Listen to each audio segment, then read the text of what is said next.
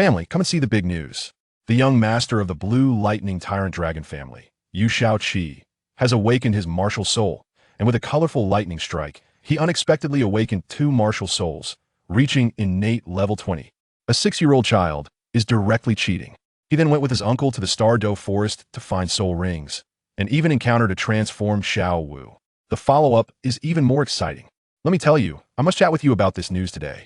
The young master of the Blue Lightning Tyrant Dragon family, Yu Shaoqi, has awakened his martial soul. The scene was incredible. With a bang in the sky, a colorful lightning bolt struck down, transforming into the shadow of a giant dragon. Immediately, golden and blue light erupted from him, dazzling our eyes. When the light dissipated, good heavens, two martial souls. One is a blue lightning tyrant dragon, and the other is an angel with 18 wings. The awakening official was so shocked that he stuttered, shouting, full awakening degree. Innate level 20. Family, who understands? A 6-year-old child at innate level 20. Isn't this pure cheating? Oh, I have to start from the beginning. My name is Yu Shaoqi, a time traveler, 6 years old, the son of the head of the Blue Lightning Tyrant Dragon family, and I have been childhood friends with the little princess Ning Rongrong of the 7 Treasure Glazed Tile School. With this configuration, I tell you, I would wake up smiling in my dreams. Today is the big day of my martial soul awakening. Early in the morning, my uncle Duluo Mian shouted for me, Shaoqi, come here. His voice was so authoritative. I, taking advantage of being a 6-year-old child, looked at him pitifully and said, Uncle, why are you so fierce? Usually, you would be eager to hold me. Well, he immediately broke character. He rushed over and picked me up, coaxing, oh, my little Chi, uncle didn't mean it. Today is your martial soul awakening day. We have to be serious. I pouted, looked up at him, and gave him a I forgive you arrogant expression, which melted his heart. He held my hand, and we walked slowly to the awakening hall. I deliberately touched and looked around, taking a full half an hour to arrive. Just as we reached the door, a sarcastic voice rang out. Oh, some people really have a big attitude. I looked up and saw Yumi Bang, the grandson of the third elder. This kid has liked Ning Rongrong since childhood, but I always took Rongrong to play elsewhere, so he must have been unhappy with me for a long time. I sneered, I don't know if my attitude is big, but you, a collateral descendant, speaking disrespectfully to the young master, what is that? Insurrection. What should be the punishment? He panicked immediately, stuttering, you, don't slander me. Before he could finish, smack, a loud slap landed on his face.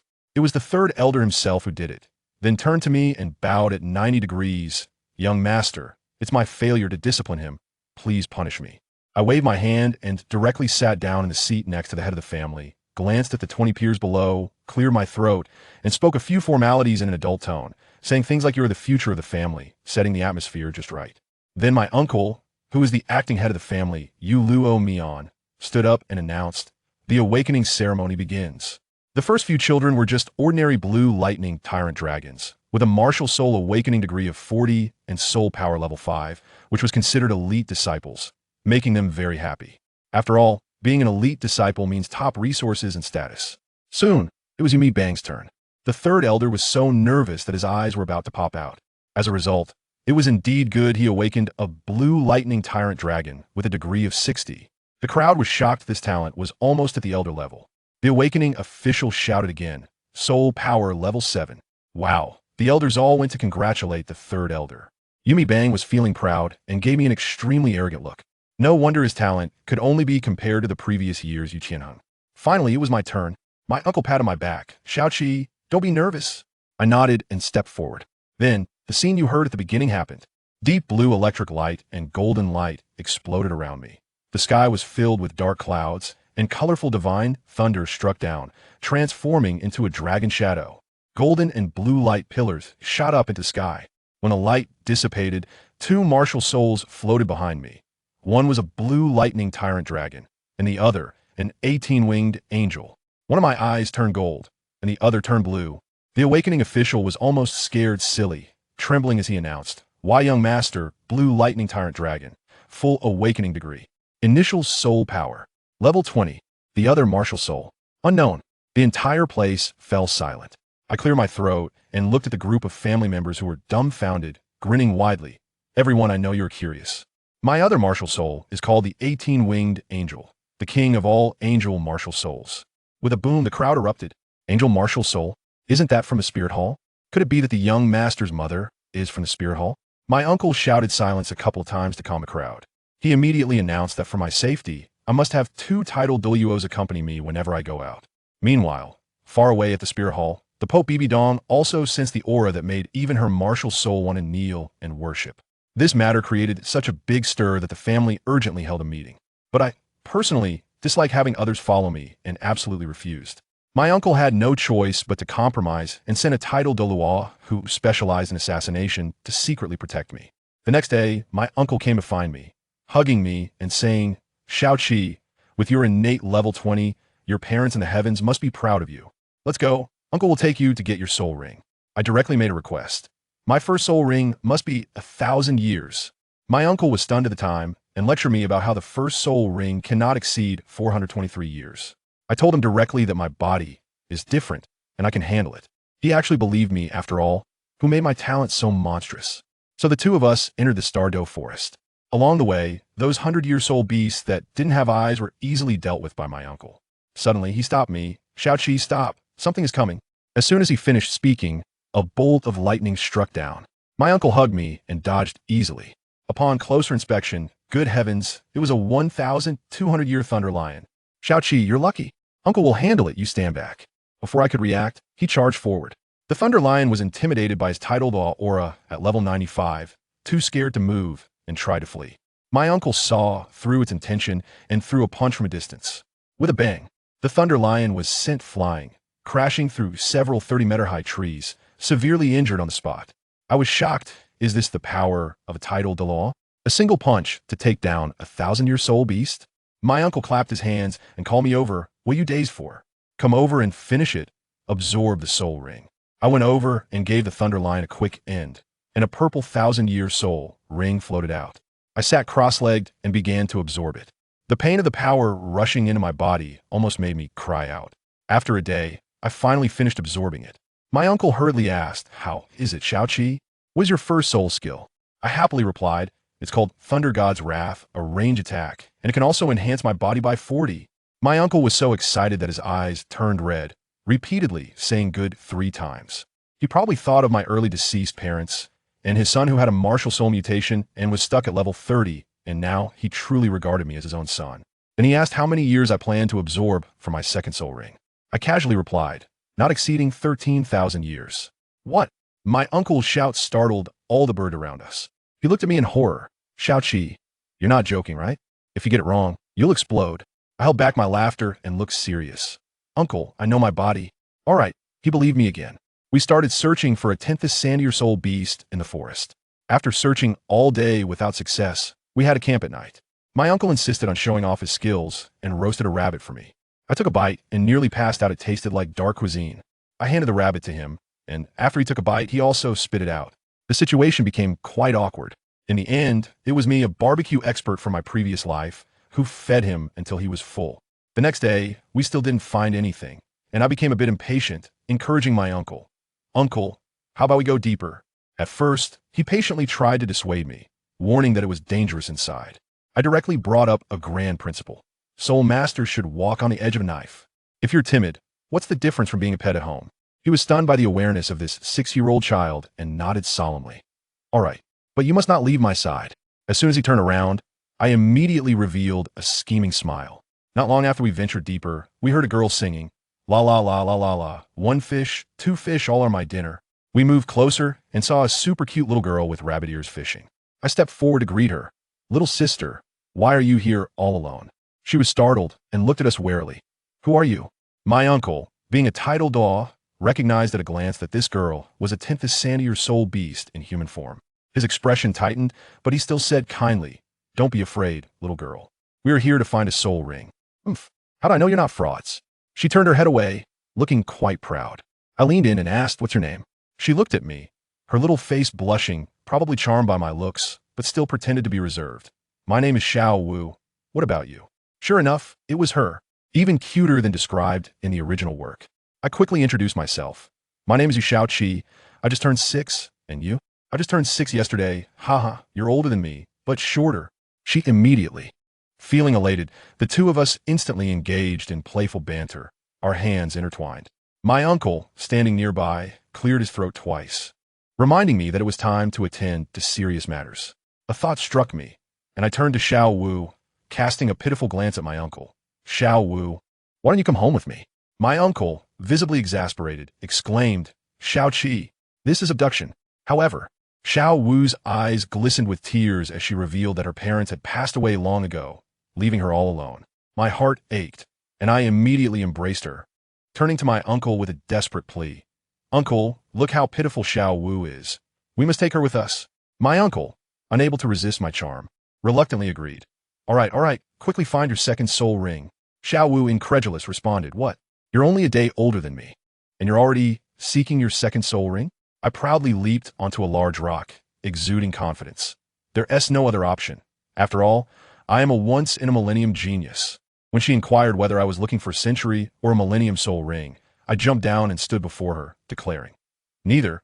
I seek a 10,000-year soul ring. At that moment, I sensed Xiao Wu's worldview shattering. As the three of us continued our journey, I exchanged glances with Xiao Wu, the atmosphere brimming with joy.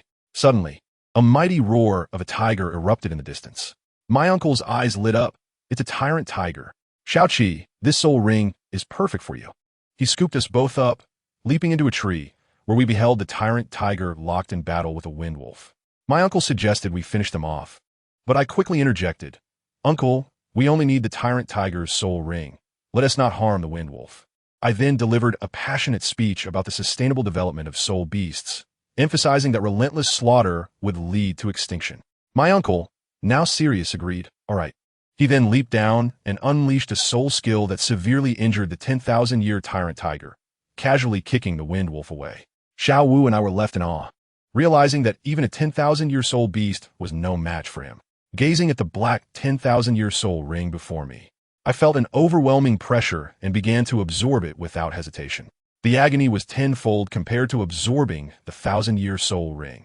With beads of sweat cascading down my face, after 3 full days, I finally completed the absorption. A surge of immense power erupted from my body, prompting my uncle to shield Xiao Wu from the shockwave.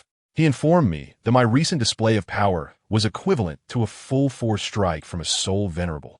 Having absorbed the soul ring, I was now at level 26. I grasped Xiao Wu's hand and proclaimed to my uncle, Uncle, let us return to the sect. I miss Rong Rong. My uncle summoned the dragon wings and soared into the sky with us. The exhilaration of flying was indescribable. Xiao Wu and I lavished praise upon him, lifting his spirits to new heights, even engaging in acrobatic antics midair.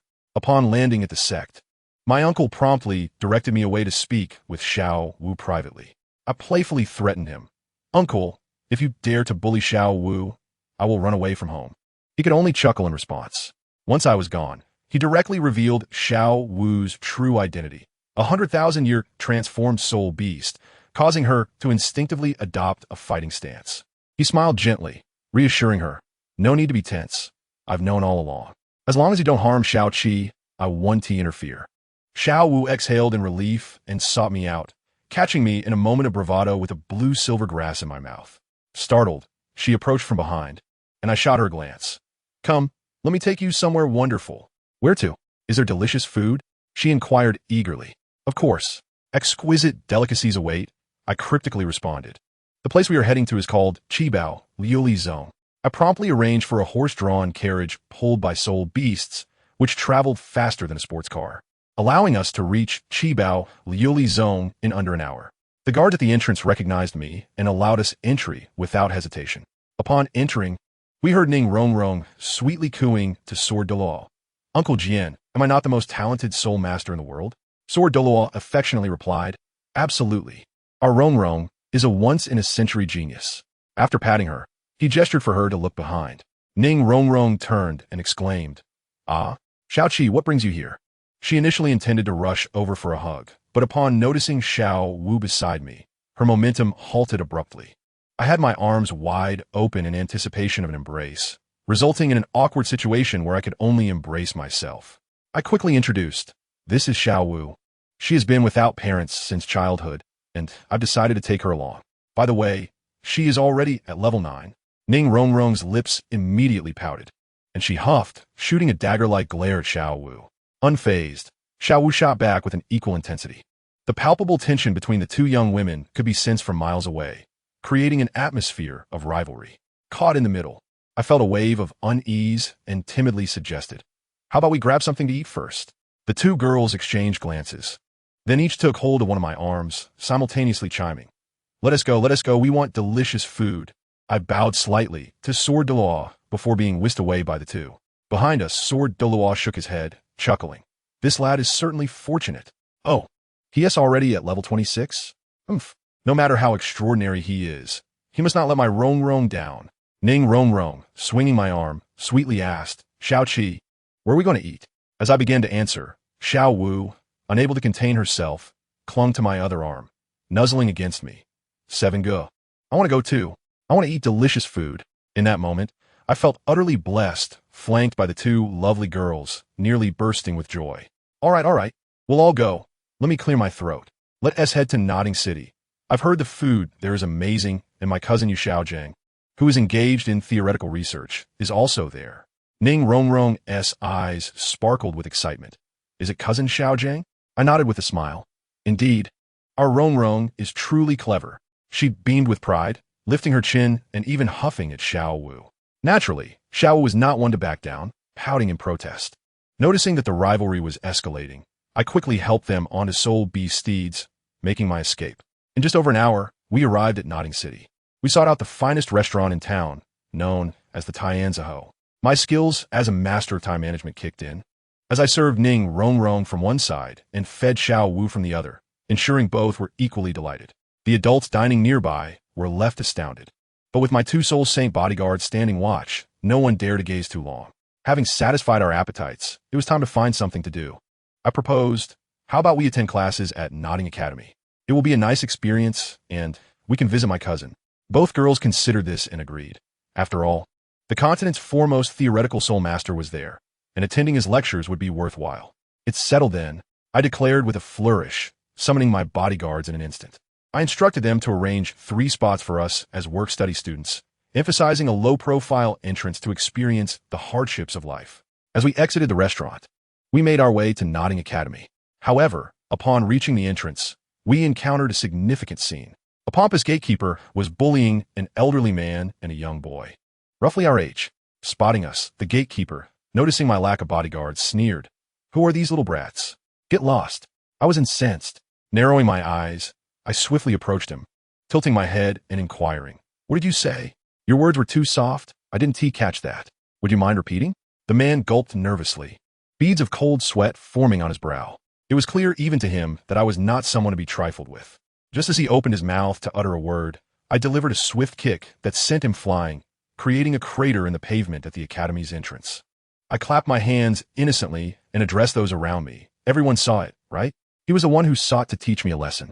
My actions were purely in self-defense. The elderly gentleman and the little boy beside me were left dumbfounded. The old man even approached to express his gratitude, urging me to seek refuge in their village out of fear of retaliation from the academy. I thought to myself, this Nodding Academy? It hardly qualifies.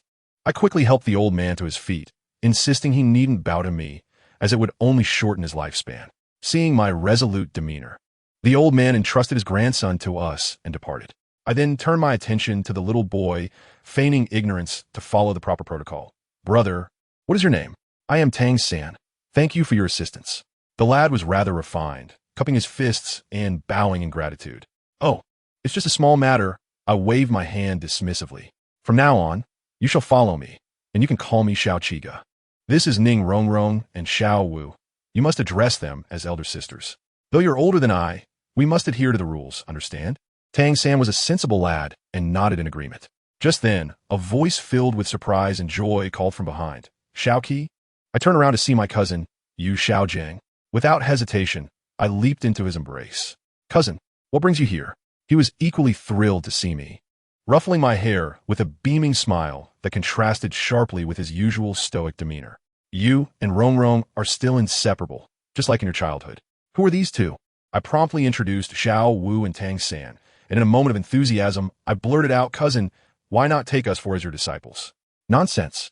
If I take you as my disciple, it will disrupt the hierarchy. I don't care. In the sect, you are my brother, and outside, you're my master. There is no conflict." I began to throw a tantrum. My cousin, unable to resist me, finally relented. All right, I will first assess your talents. I cleared my throat, stood tall, and proclaimed, Yu Xiaoqi, innate full soul power level 20, dual martial spirits, blue lightning Tyrannosaurus Rex, and 18-winged angel. Currently at level 25. I could see my cousin's mind was nearly overwhelmed, his jaw dropping in disbelief, pointing at me without uttering a coherent sentence. Tang, Sam beside me, wore a similarly bewildered expression. Very well. You shall be my disciple. Address me as master. My cousin regained his composure, his face flushed with excitement. I immediately knelt down and proclaimed, once a disciple, forever a father. My cousin helped me up, his eyes filled with visions of a grand future. Then it was Tang San's turn. I am Tang San, also with innate full soul power, dual martial spirits, blue silvergrass, and a hammer. Good gracious, another one. My cousin was nearly at a loss for words. Ning Rongrong shyly introduced herself. I am Ning Rongrong, soul power level 9, 7 treasures glaze tower. Xiao Wu, bouncing with energy, chimed in. I am Xiao Wu, also with innate full soul power. My martial spirit is the soft-bone rabbit. Wonderful, wonderful, wonderful. My cousin exclaimed thrice, his excitement akin to winning the lottery. Who could comprehend that within a single dormitory there resided 4 prodigies, with 3 boasting innate full soul power and 1 being a top-tier support? Such a configuration was nothing short of extraordinary. He immediately decided to cultivate us into beings of paramount status on the continent. After our apprenticeship ceremony, my cousin took us to our dormitory. To describe it, it resembled a dilapidated warehouse. Lady Rongrong's temper flared, and she immediately voiced her discontent. My cousin, however, adopted a stern demeanor and scolded us like children, lecturing about how soul masters must endure hardship, stating that flowers nurtured in a greenhouse cannot compete with wild beasts. After his lengthy discourse, we all hung our heads in shame, even Rongrong wiping her tears and vowing never to complain again. No sooner had my cousin left than the dormitory door was kicked open with a loud bang. A rather obnoxious fellow entered, flanked by a few lackeys, brazenly demanding to know who the newcomers were. His companions dared to provoke us, but Xiao Wu swiftly shot back with such wit that left them questioning their existence, nearly prompting one to seek apprenticeship under her. The leader, Xiao Laoda, was enraged and shouted at me. I cast him a glance, and he instantly wilted under my gaze.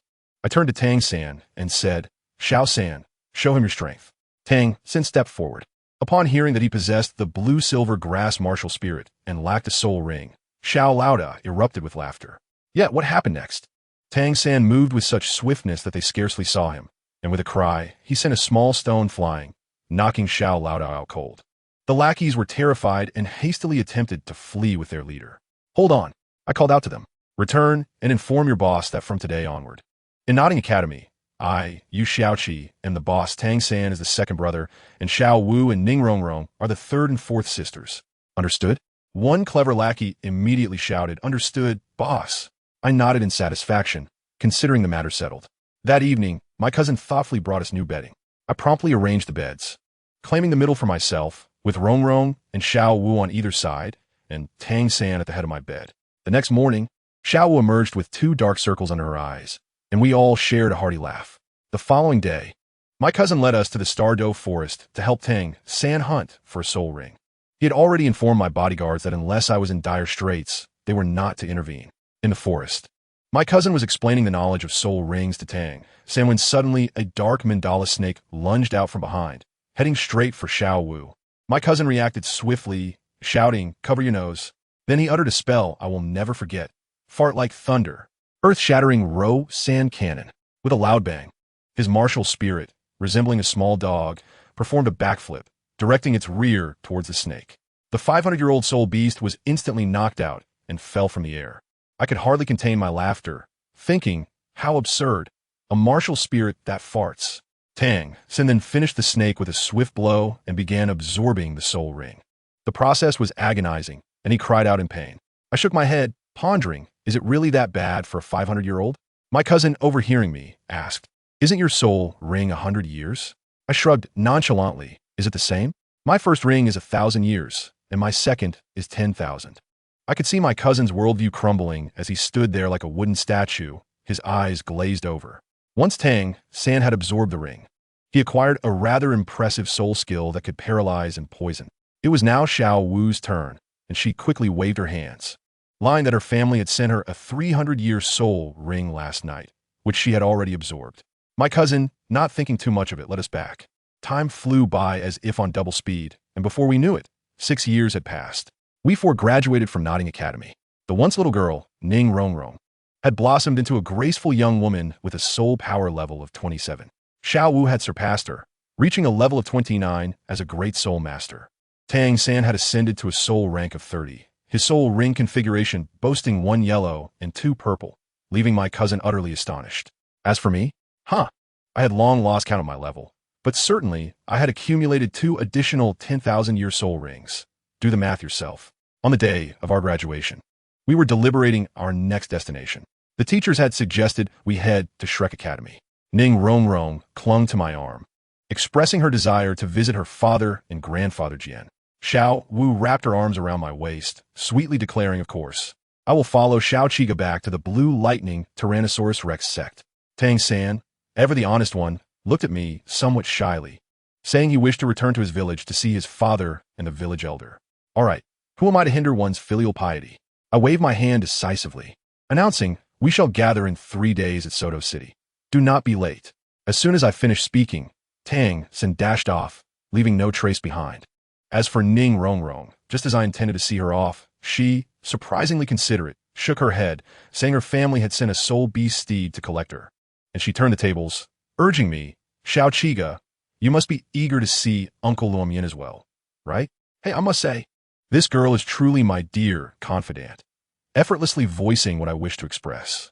Well then, since everything is arranged so clearly, I shall not hold back. Just as I returned to the sect to report to my uncle, I immediately whizzed Xiao Wu onto our family soul beast ride, making a beeline for Suo City. My uncle was positively ecstatic, patting my shoulder and proclaiming that whether the Lan Dian Ba Wang Long sect could become the strongest on the continent hinged on me. The pressure he bestowed upon me was almost overwhelming. And guess what? Just as I hurried into Suo City, Ning Rongrong came hurtling towards me like a little cannonball, launching into a tirade. Xiao Qiga, why did it take you so long to arrive? Xiao San and I have been waiting like statues. Tang San ambled behind, exasperatedly interjecting. 7th brother, don't listen to her. We only arrived 2 quarters earlier than you. I chuckled and playfully ruffled Rongrong's nose. She certainly knows how to be charming. With everyone gathered, it was time to address the important matters. Upon inquiring, I learned that Shrek Academy would not commence enrollment until tomorrow, so we needed to find a place to stay for the night. The 4 of us wandered aimlessly through the city, and after some time, we finally stumbled upon a rather impressive inn. Tang San believed it to be a suitable choice, and I, too weary to search further, agreed. Upon entering, the receptionist's eyes widened in astonishment upon seeing me, her smile radiating sincerity as she informed us that only 2 rooms remained. Just as I was about to pay, a thunderous voice erupted from behind. You must reserve one of those rooms for me. Turning around, I was met with a striking figure, a golden-haired youth, flanked by 2 beautiful women, strutting about like a crab, his mismatched eyes gleaming with a peculiar allure. He was quite handsome, yet I felt he paled in comparison to myself. I chuckled, asking, do I know you? He arrogantly replied that I did not, but that the room had to be reserved for him. I mused internally, who still resorts to such domineering tactics for room reservations in 2025. I boldly laughed. So there's no room for negotiation? His enthusiasm ignited. He released the 2 ladies and declared, in Douluo, Dalu, strength reigns supreme. How about we have a contest? Very well. I relished the prospect of a challenge. Standing my ground, I coolly stated, forgive my candor, but if you can make me move even an inch today, I will not only forfeit the room, but also vacate the premises with my companions. His expression shifted dramatically as he bellowed in fury, unleashing his first soul ring, and launched a white tiger shield towards me. With a thunderous crash, the inn's furniture was sent flying, leaving the receptionist pale with fright. He reveled in his attack, boasting that it augmented his power by 30%. However, as the dust settled, I remained rooted to the spot, utterly unfazed, barely even activating my soul ring. I brushed off the dust from my clothing and remarked, is that so? Your strength seems rather lacking then. His expression resembled that of someone who had dropped their phone into the toilet, utterly dumbfounded, muttering, how is this possible? Even with a soul skill, I cannot budge you. What a farce. He instantly lost his desire to fight. This fellow, however, was adaptable. Taking a deep breath, he candidly conceded, "You win. I am Dalu Bai, Prince of the Luo Empire. What's your name?" I extended my hand for a shake. "You Shao Qi, young master of the Lan Dianba Wang Long." In our conversation, I discovered that he was also a student of Shrek Academy. Upon learning that the four of us were there to enroll, and after inquiring about our soul power levels, his jaw nearly dropped in astonishment, likely pondering where this group of prodigies had emerged from. Ultimately, he guided us and left with his two companions in defeat.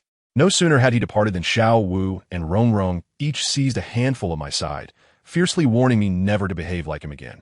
I hastily swore my fealty, and only then did they relent.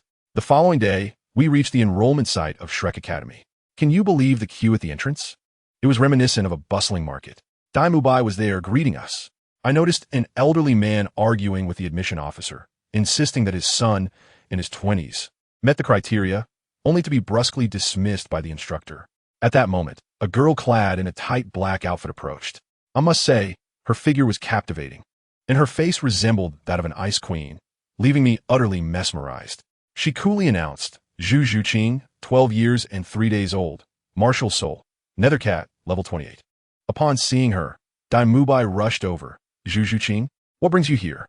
However, she didn't even spare him a glance, leaving him in an awkward silence. After Zhu Zhuqing passed, several others attempted to sneak in, but were swiftly turned away by the instructor. One particularly shameless individual resorted to rolling on the ground in protest. I could hardly stand idly by. I activated my martial soul and kicked him out of the solar system. From that day forth, a legend emerged at Shrek. To infiltrate Shrek, one must be prepared to sacrifice their life. Next up were us. Ning Rong Rong, level 28, 7 Treasures Glazed Tile Pagoda. Xiao Wu, level 29, Softbone Rabbit. Tang San, level 32, Blue Silvergrass. With each introduction, the enrollment officer's eyes sparkled with increasing interest. It was my turn. I nonchalantly stated, "You Shao Qi, martial soul, Lan Dianba Wang Long, level 43. The instructor's jaw dropped, and without further ado, he granted us all entry to the final assessment. Dalu Bai led us inside, and I stood in disbelief. Was this truly an academy? It resembled a decrepit village. Dalu Bai explained that Shrek does not accept investments and is utterly impoverished, hence the enrollment fees are non-refundable. Just then, we encountered a vendor selling sausages. A scruffy man whose voice matched ours. Xiao Wu mistook him for some cyberpunk character and burst into laughter on the ground. Dalu Bai quickly intervened, preventing him from handing sausages to us.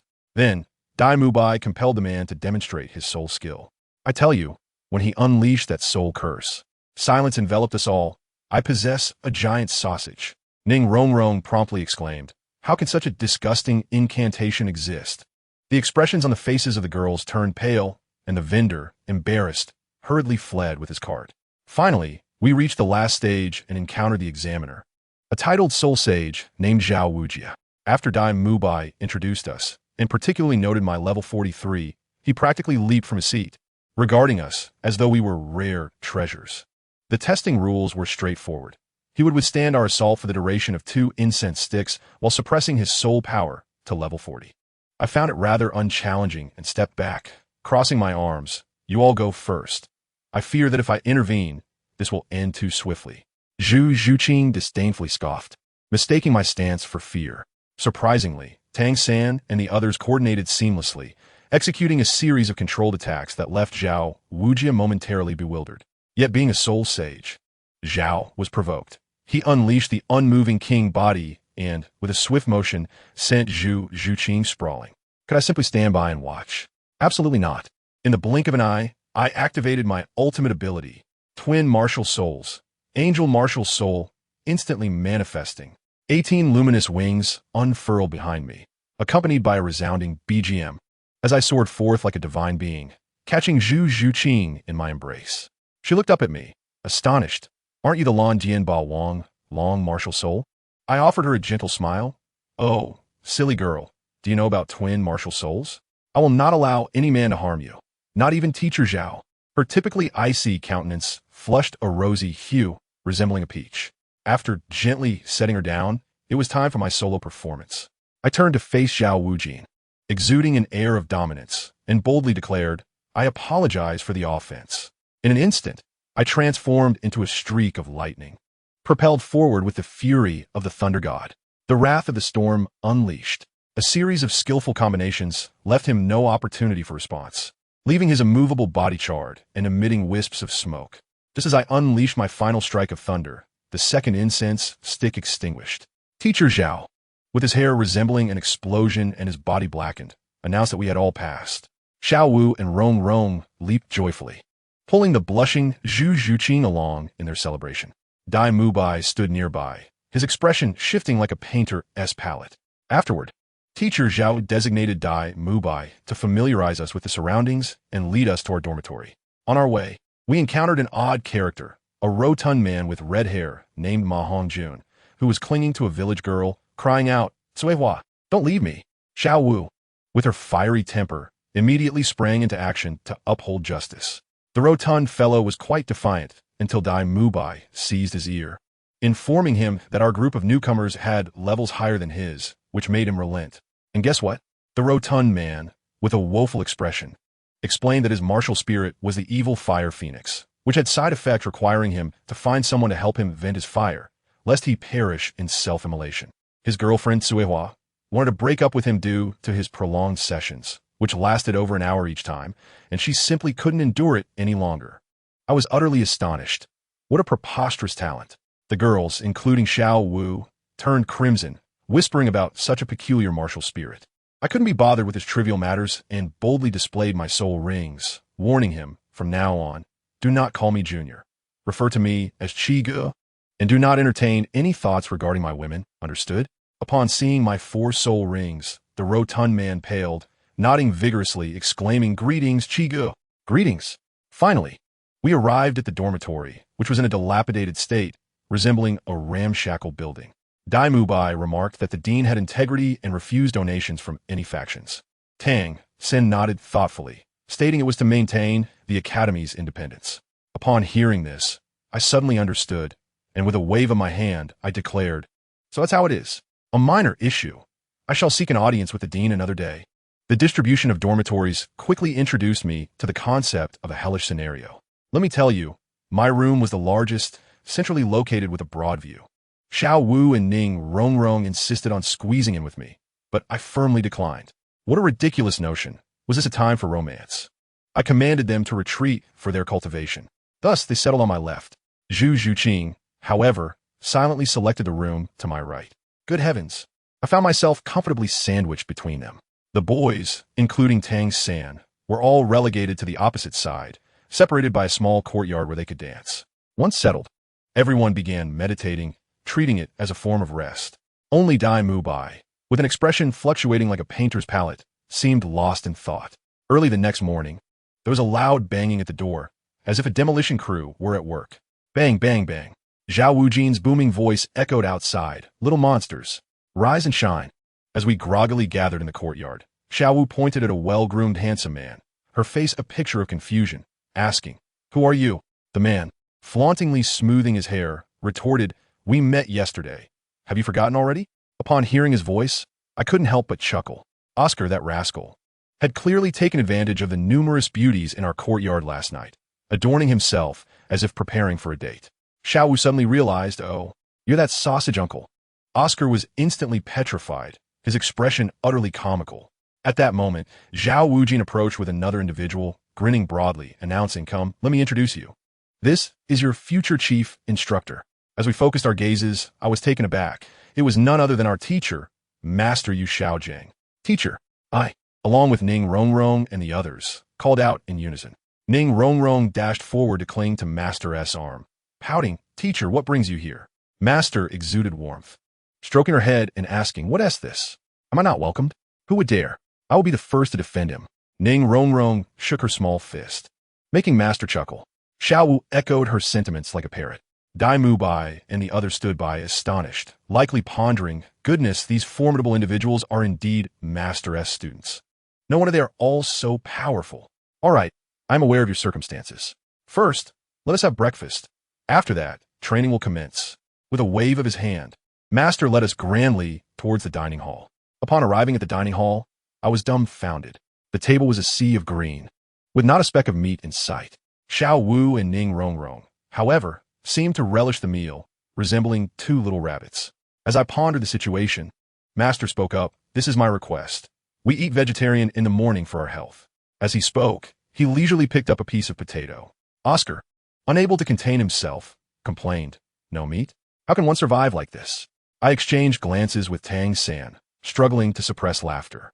Dai Mubai and Ma Hongjun couldn't hold back, bursting into laughter like pigs. Master didn't even glance up, calmly stating, "Oscar, if you dislike it, then do not eat. Wait until lunch for meat." Then he turned to the two who were laughing the loudest. "You two, eat in silence. Understand the rules? You may also refrain from eating." Zhu Zhuqing, nearby, shuddered in fright, but managed to suppress her laughter. Oscar, enjoying the misfortune, chimed in, "Brothers, you are such good friends, starving alongside me." I caught a glimpse of Master's lips curling into a secret smile. The old fox. Once Master departed, I led the charge, bursting into laughter. "Ha ha! You see, Master is a master of intimidation. We have been subjected to this before. It's just a matter of getting used to it." The faces of Ma Hongjun and his companions looked as though they had consumed 3 pounds of bitter herbs. Having missed breakfast, training was unavoidable. Upon reaching the school gate, we found a heap of backpacks filled with stones. Master stood with his hands behind his back, resembling an otherworldly sage. "Teacher, what are these for?" Ma Hongjun inquired. Curiosity piqued. "For training," Master replied. "How does carrying stones contribute to training?" Master cleared his throat and began his lesson. "Do you think only battle spirit masters need to train their bodies? You are gravely mistaken. Let me tell you, a battle spirit master who neglects physical training cannot unleash even 30% of their power. Encounter a support-type spirit master whose body is honed to perfection, and they can easily overpower you." Master's words shattered our preconceived notions. "Now, each of you shall carry a backpack marked with your name and run 10 laps around the village. No use of soul power." Oscar, in a moment of foolishness, asked, "Teacher, do Rongrong and I have to run too? We're support types." Ning Rongrong, beside him, wore an expression of despair, silently shouldering her backpack. Master, expressionless, replied, "Oscar, add 3 laps." Oscar promptly slapped himself twice, and I nearly burst from stifled laughter. I casually lifted the largest backpack and declared, "Brothers, let us go. Onward." At first, it was manageable, but by the 5th lap, Xiao Wu and the other support types could no longer endure. Ning Rongrong was the first to toss aside her backpack, collapsing to the ground. "I can't take it anymore. I'm exhausted."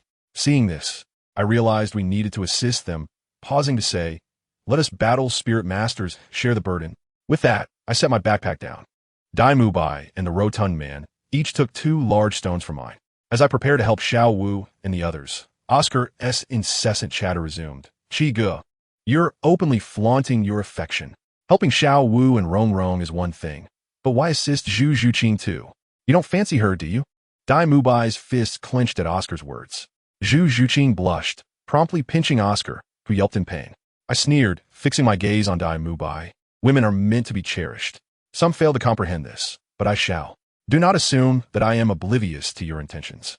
It is merely for her martial soul fusion technique that you seek to aid in your pursuit of that inconsequential position, is it not? Zhu Qing is a person, not your mere tool. If you truly hold affection for her, how can you indulge in the company of others daily? My words struck a nerve, and tears immediately welled in his eyes. Observing a grown man weeping, I felt a twinge of compassion and softened my tone, saying, "Enough. Have a little faith in the master. He has the ability to cultivate you into a talent. Moreover, relying on a woman is hardly a skill. When the time comes for you to prove yourself, will I not assist you? Now, hurry and fetch a larger stone from my backpack." Upon hearing this, Dai Mubai perked up as if invigorated, wiped his tears, and grabbed the largest stone from my backpack. "Thank you, 7th brother." I turned to glare at Oscar. "Are you feeling cheeky?" Startled, he snatched a stone and tossed it into Tang San's backpack before fleeing. I went to help the 3 girls with their stones, but both Xiao Wu and Ning Rongrong pinched my waist, their gazes warning me against being overly fond of women. Zhu Zhuqing mimicked them, giving me a gentle nudge, then blushingly whispered, "Meet me by the small grove beside the village tonight. I have something to discuss with you." Well, would you look at that? Is this an invitation for a rendezvous? By the time we finished running 13 laps with Oscar, the sky was nearly dark. Everyone, except for me, lay exhausted on the ground like spent dogs. The master observed our state with a satisfied smile, This was precisely the outcome he desired, forging our ragtag group into a cohesive unit. Tang San weakly mentioned that he could prepare a medicinal meal that would quickly restore stamina, much to the master's surprise. As for me, I effortlessly lifted the 1,000-pound backpack with one hand, akin to carrying a mere shopping bag, and casually remarked, "Master, these stones are rather light for me. Could we perhaps replace them with iron blocks next time?" The gazes of everyone present, including the master, regarded me as if I were a monster. That evening, Tang San and I busied ourselves in the kitchen, preparing a hot pot for everyone. Inside, we included the century-old soul beast, Qi Gang Zhu, provided by teacher Zhao, which was simply delectable. Like a swarm of famished ghosts, the group devoured the meal, leaving not even a trace of broth. After we had eaten our fill, I coaxed Xiao Wu and Ning Rongrong back to the dormitory and strolled to the small grove where I was to meet Zhu Zhuqing. She had arrived before me, standing there with the moonlight casting a celestial glow upon her, resembling a fairy. As I was about to make a jest, her face flushed, and she quickly pinched me, then rose on tiptoe to plant a swift kiss on my cheek. "This is to thank you for saving me and for your help during the day. Do not overthink it." With that, she vanished into the darkness like a startled rabbit. I stood there in a daze, touching my cheek, realizing only after some time what had just happened. Who could comprehend the emotions I felt? I let her slip away just like that. I should have pulled her back and kissed her fiercely. The more I pondered, the more frustrated I became, unable to suppress a shout into the woods. Damn it. As a result, my exclamation summoned 2 uninvited guests to my room. Just as I settled down cross-legged, feeling on the verge of a breakthrough, the door swung open with a loud creak. 2 oddly dressed figures in long robes entered. One of them, effeminate in demeanor, held a chrysanthemum in hand. "What the hell? Who are you?" I was taken aback. The chrysanthemum-wielding man chuckled behind his hand. "Do not be alarmed, young one. We are from the Spirit Hall, and my brother is a titled Douluo." My heart skipped a beat. My initial reaction was not fear, but rather, "You didn't see me being self-absorbed just now, did you?" The chrysanthemum man was momentarily taken aback. "We are titled Douluos. Do you not fear us?" I rolled my eyes. "What is there to fear? If you intended to kill me, you would have acted already, rather than introduce yourselves. Now, state your purpose. Do you seek something from me?" The other man in black robes, whose face was as pallid as a corpse, snorted coldly. "Boy, do you not possess even a modicum of respect upon encountering a titled Douluo? Respect?" I immediately switched to a mocking tone. "You come to me seeking assistance. Why should I show you respect?" The black-robed figure was visibly enraged, yet he retrieved a token from his sleeve and proclaimed, "By decree of the Pope, we summon the young master of the Blue Lightning Tyrant Dragon Clan, Yu Xiaoqi, to the Spirit Hall to serve as a white-clad protector. Should you refuse, you shall be executed on the spot." After listening, I nodded. "Very well, but I must first address my earlier question." The 2 titled Douluos exchanged glances and reluctantly nodded. "What? You truly witnessed that? This is a matter that must not be disclosed. If the Pope learns it was due to your blunders, you will bear the consequences." Remarkably, I had managed to intimidate 2 titled Douluos as a mere soul sect member, for they had caught me at a vulnerable moment. I smiled with satisfaction. "All right, once I graduate from Shrek, I shall report to the Spirit Hall. I believe in seeing things through to the end." Having dismissed the 2 unwelcome visitors, I closed the door and began to ponder the depths of the Spirit Hall. The following month, we underwent grueling training. My backpack was replaced with iron blocks, which were extraordinarily heavy. Oscar, in disbelief, attempted to lift one, turning purple in the face yet failing to budge. Over this month, my level soared to 46, and everyone else also made significant progress. Their physical conditioning transformed. One day, the master summoned us to the training ground, announcing a special exercise. "What sort of training, master?" Xiao Wu inquired curiously. The master smirked and uttered a few words. "Eat Oscar's sausages." Ning Rongrong immediately turned pale, recalling the incantation sent shivers down her spine. The master began to provoke us. "Little Oscar is a food-type soul master. If you refuse to eat his sausages, what use is he as a teammate?" "Humph. What is there to be afraid of?" Provoked, I stepped forward and declared, "Oscar, hand me one. I have a large sausage."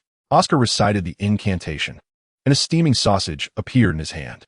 Gazing at the object, my stomach churned. However, in front of everyone, I could not cower. I shut my eyes, frantically convincing myself, this is a grilled sausage. It is the tastiest grilled sausage from street. As I thought, I even began to salivate. I retrieved my homemade chili powder from my belt, sprinkled it evenly, then resolutely took a large bite. Instantly, my eyes widened. Let me tell you, the flavor was exquisite. It surpassed any grilled sausage I had ever tasted in my past life. Within a few bites, I finished one and shouted at Oscar, "Give me a few more." Oscar was so moved he nearly cried, immediately providing me with an 8-sausage rapid-fire delivery, depleting his soul power completely. I did not hold back, setting up a pot and grilling the sausages as if they were street food, slicing them open to achieve a crispy outer layer while remaining tender within, releasing an enticing aroma. Initially, others had disdainful expressions, but soon they all gathered around, their eyes glimmering with greed, resembling a pack of starving wolves eyeing the grilled sausages in my hands. Dalu was nearly drooling. "Seventh brother, let me have one to taste." For the sake of training, I smirked, handing him a perfectly grilled one. Upon taking a bite, his expression was as if he had ascended to heaven. Thus, what began as a distasteful training session transformed into a sausage feast.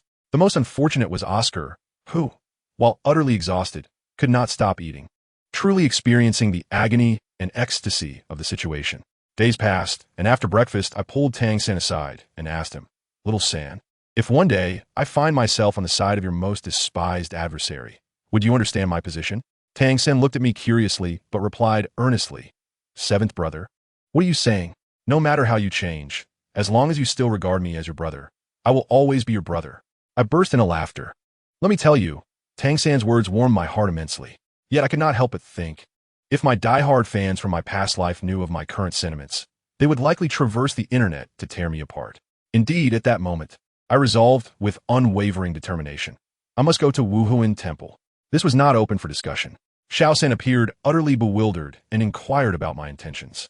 I quickly deflected with laughter and whisked him away to the cafeteria. We had just finished our training when we heard that someone had arrived at the school gate. Not for a challenge, but for enrollment. A woman, exuding an air of confidence, approached the gatekeeper, Grandpa Li, and boldly declared, "I exceed the standards. A 41st level soul master. Am I qualified?" Goodness, even Grandpa Li was taken aback. Had the caliber of geniuses become so intense in this age? When we gathered around the hot pot, Zhao Wujia introduced this new classmate. Let me tell you, the scene was something else. She was stunningly beautiful, yet her demeanor was as frigid as an iceberg, possessing a nobility that deterred any approach. Oscar rushed forward, his demeanor playful, attempting to take her hand, but she deftly sidestepped and delivered a chilling glare, leaving him utterly petrified. Dalu, undeterred, adjusted his collar and swaggered over, only to be met with a dismissive glance and a single word, "Leave." He returned to his seat, dejected, covering his face. The air was thick with awkwardness, palpable enough to be cut with a knife. At that moment, I entered with my extraordinary dual-flavored hot pot, announcing my arrival only to spot the Ice Queen. Curiously, her gaze toward me was markedly different from that she cast upon Dalu and the others. She even introduced herself as Zhang Qinxue. I was momentarily stunned, but extended my hand politely, and to my surprise, she accepted. In that instant, Dalu and the others nearly dropped their jaws. The envious looks from Xiao Wu and the others were almost unbearable. I hastily inquired about her soul power, and she replied, 41st level, Wuhuan Swan. My heart skipped a beat. Could it be what I thought? However, that was not the crux of the matter. The real surprise came when this ice princess, after tasting my medicinal hot pot, audaciously began to compete for the meat. The following day, the master gathered us at the school gate, announcing that the day's training would involve practical combat. Where to? Soto Great Soul Arena. On the way, we stopped at a restaurant for a meal. Dalu, in a display of extravagance, slammed a bag of gold soul coins on the table, commanding, "Bring us your most expensive dishes." Consequently, some brazen fellows approached, attempting to flirt with Xiao Wu and Rongrong. The two of them, quick-witted, engaged in banter, playing along with their teasing, when one man attempted to assert dominance. I stood up. "You're right," I echoed, as he reveled in his perceived victory, then retorted directly, "A dog certainly does not deserve to provoke us. Leave, if you will." With that, I released my soul power pressure, and the man was so startled, he fled, thanking me as he scrambled away. I was left flabbergasted. Upon arriving at the Soul Arena, the crowd was overwhelming, akin to a concert scene. After registering, we were scheduled for matches the next day. Regarding Xiao Wu's match, let me tell you, it was spectacular. Her opponent, known as Lone Wolf, had a notoriously foul mouth, attempting to solicit Xiao Wu for a night. Xiao Wu, ever the clever one, pretended to agree, tricking him into believing he had the upper hand. The lone wolf actually fell for it, positioning himself to withstand her attack. As a result, Xiao Wu executed a quick teleport behind him and delivered a lethal kick, which you might think was aimed at his back. No. She altered her trajectory mid-air, landing a single kick that sent him plummeting off the stage, directly targeting the vital spots. I felt a chill run down my spine from below, and all the men in attendance instinctively shielded themselves. She was ruthless. Dai Mubai's match, however, proved to be precarious. Initially overly confident due to his superior soul ring configuration, he was nearly knocked off the stage by a 39th level sword energy strike, resulting in a mouthful of blood. Ultimately, he managed to retaliate with a white tiger light wave. Upon descending from the arena, Zhang Qinxue unleashed a torrent of criticism, offering no leniency. Why did you afford him a second opportunity? Granting an enemy a chance on the battlefield endangers both one's self and one's comrades. Her words left us all in shock. Though somewhat harsh, upon reflection, I realized she was entirely correct. Dai Mubai, Ambod, promptly apologized. This incident led to a tense atmosphere. Xiao Wu and the others urged me to smooth things over with Zhang Qinxue. I approached her, employing flattery, likening her to an ethereal being untouched by the mundane world, beseeching her not to hold grudges. To my surprise, she chuckled and responded that she would consider adjusting her demeanor. Just as I managed to thaw the Ice Queen's heart, Ma Hongjun had completed his match, albeit in a disheveled state, narrowly winning through soul power suppression, his attire reduced to tatters. Finally, it was my turn. My opponent, known only as Wuming, wielded a purple gold soul, boasting an undefeated record of 50 matches without ever having used his wuhuan. The pressure was palpable. The master, visibly anxious, repeatedly advised me to concede if things went awry. I assured him not to worry, but internally, I felt a storm of apprehension. Once on the stage, the atmosphere shifted dramatically. Neither of us moved. We simply locked eyes, yet the tension was electrifying. My aura surged like a dragon emerging from the sea, while his presence resembled that of a deity descending. The clash of our energies created a maelstrom, causing the nearby Soul King referee to turn pale, beads of cold sweat trickling down his face. The audience remained oblivious, still cheering wildly. Ultimately, I chose to temper my energy first, stating, "Impressive. You are the first to maintain such a contest of wills with me for this long."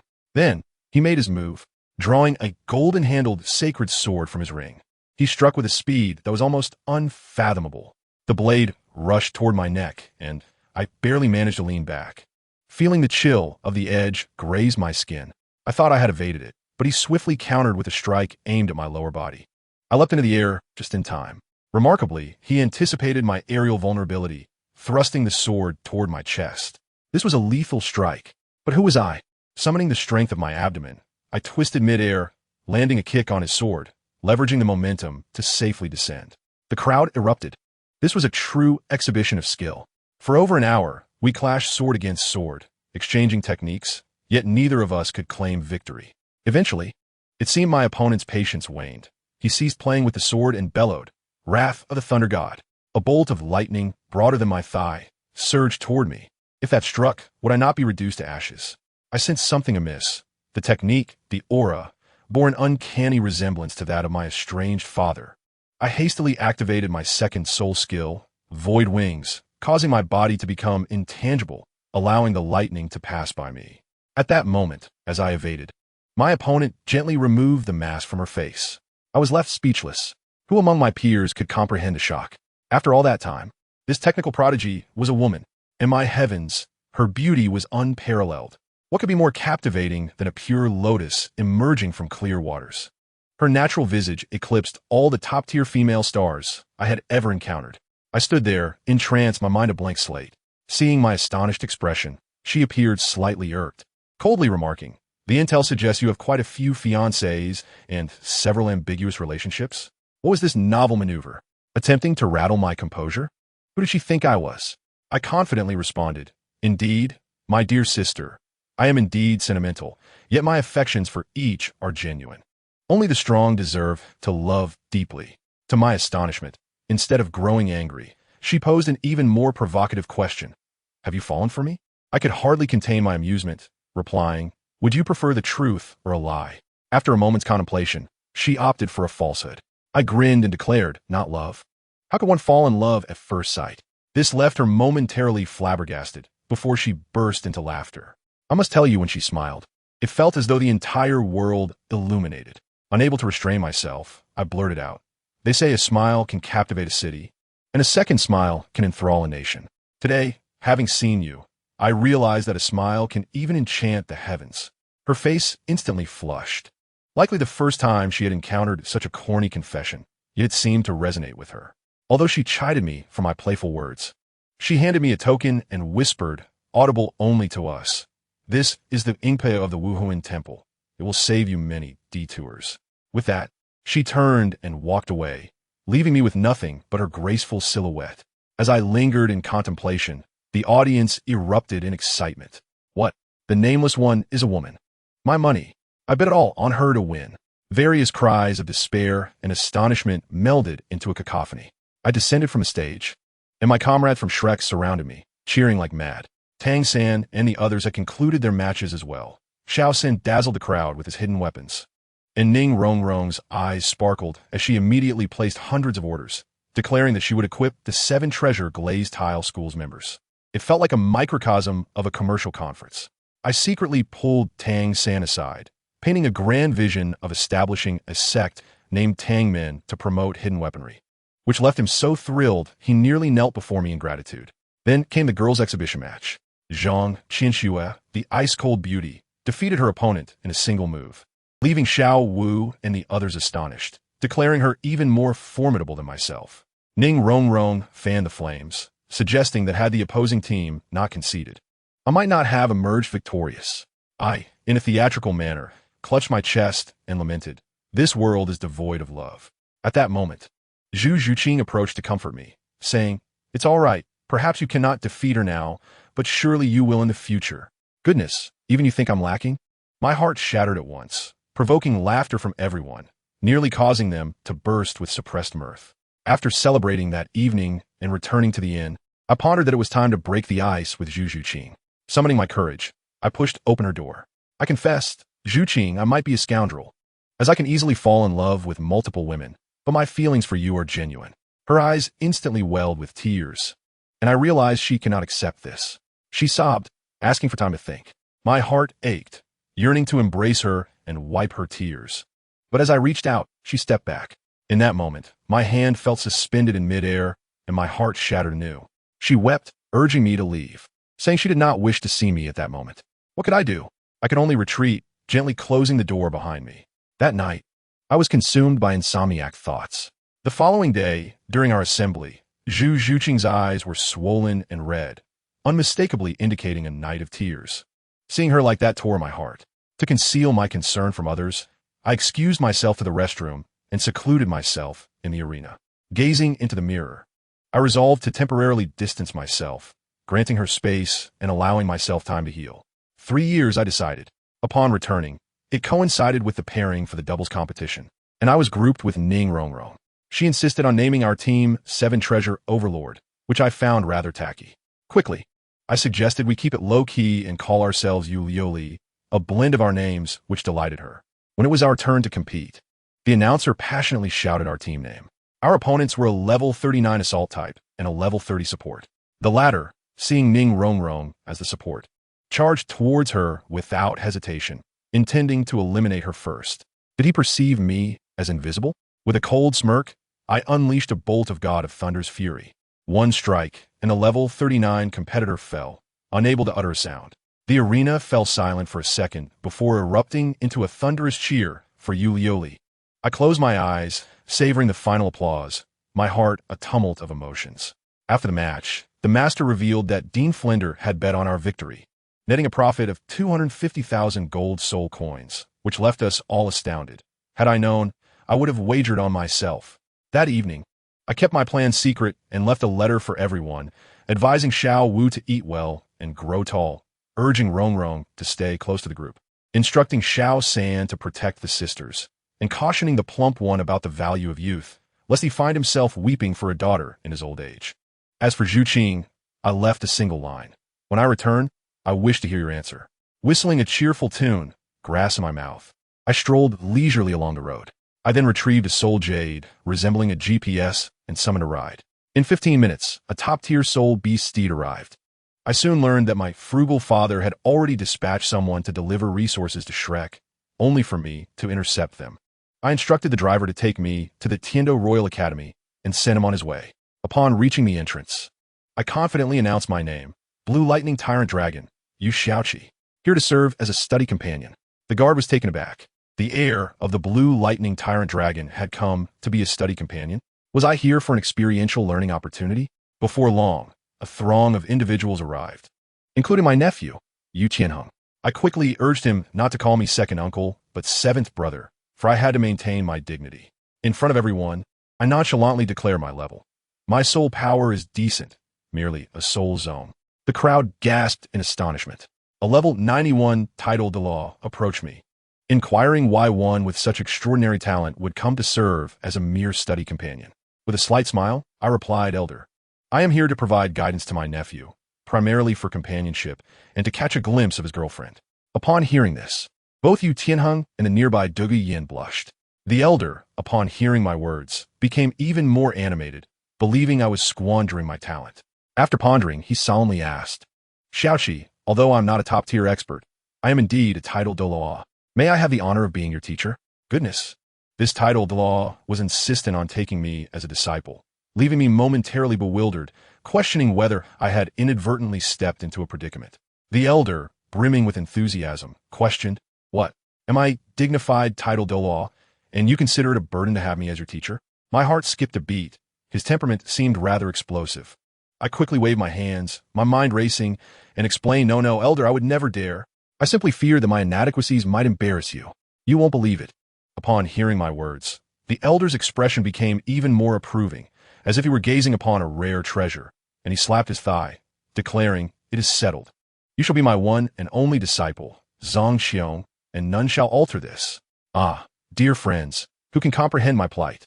Thus, I found myself forcibly accepted as a disciple, left with nothing but a bitter smile. Yu Qianheng beside me struggled to suppress his laughter, nearly in physical distress. Very well. Since it has come to this, I might as well seize the opportunity. Clearing my throat, I clasped my hands and asked, Then, Master, may I propose a few conditions? The elder, energized by my request, replied, Speak. I immediately began my performance. First, I wish to serve as a mere companion in this academy, entirely eschewing any core disciple titles.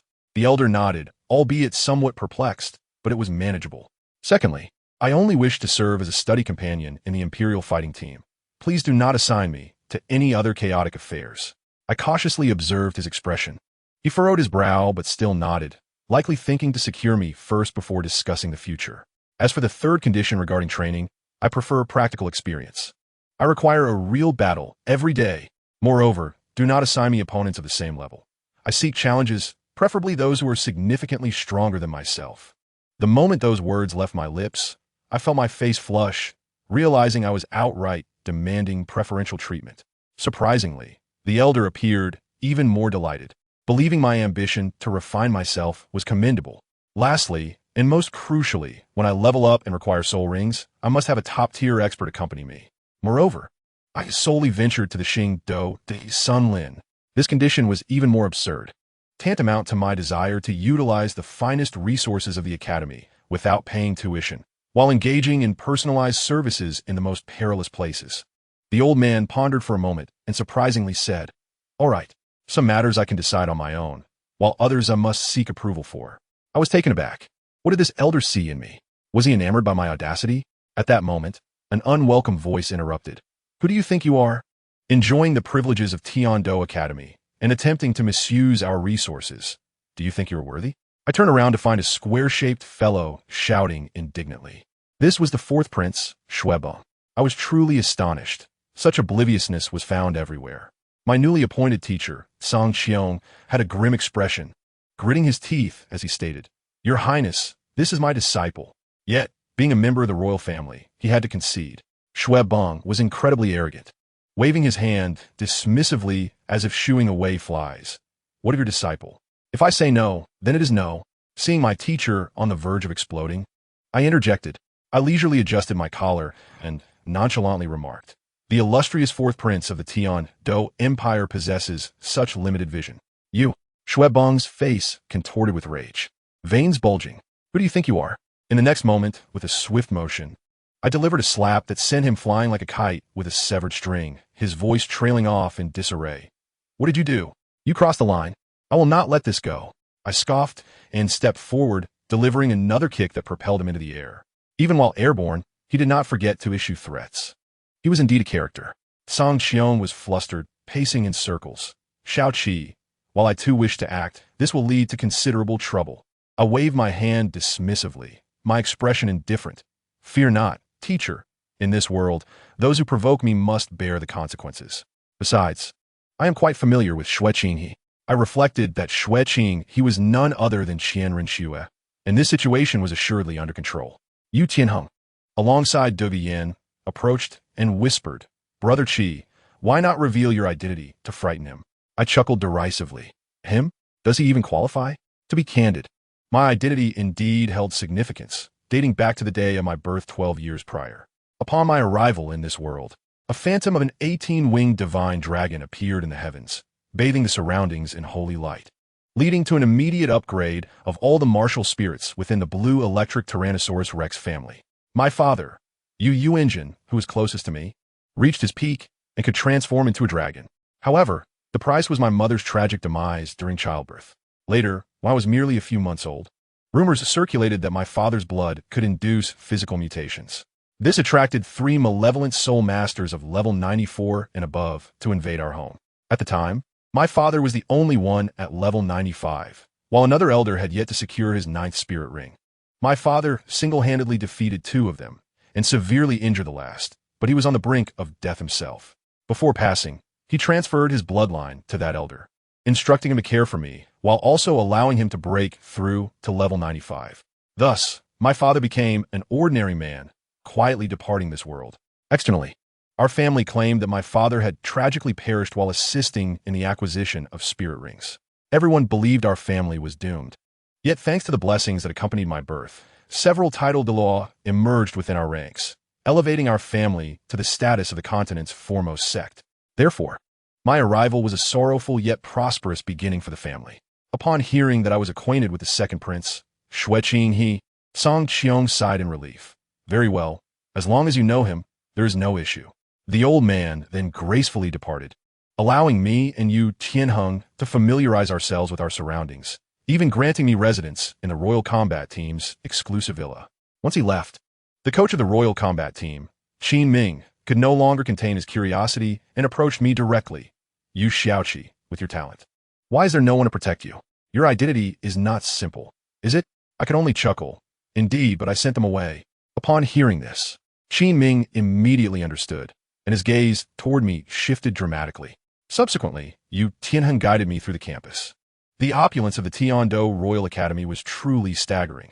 Grand dining halls, teaching buildings, several training grounds, dormitories resembling palaces, and an enormous villa exclusive to the Royal Combat Team, with soul guide workshops and herb gardens. It was akin to a luxurious Pro Max version of Hogwarts for soul masters. I couldn't help but lament. Compared to this, Shrek Academy seemed like a makeshift troop. Throughout our tour, any female soul master who laid eyes on me would become transfixed, following me in droves. I had grown accustomed to such attention. After completing our tour, Dugian pointed to the magnificent villa and said, Look, Brother Qi, you will reside here from now on. Choose any room you like. The next day, I awoke at my leisure and sauntered to the training grounds. The Royal Combat Team was in the midst of training, with Qin Ming providing strict guidance. Upon spotting me and the throng of admirers behind me, Yu Qianheng's mouth twitched uncontrollably. Among the team was a girl named Yi Lenglang, whose icy demeanor suggested she was utterly disinterested. Upon our eyes meeting briefly, she quickly averted her gaze. After Qin Ming shooed away the female trainees, he introduced me to the entire team. This is Yu Xiaoqi, Tianheng's uncle. You shall address him as Brother 7. A rebellious member named AOC Luo immediately protested. Why should we? Just because he is the captain's uncle? Qin Ming shot him a fierce glare, because his spirit power exceeds that of every one of you. He is a spirit zone. At this proclamation, the room fell silent. AOC Luo was left speechless, scratching his head and conceding. Well, I can accept calling you Brother 7. The girl, Yi Lingling, flushed momentarily, likely embarrassed by her previous thoughts, only to quickly regain her icy composure. I sat nearby, observing their training, yawning and clapping my hands, radiating an aura of leisure. Meanwhile, Shui Beng was pitifully seeking out his elder brother, Shui Qinghe, to complain, pointing at his face and claiming that the beating he received was not merely to him, but rather to the dignity of the Tiando Empire. Shui Qinghe, possessing an exquisite appearance and noble demeanor, replied coolly, "You were beaten because you brought it upon yourself, weren't you? The Tiando Empire would not offend a key figure of the blue electric Tyrannosaurus Rex for someone of your caliber. You must bear this grievance. Should you seek him out again, do not blame me if you meet your end." With that, he walked away, leaving Shui Beng alone, utterly defeated. After training concluded, Yi Lingling surprisingly approached me. With her head lowered, she mumbled something faintly. "Huh? What did you say? I didn't catch that." I leaned in closer. Suddenly, she exploded with embarrassment, her face turning crimson as she punched my chest and scolded, "Pervert!" before fleeing. I stood there, bewildered, shouting, "I will sue you for defamation." I glanced down at the spot where she had struck me, inhaling a faint, pleasant fragrance. It was a scent I adored, stirring my heart. Initially intending to confront Dugal, I instead found myself experiencing a sensation akin to falling in love due to his granddaughter's punch. Yu Qianheng, observing from the side, raised his eyebrows and grinned mischievously, "Brother Seven, you and Lingling." I rolled my eyes, disinterested in his teasing. I then shared with him the profound principle that a master need not be superior to his disciples, leaving both him and Duga Yan in a state of astonishment. After they departed, Song Qiong sought me out once more. He earnestly advised me that mere talent was insufficient. One must learn to conceal their prowess. He then arranged for me to practice 3 essential disciplines: cultivating the mind, honing the body, and nurturing one's temperament. Cultivating the mind involved training one's mindset. Honing the body focused on physical explosiveness, and nurturing one's temperament was about cultivating an aura of intimidation. He recounted a sorrowful tale of a former disciple who, unable to control his killing intent, was ultimately expelled by his own hand. Upon hearing this, I thought to myself, the city of slaughter was precisely the tailored training ground for me. Finally, he patted my shoulder. "All right, go eat. I've arranged for you to undergo practical training in the afternoon. Practice for your mental cultivation. I've already notified the other party to treat you as a true adversary." I was elated by this arrangement. At noon, dining in the Royal Combat Team's villa was an extravagant affair. One meal could likely purchase 2 Shrek Academies. I casually mentioned that our family indulges in hot pot, skewers, and teppanyaki, which instantly captivated this group of sheltered noble youths to the point of tears. Even Yi Lingling's eyes sparkled with excitement. Ultimately, I had no choice but to promise to showcase my skills to them when time permitted. After dining and resting, I returned to my room, sitting cross-legged.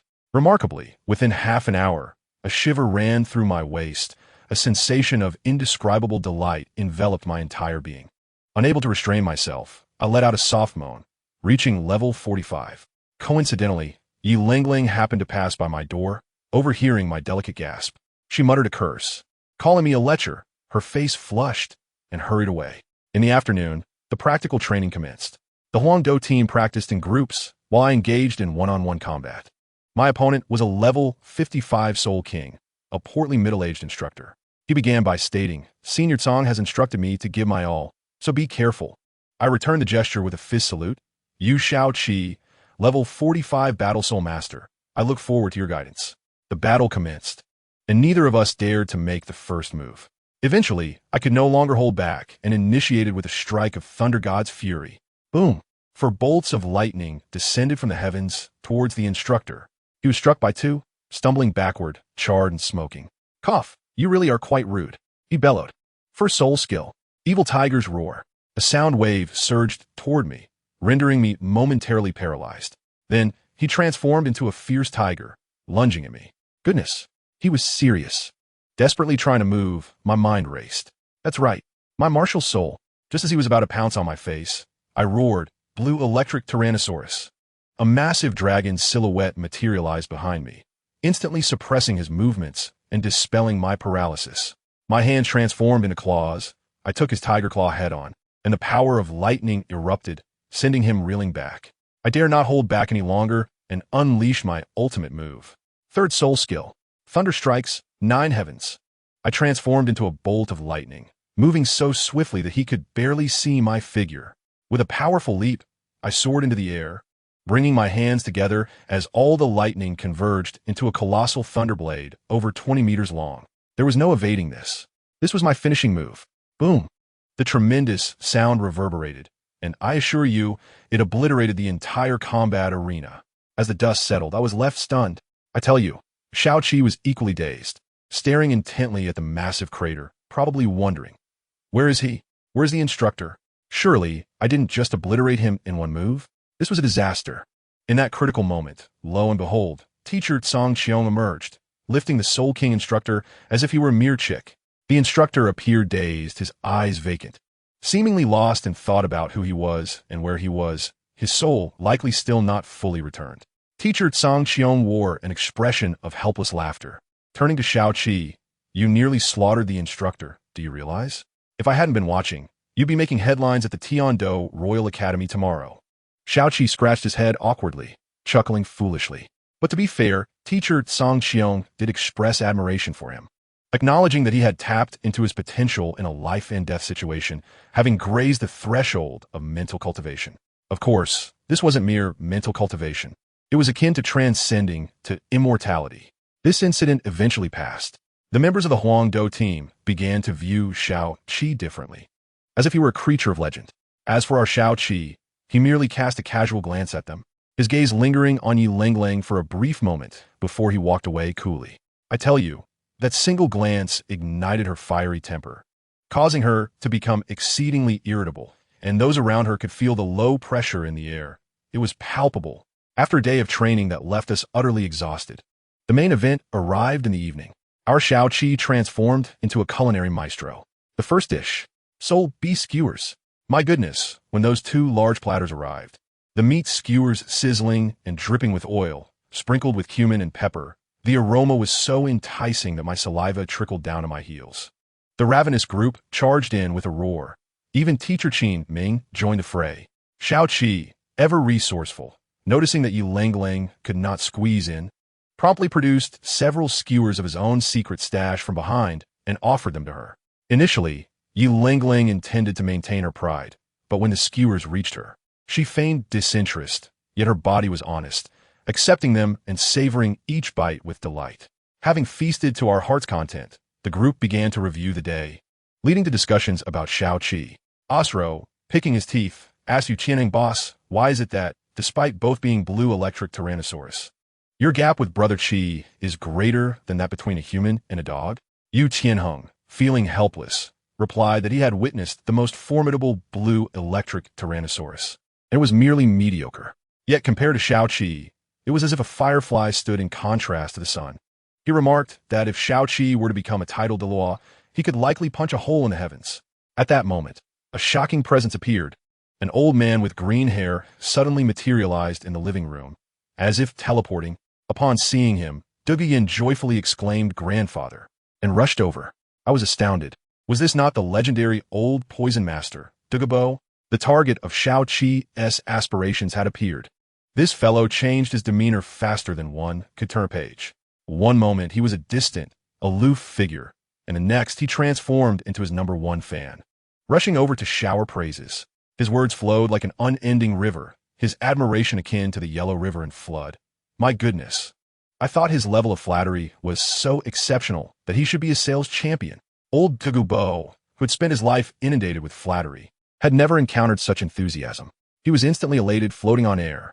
Xiao Qi, with remarkable insight, remarked that there were no bad methods, only bad people, striking a chord deep within the heart of the old poison master. Once Duguyan introduced Xiao Qi, revealing that he was only in his teens, yet already a level 44 soul master, Dugubo's eyes nearly bulged out. Such monstrous talent. And he idolized me? What an infuriating charm. Then, Yu Qianheng added that Xiao Qi was born immune to all poisons. At this, Dugubo could no longer contain himself. Immune to all poisons?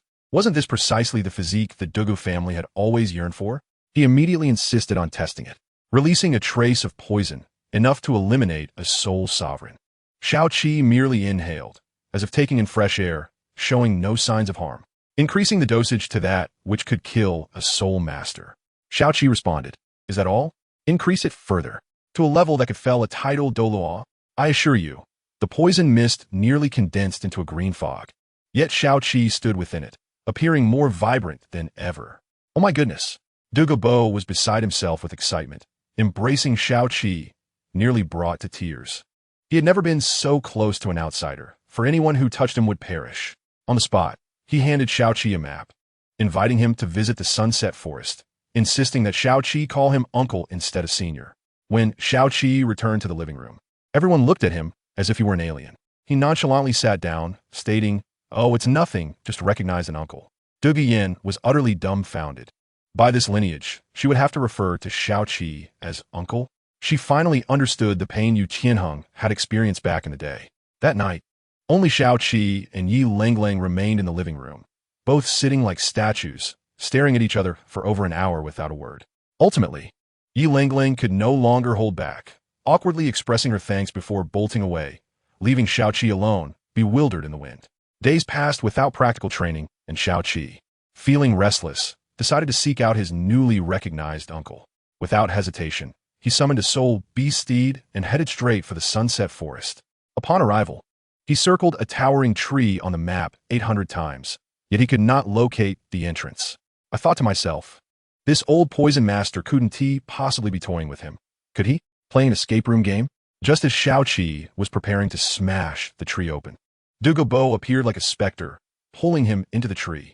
I was astounded. This was no mere tree. It was an 18-story luxury residence within the tree. The residence features a living room and a bedroom, along with several levels dedicated to herbal greenhouses.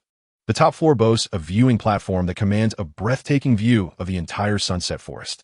Such a panorama is truly unparalleled. After touring the luxurious mansion, Dugu could no longer suppress his grievances and began to lament. He recounted how the Dugu family had been cursed for generations by a toxic body, stating that without practicing poison, one would perish, and those who did would not live long. His eyes welled with tears when he spoke of his granddaughter, Yin Yin, and the tears were of a striking green poison. Who could comprehend the depth of despair he felt? He expressed that his kindness toward Shao-Chi stemmed from the hope that he could accompany Yin Yin and alleviate her solitude. Shao-Chi, moved by the tale, suddenly had a brilliant idea. What if he tried a blood test? He requested Dugo to procure a drop of the green toxic blood and then pricked his palm, allowing a drop of his golden blood to mingle with it. Astonishingly, the two drops reacted vigorously within the bowl. Before long, the golden blood triumphed, purifying the toxic drop entirely. Excitedly, Shao-Chi was nearly propelled into the air. Dugo, overwhelmed with joy, embraced Shao-Chi, tossing him playfully as if in a juggler's act. Yet, upon reflection, he realized the impracticality of relying on blood exchange for a cure. This would surely drain Shao-Chi completely. Pointing to the bowl, Shao-Chi declared, "Uncle, look, my blood purifies your poison without depleting itself. We could utilize my blood as a medicinal catalyst to develop a new remedy." Dugo, however, fell into despair again, lamenting the difficulty of drug development, asserting that by the time a remedy was found, he would be long gone. Suddenly, Shao-Chi had an epiphany. He recalled a friend named Tang San, a renowned alchemist at Shrek Academy, who could undoubtedly assist. He immediately urged Dugo to seek him out but laid down some ground rules. First, no coercion. Second, the materials must be provided by Dugo. Third, the research must take place at Shrek Academy. Without hesitation, Dugo agreed. Ecstatic, the old man insisted on celebrating with a drink. Initially hesitant, as Shao-Chi had previously experienced a traumatic incident involving medical alcohol. He was spurred on by Dugo's enthusiasm, declaring, "So be it. I'll drink." He boldly opened a bottle of Soul Master Tears and downed it with great flair. The result was that both the elder and the youth became inebriated. The following morning, Shao-Chi awoke in a bed at the academy, suffering from a terrible headache and a fresh wound on his palm, the result of alcohol-induced numbness. With a wry smile, he staggered out of bed and made his way to the training grounds, where he discovered that everyone had already begun their exercises. Yu Qianheng was directing the training as usual, yet, to be frank, he lacked the commanding presence of a true leader, merely going through the motions. While I trained diligently, feeling utterly exhausted, I couldn't help but think of the vibrant happenings at Shrek, miles away. Since my departure, Xiao Wu, Ning Rongrong, and Zhu Zhuqing had been like statues, guarding the room I once occupied. Xiao Wu cried bitterly, and who could understand that feeling? Only upon departure do we realize the depth of our affections.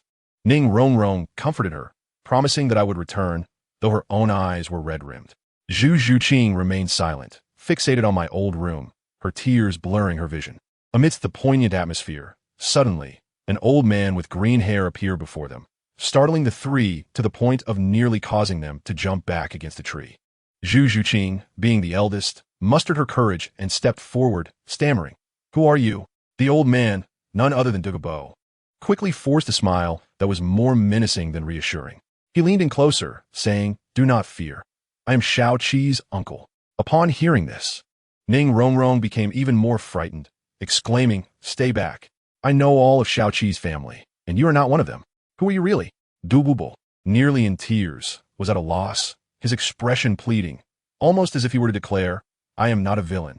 He lamented, "My dear young ladies, I assure you, I speak the truth. Consider it. As a titled Dalu, if I were malevolent, would I waste my time arguing with you?" Ning Rongrong remained skeptical. "If you claim to be Shao Qi's uncle, how can you prove it?" Dugubo found himself in a bind, having only recently met Shao Qi. Thus, he refrained from further argument and sat down, recounting the details of how they met, his appearance, and even the incident of their drunken escapade. Finally, the three young women began to believe him. Ning Rongrong's demeanor transformed completely. She respectfully addressed him as Uncle Dugu and inquired if he had come to Shrek to seek Tang San for remedy formulation. Dubu bonodit, and the three led him to find Tang San, though none dared to come too close, aware of his toxic nature. Upon reaching Tang San's dormitory, Xiao knocked on the door, calling Tang San. "Are you there?" When the door opened, Tang San was met with the sight of an unusual assembly, a large man and three beautiful women, all looking at him with a mix of curiosity and concern. Dugubo raised an eyebrow, clearly displeased. "Boy, are we just going to stand here?" Tang San, sensing the immense danger emanating from Dugubo, hastily ushered him inside. Once seated, Ning Rongrong introduced, "Tang San, this is Uncle Dugubo, whom Shao Qi has recently met." Tang San quickly paid his respects. Dugubo, satisfied, got straight to the point. "Boy, take a good look at me and tell me what you observe." Tang San, well versed in the art of alchemy, activated his purple extreme magic eyes, conducting a thorough examination of the old man. He quickly deduced, "Uncle Dugu, you are poisoned, and it is a potent toxin. However, I surmise that you have cultivated your abilities through poison. With all due respect, this toxin has permeated your very being, and your life hangs by a thread." Dugu Bo was taken aback, momentarily stunned before asking, "What do you mean?" Tang San commenced his analysis, explaining how he discerned Dugu Bo's long-term exposure to toxins through his odor and hair color, noting that poison is a double-edged sword, and it had surely backfired. Dugubo applauded, exclaiming, "Well done. Just as Shao Qi said, it appears you are capable of crafting an antidote." Tang San, puzzled, wondered how Shao Qi could have known of his antidote-making skills, for he had disclosed this to no one. Nevertheless, he trusted Dugubo but hesitated, stating, "However, I lack the necessary materials, and to eradicate such a toxin is nearly impossible unless there exists something that can completely purify it." Dugubo, upon hearing this, was elated, as if to say, "Is that all? Fear not. I have brought the materials. The equipment is also with me. I even brought a vial of Shao Qi's blood." Everyone was taken aback, stunned by the revelation of Shao Qi's blood. Tang San voiced the collective confusion. "His blood? What purpose does that serve?" Dugubo laughed heartily. "Shao Qi's blood is a treasure, golden in color, capable of purifying all toxins. I acquired it while he was inebriated, as when he is awake, his wounds heal too swiftly to draw blood." Tang San's eyes widened in surprise as he gazed at the impressive array of top-tier medicinal materials and the vial of invaluable golden blood, recognizing the immense potential at hand. He promptly assured, "Senior, grant me 7 days. After 7 days, I shall provide you with the antidote. We need 2 doses. I have a granddaughter." Dugubo replied before turning and vanishing in a flash, exuding an air of nonchalance. The group exchanged bewildered glances, and then Xiao Wu jubilantly leaped, embracing Ning Rongrong and Zhu Zhuqing, celebrating the knowledge that I was safe, finally easing the heavy weight in their hearts. Meanwhile, having just finished training, I was sitting at the sidelines watching the royal fighting team engage in their typical scrimmage when I suddenly sneezed loudly. I pondered who might be speaking of me on such a sunny day. Looking up, I was startled to see a figure standing atop the training ground. Upon noticing that I had seen him, the individual beckoned me with a finger, then unfurled a pair of 6 wings behind him, reminiscent of solar panels, and soared off in a specific direction. Upon noticing the absence of anyone around, I swiftly unfurled my wings and transformed into a streak of light, pursuing the figure ahead. Before long, I found myself flying alongside her. She appeared somewhat astonished, exclaiming, "So fast?" I chuckled. "Of course, I have 12 wings more than you. Your Majesty Shui Qinghe, or should I refer to you as Qianren Shui?" Her expression at that moment resembled that of a mobile device that had just frozen, yet her words remained defiant. "What Qianren Shui? I do not know her." I raised an eyebrow. "You do not trust me?" After a moment's hesitation, she discarded her facade. "My word." Her visage under the sunlight was radiant, her golden hair dancing in the breeze, a beauty beyond compare. With a hint of indignation, she queried, "How did you figure it out?" I shrugged. "This continent has angelic martial souls. Apart from you and I, there's only your grandfather." Was there any need for guesswork? Realizing her slip in Soto City, where she had revealed herself once before, she flushed, waved her hand to don her mask again. "All right, this time you win. I am leaving." With that, she transformed back into Shui Qinghe and flew away. Watching her retreating figure, I felt a wave of satisfaction. Indeed, the crossers are the chosen ones. That evening, I prepared a sumptuous feast for the famished members of the Huangdo team, serving delicacies such as Buddha jumps over the wall and sweet and sour ribs, making their mouths water. In the following days, I repeated this culinary endeavor, but eventually ceased. As they had grown accustomed to fine dining, their palates refined. That rascal Osro practically clung to my leg, pleading for me to teach him to cook.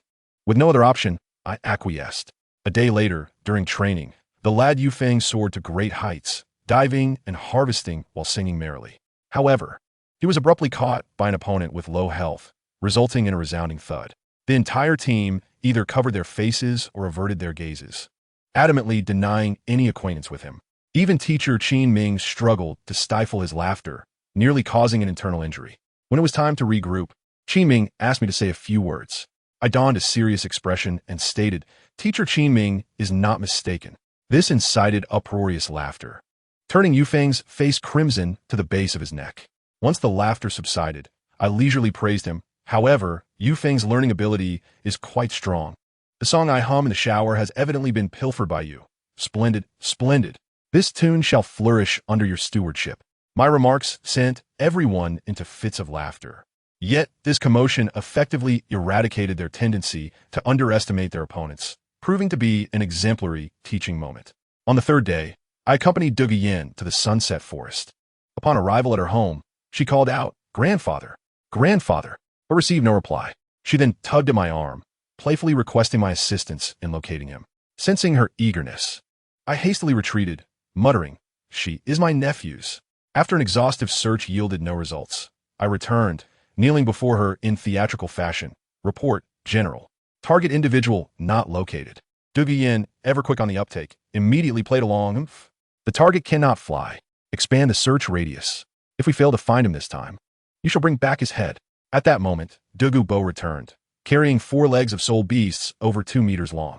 Upon entering and seeing me kneeling, his face turned green, as if he had just witnessed an entire series of restricted dramas unfold in his mind. He thundered, "What are you doing?"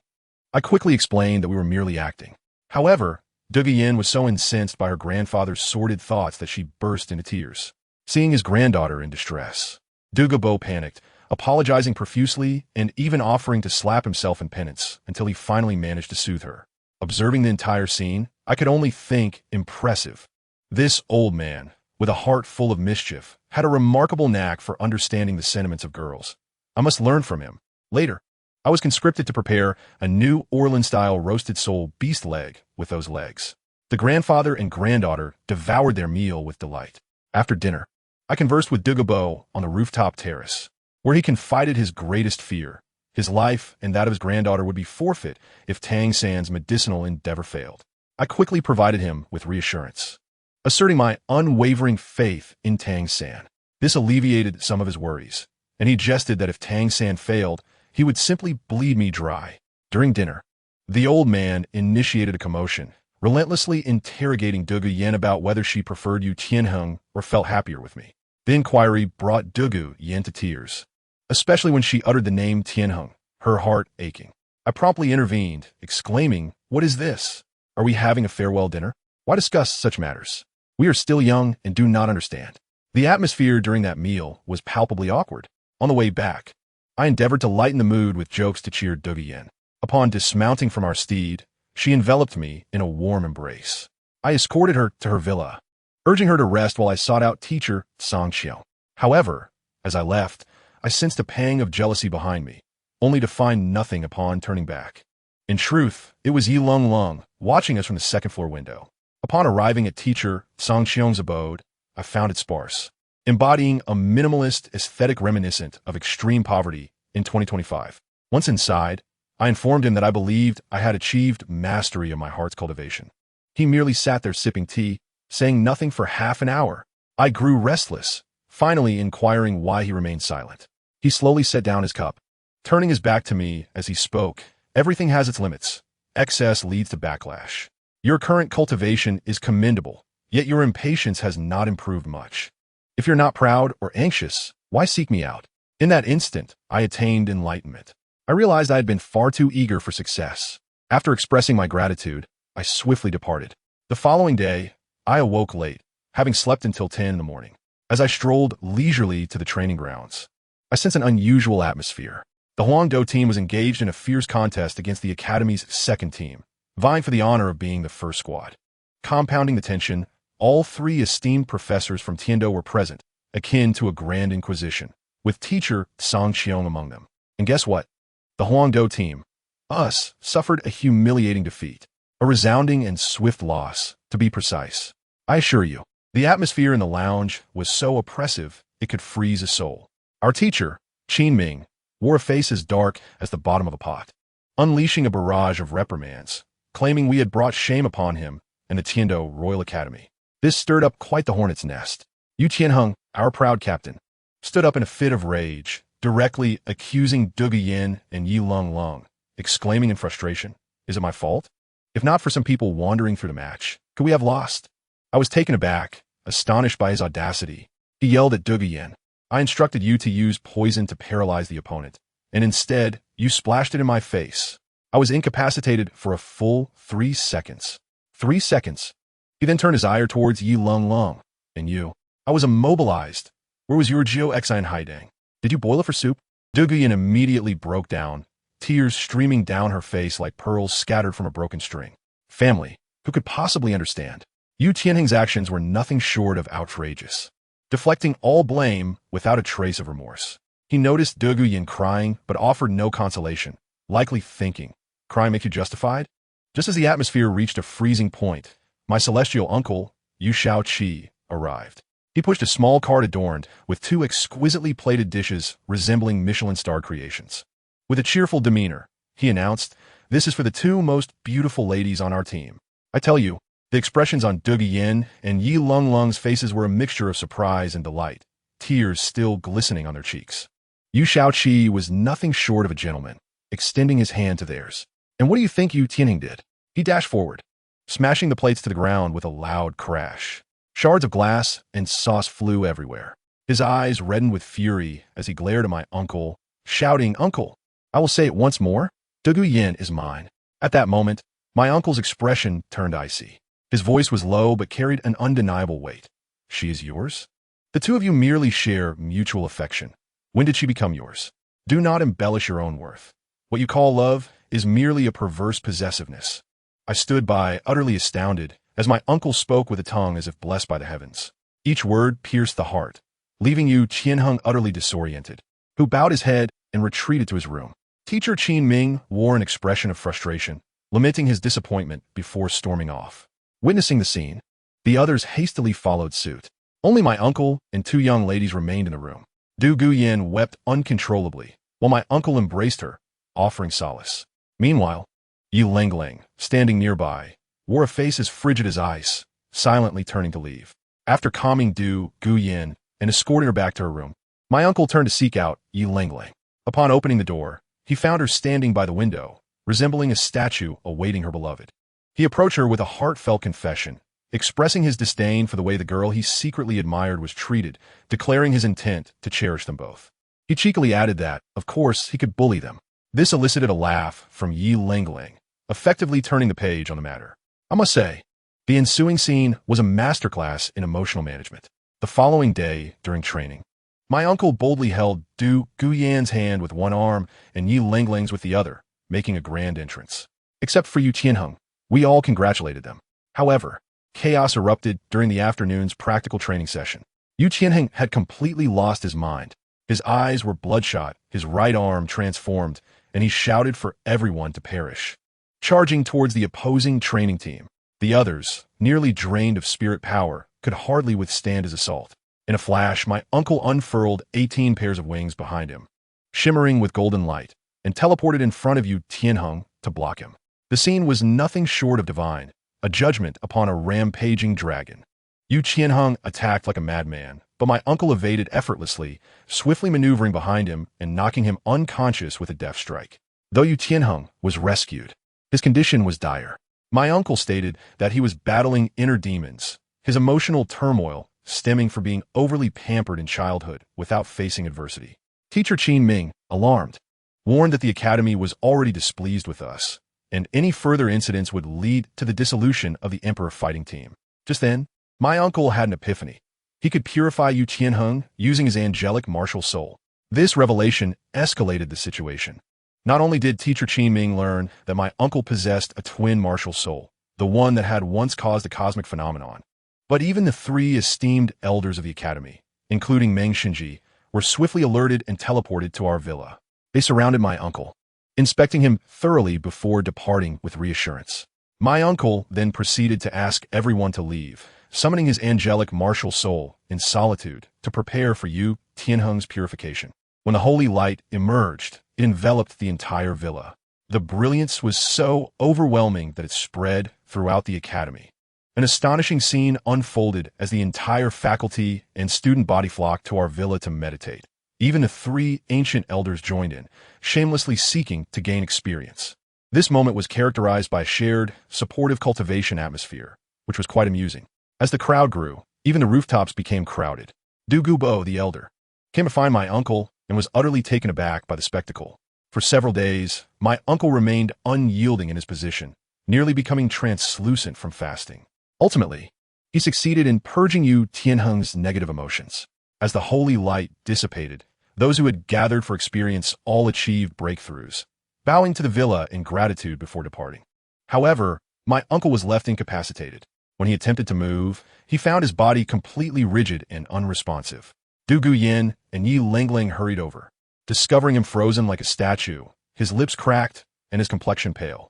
At that moment, Du Gubo entered, and upon learning the circumstances, his expression widened in delight upon hearing that his granddaughter was with my uncle. The dilemma arose. How will my uncle travel to Shrek Academy in his condition? Would Du Gubo carry him? That old poison master was not an option. Ultimately, my uncle devised a plan. He would go to the academy's infirmary and procure a wheelchair. The two young ladies' eyes sparkled at the suggestion, and they rushed out. Moments later, they returned with an object. Upon closer inspection, to my astonishment, it was a wheelchair. I nearly burst out laughing. The illustrious Yu Shaoqi would be wheeled to Shrek by two extraordinary beauties? Du Gubo laughed heartily, unabashedly mocking him. Thus, our group set forth in grand fashion.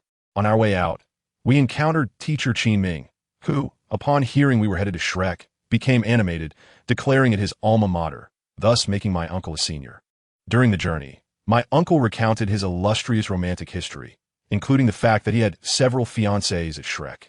Initially, the two young ladies pinched his arms in indignation, but upon learning that he left the academy for Zhu Qing, their hearts softened, and they declared their intention to join the support committee for helping Brother Qi pursue his love.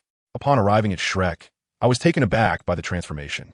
My uncle's father, the patriarch of the Blue Lightning Tyrant Dragon clan, had made a significant donation to renovate the academy. Although it still could not compare to the Royal Academy of Tiando, it was a vast improvement over the dilapidated village it once was. Du Guyan and Yi Lingling expressed their disdain for the simplicity of the place, prompting my uncle to educate them. As soul masters, one must not be petty and should learn to adapt to their environment. We first returned to the dormitory, waiting for Dean Flender and the others to return from the fighting arena. My uncle, exhausted from the journey, was tenderly assisted to bed by the two young ladies. Upon waking from a long slumber, he discovered the girls had vanished, leaving only the old poison master nearby. meditating. He grew anxious and called out, "Uncle Dugu? Uncle Dugu." The old poison master, clearly impatient, opened his eyes and retorted, "What are you shouting for? They went out to have fun, and you a grown man. Can't manage without them?" My uncle, invigorated by this news, exclaimed, "Oh, then hurry. Help me up. My brothers and sisters will be back." The old poison master probably rolled his eyes 1,000 times internally, but resigned himself to lifting my uncle into the wheelchair. This was a decisive moment. He did not wish to experience the warmth of the ice and fire yin-yang I once more. Just as he was settled, Du Guyan's voice echoed from the doorway. "Brother Qi, we're back." Yi Langling stood beside her. The two young ladies had just taken a stroll and returned at the perfect moment as the Shrek crowd entered the dining hall. What a coincidence. By this point, my uncle could finally move his upper body and maneuver the wheelchair toward them, cheerfully inquiring, "Isn't the scenery here rather pleasant?" The two young ladies exchanged knowing smiles, signifying that it was acceptable primarily because they were with him. My uncle waved his hand affectionately, stating, "All right, feel free to visit whenever you have time. However, we must now attend to serious matters." His demeanor was such that he treated the title Dual standing beside him as if they were invisible. This might be what is known as having a background that comes with a soundtrack, having been surrounded by title Douluo since childhood, subconsciously cultivating an air of indifference to their strength. Then, with the two young ladies pushing the wheelchair on either side and the old poison master trailing behind, the scene resembled that of an elderly steward accompanying a young master and two maidens. Just as we arrived at the cafeteria entrance, we overheard Oscar indignantly exclaiming, "Let me tell you, those soul masters today were utterly shameless." My uncle immediately made a shushing gesture, indicating we should eavesdrop for a moment. I distinctly heard Ma Hongjun interject, "Exactly. Just when we were about to win, they suddenly stopped and proclaimed they would rather die in battle than live in disgrace." What nonsense! The worst part is that we actually believed them. Oscar's frustration escalated as he began to name names. "Speaking of which, Dalu, you were too impulsive. You rushed in to help them and even called us to join. And what happened? You got counterattacked. Had it not been for the timely intervention of our esteemed third brother, we would have surely met a collective demise. Daimel bias contenance instantly soared." As he dropped his chopsticks with a clatter and fixed an intense glare upon Oscar. "What were you two saying back then? Did you not come here with great enthusiasm?" His voice rose. "What? A few days without discipline and your temper has grown?"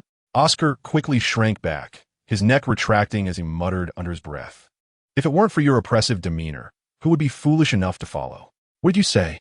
Speak up." No. I merely remarked that this soup is exceptionally delicious." My uncle, observing from outside, found the scene quite amusing, akin to a comedic performance, and signaled the two ladies to usher him inside.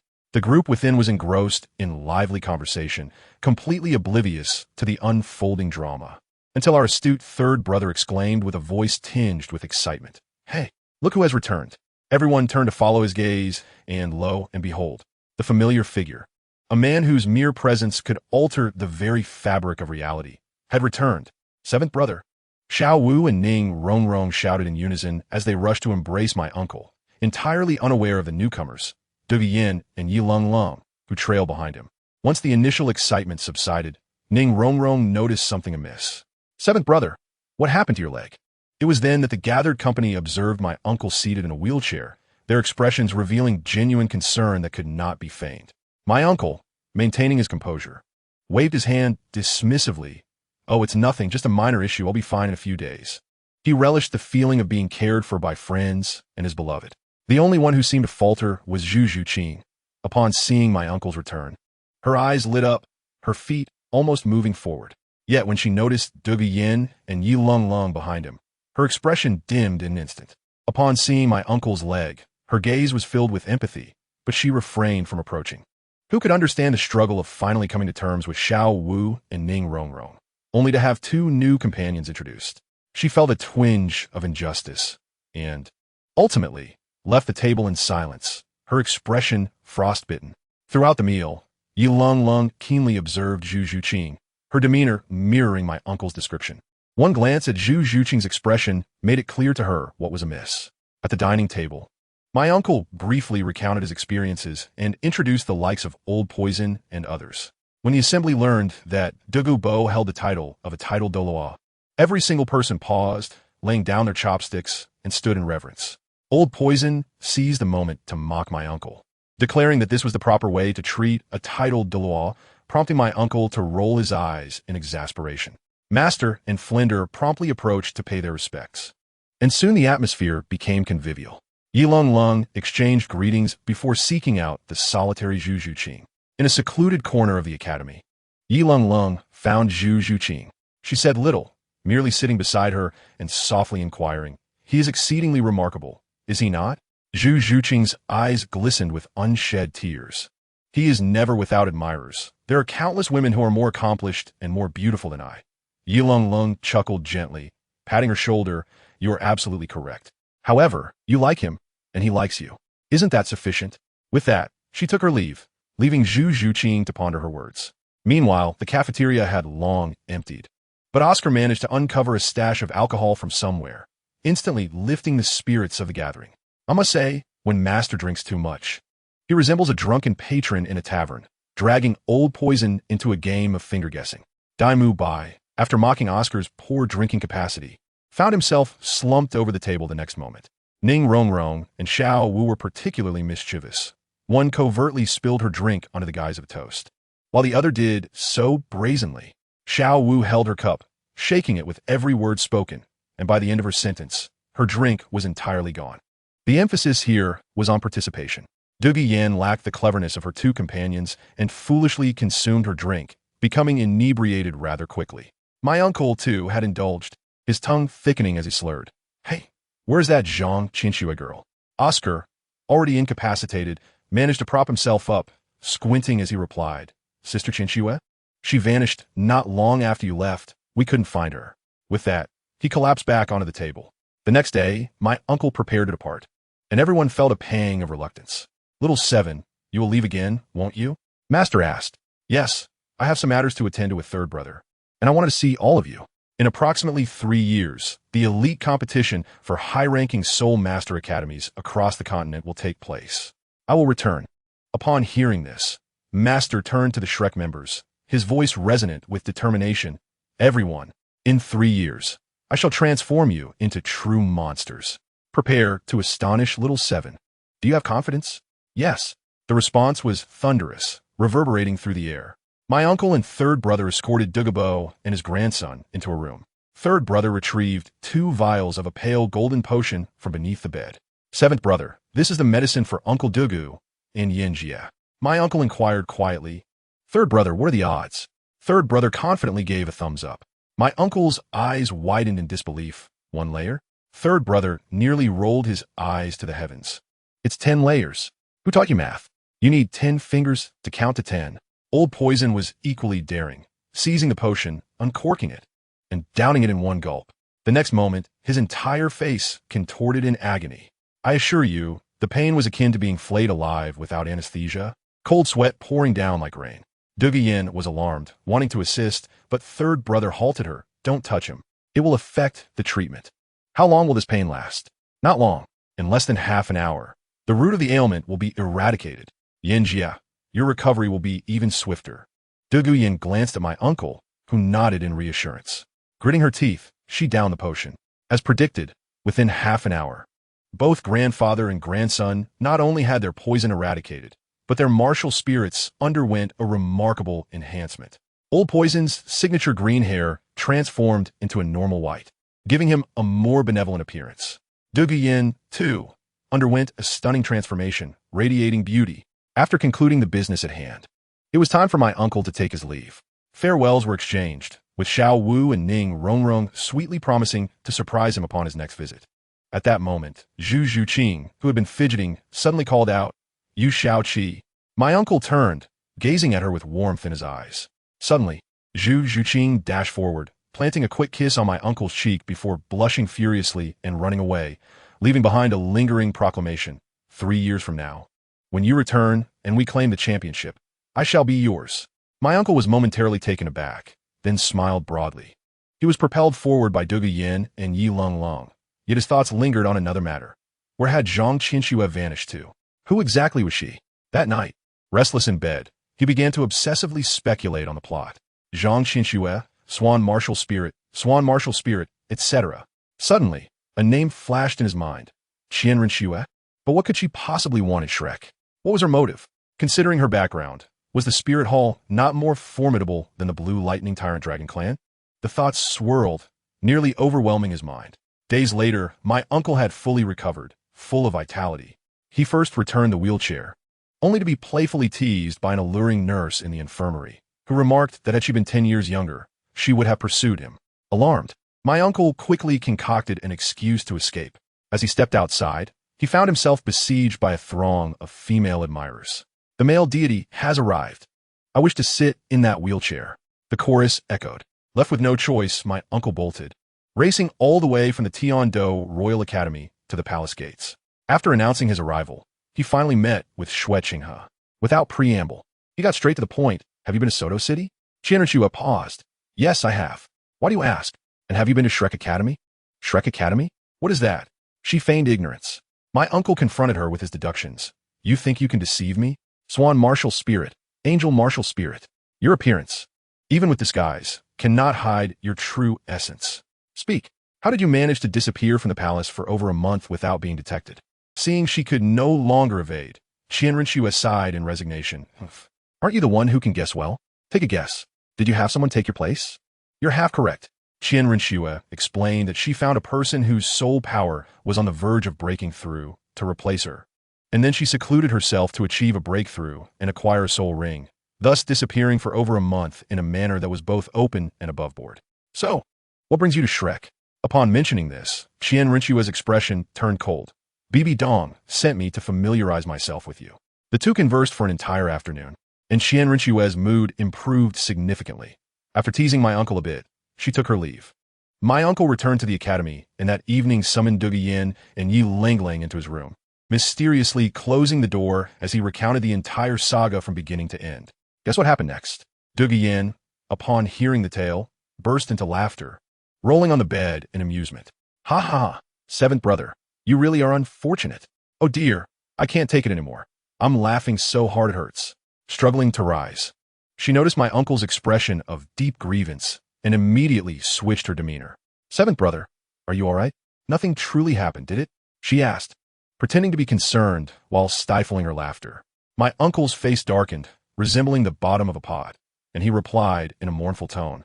There's still a few men involved. The weight of this revelation was staggering.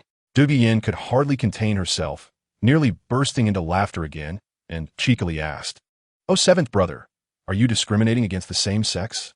My uncle, infuriated, found himself at a loss for words and lunged at Dugu Yin, tickling her, and they soon became entangled in playful chaos. After their antics subsided, Yi Lingling, who had been silent, finally spoke up. Let me tell you, it is indeed our Lingling who sheds light on the truth. She said, something is amiss. At that time, wasn't everyone in school either attending classes or training? How could there be so many people loitering outside? This situation is suspicious. As soon as she said this, the smiles faded from my uncle and Dugu Yan's faces. Indeed, something is not right. My uncle pondered, stroking his chin. Could someone be plotting against me? But why resort to such underhanded tactics instead of confronting me directly? Dugu Yin, however, remained undaunted, thumping her chest. What is there to fear? In the face of absolute strength, all schemes are but paper tigers, easily pierced. Upon hearing this, my uncle's eyes lit up. He embraced the two of them, overwhelmed with emotion. You both are truly my wonderful wives. Consequently, he found himself with 2 more bruises on his waist. Alas, my uncle's life was characterized by a blend of pain and joy. Speaking of which, let me tell you, that night my uncle had an utterly absurd nightmare. He dreamt he had returned to the modern era as an ordinary high school student, remarkably handsome, with 2 close friends named He Yi and Wu Jia. The 3 of them were known as the 3 swordsmen of W High School. One day, while cycling in the park, they spotted a girl in a yellow dress, and my uncle immediately fell for her. The trio conspired to approach her, each relying on their own charm. What happened next? The 2 friends approached her, one being told, "You're not my type," and the other flatly ignored. When it was my uncle's turn, the protagonist aura activated, and the girl, by Ruoi, locked eyes with him, sparking an instant connection. Thus, they began to spend every day together. One day, they insisted on exploring a mysterious cave in the park. This dream grew increasingly ludicrous, armed with their phones as flashlights. They ventured deeper into the cave, only to encounter a wooden railing above a bottomless chasm. While resting against the railing and listening to music, disaster struck. By Ruoi, my uncle's dream beloved, vanished without a trace, leaving behind a bloodied cloth inscribed with the words, "Run, run." My uncle lost his composure, and the three of them fled the cave in a panic. Once outside, my uncle, in a fit of despair, vented his frustrations on his friends, leading to a physical altercation. Subsequently, my uncle waited outside the cave for 4 days without eating or drinking, nearly losing his sanity, as memories of Bai Ruai consumed his thoughts. Eventually, his friends could no longer bear to watch and dragged him back into the cave, where Wu Jie revealed the shocking truth. It turned out that Bai Ruai's parents were involved in genetic research. Her father had injected himself with a serum for the sake of the country, transforming into a monstrous being with immense strength. This incident was classified as a state secret, codenamed Canon. Her mother had constructed a secret research facility within the cave to save her father. Bai Ruai's disappearance was to protect the three of them from her father's wrath. Upon hearing all this, my uncle immediately resolved to descend into the depths to rescue her. At this point in the dream, he gasped and sprang up from his bed, drenched in sweat. Surveying his surroundings, he realized, oh, it was just a dream. Yet, the vividness of the dream startled him, prompting a swift touch to his forehead, with a singular thought echoing in his mind. He must grow stronger and cherish his fiancées. After finishing his morning routine, he descended the stairs and spotted a figure in the living room, sipping tea. Who was that? It was his teacher, Zhang Qiong. My uncle hurried over. Teacher, what brings you here? Let me tell you, this old man, despite his gentle appearance, possessed a truly ruthless demeanor. He leisurely sipped his tea and stated, I told you last time, your mental training is over. Now the more grueling physical training begins. My uncle, filled with excitement, exclaimed, Really, teacher? I can finally begin my physical training? He was blissfully unaware that immense suffering was about to befall him. Zhang Qiong nodded, finished his tea, and stood up, uttering a single word, undress. My uncle's face turned pale, staring at the whip that Zhang Qiong produced from seemingly nowhere, pondering its purpose. Trembling, he asked, Teacher, what should I undress? With a sharp crack, Zhang Qiong struck the ground, sending dust flying. What do you think? My uncle, frightened, hesitated before removing his shirt, timidly inquiring, do I need to take off my pants too? Of course. What else with a grown man being so tentative? Undress. My uncle, his face flushed, quickly turned away from Zhang Qiong and covered his modesty with both hands, yet one hand was insufficient to conceal everything while standing at the base of the waterfall. Zhang Qiong waved the whip again. My uncle, fearing disobedience, hurried to the base of the waterfall. The water cascaded down, refreshing him. Just as he pondered this, crack, Zhang Qiong struck him again. With the power of a soul emperor, my uncle felt a searing pain on his back, but he managed to endure. Zhang Qiong, noticing my uncle's resilience, escalated his power to that of a soul sage and unleashed another fierce strike. Aya! That whip split his flesh open instantly. Coupled with the impact of the waterfall, it was a triple assault. The pain contorted my uncle's features, causing him to plunge face first into the water. Listen, family. One must understand how painful it is to be rendered incapacitated in such a manner. Stand up. That was just the first strike. Zhang Qiong bellowed from ashore.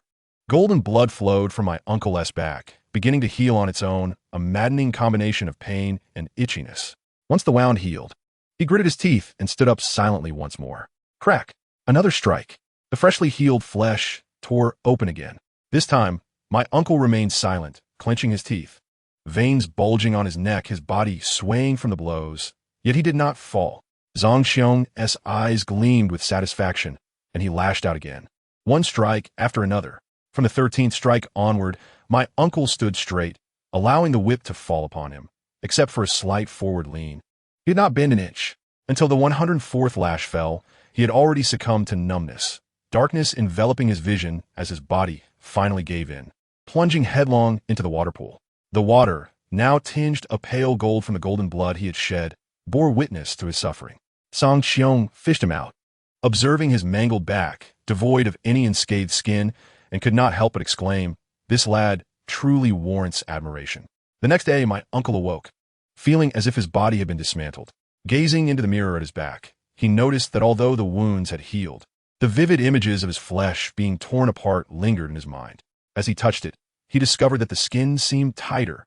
This slight improvement instantaneously made him feel that the beating he endured was not in vain. Descending the stairs, Song Qiong was once again sipping tea. Upon seeing him, she smiled warmly and said, "Awake? Let's go." My uncle's calves quivered momentarily, yet he steeled himself and followed. At the same waterfall, the water had transformed into a pale golden hue due to the blood spilled yesterday. The moment my uncle beheld the water and recalled it was his own blood, he nearly fainted. Song Qiong produced the whip once more, and in fright, he hurriedly positioned himself beneath the waterfall. Crack! The whip fell mercilessly. Song Qiong was taken aback. While a single lash had left him bloodied and bruised yesterday, today it merely resulted in redness and swelling. Such physical talent was indeed remarkable. All right, let's increase the intensity. Song Qiong raised the force to the level of a 75-rank soul saint. With this strike, my uncle could not withstand it and fell face down into the water. However, unlike yesterday, he did not wait for the wounds to heal. Instead, he relied on sheer willpower to stand up again. Song Qiong smiled in satisfaction. And with each subsequent lash, blood splattered outward. My uncle grit his teeth in silence, his lips bleeding, yet he stubbornly swallowed the blood that flowed forth. I must tell you, this is not the end. Teacher Qin Ming, along with Yu Qianheng and the entire Huangdou team, was covertly observing from distance. Du Guiyan and Yi Lingling watched as my uncle was lashed, bloodied and bruised, both covering their mouths tightly, tears streaming down their faces, hearts aching.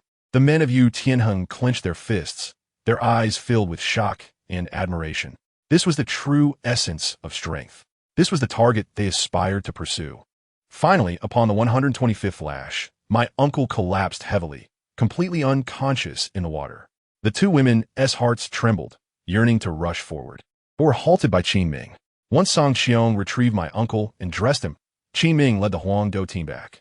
That night, the entire Huangdou team mobilized, like a relay, to escort my uncle back to his room, some wiping his face, others applying medicine, while Osro specifically coated him with potions. Du Guiyan and Yi Lingling kept vigil by his bedside. The next day, my uncle awoke feeling utterly refreshed, stretching lazily. Realizing he had slept particularly well, he glanced at the breakfast on the bedside table, the arrangement, the familiar aroma, and immediately recognized that it was prepared by his apprentice. Osro, let me tell you, this was not merely Osro's endeavor. It was a collective effort from the entire Huangdou team to create a heartfelt breakfast. The others were merely assisting, while Osro took the lead. Remarkably, every bit of what I had taught in the kitchen was utilized, including my personalized secret seasoning. Having eaten to his heart's content, I picked up my teeth and went downstairs, where my dear teacher, Song Qiong, awaited, greeting me with a warm smile. "You appear to be in good spirits. Let's go." This smile sent shivers down my spine, as if electricity coursed through my back. I wanted to voice my concerns, but thought better of it. Respecting my teacher, I held my tongue. The weather was unkind, with a light rain falling. Yet guess what? My fans, my true admirers, stood with umbrellas waiting for me by the roadside. My heart swelled with happiness as I waved and smiled, nearly causing their cheers to drown out the rain. Arriving at the usual spot, I quickly shed my clothes, found a large tree to secure them, and dove into the pool of water that had nearly turned into a bloodbath. I assumed a heroic posture, mentally chanting, "Come on, let the storm come even more fiercely." Crack! The whip fell again, skin split, flesh torn. I gasped sharply, my body shuddering. But here's the crux. Compared to the torment of the previous days, today I merely trembled.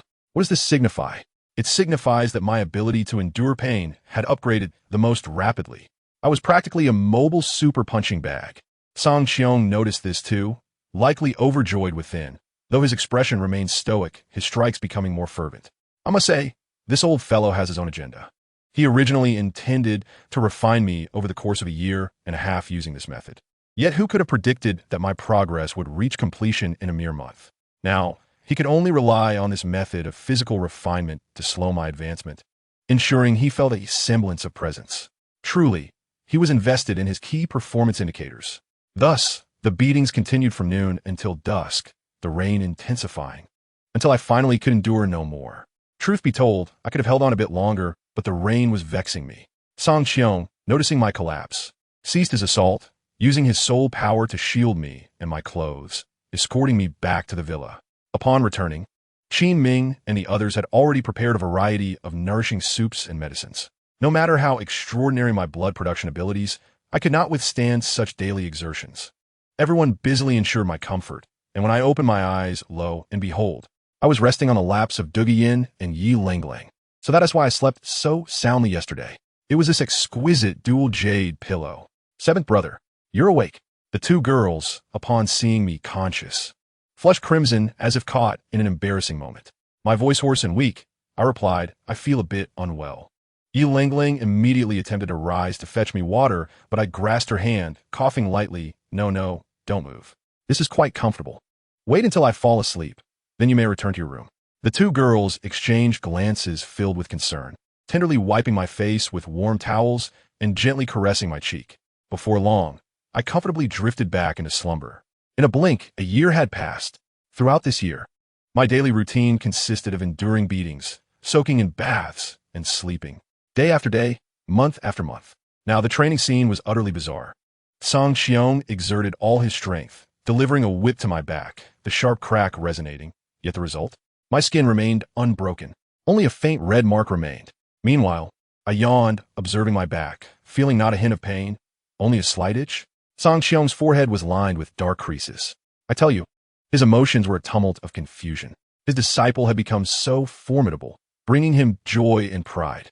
Yet for some inexplicable reason, he felt irked, as though his role as a teacher had become that of a mere ornament. With a swift motion, I washed a fruit in the waterfall, took a hearty bite, and shouted to him, Teacher, continue. Don't stop.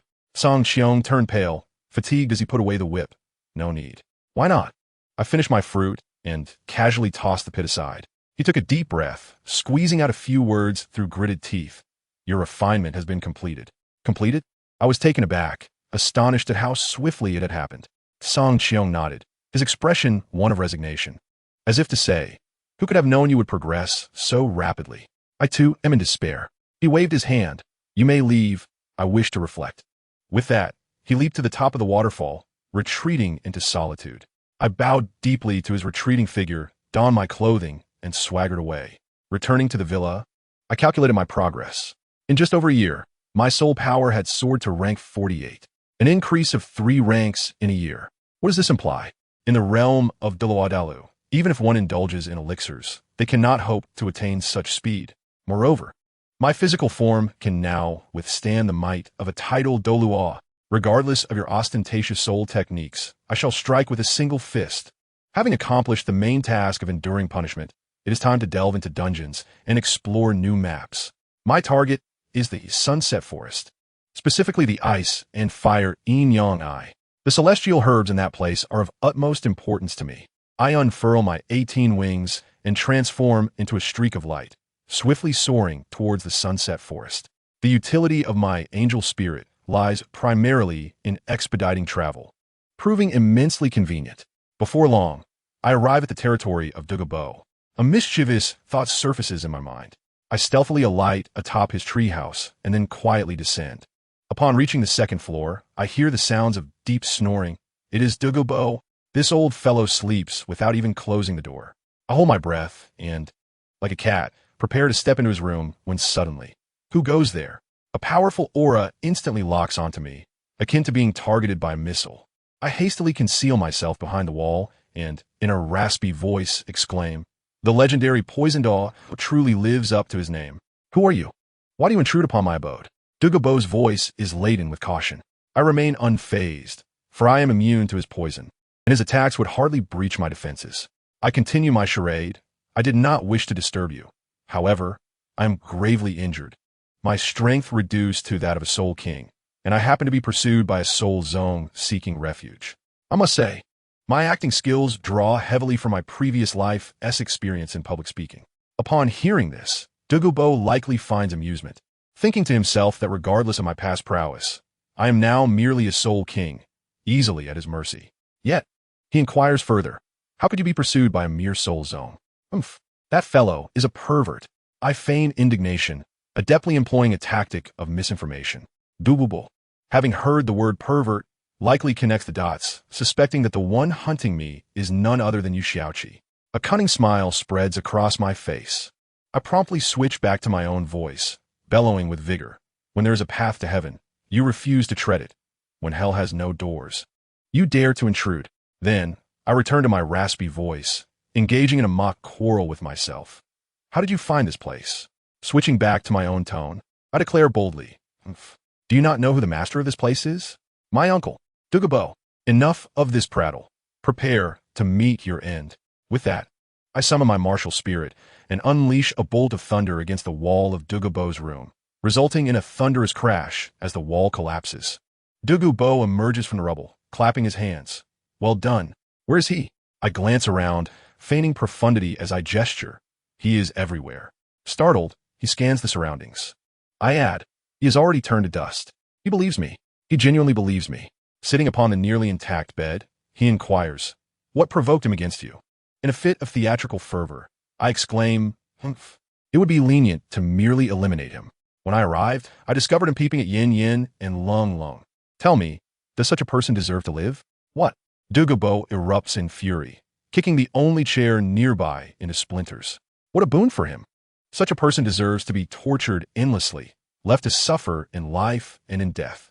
I suppress my laughter, nearly bursting with mirth, and swiftly shift the topic. Never mind, Uncle, the focus now is on the power behind him. That is a hidden sect. I continue to fabricate. Do you know what level he was at before his injury? A 96th level super Douluo. What? Dugubo stands up in shock. I hastily reassure him that the individual violated regulations, and the sect would not intervene. However, as I speak, I notice Dugubo's gaze upon me shifts, his smile taking on an eerie quality. "What is it, Uncle Dugu?" My heart skips a beat. "I find it quite curious how you know all this," he remarks, his eyes suggesting I continue my fabrication. After a lengthy pause, I finally concede. "Indeed, nothing escapes your keen perception. So, that individual was merely a performance of yours?" Dugubo's eyes suddenly take on a dangerously intense gleam. I flash him a grin and make a hasty retreat. Whoosh! You wish to compete in speed? I shall grant you a 10-second head start. Dugubo leisurely counts to 3, his figure vanishing and reappearing before me, causing me to fall back in shock. A titled Douluo indeed. I shall attain that status sooner or later. At that time, I will challenge you to daily races. I speak defiantly. Whether we race or not is uncertain as he advances towards me. Compensation. Is that not acceptable? I hastily rise, brushing off the dust. Let this matter rest.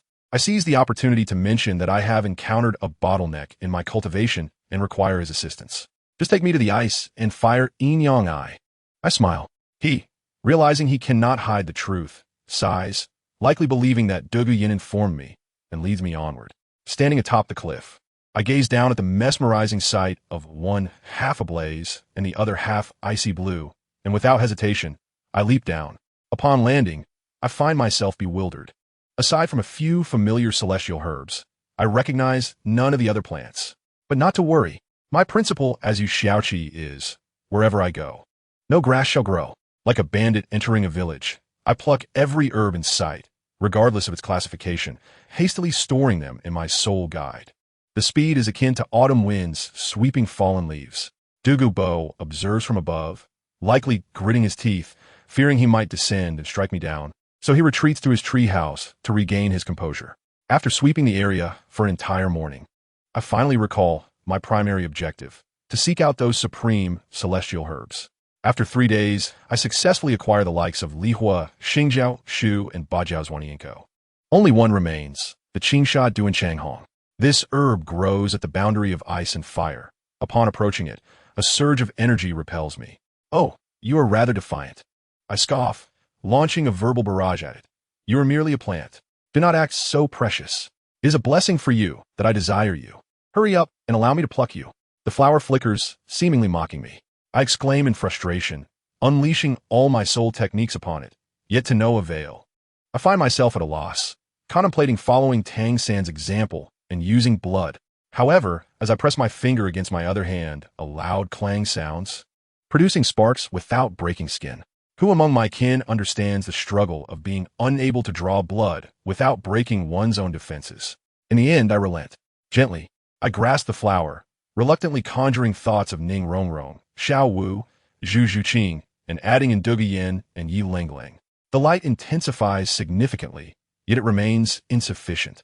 With a firm resolve, I include Qianrenxue as well. Snap! The flower drops.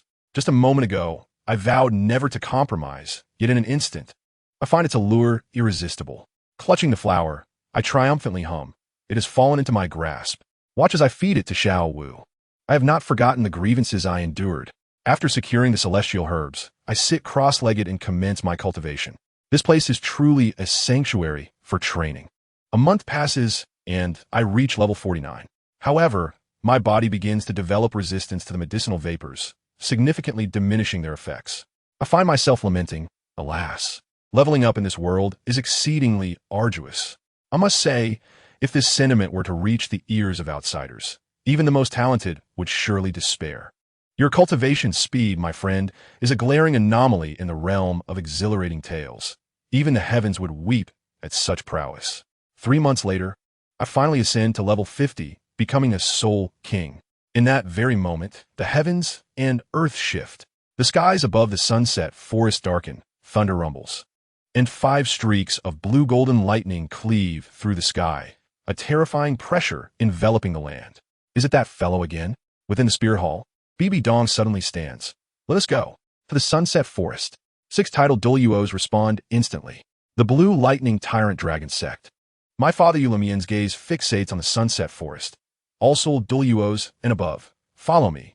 In a moment of frenzy, the paramount forces of the continent, the Wuhuan Temple, the upper 3 sects, the lower 4 sects, and the 2 great empires, rush towards the sunsetting forest with fervor.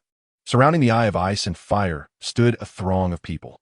The 7 major sects, led by my father, occupied one side, on the other Bai Dong. Accompanied by members of the Wuhuan Temple, stood poised, the atmosphere thick with tension. At that instant, Yu Shaoqi floated up uncontrollably from a hidden opening. Suspended in midair, bathed in sunlight, streaming through the gaps in the dark clouds. The crowd fell into a hushed silence. Shaoqi, my father lost his composure. Bai Dong wore an expression of astonishment. Meanwhile, atop a colossal tree, a rugged man clad in a hooded cloak observed me silently with arms crossed. My brother Xiao San recognized him. Indeed, he possessed formidable strength. Little did I know, what followed would be even more explosive.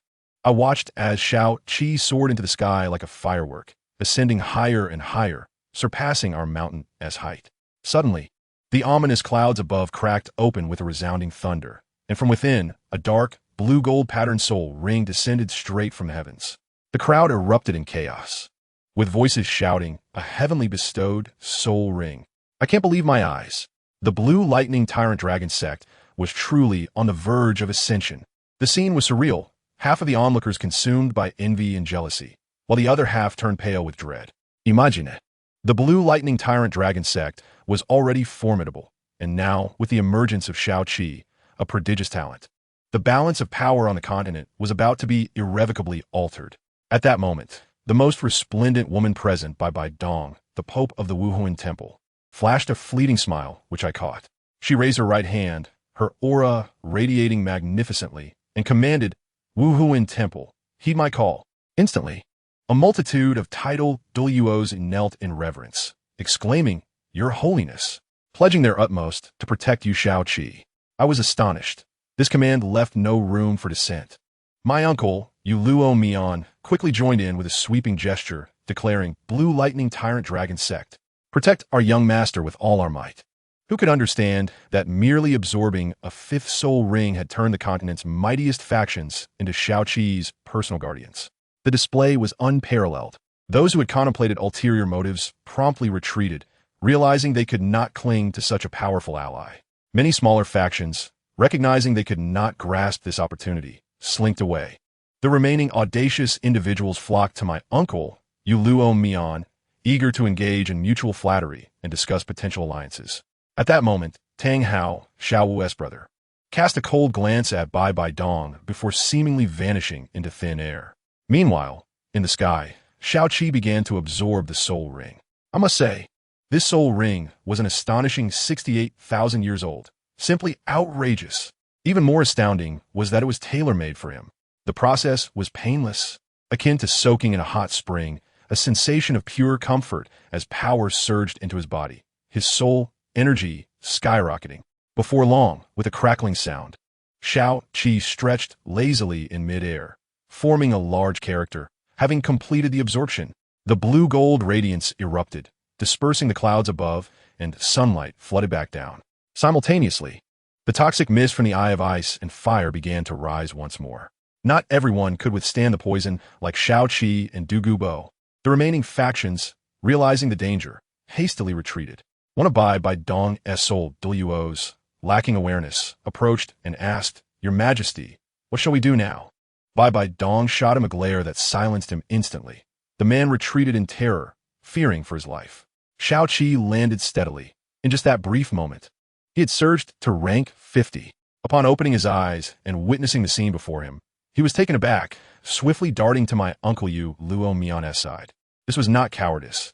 Rather, it was a matter of allegiance. Standing on the wrong side could be a grave act of treason. As the toxic mist threatened to engulf the entire valley, Bai Dong finally took action. Her demeanor was regal, akin to a queen on a royal procession. As she calmly stated, "On such a joyous occasion, I shall not tolerate any foulness." With a delicate wave of her hand, she dispelled the toxic gas in an instant, leaving the air pristine. I could only think, formidable. How terrifying must her power be? In my mind, I could only think of Bai Dong as the Pope of the Wuhuan Temple. My uncle and the other titled Douluos tightened their expressions, obviously taken aback by her prowess. Later, my uncle remarked that he could achieve a similar feat, but certainly not with such effortless grace. Unable to suppress my curiosity, you begin to effectively ababivi donc. My, what beauty! Her figure could rival that of Qian Renshui. Who would guess she was nearing 30? It seemed she sensed my gaze, as she coldly locked eyes with me for a few seconds before turning away expressionlessly. At that moment, the emperor of the Tiando Empire, Shui Yi, approached, showering her with praise. "Your holiness, your strength is unfathomable." Bai Dong remained composed, replying, "Your Majesty Shui Yi, you flatter me. I would not dare claim to be the world's strongest." Subsequently, Shui Yi summoned his son, Shui Qinghe, to pay respects. I settled in, eager to witness the unfolding drama, for it was well known that the relationship between Shui Qinghe and Bai Dong was fraught with tension. Would the clash of these two queens ignite a spark? However, Shui Qinghe merely offered a frosty salute, and Bai Dong returned a curt response. No need for such formalities. And that was that. How disappointing. I had anticipated a fiery exchange. While I languished in boredom, Bai Dong spoke again, her voice resonant but clear to all. "Those remaining here must have their own intentions. I shall not conceal my thoughts any longer." Her gaze swept across the assembly. With such a prodigy emerging on the continent, he has the potential to alter the existing landscape. Whatever your intentions may be, I care not. But do not hinder the Wuhuan Temple. With that, she cast a lingering glance at Shao-Chi and departed with her entourage, exuding an aura of undeniable authority. Once they had receded into the distance, the leader of the Xiangjia sect, Yin, dared to speak up. Bai Dong is far too arrogant. Does she truly believe the Wuhuan Temple can dominate the world alone? Nearby, Hu Yin-jun of the Xiangjia sect retorted, "Indeed, Yin, you didn't dare utter a word while she was present, yet now you speak so boldly?" Yan's face turned a shade of purple with indignation. Hu Yin-jun then began to jeer at the Hao Yin sect, as if there were some past grievances, nearly igniting a brawl. Ultimately, Hu Yin-jun bowed to my uncle, praising Shao-Chi before leading the members of the Xiangjia sect away. The Hao Yin sect, too, left in a huff, their earlier good spirits dashed. With the chaotic crowd dispersed, only the Blue Lightning Tyrant Dragon sect, the Seven Treasure Glazed Tile sect, and the solitary title Dugubo remained. My uncle noticed Shao-Chi, his voice trembling with excitement as he embraced him, laughing heartily. "You are indeed my nephew. You bring honor to our family." At that moment, Dugubo finally spoke, first exchanging pleasantries with my uncle, remarking, "Brother Luo Mian, has been a while. I am the poisoned Dugubo," delivering his lines with theatrical flair. My uncle was genuinely surprised to learn that this old man resided in the sunsetting forest. Dugubo ruffled Shao-Chi's hair and began his performance. "To be frank, I reside within this sunsetting forest, and Shao-Chi is like a nephew to me." My uncle was taken aback, contemplating how his boy had become such a social butterfly. Then Dugubo shifted his tone, expressing his grievances while pointing at the ravaged eye of ice and fire, lamenting, "Brother Luo Mian, just look at how much land remains. I'm not being stingy. This is crucial for my Dugu family's sustenance." What a performance. This acting is bound to secure a nomination for Best Supporting Actor at the 2025 Oscars. Ning Fengji and my uncle exchanged knowing glances and chuckled, realizing that this old man was merely after money. My uncle, in a grandiose manner, inquired, "Speak up, Dugu Xiong. How much do the medicinal materials cost? I will procure them along with the 7 treasure glazed tile school." However, Dugubo, with a devilish smile, held back and declared with righteous indignation, "Yu Xiong, you have misunderstood my intentions. We are, after all, relatives." This left my uncle utterly baffled. Dugubo dropped a bombshell. "You see, Xiaoqi and my granddaughter Yin Yan are together. I am Yin Yan's grandfather. Would you not consider us relatives?" "What?" Ning Fengji could no longer remain seated. His expression drastically altered. The look from Jian Douluo and Gu Douluo could have pierced through Xiaoqi. With a forlorn expression, Xiaoqi realized he had dug his own grave. "Grandpa Jian, Grandpa Gu, Uncle Ning, allow me to explain." Yet, Xiaoqi, without uttering a single word of explanation, laid his cards on the table. "I love Rong Rong deeply, but I also cherish Xiao Wu, Zhu Qing, Yin Yin, and Lung Lung. I shall not forsake any of them." At that moment, I had but one thought. What a bold declaration. This statement rendered Ning Fengji speechless. Ultimately, Jian Douluo, with a stern warning, said, "Young man, do not let me down regarding my Rong Rong, or you shall face dire consequences." This matter was thus settled. My uncle cast a vigilant glance at Xiaoqi before addressing Dugubo. "Since we are relatives, we must settle this account properly." The two old foxes engaged in a game of give and take, and eventually my uncle produced a storage ring and pressed it into Dugubo's hands, claiming it as a betrothal gift for Duguyan. Dugubo, unable to refuse, accepted it, his smile betraying his joy. Afterward, Ning Fengji and the others took their leave, citing matters within their sect. Dugubo also mentioned his intention to visit the Tiando Royal Academy to see his granddaughter. Ultimately, only we, the members of the Lan Dianba Wanglong sect, remained. My uncle gestured for Xiaoqi to hasten onto the soul beast carriage, a swift vehicle pulled by a 1,000-year-old swift eagle. As we soared into the distance, Dugubo finally opened the storage ring, and in the next moment, he stood there dumbfounded, his mouth agape as if to accommodate an egg. I surmised that my uncle had gifted him an astronomical sum. On the soul beast carriage, my uncle squeezed Xiaoqi's arm, a look of satisfaction gracing his features as he remarked how much stronger Xiaoqi had become, training as effortlessly as drinking water. At that moment, Xiaoqi recalled something and asked my uncle, "Uncle, is there some enmity between the Xiangjia sect and the Haoyin sect?" The smile vanished from my uncle's face, and he furrowed his brow, questioning the relevance of the inquiry. Xiaoqi, sensing my uncle's reluctance to discuss it, refrained from pressing further. The journey was silent until we arrived at the sect. What a sight it was! All the clan members had gathered in the grand square, standing in perfect formation akin to a military parade. The moment we landed, a thunderous cheer erupted. "Welcome, young master." Xiaoqi was equally excited, waving his hand and exclaiming, "Indeed, I am from the Landian Bawonglong." My uncle promptly announced that there would be a clan gathering that evening to welcome Xiaoqi. Everyone erupted in cheers, particularly the cooks, who were overjoyed. Why, you ask? Because Xiaoqi not only provided strategies that made the Lan Dianba Wanglong sect the wealthiest sect, but also brought the finest delicacies from across the continent, granting these previously lowly cooks a newfound dignity within a clan. Once the clan members dispersed to prepare for the evening festivities, Xiaoqi addressed the elders present. "Esteemed elders, among my current disciples, are there any outstanding talents?" The third elder was the first to step forward. "My grandson Yumi Bang is one." "Iu Mi Bang?" Xiaoqi raised an eyebrow, evidently recalling that reckless individual. "What is his current strength?" "He recently broke through to become a great soul master," the elder replied. Xiaoqi nodded, considering that this young man had potential and should not be overlooked. He instructed the third elder to summon Yumi Bang to the discussion hall for a personal meeting. Yes, the third elder was overjoyed. Who would he be thrilled to be summoned by the young master? Xiaoqi then turned to the other elders and inquired, "Are there any others?" The elders exchanged glances, shaking their heads. One elder added, "Young master, your generation includes you and Yu Qianheng, along with Yumi Bang. That is already quite sufficient. However, in recent years, several exceptionally talented individuals have emerged." Exceptionally talented? Curiosity piqued. I wondered just how remarkable they were. The next moment, a group of young prodigies was ushered in. Leading the pack was Yumi Bang, who, at 13, had already reached the rank of a 22-level Great Soul Master. Quite the accomplishment.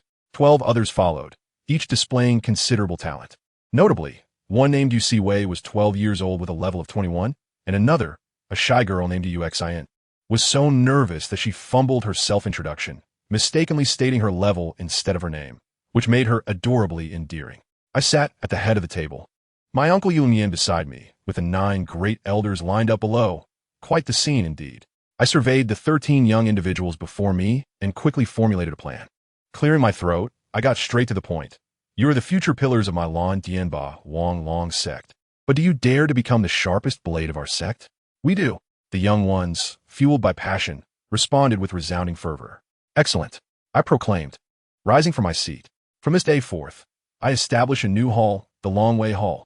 I shall be the hall master, and you shall be the first batch of Long Wei. Upon hearing this, the 12 individuals' faces flushed with excitement, nearly bursting with joy. Only Yumi Bang's countenance fell, darkening like a storm cloud, standing in stark contrast to the jubilant atmosphere around him. Did I not perceive this? I called him out. Yumi Bang? He did not respond. I raised my voice. Yumi Bang. Only then did he slowly lift his head, as if awakening from a stupor, and replied, Disciple is here. I raised an eyebrow. What, are you displeased?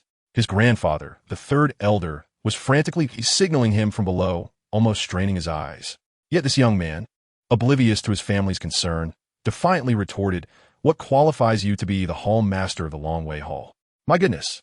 The 3rd elder nearly choked on his breath and hurriedly bowed in apology, explaining that his grandson was simply caught up in the moment and urged me not to take it to heart. I waved my hand, indicating it was no matter. I then walked down the steps, approaching Yumi Bang directly, locking my gaze onto his eyes, and began to raise the stakes. Is it not sufficient that I founded this hall? He remained silent. Not enough. What if I tell you my martial soul awakened at innate level 20? His face paled. What if I tell you I reached level 52 after 7 years of cultivation? His legs trembled. What if I tell you I possess a twin martial soul? He began to quiver. What if I tell you I am more handsome than you? What if I tell you I am the next appointed leader of the Lan Dianba Wang Long sect? Is that not sufficient? With each assertion, I advanced towards him, and by the last proclamation, he collapsed in fear, sitting on the ground, his eyes filled with despair and disbelief, likely having underestimated my capabilities. What? Is this enough now? I inquired, my voice regaining calmness. He looked at me, the defiance in his gaze dissipating, leaving only acceptance as he squeezed out 2 words, enough. Alas, there is no avoiding it. Every era has its protagonists, while others merely play supporting roles.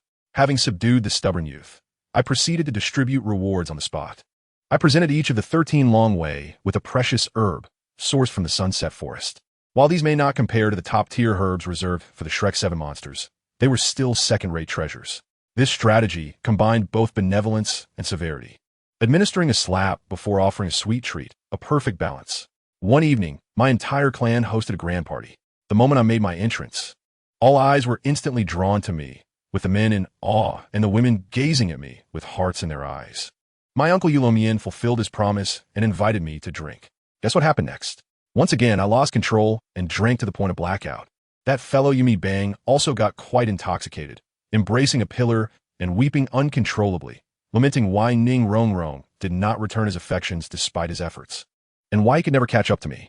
In my drunken stupor, I approached him, patted his shoulder, and offered some consolation. Brother, it's all right.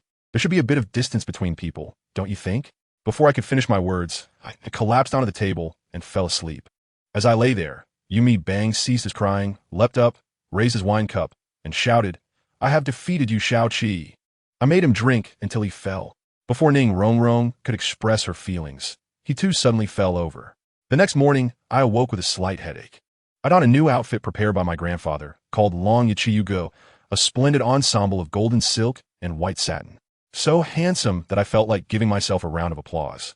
After relaying some matters to my uncle and the Long Wei, I mounted my flashy soul bee steed and headed straight to Shrek Academy. Upon my arrival at Shrek, I was met with the sight of the master conducting a critical meeting, as they had just lost a match that should have been a guaranteed victory. Oscar was there, pounding his chest in frustration. What a disgrace.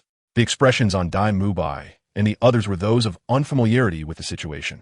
Master Yu Xiaojiang was reprimanding them. Your strategy was too convoluted. Rongrong should have supported Mubai directly, with a strong offensive approach, while Xiao San could have provided assistance. It was all quite simple. Tang San, somewhat dissatisfied, retorted, Teacher, we have defeated many strong teams using the Triad Synergy. Master countered with a single question. Did those strong teams have defensive soul masters? Just then, my soul beast steed landed gracefully in their courtyard. Who is this? So wealthy? This visitor does not come with good intentions. Ning Rongrong, holding her forehead, reminded them. Everyone, that is the exclusive soul beast steed of the Blue Lightning Tyrant Dragon sect. I lifted the curtain and poked my head out. Seventh brother. Wow. Seventh brother, you look so dashing. Xiao Wu, Rongrong, and Zhuqing rushed over to embrace me. I patted each of their heads and exchanged hugs with Tang San, Dai Mubai, and the others. To my surprise, I found an additional beautiful girl among them. Tang San affectionately pulled her closer. Seventh brother, I forgot to introduce her. This is my fiancée Meng Iran. I was momentarily stunned. Goodness, how long had I been gone for the world to change so drastically?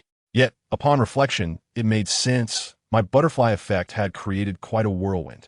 And Tang San being with Meng Iran seemed quite reasonable. After some pleasantries, Ning Rongrong proudly informed me. Seventh brother, we have made great progress over this past year. I smiled, is that so? How about a little practice? Ma Hongjun waved his hand dismissively. Don't joke around, seventh brother. Who among us could possibly match you? I winked at them, playfully adding. I never said it would be a one-on-one. Fatty was sweating profusely. Seventh brother, you're not planning to take on all 8 of us, are you? I remained silent, merely smiling at them. Oh no, he is serious. Oscar squealed. This ignited their fighting spirit. If they couldn't win in a one-on-one, surely they could take me down in a group battle. We promptly moved to the combat arena, with 8 of them standing opposite me, their demeanor fierce. Tang San smirked. Seventh brother, your undefeated record may well be broken today. First soul skill bind. The blue-silver grass swiftly ensnared me. Now, Tang San shouted. Dai Mubai's white tiger lightwave followed closely behind. A thunderous explosion ensued, raising a cloud of dust. We did it, Dai Mubai exclaimed with excitement. However, as the dust settled, I stood unscathed, casually brushing off non-existent dust from my attire, and lazily remarked, what were you thinking? Is this all the strength you possess? Their faces turned pale. Ning Rongrong and Oscar hurriedly buffed Dai Mubai, while Ma Hongjun launched his Phoenix Fire line alongside Dai Mubai's white tiger meteor shower toward me, and Tang San activated his blue silvergrass for a strangulation attack.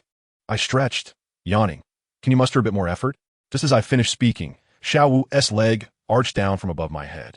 Without lifting an eyelid, I extended one hand and expertly caught her calf, pulling her into my embrace, teasing her. Xiao Wu, your legs are truly slender.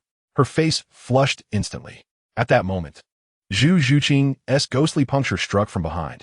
Without turning around, I spun swiftly while holding Xiao Wu, and with lightning speed, I grasped Zhu Zhuqing's wrist, bringing her under control as well. With one girl in each arm, I looked at Tang San and the others, who were dumbfounded, and mockingly laughed. Have you experienced the terror of your seventh brother yet? Tang San and Meng Iran exchanged glances, instantly realizing the situation. In a flurry, the two drew concealed weapons and unleashed a barrage of over 20 projectiles aimed at me. I swiftly shoved Xiao Wu and Zhu Zhuqing behind me, shielding them. A cacophony of clinks echoed as the projectiles rained down upon me, only to be deflected away. I stood with my hands on my hips, chin raised, shouting to the astonished group. Is that all? Just a tickle? Keep going. Haven't you eaten yet? Tang San's face turned an alarming shade of green. Surely, he had never experienced such humiliation with his finely crafted hidden weapons. He muttered to himself, lamenting how his treasures, made of superior iron, felt useless against me. It was no wonder. Did he not realize who I was? It was a sheer dimensional assault. Upon witnessing this spectacle, Xiao Wu immediately protested, clinging to my arm and pouting. Seventh brother, you're bullying us. You just got back and you're already beating us. Ning Rongrong, ever clever, chimed in. Exactly. It doesn't even hurt us. Oscar, the lively character, joined in with a mockingly high-pitched voice. Humph. Exactly. The scene was so amusing that everyone instantly wore expressions of disgust, as if they were about to retch. Teacher Zhao Wujia observed our playful antics with a smile of contentment, while the other instructors finally managed to calm the overly enthusiastic villagers. Back in the courtyard, I got straight to the point, calling everyone over. Each person took a small stool and sat down as I pulled out 5 exquisitely crafted boxes, lining them up on the table. Oscar, with his beady eyes, leaned closer. Seventh brother, you're not expecting us to deliver packages, are you? I was at a loss for words, delivering a playful slap to his forehead. Deliver packages? Open your eyes and see clearly. Inside, these are elixirs that can skyrocket your talents. As my words fell, the room fell silent, followed by gasps of astonishment. Without further ado, I began distributing the treasures. Mubai, yours is the Qi Rong Tong Tianju. A box flew towards him. Little Ao, this is yours, the 8-petal immortal orchid. Fatty, catch the coxcomb phoenix flower. Shaosan, this is yours, the forgetting river autumn water dew. Iran, although we just met, this 8-cornered ice grass suits you well. In an instant, the 5 boxes were distributed. Then I took out a single, more ornate box and handed it to my brother Yu Shaojiang. Brother, this is yours, the 9-pin purple mushroom. My brother was deeply moved. I flashed him a smile, then turned my gaze to Xiao Wu, Zhu Qing, and Ning Rongrong. The most beautiful treasures, of course, should be reserved for the most beautiful people. I tell you, Zhu Qing's face flushed a deep crimson, likely the first time she had heard such flirtatious words from me. I presented 3 of the most exquisitely crafted boxes. Rongrong, this exquisite Chuoyu Jinhua is for you. I handed the box over. Ning Rongrong accepted it, and then, understanding family bonds, she surprisingly rose on her tiptoes and quickly pecked me on the cheek. This situation has stirred a hornet's nest. Zhu Qing turned her head away. Offer me a frosty profile. Xiao Wu pouted her lips, capable of hanging an oil bottle, her face clearly displaying her displeasure. I affectionately ruffled Rongrong's hair and declared with a hint of arrogance, "Why be so polite? It is only natural for me to gift my beloved." Subsequently, I approached Xiao Wu, unveiling the box. "Xiao Wu, this is for you, Xiangxi Duanchonghong." I leaned close to her ear and whispered softly, "It will help mask your scent." Xiao Wu shivered, tucking her neck in. Her ears flushed crimson. She understood. She undoubtedly grasped my intent. After posting the lengthy message, I clapped my hands and proclaimed, "All right, the formalities are concluded. Today, we shall enjoy ourselves to the fullest. And tomorrow, you all must return for additional training. I too must return to the Tiando Royal Academy. In 2 years, we shall meet again to showcase our prowess at the Soul Master Tournament." Upon hearing that I would soon depart, the atmosphere grew somber. Yet, my brother, ever the orator, chimed in, "What are you moping about? You're not leaving until tomorrow. Why not spend today joyfully instead of sulking?" Instantly, spirits were lifted. That day, we explored every corner of Nodding City, garnering a remarkable 200% attention from passers-by. It was unavoidable. Apart from the stout fellow, the rest were handsome men and beautiful women, surrounded by 3 stunning ladies. I felt as if I were at the pinnacle of life. Poor stout fellow, he might never wish to join us again, merely a backdrop to our vibrant scene. The following day, I quietly slipped away, leaving behind a note urging them to train diligently, for in 2 years, we would strive together for the highest honor. Time swiftly passed, and 2 years flew by. During this period, I trained alongside Dugu Yin and Yi Lung Lung, my strength soaring as if propelled by a rocket, reaching level 63 as a soul emperor. The moment of my breakthrough was marked by a celestial phenomenon, bestowing upon me an 8,000-year soul ring, a mere trifle. On my end, the members of the Royal Fight Team were also nourished with substantial resources, each experiencing remarkable growth in strength. Yu Tianheng had reached level 49. The most significant progress was seen in Dugu Yin and Yi Lung Lung, one at 45 with enhanced toxicity, and the other at 44. Free from the drawbacks of her martial soul. Thanks to my connections, the Dugu family had ascended to a second-tier elite force. Meanwhile, the group from Shrek Academy had not been idle, each one brimming with energy and vigor. Soon, both sides had become invincible within their respective arenas. What was to be done? A showdown was in order. Teacher Qin Ming promptly contacted Dean Flender to arrange a friendly match, marking the conclusion of our 2 years of training. On the day of the competition, the Soto Great Soul Arena was a sea of humanity. The announcer's voice was nearly hoarse. On one side, the Royal Fight Team with a consecutive victory streak of 24 matches. On the other, the Diamond Team from Shrek Academy, who have fought here for 3 whole years. As the Royal Fight Team took the stage, Osro felt a twinge of envy. Humph, they have quite the fanfare. Yu Qianheng playfully patted him on the back of the head. "Let us go." Xiao Wu spotted someone across the arena and exclaimed, "ISNT, that's Sister Yin Yin and Sister Lung Lung?" To everyone's surprise, both sides exchanged greetings, leading the audience to suspect a fixed match. The referee hastily announced, "The match begins." Daimu Bai, ever the flamboyant one, called out to the opposing team. "The Royal Fight Team is impressive. 24 consecutive victories, huh? Let me count. That's just 100 fewer than our streak. Good Good luck. The Shrek members stepped forward in unison, their aura overwhelming. However, Yu Tianheng was no pushover, responding with a smirk. You're right. You are a crucial part of our winning streak, for without you, we would not break the record. The tension escalated rapidly. Tang San, now the commander of Shrek, swiftly issued orders. Their controller is Sister Yin, and their support is Sister Long. Primary targets. Yu Tianheng, not one to waste words, immediately revealed his soul rings. The audience erupted in cheers. Subsequently, the Royal Fight Team unveiled their soul rings, all boasting top-tier configurations. Dai Mubai scoffed. Are you worried about soul ring configurations? Who fears whom in Shrek? In the next moment, Shrek displayed their soul rings as well, with Dai Mubai's configuration mirroring Yu Tianheng's. Yet the most astonishing was Tang San, with 2 yellow, 1 purple, and 1 black. His 4th soul ring of 10,000 years. Tang San smiled slightly, a touch of provocation in his tone. Ah, it seems we have one in terms of soul ring configurations. The faces of the Royal Fight Team darkened, and Yu Tianheng commanded, Sister Yin, release the poison. With a swift motion, Dugi Yin unleashed her first soul skill. 3-step snake venom. A cloud of toxic mist enveloped the arena, although she moderated the potency to avoid fatalities. Tang San quickly shouted, cover your mouths and noses. Dugi Yin chuckled. Little San, you don't think this poison can only be absorbed through breathing, do you? Tang San's expression changed. This poison could permeate the skin. While he was unafraid, his teammates could not withstand it. Little Ao, let's take to the skies. Oscar immediately began mass-producing sausages, chanting, I have a mushroom sausage and 7 flying mushroom sausages. With those, the entire Shrek team soared into the air, evading the toxic mist. Observing this, Yu Tianheng shouted, wind control. With a flap of his wings, he directed the toxic cloud upwards. Ma Hongjun, unable to tolerate the situation, exclaimed, do you think we are pushovers?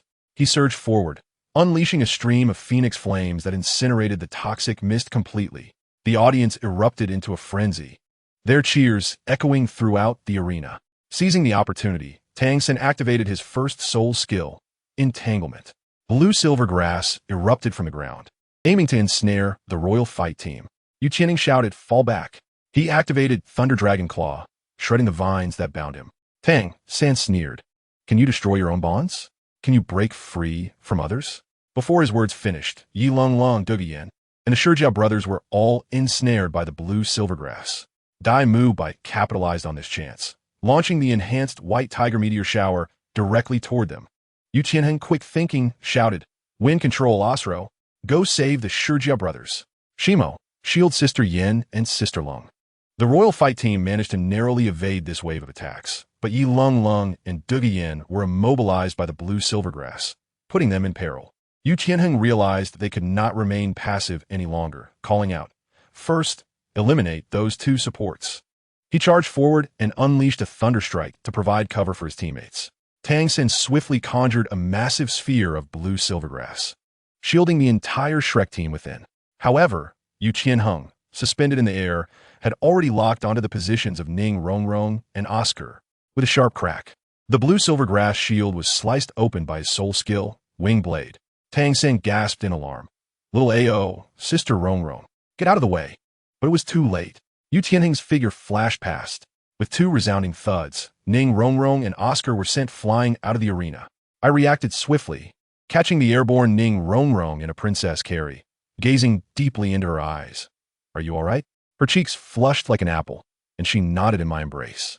Meanwhile, poor Oscar lay face down, unconscious. Tang San was furious. 3rd soul skill, spider web binding. Instantly, he ensnared Yu Tianheng, and Dai Mubai landed a punch, knocking him off the stage. The announcer exclaimed with fervor, a trade of 1 for 2. The Royal Fight Team has exchanged a powerful attack for 2 supports from Shrek. What a profitable exchange. Now, it was 5 against 4, and with no support left, Dai Mubai grew anxious. Tang San's gaze sharpened, and he made a swift decision. 4th soul skill, blue-silver cage. Countless black blue-silver grass erupted from the ground, forming a massive cage that enveloped the remaining 4 members of the Royal Fight Team. Go! Tang San roared. Ma Hongjuan's phoenix flames and Dai Mubai's white tiger meteor shower relentlessly bombarded the cage. When the flames dissipated, the Shijia brothers lay on the ground, unable to rise, having absorbed all the damage. Yu Qianheng and Osro stood in a disheveled state. At that moment, Xiao Wu appeared like a phantom and executed a swift waist kick, sending Yu Tianheng flying out of the arena. Just as Osro called out defense, Zhu Zhuqing's icy voice echoed in his ear, Yu Ming Tushi. And then there was silence. Osro was instantly defeated. Only Du Guyan and Yi Langlang remained on the field, as Yi Langlang prepared to activate her soul skill to heal her teammates. Tang San materialized behind her and knocked her unconscious with a swift chop. Now, Du Guyan stood alone. Tang San looked at her and said softly, Sister Yin, surrender. Du Guyan forced a smile and raised her hand. It was not that she could not fight. She feared her poison was too potent to control. The audience erupted in cheers, their voices nearly lifting the roof off the Duhan arena. The members of Shrek, supporting each other, descended from the stage, their faces beaming despite their exhausted spirit power. My brother, Yu Xiaojing, let out a long sigh of relief. I approached, clapping my hands, and exclaimed, Well done. Tremendous progress. Now, let's return to heel. Tonight, dinner is on me at the Zihua restaurant. Upon hearing of the feast, the group perked up, revitalized. Subsequently, I visited the rest area of the Huangdo team, where teacher Qin Ming had just finished his speech. I smiled and said, Everyone, take care of your injuries. Let's gather at Zihua tonight.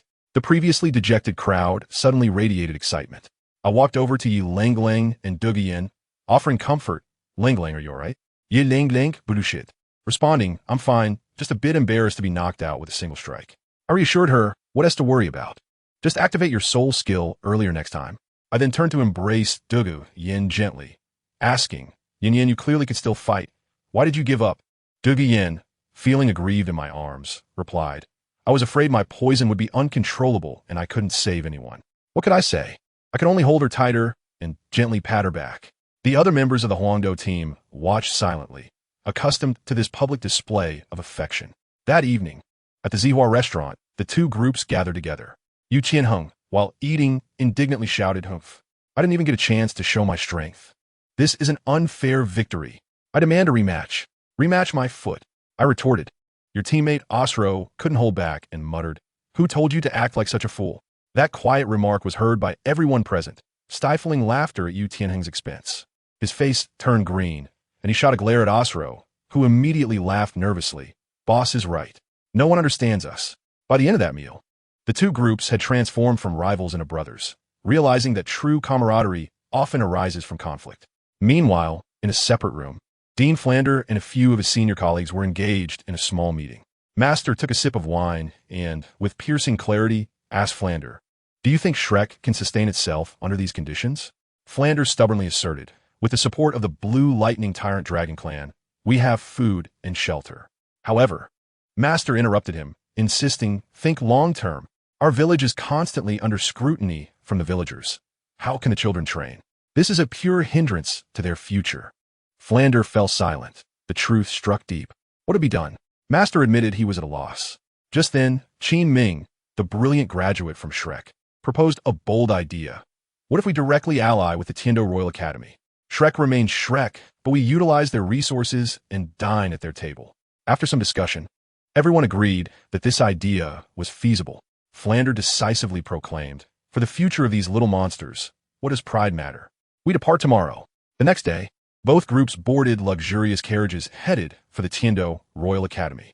Along the way, Yu Qi pondered, aware that according to the original script, the incompetent Prince Xuebeng would undoubtedly cause trouble.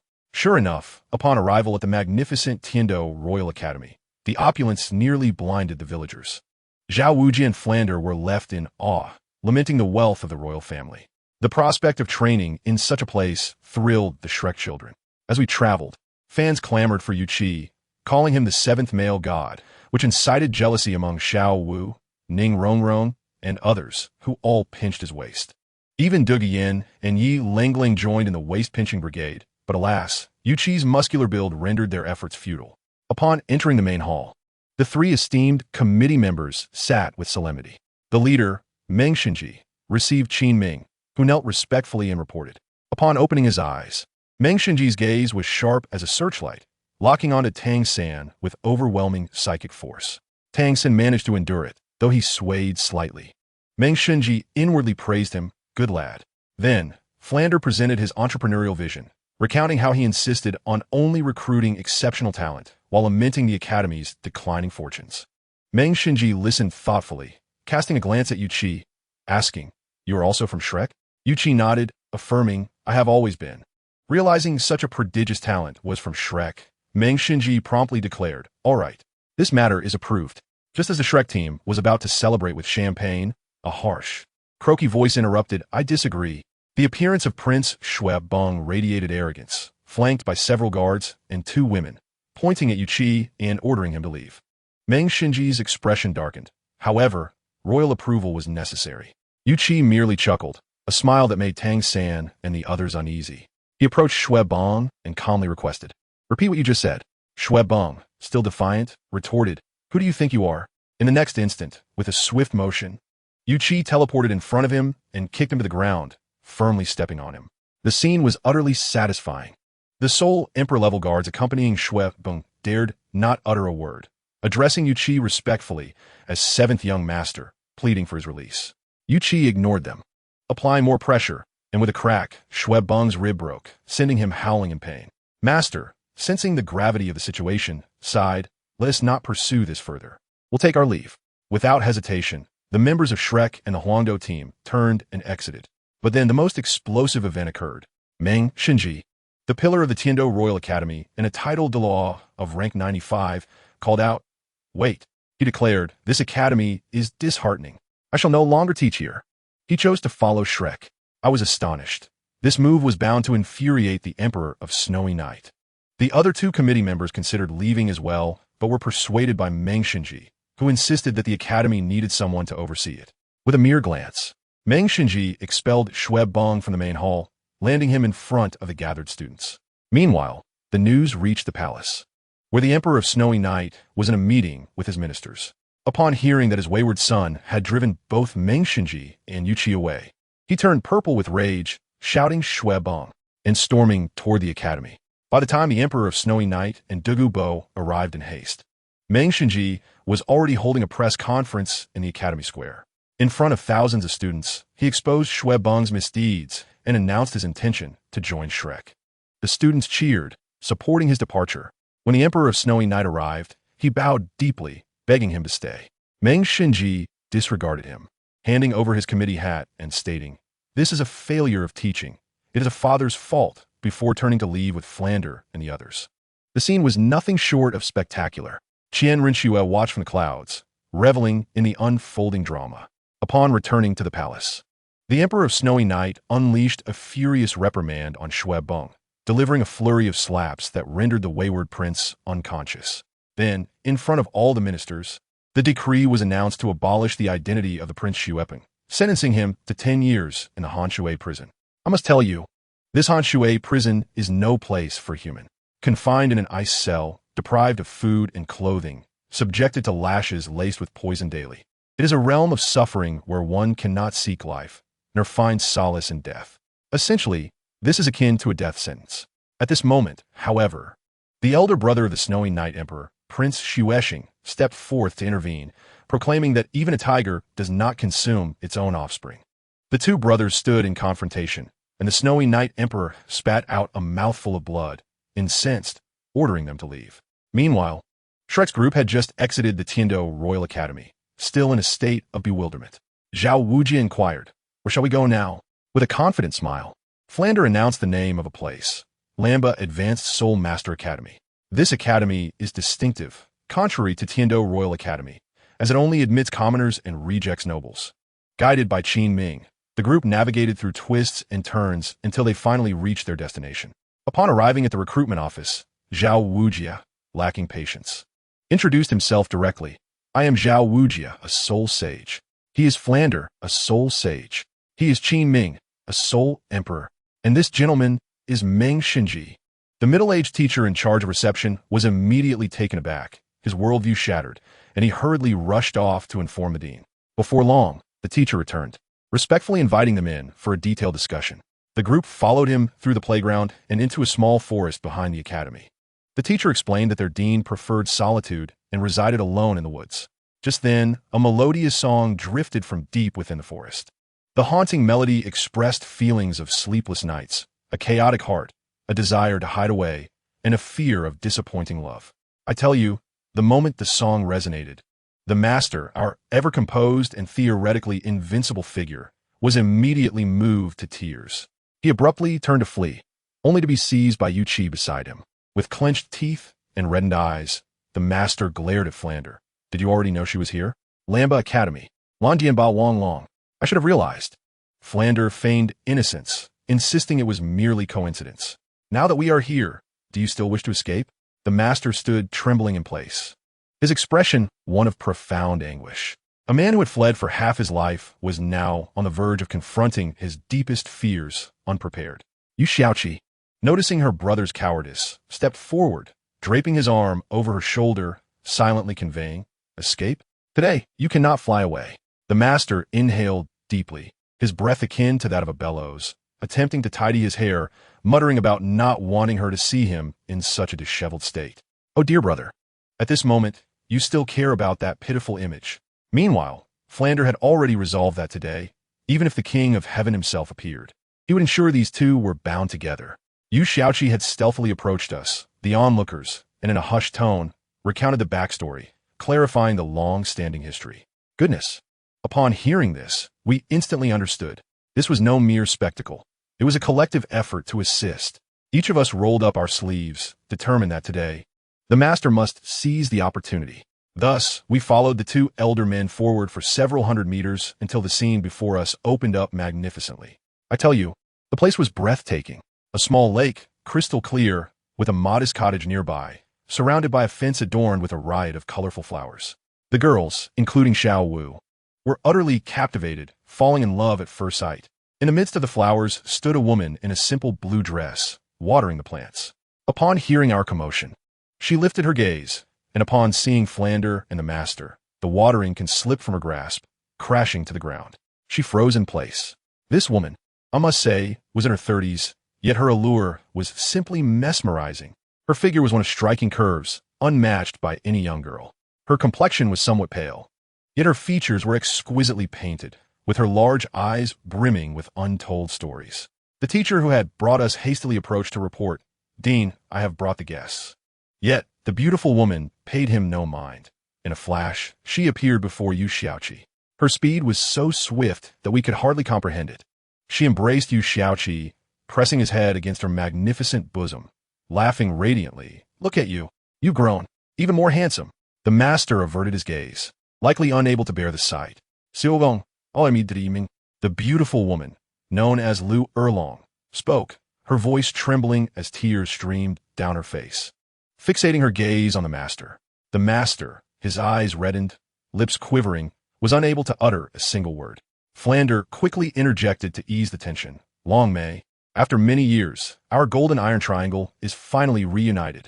At this, Lu Erlong bestowed a momentary glance upon Flander, saying, "Furong, you remain unchanged." Flander responded with a wry smile, "I have aged, yet you have not changed a bit." He then hurriedly introduced us, explaining that we were fleeing from the Tiando royal family and had come seeking refuge with her. Yu Xiaoqi stepped forward, announcing loudly, "This is Lu Erlong, my sister, the killing edge of the golden iron triangle." Upon hearing that she was one of their own, Ning Rongrong and the others rushed forward, grasping Lu Erlong's hands, with Ning Rongrong sweetly adding, "Sister Erlong, Seven and I are together now. Xiao Wu and Zhu Qing too." Goodness! Lu Erlong's expression changed dramatically as she seized Yu Xiaoqi's ear, exclaiming, "You little rascal, always misbehaving as a child, and now you've grown up to become a scoundrel, have you?" Yu Xiaoqi yelped in pain, Sister, I'm not a scoundrel. My heart has shattered into many pieces, and each piece has fallen in love with someone different." In an instant, the atmosphere turned jubilant, dispelling the earlier awkwardness. Lu Erlong then greeted Meng Xinji, and upon hearing Flander mention, we were expelled by the Tiando royal family. Her eyes ignited with fury. What a disgrace the Tiando royal family is. To raise such a wastrel as their offspring is truly a stroke of misfortune. Furong, enough. My place is your place. From now on, this Lamba Academy will be your home. Flander jested. Our demands for treatment might be high. I fear your little temple may not afford it. Lu Erlong waved her hand, exuding an air of authority. Furong, you speak as if you are not the master now. From this moment, You are the leader. This academy is yours. Tomorrow, I shall convene a school-wide meeting, and the academy will be renamed Shrek. Let me bask in the glory of your Shrek. I swear, Flander was left utterly speechless, his mouth agape, as if a chicken egg could fit inside. The teacher, too, was rendered dumbfounded, unable to comprehend the magnitude of an academy of such scale being gifted so freely. Who among us could fathom finding such a celestial sister in charge? Lu Erlong wasted no time, directly instructing the teacher, "Go, notify the dining hall to prepare the highest standard of banquet. Tomorrow, we shall hold a school-wide meeting. I want to welcome my brother and old friends." The teacher, dazed, accepted the order and hurried off. Turning back to the master, Lu Erlong gazed at him with a hint of melancholy. "Xiao Gang, do you intend to remain silent with me for the rest of your life?" The master's heart, I imagine, was shattering into a myriad of pieces as he opened his mouth yet uttered no sound. Flander, fanning the flames, remarked, "Long May, I entrust him to you. Should he escape again, you may never see him again." 20 years have passed. Lu Erlong took a deep breath, forcibly diverting her gaze from the master, and began to introduce the academy to us. That evening, once settled, Yu Xiaoqi initiated his role as a divine matchmaker. He stealthily slipped into the master's room, discovering his brother alone, wiping away tears. Yu Xiaoqi took a sip of tea from the table and deliberately remarked, "Brother, this tea is quite good. Where did you get it?" The master paused momentarily, replying, "It was given by teacher Inshur, who said every room is provided with it." Yu Xiaoqi's mischievous grin revealed, "There are indeed some, but none as delightful as yours." The master instantly understood. The tea must have been specifically delivered by Liu Erlong, who remembered his preferences. Yu Xiaoqi noted the timing was perfect and decisively declared, "Brother, follow your heart. If sister truly cared about trivial matters, would she have waited for you for 20 years? Upon hearing this, the master's tears flowed freely. Yu Xiaoqi added with another sharp remark, "Moreover, brother, I am now the young head of the family. The familial issues you worry about are non-existent in my eyes. I can resolve them in mere moments." The master, amused, couldn't help but chuckle through his tears, giving Yu Xiaoqi a hearty pat on the back. Finally, with a firm grip, the master resolved, "Rest assured, I will never disappoint her again." With his brothers settled, Yu Xiaoqi turned to seek out Liu Erlong. Without knocking, he boldly pushed the door open, only to find Liu Erlong engaged in a pillow fight with Ning Rongrong and 3 other women, the scene bursting with exuberance. Yu Xiaoqi, ever the flamboyant character, was a sight to behold. Enraged, Liu Erlong seized a pillow and hurled it at him, exclaiming, "Do you not know to knock before entering a lady's room?"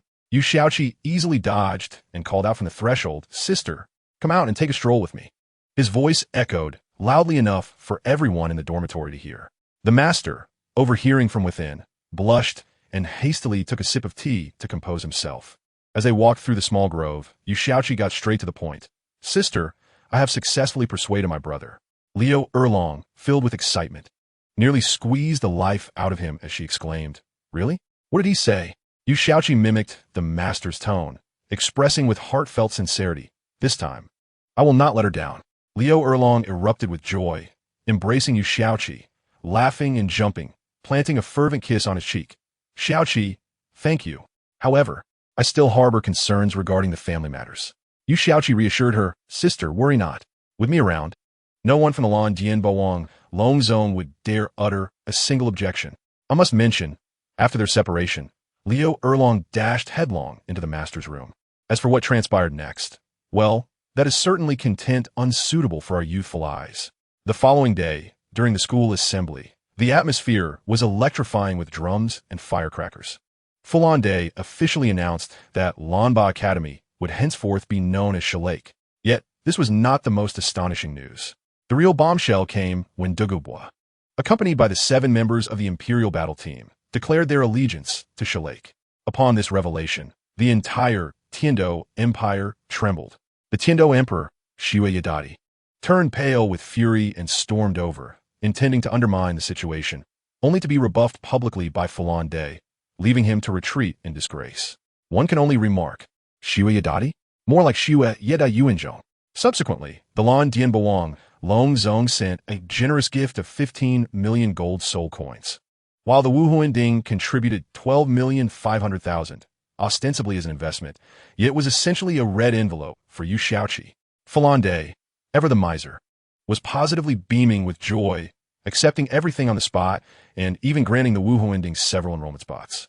By the end of the day, Shillake Academy underwent a remarkable transformation, rising from an ordinary institution to a top-tier force on the continent.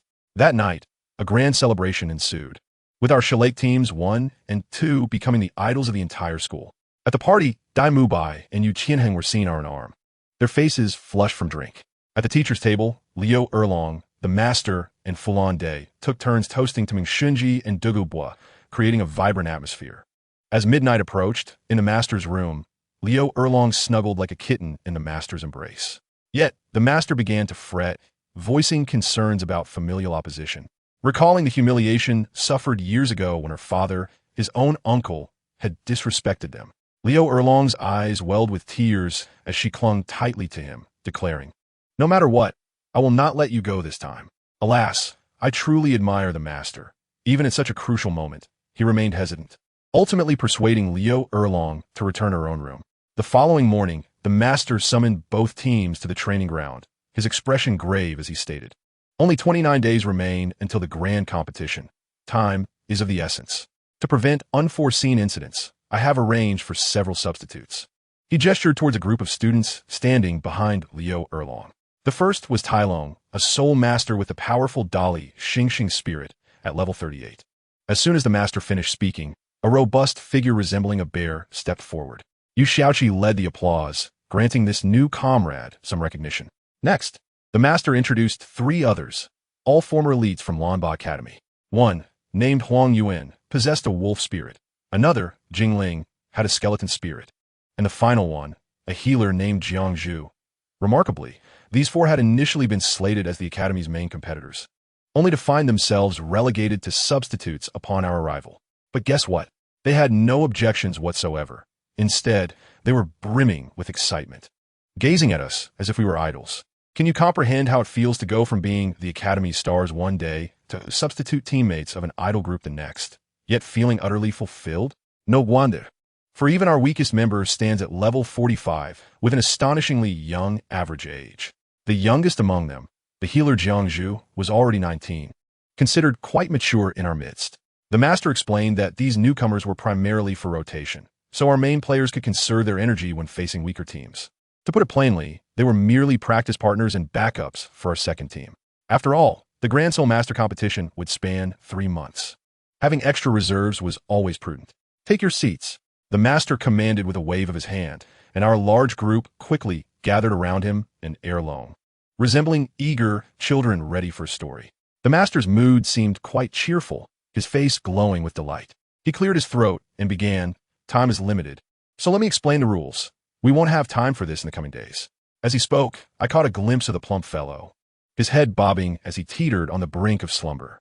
The master, without a moment's hesitation, delivered a precise kick to his rear, jolting him awake. He stuck out his tongue, deterred from indulging in sleep again. I must say, this fellow is incorrigible. Once awake, his eyes darted towards the new healer, Jiang Zhu, who at 19 was the epitome of ripe allure. The glances he cast at her nearly screamed his intentions. Unbeknownst to Jiang Zhu, who saw him merely as an adorable chubby brother, she smiled at him, further fueling his enthusiasm. The master, undeterred, continued his presentation. The Grand Soul Master Competition, co-hosted by 2 great empires and organized by the Wuhuending, comes with several ironclad rules. First, all participating members must be under 25 years of age, and each match must consist of 7 players. Dai Mubai promptly raised his hand, asking, "Teacher, isn't there a rule about not using lethal force? What if a soul skill goes awry?" The master regarded him seriously and replied, "You are correct. However, understand that the essence of this competition, organized by the empires, is fundamentally a grand talent recruitment event, aimed at selecting individuals from your extraordinary ranks. Each of you is a treasure, and losing even one would be a significant loss. Thus, these rules are not restrictions, but safeguards for your well-being. In addition to these stipulations, there are prohibitions against using external medicines or food during the matches. Should one require recovery, it must be facilitated by the support-type soul masters within the team. No external assistance allowed." The master paused for emphasis, casting a pointed glance at the third brother. "You, Sangu, are to put away those hidden weapons. Any use will result in immediate disqualification." At that moment, A jolt of surprise coursed through me. Good heavens, they have directly banned the most formidable cheat of our third brother. How are we supposed to play now? This is a precise strike. After explaining the rules, the master began to elaborate on the competition format. I must tell you, it was exceedingly complex. He drew 2 large circles on the ground to represent the 2 great empires, and a smaller circle connected to them, symbolizing the Wuhuan Temple. He then stated that on our side, the Tiando Empire, there are 6 competition zones. Aside from 1 guaranteed team, the remaining 100 or so academies are vying for 15 spots to advance. He spoke tirelessly while we listened in a stupor, feeling our eyelids grow heavy.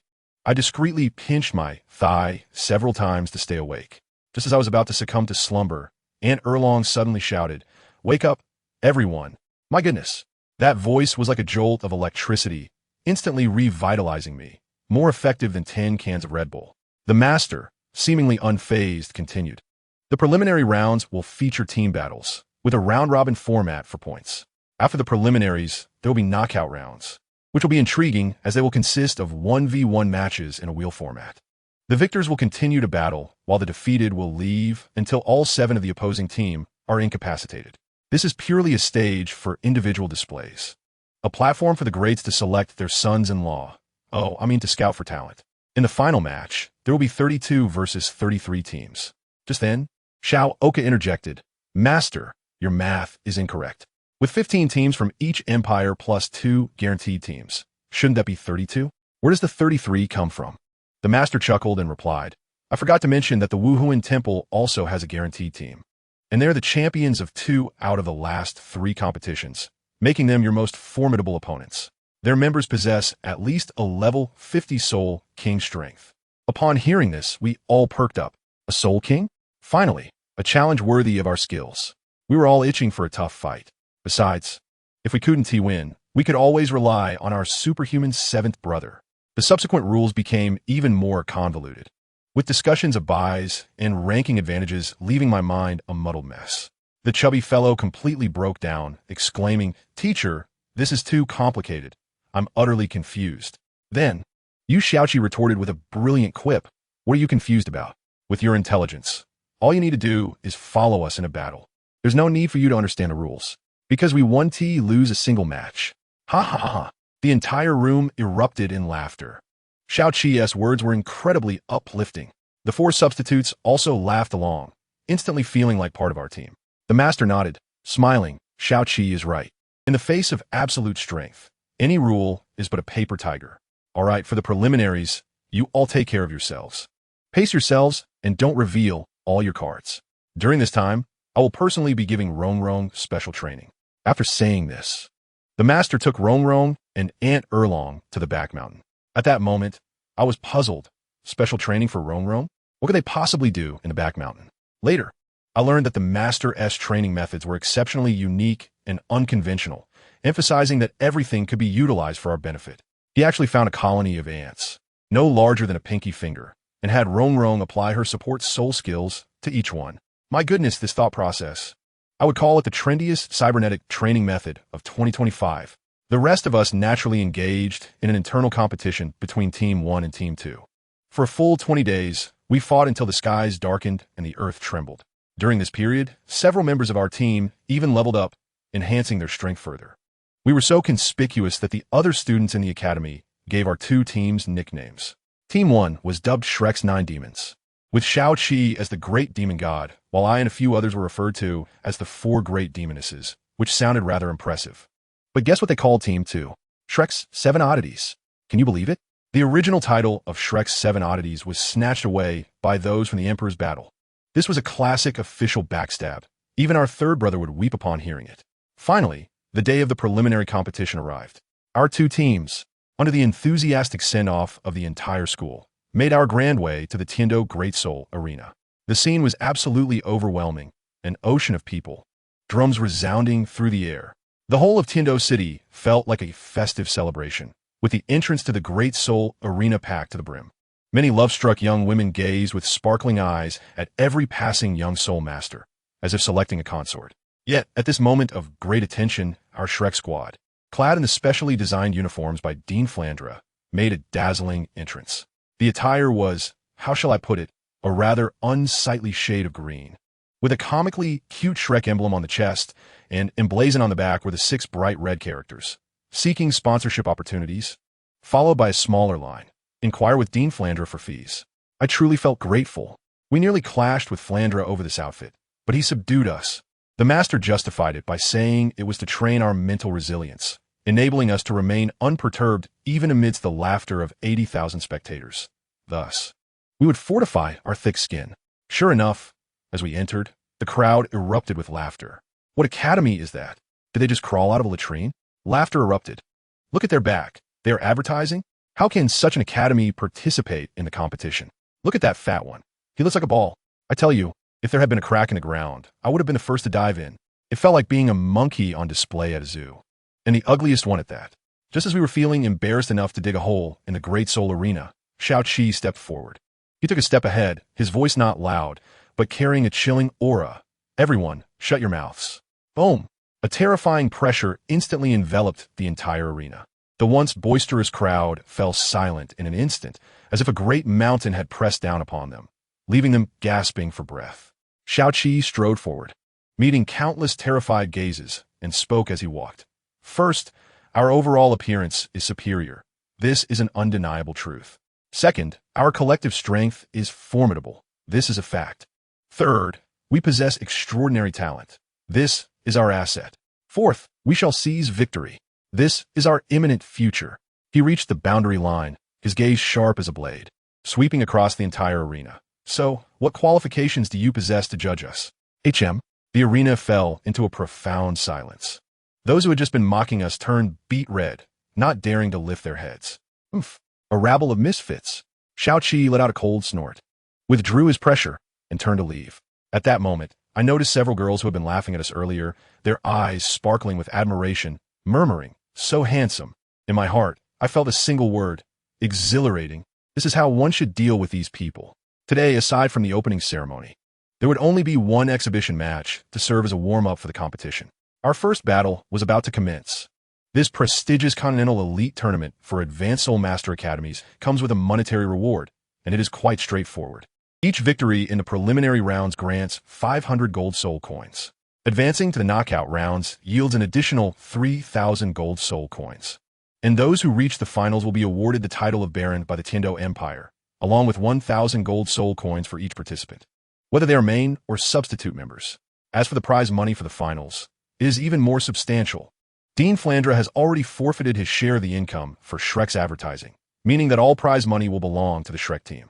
At this moment, the Shrek team found themselves in a designated resting area within the main arena, set aside for competitors. They were not the first to arrive, but neither were they the last. The spacious resting area contained over 1,000 seats, divided into sections to accommodate various Soul Master Academies waiting for their turn. Although there weren't as many spectators as outside, as the various teams from the Advanced Soul Master Academies entered, the Shrek Academy group remained the center of attention. Even though they had chosen a rather inconspicuous corner, the quality of the Soul Masters is indeed superior to that of the common folk. Yet they're not immune to disdainful and contemptuous glances cast in their direction. Nonetheless, there are few who dare to openly discuss them. As each academy's students gather under the guidance of their respective instructors, awaiting the commencement of the opening ceremony. Simultaneously, each academy has a teacher conducting the final registration and confirmation of participants. Once the conditions of the competing students are recorded, no additions or substitutions of participants will be allowed in the subsequent matches. Before long, Flandre approached with a casual demeanor. What are you all doing in such a remote corner? Noticing the unfriendly gazes from the students, Flandre awkwardly cleared his throat. Well, let us just stay here. The registration is complete, and the opening ceremony will commence shortly. I expect each of you to be in good spirits. Do not bring shame upon Shrek. You are all destined to be champions. Champion? Even a toad dreams of becoming a champion? At that moment, an incongruous voice broke the air with its unwelcome interruption. The members of Shrek, already harboring a sense of indignation, turned their fierce gazes towards the source of the voice. It belonged to a nearby academy team, coincidentally including a few individuals familiar to the Shrek 9 demons, who were the very soul masters that had been taught a lesson by Yu Shaoqi and were too intimidated to reveal their names. Clad in their distinctive soul master robes, adorned with embroidered characters within a green circular emblem, they belonged to Tsanghui Academy. The only noticeable difference was that their attire appeared more splendid than when Shrek had first encountered them. Having been mocked earlier, the Shrek members had sent Qin Ming to procure masks for each of them, wishing to conceal their faces to avoid any association with their uniforms. Tang San's eyes glimmered with a hint of purple as he spoke slowly. Who do you call a toad? Whoever wears that garish green uniform is a toad. It seems you each require a green hat atop your heads for perfection. The speaker was a man in his 20s, unfamiliar to Yu Xiaoqi and his companions. His pallid complexion and lanky figure were accentuated by his small, disdainful eyes. I shall show you who the true toad is. Tao Long could no longer contain himself. His temper flared, and he instinctively clenched his fists. Tao Long, return. Tang San's voice rang out, halting Tao Long's fist midair. With a calm demeanor, Tang San retorted, what use is bluster? If you wish to fight, do so on the arena where you can teach them a lesson. Do you not know that private duels among Soul Master Academies are prohibited? Oof. What a little white dog has appeared. Someone take him away before he disturbs us with his incessant barking. Tang San's expression remained indifferent beneath his mask, though a hint of impatience was evident as he refrained from acknowledging Songhui Academy. Yu Xiaoqi smiled slightly, raising his hand to gently wave. With a whoosh, a powerful gust of wind swept through, forcefully blowing the students of Songhui Academy away, yet skillfully ensuring they suffered no harm, merely leaving them in disarray. Scram! Yu Xiaoqi's masked face bore a subtle smile. You are courting death. The man stood up, perhaps inspired by his position as leader, and the students who had fallen alongside him rose to stand against the Shrek group.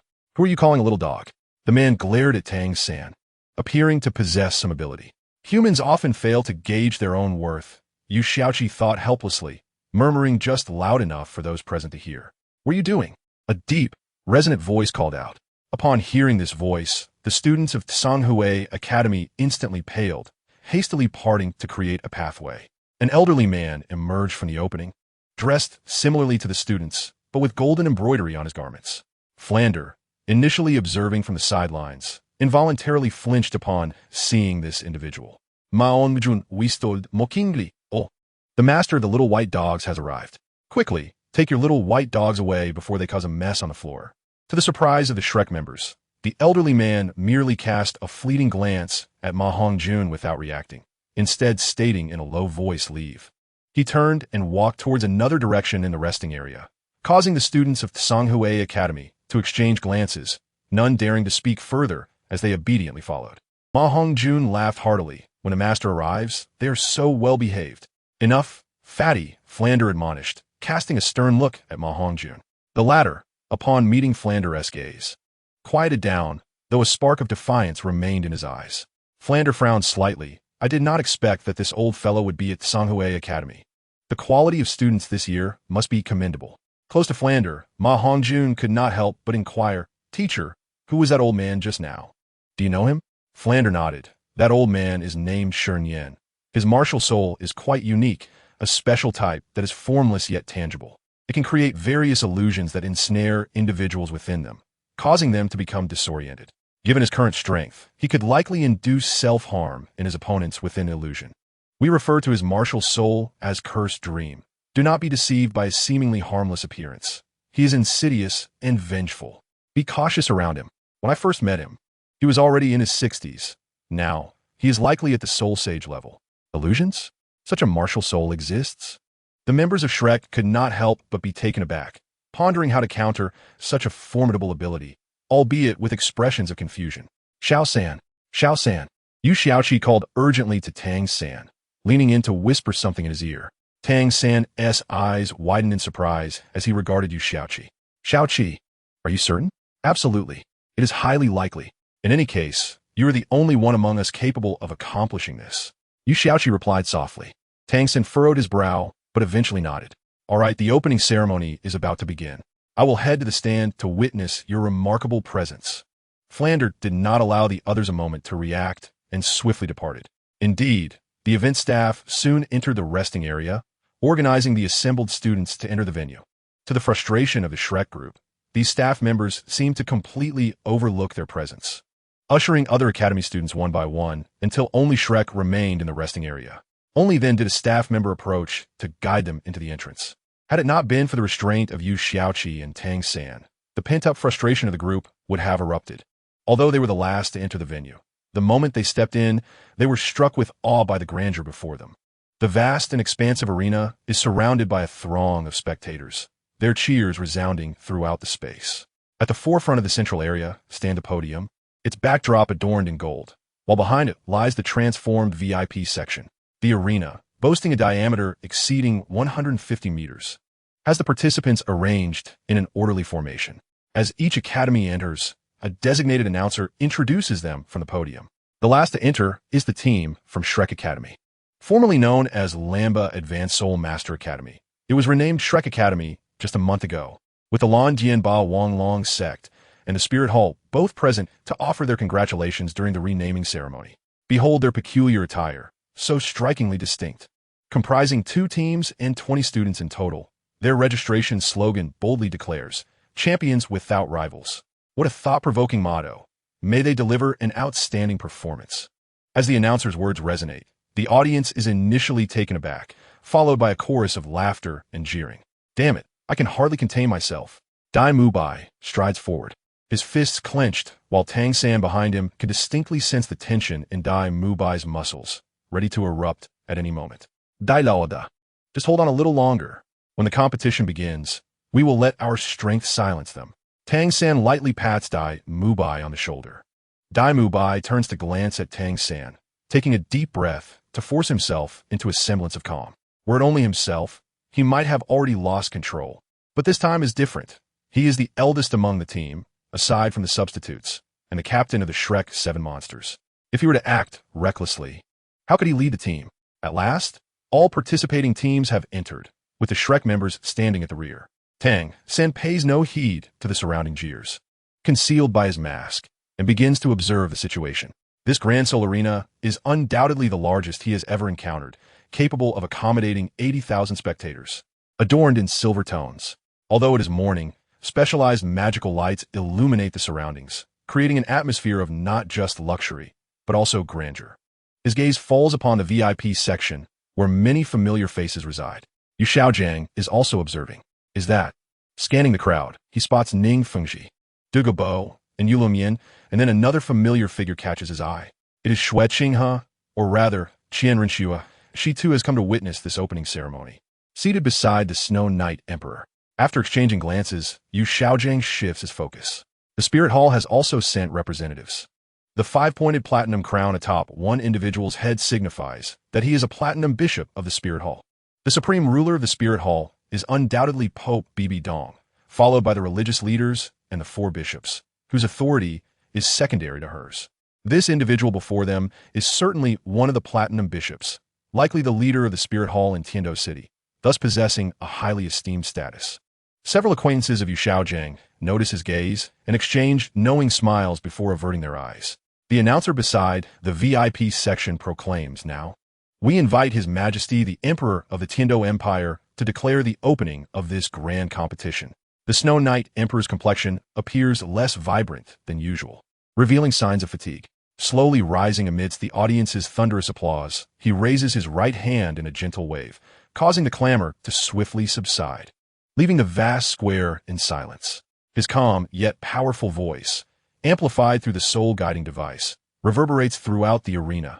I, Snow Knight, Emperor of the Tiando Empire, on behalf of the Tiando Empire and the organizing committee of this competition, hereby declare the opening of the elite competition for Advanced Soul Master Academies of the Douluo continent. Applause erupts once more, accompanied by waves of cheers. Yu Xiaojiang notices the Emperor's smile appears rather forced, and his visage is notably haggard, although he conceals it well. Those not paying close attention would hardly discern it. Once the applause has quieted again, the Emperor continues here. I hope that all soul masters participating in this competition can showcase their true abilities and achieve commendable results. You are the pride of the Tiando Empire. For the glory of the Empire, let your brilliance shine. Applause reverberates again, and the soul masters at the center of the arena radiate with fervent determination. For them, such a grand competition serves as the ultimate stage to display their talents. It must be said that the Snow Knight Emperor possesses an exceptional grasp of human emotions, effortlessly stirring the atmosphere to a fervent pitch. As the Emperor returns to his seat, the announcer's voice rises once more. Next, We invite the second sect master of the continent's foremost sect, the Lan Dianba Wang Long sect, Mr. Yu Luomian, to deliver a speech for this competition. As Yu Luomian rises, applause erupts again, but more importantly, eager gazes are directed toward him. As the former leader of the Douluo continent's premier sect, who wouldn't wish to witness his charisma? Yu Luomian offers a slight smile to Yu Xiaojiang before quickly shifting his gaze. I am honored to be invited as a guest for the opening of this competition.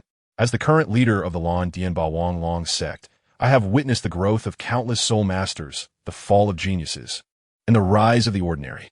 However, I must say, the sharpness of a sword comes from its honing, and the fragrance of plum blossoms emerges from the bitter cold. Yu Luomian speaks extensively, and Yu Xiaojiang finds himself growing drowsy, letting out a gentle yawn and stretching his limbs. His actions are noted by some audience members, who begin to scold him. Who is this?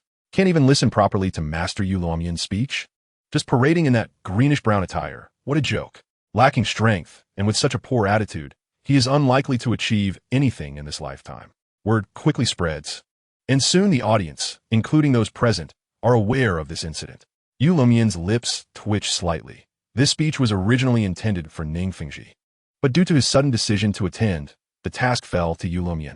Ning Fengji could only smile helplessly as he handed over the prepared speech to Yu Luomian. However, before he could finish, this incident arose, and upon realizing it was someone from Shrek Academy, Yu Luomian clearly felt embarrassed. The members of Shrek Academy, along with students from other academies, direct their gazes toward Yu Xiaojiang. He, too, is momentarily taken aback. As it is the first time in his life he has been scrutinized by so many eyes, but he soon regains his composure. Students from other academies begin to hurl insults at the Shrek members, and the audience follows suit. How could the 20 voices of Shrek possibly contend against so many? They merely clench their fists, feeling powerless. Yu Xiaojiang slips his hands into his pockets, casting a cold glance at the participants, his eyes revealing a rare hint of menace, causing many to fall silent under his gaze. Yet, the audience remains oblivious to the intensity of Yu Xiaojiang's stare, continuing to berate him with various remarks. Silence. Yu Luomian bellows, and the vast Grand Soul arena gradually quiets down, though discontent is still evident on the faces of the audience. Yu Luomian realizes that the insults are directed at Yu Xiaojiang, and his anger flares. He himself is unwilling to scold or strike, yet now he is subjected to such public ridicule. How could he endure it? The team you disparage is the Shrek team. Even the weakest substitute boasts a level of 35, while the least powerful starting member is already at a level of 45. Yu Luomian spoke in a deep tone, and one could discern the rising anger in his voice. What? How formidable are they? This underscores the importance of looking beyond mere appearances. Yet, without respect for the title of Douluo, what Yu's is exceptional talent. Many spectators were taken aback by Yu Luomian's revelations, their faces reflecting a sense of shame. Some who had previously been intimidated by Yu Xiaoqi at the entrance now wore expressions of delight, realizing that the divine figure was indeed among this team. However, a greater number still felt that Yu Xiaoqi's actions were somewhat inappropriate. Moreover, the individual you insult is my nephew, the future patriarch of the Lan Dianba Wang Long. He is the soul master who has caused numerous celestial phenomena. Although his soul power level is currently unknown, just a few months prior, he was already at the 60th level of Soul Emperor, and he is merely 15 years old. Upon hearing this, all present, except for those familiar with Yu Xiaoqi, wore expressions of sheer astonishment. These individuals had unwittingly insulted their idol. In truth, anyone who had witnessed celestial phenomena regarded the one responsible as a paragon. To their dismay, they had insulted their idol upon their first encounter. The expressions of the participating teams mirrored those of the audience, with fear evident on their faces. The students of Sanhui Academy appeared despondent, while only Shunyan maintained a stoic demeanor, his expression slightly darkened. That concludes my speech. I hope you will bring glory to the Empire. Thank you. Yu Luomian observed the audience, having vented much of his frustration.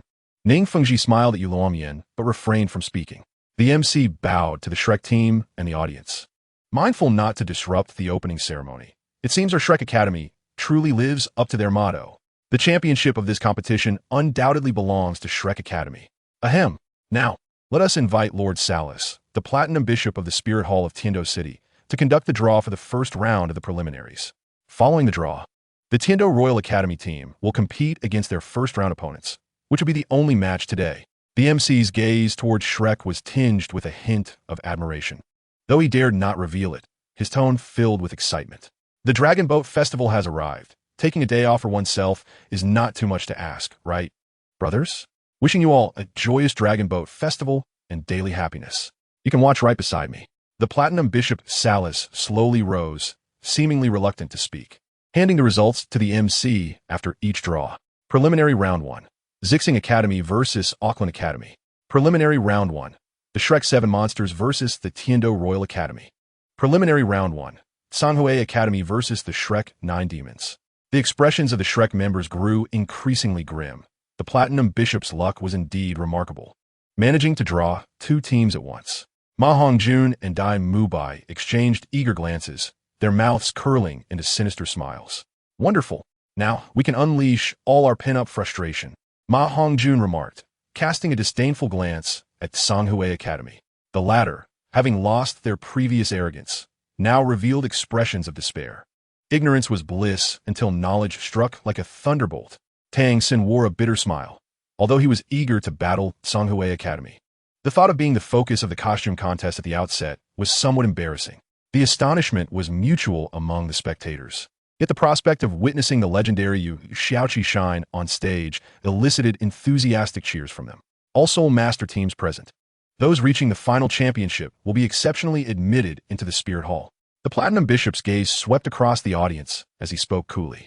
He was keenly aware that Shrek Academy was almost guaranteed a spot in the finals, with a high probability of claiming victory.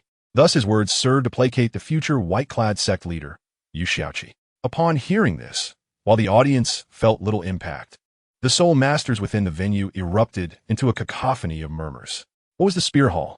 It stood as the highest institution, second only to the Papal Hall and the Douluo Hall. Each of the 2 major empires possessed one in their capitals. The Papal Hall was reserved for the Pope, while the Douluo Hall held symbolic significance. Therefore, the Spirit Hall represented the apex of the Spirit Hall's hierarchy. Gaining direct access to the Spirit Hall was, for any Soul Master, a shortcut to enhancing their capabilities.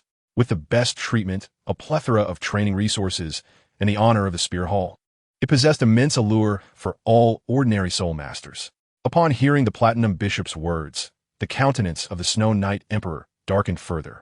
Yet, both Yilumian and Ning Fengji subtly shook their heads at him. This caused the Snow Knight Emperor's expression to soften slightly. This small detail did not escape Tang San, who possessed the Ziji magic eye. He had heard that the conflict between the Empire and the Spirit Hall had reached a point of no easy resolution, which was why the Spirit Hall was recruiting directly under the Empire's nose. Now, we shall begin the first match of the first round of preliminaries, featuring the Shrek 7 Monsters against the Royal Douluo Vice Team.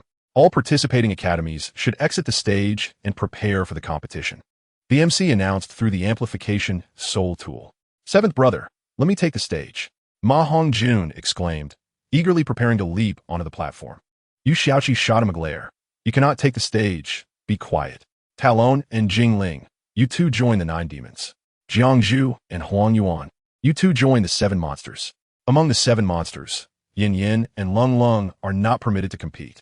From the 9 demons, I, Zhu Qing, Xiao Wu, and Rong Rong will take the stage first. Is there anything to add? The others exchanged glances. Although they could not compete, Yu Xiaoqi's allocation was quite reasonable, ensuring victory while concealing much of their strength. This was already a very sensible arrangement. Though some felt a tinge of reluctance, they could only endure it, for the rules were set. Xiaoqi's arrangements are commendable. This is our first formal encounter with Sanhui Academy, so we are unclear about their true strength. Yet we must not be complacent. Even in a situation of overwhelming power, the master stated solemnly. The group nodded in understanding. After the master finished speaking, he departed with Qin Ming and Lu Erlong. In the spacious resting room, only 20 of them remained. The room was large enough to accommodate a standard classroom. Yet despite having 20 individuals, it still felt quite empty. If it weren't for Mr. Yilumian, we would likely still be enduring those voices and gazes. Dai Mubai clenched his fists, refusing to let the change in others' opinions erase the memories of the disdainful looks and sounds they had previously suffered. The others shared similar sentiments. Thus, we must teach them a severe lesson. Dai Mubai's emotions ignited those of the rest. Half a minute should suffice, right? Tang San hinted. Yu Xiaoqi immediately understood his meaning. Yes, perhaps a bit too much. Centered around the 3, a chilling aura spread throughout the changing room. Soon, Staff arrived to guide the 7 monsters to the stage. Their attitudes noticeably improved compared to before, yet do not expect Shrek to treat you any better. The battle between the 7 monsters and the Huangdo secondary team may lack excitement, as it was a one-sided domination. However, the original identity of the 7 monsters as part of the Huangdo team is a significant point of interest. The clash between the two teams bore no trace of animosity. In fact, the opposing side openly expressed their admiration for the 7 monsters. They even mentioned their desire to join the Shrek Academy, but familial obligations prevented them from doing so, expressing a particular envy towards Yu Tianheng. Consequently, the 7 monsters refrained from engaging seriously in the match, allowing this unremarkable contest to drag on until the audience began to voice their discontent. Only then did Yu Tianheng and his team decisively conclude the match. The next contest featured Zixing Academy facing off against Auckland Academy. This matchup proved to be quite competitive, with both teams exhibiting their fervor and zeal, much to the delight of the audience. Ultimately, Auckland Academy fell short, suffering a narrow defeat to Zixing Academy. The tournament reached its first climax, with the crowd erupting in a cacophony of excitement. Soon after, it was time for the Jiu Yao to battle against Songhui Academy. Now, let us welcome the unique yet splendid Shrek Jiu Yao, the announcer proclaimed, his voice filled with uncontainable excitement, for he spotted a familiar figure among the Jiu Yao, Yu Xiaoqi. Yu Xiaoqi was more than willing to reciprocate the announcer's enthusiasm, as he was a devoted fan, and it was only fitting to show kindness to one's admirers. However, he would not resort to inappropriate behavior, unlike certain individuals. The Shrek Jiu Yao's adversaries were Songhui Academy, and the announcer's voice strained as he attempted to rally the crowd. Amidst the rain, the poor internet connection delayed the broadcast, and the announcer lamented that he had just recharged his account, causing him to miss the second update. Apologies followed, as he noted the impending finals, requiring diligent study. Yu Xiaoqi's smile was met with trepidation from the 7 members of Songhui Academy, as they gazed at the formidable team led by Yu Xiaoqi. The Jiu Yao had brought 5 of their number, which was more than sufficient to overpower Songhui Academy. Speak, how would you prefer to perish? Yu Xiaoqi swiftly assumed a state of readiness that was rarely witnessed by others, a demeanor honed through mental and physical discipline. This imposing presence, coupled with Yu Xiaoqi's innate aura of authority, caused the Songhui team to shrink back. Although they were reluctant to kneel before the audience, they lowered their bodies in submission. We are strangers to each other. Let us not interfere in one another's affairs. Why not spare us? The leading man, now devoid of his earlier bravado, pleaded. After all, in a battle deemed futile, it was prudent to minimize injuries. Spare you? Very well, Yu Xiaoqi responded with a wicked smile, only to see that Songhui team's faces brighten momentarily, revealing their misunderstanding. Each of you shall sever your own arms before you may depart. Yu Xiaoqi teased, observing the apparent leader of Songhui Academy. The man's features twisted in anguish, trying to maintain a facade of dignity. What? You refuse? Allow me to assist you. Yu Xiaoqi stepped forward, raising his hand to snap his fingers. The man snarled, We bow to you out of respect, to atone for previous actions. Do not take advantage of us. The pressure from Yu Xiaoqi was overwhelming, pushing the man to the brink of madness. Must I accept your apology? Yu Xiaoqi retorted, unfazed. The man hesitated, then recalled something and raised his hand, shouting, We concede.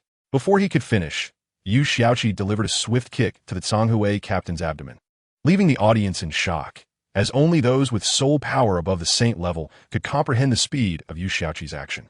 What? I did not hear that. Would you care to repeat yourself? Yu Xiaoqi feigned confusion, placing a hand to his ear. Concede? Crack. A horrid sound erupted as Yu Xiaoqi stomped down on the man's arm, breaking it with a sickening crunch, eliciting a scream akin to that of a slaughtered pig. The remaining members, gripped by the terror of survival, hastily raised their arms in surrender. With a swift strike, 6 of them collapsed, unconscious on the stage. Observant onlookers noted the lead instructor's increasingly dark expression. TSK. I clearly stated that you could leave by severing your arms. It appears you did not heed my words, Yu Xiaoqi remarked, though his smile appeared devilish to the Songhui captain. At this juncture, escape from the stage was no longer an option. Perhaps they should consider sacrificing their legs instead? Yu Xiaoqi suggested in a seemingly negotiable tone. The captain, filled with indignation, stood defiantly, glaring at Yu Xiaoqi with fiery eyes. The Songhui captain roared, his soul power swirling around him, forming a visible gust of wind. Bang! He then collapsed, unconscious, leaving the audience in disbelief, vowing silently to never provoke the seven brothers' wrath. With Songhui Academy rendered powerless, the Shrek Jiao Yao emerged victorious. The referee, filled with excitement, announced the result while simultaneously observing Yu Xiaoqi with admiration and curiosity. It was not a case of favoritism. The match had adhered strictly to the rules, avoiding any fatalities or formal concessions. The teams had engaged without fault. The blame lay solely with Songhui Academy for their weakness. Given the current circumstances, it seemed unlikely that Songhui Academy would progress further in the tournament, especially with their captain incapacitated, who was undoubtedly their strongest member. Carry them away, the instructor commanded, his expression dark as he shot a cold glance at Yu Xiaoqi before instructing the remaining students to remove their fallen comrades. When will the plan commence? Tang San inquired, as Yu Xiaoqi and his team made their way off the stage. Behind them, a chorus of praise and cheers erupted. Do not worry, you'll come to us. Yu Xiaoqi, though masked, was easily recognizable by his stature and demeanor. After waving to the audience, he retreated through the Soul Master Passage back to the resting area. Meanwhile, those previously chastised by Yu Xiaoqi were fervently cheering. Will he truly come to us? Tang San began to grasp Yu Xiaoqi's intentions and quickly followed suit. Such a nuisance. The entire match was overshadowed by the seven brothers and Zhu Qing. We hardly had our chance to shine. Ning Rongrong and Xiao Wu grumbled upon entering the resting area, though Talin and Jing Ling remained silent. Their expressions revealed similar sentiments of discontent. All right, enough complaining. I will try to refrain from participating in future matches, Yu Xiaoqi replied, showing his affection toward his girlfriend. The others brightened at the prospect. If Yu Xiaoqi refrained from joining, it would be their time to shine, serving as valuable training for themselves. Ha ha ha! Seven brothers are the best, Xiao Wu exclaimed, bouncing over to Yu Xiaoqi and affectionately hugging his arm.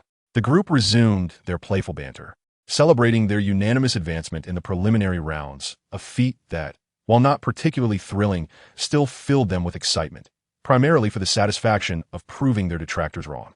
Ahem!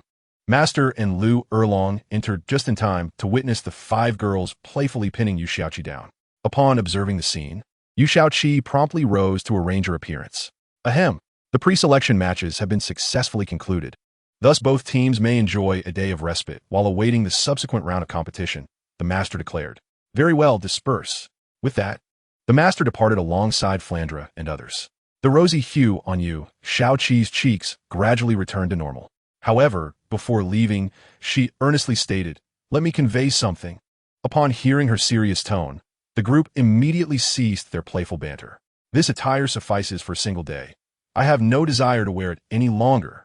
Yu Xiaoqi suddenly reminisced about her own cherished long Yichiyu attire.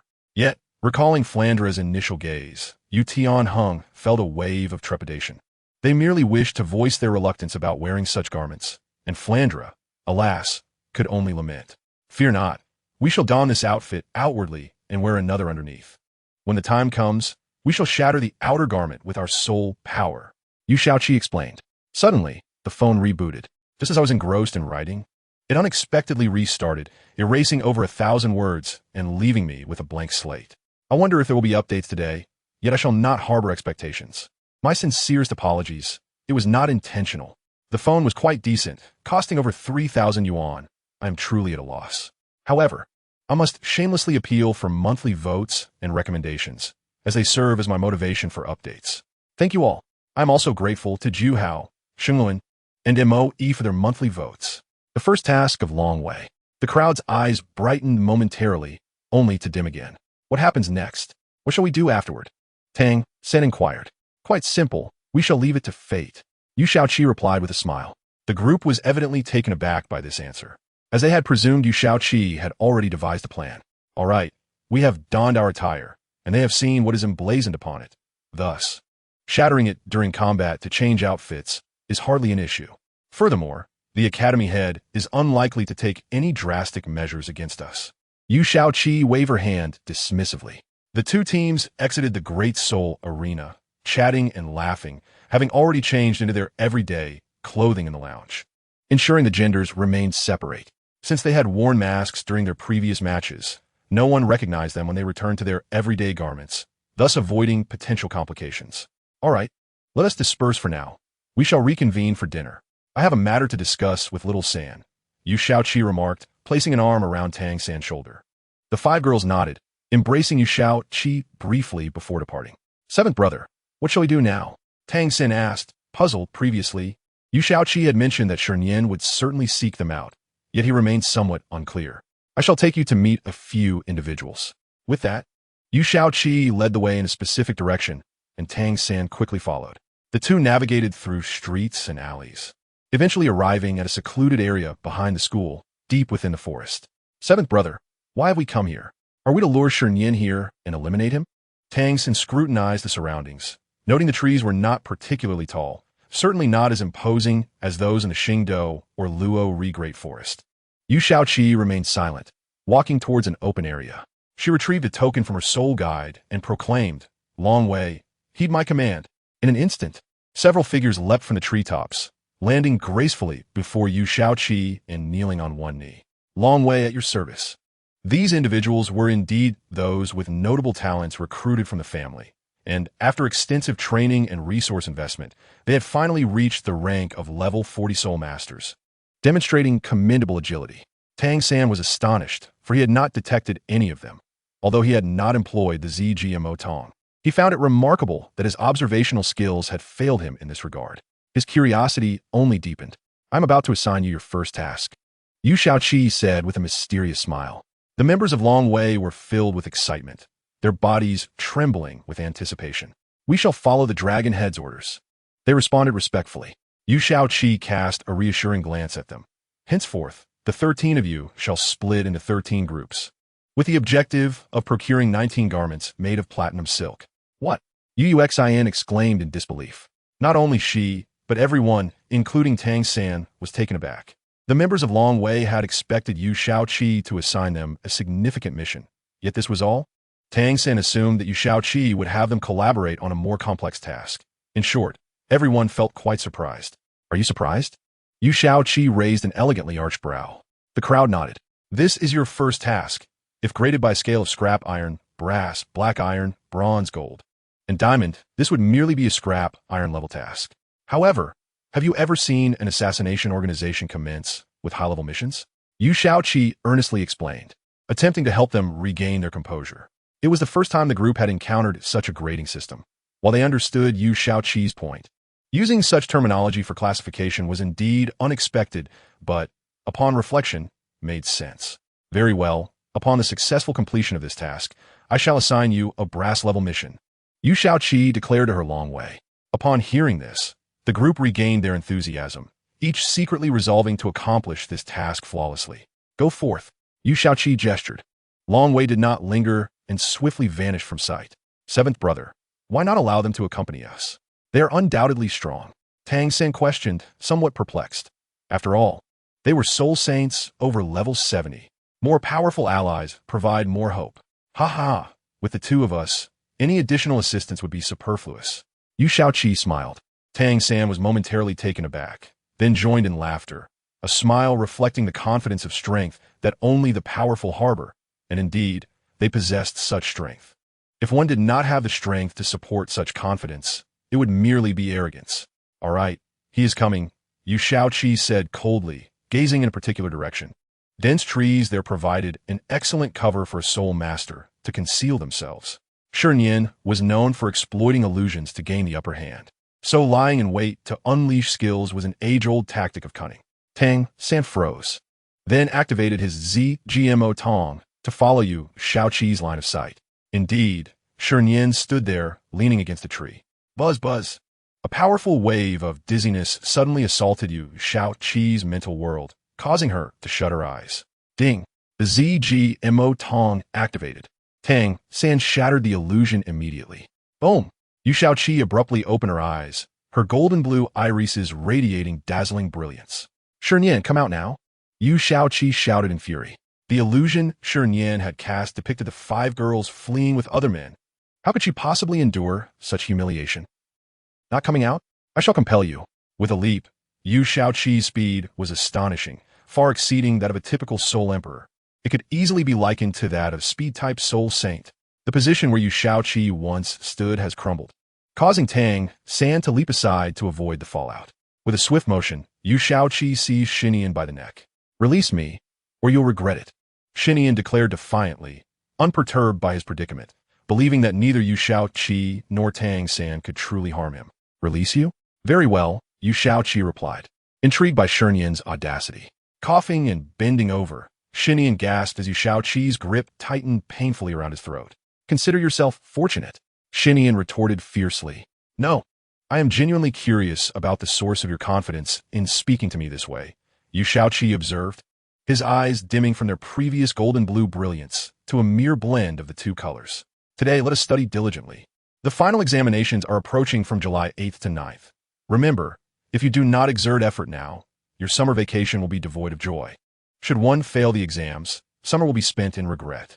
Xinian, with a sullen expression, found it unbearable to be so belittled after a lifetime of dominance across the continent. With his prowess, even a titled Dalu would think twice before challenging him. Yet he was being oppressed by Yu Shaoqi, a mere soul emperor. If you are determined to kill me, then come at me, Xinian said with a chilling smile. Unperturbed by the current scenario, for he held a trump card. What is it? Speak, Yu Shaoqi demanded with a cold glare. Xinian maliciously grinned, but remained silent.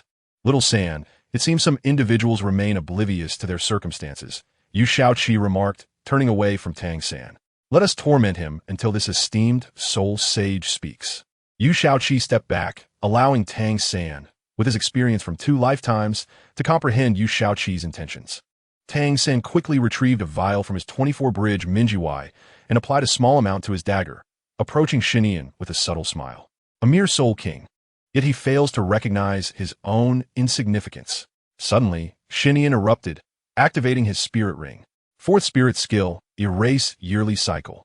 ZGMO Tong break. Tang San, with commendable battle experience, swiftly countered Xinian's spirit skill. It was unavoidable. The two were simply his natural nemeses. Do you know what will happen if you come into contact with my black scorpion's kiss? Tang San mused while toying with his dagger, a smile of caution on his face. Even Xinian felt a twinge of fear and asked, what do you intend to do? But Tang San paid him no mind, continuing. 4 ordinary spirit masters. A mere touch will cause their skin to blacken within a second, spread through the bloodstream in 3 seconds, engulfing the body within 10 seconds. And within 25 seconds, the skin will rot, leaving one in a state worse than death. However, if I directly slash with my dagger, it will save a step. Today, you shall experience it firsthand. With that, Tang San surged forward, his figure swiftly closing in on Xinian. Yet, he remained cautious, keeping his ZGMO Tong activated. Today, I shall spare you. Another time, I will collect my due, Xinian declared suddenly. No, he intends to escape. Yu Shaoqi warned Tang San swiftly. But Xinian had already leapt, nearly vanishing into the treetops. Zhuge Lian Nu. Whoosh, whoosh. My leg. Xinian trembled in the air before collapsing to the ground. Clutching his knees, Tang San's arrows had pierced through both of Xinian's kneecaps. Well now, you will soon discover that sometimes death is preferable to living, Tang San remarked, moving as if to strike. Wait, this time I concede. I will talk. Xinian cried in terror, his pride as a soul sage evaporating. Yu Shaoqi approached slowly, feigning eagerness to hear more. I hired assassins to eliminate the Shrek's 7 devils, Xinian confessed. What is their strength? Yu Shaoqi inquired, though concern flickered in his mind. Ha ha ha, they're likely in hell by now. Xinian laughed maniacally, knowing he faced certain death, having underestimated the strength of his adversaries. With a crack, Yu Shaoqi stepped on Xinian's wrist, shattering it. Xinian gasped, the sensation of impending death gripping his heart. Little San, add some spice to the mix. Yu Shaoqi commanded coldly. Tang San nodded and swiftly cut into Xinian's shoulder. As Yu Shaoqi had indicated, the black scorpion's kiss spread through Xinian's veins, causing his skin to rupture, releasing a foul yellow liquid. Please just kill me, Xinian pleaded, spitting out the vile substance. After a brief pause, seeing Yu Shaoqi nod, Xinian continued, I hired 10 soul emperors from a newly established assassination organization, Yiga, to eliminate those around you. Ha ha ha. Though I know I will die afterward, extinguishing so many arrogant geniuses will suffice. He laughed madly, while the repulsive liquid flowed from him. Yu Shaoqi struggled to suppress his nausea. You may now meet your end. With that, he drew a dagger and hurled it at Xinian. Soazaga, Little San, do you have any corrosive agents for the body? Yu Shaoqi asked, his brow furrowed. Strictly speaking, this was his first kill, and every soul master feels a sense of revulsion during their first hunt of a fellow human. It is unavoidable. For someone like Yu Shaoqi, experiencing such a method of killing for the first time and enduring it was quite extraordinary. Yes, Tang San replied, producing a small vial containing a deep green liquid, with hints of black swirling within. He cautiously dispensed a single drop, clearly treasuring this precious concoction, likely due to its challenging and hazardous creation process. But with just that drop, Shernyan's body began to emit black vapor, his skin visibly disintegrating, the stench reaching unbearable levels. The surrounding flora withered in the presence of this noxious aura. You brought this upon yourself. You deserve to perish, Yu Shaoqi coldly stated. Soon, Shernyan's body entirely vanished, as if he had never existed in this world. In the place he once lay, a soul bone glimmered. Is this a head soul bone? Tang San activated his Xianyu hand and retrieved the gleaming piece, still radiant despite being surrounded by poison. Take it. It may prove useful to you, Yu Shaoqi suggested with a smile. Tang San gazed at Yu Shaoqi with gratitude, feeling a deepened respect and admiration for him. A newly formed assassination organization called Yiga, they have managed to dispatch 10 soul emperors, showcasing considerable strength. Let us hurry back, little San, Yu Shaoqi pondered briefly, recognizing that this new organization had not appeared in the original narrative. As soon as the words fell, Yu Shaoqi's figure vanished, leaving Tang San momentarily stunned before he solemnly followed suit. The two swiftly traversed the forest, their silhouettes gliding through the trees. A silent plea echoed in their minds. Please, let nothing happen to you. However, Yu Shaoqi felt this pace was too slow and cumbersome for the search, so she activated the wings inherent to her angel martial spirit, lifting Tang San into the air. With her speed, they quickly arrived within the confines of Tiando City. Yet at that moment, the city appeared unremarkable, and soon they rendezvoused with the 5 women on the commercial street. Coincidentally, Meng Yiran and Dai Mu Bai were also present, effectively gathering the Shrek 7 devils. After all, no formidable force would wish to draw attention to themselves by attempting to eliminate the Shrek talents in Tiando City. Only a fool would dare to act so recklessly, especially given the powerful background of Shrek Academy. 7th brother, have you resolved the matter so quickly? Du Guyan affectionately embraced Yu Shaoqi's left arm. Well, one could say it is resolved, yet not entirely so, Yu Shaoqi replied, finding it difficult to fabricate a lie in the presence of his women, as they could always see through his deceptions. What do you mean by that? Ning Rong inquired with a smile. It's of little use to elaborate. In any case, there are individuals planning to come and kill you and Tian Heng, 10 of them, each at the Soul Emperor level. Yu Shaoqi chose to highlight the most pressing concern without delving into the details. Wait a moment, she said, retrieving a jade medallion engraved with 2 dragons from her soul guide. This medallion was a standard issue for every dragon guard, used to convey urgent messages through the soul power within. The method of use was straightforward. One merely needed to infuse it with soul power. Meanwhile, within a luxurious tailor shop in Tiando City, what? Are we to submit the mission so soon? Fortunately, we have just completed it. Yuami Bang and the others sensed the soul power emanating from the medallion and promptly departed at great speed towards its source. Before long, the Dragon Guard arrived before Yu Shaoqi, accompanied by Oscar and Yu Tian Heng, as per Yu Shaoqi's request. Dragonhead, we have gathered all 19 garments made from platinum silk that you requested. Please provide further instructions, Yuami Bang respectfully stated. Excellent. However, I have a task for you that is at least of golden level. Do you possess the confidence to accomplish it? Yu Shaoqi praised the Dragon Guards. A rare commendation. A flicker of fervor ignited in their eyes as they unanimously proclaimed, we guarantee the completion of the task. Their voices were so loud that they drew the attention of passers-by. Yu Shaoqi quickly concealed his face and urged, this is not the place to converse. Let us discuss in detail at the Academy's rear mountain. With that, he led the 5 women and the Dragon Guards away at a brisk pace. Tang San took it upon himself to recount the events that had transpired along the way. After a short while, they arrived at the back mountain of the Academy. 7th brother, what shall we do? Oscar inquired, his face radiating excitement. 10 soul emperors. This will provide them with quite a challenge. In my estimation, we should first eliminate 9 of them and leave 1 for questioning. Yu Shaoqi contemplated thoughtfully. Instantly, a vivid image manifested in their minds, depicting their 20 pairs of eyes glowing with a sinister gleam, the corners of their mouths curling into wicked smiles. All right, they must be lurking around us. Stay vigilant. Do not let your guard down. Yu Shaoqi scanned the surroundings. As he spoke, everyone tensed, adopting a combat-ready stance, their eyes darting around cautiously. No one dared to be careless. Suddenly, a blood-red shockwave surged toward the four substitutes, obliterating everything in its path. TSK, targeting the weakest four to initiate. Yu Shaoqi reacted swiftly, and Tang San mirrored his promptness. They quickly summoned their soul power, erecting protective barriers in front of Tai Long and the others. With a thunderous crash, the crimson shockwave collided with the first protective shield conjured by Tang San, which held for only a brief moment before shattering. The light surrounding the shockwave dimmed slightly. A second crash followed, this time against Yu Shaoqi's barrier, which endured for over 5 seconds before the shockwave dissipated into the air, leaving the shield intact. Realizing the gravity of the situation, Ning Rong promptly channeled her soul power to amplify the strength of the seven devils, excluding herself and Oscar. The seven devils wasted no time, unleashing their soul skills toward the origin of a shockwave. The explosion reduced the surrounding foliage to rubble, yet no figures were to be found. Prepare for battle. Yu Shaoqi frowned, realizing this was his first encounter with such formidable enemies. Judging by their attack patterns and energy properties, they were undoubtedly not to be underestimated.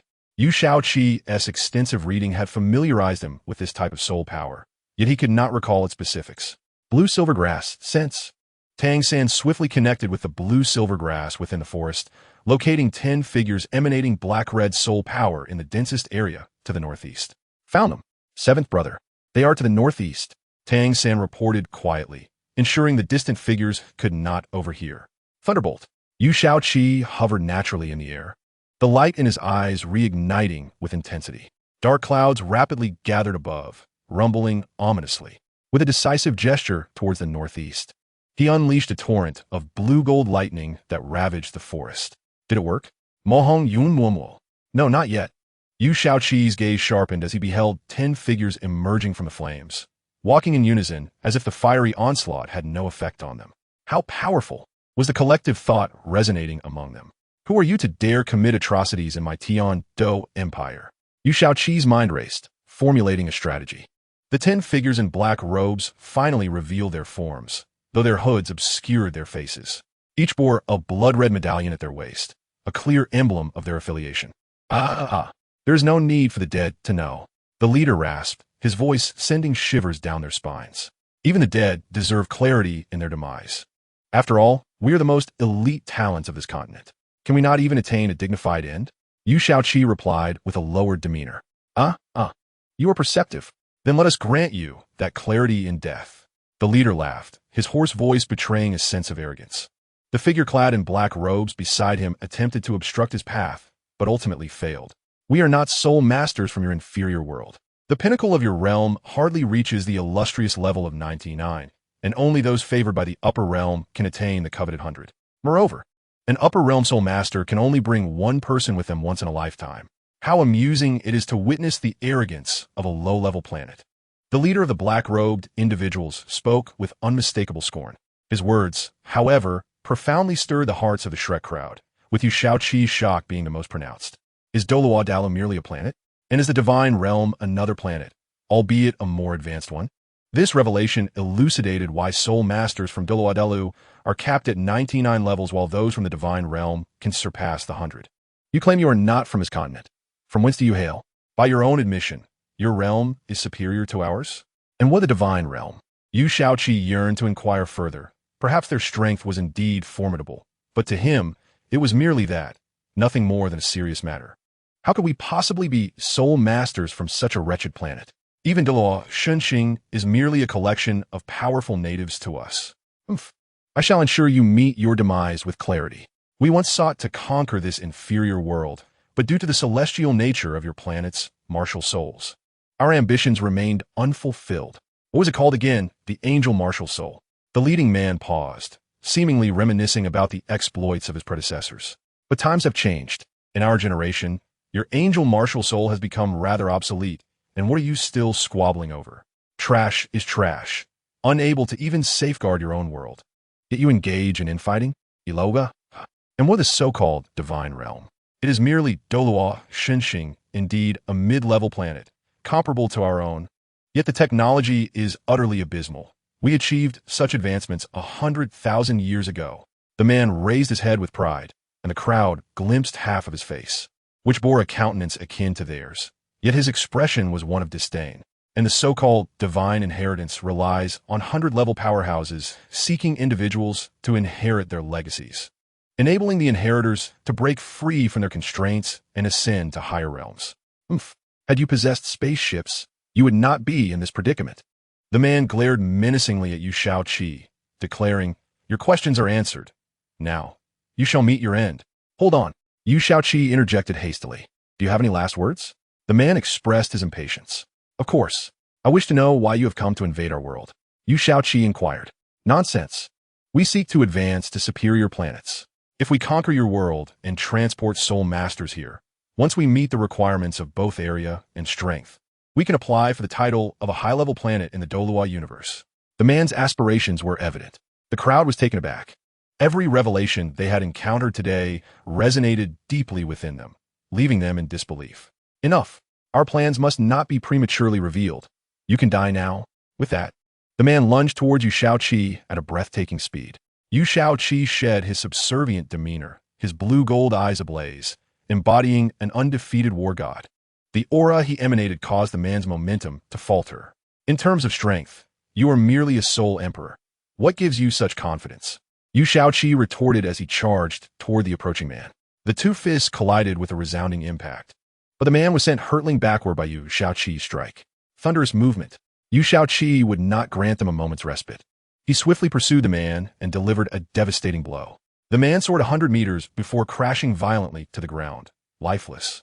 "Now it is your turn." Yu Shaoqi swiftly turned, his gaze cold as he regarded the remaining 9 individuals. This one's strength rivals that of the top cosmic geniuses. He must not be allowed to grow. The one who had initially blocked the path to death remarked, "Do not be alarmed. I have one more question. How did you arrive on this planet? If your technology surpasses ours significantly, why not employ large-scale weapons of mass destruction?" Yu Shaoqi posed. Yet the crowd struggled to comprehend the obscure terms he used. Blood rose. A circle of black soul rings appeared beneath the man's feet, and suddenly, the ground erupted with a profusion of blood-red roses. "Retreat." Yu Shaoqi was propelled backward over 100 meters, yet the others reacted swiftly, following suit. "Did you truly think my blood rose would be so easily evaded?" The man waved his hand, and the blood-red roses broke free from the earth. They converged in the air and charged toward Yu Shaoqi and his companions. "Do not look." Together, the man commanded the 8 black-robed figures beside him. The 8 swiftly unleashed the same blood-red shockwave from earlier. It was evident that this technique was a self-created soul skill, one that could be learned by those with the same martial soul, akin to a martial arts skill.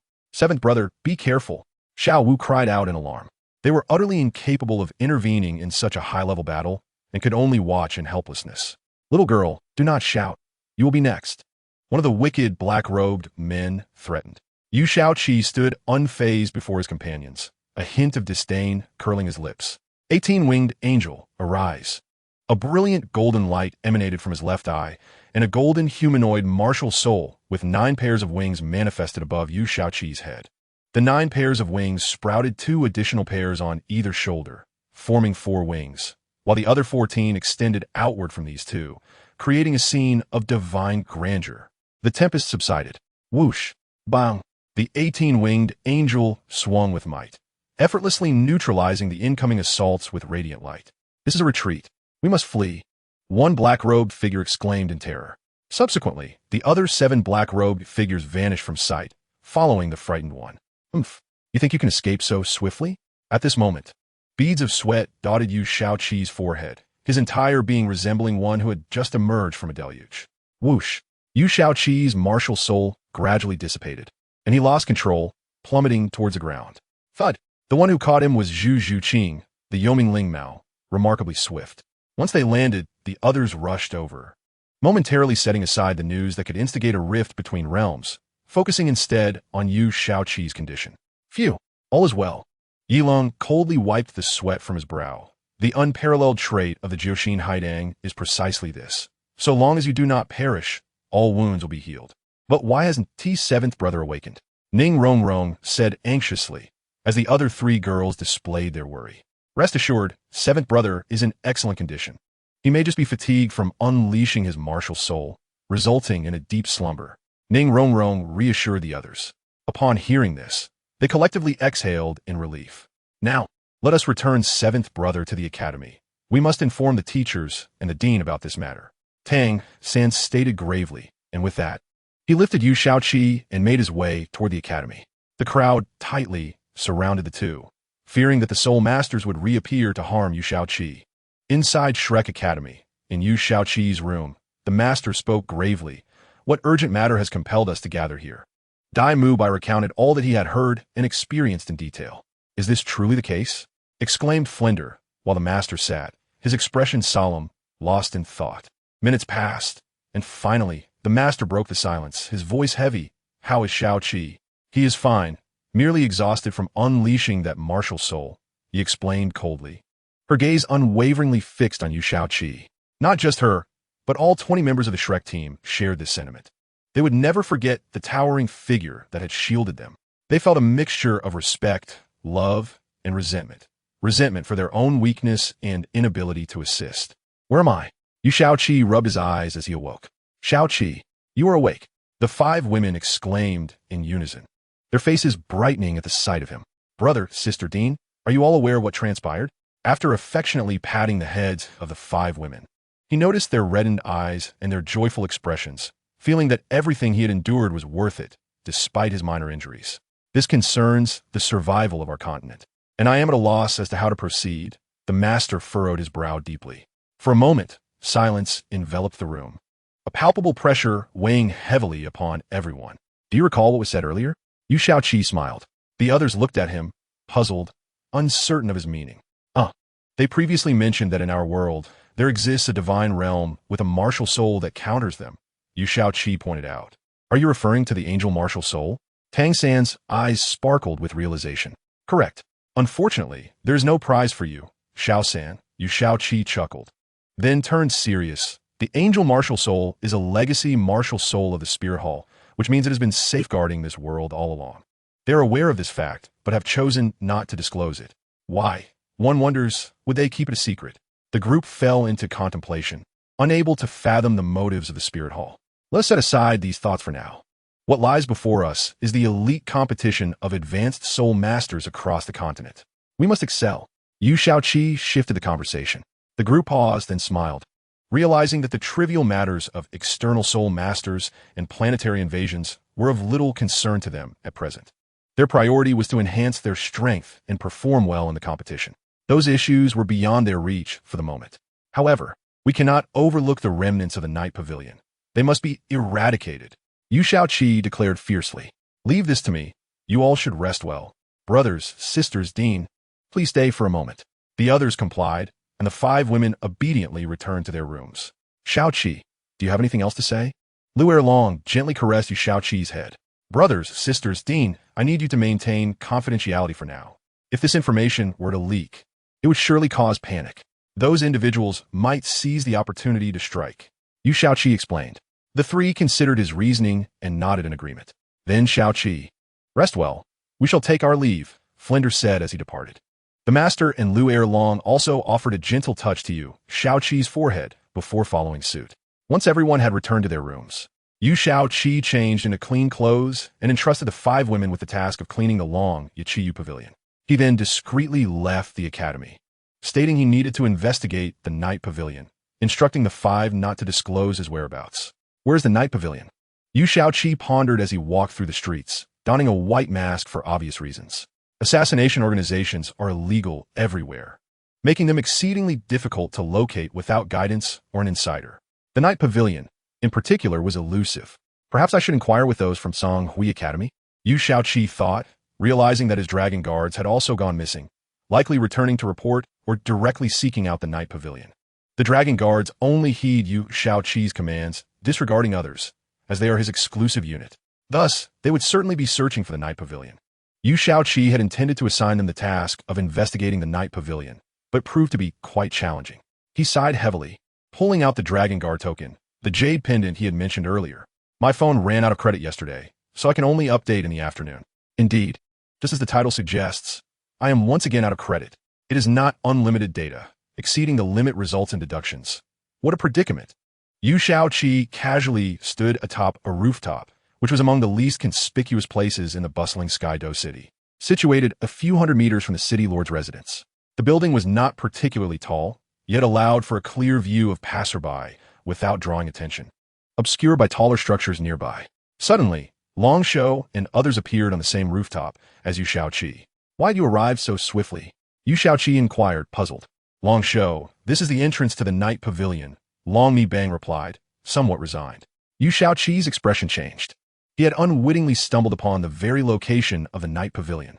What an unexpected turn of events. What findings have you uncovered? He asked. Returning to you, Long Shou. Yu Xin disguised herself as another soul master to feign a request for an assassination mission, only to discover that everyone within the night pavilion had vanished, leaving behind only traces that indicated this was indeed their base, Long Mi Bang reported. Yu Shaoqi furrowed his brow, realizing that upon the exposure of their activities, the individuals must have fled or relocated, but he had not anticipated their swiftness in doing so. Take me to examine those traces, Yu Shaoqi ordered. Long Mi Bang and the others wasted no time. After assigning some members to guard the area, they led Yu Shaoqi into the night pavilion stronghold. From the outside, the night pavilion appeared merely as a weapons shop, its eaves and windows unremarkable, yet its deep red decor stood out uniquely along the street. Once inside, the ambience was indistinguishable from a typical weapons shop, the disguise executed flawlessly, ensuring that the uninformed would never suspect it was an assassination organization. Long Mi Bang and Yu Xin approached the bar and turned a dark red toad ornament atop it. With a low rumble, the bar began to slide apart. Revealing a hidden passage. Such technology existed in the current continent, but to create a mechanism that operated so quietly was a rarity, even for someone as worldly as Yu Shaoqi. Considering that these individuals likely lacked advanced technological resources, achieving such a level of craftsmanship was exceedingly difficult. Yu Shaoqi followed the two individuals inside, only to find the place barren, save for a spiral staircase leading directly underground. Upon descending, the space opened up dramatically, revealing nearly 600 square meters of subterranean expanse. However, it was devoid of any remnants, save for a solitary seat standing in the center and a few tables and chairs arranged neatly within the vastness.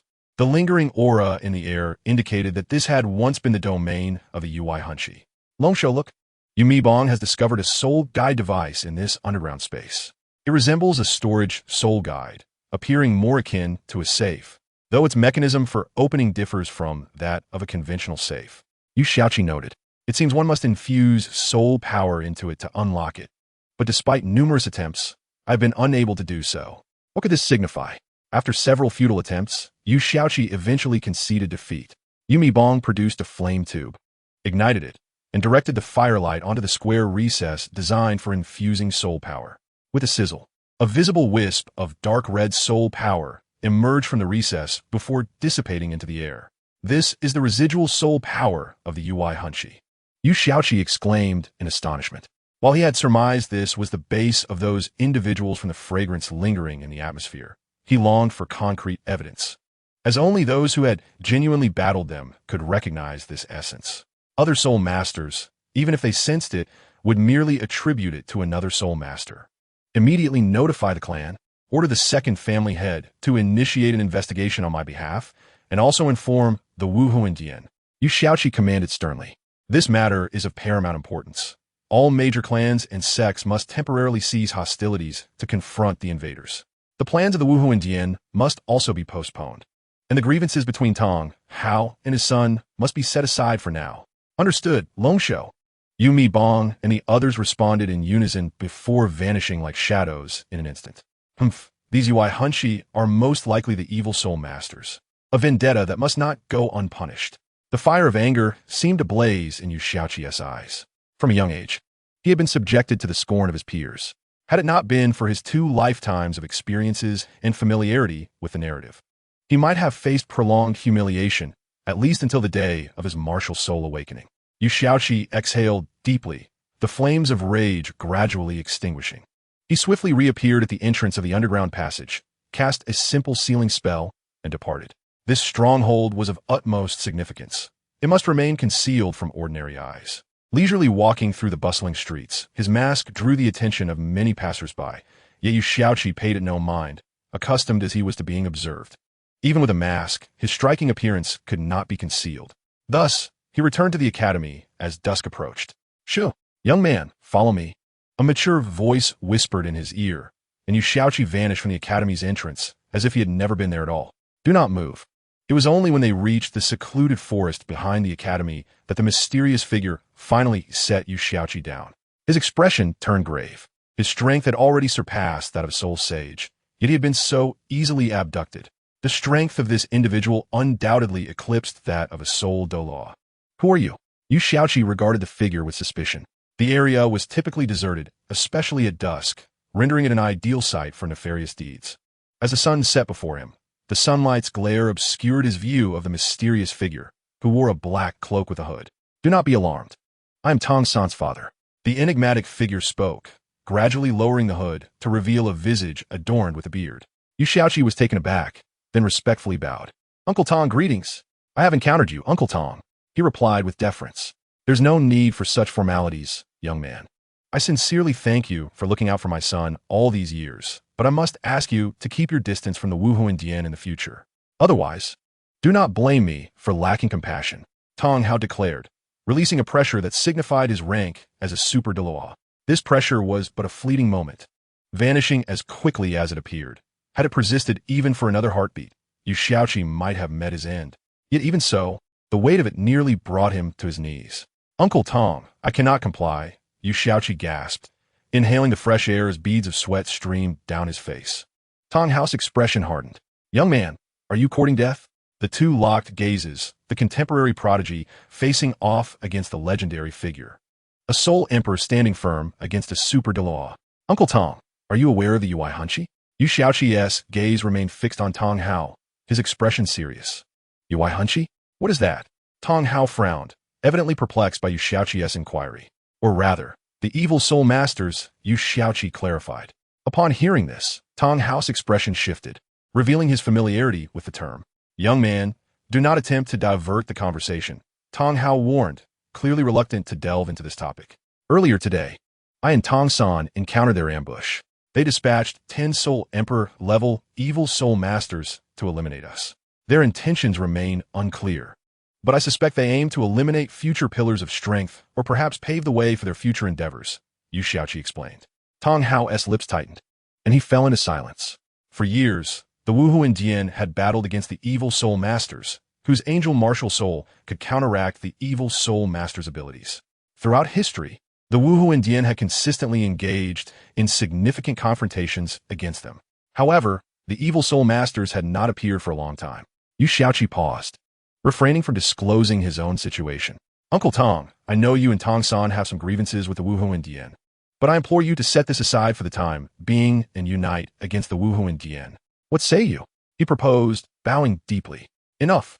The vendetta for my wife's death is one that cannot be overlooked," Tong Hao retorted angrily, striking Yu Xiaoqi and inflicting internal injuries before vanishing into the forest. Cough, cough. Yu Xiaoqi spat blood, quickly wiping his mouth with the back of his hand. Convincing Tong Hao to relent was indeed a formidable challenge. With a wry smile, he gazed at the spot where Tong Hao had vanished. Had the latter not held back, Yu Xiaoqi would likely have been rendered to nothing but bones. In truth, Bibi Dong was not inherently malevolent. Her methods were simply too extreme. Upon reflection, the concepts of good and evil were not truly applicable to the complex dynamics between Tong Hao, his son, and Bibi Dong. It was merely a matter of differing perspectives. Bibi Dong had indeed driven Tong San's mother to her demise and indirectly forced Tong Hao to lose an arm. But what could be done? Was Bibi Dong not also a victim of circumstance? Yu Xiaoqi turned away, struggling to sit amidst the grass as the sun set behind him. No one could fathom the thoughts swirling in his mind. In the evening, within the Shirlai Ka Academy dining hall, "Have you seen Chiga? Why hasn't he returned yet?" Ning Rongrong and the 5 other girls wore expressions of concern. "I do not know, but I hope Chiga is safe," Tong San and the others echoed, their expressions mirroring the worry of the girls.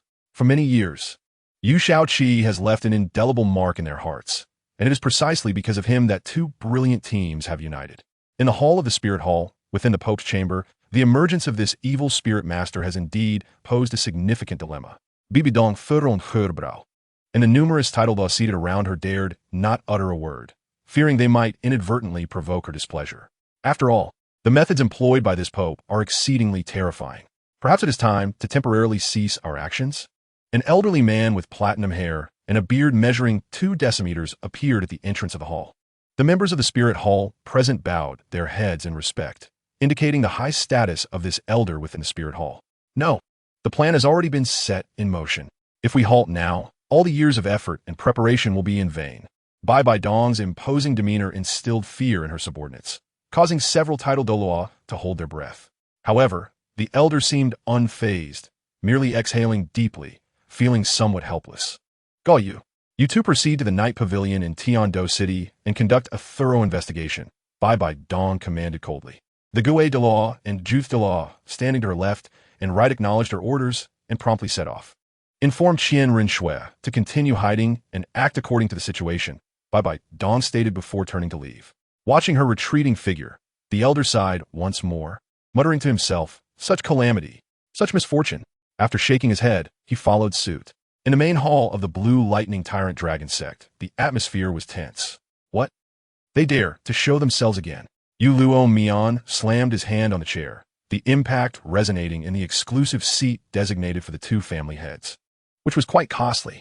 Indeed, a total of 10 individuals, all powerful spirit emperors, yet one was slain by Long Shou, and the rest have vanished. UUXIN reported respectfully. Notify the Dark Pavilion. Instruct them to search for the evil spirit master with all their might. Luo Mian swiftly issued the command, his brow furrowed in concentration. If the evil spirit masters are seeking death, then let them repay the debts owed. His eyes narrowed, a flash of crimson indicating a surge of murderous intent. Indeed, has the Dark Pavilion been dispatched? UUXIN's expression darkened momentarily, but she soon regained her composure. I currently lack the authority to command the Dragon Guards. After regrouping, you should directly head to Shrek Academy to find Xiao Qi. I believe he will assign you a worthwhile task. Luo Mian's expression softened slightly. Understood, second family head. Sin Etglim Hapili, leading several Dragon Guards to rendezvous with those led by Yumi Bang. After the Dragon Guards departed, Luo Mian began a discussion with several elders and senior officials. Ultimately, the conversation divided into 2 fiercely debated factions. One side argued that the matter should be disclosed to the entire continent to prepare them, while the other contended that they should investigate discreetly, uniting major forces to eliminate the external threat once the real stronghold was discovered. However, neither side reached a resolution and remained under consideration. For now, there is no further update. Tomorrow will bring new developments as summer break begins. I have fallen ill, suffering from heat exhaustion, and feel quite fatigued after taking medicine. Thank you to the audience for the support and to my brother with the English name for the monthly votes. I ventured into the Academy's rear mountain and fell ill today, feeling quite lost. A sudden noise from the 2nd floor dining hall drew everyone's attention. Yu Shaoqi's injuries had mostly healed, a testament to his robust physique. The prowess of the 98th rank Super Dual is indeed formidable. Even he, having reached complete mastery, suffered severe injuries due to Tang Hao's restraint. Brother Qi, you've returned. Xiao Wu and the others rushed over. Brother Qi, are you all right? The perceptive Zhu Qing immediately noticed something amiss with Yu Shaoqi. Yu Shaoqi smiled and waved his hand, finding a seat with the help of the girls.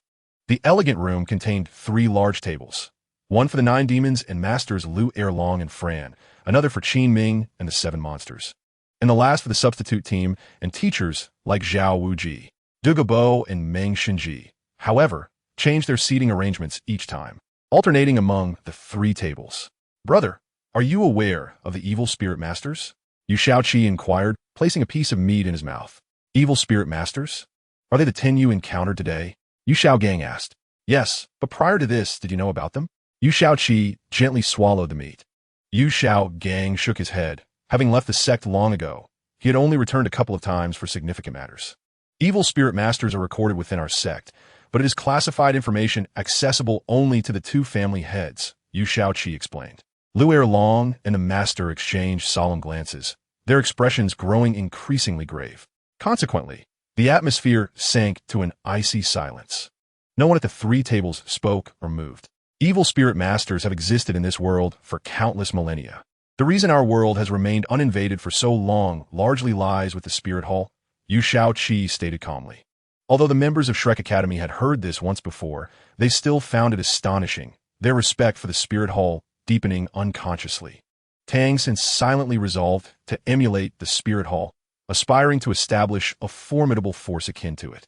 Hopefully, he would still hold such thoughts upon discovering the truth of the past. The master bit his lip. He had not anticipated the Spirit Hall's profound legacy, rendering past grievances trivial in comparison. The angelic martial spirit of the Spirit Hall possesses a remarkable restraining effect on those evil spirit masters, which is fundamental to their resistance against them. All right, enough of that. Let us enjoy our meal. You all have a competition tomorrow, Yu Shaoqi cheerfully declared. Brother Qi, you're not participating? The usually carefree Oscar, despite his outward demeanor, sensed something in Yu Shaoqi's words.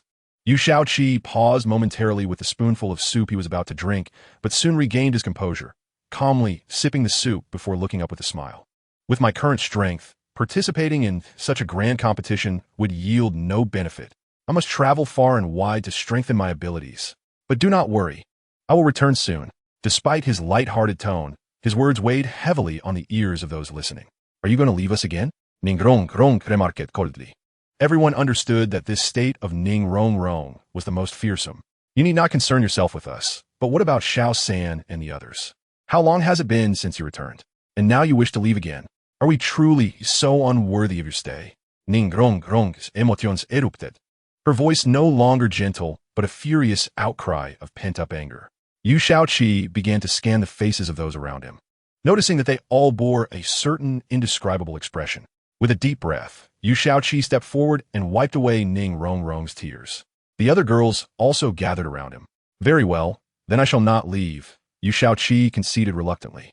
After dinner, everyone returned to their respective rooms to rest, while Yu Shaoqi made his way to Tang San's room alone. Brother Qi, do you have something to discuss? Tang San asked. Not particularly, but I wanted to hear your perspective, Yu Shaoqi casually replied as he took a seat. What are your thoughts on the matter? Tang San wore a bewildered expression.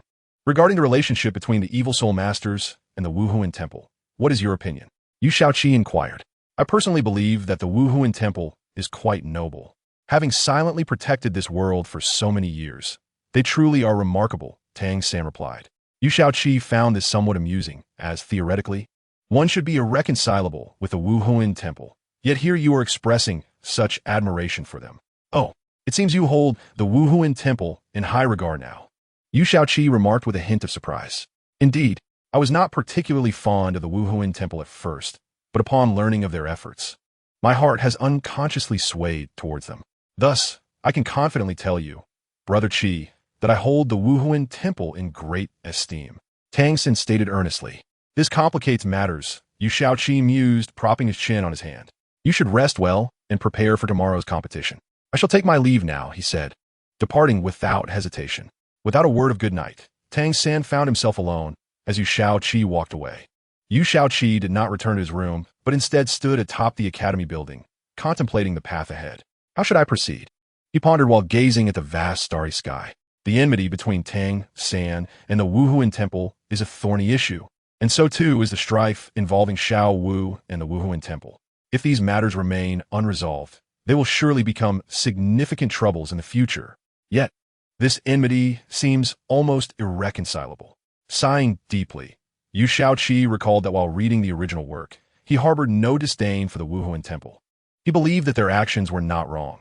It was merely a difference in perspective that created notions of right and wrong.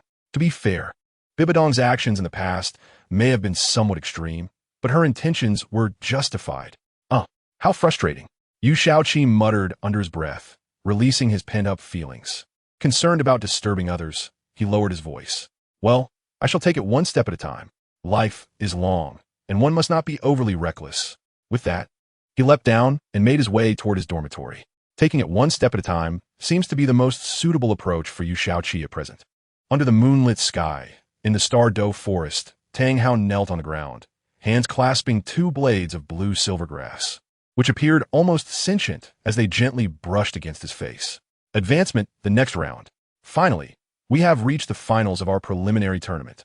Led by the great demon god Yu Shaoqi, the Shrek 9 monsters will face the 7 monsters of Shrek. who will emerge as the proud victor. Advancing to the next round? Let us welcome them with the loudest cheers. The commentator shouted. The audience responded with fervent enthusiasm, their cheers echoing. Meanwhile, on the left, Tang San and Dai Mubai led 7 of the 9 monsters, proudly adorned in a deep green robe. On the right, the 7 monsters, led by Du Yin and Yu Qianheng, did not back down, similarly clad in robes. Who would have thought both teams would possess such striking appearances? Ahem. My apologies for digressing. Now, let the competition officially commence. The commentator noted, slightly surprised to see both teams without masks, before quickly regaining composure and casting glances at the 2 sides. Wow, Divine Sister, they are simply stunning. The audience, unable to contain themselves upon seeing the beauty of both teams, erupted into cheers. The 2 teams exchanged a knowing glance. In unison, they removed their robes. Wow. With the removal of the robes, the cheers intensified further. On the sidelines, Flinder wore a grim expression. Indeed, both teams donned the attire Yu Shaoqi had procured for them, while not exactly uniforms, at least the colors matched. These outfits were far more visually appealing than the previous deep green battle garb.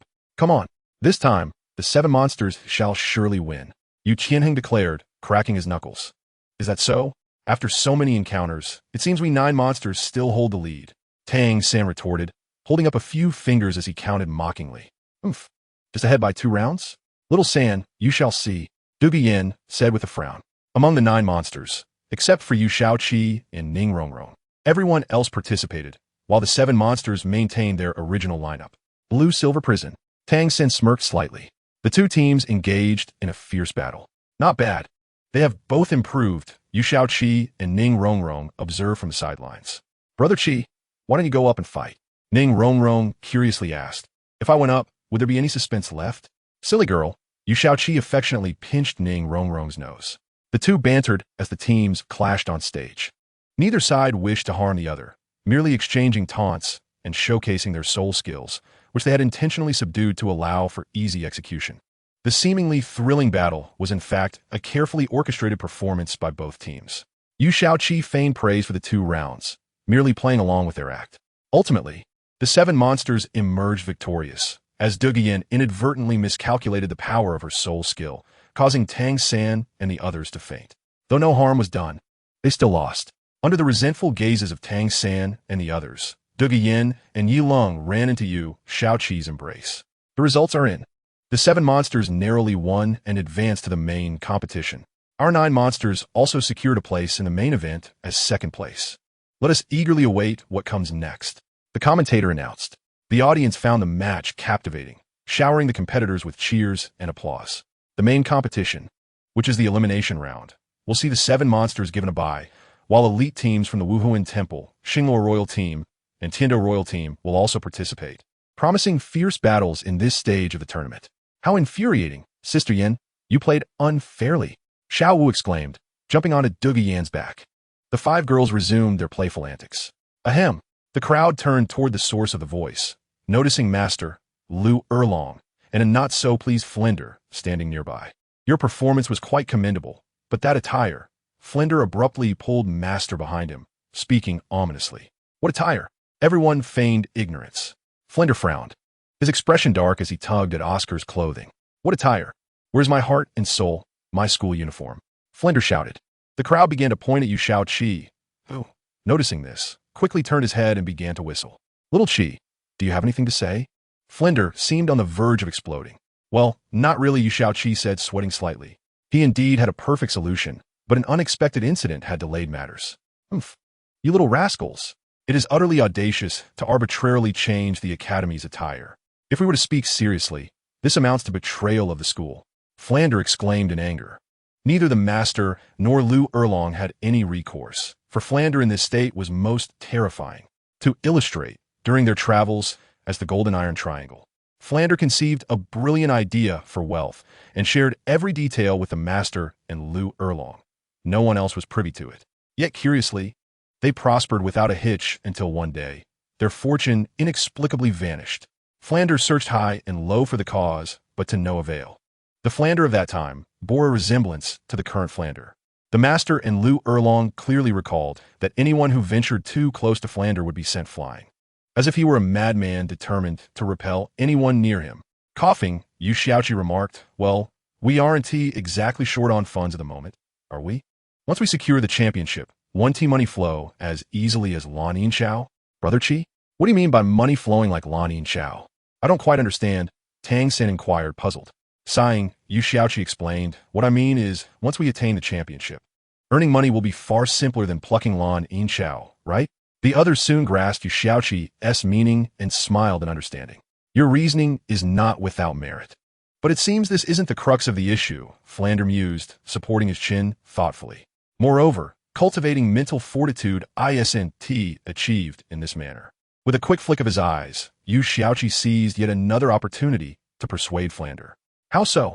Are we soul masters a collective that survives by the scrutiny of others? Certainly not.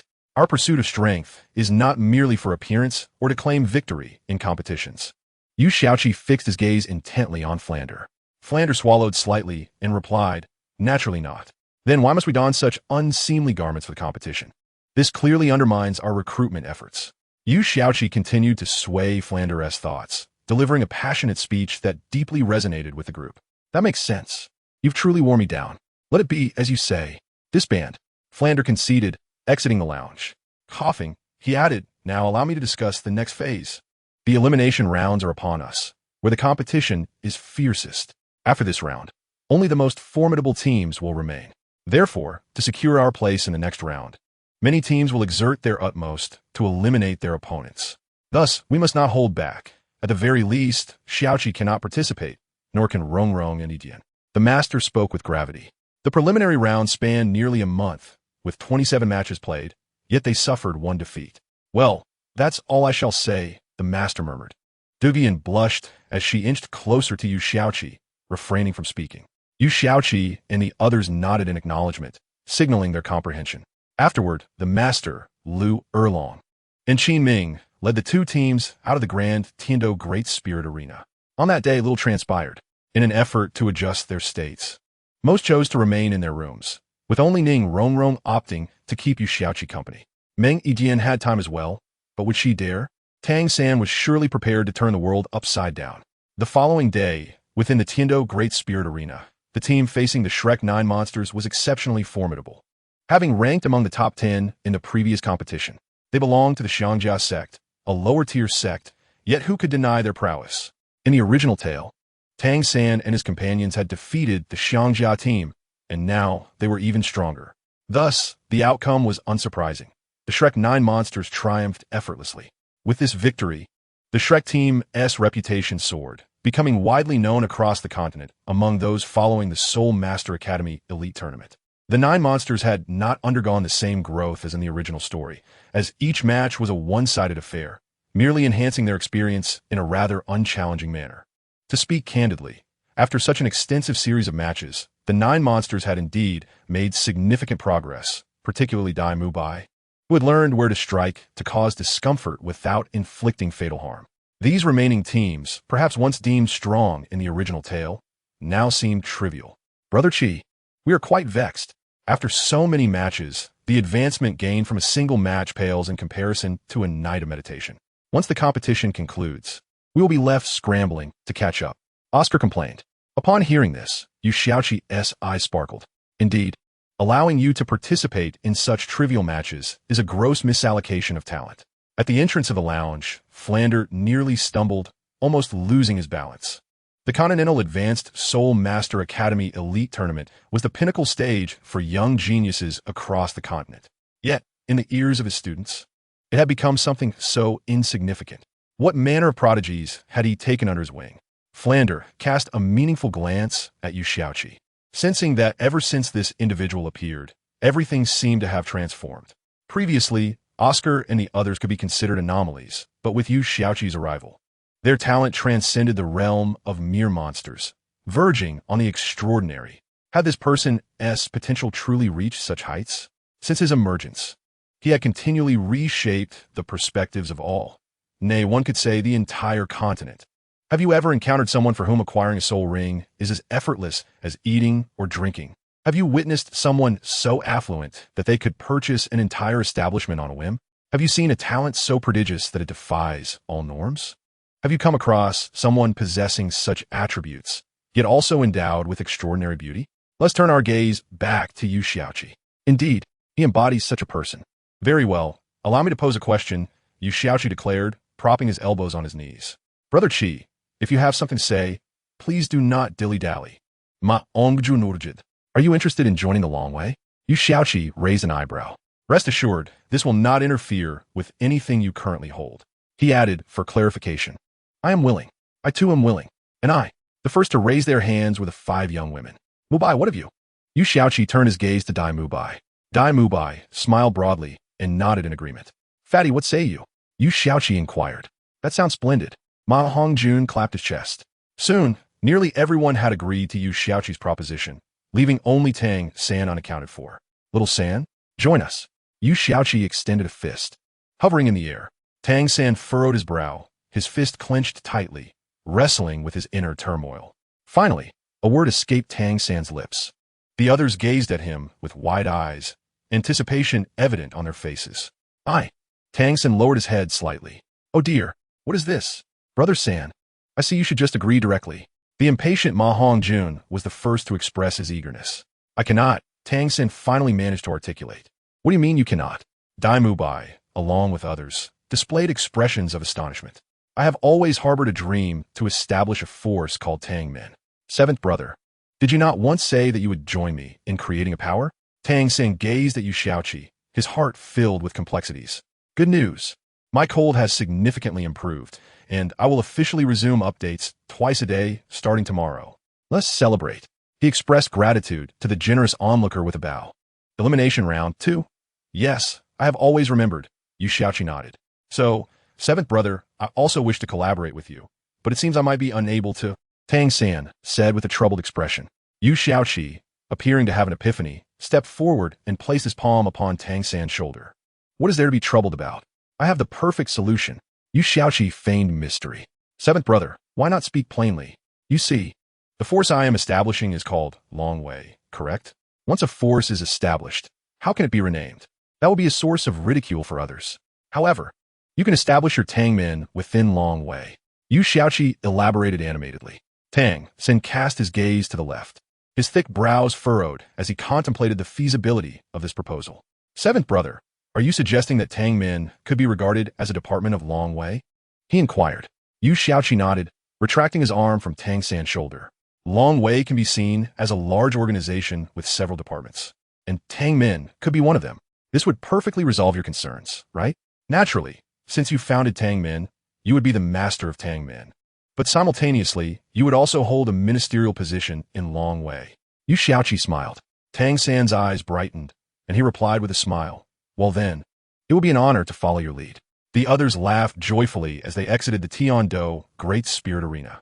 This month, the Blue Lightning Tyrant Dragon and the Spirit Hall, 2 super forces, had covertly turned the Xing-Luo Empire and the Tian-Do Empire upside down in their quest to find the evil spirit masters.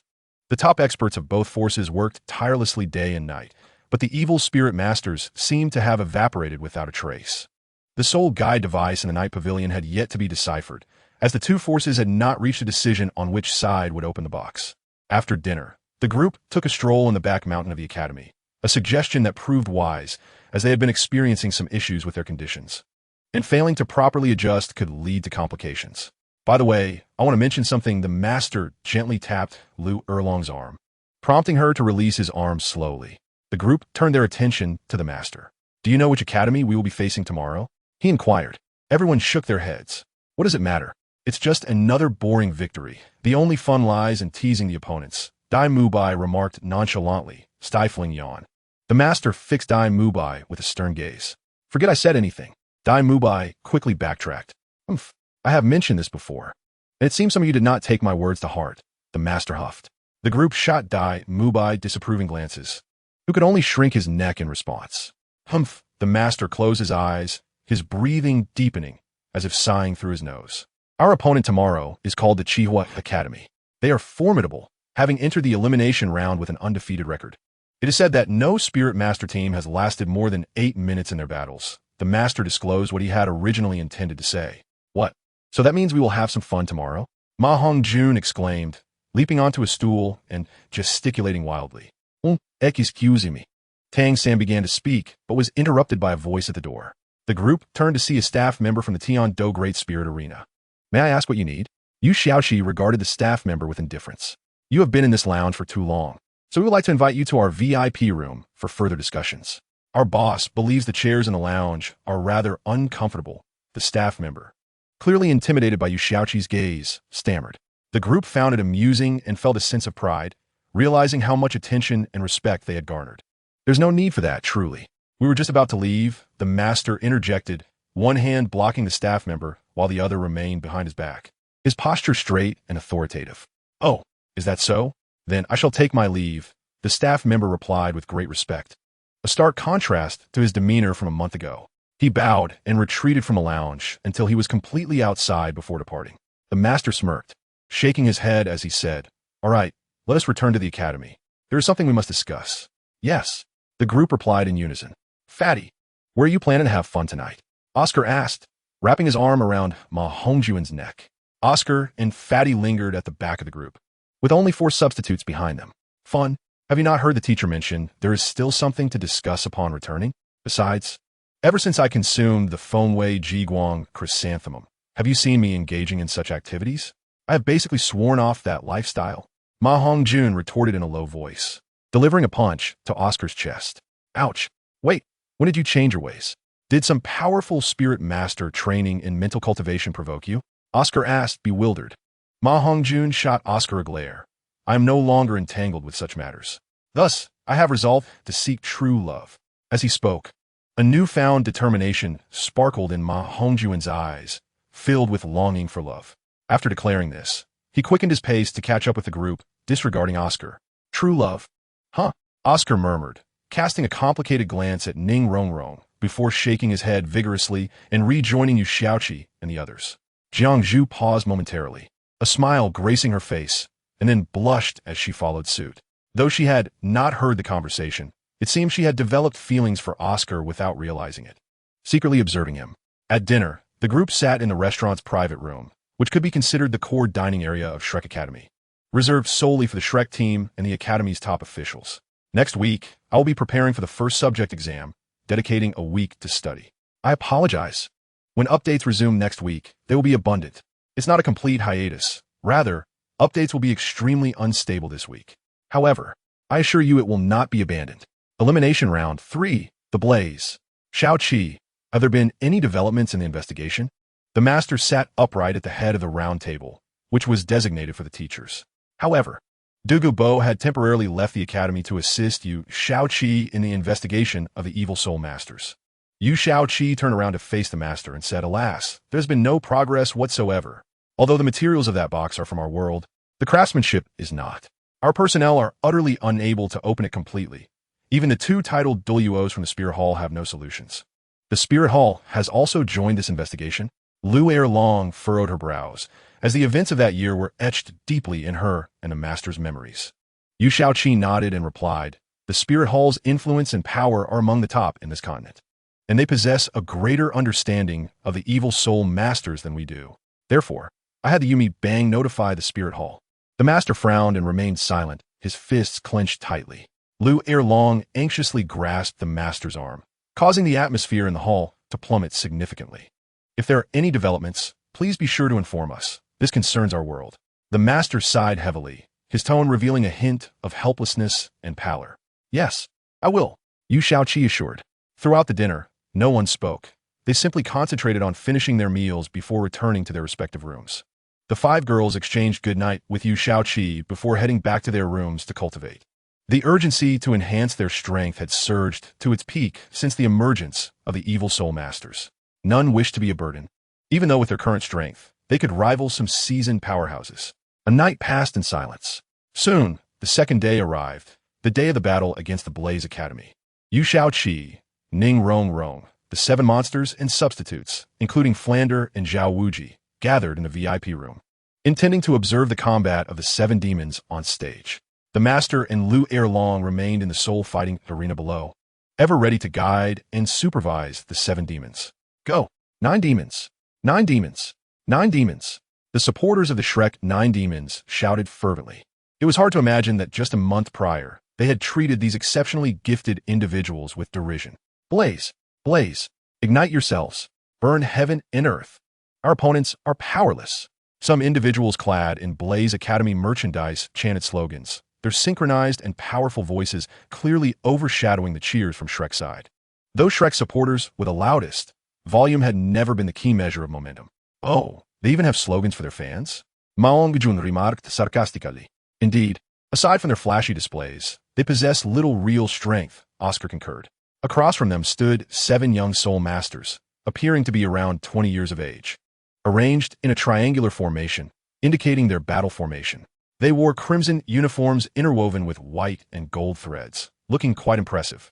The girl in the middle, flanked by 2 burly men, showcased her well-proportioned figure, making the uniform appear even more attractive, exuding charisma and beauty. Is that so? What else do you have to say aside from your ranks? The girl positioned between the 2 robust, male, soul masters remarked. Xiao Wu, what is there to discuss with them? They are nothing but talent-dependent mediocrity, the leader declared. He was not particularly handsome, indeed quite ordinary, yet his eyes sparkled with fervor, and his broad shoulders complemented the uniform, creating an imposing presence. This individual was none other than Huo Wuxuang, the captain of Blaze Academy. He was a level 42 assault-type battle soul master, with a martial soul resembling a fire dragon. However, unlike Lu Erlong's fire dragon, which leaned towards dark fire, his was a fierce firestorm dragon, embodying explosive power. In this round of preliminaries, he was widely recognized as one of the top 3 in direct combat, with Yu Shaoqi ranked first and Dai Mubai second. He was the indisputable main attacker for Blaze Academy, showcasing formidable strength. Behind Huo Wuxuang stood another assault-type soul master with a martial soul of a fire leopard, lacking any distinctive features. 2 individuals further back bore cold expressions and strikingly similar appearances. They were twins. One was named Huiyun, the other Huayu, both possessing a martial soul of a fire crane, classifying them as agile attack-type fire soul masters. Their soul power both reached 39 levels, merely a step away from 40. The final trio consisted of 2 men and 1 woman. The 2 male soul masters were tall and robust, exuding an intimidating aura. At first glance, one might assume they were assault-type soul masters, yet in reality, they were support-type soul masters with a hint of attack capability. This clearly illustrated a crucial point. One should never judge a soul master's attributes by their appearance. Their martial souls were remarkably identical, both named Huoxing, which indeed was peculiar. Central to this duo was the only female member of the Blaze Academy team, Xiao Wu, with her dark red hair and school uniform. She resembled a flame capable of melting any man's heart. She was a fire control soul master, with a uniquely distinctive martial soul known as Huaying. Despite their opponent's strength appearing rather average compared to theirs, this team configuration could stand out among any previous year's contenders.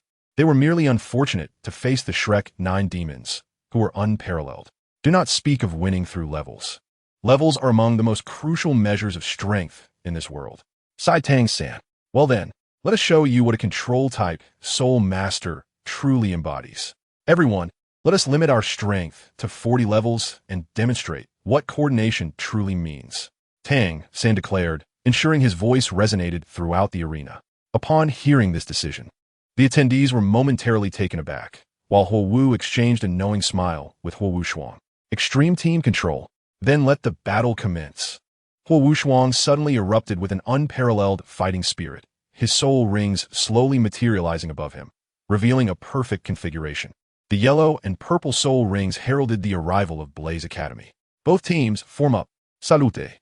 The referee approached the center of both teams, prompting Huo Wuxuang to retract his soul rings, awkwardly smiling as he led Blaze Academy to the center of the battle stage. The 14 participants stood in 2 lines and bowed to one another. Dai Mubai locked eyes with Huo Wuxuang, while Tang San's gaze naturally met Huo Wu's. Before the match even began, the tension was palpable as the scent of gunpowder filled the air between their locked stares. Huo Wuxuang glared at Dai Mubai, their gazes colliding fiercely as he solemnly declared, "Since you dare to suppress your soul power, then this match shall be your end." Dai Mubai remarked calmly, "In the presence of true strength, all schemes and tricks of the opponent become mere jests. I find joy in this, as I have just witnessed a farce, which elevates my spirits." Thus, your defeat shall not be excessively humiliating. Huowu Shuang, with a clenched fist, forced a smile before relaxing and shifting his gaze to Tang San, stating, if your control-type Soul Master is not of the plan element, you might stand a chance. However, under the current circumstances, I advise you to forfeit to avoid an embarrassing defeat. Dai Mu Bai scoffed silently, regarding Huowu Shuang as one would a fool, amusingly aware that he had taken the matter seriously. He spoke the truth. Plant-type Soul Masters are inherently countered by Fire-type Soul Masters, and their team comprises solely of Fire-type configurations. Nevertheless, both Tang San and he are Soul Kings. Even if their strength is suppressed, what does it matter? They are capable of battling beyond their level. Even if their soul power is restricted to the 40th level, they can still vanquish a Soul King of the 50th level. Thus, the notion of suppression merely serves to boost the opponent's confidence. You may unleash your martial spirits. The referee's voice resounded again, and in an instant, the center stage was illuminated once more. The vibrant glow of soul rings filled the arena, undeniably showcasing the optimal soul ring combinations from both sides. In terms of the quantity of soul rings, the Shrek 7 Devils overwhelmingly dominated their opponents, as even the weakest among them boasted a level of 49. What does a team battle entail? It is the collective. Minor discrepancies in levels can never alter the outcome of the competition. Once the 7 Devils restricted their soul power to the 40th level, their levels aligned closely with those of the Qihua Academy, which explains the latter's inflated confidence. Dai Mu Bai's gaze fell upon a tall beauty among their opponents. For reasons unknown, Huowu exuded an enigmatic aura. Despite her perpetual smile, her presence was remarkably reserved. And even Tang San's Zji Tong could not easily discern what this female soul master concealed. As the martial spirits ascended, an invisible pressure pressed against each other like two colossal walls. As the referee signaled, both sides swiftly resumed their familiar combat formations. Qihua Academy maintained a triangular battle formation, while Shrek Academy positioned Dai Mu Bai, Ma Hongjun, and Xiao Wu at the front, with Tang San, Zhu Zhuqing, and Meng Yiran in the center, and Oscar at the rear. Judging by their formations, Qihua Academy appeared more aggressive, whereas the Shrek 7 Devils adopted a relatively conservative stance. Begin. With the referee's command, both teams sprang into action simultaneously. Dai Mu Bai stepped forward suddenly, causing the entire arena to tremble beneath him. Xiao Wu followed closely, charging at the opponent with tremendous force, while Ma Hongjun remained stationary, exhaling a line of phoenix flames to shield his companions. At their waists, slender yet resilient blue-silver grass emerged. Boom! At that moment, flames erupted from the enemy ranks, engulfing half the arena in a scorching glow. The 7 members of Qihua Academy simultaneously unleashed their flames, with the first soul rings radiating dazzling light. Their 2 auxiliary soul masters emitted sparks, causing countless red motes in the air to coalesce around them, rapidly enlarging and swirling above the heads of the 7. Huowu Shuang, alongside another strong attack-type soul master, boldly charged forward, and a resonating dragon roar erupted from his mouth. Flames enveloped his body, faintly taking on a dragon's form, as his martial spirit manifested, causing him to swell in size, with a layer of scorching dark scales covering his skin. Ah, this match promises to be exhilarating. Yu Shaoqi remarked from the VIP room, carefully feeding Ning Rongrong a soul grape. Delightful. Another soul grape, please. Ning Rongrong relished the treat, her face alight with excitement, not solely for the grape itself, but because it was peeled and offered by Yu Shaoqi, transforming the experience entirely. All right, come on. Open wide, Yu Shaoqi said, peeling another grape with a smile to feed Ning Rongrong. Flender and Zhao Wujia observed the battle below in silence, their expressions darkened. Meanwhile, Qihua Academy's 2 agile attack-type soul masters, Huiyun and Huiyu, flanked the battlefield, each releasing a pair of dazzling wings from their backs. Although they did not ascend, they glided forward in a peculiar manner, targeting Tang San, who stood at the center of the formation. The remaining members of Qihua Academy reacted swiftly, evading Ma Hongjun's phoenix flames without retaliating, clearly having prepared well. As the brilliant sparks coalesced in the air, they swiftly infused into their comrades, intensifying the flames emanating from the Qihua Academy members. Undoubtedly, this was a team exhibiting remarkable synergy, establishing their advantage right from the onset of the match. On the battlefield, only 3 individuals remained inactive: Tang San and Meng Yiran from Shrek Academy, and the control-type soul master Huowu from Qihua Academy. Meng Yiran remained still, as the opponents had yet to enter her attack range, and she could not recklessly break formation to strike. Tang San, meanwhile, locked eyes with Wu Wu, neither party making a move. Zhu Zhuqing and Meng Yuran simultaneously darted to the side, confronting the two agile attack-type Soul Masters. Simultaneously, the clash at the front erupted with a thunderous impact. Dai Mu Bai and Huo Wushuang unleashed their second soul abilities, producing a resounding explosion, causing Huo Wushuang to stagger back 6 steps while Dai Mu Bai remained unfazed. Both martial spirits were immensely powerful. However, Dai Mu Bai's original soul power was superior, and despite the suppression, he effortlessly gained the upper hand over Huo Wushuang. Yet, Dai Mu Bai was not without his own concerns. His tiger palms bore traces of fire, emitting a hint of charred scent. Although it posed no real threat, it certainly marred his appearance. Huo Wushuang, visibly disgruntled by being pushed back, bellowed defiantly and charged forward again without using a soul technique, intent on colliding with Dai Mu Bai. He was determined to defend his ranking and uphold his dignity. The misfortune befell another strong attack-type soul master from Qihua Academy, who faced Ma Hongjun and Xiao Wu. Ma Hongjun's martial spirit was the evil fire phoenix, capable of forcing the strong attack-type soul master to concede without needing to engage closely, especially with Xiao Wu's unpredictable prowess alongside him. Consequently, this strong attack-type soul master was swiftly eliminated by the combined efforts of the two. Oh, the 8 Demoness! The 8 Demoness! The 8 Demoness! Many male soul masters enthusiastically shouted Xiao Wu's title, causing her cheeks to flush slightly. The 4 Demon Kings! The 4 Demon Kings! The 4 Demon Kings! The 4 Demon Kings! Some shouted in support of Ma Hongjun, but their cheers paled in comparison to those for Xiao Wu. Unfortunately, the pudgy figure of Ma Hongjun did not lend itself to popularity unless he transformed, leading to his less favorable reception. Huo Wushuang's expression shifted dramatically as he collided once more with Dai Mu Bai, seeking refuge within his team. The situation had turned unfavorable for them, compelling a temporary retreat in search of a strategy. This contest, devoid of suspense, nonetheless, took everyone by surprise, as the Qihua Academy had not only met expectations, but also exceeded them. They had presumed that even if the 7 formidable entities on the field limited their power to level 40, victory would be effortlessly attained. However, the unfolding circumstances clearly defied all anticipation. Thinking of escaping? Dream on. Dai Mu Bai discerned Huo Wushuang's intent, propelling himself forcefully against the ground, his claws lunging toward Huo Wushuang. In that instant, the true might of Qihua Academy was laid bare. The sparks of fire, initially distributed evenly among the other 5 combatants, suddenly accelerated as Dai Mu Bai's claws approached Huo Wushuang, converging upon him with a fierce intensity. In a flash, a circle of golden-red energy erupted just as Dai Mu Bai's claws were about to make contact, sending him reeling, while Huo Wushuang seized the moment to return to his team. Though Dai Mu Bai emerged unscathed, Huo Wushuang had deftly resolved his predicament. He exchanged a glance with his 2 fellow fire spirit masters, receiving their affirmation before charging toward Dai Mu Bai. Both their attack power and speed surged dramatically, bolstered by the infusion of fire sparks. What an exceptional support control. Mused Yu Xiaoqi from the VIP section, her eyes narrowing with intrigue.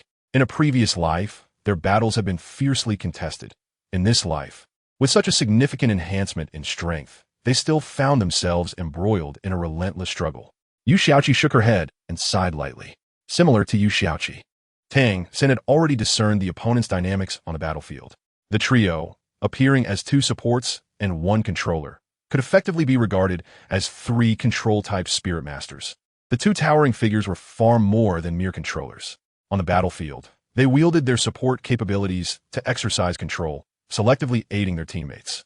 In a certain sense, their approach mirrored that of Ning Rongrong from the Shrek 7 Devils. While their martial souls may not possess the extraordinary versatility of the 9-treasure glazed tile pagoda, assisting one individual with both of their powers undoubtedly amplified that person's strength significantly in a short span. This was precisely why, despite losing one of their 2 assault-type spirit masters, their team remained formidable, retaining the strongest among them. Recognizing this, Tang San sprang into action. As he initiated his mental command, the blue-silver grass retracted sharply. Dai Mu Bai, Xiao Wu, and Zhu Zhuqing retreated simultaneously, moving in unison under Tang San's precise guidance. Although Dai Mu Bai and Huo Wushuang could be considered evenly matched had Dai Mubai's true strength only been that of a mere soul master in the 40s. It might have indeed been a fair contest. Yet in their previous life, Dai Mubai emerged victoriously, albeit with great difficulty. Huo Wushuang had been relentlessly pursuing Dai Mubai until he sensed something amiss. Dai Mubai was retreating too swiftly. By the time Huo Wushuang came to this realization, he found himself ensnared within a triangular formation formed by Dai Mubai, Xiao Wu, and Zhu Zhuqing, sealing off all avenues of escape. This tactic was rarely employed, as the Shrek Seven Devils typically overwhelmed their opponents with sheer force, rarely necessitating strategy. However, now that an opportunity presented itself, they were determined to apply the tactics honed in training.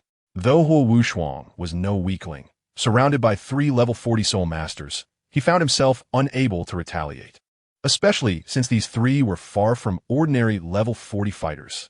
Dai Mubai and his companions understood Tang San's intent, retreating without hesitation to unleash his 3rd soul skill, White Tiger Diamond Transformation. Instantly, his white fur radiated a golden brilliance. Though his body was retracting, his aura surged powerfully.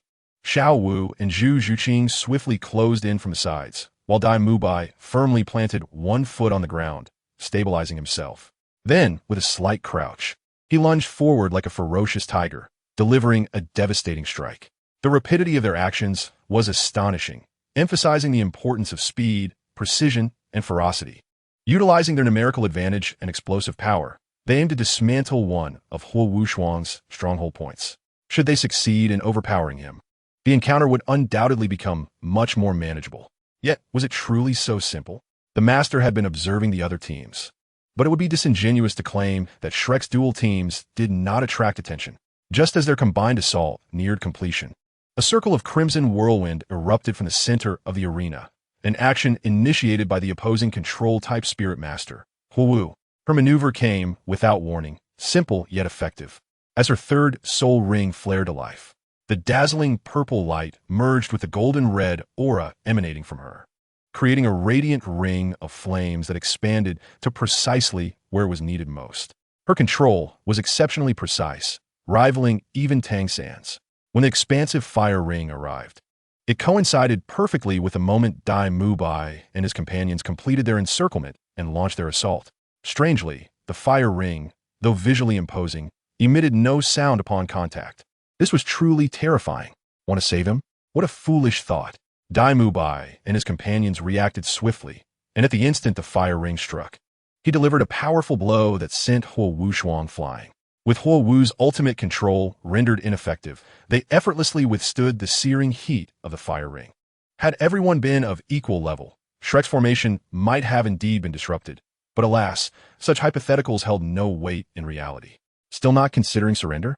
Dai Mubai crossed his arms, exuding an air of arrogance as he faced Huo Wu. Surrender?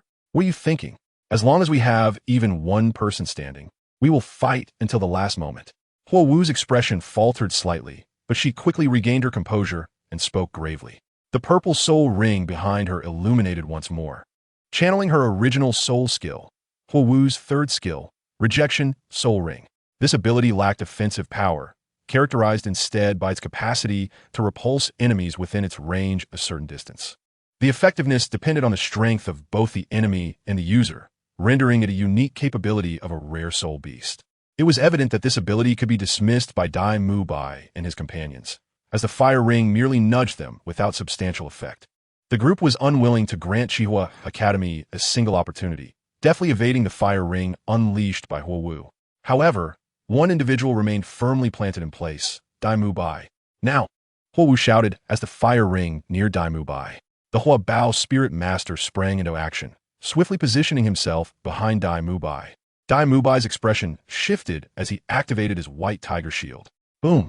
The fire ring struck first, but was effectively blocked by Dai Mubai's protective barrier. While the Hua Bao spirit master's attack proved fruitless, the Hua Bao spirit master's countenance changed as he attempted to make a hasty exit from the battlefield. So you think you can leave? Tang San smiled faintly, his fingers beckoning subtly. For strands of lawn, Yin Chao swiftly ensnared the wrists and ankles of the Hua Bao soul master. Creak! The Hua Bao soul master struggled mightily, yet discovered that the Lan Yin Chao was far more resilient than he had anticipated. Hua Xing! Huo Wu cried out in desperation. The two auxiliary soul masters from the Chihua Academy reacted promptly. The sparks in the air multiplied exponentially, doubling from 1 to 2, and then quadrupling in an instant, surging towards the four individuals. The dazzling fireballs rained down like a meteor shower, the scorching flames trapping Dai Mubai and his companions in place. Huo Wu furrowed her brow. Her physique bore some resemblance to Xiao Wu's, but was notably more voluptuous. If one were to rank the beauty of female soul masters in this competition, she would undoubtedly place within the top 5, albeit with many ties. If others gazed upon her, Huo Wu would assume they were enamored with her beauty.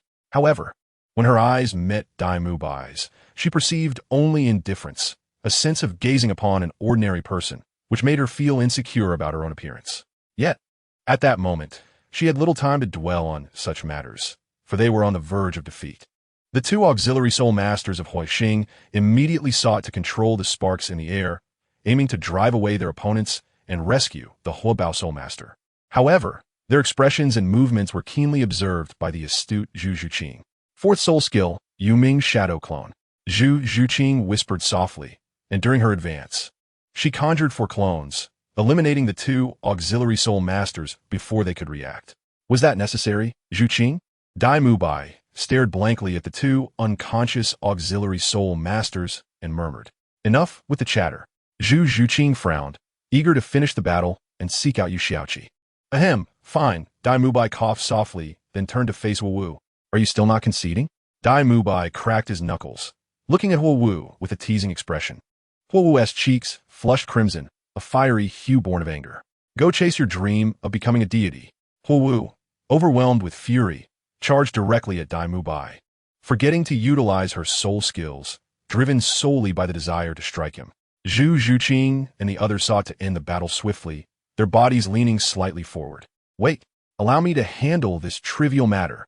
Dai Mubai quickly halted Zhu Zhuqing and the others, as he beheld the furious Huo Wu approaching. A wicked smile crept across his face, and he vanished from his position. Where are you? Come out, you old tiger. Huo Wu, enraged at Dai Mubai's disappearance, nearly exploded in place. My dear lady, are you searching for me? A seductive yet gentle voice whispered in Huo Wu's ear, sending shivers down her spine and causing her body to weaken momentarily. Nevertheless, Huo Wu steeled herself against this sensation and turned to strike Dai Mubai with her elbow. Smack! Dai Mubai anticipated Huo Wu's intention, swiftly blocking the attack and forcibly pulling her into his embrace. Oh, still wishing to resist? What is this? TSK. Quite a delightful softness. Dai Mubai was about to speak further when he suddenly realized what he was gripping and promptly released Huo Wu. I'm so sorry. I didn't mean it. Dai Mubai's face turned crimson as he waved his hands in apology. Tang San and the others silently covered their faces, unwilling to witness more, while Yu Xiaoqi observed the unfolding drama with great interest, leisurely munching on a soul melon seed. The entire audience fell into a stunned silence, staring blankly at the scene on stage. In a different section of the VIP area, a man clenched his fists. What do you think you are? Old tiger. I will kill you. Huo Wu's body suddenly erupted with an unmatched speed and power, and with a single punch, she struck Dai Mubai in the chest. Boom! The formidable Xia Mubai, a soul king, was sent flying by a mere soul master of only level 40. What is happening? Dai Mubai closed his eyes helplessly in midair, blood trickling from his lips before he succumbed to unconsciousness. Huo Wu gazed at the fallen Dai Mubai with a sinister smile, then turned her gaze menacingly towards Tang San and the others. Tang San swallowed hard. He well understood the dangers posed by an angry woman, as did Yu Xiaoqi. And of course, they had to add in a master. Huo Wu's fixed stare bore into Tang San and his companions, and they maintained that intense eye contact for nearly a minute. I concede. Huo Wu finally spoke, and with that, she walked down from the battle stage with unwavering resolve. Phew! Tang San exhaled in relief, wiping the cold sweat from his forehead. Are you so afraid of her? A chilling voice echoed behind Tang San, causing his hair to stand on end. Turning around, he found Meng Yiran smiling at him, though it was not a pleasant smile. The last time Meng Yiran had smiled like that, Tang San had ended up with a large bruise on his waist. Ahem, let us go check on Dai Lauda. Oscar pulled the eager onlooker Fatty away, not looking back. Oh, 9 demons. 9 demons. 9 demons. The audience, having witnessed this dramatic turn of events, finally reacted, showering thunderous applause upon the 7 demons on stage. The names of the Shrek 9 demons and Shrek 7 monsters were firmly established. It could be said that all soul masters across the continent had learned of Shrek Academy's 2 extraordinarily formidable teams, exceedingly beautiful and even more powerful. After the match, Yu Xiaoqi, along with Ning Rongrong and the 4 substitutes, went to greet the 7 contestants who had just finished their battle. The master called everyone into the rest area, but this time he intended to keep it brief, simply briefing them on the opponent they would face the next day. I have long admired the illustrious name of the Shrek 9 demons. May I come in? Just as the master was about to deliver a crucial point, he was interrupted by an untimely voice, prompting him to furrow his brow. If the newcomer was a fan of Shrek, the master was the first to be skeptical. If one truly admired them, why interrupt while he was speaking? This was likely an uninvited guest. Very well, the master replied nonchalantly. Out of courtesy and good nature, the master chose not to pursue the matter further, wishing to observe what this uninvited guest had to offer. Upon recognizing the visitor, Yu Xiaoqi was somewhat taken aback. Was this not Feng Xiaotian, the captain of the Shenfeng Academy? What was he doing here? Surely, he had not come to cause trouble? Yu Xiaoqi's mind raced, deducing that he was likely there to confront Dai Mubai, given the latter's accidental interference with his romantic pursuits. Greetings everyone, I am Feng Xiaotian, captain of the Shenfeng Academy's Shenfeng team. Feng Xiaotian greeted with a smile and a bow. What do you want? Do we know you? Xiao Wu retorted, displeased that the master had been interrupted mid-sentence, as she was eager to play happily with Yu Xiaoqi afterward. Feng Xiaotian, already struggling to suppress his anger, found his expression darkening further at her words. Is this how Shrek Academy conducts itself? Feng Xiaotian scoffed. Xiao Wu felt a flush of embarrassment. He was not entirely incorrect. This is indeed how we at Shrek Academy handle matters. Yu Xiaoqi stood up, his height having reached 1.8 meters, slightly surpassing Feng Xiaoyan. The other members of Shrek Academy also rose, and the atmosphere instantly grew tense.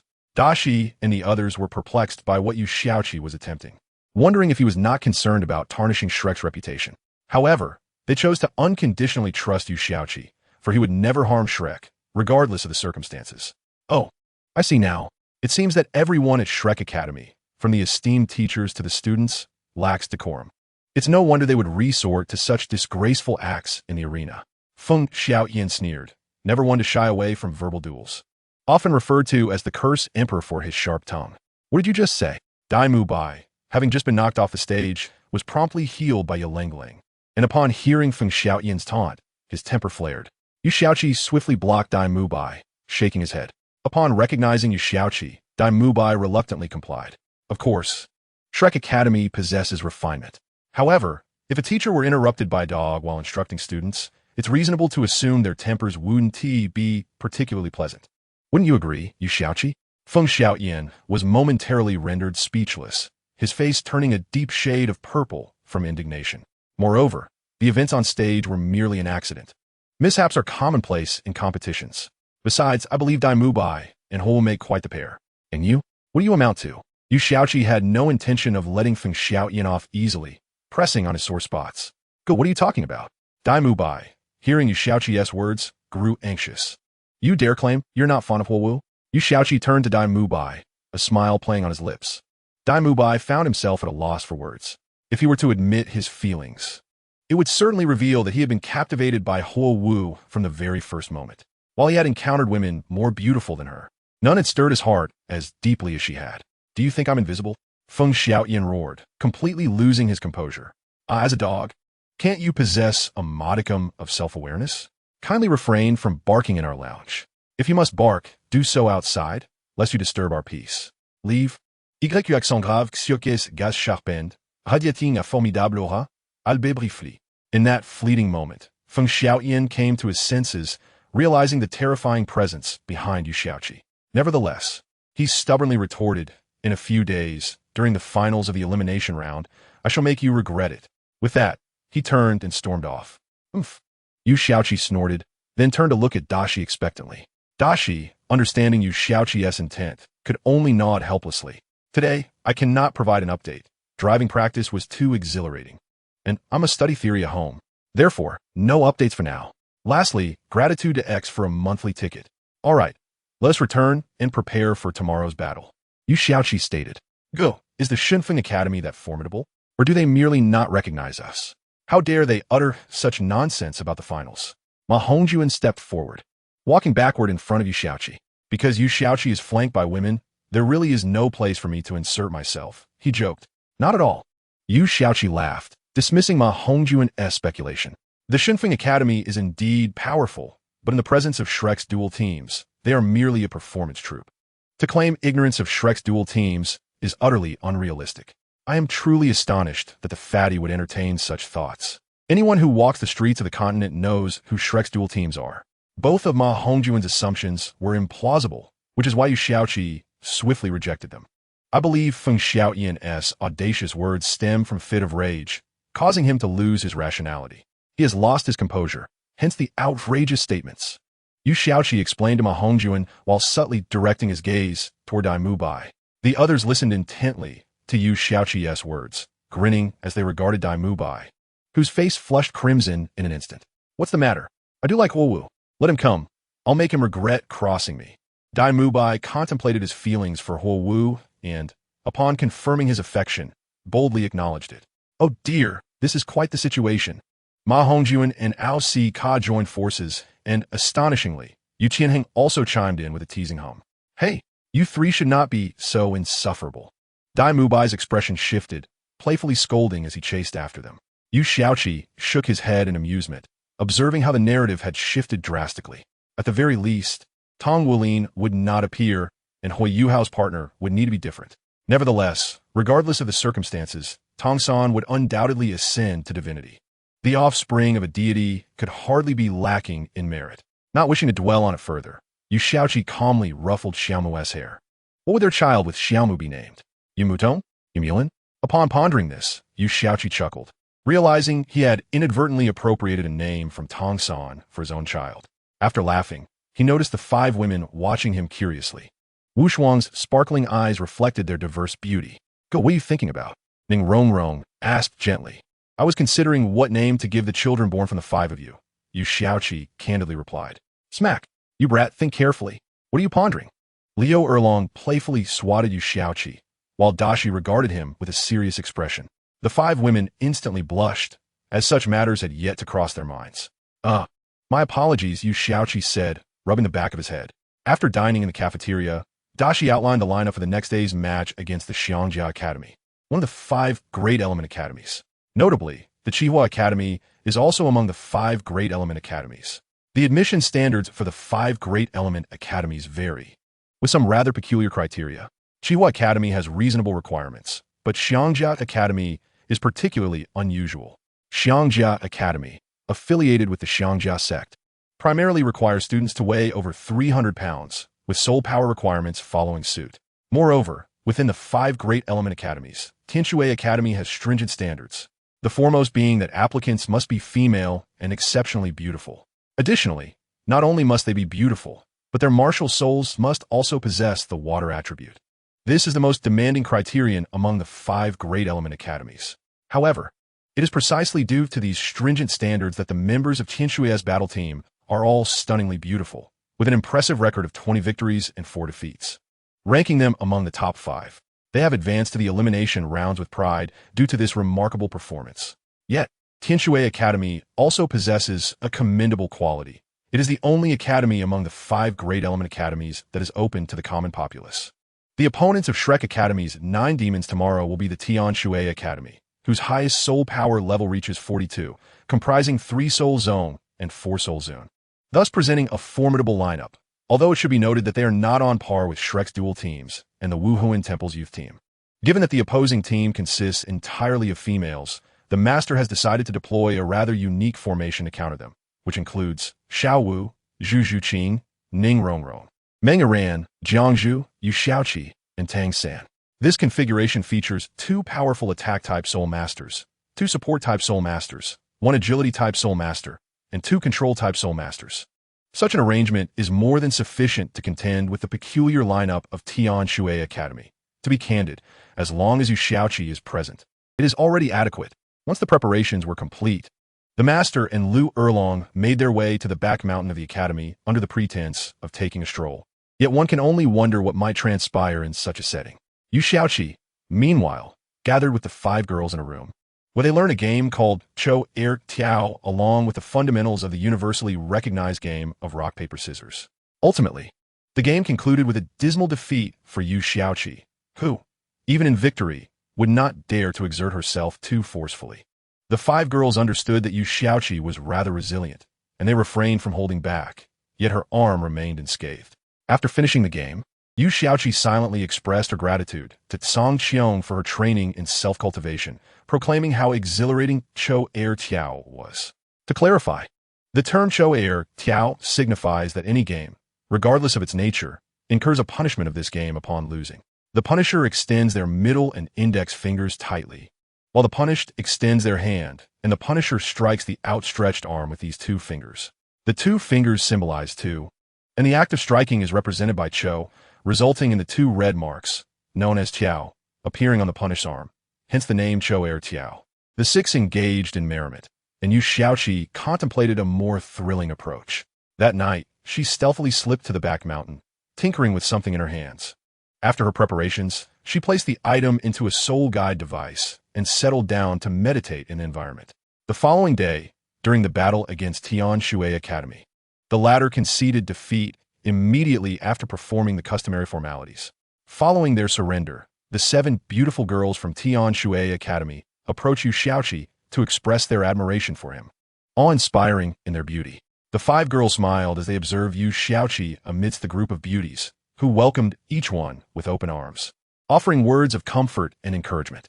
Afterward, Yu Xiaoqi approached the 5 girls, inquiring about their unusual expressions. "What's wrong? You all appear rather unsettled."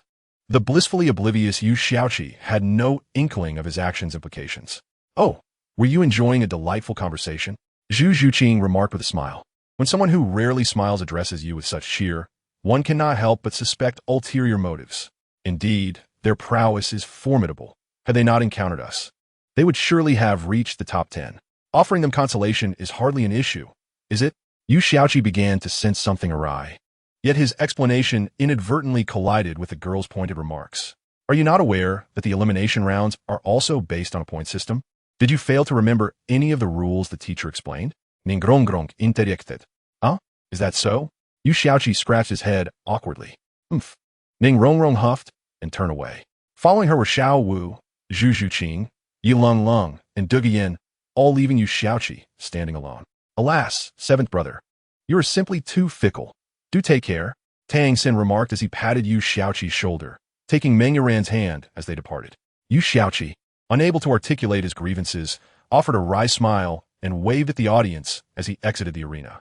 The next day, the match against Shun Feng Academy loomed, and after deliberating on the lineup, the master set forth a requirement. Each participant could only utilize their soul skills twice to eliminate their opponents, undoubtedly heightening the emphasis on the importance of soul skills, ensuring they would not be used recklessly. However, Yu Xiaoqi believed he only required a single soul skill to eliminate the opposition. The master, seemingly recalling something, added that Yu Xiaoqi could only employ skills ranked below the 3rd level, meaning he was restricted to his 1st and 2nd soul skills. This undoubtedly increased the challenge of the match, but even with this added difficulty, it merely shifted from novice to simple difficulty.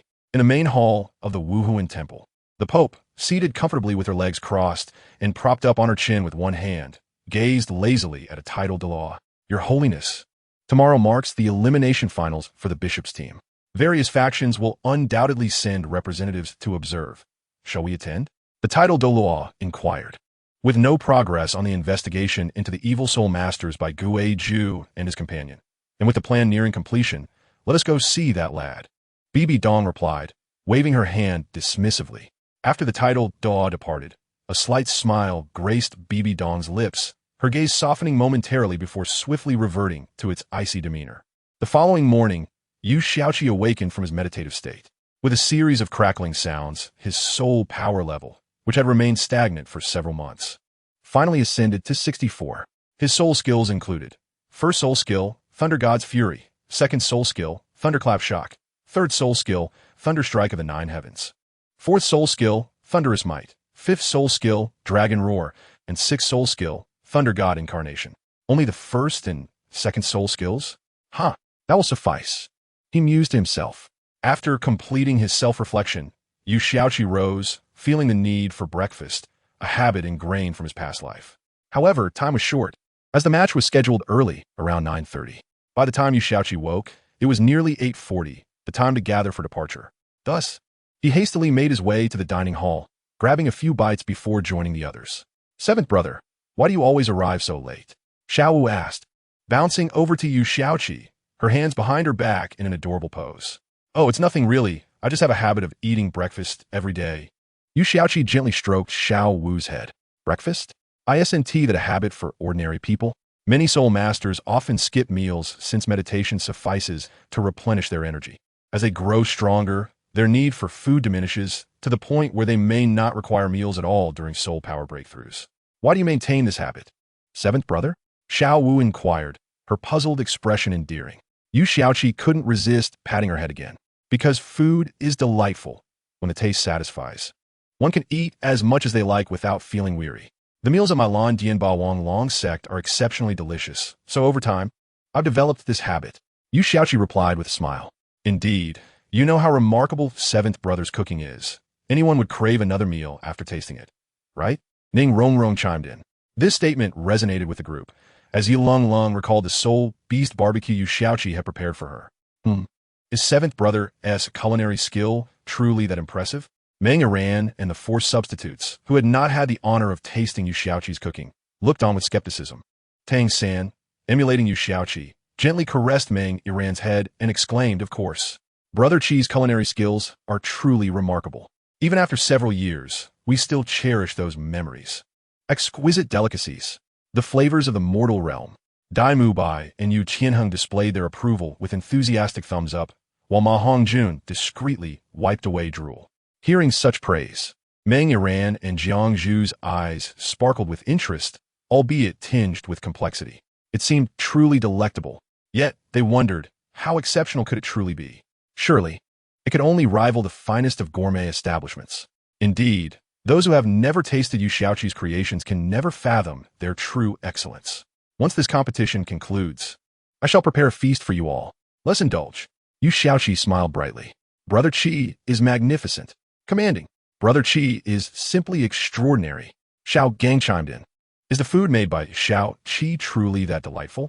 Lu Erlong inquired softly, having spent only a brief time in the sect and never having tasted its offerings. The master tenderly placed a hand on Lu Erlong's head, assuring her their descriptions failed to adequately convey even a fraction of the culinary marvels Xiao Qi has crafted. Lu Erlong blushed instantly. It had been long since the master had shown her such affectionate gestures. She had always taken the initiative. Yet, where did this inexplicable sense of order originate? Tian Gofeng, Xiaotian interjected. Enough of this display of affection. I can tolerate it, but you too, Xiao Gang and Erlong. What is the meaning of this? Are you bullying me because I lack a girlfriend? Flander remarked with a frown, yet everyone understood he was jesting, and laughter ensued. As they conversed and laughed, they finally arrived at the Tiando Great Spirit Arena. After Yu Tianheng and others motivated the group, they departed without further ado, as time was indeed of the essence, and they had arrived rather late. Upon entering the competition corridor, Yu Xiaoqi stood at the entrance, perfectly positioned to observe the location of the Shinfeng team. Why is Huowu over there? She appears particularly upset. Yu Xiaoqi's gaze fixated on Huowu, who was glaring coldly at Feng Xiaotian, while he wore a broad smile, seemingly engaged in light-hearted conversation. However, his expression revealed nothing more than a sycophant's demeanor. How strange. She shows no interest in you, yet you act as if you were oblivious, resembling a fool. Esteemed viewers, you would never guess what I have discovered on my list. The competition commentator exclaimed excitedly. What have you seen to elicit such astonishment? Came the incredulous response. The commentator's lack of discernment was evident. What could possibly be more shocking than the appearance of the great demon god in competition? Exactly, the audience chimed in, still somewhat groggy, as they had anticipated cheering for the Shrek team upon their entrance, not expecting an interactive commentary. We lack the energy for this. Our enthusiasm is reserved for the Shrek 9 monsters.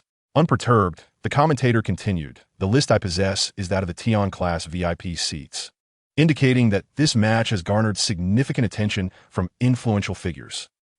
Influential figures are present? Who are they? Speak swiftly. The audience's curiosity was piqued. Recalling the frequent appearances of Yu Lumian, Ning Fengji, Dugu Shui Qinghe, and Shui Yi. Who else could it be? Dear friends, let us extend our most fervent applause and cheers as we welcome His Holiness, the Pope of the Spirit Hall. The commentator announced. This had clearly been a prearranged script, intended to curry favor with the Spirit Hall. After all, which faction would dare to disregard Bibi Dong? Even the Blue Lightning Tyrant Dragon Clan must show her respect, let alone the modest Tiando City Great Spirit Arena. Those in attendance primarily comprised affluent nobles and well-to-do commoners, beneficiaries of the Spirit Hall's patronage, thus fostering a strong affinity for the institution. The audience responded with the most fervent cheers to honor Bibi Dong, granting her the respect befitting the Pope of the Spirit Hall. Bibi Dong remained aloof, raising her hand to silence the crowd. I am pleased to see that the quality of soul masters on this continent is ever increasing.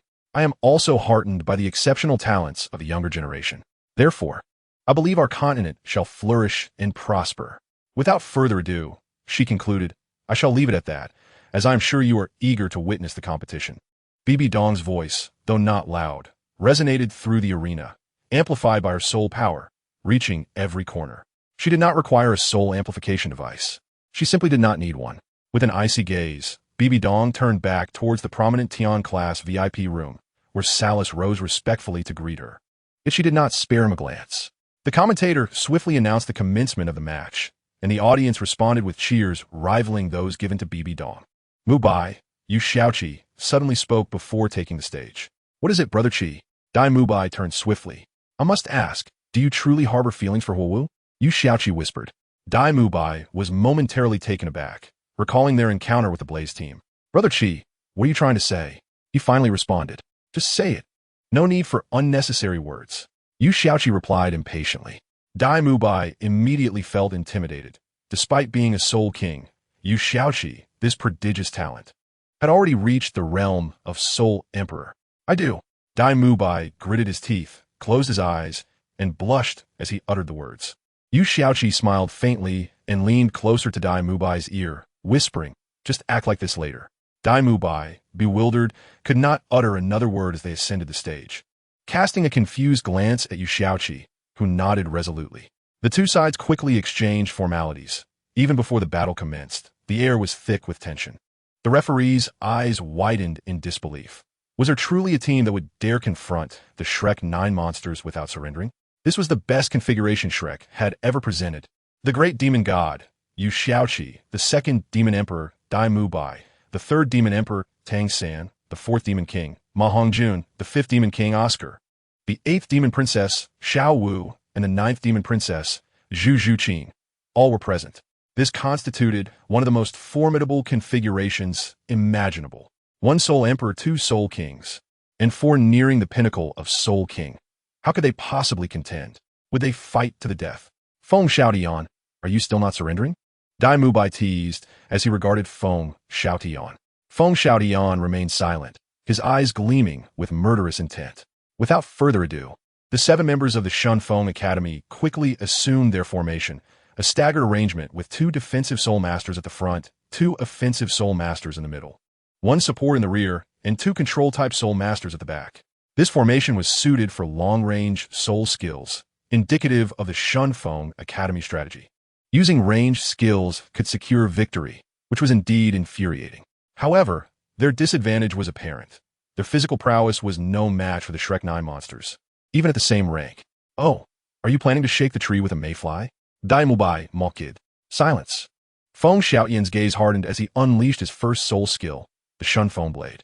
The air currents in the sky rapidly coalesced until they formed a colossal blade, at which point they halted. With a swift motion, Feng Xiaotian hurled it towards Dai Mubai. May I inquire about something? Do you have an affection for Huowu? He asked, effortlessly dodging the attack. Of course I do, Dai Mubai responded, though he was perplexed by the intent behind Feng Xiaotian's query. With a devilish grin, Dai Mubai leaped down from the arena amidst the astonished gazes of the crowd, making his way to Huowu.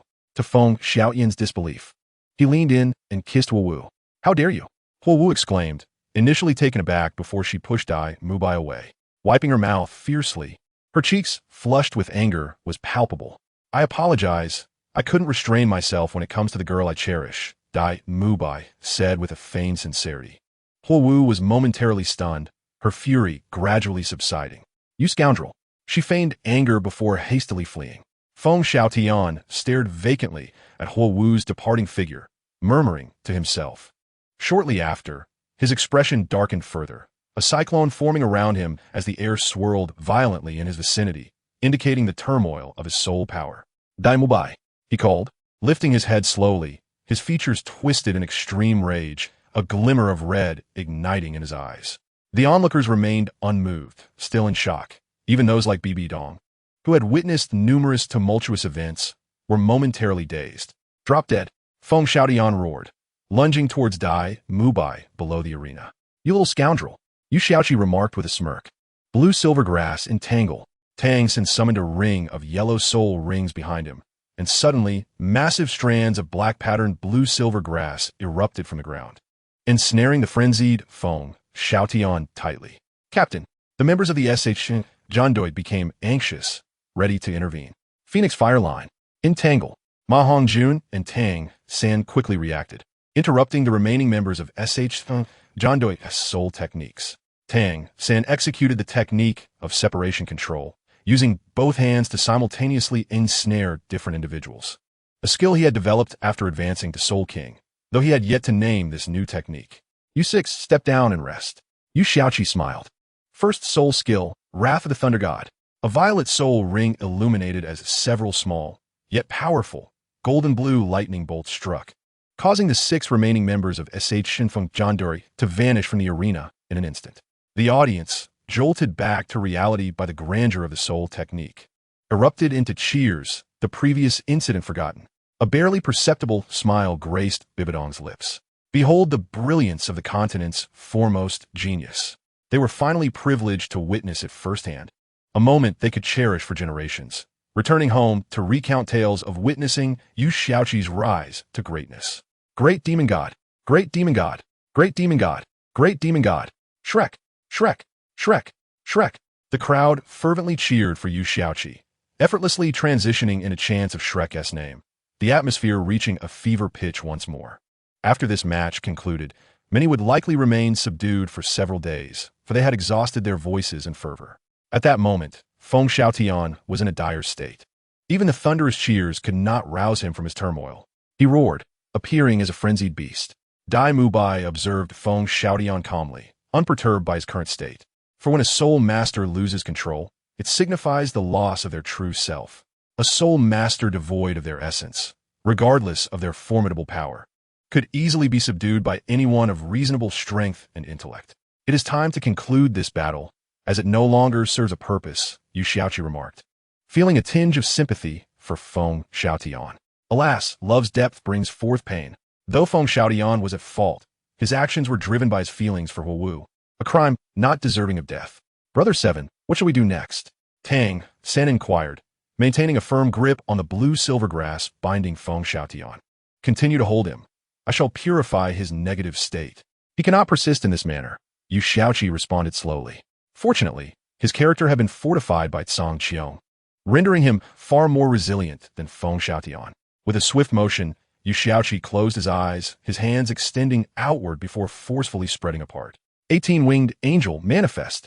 A divine aura enveloped the expansive Tian Do Great Soul arena, golden motes of light swirling throughout every corner. "Is this his angel martial soul?" Bibi Dong mused, touching one of the floating lights, sensing its divine essence. "Divine. It seems beneficial for cultivation growth." Bibi Dong was taken aback. Even as a formidable title Dalu at level 99, she could sense a rise in her own cultivation, albeit minuscule. Had it not been for her immense level allowing her to scan her body thoroughly, she would have remained unaware of the light's effect. The entire assembly entered a state of tranquility, a profound meditative state where cultivation flourished most rapidly, although achieving such a state was exceedingly difficult, typically accessible only to prodigious talents. Yu Xiaoqi gradually opened his eyes, his gaze radiating with dual golden-blue brilliance. With a flick of his hand towards Feng Xiaotian, the motes of light converged rapidly upon him. This was a colossal arena capable of accommodating 80,000 spectators. To fill such a vast space with light points was a testament to an extraordinary martial soul, Bibi Dong thought. Soon, Feng Xiaotian's body emanated golden light, and he fell silent, succumbing to unconsciousness. In less than a moment, the light points vanished, and Yu Xiaoqi retracted his angel martial soul. Yu Xiaoqi's eyes dimmed, his vision fading as he began to collapse. Brother 7, Tang San was the first to react, using the blue silver grass to gently support Yu Xiaoqi. The others swiftly joined, surrounding Yu Xiaoqi. Bibi Dong furrowed her brow, concern etched on her face. Sajins observed Bibidong's expressions with keen interest, a subtle smile gradually forming on his lips. The scene spiraled out of control as Yu Xiaoqi weakly gazed at Xiao Wu and the others, subsequently closing his eyes with a faint smile. Tang San felt a tremor in his heart. The grand spectacle Yu Xiaoqi had created earlier must have taken a tremendous toll on his body. The Shrek 7 devils were unaware that Yu Xiaoqi had similarly performed extraordinary feats at the Tiando Royal Academy, making their wild conjectures entirely understandable. Ningrongrong, with a quivering nose, gently cradled Yu Xiaoqi's hand. Zhu Zhuqing, however, fought back tears that threatened to spill, turning away from the competition arena. The members of the Xinfeng team, initially focused on assessing Feng Xiaoyan's condition, noticed a woman approaching them. Indeed, it was Zhu Zhuqing. Hand over Feng Xiaoyan. Zhu Zhuqing's voice trembled as she spoke, yet she managed to suppress her tears. What do you intend to do? We cannot surrender our captain. A man stepped forward, standing resolutely beside Feng Xiaoyan, effectively obstructing Zhu Zhuqing's gaze. Soon after, the other 5 members also positioned themselves beside Feng Xiaoyan. Yet, Zhu Zhuqing appeared oblivious to the presence of these 6 individuals, steadily advancing with a swaying gait, as though she might collapse at any moment. Memories flickered in her mind, and a smile involuntarily graced her lips, though it appeared unsettling to the 6 members of the Xinfeng team. The referee finally sensed something amiss and swiftly moved in front of Zhu Zhuqing. Please do not advance any further. The referee extended his hand in an attempt to halt her progress. Zhu Zhuqing, however, seemed to be deaf to his words, continuing her advance. Please do not move forward. The referee implored, his brow furrowing. He dared not provoke Shrek, yet this was his duty. Finally, Zhu Zhuqing snapped back to reality, halting her steps, but directing a frigid gaze at the referee. The referee felt a shiver run through him, but quickly regained his composure, reminding himself that he was a Soul Emperor and had no reason to fear a mere student, one who was not even a Soul King. In the next moment, the referee's expression shifted to one of horror as he swiftly vacated his previous position. With a resounding crash, the spot where he had stood was engulfed in debris. It's Zhu Zhuqing. How had the Soul sect grown so formidable? The referee had no time to ponder this and rapidly assumed a combat stance. The other members of Shrek were likewise drawn to the thunderous sound. Zhuqing, Xiao Wu, and Ning Rongrong's expressions changed drastically as they hurried towards the battleground. Zhuqing, calm down, Xiao Wu called out. Hearing the familiar voice, Zhu Zhuqing's attention was momentarily diverted, and she turned to face Xiao Wu, though her expression was as cold as that of a stranger. Xiao Wu felt a shiver run down her spine at Zhu Zhuqing's gaze. What had happened to her? Calm down. My brother sacrificed his life to save someone like that. How can you expect me to be calm? I was so wrong about you. Zhu Zhuqing retorted, disregarding Xiao Wu. Yoming Bai Zhao. With that, Zhu Zhuqing vanished in an instant. The referee, momentarily taken aback, wondered how the Soul Sect could possess a speed so elusive even to him. Suddenly, he felt a fierce gust of wind rush past his ear. He reacted swiftly, turning to charge towards Feng Xiaoyan. Third soul skill, Yixing Huanying. The referee's gaze sharpened, and in the blink of an eye, Feng Xiaoyan's figure had swapped places with that of the referee. The referee had no time to contemplate further. He quickly retrieved a sturdy iron shield from his storage soul guide to block Zhu Zhuqing's Yoming Bai Zhao.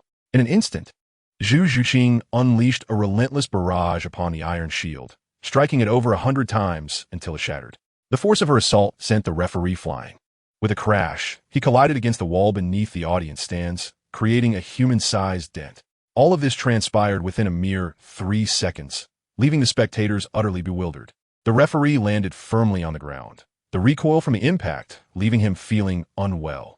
If you continue like this, I will resort to coercive measures, he declared, wiping the blood from his mouth. What just happened? Why did the 9 Demons Princess attack the referee? A spectator with slightly better strength remarked, can't you see? The 9 Demons Princess aimed to strike at the captain of the Xinfeng team, but for some reason, the position of the captain has swapped with that of the referee. Another spectator, more informed, explained That is the referee's sole skill, designed to handle situations like this. The others around him suddenly realized the truth. Get out of my way or perish, Zhu Zhuqing coldly declared, her martial soul manifesting behind her. Just as it seemed Zhu Zhuqing was on the brink of committing a grave mistake, Bibi Dong finally intervened. In the blink of an eye, Bibi Dong appeared before Zhu Zhuqing, having descended from the VIP section. Enough, cease this at once. Bibi Dong commanded with authority. Cease? How can I possibly do that? Endure the pain and accept my brother's death, Zhu Zhuqing retorted, refusing to be intimidated, her voice laced with cold defiance. You dare to be insolent? With a resounding slap, Sakins arrived on the scene and struck Zhu Zhuqing's back. Zhu Zhuqing was sent flying, landing directly in front of the Shrek team. Zhuqing, Xiao Wu rushed forward, helping Zhu Zhuqing up from the ground. In the VIP section, this is bad. Something is about to happen, Flinder exclaimed in shock. Move. We must provide support, Yu Qianheng commanded coldly. No one from Shrek can be harmed. Bibi Dong frowned and inquired, what are you doing? Sakins hesitated for a moment before kneeling down, cold sweat pouring from his brow. That woman spoke disrespectfully to His Holiness the Pope. I merely sought to discipline her. The atmosphere in the arena plummeted to a freezing point. The 9 demons, I will ensure you receive a satisfactory resolution, Bibi Dong asserted. The 7 monsters and Flinder, along with Qin Ming, quickly arrived on the scene. Yi Lingling swiftly treated Zhu Zhuqing before hastening to Yu Xiaoqi's side to provide care. The Shrek team remained silent. Their primary concern was the safety of Yu Xiaoqi and Zhu Zhuqing, leaving other matters to be addressed later. Bibi Dong was not in a hurry, merely standing by as she awaited the actions of the Shrek group. My brother has not perished. He has merely exhausted his soul power and fainted. Xiaowao, bring forth your recovery sausages. Yi Lingling instructed rapidly.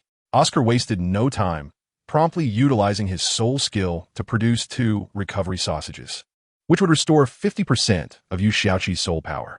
Then you may as well perish. Coughing, Yu Xiaoqi finally regained consciousness, thanks to Yi Lingling and Oscar, as well as his own robust physique. Brother, Xiao Wu exclaimed, rushing to him and leaping onto his abdomen. Cough, Xiao Wu, could you please get off? Yu Xiaoqi gasped, nearly overwhelmed by the sudden weight. It was not that Yu Xiaoqi's physical form was inadequate, but rather that his abdomen had been compressed. Upon hearing this, Xiao Wu hastily stood aside, while Ning Rongrong and Yi Lingling each supported Yu Xiaoqi. What transpired? Why did you all come up here? Why is the Pope also present? After rising to his feet, Yu Xiaoqi swiftly cast a glance at the competition arena. Xiao Wu exchanged glances with Ning Rongrong, silently inquiring about Zhu Zhuqing, who merely shook her head. No, we cannot disclose anything to you, Xiao Wu stated. What on earth is happening? Yu Xiaoqi's expression darkened as he noticed the considerable amount of dust on Zhu Zhuqing's attire, which had not been present before his fainting spell. Coupled with the signs of battle, it was evident that Zhu Zhuqing had engaged in a confrontation. Allow me to enlighten you, Bai Dong spoke slowly. Please proceed. Yu Xiaoqi responded without a bow, though Bai Dong seemed unfazed. She recounted the events in detail, and upon hearing that Sa Jinsi had attacked Zhu Zhuqing, a surge of formidable malice emanated from Yu Xiaoqi. I leave Sa Jinsi in your hands. Dispose of him as you see fit, Bai Dong remarked coldly, and with that, she vanished without a trace, leaving no one aware of her whereabouts. Cough, cough. Now we ask our esteemed audience to exit in an orderly manner. Please do not rush, the commentator announced swiftly after receiving word. This was no longer within their realm of influence, yet they had no inclination to remain, fully aware of the impending events.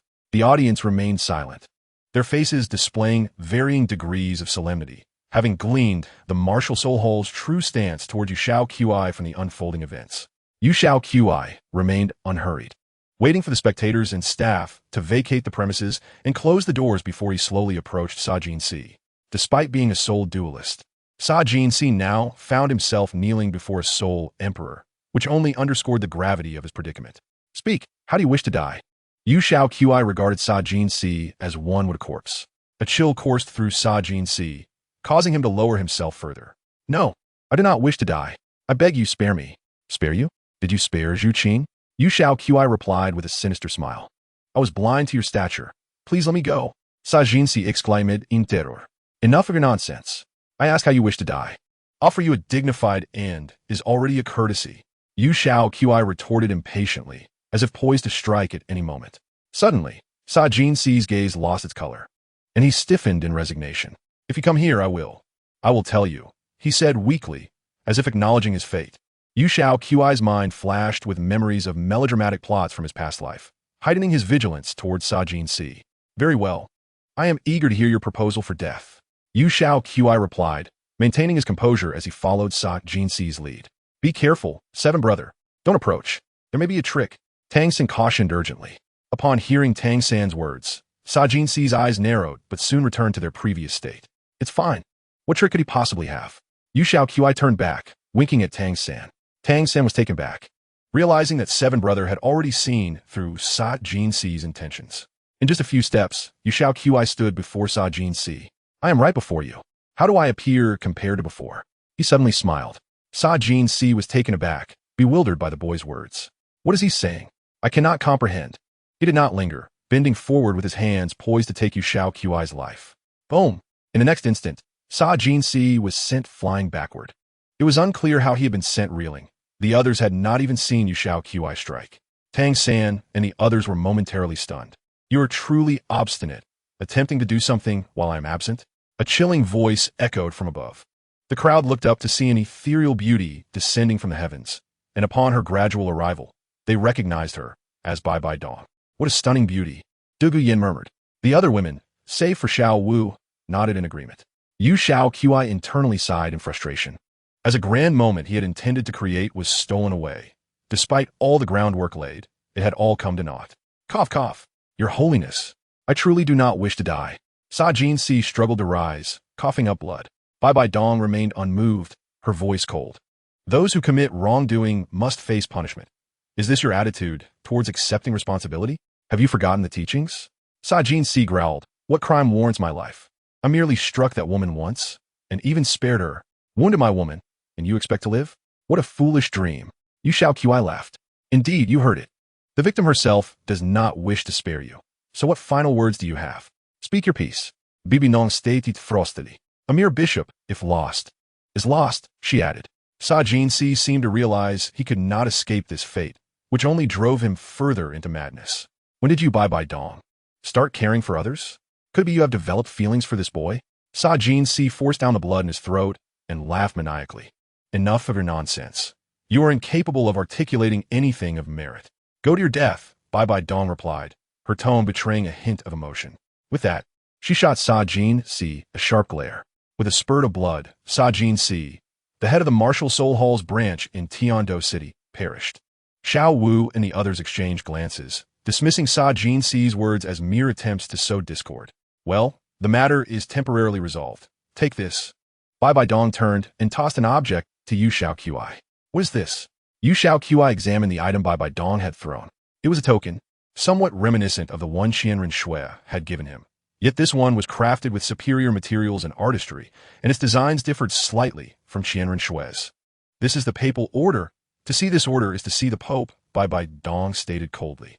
The crowd exchanged puzzled glances. Questioning Bibi Dong's intentions towards Yu Qi. With that, Bai Bai Dong departed with her entourage, leaving no opportunity for Yu Qi to inquire. Is Bai Bai Dong and Qianren Shui openly vying for my favor? Yu Qi thought bitterly, cautiously storing the papal order in his storage ring. Oh, you value it so highly? A similarly icy voice spoke from behind him. Yu Qi turned to find the 5 women regarding him with cold gazes, clearly envious. How could that be? I would never dare cherish anything given to me by another woman. I cherish you all far too much. Yu Qi hastily denied. He slowly approached Zhu Qing, gazing at her with gentle eyes as his hand tenderly caressed her face. Fool, please do not act so impulsively in the future, all right? Yu Qi spoke softly. Zhu Qing stood there, momentarily taken aback by the gaze of Yu Qi, her face flushing a deep crimson, reminiscent of a ripe apple. Zhu Qing replied in a voice as delicate as a whisper. Meanwhile, Xiao Wu and Ning Rongrong hesitated nearby, reluctant to approach. After you graduate, come to the Wuhuan Palace with the Pope's decree. A voice suddenly echoed in Yu Xiaoqi's mind. It was Bibi Dong's soul power transmission, audible only to him. Yet, on the surface, Yu Xiaoqi remained composed, continuing to gaze at Zhu Qing until he eventually turned to the 4 girls. Xiao Wu, Rongrong, what troubles you? Upon reaching their side, Yu Xiaoqi immediately sensed their unease. It's nothing, Ning Rongrong averted her gaze, turning her head aside. In truth, they had committed no error. Their concern and sorrow merely bound them to Yu Xiaoqi's side. What fault could there be in that? It was simply a manifestation of their personalities. Are you truly certain there's nothing amiss? The more Ning Rongrong insisted, the more Yu Xiaoqi became convinced that something was indeed troubling them. But what could it be? All right, let us discuss this at the academy later. The upcoming competition deserves our attention more than anything else. The master interjected, his tone grave. Tomorrow's opponent? The group squinted, curious about what adversary could evoke such seriousness from the master. As soon as the battle concluded, the gates of the Tiando Great Soul Arena swung open, allowing Shrek Academy to exit. On their way back, Yu Xiaoqi cast numerous glances at Xiao Wu and Ning Rongrong, but the two either averted their eyes or feigned conversation.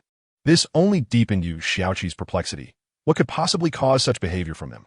Upon returning to the academy, the master promptly summoned Lu Erlong to convene a meeting in the conference hall, attended exclusively by the members of Shrek's dual teams, with mandatory attendance for all. Even Dugu Bo was present, while Meng Xinji remained behind to guard the teaching hall. The conference hall was remarkably structured, comparable to some of the finest modern architecture. It was a standalone hall, somewhat larger than an independent library, divided into two levels. The outer layer housed extensive materials and numerous tables and chairs for students to study and discuss. The inner layer constituted the main conference area, capable of accommodating up to 10,000 students. The design was exceptionally scientific, featuring a circular layout, with a podium at the center where speakers stood, surrounded by a well-organized arrangement of tables and chairs, akin to those used by judges. The outer structure resembled an inverted half-oval cap, with tables and bookshelves arranged around the interior, complemented by a massive glass wall offering views of the outside scenery. This hall was situated within the educational building encircling the playground, providing a view of both the playground and the nearby forest, marking it as one of Shrek Academy's signature buildings. Given the rapid development of Shrek Academy, it would not be long before expansion became necessary. Brother, who are we facing tomorrow? Is it really essential to gather us in the conference hall? Yu Xiaoqi's thoughts were preoccupied with Xiao Wu and Ning Rongrong, causing him to feel a sense of urgency. The master spoke solemnly.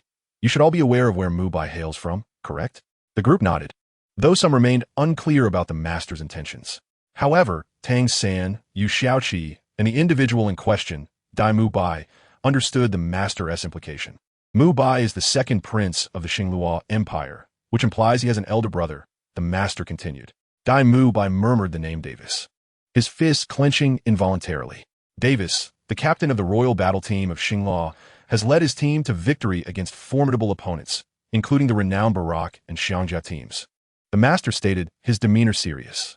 Dugu Bo nodded gravely, furrowing his brow in earnest contemplation, his demeanor suggesting he was quite familiar with the subject. Yu Xiaoqi shot him a glance of exasperation. As a titled Dalu, Dugu Bo had undoubtedly observed all of Yu Xiaoqi's actions, and now he glared back, brandishing a fist in a mock display of intimidation. Additionally, there was another member of the royal battle team, capable of executing a martial soul fusion technique with Davis. And she was Zhu Zhuqing's elder sister, Zhu Jian. The master frowned. Both Zhu Zhuqing and Dai Mu Bai appeared visibly troubled. Their families had a long-standing tradition of arranged marriages, where if a father bore two sons, the younger would face the elder in a duel at the age of 25, with the survivor inheriting the emperor's title and the legacy of the Holy King. Naturally, the Yoming-Baihu lineage was exclusive to Dai Mu Bai, while the Yoming-Ling Mao lineage was confined to Zhu Zhuqing. Thus, the competition tomorrow could be viewed as a prelude to a life-and-death duel. However, since Yu Xiaoqi began his association with Zhu Zhuqing, he had shattered their so-called traditions. There is nothing more agonizing in this world than the thought of killing one's own kin. Yet, Zhu Zhuqing and Dai Mu Bai were now confronted with this very dilemma. They faced a future where they either had to kill each other at 25 or be buried beneath the earth. Regardless of the outcome, it would be an excruciating ordeal for both. Rest assured, we will not lose, Tang San stated earnestly, placing a reassuring hand on Dai Mu Bai's shoulder. Xiao Wu and Ning Rongrong sat beside Zhu Zhuqing, each on either side, choosing to comfort her in this moment of distress.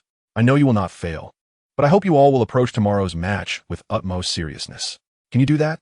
The master regarded the 20 individuals before him with a sense of satisfaction, yet maintained his stoic expression. Yu Xiaoqi turned to the rear row of seats, addressing Zhu Zhuqing. Zhuqing, I suppose I have also defied your family's rules now. Haven't I? A hint of fluctuation crept into Zhu Zhuqing's cold tone as she replied. Yu Xiaoqi feigned contemplation at her response. It's fine, let be broken. After all, such family traditions are hardly necessary. He shrugged nonchalantly, gently caressing Zhu Zhuqing's cheek before turning back. Mubai, Yu Xiaoqi called out to Dai Mubai. Seventh brother? What is it? Dai Mubai responded. What is the legacy of the Holy King? Yu Xiaoqi inquired. He only vaguely recalled that the victor of that duel between the two brothers would not only become the head of the family, but would also attain the legacy of the Holy King. Beyond that, he was entirely unaware of the details. The legacy of the Holy King, Dai Mubai murmured, a bitter smile gracing his lips. In truth, it lacks a definitive concept. Each individual who has inherited the legacy of the Holy King has their own interpretation.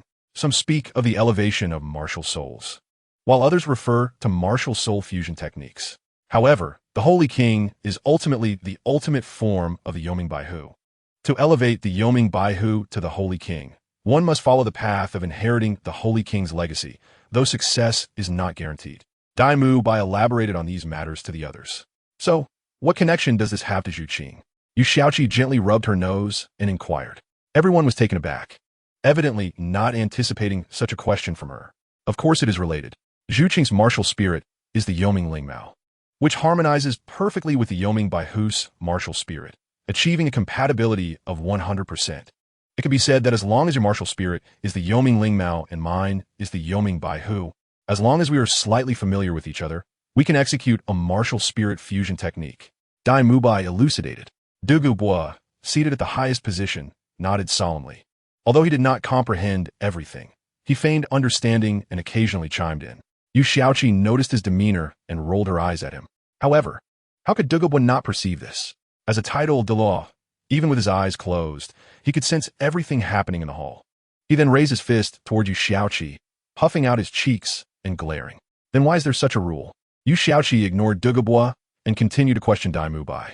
Because in the inheritance of the Holy King, only one person from each of our families can inherit in every generation. And since we almost always have twins born each generation, this rule came into being, Dai Mubai explained with a wry smile. But having this rule does not mean one must kill their own siblings. Yu Xiaoqi was increasingly perplexed. The others nodded solemnly in agreement. Indeed, this has happened before. The victor did not kill the defeated one.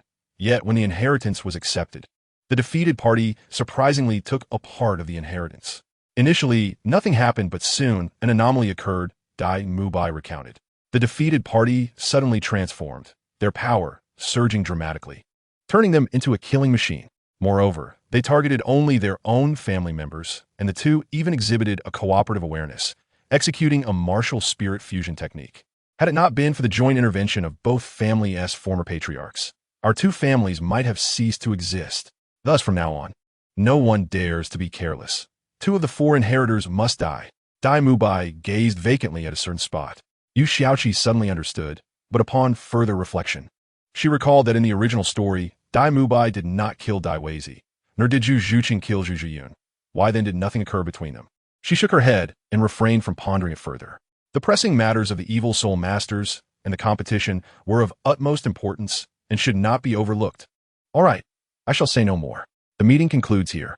Return and rest well. We are dismissed, the master stated, gently waving his hand.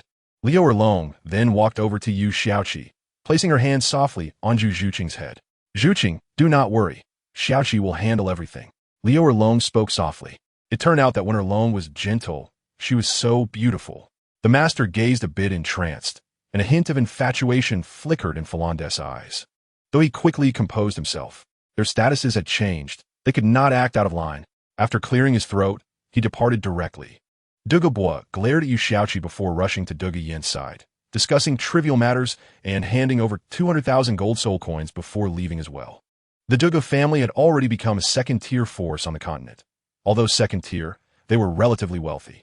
This could be attributed to Tong San, who provided several potion-making lists, the efficacy of which was undeniable, surpassing any potion on this continent. Zhu Zhuqing looked at Liu Erlong, touched, and embraced her affectionately, but quickly released her. Thank you. Teacher Erlong, Zhu Zhuqing said, somewhat embarrassed, striving to make her voice sound normal.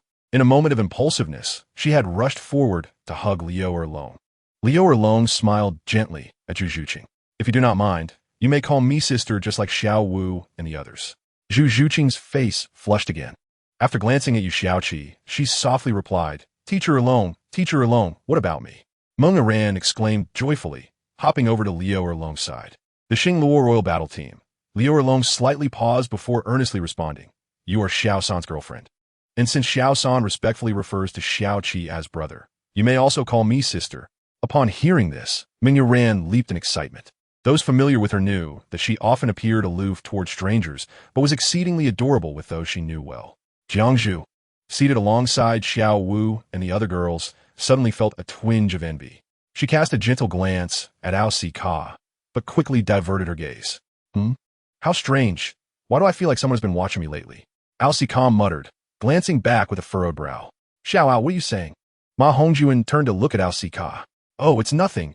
Ao Si Ka quickly waved his hand, revealing his signature smile. Then I shall take my leave. Prepare well and rest. After bidding farewell to everyone, Liu Erlong departed. The others did not leave the building, but instead proceeded to the outer layer to review materials.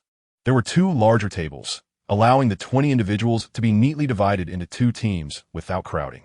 The 5 girls and Yu Xiaoqi sat together, while Tong San and Meng Aran, along with Ao Si Ka and Jiangzhu, formed another table. Dai Mubai and Ma Hongjuan were relegated to the all-male table with Yu Tianheng. This was proposed by Ye Lenglang, but accepted by Yu Xiaoqi, as the other girls had no objections. Ye Lenglang, possessing keen observational skills, had noticed several times how Jiangzhu looked at Ao Si Ka. She realized that Jiangzhu might have developed feelings for Ao Si Ka, but was too shy to speak up, hence the proposal. Ao Si Ka sat beside Jiangzhu, feeling somewhat awkward, while Jiangzhu lowered her head, her face slightly flushed. The master has not assigned the teams for tomorrow's match, so we will likely have to arrange it ourselves, Yu Xiaoqi stated leisurely, glancing occasionally at Ao Si Ka and Jiangzhu. Yes, our 7-man team will also compete. The bye has passed, and tomorrow our opponents will be Tianshui Academy, Yu Tianheng remarked. The distance between the 2 tables was merely 2 meters, allowing for normal conversational volume. Indeed, the female students of Tianshui Academy are quite impressive. I believe you should seize this opportunity, Dai Mubai teased. The group erupted in laughter. How are things between you and that Huowu? Yu Tianheng retorted. Dai Mubai, upon hearing this, smiled wryly and shook his head. I haven't seen her, and I have no idea what she is thinking. I may have caused her some trouble. Hey, how long have you been pursuing her? Do you think that simply revealing your feelings will make her immediately fall for you? Wake up. Ao Si Ka chimed in, looking at Dai Mubai with some disdain. Dai Mubai's expression darkened as he walked up to Ao Si Ka, and under his astonished gaze, he delivered a light smack to Ao Si Ka's forehead. Pang! You! A single dog who hasn't even noticed the budding of love, dare to mock me. Dai Mubai retorted angrily. Yu Xiaoqi observed Jiangzhu's reaction with amusement, though she did so discreetly to avoid detection, conducting a covert investigation instead. The other party's complexion indeed turned a shade of red, and unable to restrain himself, he exclaimed, Dai Lauda, although Xiao Ao is currently a singleton, I believe he has a point. Exactly. Ye Lenglang and the others echoed in agreement. Xiao Wu and Ning Rongrong, however, remained silent in their seats, grappling with the dissonance of their actions. With everyone's comments, Dai Mubai reluctantly returned to his seat.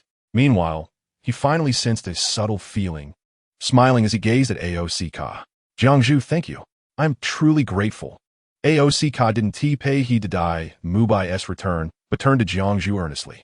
Jiangzhu's face flushed at Ao Si Ka's words as she waved her hand dismissively, saying it's nothing really. Ao Si Ka also began to perceive something, his heart momentarily still. Then he smiled at Jiangzhu, choosing to remain silent thereafter. The atmosphere suddenly quieted, and everyone recognized Jiangzhu's affection for Ao Si Ka. Could it be that Ao Si Ka himself was oblivious to it? Jiangzhu, unable to conceal her disappointment, still returned a smile to Ao Si Ka. The air grew still. Soon, someone broke the silence. So, our lineup for tomorrow's match will be me, Xiao Wu, Rongrong, Zhu Qing, Xiao San, and Mubai. This is fine, right? Yu Xiaoqi inquired. Yes, no problem. I think it's quite all right, the others concurred, acknowledging the seriousness of the lineup as it was the finals. Let's adjust our lineup slightly. Yin, Jia, Lung Jia, Shurimo Yu Shurimo, Jiangzhu, and Yu Feng, Yu Tianheng suggested promptly. This lineup may not be the strongest of the 7 monsters, but it was certainly adequate against Tianshui Academy. Since everything is arranged, let us disperse for now. Everyone should rest well and take tomorrow's match seriously, Yu Shaoqi announced. The group nodded and then departed for their respective homes. Xiao Ao, wait a moment. Yu Shaoqi called out to Ao Si Ka, who was about to leave. I need to have a chat with Xiao Ao first. We'll head out shortly. Yu Shaoqi told the 5 girls. Leading Ao Si Ka to a table situated 5 seats away from the girls, they found a place to sit. Xiaowao, you should be aware of Jiang Zhu's feelings, right? Yu Xiaoqi he market, observing Ao Si Ka's distracted de mianor. Upon hearing this, Ao Si Ka snapped back to attention. I know, but he took a deep breath, unsure of how to articulate his thoughts. Novats, what do you think? Yu Shaoqi pressed. I don't know if I like Jiang Zhu. Ao Si Ka admitted, his eyes tightly shut, resting his hands on his forehead. Yu Shaoqi scrutinized Ao Si Ka's expressions and gestures. Could it be that he secretly harbored feelings for Rongrong, akin to Flinder? However, Yu Shaoqi quickly dismissed this notion, realizing that Ao Si Ka was genuinely troubled by the matter. It's all right, whether you like her or not. Time will reveal the truth. Such matters cannot be rushed. Haven't you said that couples don't just form overnight? Yu Shaoqi stood up and patted Ao Si Ka on the shoulder. Now go rest. Yu Shaoqi walked toward the 5 girls while Ao Si Ka remained at the table. What is wrong with Xiao Ao? Du Guyana Quayod. It's nothing. He just needs some time to himself. Yu Shaoqi responded, casting a deep glance at Ao Si Ka before departing with the 5 girls. I'll be absent for a few days as a significant event has transpired at home. My uncle passed away yesterday. Therefore, I am at my grandmother's house. I apologize. Brothers. At this moment, Ao Si Ka was uncertain about what he truly felt, yet he could affirm that he did not harbor feelings for her, at least not presently. What did you say to Xiao Ao? As soon as they exited the conference hall, Jiang Zhu's voice echoed. She had been waiting there all along. Yu Shaoqi looked at her in surprise and replied, I didn't say much. You need not inquire further, just trust me. Jiang Zhu was momentarily taken aback before smiling and walking away. She had already grasped the gist of the situation and felt no need for further words. Soon, after parting with the girls, Yu Shaoqi returned to his room. The burden on his shoulders remained unrelieved. It was not a time for leisure. The prestigious Advanced Soul Master Academy Elite Tournament, the enmity between the Spirit Hall and Tang Hao and his son, the conflict between Xiao Wu and Bai Bai Dong, and the grievances of the Master with Lu Erlong and Bai Bai Dong. Along with the troubles caused by the evil soul masters were all burdens he could not find a satisfactory solution for, save for the first, which was relatively light. Should they emerge victorious in the finals, it would inevitably draw Bai Bai Dong's attention to Xiao Wu and Tang San, and once the conflict ignited, he, as the intermediary, would find himself in a precarious position. He could not merely stand idly by and watch them fight, could he? Furthermore, once Yu Shaoqi graduated, he would fulfill his promise and join the Spirit Hall, becoming part of the white-clad sect. What then? Would he oppose Tang San? Would he stand against Xiao Wu? Such scenarios were unrealistic, or rather, things Yu Shaoqi wished to avoid. Sighing heavily, he lamented, being a transmigrator is truly arduous. The existence of evil soul masters from outer space. It seemed this Douluo world was not as simple as depicted by Tang Jia Sanshao. Not wishing to dwell further, Yu Shaoqi gently closed his eyes and began to meditate. The night passed in silence. The next day, under the adulation of the crowd, they arrived at the designated independent lounge, specifically provided for the academies participating in the finals to rest and prepare. With half an hour remaining until the match commenced, the audience was already seated in full attendance. Shaoqi, the lineup for the match should be confirmed by now, right? The master stood before everyone in a position visible to all. Yu Shaoqi curled his lips. Yes, it has been finalized. This time, we will make them understand that not just anyone is qualified to challenge our Shrek 7 monsters. It was rare to see Yu Shaoqi take the initiative to speak boldly. If even someone as low-key as Yu Shaoqi felt the need to assert himself, it did not signify the strength of the opponent, but rather his determination to defeat them. Xiao Wu and Ning Rongrong did not echo Yu Shaoqi. As they usually did, they were typically the first to agree with him. Tang San and the others assumed Xiao Wu and Ning Rongrong would respond in kind. So they remained silent. Thus, Yu Shaoqi found himself in an awkward situation, but fortunately, Tang San and the others quickly caught on and began to support Yu Shaoqi, casting puzzled glances at Xiao Wu and Ning Rongrong, who kept their heads down in silence. Furrowing his brow, Yu Shaoqi gently embraced both Xiao Wu and Ning Rongrong. What is the matter with you two? You've been acting off since yesterday. Yu Shaoqi attempted to speak gently. A delicate yet somewhat cold hand rested on Yu Shaoqi's, and upon turning his head, he saw Zhu Zhuqing had arrived. Zhu Zhuqing recounted everything that transpired after Yu Shaoqi fainted the previous day, and by the time she finished, there were merely 30 minutes remaining until the match. Soon, they would have to prepare to enter the competition passage. Yu Shaoqi was momentarily taken aback upon hearing this, his face softening with affection. You two little fools, I won't hold anything against you, nor do I have any reason to, he said tenderly. Yet, the expressions of the two girls remained unchanged. Consider this. If all of you were to create trouble for the opposing side, I would be left without anyone by my side. Each of you possesses your own thoughts and distinct personalities, leading to diverse choices. Would you not agree? Yu Shaoqi remained unperturbed, exuding her gentle demeanor. The two women tilted their heads, lost in contemplation. Suddenly, a series of knocks echoed at the door. Come in, Master instructed. With a creak, the staff from the Tiando Grand Soul Arena entered. Participants from the Shrek 9 Demons, please proceed to the competition passage to prepare for entry. The match is about to commence, the staff stated respectfully before standing at the door, awaiting the group to depart. Silly ones, after the match. I shall go for a meal. Yu Shaoqi turned to the three women and said. The resting rooms for the Shrek 7 monsters and the Shrek 9 demons were separate, as they were two competing teams, thus arrangements were made accordingly. The 7 monsters match was scheduled after theirs, allowing them to wait until the 7 monsters concluded their match. Zhu Zhuqing cast a cold glance aside, pondering why she was included among the silly ones. I do not overthink like Xiao Wu and the others. Let us go. Master led the group directly towards the competition passage. 7th brother, do your best. You must not be careless. The staff had only taken a few steps out with the Shrek 9 demons when they encountered the Shrek 7 monsters, whose resting room was adjacent. They nodded at each other, and Yu Shaoqi firmly clenched her fist towards the 2 women of the 7 monsters. A left turn led to the independent resting rooms for each battle team. The space was vast and extravagantly decorated, yet only 4 teams were provided with these luxurious quarters. The resting rooms were constructed from foam-long iron, an exceptional soundproofing material on this continent, with soft padding made from soul beast hides enhancing the aesthetics. Embedded within the foam-long iron walls were exquisitely crafted true sea pearls, products of the sea soul beast, the true sea clam, each worth a considerable price. Yet merely decorative in this context. The ceiling was adorned with soul guide lights, casting a beautiful, gentle glow upon the true sea pearls, significantly amplifying the ambience of the resting room. Both sides led to the competition passage, featuring spiral staircases that could comfortably accommodate a dozen adults side by side, without crowding. The handrails were crafted from the plant-based soul beast Huang Gui Mu, exhibiting a yellowish-red hue and naturally emitting a soft glow without the need for wax. The carpets were undeniably made from the hides of tusked sheep, renowned for their ability to remain pristine regardless of how dirty one's feet may be. Their texture was exceptionally comfortable, making them one of the finest carpets on the continent. Tomorrow, updates will resume. Once I complete everything today, I will have time to update. I apologize for the worry and the wait. The announcement continued as the crowd followed the staff down the staircase into the competition passage. Even before entering, the enthusiasm of the audience was palpable. Most were fervently chanting the names of the Shrek 9 demons, with a few voices supporting the Xingluo Royal Academy.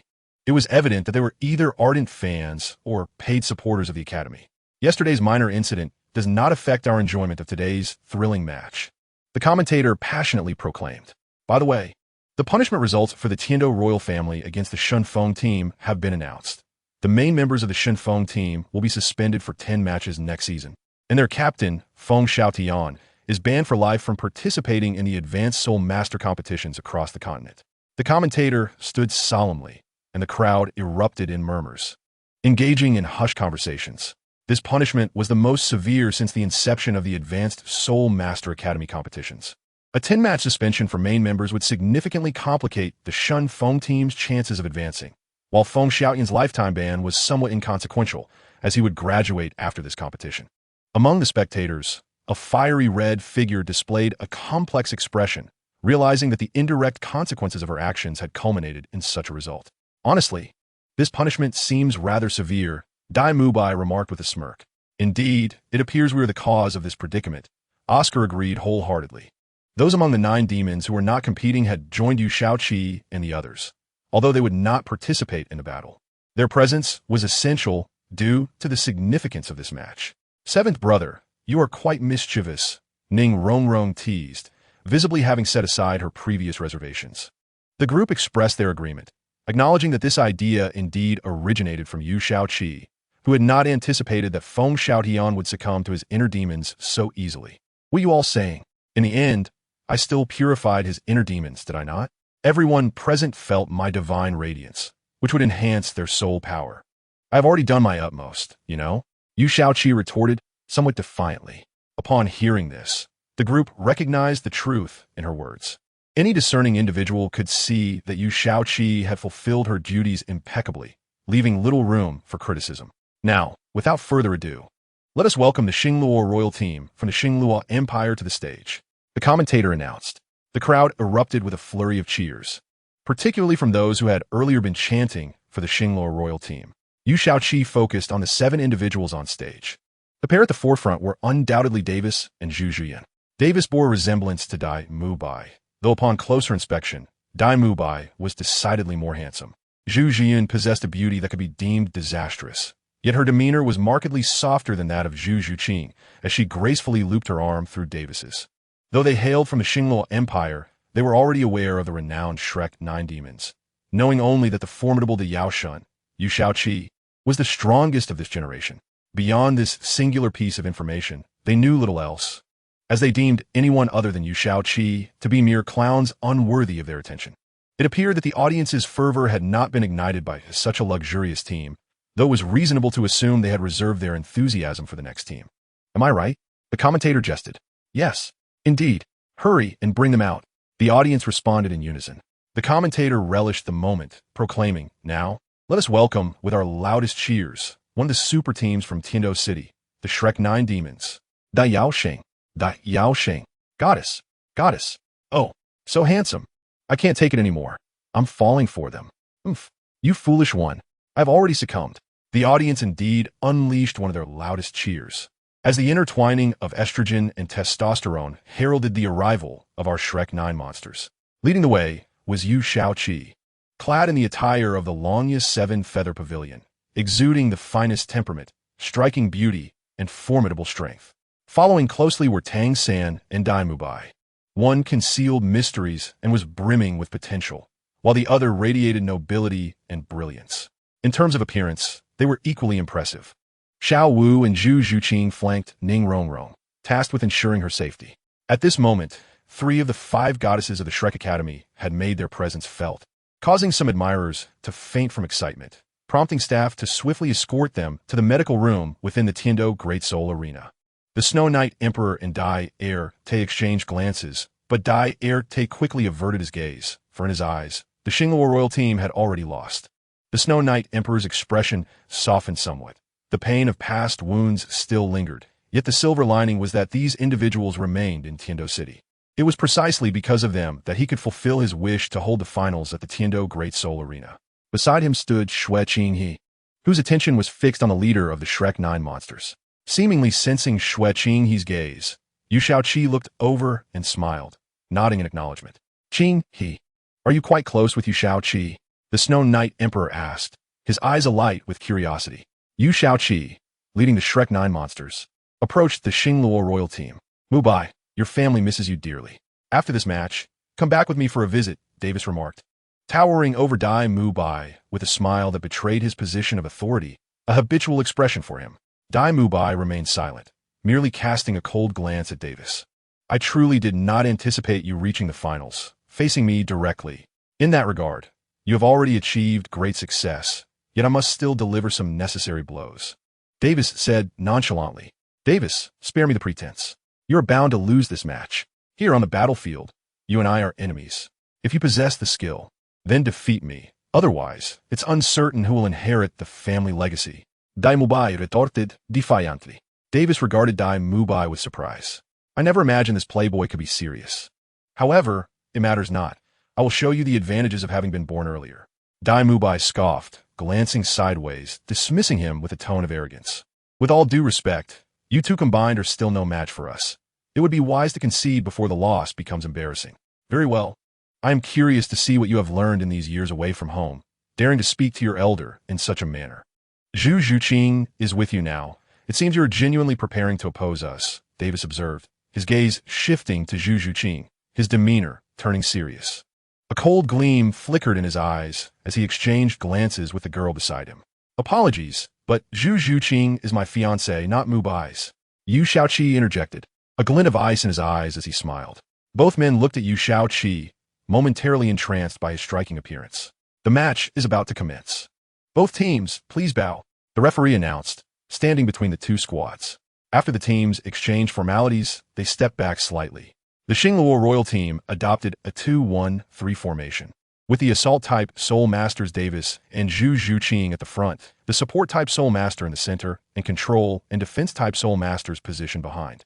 On the side of the Shrek 9 monsters, the strong assault-type Soul Masters Yu Shaoqi and Dai Mubai, along with the agile Soul Master Zhu Juqing, led the front line, with the support-type Soul Master Ning Rongrong and the agile Soul Master Xiao Wu positioned in the center. While control-type Soul Masters Meng, Iran, and Tang San held the rear. I never thought you would dare to violate family rules. This is quite enlightening, Davis remarked indifferently. Yu Shaoqi, unable to tolerate such self-important individuals, felt that they embodied an attitude of superiority. Juqing, if I recall correctly, you must still be under 15, right? I wonder if your luck is just fortuitous or your strength is truly remarkable. Yet, this is where your journey ends. Your parents miss you dearly, but you cannot defy family rules. After the match, you must return with me. Zhu Juqing's voice contrasted with her cousin S. It lacked the chill of Zhu Juqing, but possessed an alluring charm that could easily ensnare one's attention. Had I not left home, I might have perished by your hand long ago. Do you miss me? Is there even such a thing as familial affection in our family? Zhu Juqing replied coldly. For her and Dai Mubai, this couple before them represented a future version of themselves. They shared an indelible blood bond, yet under the pressure of family expectations. Only one could survive. Regardless of the reason, they had to fight with all their might. After all, no one wished for their life to end so easily. The dialogue upon the stage was not intentionally muffled, and the Soul Masters in the audience possessed keen hearing, causing a stir when they learned that Zhu Juqing was still under 15. Particularly those who had witnessed her prowess were left incredulous. The audience erupted in cheers for Zhu Juqing, further shifting the expressions of Davis and Zhu Juqing. You may unleash your martial souls now. The rules of the match remain unchanged. The victorious team will advance to the top 6. Ready, the referee called out. Dai Mubai and Davis, Zhu Juqing and Zhu Juqing. Their gazes clashed fiercely in the air. Davis's expression suddenly turned domineering, his physique seeming to expand, shoulders broad and features strikingly handsome. Brothers, unleash your martial souls. Let's surprise them, Davis commanded, as the 7 members of the Xingluo Royal team released their soul power, with Davis and Zhu Juqing at the forefront, their aura radiating powerfully. In an instant, 2 yellow and 2 purple soul rings appeared around them. Both Davis and Zhu Juqing possessed martial souls akin to their siblings, the Netherworld White Tiger and the Netherworld Spirit Cat.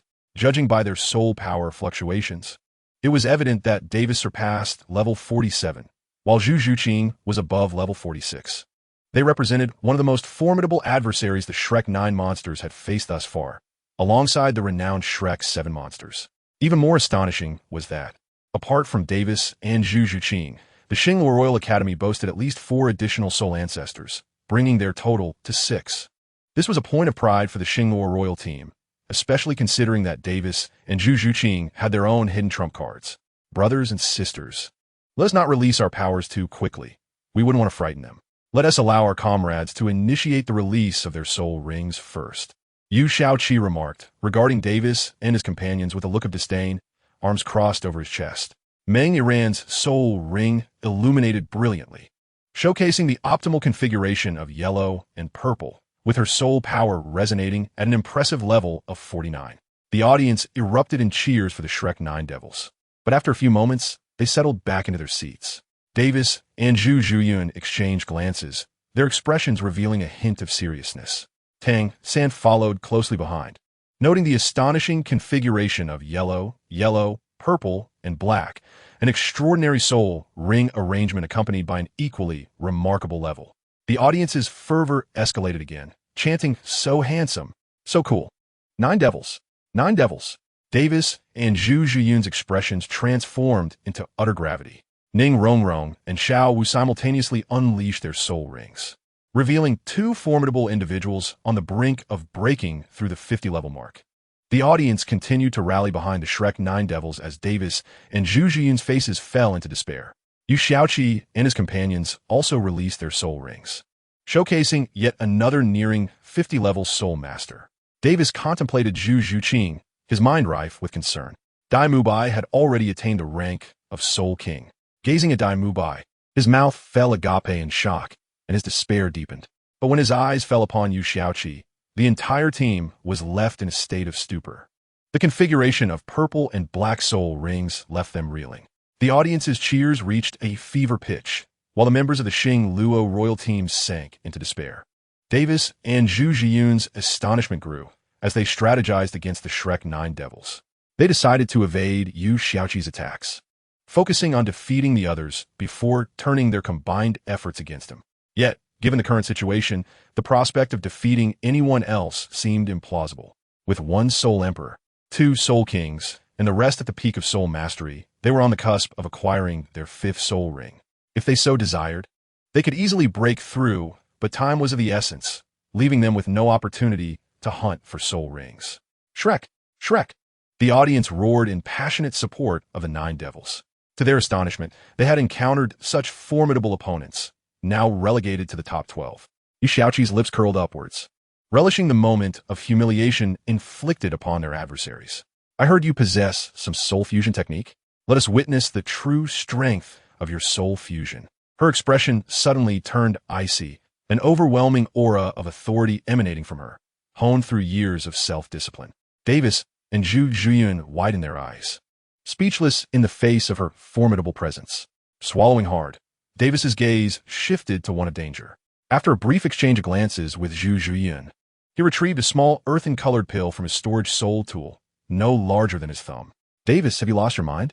Are you willing to consume such a pill just to win? Dai Mubai stepped forward, his voice urgent. Zhu Zhuqing's face flushed as she intently watched Zhu Zhiyun, biting her lip in concern. The soul-devouring pill could temporarily amplify the user's soul power significantly, enough for a soul master above level 45 to ascend to Soul King status. However, the side effects were severe, potentially fatal for a soul master. The user would be unable to harness soul power for the following month, and would find it nearly impossible to break through to higher levels afterward. Let us fight. A surge of purple soul power erupted simultaneously from Davis and Zhu Zhiyun.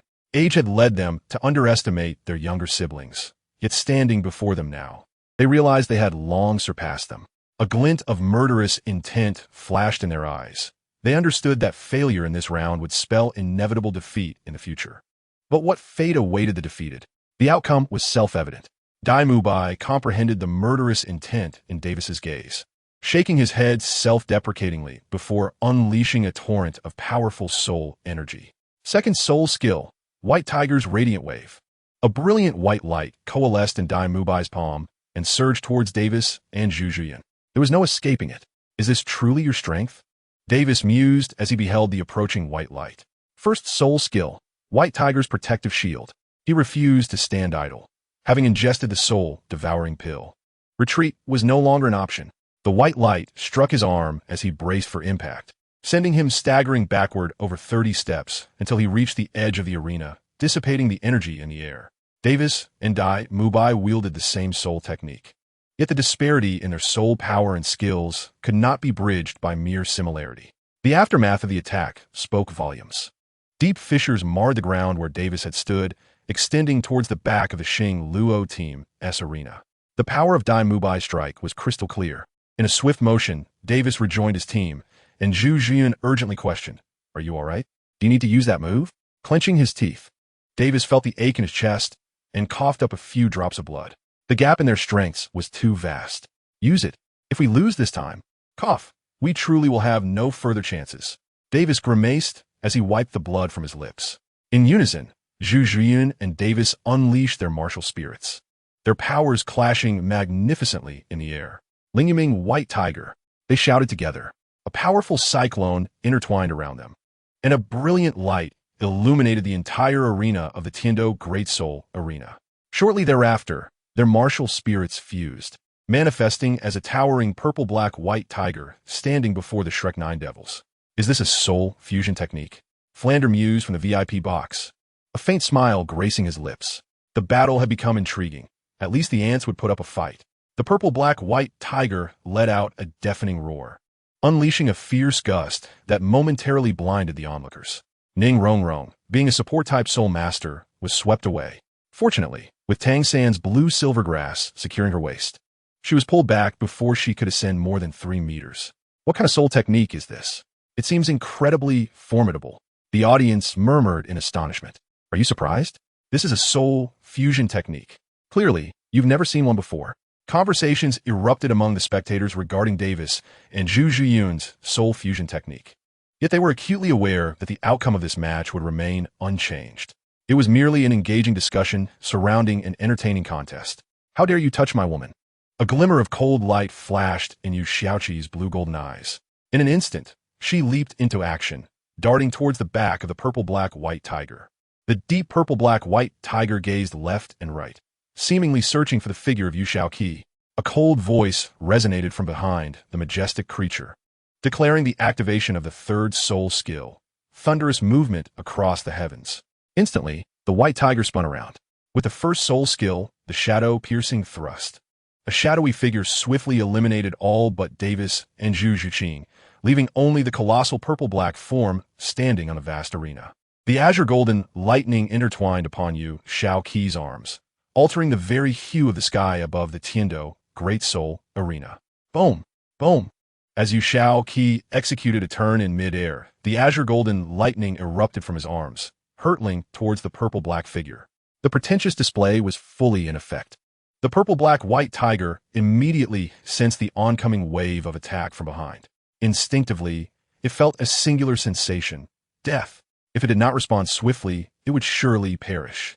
In such moments, one cannot help but marvel at the prowess of a martial soul fusion skill, which amalgamates the strengths of two powerful souls. Naturally, the purple-black-white tiger possessed the swiftness of the Yuming spirit cat, and even more so. Boom! The azure-golden lightning struck the ground where the purple-black-white tiger had once stood. The immense shockwave forced the remaining members of the Shrek 9 monsters to retreat several steps, as dust and debris filled the air, rendering them unable to open their eyes.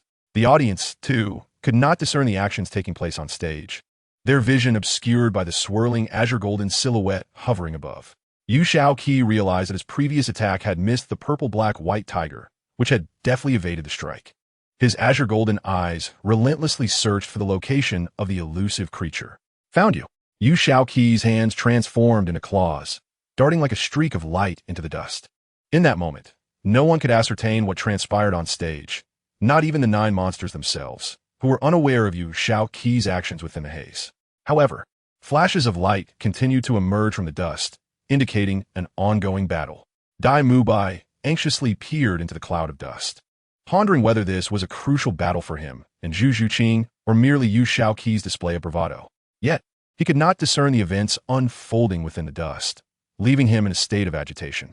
In his usual state, Tang San could not perceive the situation either. But fortunately, he possessed the purple extreme demon eyes.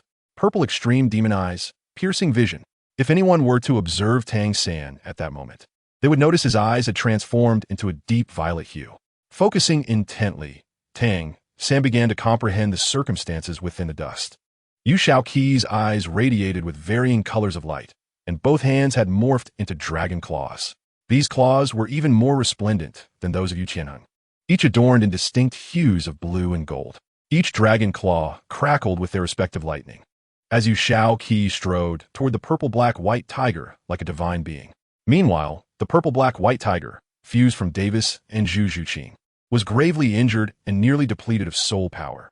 The luminescence emanating from the creature had dimmed significantly. Crash! A flash of intertwining purple and black light illuminated the area as Davis and Zhu Zhuqing appeared where the purple-black-white tiger had once stood. May I ask why you aided Dai Mubai and the others? Davis managed to hold himself upright, while Zhu Zhuqing lay amid the ruins. You are not worthy to know. Yu Xiaoqi replied indifferently. The azure golden hue in his eyes gradually faded, and his dragon claws reverted to normal arms. Did you not bring even a speck of dust or a drop of sweat? Tang San suppressed the tumult within his heart, unconsciously swallowing hard. Yu Xiaoqi suddenly smiled. casting a glance at Tang San amidst the dust. Startled, Tang San hastily retracted his purple extreme demon eyes. It seemed that he could no longer conceal anything from Yu Shaoqi. Tang San sighed heavily, shaking his head in resignation. What is wrong, seventh brother? Meng Yiran inquired, standing beside him. It's nothing. I mean, seventh brother has already won. Tang San quickly waved his hands. Instantly, Meng Yiran dashed to the center of the group to relay the news. Upon hearing this, the others displayed expressions of joy, swiftly gathering together.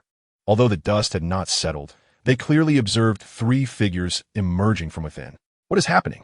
I have no idea. How did 3 people walk out? The audience, too, was perplexed by the figures emerging from the dust. After a moment, clarity dawned upon them. Wow, incredible. Great demon god. Great demon god. Great demon god.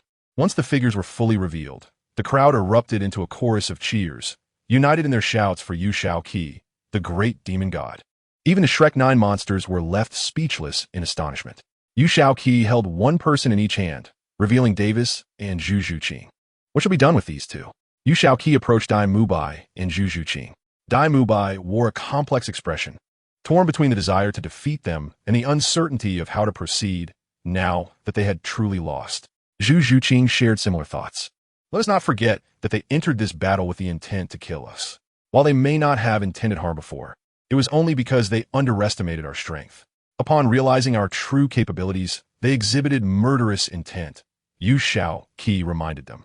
Although he had numerous ways to undermine the familial rules of these 2 clans, this was undoubtedly the most favorable outcome.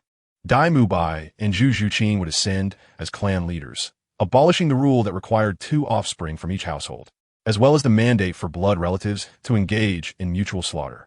A harmonious solution would then allow for the dismantling of the so-called Holy King's inheritance. If this Holy King's inheritance were truly as formidable as claimed, the rulers of the continent would not be the Spirit Hall and the Blue Lightning Tyrant Dragon clan. However, if we truly took action, how would that differ from having made no change at all? Zhu Zhuqing remarked with a wry smile. Dai Mubai nodded in agreement. Zhuqing, you speak wisely. Let us spare their lives, but they must receive a lesson. That should be feasible, correct? Yu Shaoqi pondered, stroking his chin before posing the question. Zhu Zhuqing nodded in affirmation, while Dai Mubai hesitated briefly before also agreeing. Little San? Seeing both had consented, Yu Shaoqi turned to Tang San. Tang San emerged from his reverie. What is it, seventh brother? Do you possess any elixirs that would cause someone to perish the moment they harbor ill intent? Yu Shaoqi inquired. Such a mystical elixir is beyond my capabilities, Tang San replied with a wry smile. What led this exceptionally handsome young man to believe he could craft anything? Even his father did not hold such blind faith. Indeed, Yu Shaoqi's expression fell, his brow furrowing in contemplation. However, I do possess another type of elixir with a similar effect, Tang San remarked. Yu Shaoqi lifted his head, his eyes gleaming with anticipation as he gazed at Tang San. It is called Qin Xin Dan. Those who take the medicine must not harbor any murderous intent towards the administer. Otherwise, they will inevitably experience the sensation of a myriad of insects gnawing at their hearts. Tang San chuckled. The traces of foreign soul masters sound rather intriguing. So let us proceed with this Qin Xin Dan, suggested Yu Shaoqi. Dai Mubai's expression grew somewhat complex. In his childhood, the image of his older brother, Davis, who had always been a good sibling, lingered in his heart. Had it not been for these oppressive family rules, he believed Davis would have been a truly exemplary elder brother. In contrast, Zhu Zhuqing remained as cold as ever, her demeanor unchanged. Since she began to retain memories, Zhu Zhuyan had devised new ways to torment her daily, and after learning the family rules, Zhu Zhuyan resorted to insidious tactics, putting Zhu Zhuqing in life-threatening situations on several occasions. Thus, Zhu Zhuyan's current predicament elicited no emotional response from her. However, I currently do not possess any Qin Xin Dan. If I were to concoct it, it would take at least a week, Tang San remarked, raising his hands in a gesture of surrender. After all, what 14-year-old child could possibly carry such a potion around? Is there any hope? Yu Shaoqi turned to Dai Mubai and Zhu Zhuqing, pondering the best form of punishment. Dai Mubai hesitated, looking at Yu Shaoqi, and suggested, perhaps we should let it go. Yu Shaoqi raised an eyebrow, perplexed. Why is that? Because they no longer pose any threat to us, and our gap will only widen in the future. Moreover, since they have already consumed the Shurhun Dan, there is no possibility of bridging that gap, So I believe punishment is unnecessary, Dai Mubai replied, his gaze firmly fixed on the ground where Davis lay. Tang San and the others nodded in agreement. Indeed, that makes sense. Let us withdraw. In half an hour, it will be time for the 7 monsters match, said Yu Xiaoqi. Let us congratulate the Shrek 9 monsters on advancing to the top 4. Congratulations to the Shrek 9 monsters battle team. The commentator shouted enthusiastically, watching the 9 monsters depart. The audience rose to their feet, applauding and cheering. Well played, but I'm not satisfied, the master said, hands clasped behind his back, frowning sternly. The others exchanged puzzled glances, unsure of the master's discontent despite the resounding victory. In this match, I not only failed to see your cooperation, but also did not witness Zhu Qing and Mubai resolving their grievances directly. Thus, I am quite dissatisfied, the master stated with authority. The semifinals will commence in a week, during which we will draw lots at the Tiando Grand Plaza. For this week, I want you to practice your cooperation diligently. Xiaoqi, for your upcoming matches, you must suppress your soul power to the Soul King level and can only use 5 soul skills. After delivering his instructions, the master turned and led the way to the lounge. Xiao Gang's words were indeed sensible, and you too, Xiaoqi. In this match, you are not the main character.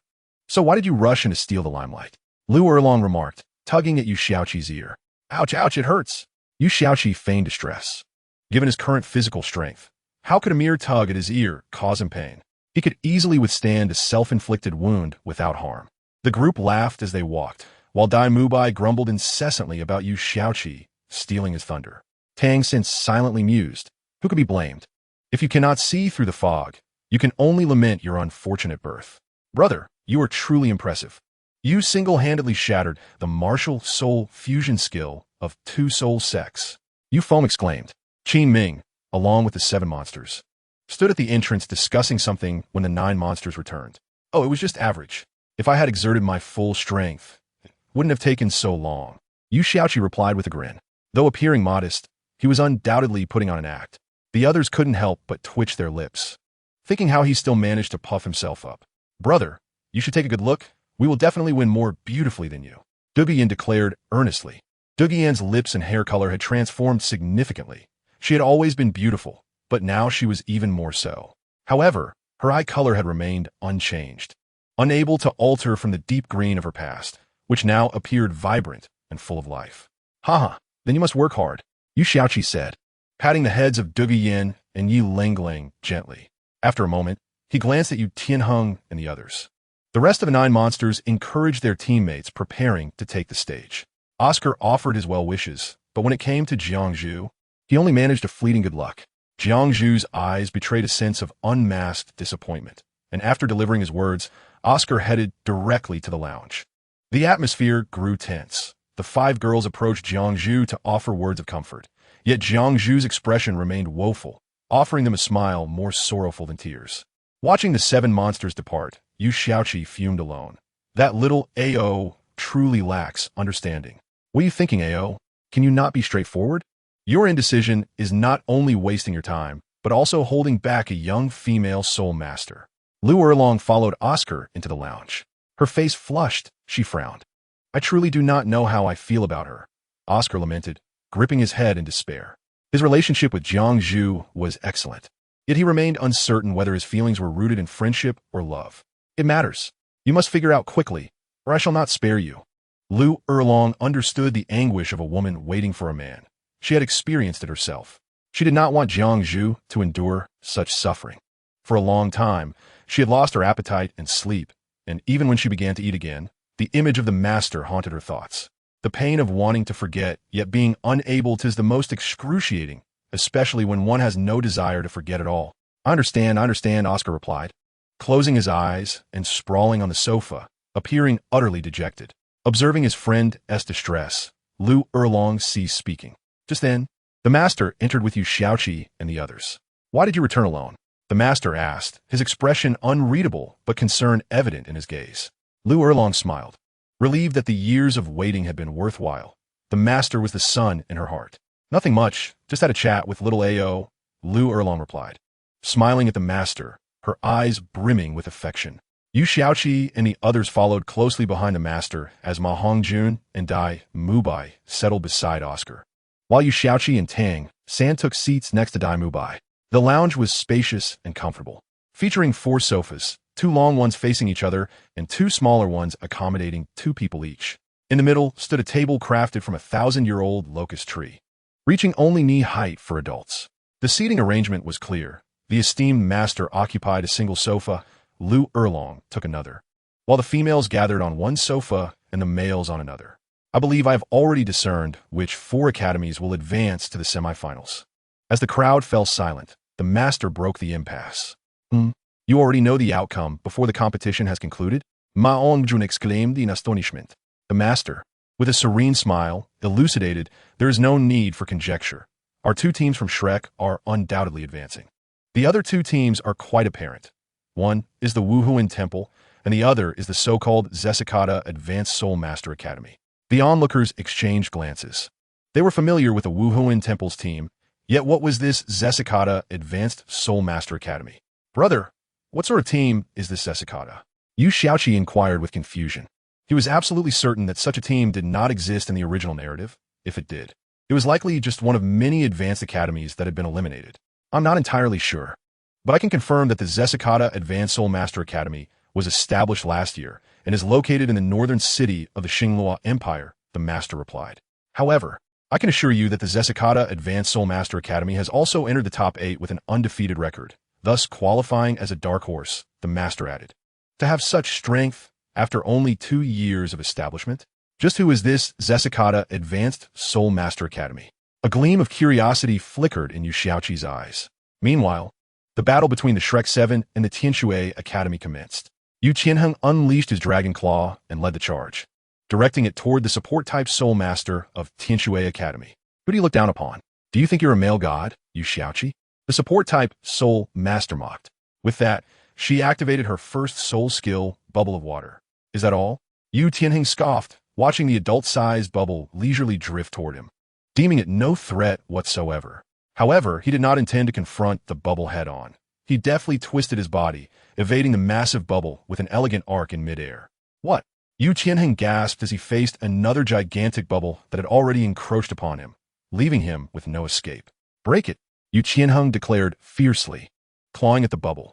You've fallen for it. The support-type soul master chuckled. The scene did not unfold as Yu Qianheng envisioned. Upon contact with the bubble, instead of bursting, it enveloped him entirely. Captain, Yu Feng's expression changed dramatically, and he promptly soared toward the bubble, ensnaring Yu Tianheng. Do not give him a chance. Another girl from Tianshui Academy exclaimed. She was the captain of Tianshui Academy and also a ranged attack soul master. First soul skill, Crystal Spike. Tianshui Academy's captain decisively unleashed her first soul skill toward Yu Feng. However, the Shrek 7 were not to be underestimated. Duguyan swiftly maneuvered across the battlefield, while the brothers Shimo and Shimo maintained a steadfast guard beside Yi Lengling and Jiangzhu. Third soul skill, Golden Body. Jiangzhu promptly activated her third soul skill, which granted a golden protective shield to any individual on the field, perfectly suited for Yu Feng's protection. This entire sequence transpired in a mere 4 seconds. Indeed, the battles between soul masters were ever-changing and unpredictable. Hurry and deal with Yu Tianheng. I can barely hold on. The support-type soul master exclaimed, her face pale, beads of sweat trickling down her forehead. Her soul power was nearly depleted. Second soul skill, Great Song Water Fist. The assault-type soul master from Tianshui Academy activated his yellow soul ring, encasing his hands in swirling water, ultimately forming 2 fists measuring 50 centimeters. I'll send you off the stage. The assault-type soul master leapt into the air, striking the bubble with both water fists. Puff! Yu Qianheng's figure traced a graceful arc in the air as he plummeted toward the ground. Yet in midair, he found no foothold to push off from, rendering him incapable of landing on the competition stage. Duguyan, moving at high speed, seized the opportunity, leaping toward the descending Yu Tianheng. Were you thinking, beauty? First soul skill, Crystal Spike. Tianshui Academy's captain swiftly adjusted her attack trajectory. If Duguyan's speed was 50 meters per second, then the speed of the Crystal Spike reached over 110 meters per second. The disparity in speed was overwhelming. If Duguyan did not evade, she would also face elimination. Although Yu Feng had no need to dodge the spikes, he was equally unable to catch Yu Tianheng. The rest of the team eyed their isolated companion with predatory intent, promptly returning to formation. With a swish, Duguyan detected the incoming Crystal Spike. executing a graceful backflip to evade the attack.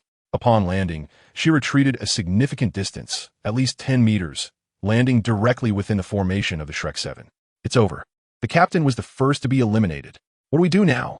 Yu Feng anxiously observed Tianshui Academy side. What can we do? We can only rely on ourselves. Utilize the Misty strategy. Du Guyan calmly proposed. The Misty strategy was a tactical collaboration between Du Guyan and Yu Feng. Initially employed during their first encounter with the Shrek 9 monsters when they were still known as the Tiando Royal Team. A glint of determination flashed in Yu Feng's eyes. It would be far too easy to defeat the Tianshui Academy team with this tactic. The previous challenge was due to the 9 monsters' ability to fly. But could Tianshui Academy withstand poison? Third soul skill, colorless poison mist. Du Guyan ascended from the ground, floating approximately 3 meters in the air. A strong wind is about to blow. Yu Feng soared into the sky, revealing his martial spirit, as a massive energy wing measuring 1.7 meters unfurled from his back. Starting from the weakest, a powerful gale propelled the toxic mist toward Tianshui Academy. Color bubble. It's up to you. The Tianshui Academy combatants urged anxiously. However, Color Bubble was nearly depleted of soul power, having exhausted too much in ensnaring Yu Qianheng. Fourth soul skill, Floating Sky Bubble. Color Bubble's purple soul ring flared to life, and 6 bubbles instantly enveloped the remaining 6 teammates. My bubble can only last 10 minutes. The rest is up to you. Color Bubble offered a faint smile before descending toward the ground. She had exhausted her soul power and could no longer support herself within a bubble. The match referee was vigilant. With a swift motion, he removed Color Bubble from the arena just before the toxic wind could strike. Oh dear! Yu Qianheng is unable to continue. As a Soul King, he is the first to be eliminated. Indeed, Tianshui Academy has proven unexpectedly formidable. Quite right. Exchanging a Soul King for one whose soul power is depleted is a significant victory. Moreover, the Shrek 7 had not dispatched their strongest lineup. Perhaps Tianshui Academy truly could pull off an upset. The audience buzzed with animated discussions, clearly finding this match far more captivating than the previous encounter with the 9 monsters. Yu Xiaoqi had swiftly resolved his opponent amidst the mist, leaving little to observe, and lacked any sense of spectacle. Unlike this match, which was dynamic and strategic, relying on tactics to gain the upper hand, Yu Qianheng felt a pang of embarrassment. He had been careless, allowing the opposing team to seize the opportunity. How humiliating. After all, their strongest member was only a rank 36 Soul Master. Yu Xiaoqi and her companions were already laughing so hard that they could not lift their heads. Their lounge featured a massive glass wall, providing a direct view of the matches taking place inside, which was incredibly convenient. On the opposite side, Fulan and others were situated in another VIP room. The remaining 6 members of Tianshui Academy were enveloped in bubbles, floating within a sea of toxic mist. What should we do now? Yu Feng ceased flapping his wings, and all the toxic fog had congregated towards Tianshui Academy. Their bubbles would not last long, while my toxic fog could linger for several days without dissipating. We shall wait. After Yu Tianheng was eliminated, it was clear that the strongest member of this team was Du Guyan. A glimmer flickered in Yu Feng's eyes. Once the bubbles disintegrated, the toxic fog would permeate their bodies, rendering them incapable of fighting. It could be said that they were already assured of victory. Captain, what should we do now? The control-type Soul Master from Tianshui Academy inquired anxiously. They had thoroughly prepared for all their opponents. For instance, in the match against the 9 monsters, the appearance of Yu Xiaoqi indicated that they had no hope and might as well concede. In this match, if they could exploit Yu Tianheng's overconfidence and take advantage of the fact that the 7 monsters had not yet deployed their full strength, they might still have a sliver of opportunity, albeit less than 1%, but it was worth a gamble. We must escape this toxic mist. We can wait for it to dissipate. The captain of Tianshui Academy furrowed her brow, rapidly calculating numerous methods in her mind. Du Guyan's poison could not only affect Soul Masters through their respiratory pathways, but could also seep through the pores of their skin. Exiting this toxic fog unscathed was nearly impossible. Suddenly, a flawless strategy flashed through the captain's mind. I have it. Shui Mu'e. Use your 3rd soul skill to absorb all the toxic mist into your water orb. This way, we can exit unscathed, the captain declared, referring to their support-type Soul Master. Shui Mu'e. They will certainly launch a ranged attack once they notice the change in the toxic mist, but to my knowledge, only Yu Feng and Du Guyan possess ranged attacks on their side. Both are peak soul ancestors, and Dugu Yin has already acquired her 5th soul ring. Therefore, we need to defend against all attacks coming from the toxic fog. Do you understand? The captain of Tian Shui Academy instructed swiftly. The group of women nodded in agreement, indicating their understanding. All right, let us begin. A glimmer of determination shone in the captain's eyes. 3rd soul skill, Ocean of All Waters.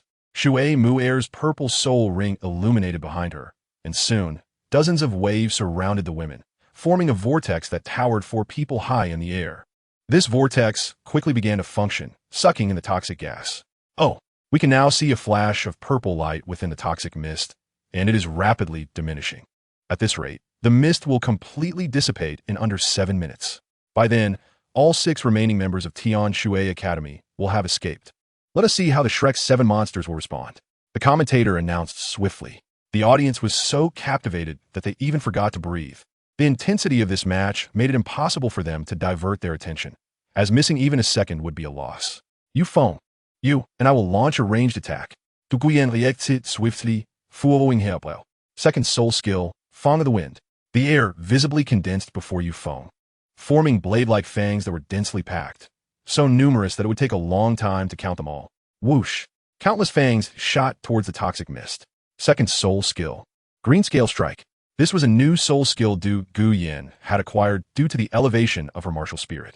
Greenish energy scales enveloped her arms until they were completely covered. Gradually, Du Guyan raised her hands, aiming at the toxic mist. With a whoosh, the green energy scales soared directly into the fog at a speed surpassing that of a bullet, yet the sound was considerably muted, akin to a silenced gun. Incoming from the front, defensive positions. The captain of Tian Shui Academy called out upon hearing the sound of Yu Feng's fangs. 1st soul skill, Crystal Spike. The captain unleashed her most abundant ranged attack towards the direction of the Shrek 7 monsters. I don't know how much I can withstand. Shui Yu Air, you must block any attacks that breach my defenses.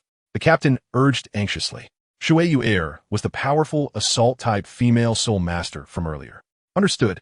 Shui Yu Air focused intently on the mist, prepared to intercept any attacks that might penetrate the captain's defenses. This was a crucial moment. Whoosh! At least a dozen attacks broke through the defenses of Tian Shui Academy's captain, predominantly Du Guyan's green scale strikes, while Yu Feng's Fang of the Wind comprised only a small portion. Breakthrough! Shui Yu Air shouted. 3rd soul skill, Giant Water Body. 1,000-year soul ring, pale purple in hue, rose behind her, indicating it was of a relatively low tier.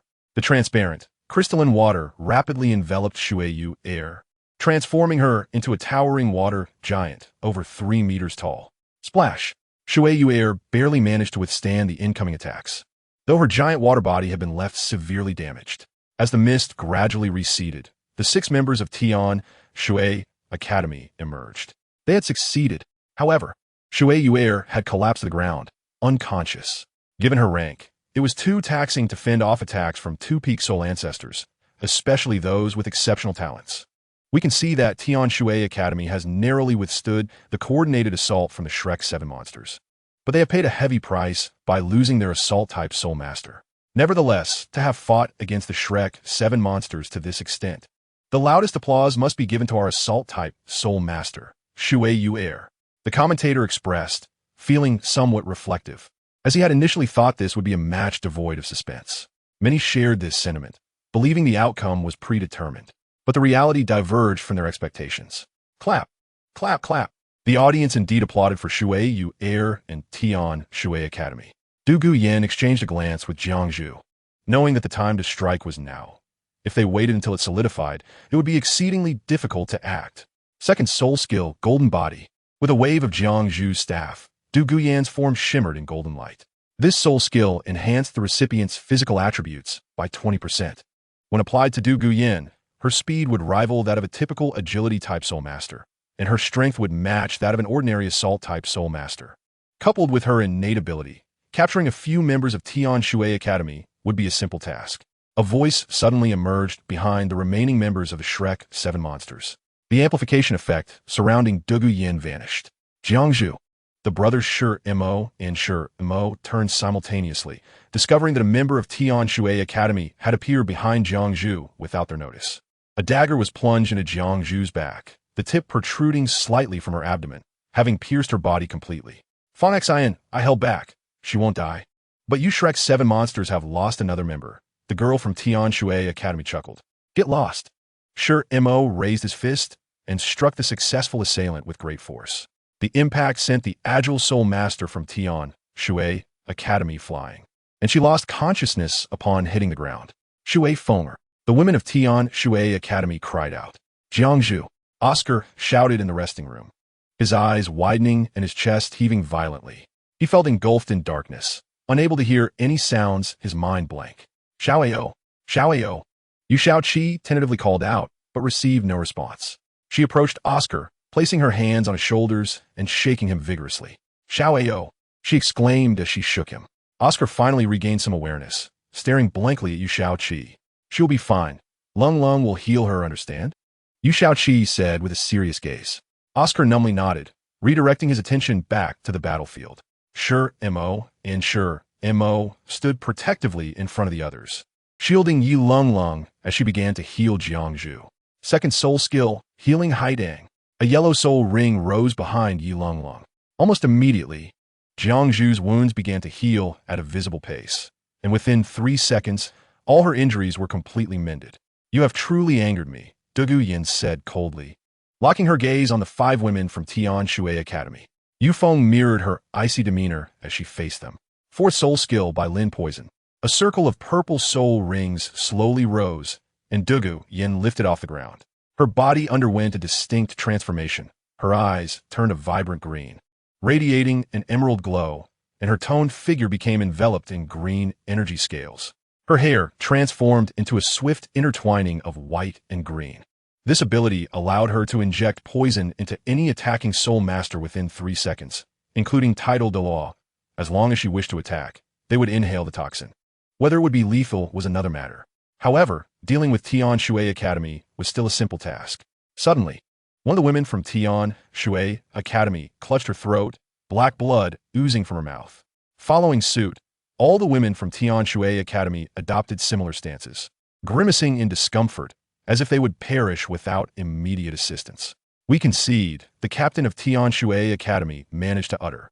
Upon hearing this, Dugu Yin gently waved her hand, causing all toxins to exit the bodies of Tian Shui Academy's members, dissipating into the air.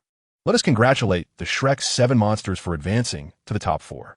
The commentator shouted with fervor, feeling a sense of relief as he had placed a bet on their victory before the match began, thankful that it had not backfired. The audience rose to their feet, cheering, their faces displaying lingering excitement.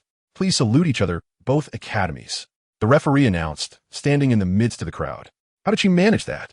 To succeed in a sneak attack right under our noses? Dugu Yin inquired of the captain of Tian Shui Academy. Actually, that is her sole skill. She can appear anywhere within several miles as long as there is water.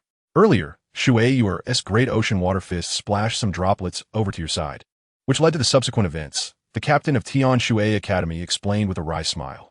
I am Dugu Yin, and you? Dugu Yin nodded in realization before addressing the captain of Tian Shui Academy. Shui Qing'er, the captain replied, uncertain whether there would be any updates. As school was about to start, assignments were incomplete, and with the first exam tomorrow and driving lessons the day after, updates would be exceedingly erratic. Although this summer's updates have never been stable. So much has transpired. Alas, I only have 1,000 words in reserve, reflecting the results from yesterday and today. If inspiration strikes, there may be another update today. By the way, I appreciate everyone's support and subscriptions. Special thanks to the devil for a monthly vote. A serendipitous encounter under the moonlight. Strangely, after this battle, Dugu Yin and Shui Qing'er became good friends, while Yu Qianheng also began to form an inexplicable bond with Shui Qing'er, but that's a story for another time. Yu Qianheng suppressed his embarrassment as he stood before the 7 monsters, while Qin Ming expressionlessly led them back to the resting room. Everyone understood that this was merely the calm before the storm. Yu Xiaoqi and the others had already arrived early in the resting room. We are back, they announced, somewhat dispirited. This was a moment of glory for Tian Shui Academy, but for the Shrek 7 monsters, it was sheer foolishness. It's fine. Be more careful next time. Yu Xiaoqi consoled Dugu Yin and Yi Lung Lung. What should we be careful about? Starting tomorrow, no one will assist me in daily practice. If it's next time, I will not recognize you. Before Yi Lung Lung and Dugu Yin could respond, Qin Ming interjected curtly. Yes, the group inhaled deeply, feeling drained. Have you not eaten? Yes. We will complete the task. Oscar quietly approached Jiang Zhu and gently tugged at her sleeve. I'm fine. What's wrong? Jiang Zhu stammered, her face flushing crimson. As long as you are fine, come to the Academy's back mountain tonight. We need to talk, Oscar whispered. Peach blossoms once again bloomed across the hillside. By the way, in a few days, we will draw lots at Tiando Square. After the top 4 matches, there will be a brief rest before the finals. The schedule is extremely tight, Master stated suddenly. Who made it to the top 4? Ma Hongjun furrowed his brow in thought, but could not recall. You glutton, if your brain is useless, just donate it. It's Coster Advanced Soul Master Academy and the Wuhuan Temple Youth Team. Oscar, passing by Ma Hongjun after returning to the 9 Demons team, overheard the latter's mumbling. What did you say, you sausage? Ma Hongjun leaped onto Oscar's back, his massive frame pinning him to the ground. All right, enough fooling around. Both teams are exceptionally strong and should not be underestimated. We must practice our coordination diligently in the coming days. Master scolded with a frown. Yes. The 9 demons and 7 monsters replied in unison. The night soon arrived, and after arranging a series of training sessions, Master allowed everyone to rest. Jiangzhu had also come early to the Academy's back mountain, hesitating alone. The moonlight illuminated the forest, casting a soft glow on the blue-silver grass and trees. Jiangzhu, a male voice called from behind, causing her to shudder slightly. Xiao Ao and Jiang Zhu turned away from each other, their gazes briefly meeting before they shyly averted their eyes, their faces flushing in unison. After a considerable pause, Oscar finally approached Jiang Zhu with measured steps. He felt a surge of hesitation, struggling to articulate his thoughts, as this was his first encounter with such a situation. Ultimately, Oscar, merely a 16-year-old youth experiencing the stirrings of his heart, summoned his resolve and raised his voice, clearing his throat. When you had your incident today, I seem to be blanking out completely. I think we could give it a try. No sooner had he spoken than regret washed over him.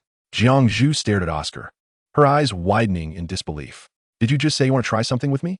She asked uncertainly. Yes, but if you're not willing, it's perfectly fine.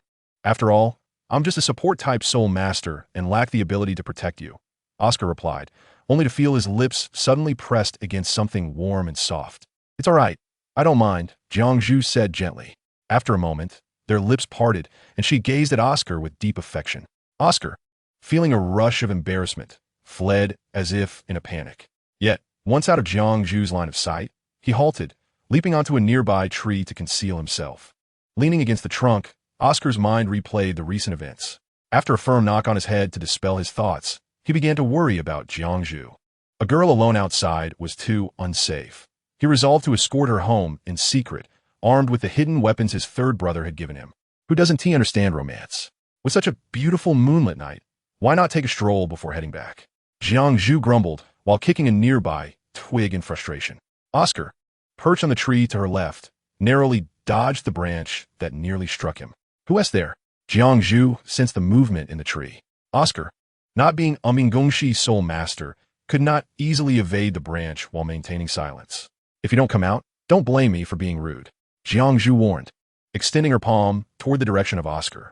This was a device bestowed by Tang San for every support-type soul master in Shrek's dual teams and reserves, crafted from top-notch materials provided by Yu Xiaoqi, thus possessing immense power. It's me.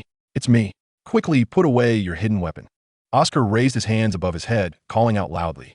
His figure gradually emerged from the night, a look of fear and panic on his face, causing Jiang Zhu to burst into laughter. Ha ha ha. What are you doing here instead of going back? She said, wiping away tears of mirth. Oscar looked at Jiang Zhu with a melancholic expression, pouring out his feelings. After understanding the full context of the situation, Jiang Zhu stifled her laughter and gazed at Oscar with tender affection.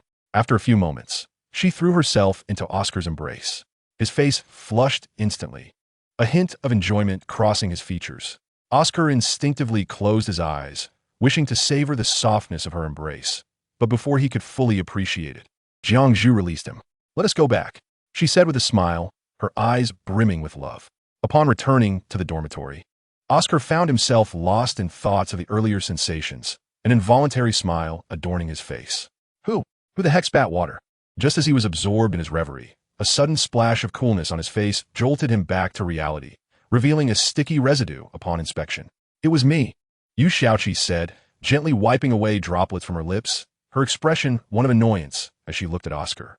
She had just exited the room of the 5 girls, where they had gathered to play cards, a game Yu Xiaoqi had taught them, and was enjoying a cup of tea when she spotted Oscar's lewd grin. 9 Body Fusion Technique. Oscar quickly smiled apologetically at Yu Xiaoqi, clearly overjoyed at the moment.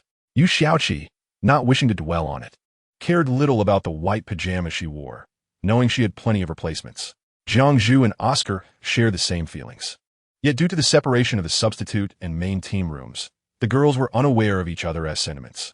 Upon learning that Shrek's dual teams had entered the top 4, Flinder generously decided to use the Academy's funds to construct a manor in the forest behind Shrek Academy. But he had yet to share this news with anyone, intending to reveal it as a surprise once the manor was completed. A night passed without incident. Soon, the 3rd day following the conclusion of the top 8 matches arrived. Yu Xiaoqi and the others were cooperating with Tang San to complete Shrek's ultimate technique, the 9 Body Fusion Technique, which required the coordination of 8 individuals alongside Tang San. This was their final trump card, especially considering the obscure nature of Koster Advanced Soul Master Academy, which even Master was unaware of. How could they have advanced into the top 4 without a single defeat? It was perplexing, necessitating thorough preparation. However, having Yu Xiaoqi alone was insufficient. She could only contend with a soul sage. What about those above that level? One hand could easily crush their charming and delightful Yu Xiaoqi. With a loud crash, Nine Yao was thrust backward by the massive energy rebound. Another failure.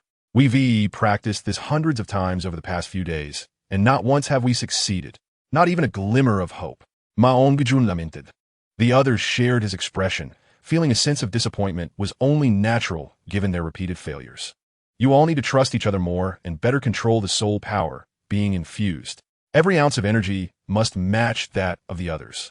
Not a single error can occur.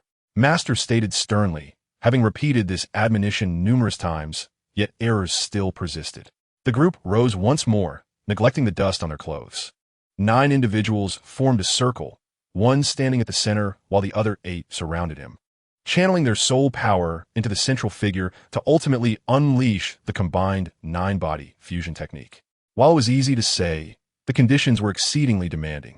Come on, continue, Yu Xiaoqi urged, her brow furrowing, yet her stunning beauty remained undiminished by the dust on her face. 8 spider lances, Tang San shouted, and immediately, 8 blue-black patterned spider legs sprouted from his back. Infuse, Yu Xiaoqi commanded. The spirit manifests were unleashed. Blue lightning tyrant dragon, softbone rabbit, nether cat. 9 treasure glazed tile pagoda, nether white tiger, evil fire phoenix, sky blue serpent, and sausage, all channeling their soul power towards the black Haotian hammer at the center. Beads of sweat began to form on their foreheads, but they paid no heed, allowing it to trickle into their eyes and fall to the ground, fully dedicating themselves to the task at hand. Before long, the Haotian hammer above Tang San's head grew larger, emanating a pressure that could startle even a soul de law. It's about to succeed. The master displayed a joyful expression, even unconsciously tightening his palms. Alas, despite their efforts, they still faced failure. Except for Yu Xiaoqi. Everyone had reached their limits, their throats feeling sweet before they coughed up blood. Disappointment rendered them speechless. This was undoubtedly one of the greatest trials they had encountered together. Well, let's call it a day. You were so close to success, which is still progress. The master consoled with a stoic face. I had ere long prepare a spirit beast medicinal hot pot for you. Come, let us return and nourish ourselves, he added with a smile. All these peculiar concoctions were inventions of Yu Xiaoqi, and a significant portion of the income under the Blue Lightning Tyrant Dragon sex industry stemmed from the culinary sector.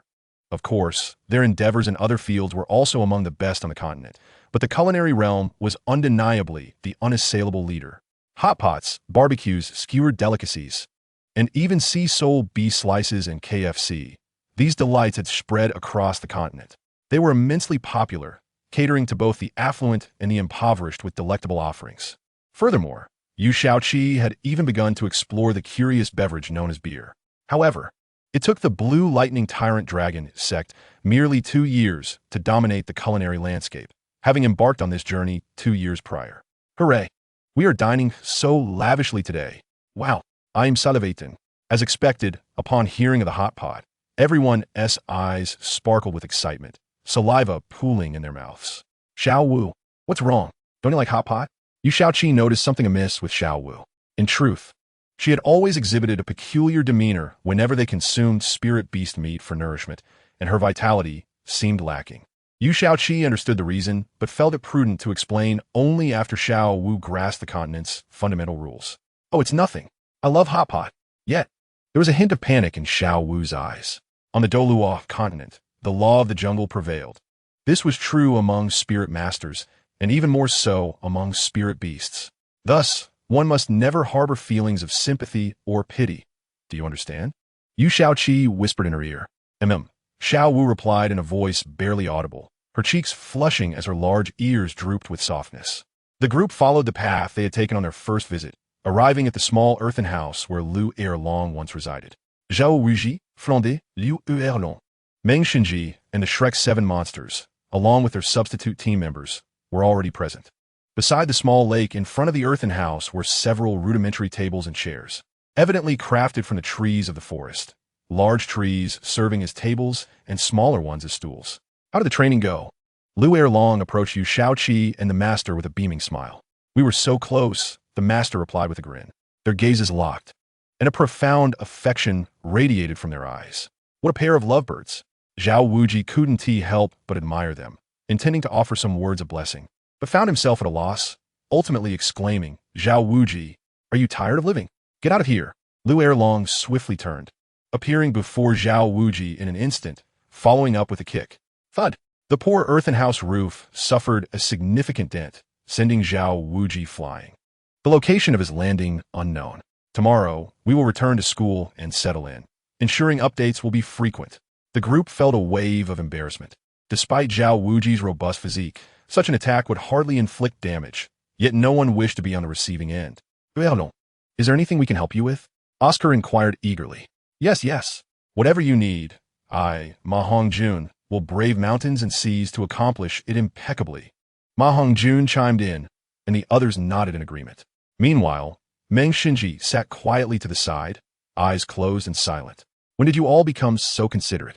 Lu Erlong expressed her surprise, but soon understood, chuckling, it's fine. Unlike Zhao Wuji, I won't be too harsh on you. The group brightened at her words. But Lu Erlong quickly added, I'll only make you endure a bit of discomfort. Their faces fell, and they promptly dispersed to find tasks to assist with. These kids, Lu Erlong chuckled, shaking her head as she resumed her work. The master and Flinder exchanged glances before heading toward the door. What you two up to? Both the master and Flinder jolted, then, in perfect harmony, declared, we're going to find Zhao Wuji. With that, they hurriedly fled. Am I truly that terrifying? But wait, I have always been gentle with Yu Shaoqi. Why are they following the others? The more she contemplated, the more perplexed she became, yet she continued with her tasks, opting not to dwell further. Since the group had prepared the broth prior to their arrival, all that was left was to ready the ingredients, ensuring everything would be splendid.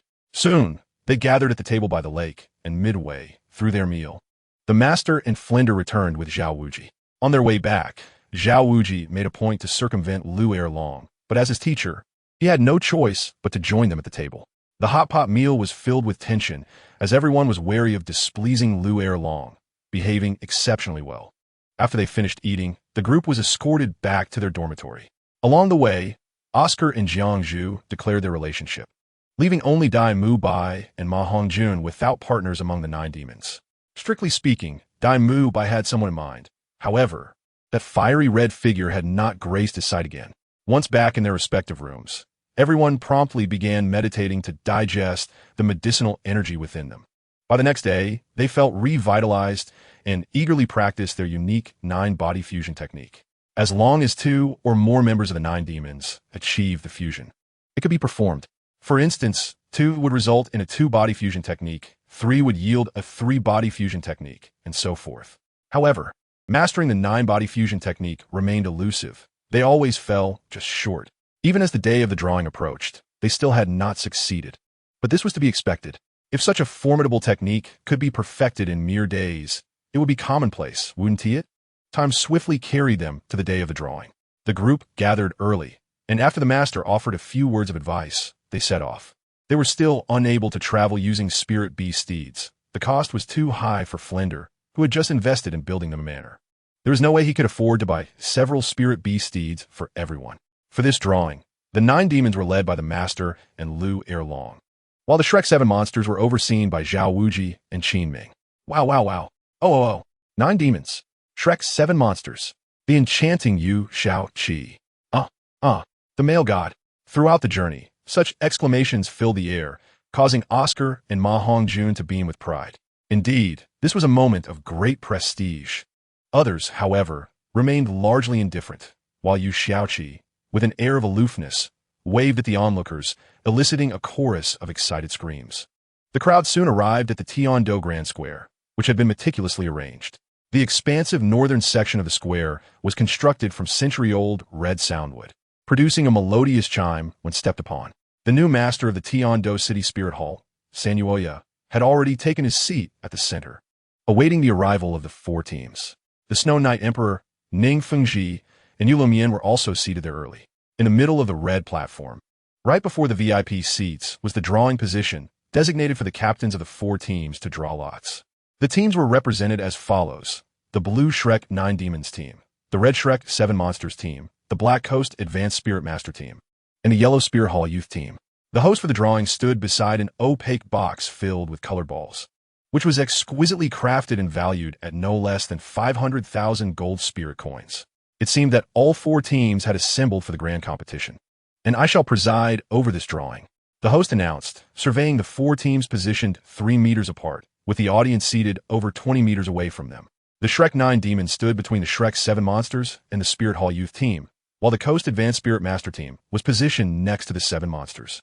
The members of the Spirit Hall donned uniforms of white adorned with red accents, exuding an intangible sense of oppression, with their captain being the strikingly fiery-haired man at the forefront.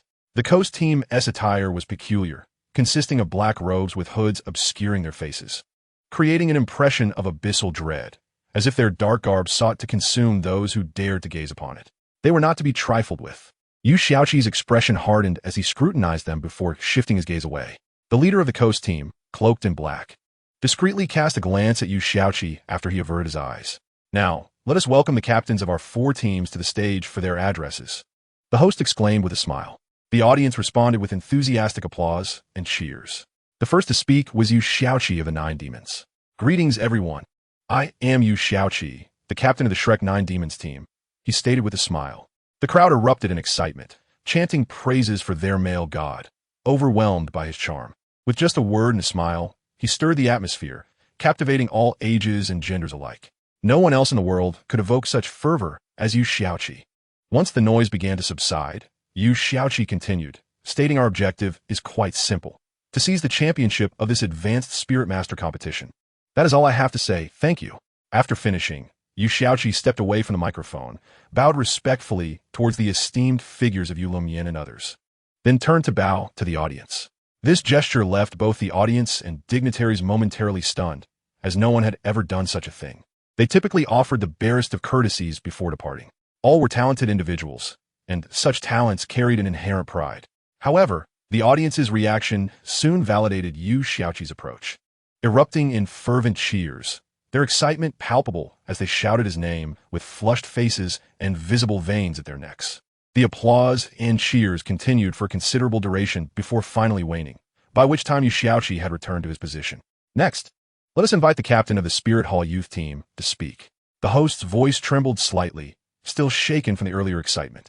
It was evident that the most formidable talent of the continent had just bowed to them.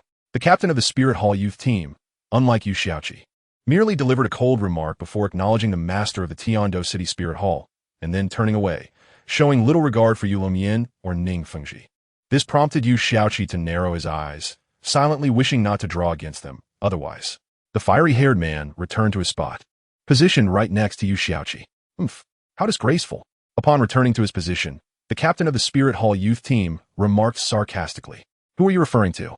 Yu Xiaoqi furrowed his brow, a hint of menace in his tone. "Whoever I mean is who I'm referring to," replied the fiery-haired man. Just then, the host returned to the microphone, ready to call Yu Qianheng to speak, when a loud explosion erupted behind him. Boom! Yu Xiaoqi had struck the fiery-haired captain.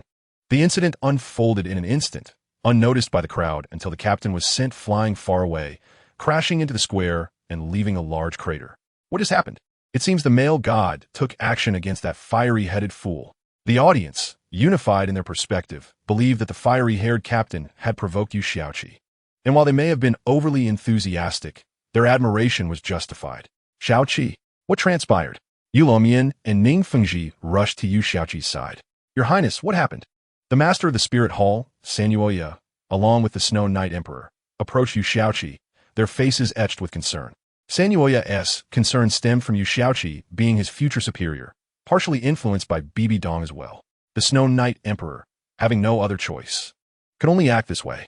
It was a peculiar scene, with all four great leaders surrounding Yu Xiaoqi, while no one attended to the fallen captain, leaving only a few members of the youth team rushing to his side.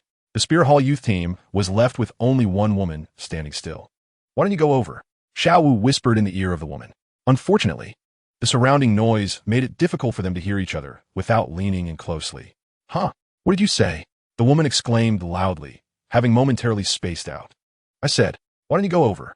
Xiao Wu insisted, her neck flushed with embarrassment. Oh, I don't like that person. The woman replied, just as loudly. Upon closer inspection, the woman possessed a striking beauty, though perhaps slightly overshadowed by Xiao Wu and the others. Her allure stemming from a mature charm that was only marginally eclipsed by Zhu Zhuqing. Meanwhile, on stage, Yu Xiaoqi had succinctly clarified the situation. This yin truly is arrogant, believing that being part of the golden generation of our Spirit Hall grants him such liberties. Sanyuoya exclaimed indignantly. Saying that, he turned and strode to the forefront of the stage. Silence. Sanyuoya's voice resonated, amplified by his spirit power, instantly reaching every corner of the square.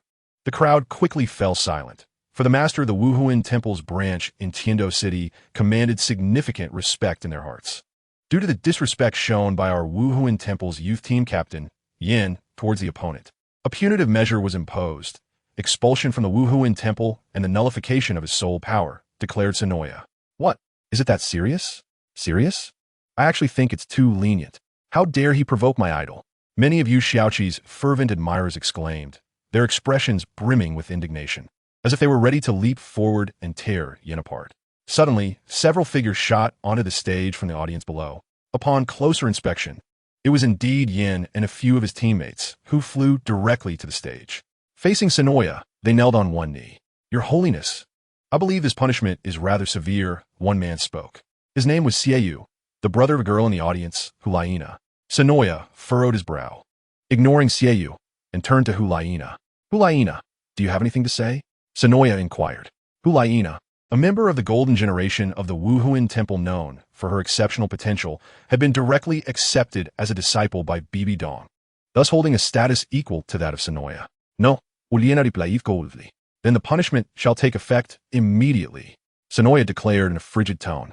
As Yin, supported by other teammates, contorted his face in rage, he broke free from their grasp and charged towards Yu Xiaoqi. Before I am stripped of my powers, I will ensure your demise. Yin snarled. Enough. Sonoya scoffed, and in an instant, a formidable surge of soul power forced Yin to the ground, creating a human-shaped crater in the sound-absorbing wood. Master, observing this, realized that only a titled Dalu could control their soul power to such an extent, without using soul skills or summoning their spirit. Merely by the force of their soul power in a single glance, Sonoya had achieved this. Undoubtedly, Sonoya was a titled Dalu. As Sonoya continued, if you are still unrepentant, then you may as well die. His gaze turned lethal. By the time he uttered his last word, Yan's life was visibly fading. I cannot accept this. Yet, the golden generation of the Wuhuan Temple lost one of their members. Xieyu's expression darkened, but he stifled his fury. Lord Sonoya, our team has now lost a strong member. What shall we do for the upcoming matches? Xieyu's voice trembled, yet remained respectful. What can be done? We shall select someone from the trial participants. With that, Sonoya dismissed Xieyu from his thoughts. Given Xieyu's current standing, he was not worthy of Sonoya's respect. He could not compare in talent to his sister, nor in appearance to Yu Xiaoqi, whose potential was far beyond his own. Therefore, Sonoya felt no need to honor Xieyu with respect. Now, let us set aside the unpleasantness of earlier. It is now time for the captain of the Shrek's 7 monsters, Yu Tianheng, to speak. The MC quickly interjected as Sonoya and the others returned to their seats. Ahem. Hello everyone. I am Yu Tianheng, the captain of the Shrek's 7 monsters. Yu Tianheng introduced himself, emulating Yu Xiaoqi's style. However, The applause and cheers from the audience were noticeably less enthusiastic compared to when Yu Xiaoqi spoke. For the renown of the 7 monsters did not match that of the 9 demons, although they still overshadowed the rest in fame. Our goal is quite simple: to win the championship. Whether we achieve, it is another matter. Yu Qianheng added humorously, eliciting laughter and applause from the audience. He bowed deeply to the esteemed guests and then to the audience, who reciprocated with hearty cheers and applause. On the other side, the youth team of the Wuhuan Temple was now reduced to 5 members. 1, Xiaoyu, waiting for the draw, and 1, Yin, already deceased. Lady Hulaina, why do you not request the master to spare Yin? If our Wuhuan Temple does not secure the championship, can you bear the consequences? One teammate ventured. Hulaina coldly regarded him, treating him as if he were invisible. Consequences? Surely, it is not this beautiful lady who must bear them. Besides, who do you think you are to question her? Beside her, Xiao Wu stood up, shaking her fist at the teammate. Hulaina turned her gaze and shot him a chilling glare. The teammate shrank back, retreating in silence, too intimidated to speak further. Hulaina smiled at Xiao Wu, her fondness for her growing stronger. Now let us welcome the captain of this year's underdog, Zesikata Advanced Soul Master Team, to the stage. The MC announced cheerfully. The figure in black, along with the others cloaked in black, had remained silent from the onset of the event, each of them bowing their heads, standing quietly. The black-robed individual approached the microphone. Champion. His voice was surprisingly hoarse, and this youth, not over 24, had a voice rougher than some octogenarians. After uttering those 2 words, he slowly walked back to his previous position. The audience fell eerily silent, the aura emitted by the black-robed figures evoking a sense of dread. It seemed every competitor in this year's tournament harbored the ambition to claim victory. Now, we move on to the much-anticipated lottery draw. The MC maintained his professional demeanor. Under the MC's guidance, Yu Xiaoqi and the others approached the lottery box. Yu Xiaoqi went first, unthinkingly drawing the first ball her fingers touched, resulting in a favorable matchup against the Wuhuan Temple's youth team. Yu Qianheng also drew on behalf of his team, and he pulled the Zesikata Advanced Soul Master Team. Only 2 draws were necessary, while the other 2 served merely as a formality. After the draws, Yu Xiaoqi and her companions returned to their respective positions. Following a few remarks from the 4 esteemed guests, the MC announced the conclusion of the lottery event. The Shrek teams, amid the crowd's attention, made their way back to the academy. The entire faculty and student body turned out to welcome them, shining like the sun wherever they went.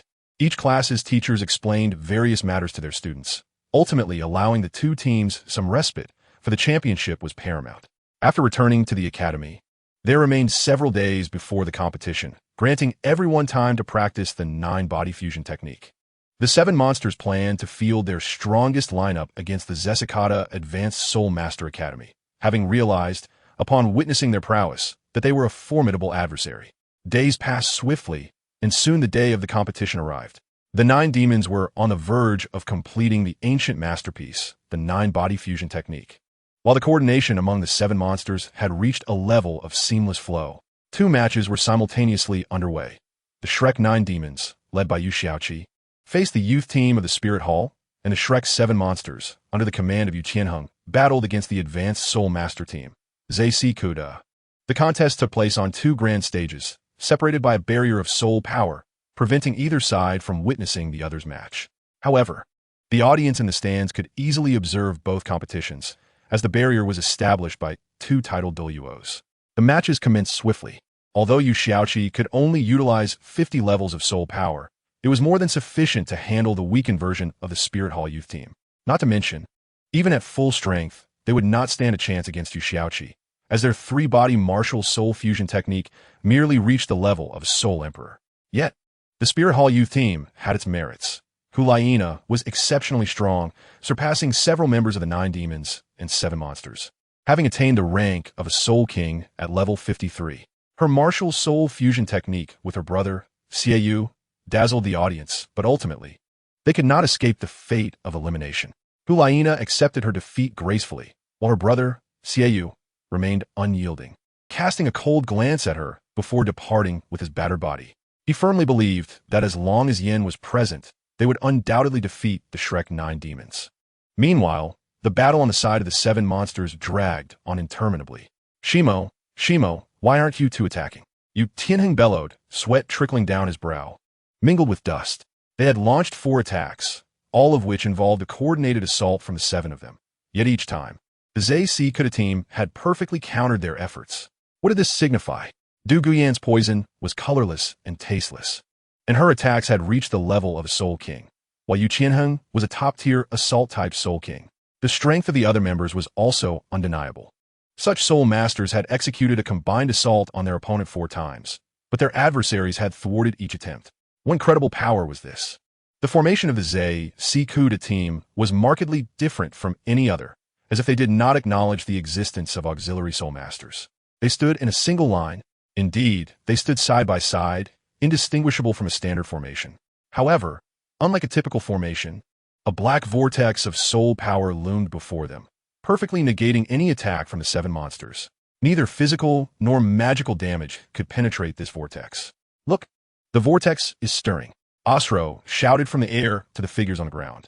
As the spectators focused, they noticed that the vortex had ceased its clockwise rotation and had begun to spin in the opposite direction. Du Guyan seemed to sense something amiss and quickly instructed. Shimo, you two take the front. Upon hearing this, the 2 brothers promptly shifted their formation to the forefront, while Du Guyan, Yu Feng, and Yu Tianheng retreated behind Shimo and Shimo. Unleash your strongest defensive technique. Du Guyan's gaze remained fixed on the swirling vortex, not daring to let her guard down. The 2 brothers nodded and swiftly summoned their martial souls, transforming into the legendary Xian Gui. The 4th soul skill, Xian Gui's protection, they proclaimed in unison. Their 4th soul skill, having been honed together since childhood, had evolved into a unique martial soul fusion technique. The 2 Xian Guis in the air gradually fused into a colossal silhouette, towering over 20 meters and occupying an area of 100 square meters. Fortunately, the vast arena could accommodate it, albeit at the expense of 1/3 of its space. The figure in the black robe at the center of the Zai Kuda team slowly raised his head, though his face remained obscured, revealing only a mouth that curled into a mocking smile.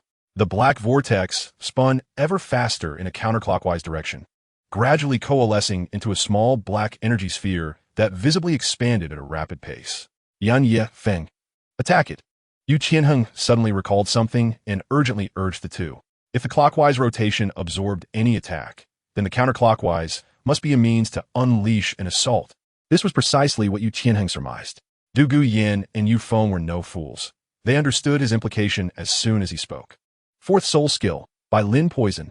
Du Guyan's eyes turned a vivid green, and the black-robed figure transformed into a red heat source. Suddenly, a green toxin emerged from the abdomen of the red heat source. It was by Lin Poison. It succeeded, Du Guyan exclaimed with joy.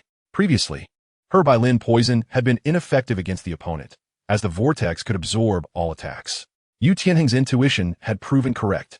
2nd soul skill, Yu Feng Blade. Yu Feng soared once more, unleashing a barrage of attacks on the Zai Kuda team. They seem to be rather clever, commented one of the black-robed figures, his voice gravelly, reminiscent of the one who had spoken days prior. No worries, my goal is not to survive. The central figure was indeed the same black-robed man from earlier. A sinister laughter echoed among the onlookers. They allowed the wind blades to slice through their skin, letting the toxins wreak havoc within. Yet, their hands continued to channel soul power into the vortex without pause. At last, all the black-robed figures collapsed. However, as the last one fell, the energy sphere before the vortex had already reached completion, amalgamating the soul power of the 7 black-robed figures.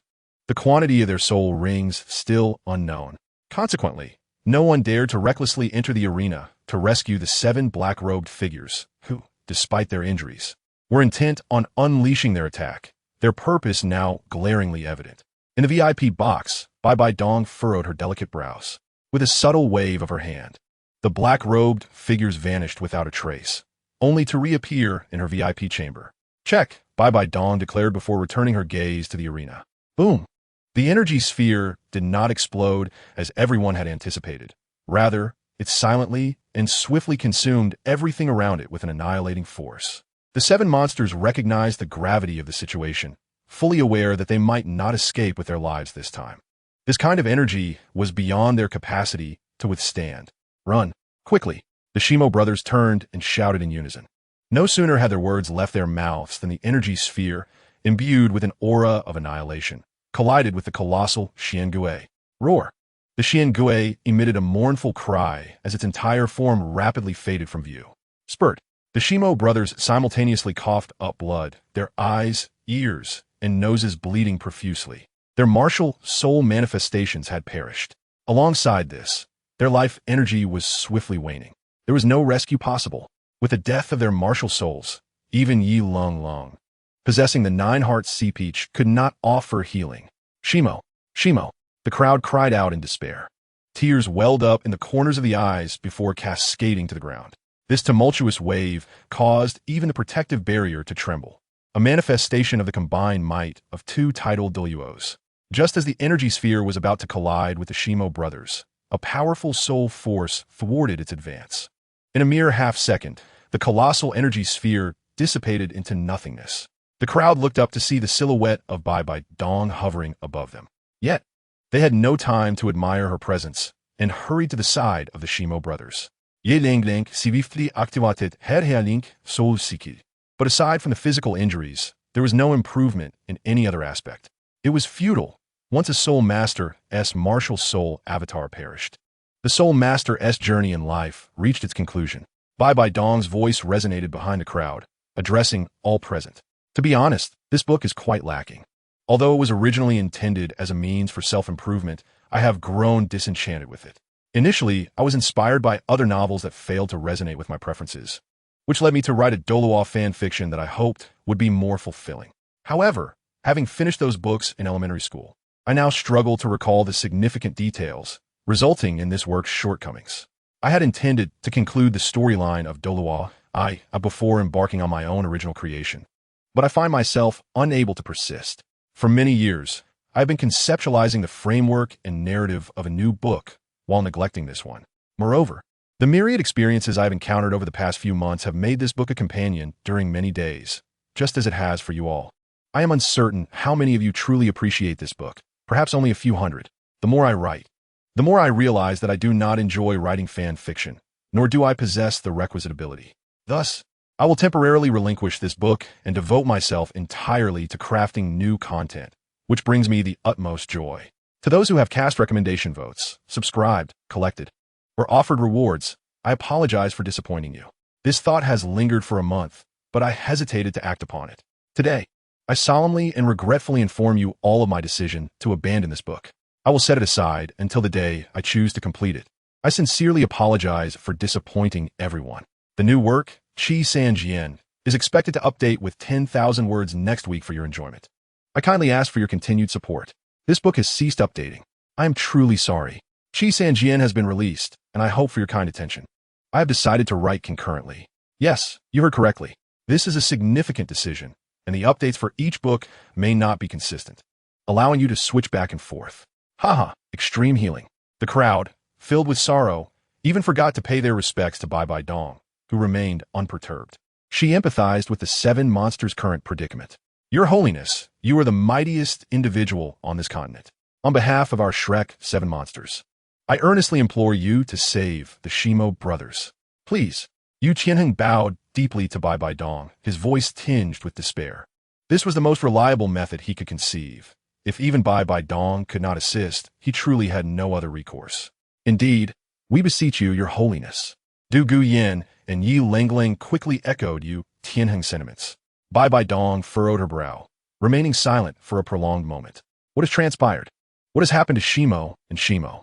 Yu Xiaoqi, accompanied by Jiu Yao, rushed over, having felt the disturbance from across the arena. Upon arrival, he found no one willing to respond, which exacerbated his anxiety. What has befallen them? Yu Xiaoqi pressed on. The martial soul avatar has shattered, and life is nearing its end. Yu Qianheng replied, his eyes filled with hopelessness. I possess a method, but it is exceedingly difficult to execute. Bibi non sim resolute. Her indifferent tone betraying a glimmer of hope. Even if there is but a slender chance, we shall endeavor to grasp it. Yu Tianheng hastily knelt before Bibi Dong. Soon after, all members of the Shrek double team, including Yu Xiaoqi, followed suit, kneeling before her. Bai Bai Dong's indifferent gaze swept over them, pausing momentarily on Xiao Wu before shifting away. Bibi Gong inhaled deeply. I will instruct my attendants to take the two of them to my spirit hall for treatment. With a wave of her hand, the Shimo brothers vanished from the ground. And Bai Dong's figure also disappeared. Xiao Wu, she has already departed. The crowd stood up, yet only Xiao Wu remained, head bowed and motionless. Is that so? Xiao Wu hastily rose, brushing the dust from her feet. Yu Xiaoqi suddenly embraced Xiao Wu, leaving her flustered and uncertain. It is over, Yu Xiaoqi murmured. Xiao Wu's heart trembled, tears instantly blurring her vision. Meanwhile, in the VIP room, a titled Duo questioned Bai Dong. Are you certain you wish to save these two near-death individuals? The cost involved should be apparent, I believe. I do not require your guidance in my decisions. Bibi Nong replied coldly. Take them with you and depart for the palace immediately. Bai Dong did not grant the title Dalu an opportunity to respond. Rising promptly after her declaration. No matter how powerful they were, the two titled Daluos were merely subordinates, and they dared not defy Bai Dong's orders. After a brief journey of half an hour, the three arrived directly at the spirit hall. Without the aid of soul beasts, they relied solely on the flight speed of the titled Daluos to return. It is noteworthy that the distance from the spirit hall to Tiando City spans a staggering 1,300 kilometers. Upon reaching the spirit hall, Bai Dong immediately summoned two healing titled Daluos to sustain the lives of the Shimo brothers temporarily. Meanwhile, she ventured alone to the Elder Hall. The elders of the spirit hall encircled a jade platform emanating soul power. Their expressions varied. Your Holiness, we still believe this matter requires further deliberation. One elder spoke solemnly. This jade platform is reserved for the highest echelon of the spirit hall, to safeguard them in times of peril. It takes 50 years to gather energy for a single use, yet its capabilities are astonishing, capable of restoring the dying to health. However, it necessitates the combination with exceptionally rare medicinal substances. The price of utilizing both is exorbitant. Thus, they refrain from employing such means unless truly warranted. I have made my decision. Do you expect me to reconsider?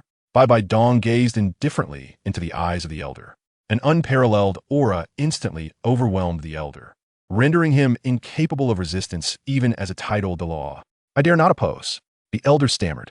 The other elders dared not breathe a word. Their eyes fixated on a golden-haired elder, revealing that all their hopes rested upon him. Donger, are you truly certain? The golden-haired elder inquired. Indeed, the depths of Bai Dong's gaze shimmered with a glint of brilliance. If there were anyone within the spirit hall who could evoke such concern from her, it could only be two individuals.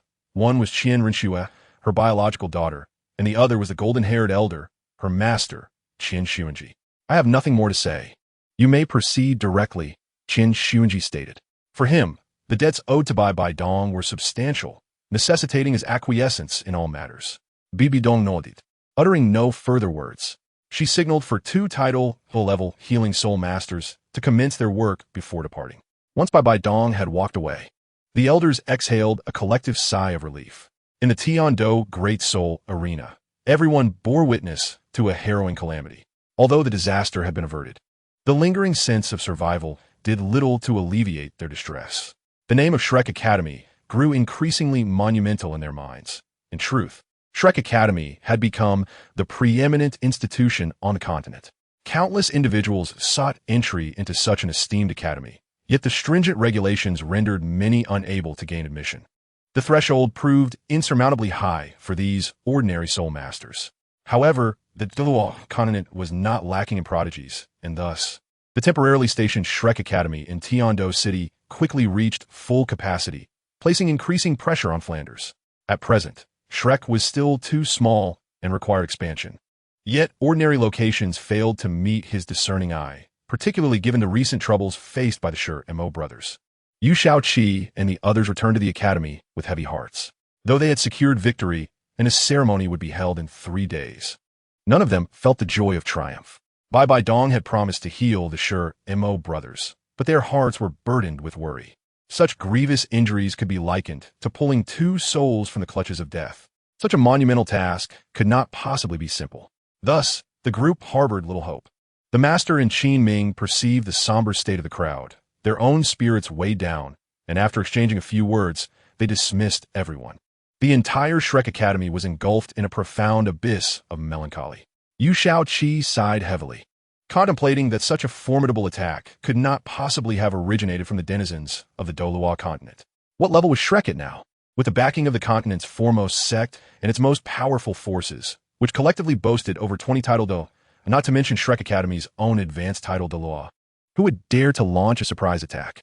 Thus, if we ruled out those from the Douluo continent, only individuals from outside remained. The divine realm could not interfere with the Douluo continent, as the rules forbade it.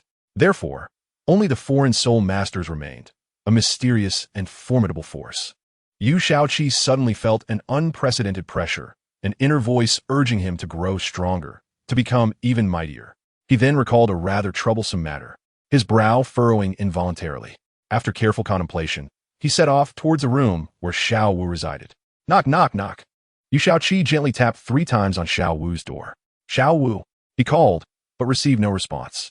Assuming she was not in her dormitory and had stepped out, he turned to leave, only to hear a soft thud as Xiao Wu appeared.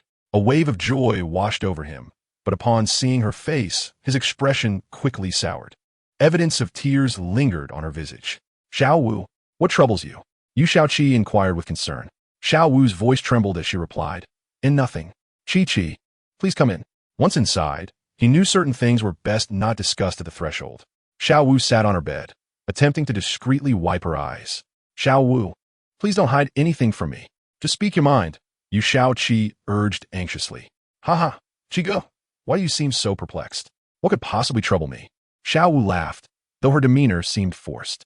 A pang of pain struck Yu Shaoqi's heart as he realized he had been so preoccupied with how to unite all of Shrek with the Spirit Hall. He had overlooked Xiao Wu's feelings regarding her and Tang San's grievances with the Spirit Hall. He knew that if Tang San were to learn of their family's history with the Spirit Hall, it could lead to untold consequences, perhaps even reckless actions. Xiao Wu, please don't conceal anything from Qi Ge. Your demeanor was clearly unusual when Bai Dong visited today. Yu Shaoqi gently took her hand. Xiao Wu's heart fluttered, and the memories of the past surged forth, causing tears to fall unbidden. Yu Shaoqi had no choice but to envelop her in his embrace. Once Xiao Wu had calmed down sufficiently, Yu Shaoqi inquired, What is troubling you? After taking a few deep breaths to regain her composure, Xiao Wu began, Qi Ge, you must already know my true identity. I know, 100,000-year transformed soul beast, Yu Shaoqi replied. Indeed, Qi Ge, you are aware of my identity. My mother was also a 100,000-year transformed soul beast.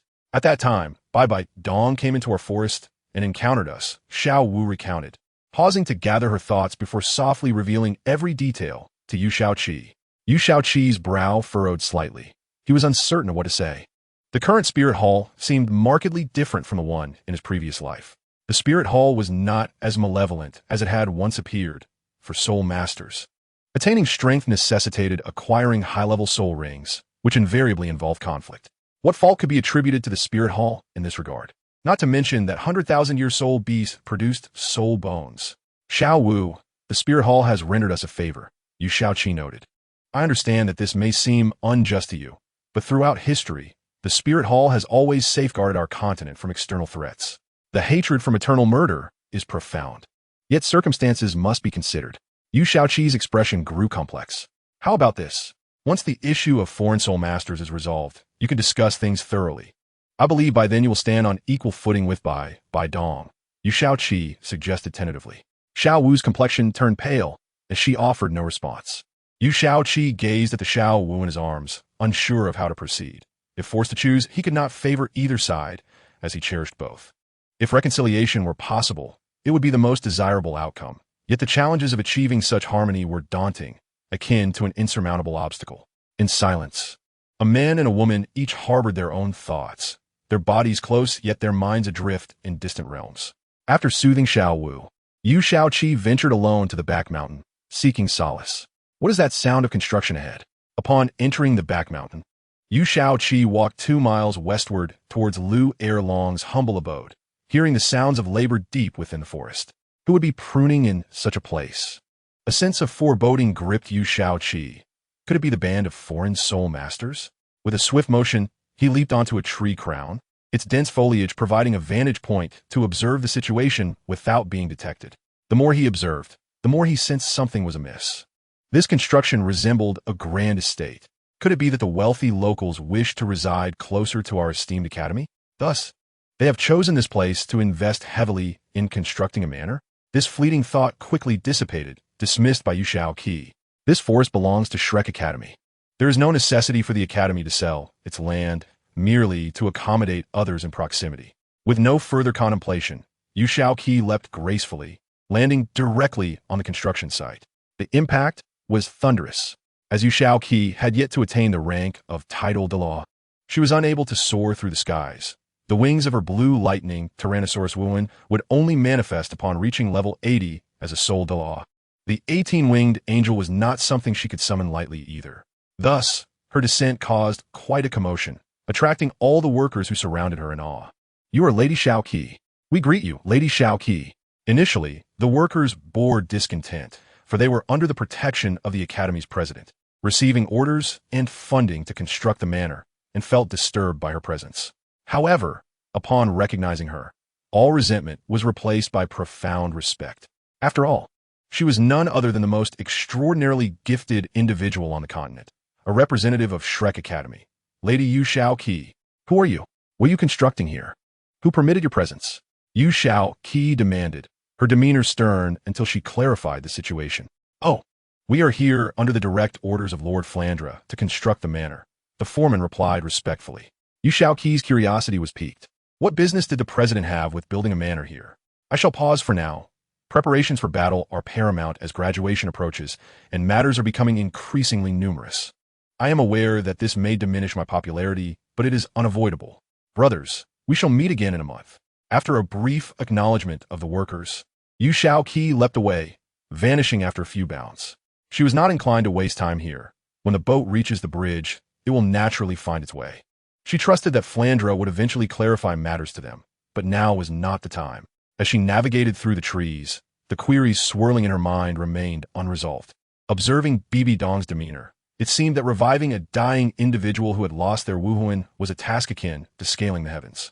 Why would she then agree to assist us? Was it truly for my genius that she would pay any price? This notion held some weight. Yu Shaoqi nodded, and another thought began to form in her mind.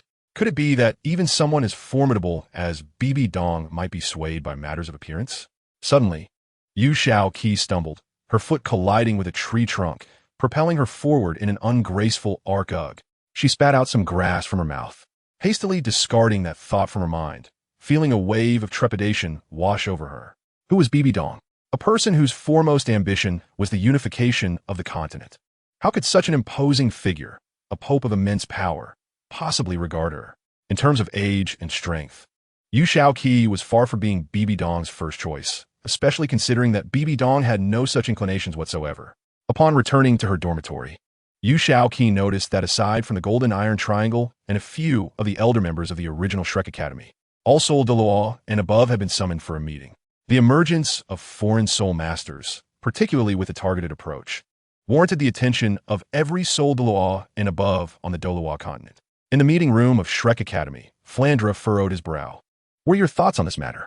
The seasoned Dream Machine lightly stroked his long white beard. "This is indeed a grave issue," his voice, though not loud, resonated throughout the meeting room. "Indeed, what they are doing is clearly aimed at us." Zhao Wuji slammed his palm onto the table, his eyes wide with fury. The atmosphere in the meeting room plummeted to an icy silence, as discontent settled in the hearts of all present. Considering this incident alongside past grievances, the foreign soul masters had become a bitter enemy to Shrek Academy. Is there still no progress in the investigation of the foreign soul masters by the Wuhuan Temple and the Blue Lightning Tyrannosaurus? The master inquired solemnly.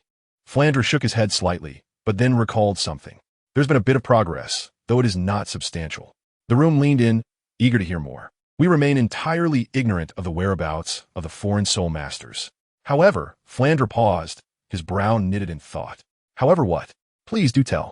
Zhao Wuji's face flushed, barely restraining himself from leaping to his feet. We now possess a method to identify foreign soul masters, but necessitates exceptionally precise control over one's soul power.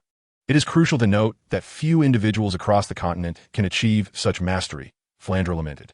The others bowed their heads in contemplation, grappling with the reality of their limitations. To perfectly control one's soul power, one must first attain the rank of title Daw. and then dedicate oneself to the meticulous study of soul power manipulation to reach a state of perfection. Yet, who would willingly prioritize such control over their cultivation? Even if one were willing, the requisite perseverance and talent might still elude them. The room fell into a deeper silence, as each person felt a renewed sense of helplessness regarding their capabilities. Only 3 individuals were known to have achieved perfect control over soul power on this continent: Bibi Dong, the current pope of the Wuhuan Temple; Tang Chun, the former leader of the Haotian sect; and Qian Dalu, the elder of the Wuhuan Temple. Beyond that, they had no knowledge of others. The proposition left everyone in the meeting room furrowing their brows. Flandra's words were indeed accurate. "Sai, what is the Wuhuan Temple's response?" Dream Machine sighed, raising his head with a grave expression. None of them wished to be so passive, especially in the face of the foreign soul masters. Flandra relaxed his brows slightly, stating, "The Wuhuan Temple has drafted a somewhat incomplete response plan. Elder Qian Dalu will keep a vigilant watch over the movements of the foreign soul masters, and upon discovering any developments, he will immediately notify various factions using Soul Jade tablets. The nearest bearers of the tablets must respond promptly, while others may provide support as deemed necessary."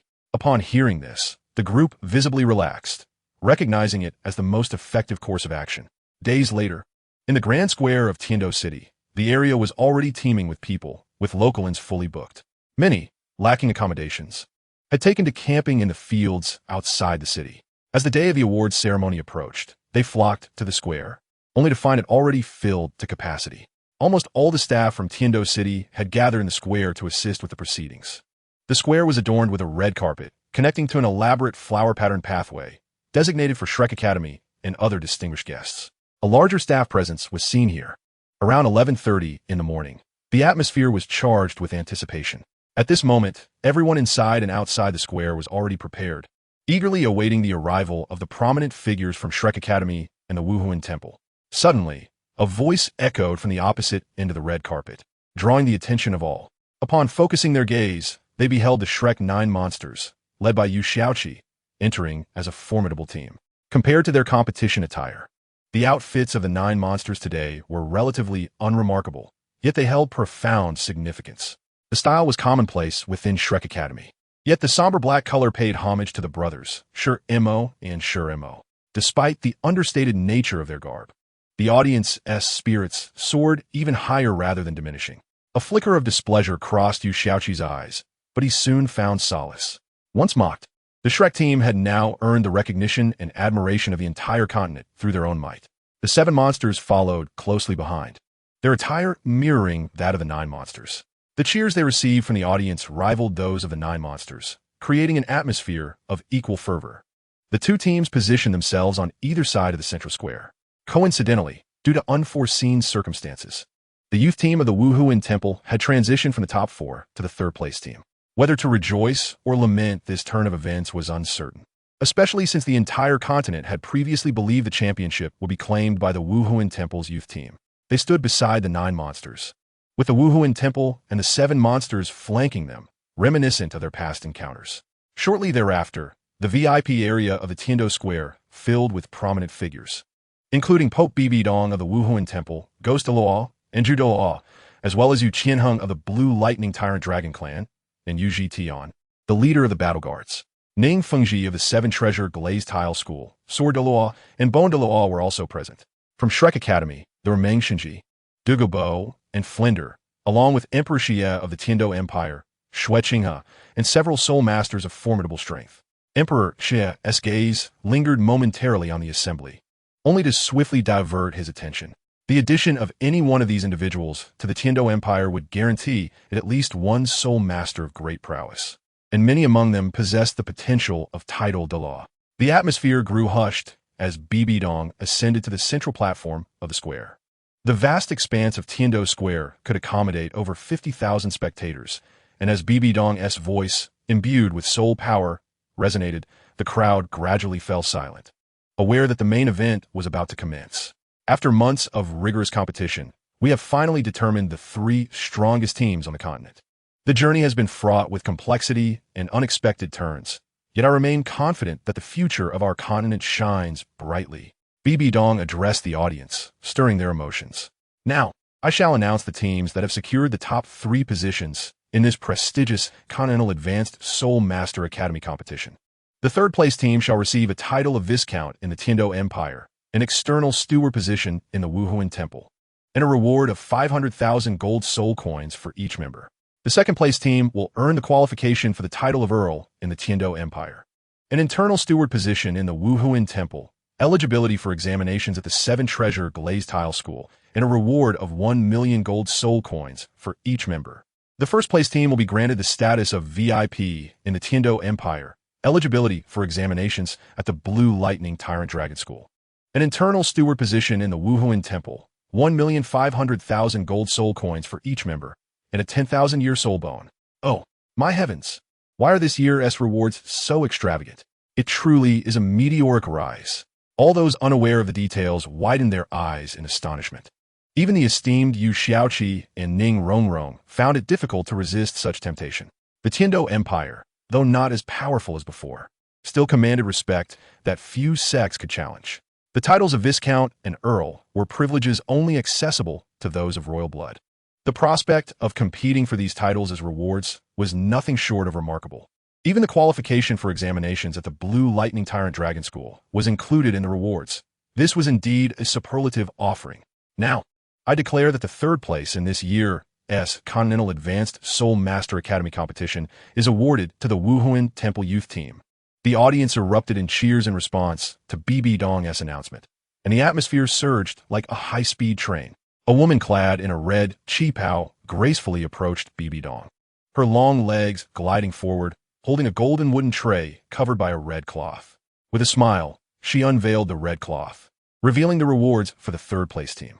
The Wuhuan Temple Youth Team accepted the rewards under Bibi Dong's indifferent gaze, yet their expressions were far from cheerful. Clearly, Bibi Dong was dissatisfied with their outcome. Even if they could not claim the championship, they should have at least secured second place. Yet they had fallen short even to the second team. However, such sentiments did not hinder the awarding ceremony. After Bibi Dong presented the second-place award to the 7 monsters, the atmosphere reached its zenith. Countless soul masters resolved to join one of these esteemed academies.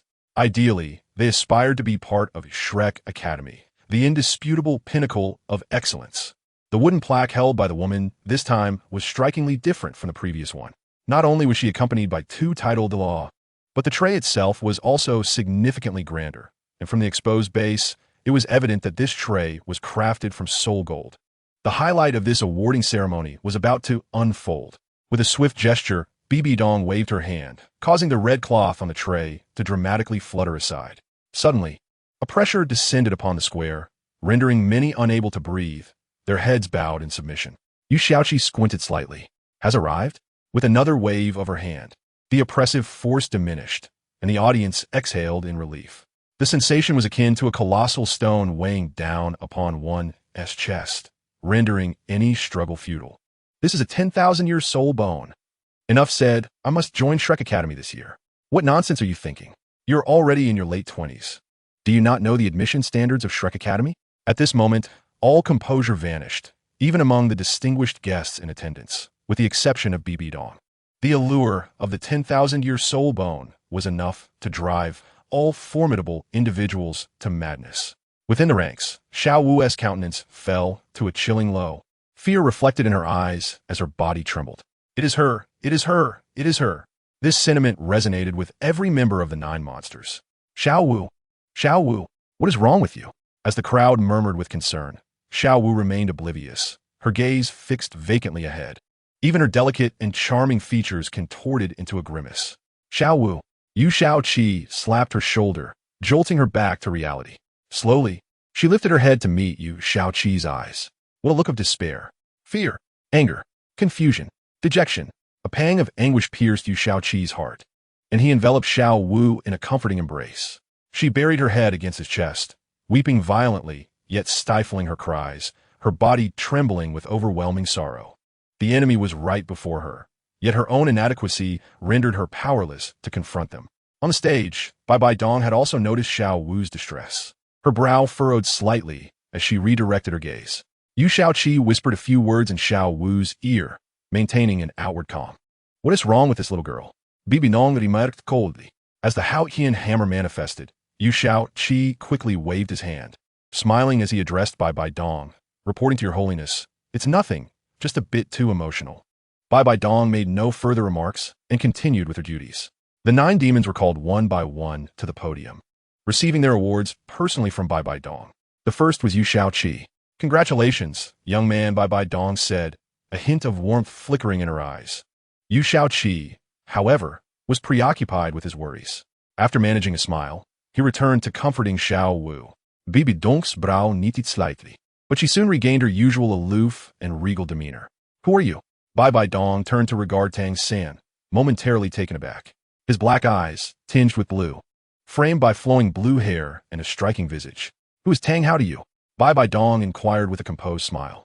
Tang San, momentarily startled, bowed respectfully. Reporting to your holiness, Tang Hao is my father. Yu Shao-chi sighed, realizing that what was inevitable had finally come to pass. Bibi Donk's smile vanished, her gaze turning icy as she regarded Tang San. The imposing aura of a titled Dalu erupted from her delicate frame. Guards, seize Tang San. Under the pressure, Tang San found it difficult to breathe. Yu Shao Gang, Flinder, and others quickly shielded Tang San, their expressions wary as they faced Bai Dong. I only require Tang San. This is my greatest concession. Bai Dong's gaze grew colder, her overwhelming presence unmatched by anyone present.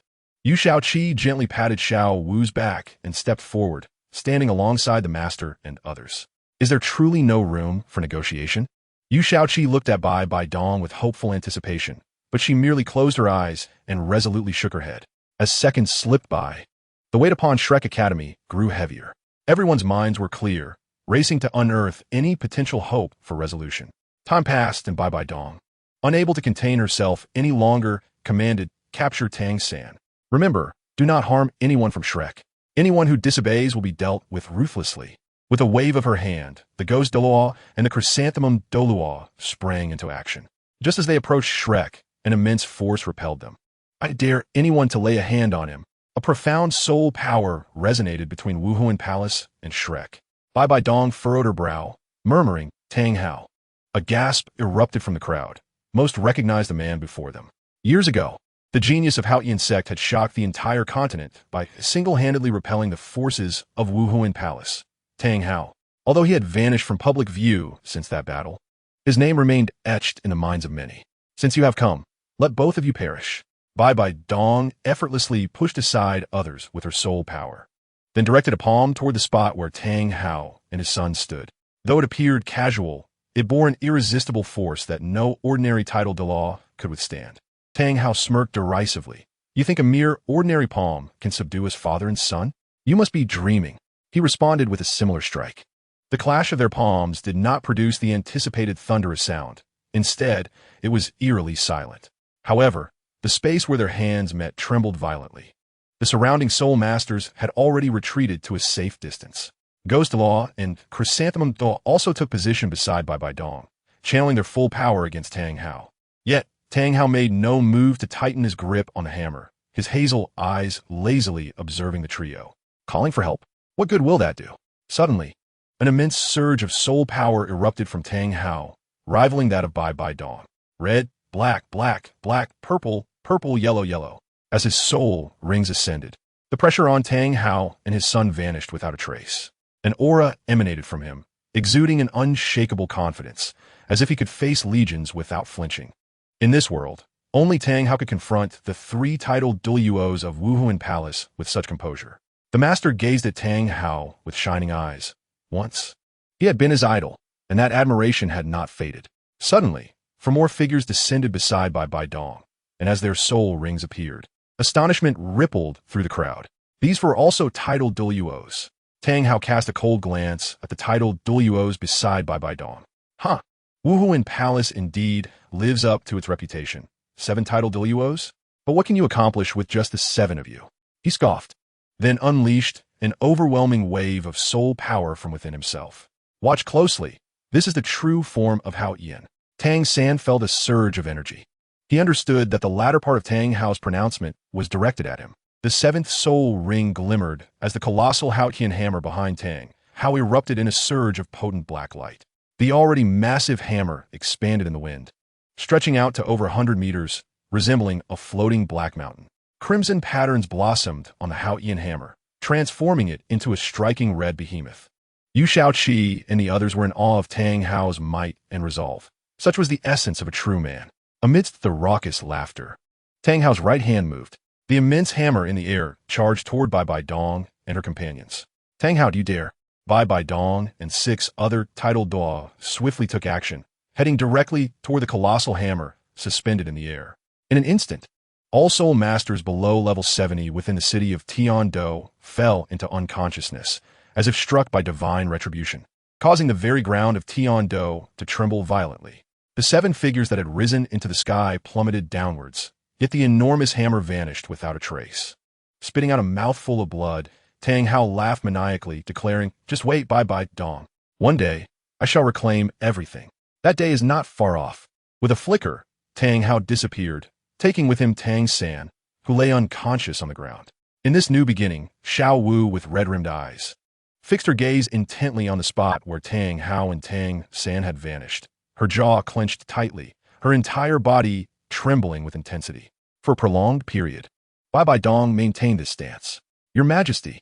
The other 6 could no longer contain themselves. If they did not pursue, Tang Hao and his companion might truly escape. "No need to chase," Bai Bai Dong replied, a hint of despondency crossing her countenance. After years of arduous training, she had finally reached the level of a titled Dalu, with Tang Hao as her imagined rival. Yet this battle had revealed the disparity between them. Despite possessing identical soul power levels and soul rings, the difference in their momentum was palpable. "Your Majesty, that scoundrel Tang Hao is far too arrogant. This concerns the dignity of our spirit hall," Gu 8th Dalu exclaimed hastily. Instantly, Bai Bai Dong regained her former regal demeanor, chastising silence. If Tang Hao were truly so easy to deal with, would he have survived until now? The time to confront him has not yet arrived. Yu Guan interjected, "What shall we do about these individuals?" The golden iron triangle remained steadfast, empowered by their martial soul fusion skill, while all but Yu Shaoqi from the Shrek teams had succumbed to unconsciousness. The master cast a cold smile towards Bai Bai Dong, who nearly spat blood upon witnessing his mocking expression. With a wave of her hand, she commanded, "We shall depart." With that, Bai Bai Dong and her fellow titled Dalu vanished without a trace. The vast Tian-Do Grand Plaza had nearly been reduced to ruins, with only a few influential figures remaining. Cough, cough, cough. The golden iron triangle could no longer suppress the turmoil within their bodies. Once the spirit hall members had left, they finally managed to cough. It seems that the Haotian Dalu family harbors a deep-seated enmity with the spirit hall. "We nearly couldn't withstand it ourselves," Zhao Wuji remarked, half squatting on the ground, his muscles covered in dust. Gradually, silence enveloped the area, and under the watchful eyes of many soul masters, the Shrek Academy members gathered together. Ning Fengji, Jian Dalu, and Du Dalu approached, assisting the others in gradually regaining consciousness. As Ma Hongjun opened his eyes, he exclaimed, "Wow, Big Brother's dad is so fierce. I've decided from now on, Big Brother's dad will be my idol." The others, aside from Yu Shaoqi and Xiao Wu, wore puzzled expressions. Yet they understood that this was not the moment for inquiries. The meticulous Flanders sighed in resignation. Although he held the title of Soul Sage, he felt he was still far from those true powerhouses. Strength is of utmost importance in this world. "Ning Zhongzhu, please take Rongrong with you. The competition has concluded, and these children should graduate now. You have witnessed the events that transpired," Flanders stated. Ning Fengji nodded in agreement. "Rongrong has been away from home for too long. It is time for her to return with me. However, the Spirit Hall will not make things difficult for Shrek Academy." "Ning Zhongzhu, may I join the Seven Treasures Glazed Tile School?" Oscar mustered his courage to ask, knowing that as a support-type soul master, joining the esteemed Seven Treasures Glazed Tile School would be the best way to enhance his strength. Ning Fengji, well aware of the Shrek teams, smiled, "Of course. Anyone from your 9 demons or 7 monsters who wishes to join my sect is more than welcome." The strength of the dual teams was renowned throughout the continent. Any one of them was a coveted asset sought after by all factions. Now that someone wished to join, why would he refuse? Although Oscar had consumed the celestial-grade medicine gifted by Yu Shaoqi as a food-type soul master, he had to work diligently to keep pace with the many geniuses around him. "I too wish to join the Seven Treasures Glazed Tile School. What do you think?" Ning Songshu, Jiangzhu shyly interjected, understanding the implications. To be frank, Oscar was undoubtedly the most handsome among the two teams, aside from Yu Xiaoqi. But due to his circumstances, he had kept a distance from all the women who were aware of him. Now, with a beautiful woman expressing love for him, it was indeed a rare occurrence. Dai Mubai waved his hand, saying, "I am from the Luo Empire, having been away for so many years. It is time for me to return home." Ma Hongjun glanced at Luo Mian, who stood silently beside Ning Fengji, and said, "I think I will hold off on joining a sect for now. I have finally graduated and gained my freedom. I wish to travel the continent, broaden my horizons, and later join Big Brother's Blue Lightning Tyrant Dragon."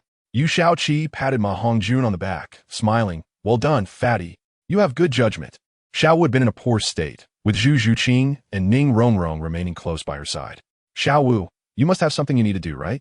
Yu Xiaoqi's tone grew solemn, drawing the attention of everyone present.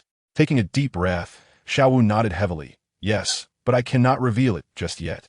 I promise that when we meet again in the future, I will tell you all." After responding to Yu Xiaoqi, Xiao Wu turned to the others. Yu Xiaoqi stepped forward, embracing Xiao Wu tightly, then gently grasped her chin, saying, "Silly girl, whatever you wish to do, I will stand behind you, all right?" Xiao Wu did not respond, seemingly not absorbing Yu Xiaoqi's words, her gaze vacant and her demeanor frail. The others noticed her condition and, recalling the events that transpired, began to speculate about the nature of her relationship with the Spirit Hall. The atmosphere abruptly dropped to a chilling low. "Xiao Wu, why not return to the Blue Lightning Tyrant Dragon with me for now?" Yu Xiaoqi suggested tentatively. However, Xiao Wu merely glanced at Yu Xiaoqi. Although it was just a fleeting look, lasting only a few seconds, he discerned a myriad of emotions within it. "No, big brother. I have some matters to attend to and cannot return with you this time." Xiao Wu forced a smile, one that resembled a grimace more than a grin. Yu Xiaoqi wanted to say more, but the words caught in his throat. Shaking his head, he switched topics, asking, "Is there anyone else who wishes to join the Blue Lightning Tyrant Dragon?" Ultimately, 10 individuals chose to enter the Blue Lightning Tyrant Dragon for training, simultaneously entering Yu Xiaoqi's Dragon Pavilion. Xiao Wu opted to go alone, while Dai Mubai and Zhu Zhuqing returned to the Luo Empire to settle some matters. Oscar joined the Seven Treasures Glazed Tile School, and Ning Rongrong also departed. Among the 9 demons, only 3 remained with the Blue Lightning Tyrant Dragon, while the other 7 opted to cultivate within the continent's foremost sect. But Shrek's dual teams are all members of Longa. Everyone has made a 5-year pact, and 5 years later, we shall meet again at Shrek Academy. However, tonight's graduation banquet must still be celebrated. After each person shared their plans for the next 5 years, they returned to Shrek Academy alongside Master and Flander. As usual, they became the center of attention, especially within the academy. Even Ma Hongjun, who was often overlooked, radiated brilliance at this moment. As night fell, the Shrek dual teams were enjoying their drinks with Master and others. Ma Hongjun and Oscar were both quite inebriated, each nearly teetering on the table. "Xiao Ao, if you don't finish this drink, it means you look down on your dear grandpa," Ma Hongjun exclaimed loudly while holding a 500-milliliter cup. Oscar's expression shifted as he looked at Ma Hongjun with glazed eyes, grinning foolishly. "After all these years, I admit it, I do look down on you. So what?" Just then, Dai Mubai, who had already collapsed onto the table, suddenly sat up, laughed heartily 3 times, and then slumped back down. Yu Qianheng, holding Oscar, closed his eyes and swayed, pretending to vomit, yet nothing came out. Yu Xiaoqi, sitting to the upper left, saw the drunken scene and smiled enigmatically, whispering a few words to Xiao Wu. Instantly, Xiao Wu's previously gloomy expression brightened with sunshine. Xiao Wu slowly climbed onto the table, hands on her hips, and shouted, "Whoever drinks 2 more cups, I will reveal a shocking secret." After saying this, she turned to Yu Xiaoqi with a mysterious smile, and Yu Xiaoqi nodded in agreement. Yu Qianheng, feeling a jolt, managed to suppress the turmoil in his throat. He reached out, intending to snatch the 2 cups of wine Xiao Wu had just poured. However, to his surprise, he was beaten to it by Dai Mubai. It was no joke. Xiao Wu's secret had existed since they first met years ago. The inexplicable soul ring and emotions were things they had long wished to explore, but due to their relationships, they had been unable to. Now that they had a lead, how could they not seize the opportunity? These 2 adversaries had never gotten along since their first meeting, but for the sake of the secret, they decided to settle it with rock, paper, scissors invented by Yu Xiaoqi. Ultimately, Yu Qianheng emerged victorious. Xiao Wu smiled mysteriously and whispered a single sentence to Yu Qianheng. His expression immediately drooped, and he became solemn. The others, fueled by alcohol, forcibly pulled Yu Tianheng over, incessantly inquiring. Reluctantly, after seeking Xiao Wu's approval with his gaze, Yu Tianheng revealed the secret. Xiao Wu Jie is a soul beast, he said, his brow furrowed and his demeanor serious. This revelation jolted Dai Mubai and the others, who were thoroughly intoxicated, into a state of clarity, including Master and Flander among the Shrek faculty. Dream God Machine and Dugu Bo, the two titled Douluos, remained unchanged in expression. Is this true, Tianheng? Oscar asked, somewhat incredulous. His sentiment was mirrored by the others. Seventh brother, did you know all along? Dai Mubai nudged Yuxiao's shoulder, inquiring, seeing the reactions of everyone. Xiao Wu's expression returned to its previous state. Yu Xiaoqi nodded silently. The group lowered their heads, faces reflecting a hint of struggle. Suddenly, Ma Hongjun slammed his hand on the table, standing up with a fierce expression. Damn it. So what if Xiao Wu Jie is a soul beast? Even if she is still our Xiao Wu Jie. Upon hearing Ma Hongjun's words, the group's struggling expressions vanished, and soon others began to voice their support. That's right. No matter who you are, Xiao Wu Jie, you will always be our Xiao Wu Jie, Oscar proclaimed vehemently. Others nodded in agreement, seeing their expressions. Xiao Wu's nose tinged with emotion, and tears fell unbidden, though she quickly wiped them away and smiled brightly. Yu Xiaoqi said, Xiao Wu, tell them your identity and see how they will react. Trust me. In an instant, Xiao Wu's previously suppressed feelings dissipated, regardless of how the world might change. As long as she had Yu Xiaoqi, her sisters, and Shrek by her side, she would walk forward with joy. Observing these children, Master and the others smiled with satisfaction. Flander also resolved in his heart, no matter what, you all have won the championship. As your dean, I have prepared a gift for you. Yu Xiaoqi's eyes darted around before he uncertainly asked, that gift isn't at the back mountain, is it? Flander nearly dropped his cup in shock. How did you know? Just a guess, Yu Xiaoqi replied, feeling too embarrassed to explain further. Dean, seventh brother, what exactly are you talking about? Ning Rongrong asked. Yes. Hurry up and tell us. Yu Xiaoqi turned his head, a smile gracing his face. If I am correct, it should be a specially built loft for us. Upon hearing this, everyone exchanged curious glances at Flander. The Iron Rooster is finally shedding feathers? Flander felt uneasy under their scrutiny, his expression fluctuating. If you keep looking at me, I won't give it to you. Ha. Thus, the graduation banquet concluded joyfully. Xiao Wu and Yu Xiaoqi parted ways temporarily and returned to the Stardow Forest. Zhu Zhuqing also bid farewell to Yu Xiaoqi and returned home in the Xingluo Empire. Yi Lingling and Dugu Yin chose to accompany Yu Xiaoqi. Ning Rongrong, indifferent, decided not to follow, as their statuses made it easy to meet again. In no time, the Shrek duel teams had their own matters to attend to, yet they all agreed to reconvene in 5 years. Longjian Bonglonglongzong, Dragon Guard, heed my command. Yu Xiaoqi proclaimed from the seat of the family head, looking down at Yu Mi Bong and the others. Dragon Guard, reporting in, they responded respectfully. For the next 5 years, I want you to exert every effort to enhance your strength. You are free to act as you wish, but you must strive to elevate your power. If, after 5 years, I find that your strength has not met expectations, I will expel you from the Dragon Guard, Yu Xiaoqi declared, his brow furrowing as he observed the fierce expressions of Yu Mi Bong and the others. Yes, they replied in unison before swiftly retreating. Happy New Year! May all your wishes come true in the new year. Wishing you prosperity and good fortune. May flowers bloom abundantly. Wishing you great success. For those who play games, may you achieve glory in your endeavors. Do not peruse this book any further, for it has not seen an update for quite some time, and it is unlikely to receive one in the near future. It would be wise to explore other options. I am currently engaged in writing a new book and competing for various awards, which have no connection to Dalu. I presume most of you are avid fans of Dalu. Hence, I shall refrain from disclosing the title, and I apologize for that. I sincerely regret the inconvenience caused to those who have subscribed. With clarity and purpose, Yu Xiaoqi led the group across the blue electric Tyrannosaurus Plaza, arriving at the Elders' residential area.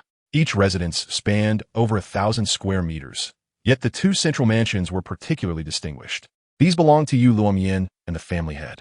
Yu Xiaoqi had not yet moved into the head's mansion, but resided in a villa on the back mountain. Uncle, I have returned, Yu Xiaoqi announced, pushing the door open and striding inside. Upon returning to the family, Yu Luomian immediately set off to the mansion to review documents. Overwhelmed by the myriad of affairs, Attending Yu Xiaoqi's match was the utmost he could manage. A subtle twitch of his lips revealed his irritation as he thought. This impudent boy, while often irreverent, has now lost all decorum in front of so many. He truly shows no respect to me. Yu Xiaoqi casually found a seat and gestured for everyone to do the same. Turning his head, he wore a broad smile. Uncle, how has the investigation into the foreign soul masters progressed these past few days?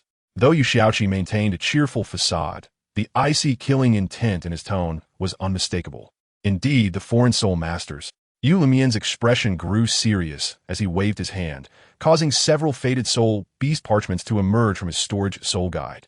This is what we have. Yu Xiaoqi took hold of the parchments and scrutinized their contents. His expression fluctuated between frowns and relaxed brows, culminating in a tight furrowing of his brow. Exhaling slowly, he spoke gravely. So, this is all the information gathered by the major powers collaborating on the investigation?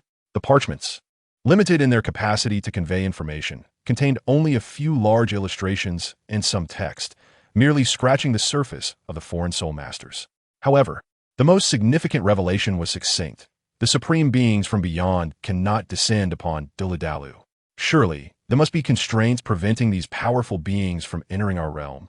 Yu Xiaoqi speculated as he accepted a cup of tea poured by a servant. Indeed, there are limitations, and these restrictions closely mirror those imposed by the divine realm. Yu Luomian explained. While they cannot physically descend, they can leave behind legacies and projections. The foreign soul masters' most formidable beings have no means to enter Dalu. Not even the ultimate Douluo of level 99. The restrictions are numerous and quite troublesome. Yu Xiaoqi's expression darkened slightly as he murmured. Then why doesn't the divine realm simply eradicate the foreign soul masters? Both parties exist in the cosmos. Surely, engaging in battle is not beyond contemplation. Have they perhaps reached some sort of agreement? Before anyone could interject, Yu Lumian interrupted Yu Xiaoqi's musings. Enough. Even if they could only send beings below level 98. Dalu would have no reason to fear, even if a truly exceptional Douluo were to arrive. Xiaoqi, you may leave now. I have many matters to attend to. Yu Luomian declared, signaling the end of their conversation. Yu Xiaoqi and the others, respecting his wishes, bid him farewell. Traversing through streets and alleys, Yu Xiaoqi and his companions made their way to his residence. Much like Lu Erlong before him, Yu Xiaoqi preferred not to reside amongst the masses. Seventh brother. As the heir of the Blue Electric Tyrannosaurus clan and the future clan head, why do you live so far from everyone? Duguyan inquired, perplexed. Yi Lunglung beside her shared the same curiosity. I simply favor a quieter environment. It allows for better rest, Yu Xiaoqi explained. Well, let's not dwell on that. Our immediate priority is to elevate our strengths within these 5 years. Before anyone could ponder further, Yu Xiaoqi interrupted their thoughts. That is true. Since we have come to the Blue Electric Tyrannosaurus with you, do you have any suggestions? Yiling Ling Sikofut, feeling that this big oaf should understand the implications of girls accompanying boys home. In a civilian context, it would signify that the girl is likely to marry the boy. Yu Xiaoqi, however, remained oblivious. As a post-95, he was accustomed to bringing girls home without any significant implications. Personally, I wish to travel to the extreme north. Afterward, I will continue my training in a place unsuitable for you two ladies, he said, resting his chin in thought. The extreme north? Both Dugu Yin and Yi Lunglung displayed expressions of confusion, having never even heard of such a place. Noticing their bewilderment, Yu Xiaoqi elaborated. The extreme north is located at the northernmost part of the continent. It is exceedingly cold and perilous, often referred to as a forbidden zone for humanity. Yet it is rich in resources. Upon hearing this, Dugu Yin and Yi Lunglung exchanged worried glances. Fear not, you may go, but do exercise caution, they urged. Indeed, Yu Xiaoqi was astonished. He had expected them to dissuade him from venturing into such a dangerous locale, yet they were supportive instead. We do not wish to confine you. Since it is a place you desire to explore, then you should go. Worrying will not help, and as your fiancés, we ought to support you rather than oppose you. The worry in their eyes was palpable, the gentleness and fragility of femininity evident in both. Yu Xiaoqi's heart softened, and he embraced the two, reassuring them, rest assured, I am well aware of what I am doing. The three remained in an embrace for over 5 minutes, a testament to the deep bond they shared. Now, for a soul master, 5 years will pass swiftly. We must utilize this brief period to enhance our abilities. Since you two have returned to the Blue Electric Tyrannosaurus with me, I will ensure you receive the best resources and guidance for your training. Releasing the two, Yu Shaoqi gently wiped away their tears. The dragon guards have developed rapidly over the years, and so has our clan. Furthermore, we have established a training system within the blue electric Tyrannosaurus. Moreover, Grandpa Dubo holds a guest elder position in our clan. His insights will undoubtedly be invaluable for your training. At the very least, you may also contact your teacher, who can provide exceptional guidance. Yu Shaoqi declared enthusiastically. Let us set forth to the extreme north. After arranging for the two ladies, he sought out Yu Tianheng to discuss a training plan. With all matters temporarily settled, Yu Shaoqi promptly embarked toward the extreme north. After 3 days, upon arrival, he was immediately struck by the biting cold wind. This is no different from the Arctic temperatures of previous lives, is it? Yu Shaoqi, after feeling the chill, enveloped herself in her soul power. In this continent, there is no such thing as down jackets, let alone high-tech winter clothing. Alas, Yu Shaoqi could not help but sigh, a complex array of emotions rising within her. Her teacher resides nearby, does he not? Regrettably, she had yet to attain the level of a titled Dalu, rendering her too embarrassed to meet him. After traversing approximately 4 to 5 kilometers, she arrived at a white forest. Subsequently, Yu Shaoqi found herself wandering aimlessly. Despite her familiarity with the narrative of Dalu and her knowledge of what lay in the extreme north, she was utterly lost upon her arrival. Amusingly, she could not locate the Xingdo de Sanlin. Doming, Arming, must strive diligently. At the very least, my fate must be in my own hands. For the past few years, I have relied on your assistance for my training. Xiao Wu furrowed her brow, her expression resolute. Xing Luo Empire. Dai Mu Bai trudged forward, as if burdened by some unseen weight on his calves. Beside him stood at least 5 Soul Emperor-level assault-type Soul Masters. The extent of improvement over these 5 years hinged entirely on this training. Dai Mu Bai breathed heavily, and in the next moment, the 5 individuals unleashed their soul skills, charging directly toward him. Qi Bao Liu Li Zong. The master once stated that a support-type soul master must balance both physical strength and mental acuity. Only by cultivating both can one achieve greatness. I must pursue the footsteps of my elder brother, Qi. Ning Rong Rong's gaze mirrored that of her peers, her exquisite features now marked by unwavering determination. Such instances frequently occurred among the Shrek 9 monsters and the Shrek 7, each member exerting their utmost strength in their endeavors. In the extreme north, Yu Shaoqi had now crossed the white forest and arrived at the edge of a vast ice lake. She paused, squinting at the tranquil waters. Everything here was splendid, save for the oppressive silence that rendered the atmosphere almost lifeless. Come fort. Your stench is so pungent that it can be sensed even on this icy expanse. Yu Shaoqi fixed her gaze on the opposite shore of the lake, which lay at least 2 miles away. After a considerable time, the other side remained eerily still. A faint smile crept upon her lips as she queried, "Must I invite you out?" As soon as the words left her lips, Yu Shaoqi instantly activated her soul skill, summoning a bolt of lightning that surged across the lake. Boom! The thunderous force collided with the far bank, abruptly halting mid-air. Witnessing this, Yu Shaoqi wore a grave expression. You wretched beings truly refused to depart. With that, a series of black soul rings rose beneath her feet, her gaze growing increasingly frigid. He, the unparalleled prodigy of Dalu, Yu Shaoqi, indeed lives up to her reputation. A series of dark red figures gradually materialized, one pair of eyes locking directly with hers. 10 Soul Douluo, how utterly tedious, you evil soul masters. A weight settled in Yu Shaoqi's heart, and she leaped into the air, dark clouds enveloping the sky, thunder rumbling ominously. The wrath of thunder. Boom! Bolts of lightning cleaved through the heavens, descending like divine retribution upon the 10 evil soul masters. Boom! The lightning struck the snow, sending flurries of snowflakes swirling in every direction, obscuring the figures of the 10 as they vanished from Yu Shaoqi's sight. The 10 evil soul masters stood rooted in place, conjuring their soul power to shield themselves, none daring to make a reckless move. When the snowflakes finally began to settle, revealing the scene once more, the leader muttered, "Did we miss?" "No, wait. It seems he has fled." The individual beside him inquired, "Shall we pursue him?" The leader responded with a sinister grin, "No need to chase. We possess ample means to track him. Tiando Empire, Wuhan Hall. An evil soul master has emerged. The location is in the extreme north. Quick, notify the Pope." Report. Bai Bai Dong sat regally upon the Pope's seat, gazing down upon the kneeling figure. Speak. Report to your holiness. 10 evil soul masters have appeared in the extreme north. Bai Dong's brows furrowed, and after a moment of contemplation, she replied coldly, Understood, you may leave. In the extreme north, beneath a certain snowy mountain, these wretched cretins truly overestimate me, sending 10 soul Douluo. Yu Shaoqi felt a cold sweat break out.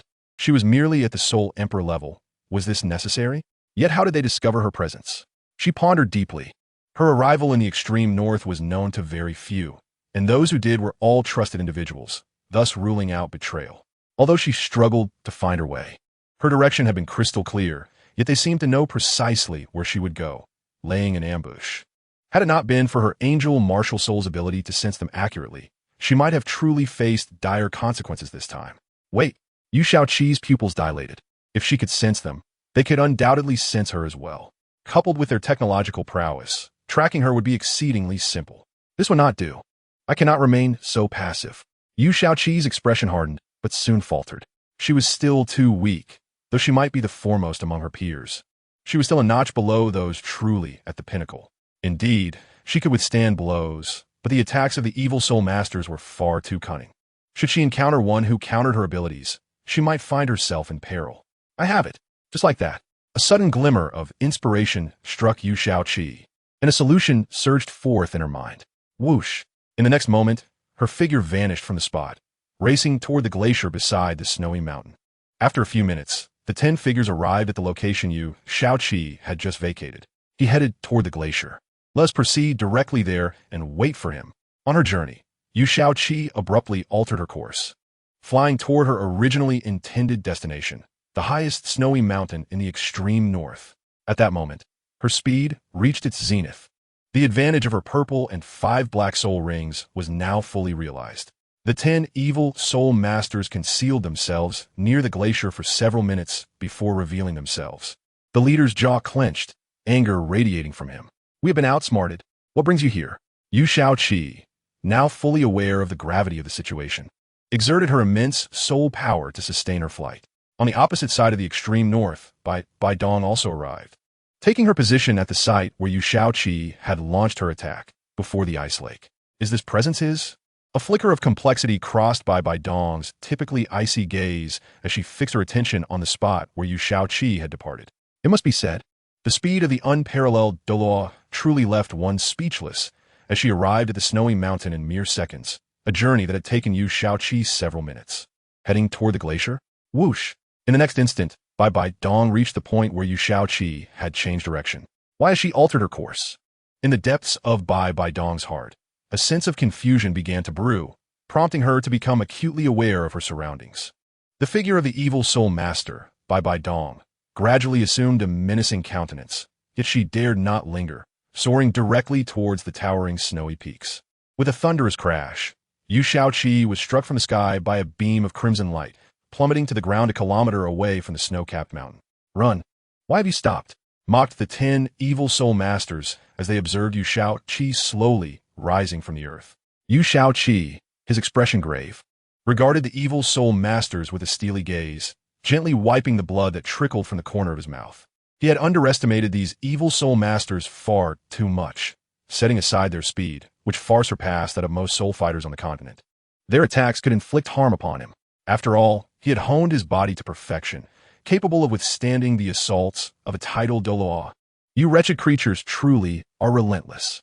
Yu Shaoqi's face darkened as spirit rings began to manifest beneath his feet. The leader of the evil soul masters revealed a measure of solemnity. I must admit, your talent is the most monstrous I have ever encountered. However, it is a pity that you must perish today. With a wave of his hand, the remaining 9 evil soul masters unveiled their spirit rings, each possessing a configuration that was the minimum standard for geniuses across the continent. Unlike these prodigies, however, each of the evil soul masters bore red patterns upon their spirit rings. I dare anyone to touch a single hair on him. Just as the 9 evil soul masters prepared to strike, a chilling voice echoed through the air. With a swift motion, a figure descended between Yu Shaoqi and the evil soul masters, and as each spirit ring rose, the pressure upon the evil masters intensified. By the time the 9th spirit ring materialized, the 10 evil soul masters had been compelled to bow under the weight of the spirit ring's might. Be Binon, the leader exclaimed with a pale, sinister smile. A sense of foreboding washed over Bai Dong. Do you think we are merely soul fighters? To assassinate the most monstrous individual in Douluo continent, we could not possibly neglect our preparations. The leader of the evil soul masters chuckled, and his 8th spirit ring, adorned with dark red patterns, erupted with a suppressive crimson glow. 8th spirit ability, Bloodthirst of Thousands. A massive, circular array with a diameter of over 10 meters appeared beneath the leader's feet, and the 9 evil soul masters instantly moved, positioning themselves around the array. Suddenly, red patterns emerged upon the bodies of the 9 evil soul masters, enveloping them entirely. Gradually, the 9 transformed into a pool of blood, leaving no trace behind. The leader's aura surged steadily, climbing to a staggering 95 level before it ceased. Is a 95 level truly enough to instill such confidence in you? Vibinong ritortit coldly. The evil soul master remained silent, simply smiling. I am one Motion, the one destined to eliminate both of you. 2nd spirit ability, Soul Piercing Stab. A purple, blood-patterned spirit ring emerged beneath one Motion, and a black spike erupted from his forehead, racing towards Bai Dong. Recognizing the gravity of the assault, Bai Dong retreated swiftly to stand in front of Yu Shaoqi. 8th spirit ability, Spider Queen Clone. The deep black spirit ring flared to life, intercepting the soul-piercing stab with the clone, while Bai Dong led Yu Shaoqi further away. The clone crumpled under the impact, collapsing until it dissipated. What luck to have withstood the soul-piercing stab. However, your fortune shall not last. Wan Mo Tian proclaimed with a chilling smile, summoning another red-patterned spirit ring beneath his feet. To die at the hands of my 9th spirit ability is indeed an honor for you. 9th spirit ability, Heaven-Slaying Demon. Suddenly, an area of darkness enveloped Wan Mo Tian, and from within emerged 9 skeletal figures clad in red-patterned armor, each radiating an aura commensurate with the title Douluo. Alas, no matter how many ants there are, they remain but ants, easily crushed. With that, Bai Dong channeled her spirit power, stamping her foot upon the snowy ground. Instantly, cracks spread across the snow in front of her, forcing the 9 skeletal figures to momentarily retreat. Wan Mo Tian chuckled, issuing commands for the armored skeletons to attack. In the blink of an eye, the 9 figures teleported to surround Yu Shaoqi and Bai Dong. Do you know the greatest difference between your Douluo continent and us? Wan Mo Tian sauntered leisurely before them. It is that our spirit abilities comprehensively suppress the vast majority of yours. At this moment, Wan Mo Tian exhibited an air of madness. His face contorted as he glared at the pair, while the 9 puppets continued their relentless advance. As the 9 blood-red spirit rings emerged, a black-patterned circular array manifested beneath the 2. I feel my spirit power waning, Yu Shaoqi murmured weakly. Bai Dong did not respond to his words. Her focus solely on Wan Mo Tian. Suddenly, a colossal spider silhouette materialized behind Bai Dong, her first martial soul, the soul-devouring Spider Queen. 6th spirit ability, Eternal Creation. With a resonant hum, the deep black spirit ring trembled, unleashing a formidable attack aimed at Wan Mo Tian. Yu Shaoqi, not to be idle, activated his 3rd spirit ability, Thunderous 9 Heavens. The red light enveloping the 9 armored skeletons surged, and the spirit power of both individuals released like a dam bursting. Thunderous 9 Heavens instantly incapacitated Wan Mo Tian, and in the next moment, Bai Dong's 6th spirit ability reached its target. The impact crashed down upon Wan Mo Tian. A gaping hole appeared in his chest, and his body began to visibly fade, as if something malevolent was consuming him. I know I cannot defeat you, but my purpose is merely to deplete your strength, Wan Mo Tian declared, collapsing upon the snowy ground, half of his body sinking into the snow. In no time, only an imprint remained where he had fallen. This chapter concludes. The 9 red-patterned armored puppets continued their relentless assault on Yu Shaoqi and Bai Dong. Yet the spirit power of the 2 flowed like an expansive ocean. However, if this continued, they would inevitably be drained. 9-winged angel arise. Yu Shaoqi, unwilling to be further depleted, summoned forth the 9-winged angel martial soul, which countered all dark and malevolent spirits. It seems to be effective, Yu Shaoqi exclaimed in delight, feeling the drain on his spirit power noticeably lessen. Spider Queen clone. Bai Dong's gaze sharpened as she seized the opportunity. A barrage of earth-shattering attacks surged towards the 9 red-patterned armored figures, yet these 9 were not to be underestimated. They swiftly formed an impenetrable wall, their black spirit power coalescing before them into a formidable barrier. First spirit ability, Crescent Moon, Bai Dong promptly countered. For her Spider Queen clone possessed the full power of her original form. This strength is not merely physical. It also encompasses soul techniques. The Banyu, is capable of unleashing 8 beams of dark green crescent-shaped energy. When combined with the clones of Banyu, that totals 16 beams of attack. Furthermore, among the title Dalu, those ranked from level 90 to 95 are considered to be Aditon, while every level beyond 95 signifies a qualitative leap.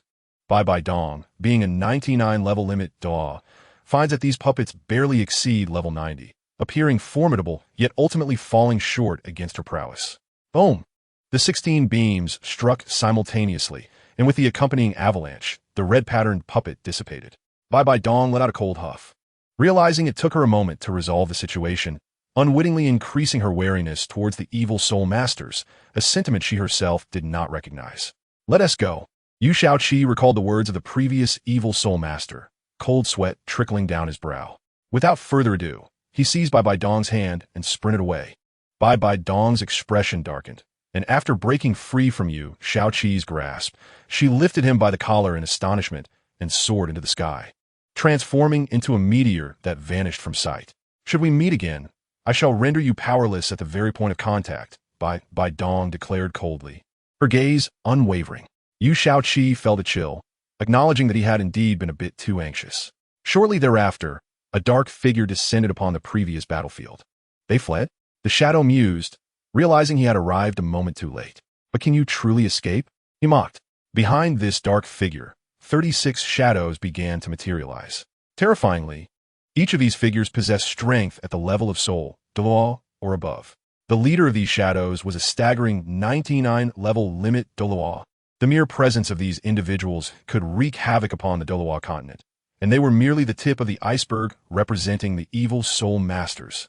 Bai Dong sensed their arrival the instant they appeared, recognizing that among them were entities whose strength rivaled her own. Her complexion paled, and she disregarded everything else, seizing Yu Shaoqi's collar and propelling herself at high speed towards the spirit hall. What is happening? Yu Shaoqi exclaimed in confusion. Bewildered by Bibi Dong Sudden Sheathed in Demeanor. A more formidable enemy approaches, Bai Dong explained, her face like frost. This unexpected shift left even Bai Dong taken aback. As the current pope of the spirit hall, why should she need to explain herself to anyone?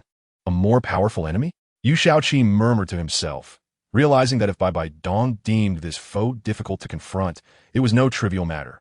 His current strength was utterly inadequate to assist. He felt like a burden. How absurd it was, as the foremost among the youth of his generation, in terms of appearance, talent, and strength, he, Yu Shaoqi, would dare to claim second place. Yet now, such an extraordinary individual had become a liability, inflicting a certain emotional wound upon him. But it only strengthened his resolve to grow stronger. Suddenly, a change occurred. A dark green spatial rift appeared before Bai Dong. 37 dark figures emerged from this rift, the weakest among them being at the soul, Douluo level. Bai Dong had no choice but to halt, her brows knitting together. Greetings, the strongest on the Douluo continent. Bai Dong, and the most gifted among the youth, Yu Shaoqi. Allow me to introduce myself. I am Duan Ming, the Grand Elder of the Ghost Tower of the Underworld continent, he said with a sinister smile. Yet his gaze towards Bai Dong and Yu Shaoqi bore no semblance of introduction. It was a look reserved for the condemned. Sensing the aura radiating from Duan Ming, Bai Dong realized he was indeed a 99 level limit Douluo. Oh, the Underworld continent? Bibi Nong, uninterested in Ödermeters. Seized upon the critical point of Duan Ming's words and pressed for more information. You think you can extract information from me at death's door? Duan Ming retorted mockingly, refusing to answer her inquiries. Bai Dong, however, remained undeterred, raising her hand to unleash an attack of eternal creation. Duan Ming reacted swiftly, knowing he could not withstand this assault, and deftly evaded it. Truly, you are the strongest on the Douluo continent. Duan Ming's voice turned grave. Attack. Ensure that Yu Shaoqi is slain. With a wave of his hand, the 36 soul, law, and title law behind him surged towards Yu Shaoqi. Bai Bai Dong would not allow them to succeed. She countered with a powerful strike. Your opponent is me, Bai Bai Dong. Duan Ming declared, blocking her attack. I shall be fine. Focus on your own safety. Yu Shaoqi shouted to Bai Bai Dong, realizing he was likely facing his demise, as his strength could only match a soul one-on-one, while these 36 adversaries were all at least of that caliber. Wait, wait. Yu Shaoqi turned to flee, but not without shouting back at the 36 evil soul masters. Young man, facing death, why play games? Wouldn't it be better to die quickly? A level 91 title, Douluo sneered. I know I am doomed, but may I at least have a final word? Yu Shaoqi bellowed. The title Douluo paused, then responded, very well, speak. Yu Shaoqi shouted to Bai Bai Dong, Bai Bai Dong, you must leave at once. With your strength, they cannot hold you. If you escape, there remains hope for the Douluo continent. I have but one request. Avenge me. With that, Yu Shaoqi unleashed his soul power and charged at the 36 figures. This chapter concludes. In a dire situation, Bai Bai Dong was momentarily stunned before erupting in anger. What do you think you are? What right do you have to speak to me in such a tone? I must take you with me. Even the gods cannot stop me. I will do as I say. Raising her hand, she launched an attack to obstruct the evil soul master's advance and aimed to reach Yu Shaoqi's location. The Pope's subordinates are rather dismissive, aren't they? Duan Ming had appeared behind Bai Bai Dong, closing in on her. Bai Bai Dong swiftly turned to strike, but her attack met only empty air as she was forced to retreat. Meanwhile, the 30-some figures had encircled Yu Shaoqi, but he had mastered the dual cultivation technique of Tsang Qiong, granting him resilience at the level of a title Douluo. Thus, swiftly dispatching him would not be a simple task. Observing Yu Shaoqi's condition, Bai Bai Dong felt a brief sense of relief. Yet it was evident that delaying any longer was unwise. Hold on just a little longer. Once I vanquish this foe, I will come to your aid. Bai Bai Dong communicated to Yu Shaoqi through soul power. Spider Emperor clone. Bai Bai Dong decisively employed this technique to assist Yu Shaoqi, though it was merely a temporary measure. Duan Ming smirked sinisterly. You dare to divide your attention while facing me? Sixth soul skill, Underworld Death God. The sky suddenly darkened, as tendrils of black mist converged ominously from above. In an instant, a scythe, shrouded in this dark vapor, cleaved through the air, followed closely by a figure draped in an ancient, shadowy robe. Upon closer inspection, one would discern that this scythe wielder possessed neither a face nor feet. Bai Bai Dong felt the chilling aura of death emanating from the Grim Reaper, and her expression grew increasingly grave. This assault was one she dared not face lightly.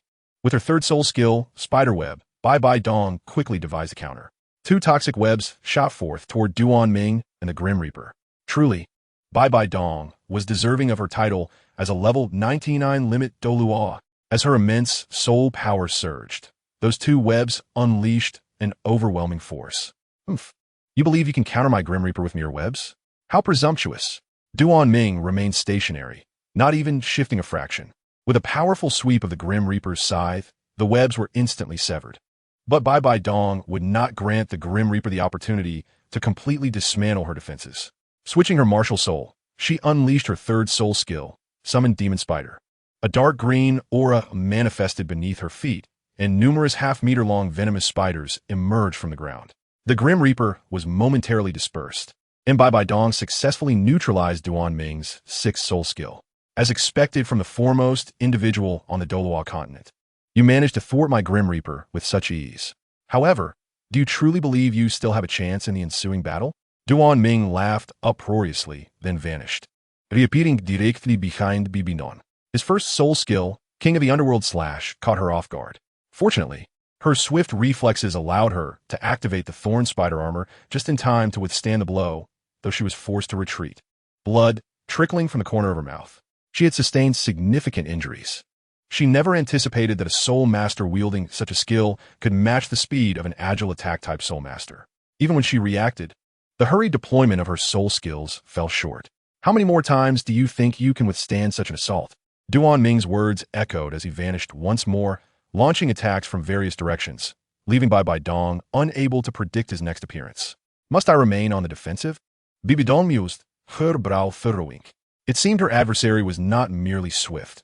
He also possessed a nuanced understanding of spatial soul skills. How could she contend with this? As she defended, her mind raced, and before long, Her body was marked with numerous wounds. Yu Xiaoqi's condition fared no better. Bai Bai Dong's doppelganger had long since expired, having joined forces to eliminate all the soul masters of the opposing team. Yet 5-titled Dalu remained. It was a daunting task to simply hold the line, especially with Yu Xiaoqi only at the Soul Emperor level. Bai Bai Dong, you must retreat at once. I truly cannot withstand any longer. Yu Xiaoqi cried out, her body battered and bruised, while Bai Bai Dong, despite her own injuries, was an indomitable force that none present could hope to impede. Bai Bai Dong cast a glance toward Yu Xiaoqi, a glance that pierced her heart like a dagger. A gaping wound the size of a bowl marred Yu Xiaoqi's chest. Despite such grievous injuries, she valiantly persisted, evidently striving to alleviate Bai Bai Dong's burden. Should the 5-titled Dalu rush to assist Duan Ming, Bai Bai Dong would be in dire straits indeed. Please leave now. I cannot bear to see you perish. Yu Xiaoqi managed to utter, before her body slumped lifelessly in the snow, golden blood staining the white ground. Bai Bai Dong's tears could no longer be restrained. In a fit of rage, she unleashed a final attack, forcing the 5-titled Dalu near Yu Xiaoqi away. She rushed to Yu Xiaoqi's side, cradling her trembling form in her arms. If you surrender now, I shall ensure you are buried together, Duan Ming taunted, as the other 5-titled Dalu joined in mocking laughter. For them, victory was a foregone conclusion, and once secured, the Douluo continent would fall within their grasp. Who granted you such hubris? You think you can harm him and depart unscathed? I swear, should I fail to eradicate you today, Bai Bai Dong will cease to exist. A dark energy surged into Bai Bai Dong's being, her aura intensifying. It was the essence of the Rakshasa. Her negative emotions had reached an extreme, and even her murderous intent began to solidify. In the blink of an eye, Bai Bai Dong's strength ascended to a new realm, demigod. As the 6 adversaries ceased their laughter and turned to flee through a portal, Bai Bai Dong would not allow these wretched souls a chance to escape. With a swift motion of her right hand, the portal erupted in a violent explosion, sending the 6 malevolent soul masters hurtling backward like marionettes with severed strings. Attempting to flee? Futile. Bibi Dong declared coldly. In the face of insurmountable odds, Bai Bai Dong's power had transcended to the level of demigod. If she were to complete the remaining trials of the Rakshasa, she would ascend to true divinity. The gap between a demigod and a limit Douluo was staggering. Bai Bai Dong hardly needed to exert herself, and soon only Duan Ming remained. This outcome was a deliberate mercy on her part. Otherwise, the malevolent soul masters would have faced utter annihilation. What say you? Did you foresee this turn of events? The murderous intent in Bai Bai Dong's eyes left Duan Ming gasping for breath. I am among the top tier on this continent, yet in the underworld, I am merely an elder of a leading faction. The Douluo continent shall become a significant territory of my underworld. Duan Ming laughed maniacally, blood oozing from his mouth. Bai Bai Dong's gaze was devoid of emotion as she reached out, creating a gaping wound in Duan Ming's chest, where a black-red heart continued to beat with vigor. Turning her head, she glanced at Yu Xiaoqi, only to find her breath had ceased. Bai Bai Dong's breath hitched, her proud form trembling as tears flowed unbidden. How cruel the heavens are! Her own life story was steeped in tragedy. Gifted with extraordinary talent, she had caught the eye of the former pope of the Spirit Hall, becoming his favored disciple and the hall's saintess. She had fallen in love with Yu Xiaojiang, only to be betrayed by the former pope's machinations, leading him to abandon her without a word. Subsequently, the former pope seized her body, causing her to carry Qian Renshue. She had fought fiercely to enhance her power, driven by a desire for vengeance, convinced that she would never love again. Indeed, surviving such darkness was a miracle in itself. What further hopes could she harbor? However, today, a glimmer of hope flickered in Bai Bai Dong's heart, which was entwined with shackles. Yet, the one who could loosen those shackles had lost their breath. If one were to encapsulate Bai Bai Dong's current state in a single phrase, it would be a sliver of cold light, a myriad of sharp blades. What does it matter to slay the world? In this moment, Bai Bai Dong could embrace death as a form of liberation. However, she could not. The vengeance for Yu Xiaoqi remained unavenged, and the realm had not yet been unified. Once I avenge you and achieve unity in the world, I shall seek you out. Clenching her fist, Bai Bai Dong's heart shattered, instantly painting the snow-covered ground a deep crimson. At the Qibao Yuli sect, Ning Rongrong knelt before the desk, tears flowing uncontrollably as she felt an inexplicable ache in her heart. In the Stardow forest, Xiao Wu was diligently practicing, but suddenly halted bewildered. What is happening to me? She wiped her eyes, gazing at the tears in her hands, feeling an overwhelming sorrow. The other women felt similarly, sensing that something monumental was transpiring, yet they were uncertain. In the extreme north, Bai Dong lifted Yu Shaoqi's broken body, attuning herself to the lingering aura surrounding him. I swear by my Rakshasa heart, I, Bai Dong, shall revive you in this lifetime. God shall be slain by God. And Buddha by Buddha, with her jaw clenched, a chilling aura enveloped 1/3 of the extreme north. In the divine realm, the Rakshasa deity seemed to sense something, opening her eyes in astonishment. This girl, has she sworn by her heart? The Rakshasa deity was taken aback. Swearing by her heart meant that failure to fulfill the vow would preclude her from achieving divinity. In a forest nestled within the snow-capped mountains of the extreme north, an elderly man stroked his beard, focusing intently. Is that aura hers? How did she arrive in the extreme north? It was none other than the titled Dalu, Song Qiong, who had sequestered himself in the extreme north. In an instant, he appeared at the battlefield where Bai Dong had fought.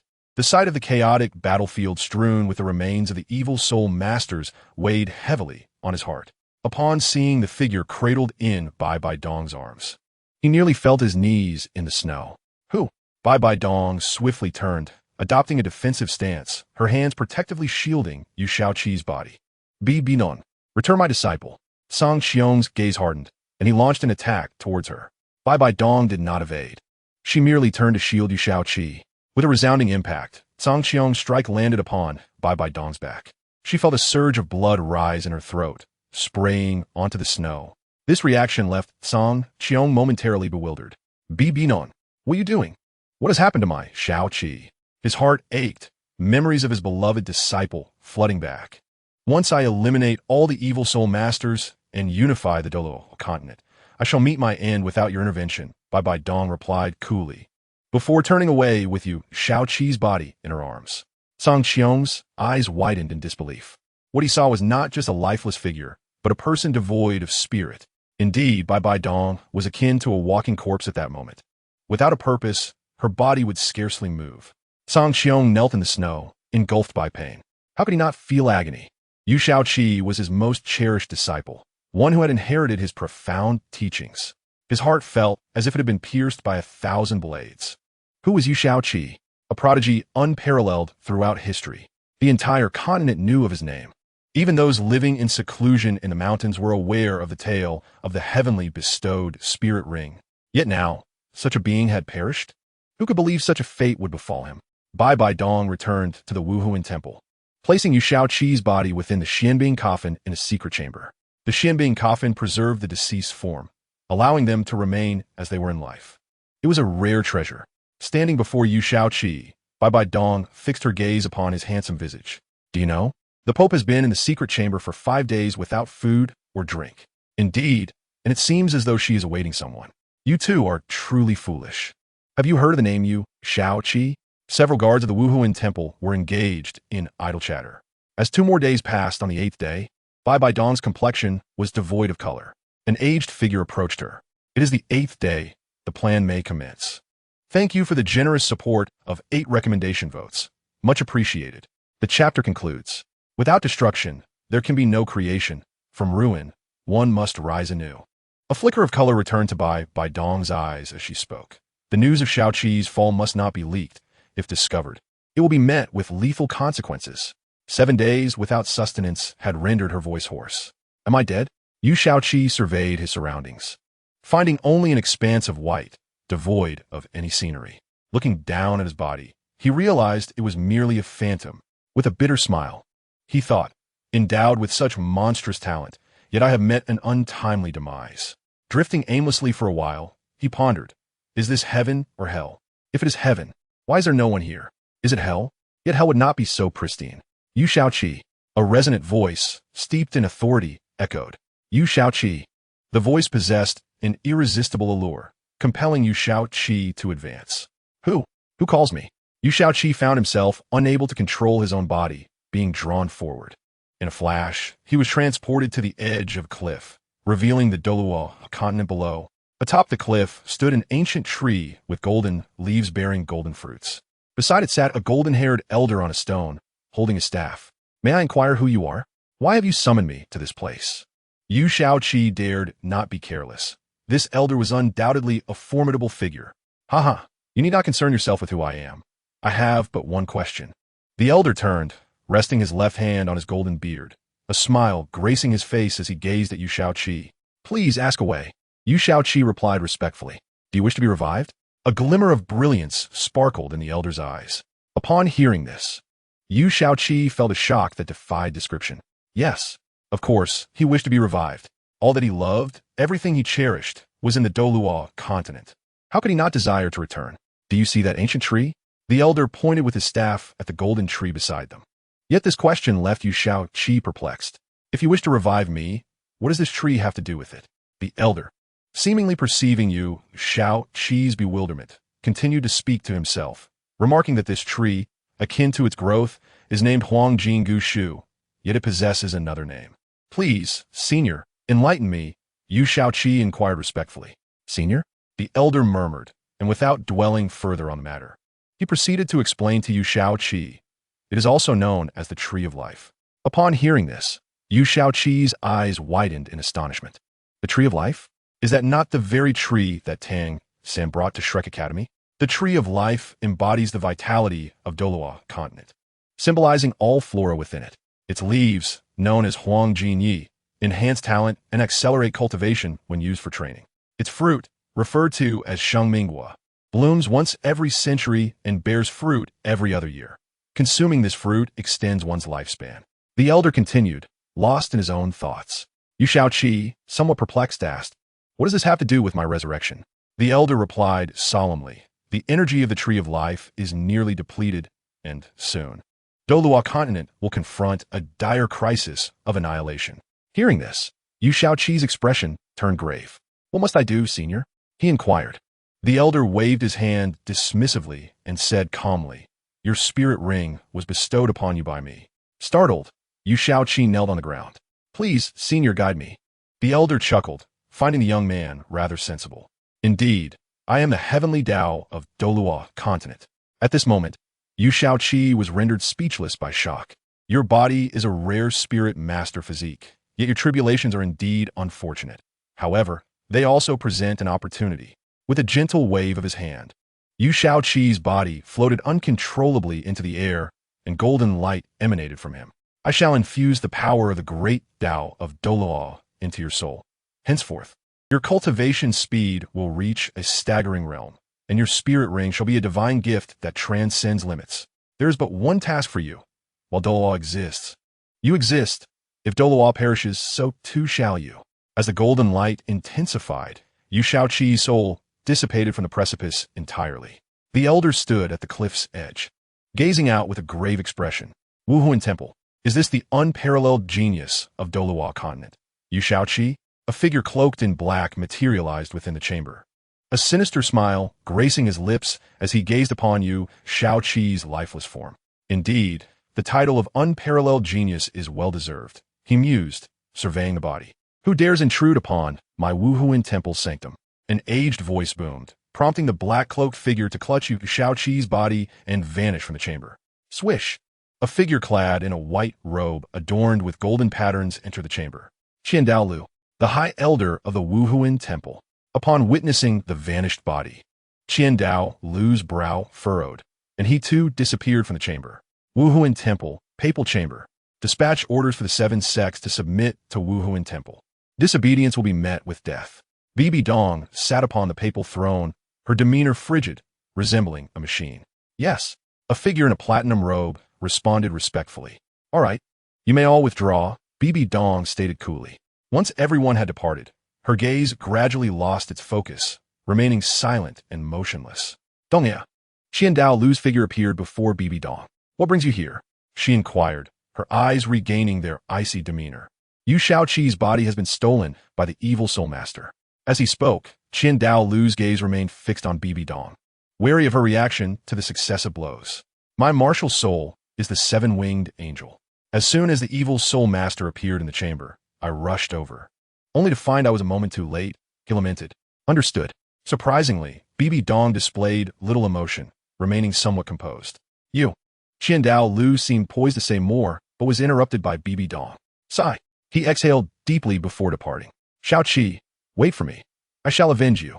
I will flay their skin, extract their essence, and drain their blood to honor your spirit in the heavens. BB Dong's features contorted in anguish, tears flowing uncontrollably. Starting the day after tomorrow, there will be 2 updates daily. I cannot say whether it will be tomorrow or the day after. The chapter concludes. Escaping is perilous indeed. Truly deserving of the title, 7-Winged Angel.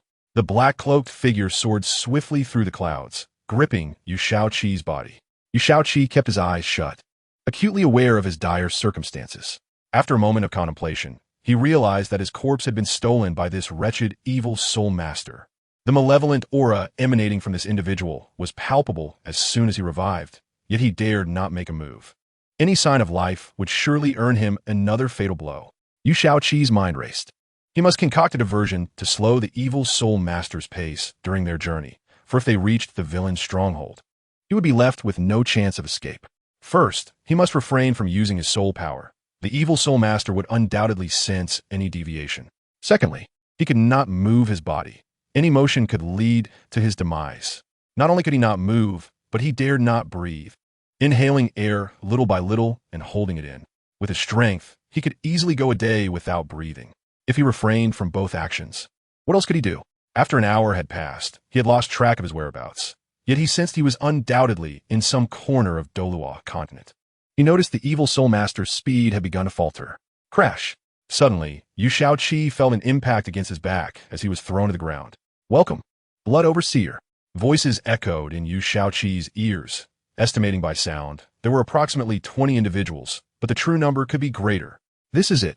I've been dragged to their stronghold. The evil soul master, referred to as Blood Overseer, acknowledged, gripping Yu Shaoqi by the collar and dragging him forward. This is disastrous. I have only just revived. At this rate, I will surely face death once more. After an indeterminate time being dragged, Yu Shaoqi was finally set down again. I wonder what the esteemed one thinks, that I must personally retrieve even a dead body. The Blood Overseer remarked. Is this not the unparalleled genius of Douluo, a continent? A seductive female voice chimed in, capable of making one's bones tremble. What of genius? He is still just a corpse. What use is a dead man? The Blood Overseer lowered his voice, for such words could not be overheard by others. Should they fall into the hands of the unprincipled, he would not know how he met his end. However, is he not ranked first on the respected one's assassination list? He is indeed a significant concern for the respected one. Even if the respected one were to preserve his corpse as a specimen for display in the hall, it would be entirely understandable, wouldn't it? The voice of the woman echoed once more, revealing her discontent towards this blood steward. Yu Shaoqi felt a shiver run down his spine. Could it be that even in death, there would be no peace for him? Truly, being too handsome has its consequences. To be put on display like a trophy. I'll directly turn you into stardust. After a cold snort, the blood steward departed.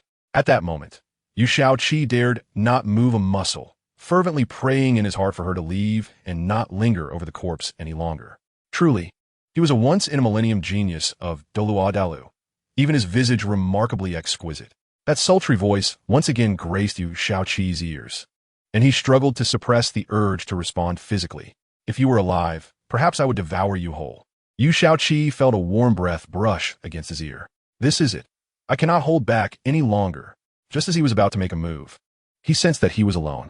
Top, top, top. He felt himself lifted and placed upon a stone slab. But fortunately, there was a solid pillow that provided some comfort. Tomorrow, you will be sent to meet the respected one. I truly find it hard to part with you.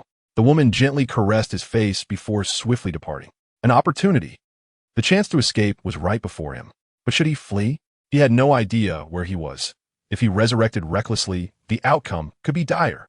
Yet, if he chose not to escape, he might lose his only chance. Both paths bore risks. Thus, he resolved to opt for the one with a higher probability of survival. Yu Shaoqi cautiously opened his eyes, only to discover that he was in an extremely advanced technological room. The bed he lay upon resembled a high-tech mortuary slab from the Avengers universe, with various instruments concealed within it. In this era of Douluo Dalu, how could such a technologically advanced civilization exist? Why was there no mention of it in the original text? Or was it due to his own circumstances? A plethora of doubts flooded his mind, leaving Yu Shaoqi uncertain of his next steps.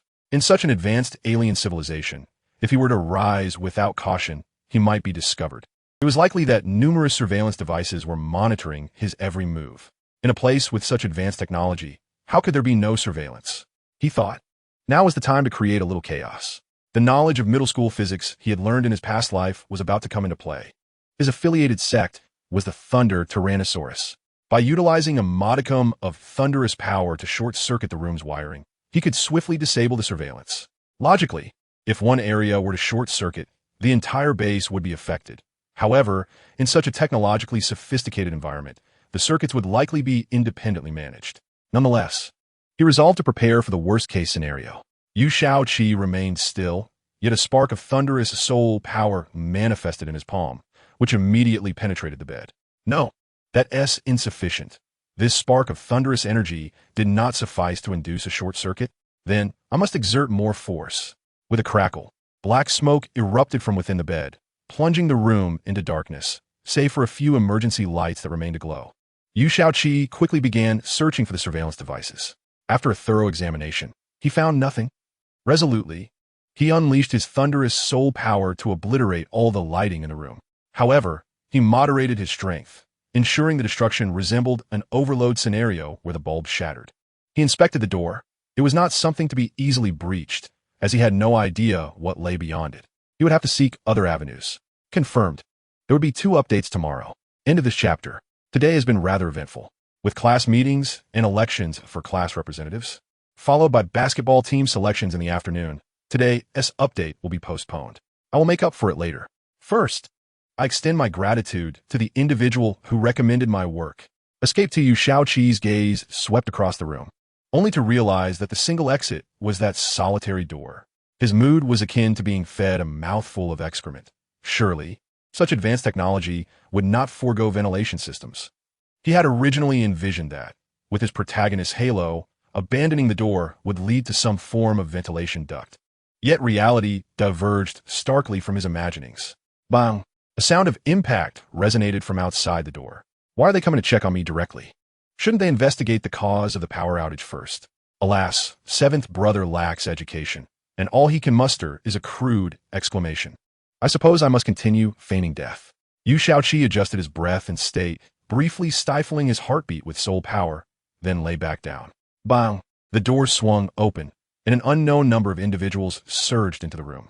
Still here, a man exclaimed. Have you determined the cause of the power outage? Yu Shaoqi recognized that voice. It belonged to the Blood Steward. We have yet to ascertain the details, but current speculation points to an overload of voltage.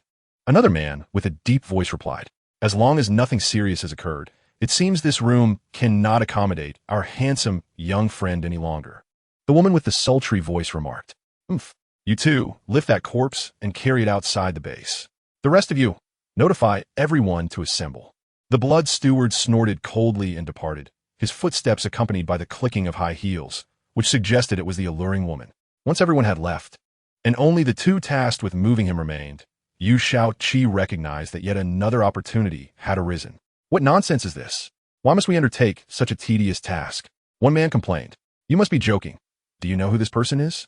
The super genius Yu Shaoqi from Douluo Dalu. He is the one ranked first on the respected one's assassination list. Having us 2 mere soul kings handle this is already a great honor. Do you understand? Another man reprimanded. But we are not his subordinates. Must we simply obey his orders? It turns out that this blood steward is named Shui Yumo. What a ridiculous name. I wonder who came up with it. How amusing. At that moment, Yu Shaoqi was suffering greatly. Do you have any idea how difficult it is to suppress laughter? No, this cannot be adequately expressed in words.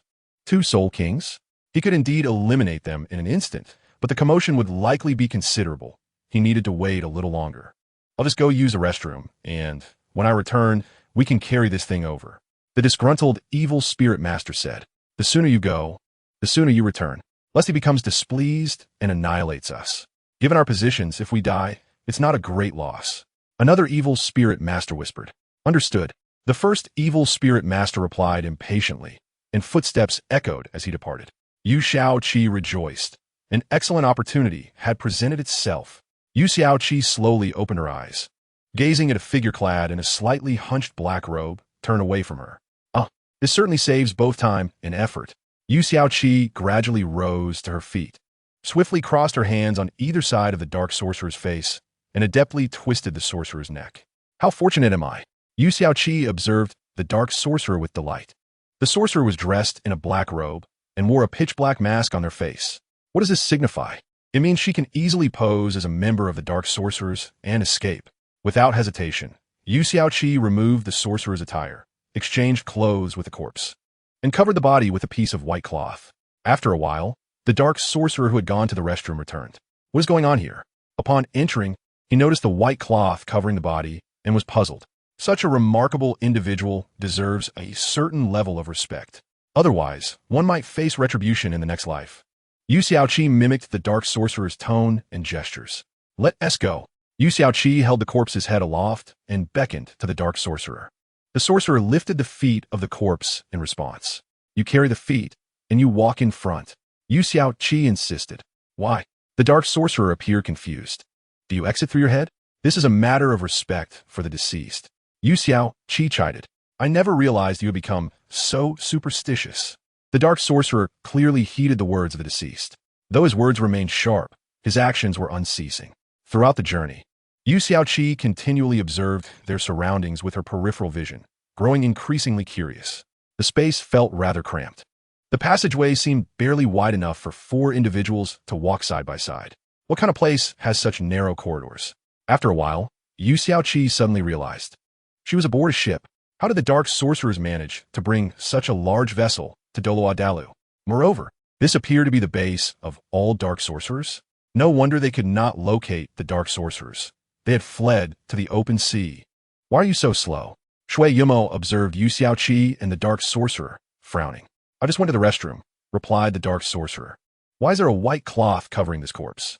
Shui Yumo's voice betrayed a hint of anger. Because we believe in showing respect for the deceased. The dark sorcerer answered respectfully. Yu Xiaoqi could hardly contain her joy.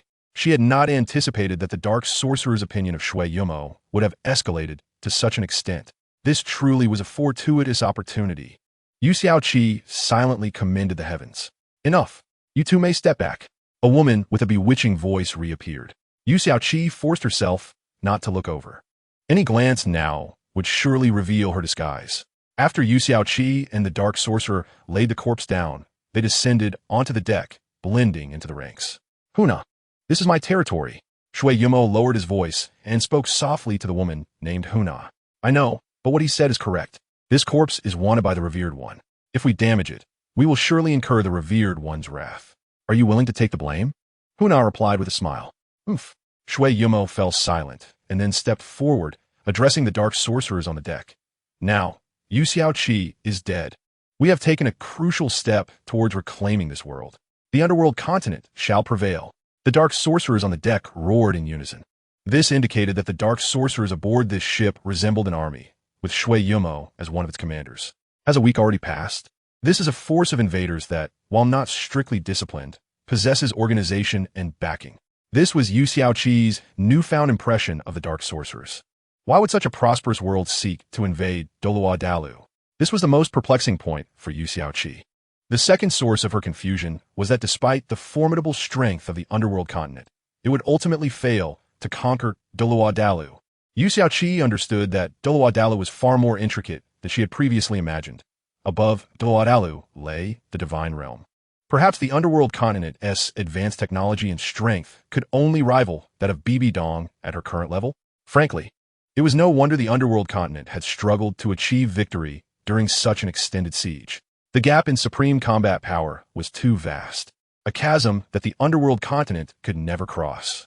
With this realization, Yu Xiaoqi trembled slightly as she began to comprehend the true intentions of the underworld continent.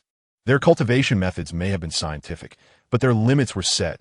No matter how gifted an individual was, they could not ascend to the divine level.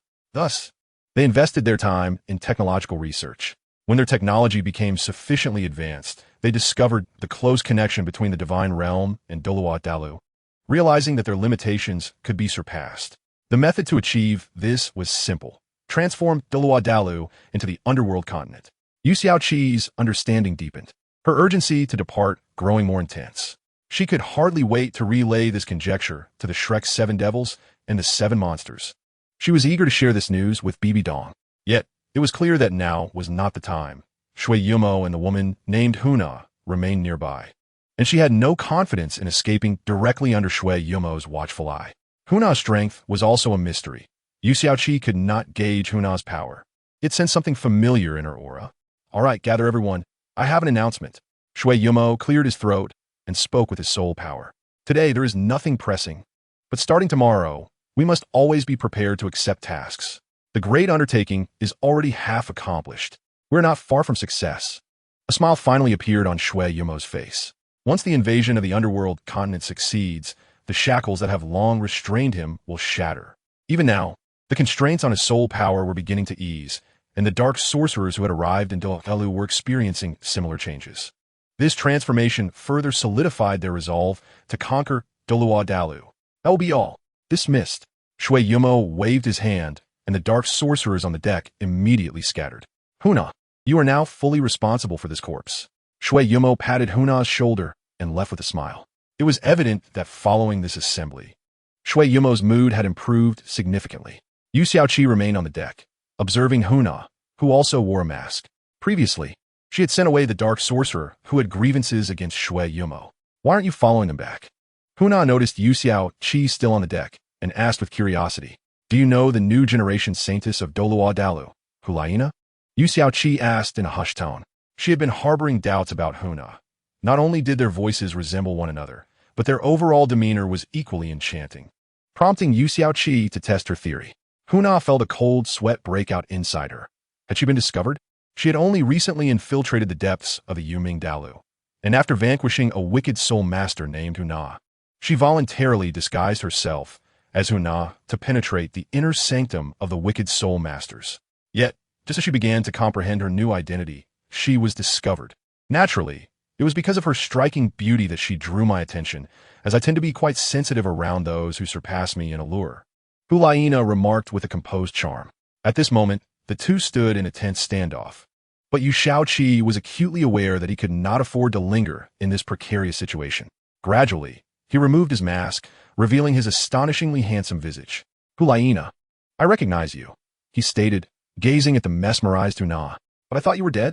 Huna could scarcely believe her eyes. The news of Yu Xiaoqi's demise had stirred an unprecedented fury in Bai Dong, who had resorted to ruthless means for vengeance. Which is precisely why she found herself within the ranks of the wicked soul masters. Although she had come of her own accord, without the incident surrounding Yu Xiaoqi, she would never have ventured into such perilous territory. For certain reasons, I have returned to life.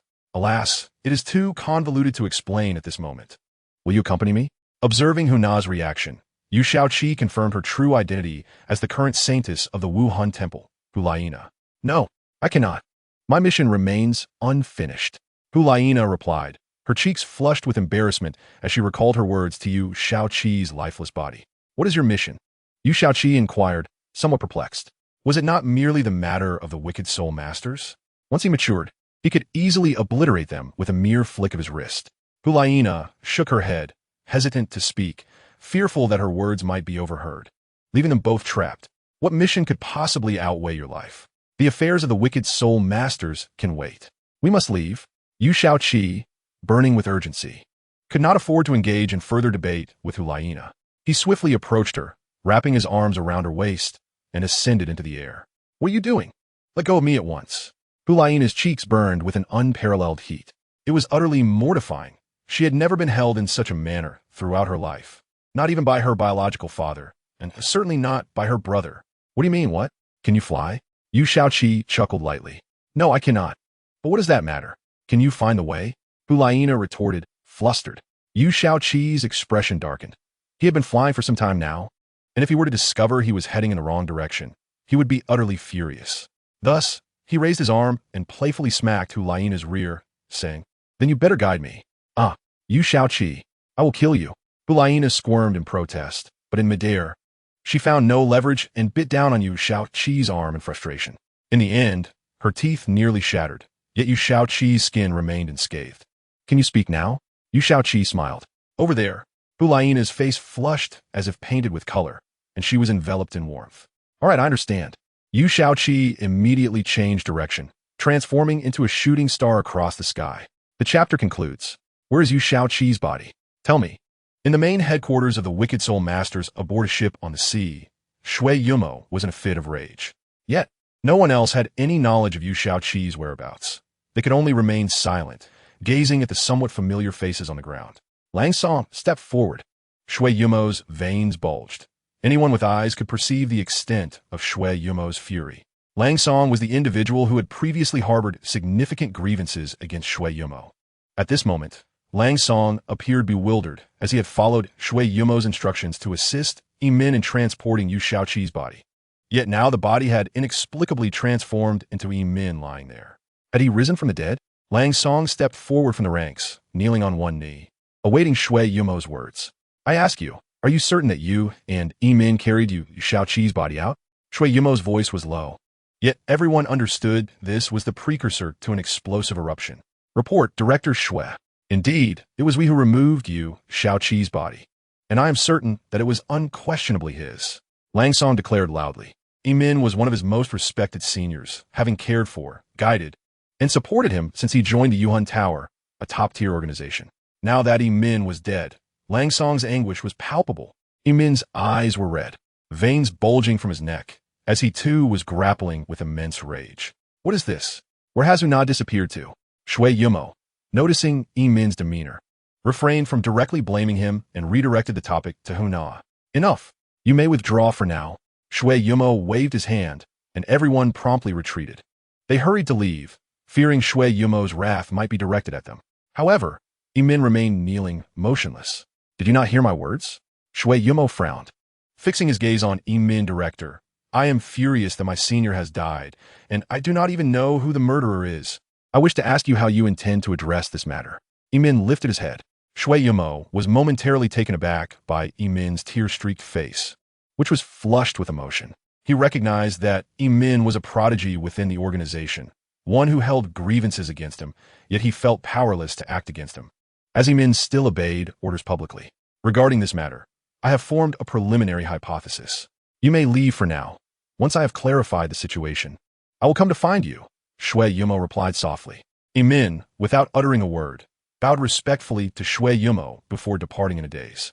Shui Yumo narrowed his eyes. This was an opportune moment to win Yimin over.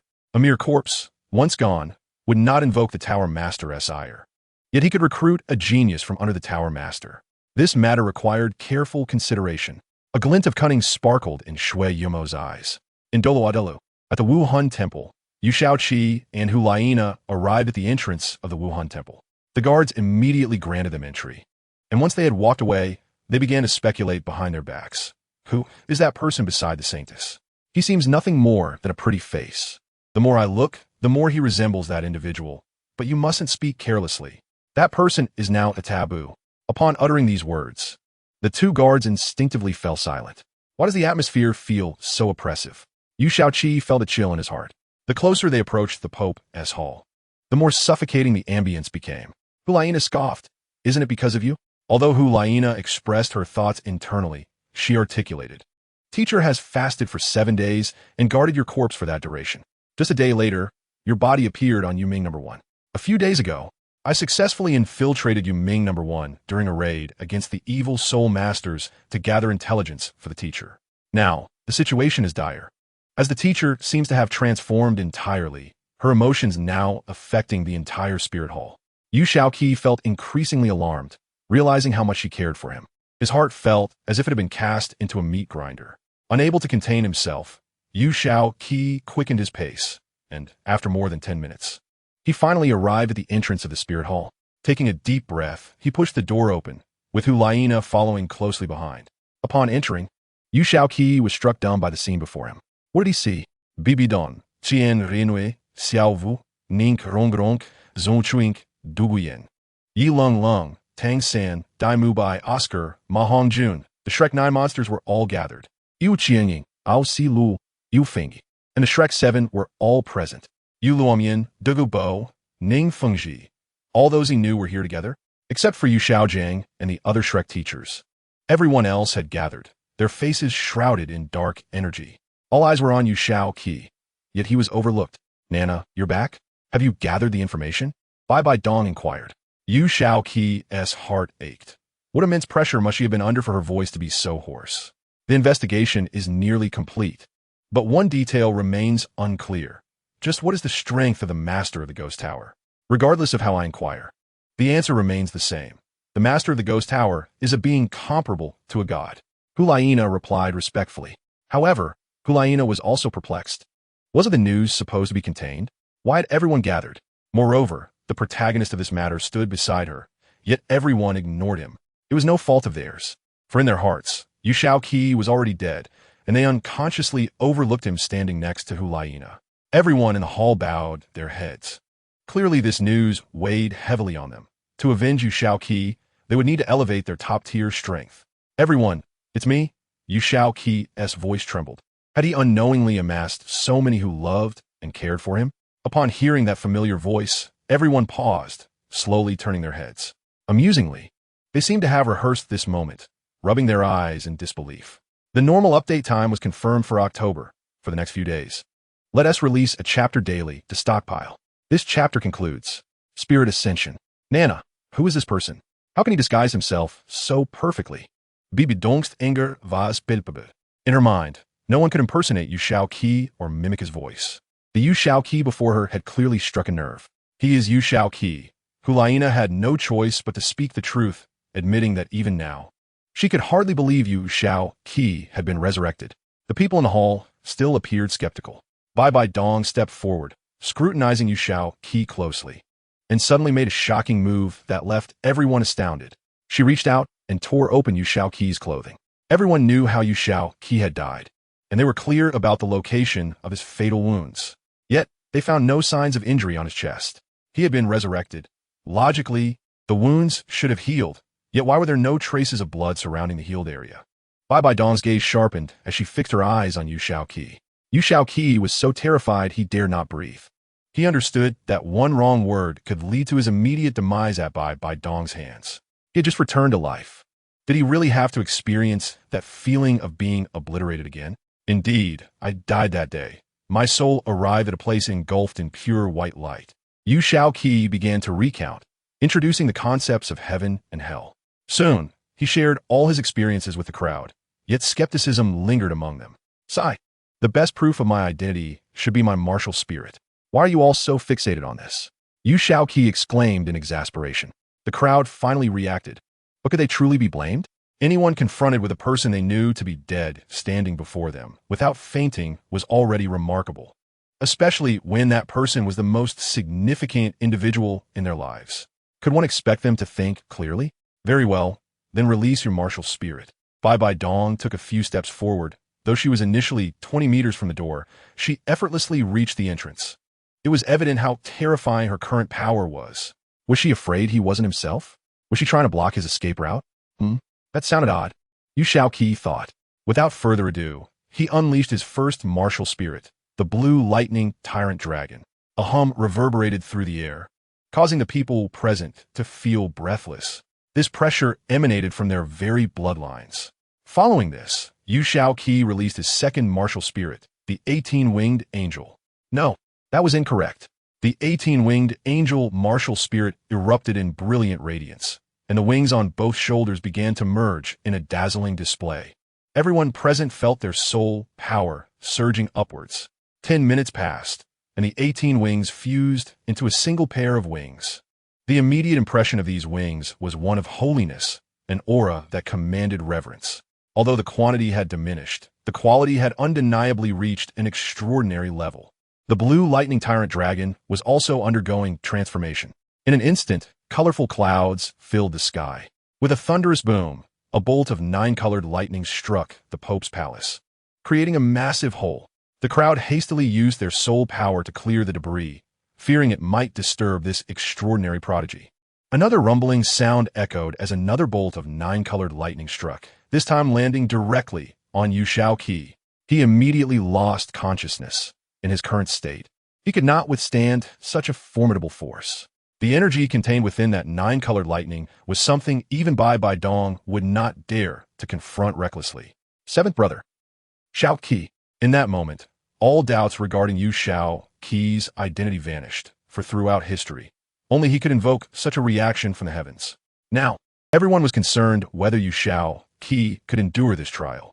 Just as Yu Lumian prepared to rush to his aid, Bai Dong blocked his path. What do you mean? Step aside. If anything were to happen to Xiao Qi again, I would summon the full power of the Zhuang family to annihilate your Wuhan temple. Yu Lumian had evidently lost his sanity.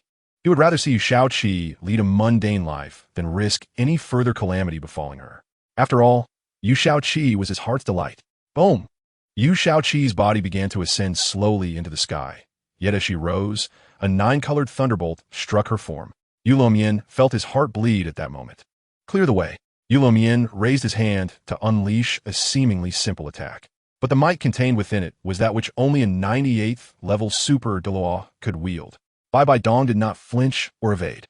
Her tear-filled gaze remained fixed upon Yu Lumian, and she spoke slowly. If anything happens to Yu Qi this time, I assure you, I will disband the Wuhan temple and take my own life.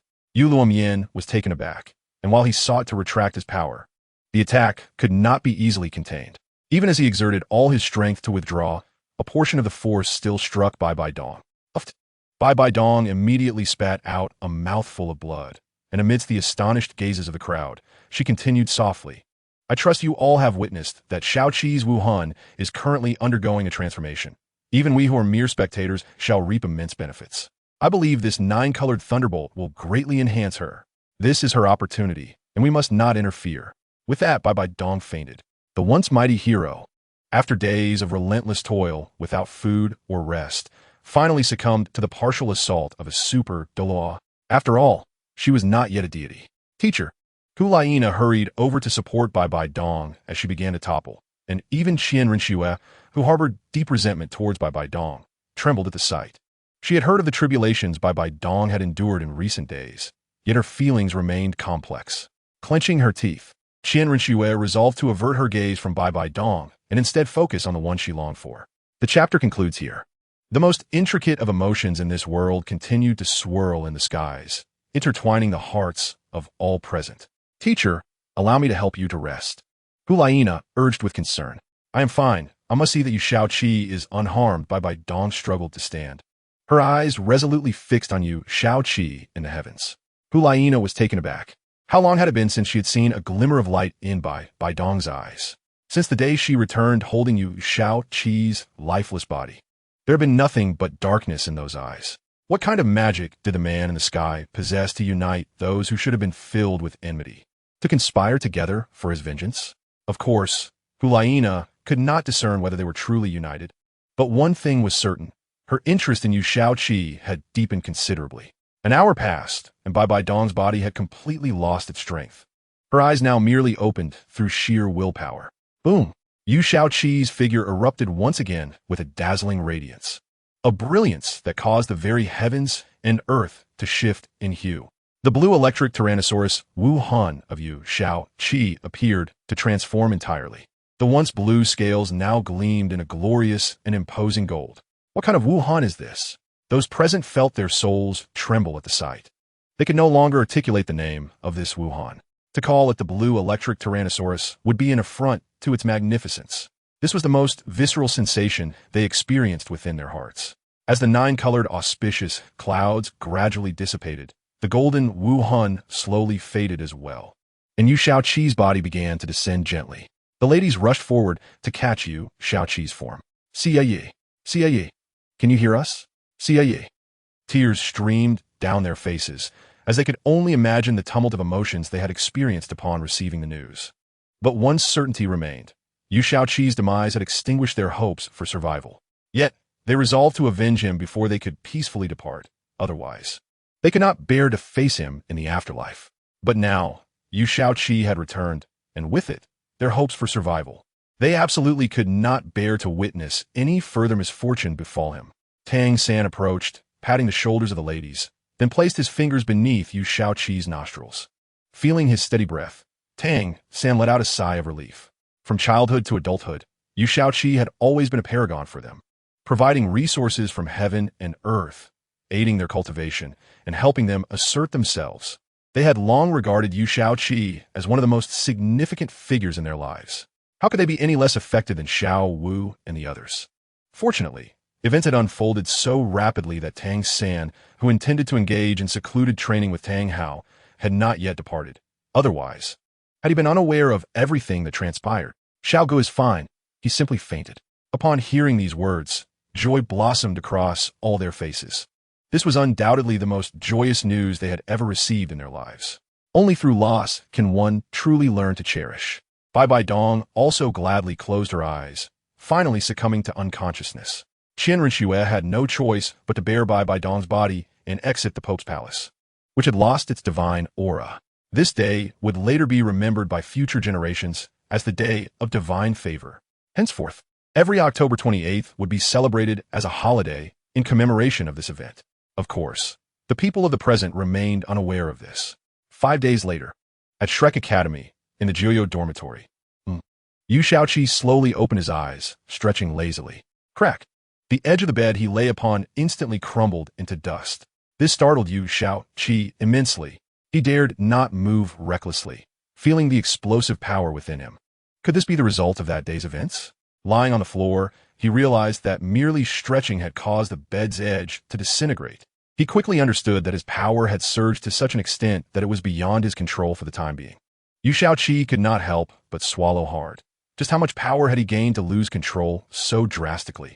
To put it metaphorically, his original strength was akin to that of an ant, while now it was comparable to that of an adult man.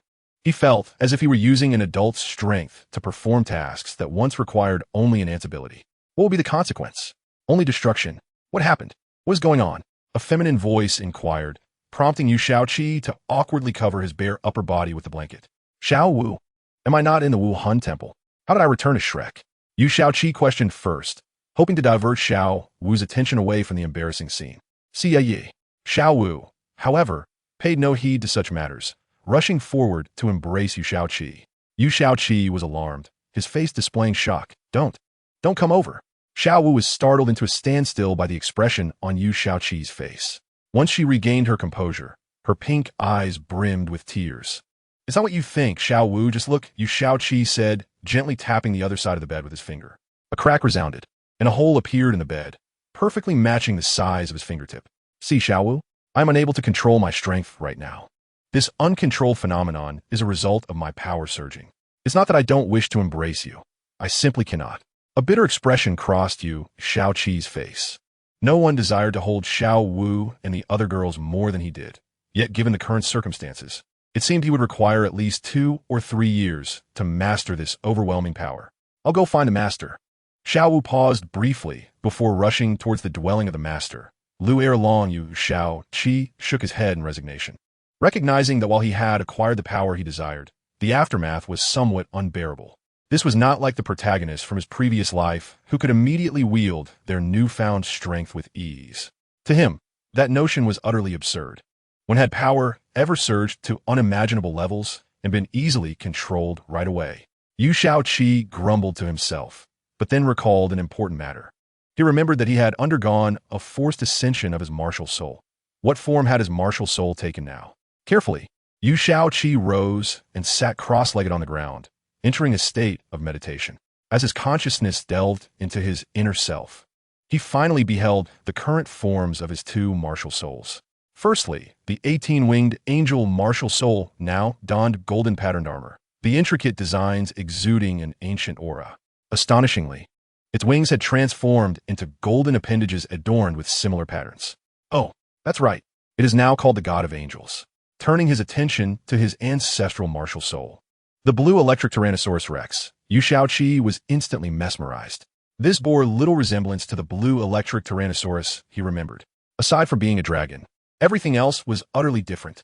The golden dragon's eyes shimmered with a myriad of colors, and the essence of a martial soul conveyed a sense of supreme authority and unrivaled uniqueness. Upon learning the new name of this martial soul, Yu Shaoqi's expression morphed into one of astonishment. The ancient dragon god. Could his blue electric Tyrannosaurus Rex evolve once more? Moreover, it had transformed into the ancient dragon god. At that moment, Yu Shaoqi began to seriously suspect that he was the protagonist crafted by an exceptionally imaginative and audacious author. The more he comprehended his current situation, the more astonished he became. He was capable of wielding all elements. Furthermore, His soul power had reached level 70. Most astonishingly, his previously acquired soul skills had also undergone a transformation. Each of his 2 martial souls now possessed inherent soul skills, and each had 5 of them, complete with their own soul rings. Indeed, the god of angels was accompanied by 5 soul rings, and the ancient dragon god similarly bore 5 soul rings. His soul skills had evolved into the following. 1. Dragon God's Fury, a wide-range attack skill with elemental capabilities. 2. Dragon God's Reversal, increases one's soul skill power by 500% and accelerates speed by 70%. 3. Ancient Dragon Fist, concentrates all elements in both fists, capable of long-range and close-range attacks, enhancing long-range elemental power 3-fold and close-range strength 3-fold, inflicting all-element damage on opponents. 4. Dragon God's Instant Flash, evades any attack and allows travel to any location. 5. Divine Judgment from Heaven, as a soul master, channels divine retribution infused with all elements and a hint of heavenly power. 6. Dragon God Sword, a divine weapon that consumes no soul power, embodying the strength of all elements and the might of the dragon god. Yu Shaoqi stood frozen in place, and upon understanding these 6 soul skills, he felt a singular sensation. He was akin to a deity. Good heavens, is this not the power reserved for the divine? He mused. I believe I could single-handedly confront a title Douluo now. Indeed, with his current strength, even a 95-level super Douluo would be no match for him. Perhaps he was being too modest. Suddenly, a noise echoed from his room's door. Brother, you're here. Yu Shaoqi's expression soured upon recognizing the visitor, who was accompanied by Zhu Zhuqing, Xiao Wu, Ning Rongrong, Du Yin, Yi Lung Lung, and Zhang Qianxue, though it would be more fitting to refer to her as Qian Renxue, given her intention to disguise herself as Zhang Qianxue. 7th brother, we've heard about your situation. Are you all right? Ning Rongrong asked, her face filled with concern. Fools! How could I be in trouble? It's merely that my power has surged too greatly, causing me to lose control. Trust that with training, I will regain mastery. Yu Shaoqi said affectionately to his wives, excluding Qian Renxue. Shaoqi, the solution to your predicament is quite simple. I have already devised a method, Xiao Gang interjected. Smiling. Brother? What is it? Please tell me. Yu Shaoqi exclaimed excitedly, as the others looked on with curiosity. Xiao Gong stepped closer to Yu Xiaoqi, picking up a wooden board, and earnestly stated, you simply need to pick up an egg with ease, then use the egg to prepare a dish. Yu Shaoqi and the others stared at Xiao Gang in bewilderment. What kind of training method was this? Could such a method truly be effective? But I'm already at level 70. I should be acquiring soul rings. Yu Shaoqi felt somewhat helpless. Was this the trouble of suddenly becoming powerful? He would prefer to have more of such troubles. To be fair, since he reached level 50 as a soul king, had he not always been blessed with the most suitable soul rings? Why, now that he had reached soul saint, were they suddenly no longer being granted? Yu Shaoqi was perplexed. Xiao Gang was not entirely incorrect, but I must add a note. Suddenly, a voice that was all too familiar to Yu Shaoqi echoed from the entrance. Zhang Qiong. Master, what brings you here? Yu Shaoqi exclaimed in delight. And in his excitement, the floor beneath him cracked once more. Calm down, Zhang Qiong urged, prompting Yu Shaoqi to relax. Feeling embarrassed, Yu Shaoqi scratched the back of his head. He was indeed too excited. He recalled how Zhang Qiong had mentioned retreating to the far north, leaving abruptly and instructing him to become a titled Dalu before seeking him out. He never expected to see her again so soon. You little rascal. Did I not say I was in the far north? Why did you not come to find me when you fought the evil soul masters? Zhang Qiong said, her face showing irritation. Had they both received title Dalu, that might not have sufficed. Nevertheless, Yu Shaoqi understood that his teacher was concerned for her disciples' well-being. Yu Shaoqi remained silent, gazing at Zhang Qiong with heartfelt emotion. Now it was Zhang Qiong who felt shy under his gaze, turning her body slightly away and stating, Xiao Gang's training approach is correct, but it is still insufficient. Upon hearing this, everyone turned their attention earnestly toward Zhang Qiong's silhouette. Given the immense surge in Shaoqi's power, would it be too hasty to have him perform such delicate tasks right away? Zhang Qiong turned around and addressed the master, expressing a desire for further elaboration. The master clasped his fists and replied respectfully. Zhang Qiong subtly raised the corners of his mouth, reflecting a hint of amusement. Oh, this wretched hierarchy of ours. Although you became Yu Shaoqi's master before me, you still ought to address me as senior. To illustrate, Consider Yu Shaoqi's strength as equivalent to that of a titled Douluo at full capacity. Yet, you're asking him to engage in tasks suited for a 3-year-old. Resulting in what outcome, I wonder? Song Qiong spoke earnestly with a smile. The master paused, momentarily taken aback, and, after a moment of contemplation, responded. Then the training effect for Xiao Qi may be negligible? Song Qiong nodded in agreement, exuding an air of an otherworldly expert in every gesture. In that case, it is indeed essential to devise a comprehensive plan, the master remarked, frowning as he pondered deeply. In fact, the entire training regimen can be divided into 2 steps. Song Qiong interjected, smiling. What Xiao Gang just mentioned can serve as the final step. The first step, I shall term carrying water without spilling. Upon hearing this, Yu Shaoqi instantly grasped Song Qiong's intent. What does carrying water without spilling entail, teacher? Yu Shaoqi inquired with a forced smile, observing Song Qiong's satisfied expression. His lips twitched involuntarily. Allow me to express my gratitude for everyone's support and the one who votes daily with affection. The chapter concluded.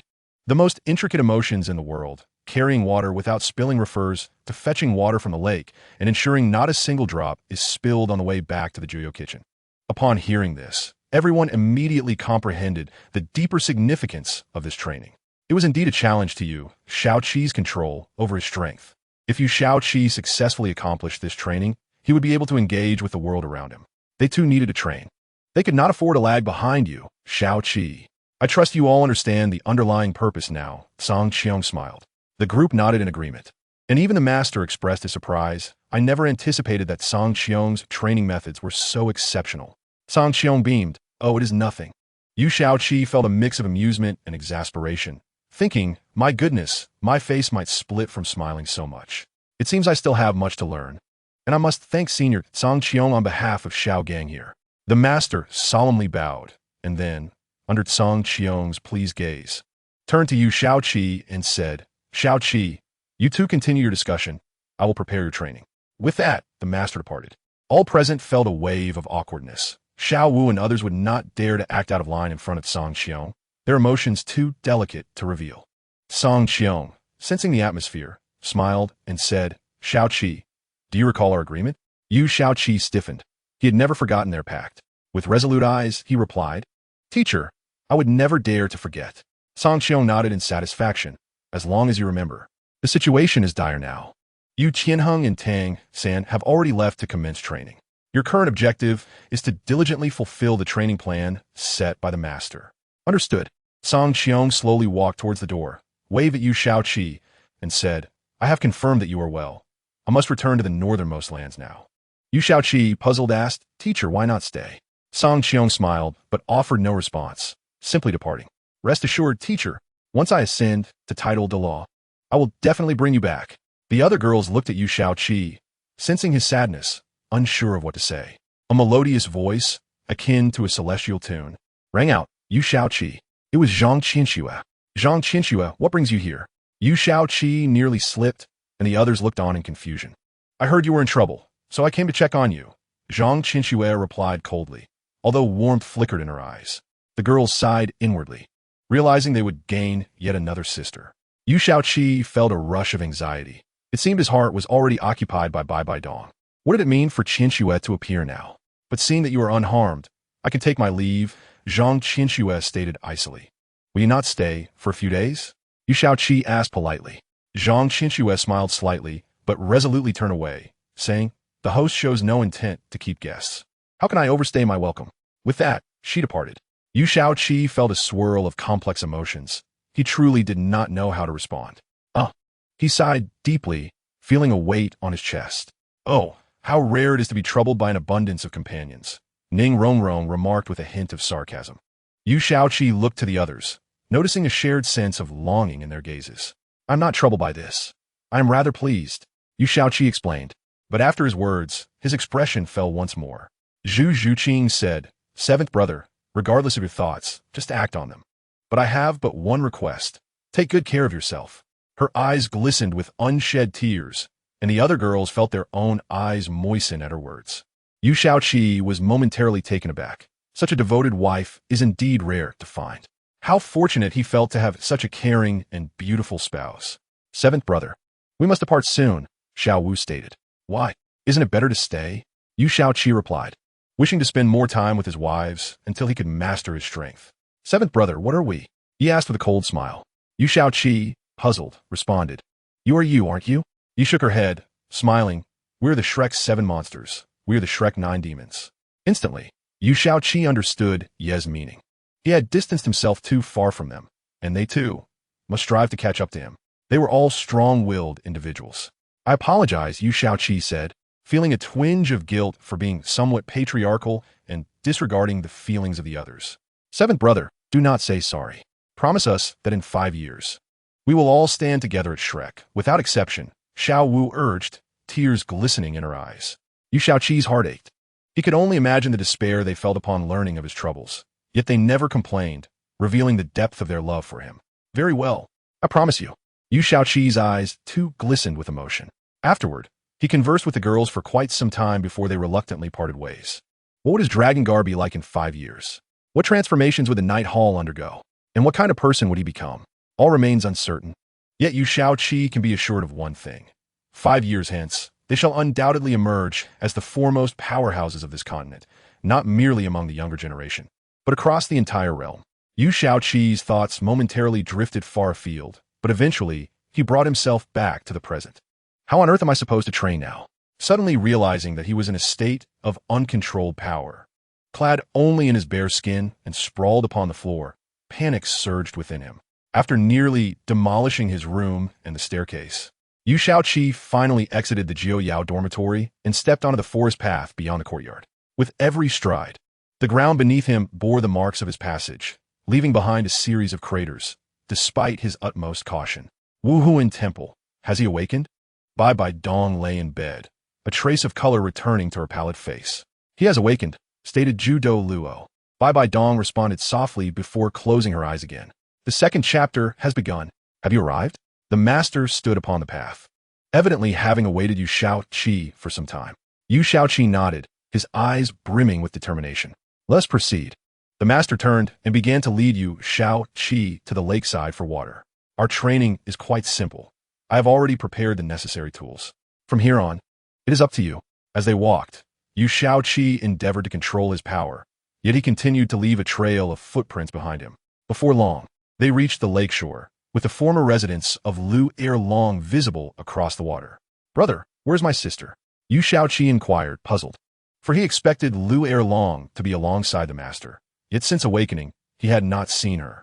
She has returned to the sect, the master replied, an involuntary tenderness surfacing on his face at the mention of Lu Erlong, unbeknownst to him. Why's she gone back? Shouldn't she be here with you? Yu Shaoqi cautiously prepared to lift the water bucket. Is it not for you? The master remarked, a hint of melancholy in his eyes. For me?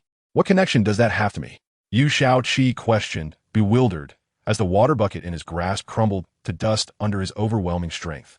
She has returned to train the members of the Night Hall. Do you not see the connection? The master's lips twitched, relieved that he had prepared numerous buckets. Enough. Let us focus on training, the master declared sternly.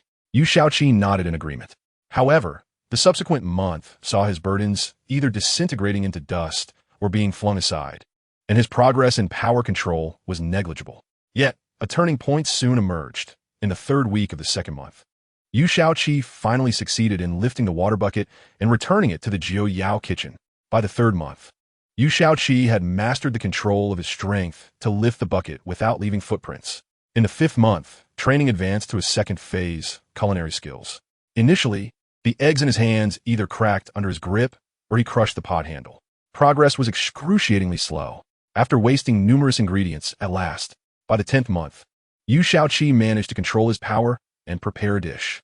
The master's task was successfully completed, and after bidding farewell to Yu Shaoqi, he returned to the Lan Dian Ba Wang Zone. One evening, within the Jiuyao dormitory, Yu Shaoqi reflected, I recall that during these 5 years, Xiao Xin went to the city of slaughter, did he not? Contemplating his next destination, he concluded that only one place could enhance his strength, the city of slaughter.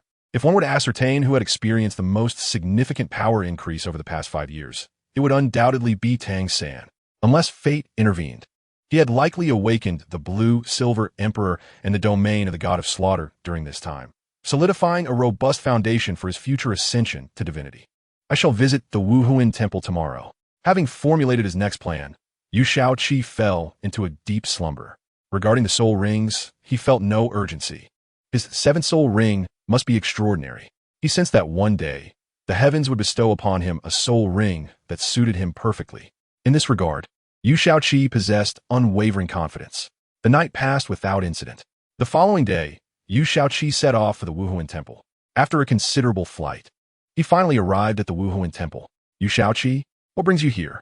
Bai Dong gazed at him from her seat, an unmistakable hint of panic flickering in her eyes. Yu Shaoqi approached slowly, prompting Bai Dong to urge Guimei and Zhu to depart hastily. What? Am I not welcome? Yu Shaoqi leaned closer, nearly pressing his face against Bai Dong's. A faint blush crept across her cheeks as she turned away. You may come.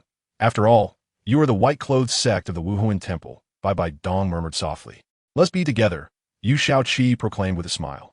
Bai Dong froze momentarily, and with a wave of the master's hand, Yu Shaoqi was sent tumbling backward.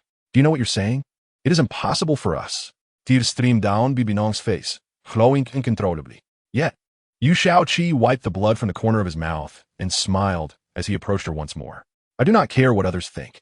I simply like you, and no one could stop that. Before long, Yu Shaoqi stood before Bai Dong again. I am tainted. Do you understand? I am tainted. Bai Dong sank to the ground, but Yu Shaoqi lifted her into his arms. I know, but I love you, do you understand? Just as fish cannot live without water, and stars cannot exist without the moon, I cannot be without you. Do you comprehend? Yu Shaoqi felt a pang of compassion at Bai Dong's distress and embraced her tightly. I do not care how the world perceives us. I only understand one thing. I love you, even if the gods oppose us. Yu Shaoqi declared earnestly. When did he realize his love for Bai Dong? To be honest, it was likely the moment he resurrected and beheld her visage. Perhaps he had fallen for her then. He understood that, without a doubt. She harbored feelings for him as well. Bai Dong's trembling hands rested on Yu Shaoqi's waist, her face pressed against his chest. But I am no longer pure. My children are of your age. Bai Dong's tears soaked Yu Shaoqi's chest. I do not mind. I care not for your past, only for your present, Yu Shaoqi replied, tilting Bai Dong's chin upward. Their lips drew closer until they finally met in a profound kiss. Boom! The sky darkened, but the inhabitants of Wuhuan City had long since grown accustomed to such phenomena. For this was the manifestation of Yu Shaoqi's celestial anomaly. Crack! A bolt of lightning struck down, tearing a gaping hole in the newly renovated roof of the Pope's Hall. Yu Shaoqi and Bai Dong quickly parted. You've destroyed the roof I just repaired, Bai Dong lamented, her voice tinged with reproach. Yu Shaoqi, feeling somewhat sheepish, replied, Do not worry. I shall ensure your future roofs are well taken care of. Bibi Dong felt a blush creeping across her cheeks, prompting her to kick Yu Shaoqi down. As Yu Shaoqi slowly ascended into the air, a blue-golden patterned soul ring emerged from the clouds. Feeling the aura of this soul ring, Yu Shaoqi realized it was a 100,000-year soul ring. I knew that heaven would surely bestow upon me a soul ring suited to my abilities. Without hesitation, Yu Shaoqi began to absorb the soul ring, and Hulaina approached with curiosity. Why is he here? Hulaina thought, gazing in bewilderment at the shattered remains of the Pope's Hall. I don't know, Bibi Dong replied. Her eyes filled with affection as she looked up at the figure in the sky. Many thanks for the various votes and rewards, she expressed, concluding the chapter. In the city of slaughter, Hulaina, oblivious to Bibi Dong's expression, was fixated on the dazzling man before her. Moments later, Yu Shaoqi successfully absorbed the soul ring. A significant advantage of a divine soul ring being its gentle power, devoid of any lingering consciousness or aura from the soul beast, making the absorption process remarkably swift. It is essential on the battlefield. Ahem, I digress. Yu Shaoqi felt his soul power surge, realizing he had reached level 73. Is this the power of a 100,000-year soul ring? He began to sense his new soul skill, ancient dragon god form. A comprehensive enhancement of 300% that disregards all attacks for 5 minutes. One invincible soul skill. It can nullify all attacks? This is going exceedingly well. Bibi Dong resumed her usual icy demeanor, and Yu Shaoqi understood he must play along, aware that she wished to keep this under wraps for the time being. Indeed, it is going splendidly, Yu Shaoqi replied with a smile. Hulaina, intrigued, exclaimed, Hey, what is your 7th soul skill? Yu Shaoqi shot her an exasperated glance. Retorting, I am not called He. Hulaina paused, asking, What's the difference? Hurry and tell me. Ignoring Hulaina, Yu Shaoqi turned to Bibi Dong. Your Holiness, I have a request. Bibi Dong, amused by Yu Shaoqi's demeanor, yet maintaining a facade of aloofness, replied, Go on, what is it? I wish to undergo trials in the city of slaughter, Yu Shaoqi stated. The two of them seemed to have disregarded my presence. Hulaina fumed. Her face flushed. Teacher, didn't we agree that I would go to the city of slaughter? Bibi Dong smiled slightly. What's the matter? It's merely the city of slaughter. It will be beneficial for both of you to go together for mutual support. Hulaina scoffed. Who needs his support? Yu Shaoqi found this amusing, retorting. Then fine, don't come to me for help when the time comes. I want to acknowledge you. Hulaina, upon hearing this, turned and walked away. If you want to acknowledge me, then fine, who cares? Watching Hulaina's retreating figure, Yu Shaoqi casually shut the hall's door. He grinned. Let us continue. Yu Shaoqi gazed at Bibi Dong's exquisite visage and alluring form, speaking lewdly. However, Bibi Dong swiftly swatted him away, feigning anger. Some people's charm is indeed overwhelming. I already have 5 wives. Must there be more? As she spoke, Bibi Dong genuinely felt angered, and with a swift kick, she sent Yu Shaoqi sprawling out of the hall. Crash! Although Bibi Dong had tempered her strength, Yu Shaoqi still landed heavily, causing the stone floor outside to crack. Yu Shaoqi clumsily rose, only to find Ghost Dalu and Doulu eavesdropping at the entrance. Their expressions a mix of confusion as they stared at him. They quickly recovered, pretending to pass by while whistling as they left. Returning to the Pope's hall, Yu Shaoqi was surprised to find Bibi Dong had tidied up the debris inside. Seated on the Pope's throne, Bibi Dong had her eyes closed. Yet her consciousness vigilantly observed Yu Shaoqi. He gingerly approached her, rubbing his backside, and playfully waved a hand in front of her face. Are you asleep? Yu Shaoqi ventured. Bibi Dong remained unresponsive, her eyes still shut. Resigned, Yu Shaoqi positioned himself beside her and began to massage her shoulders. Oh, I know I might be a bit too sentimental, but my love for you is genuine. Please don't be angry.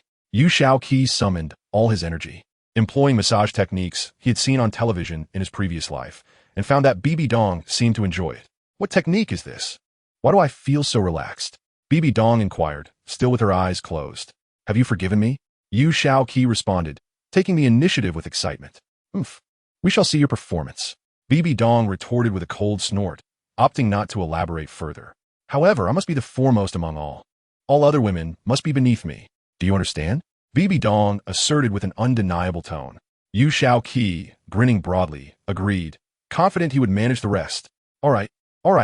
You are the greatest. Yu Shaoqi laughed. This technique is called massage, he stated, pausing to see if Bibi Dong would inquire further. Massage? What benefits does it provide? Can it be taught to others? Bibi Dong asked, her interest piqued. If this technique were disseminated, it could greatly enhance relaxation for both the military and ordinary people. The primary benefit of massage is relaxation, followed by promoting blood circulation and alleviating blockages in the meridians. While its effects may be minimal, it is indeed an effective method for alleviating physical discomfort, Yu Shaoqi explained.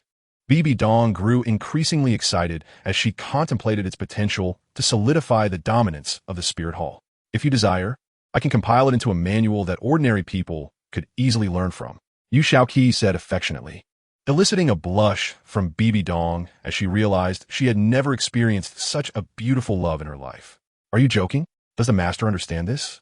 After all, it was Yu Shaogang's credulity that led him to abandon Bibi Dong.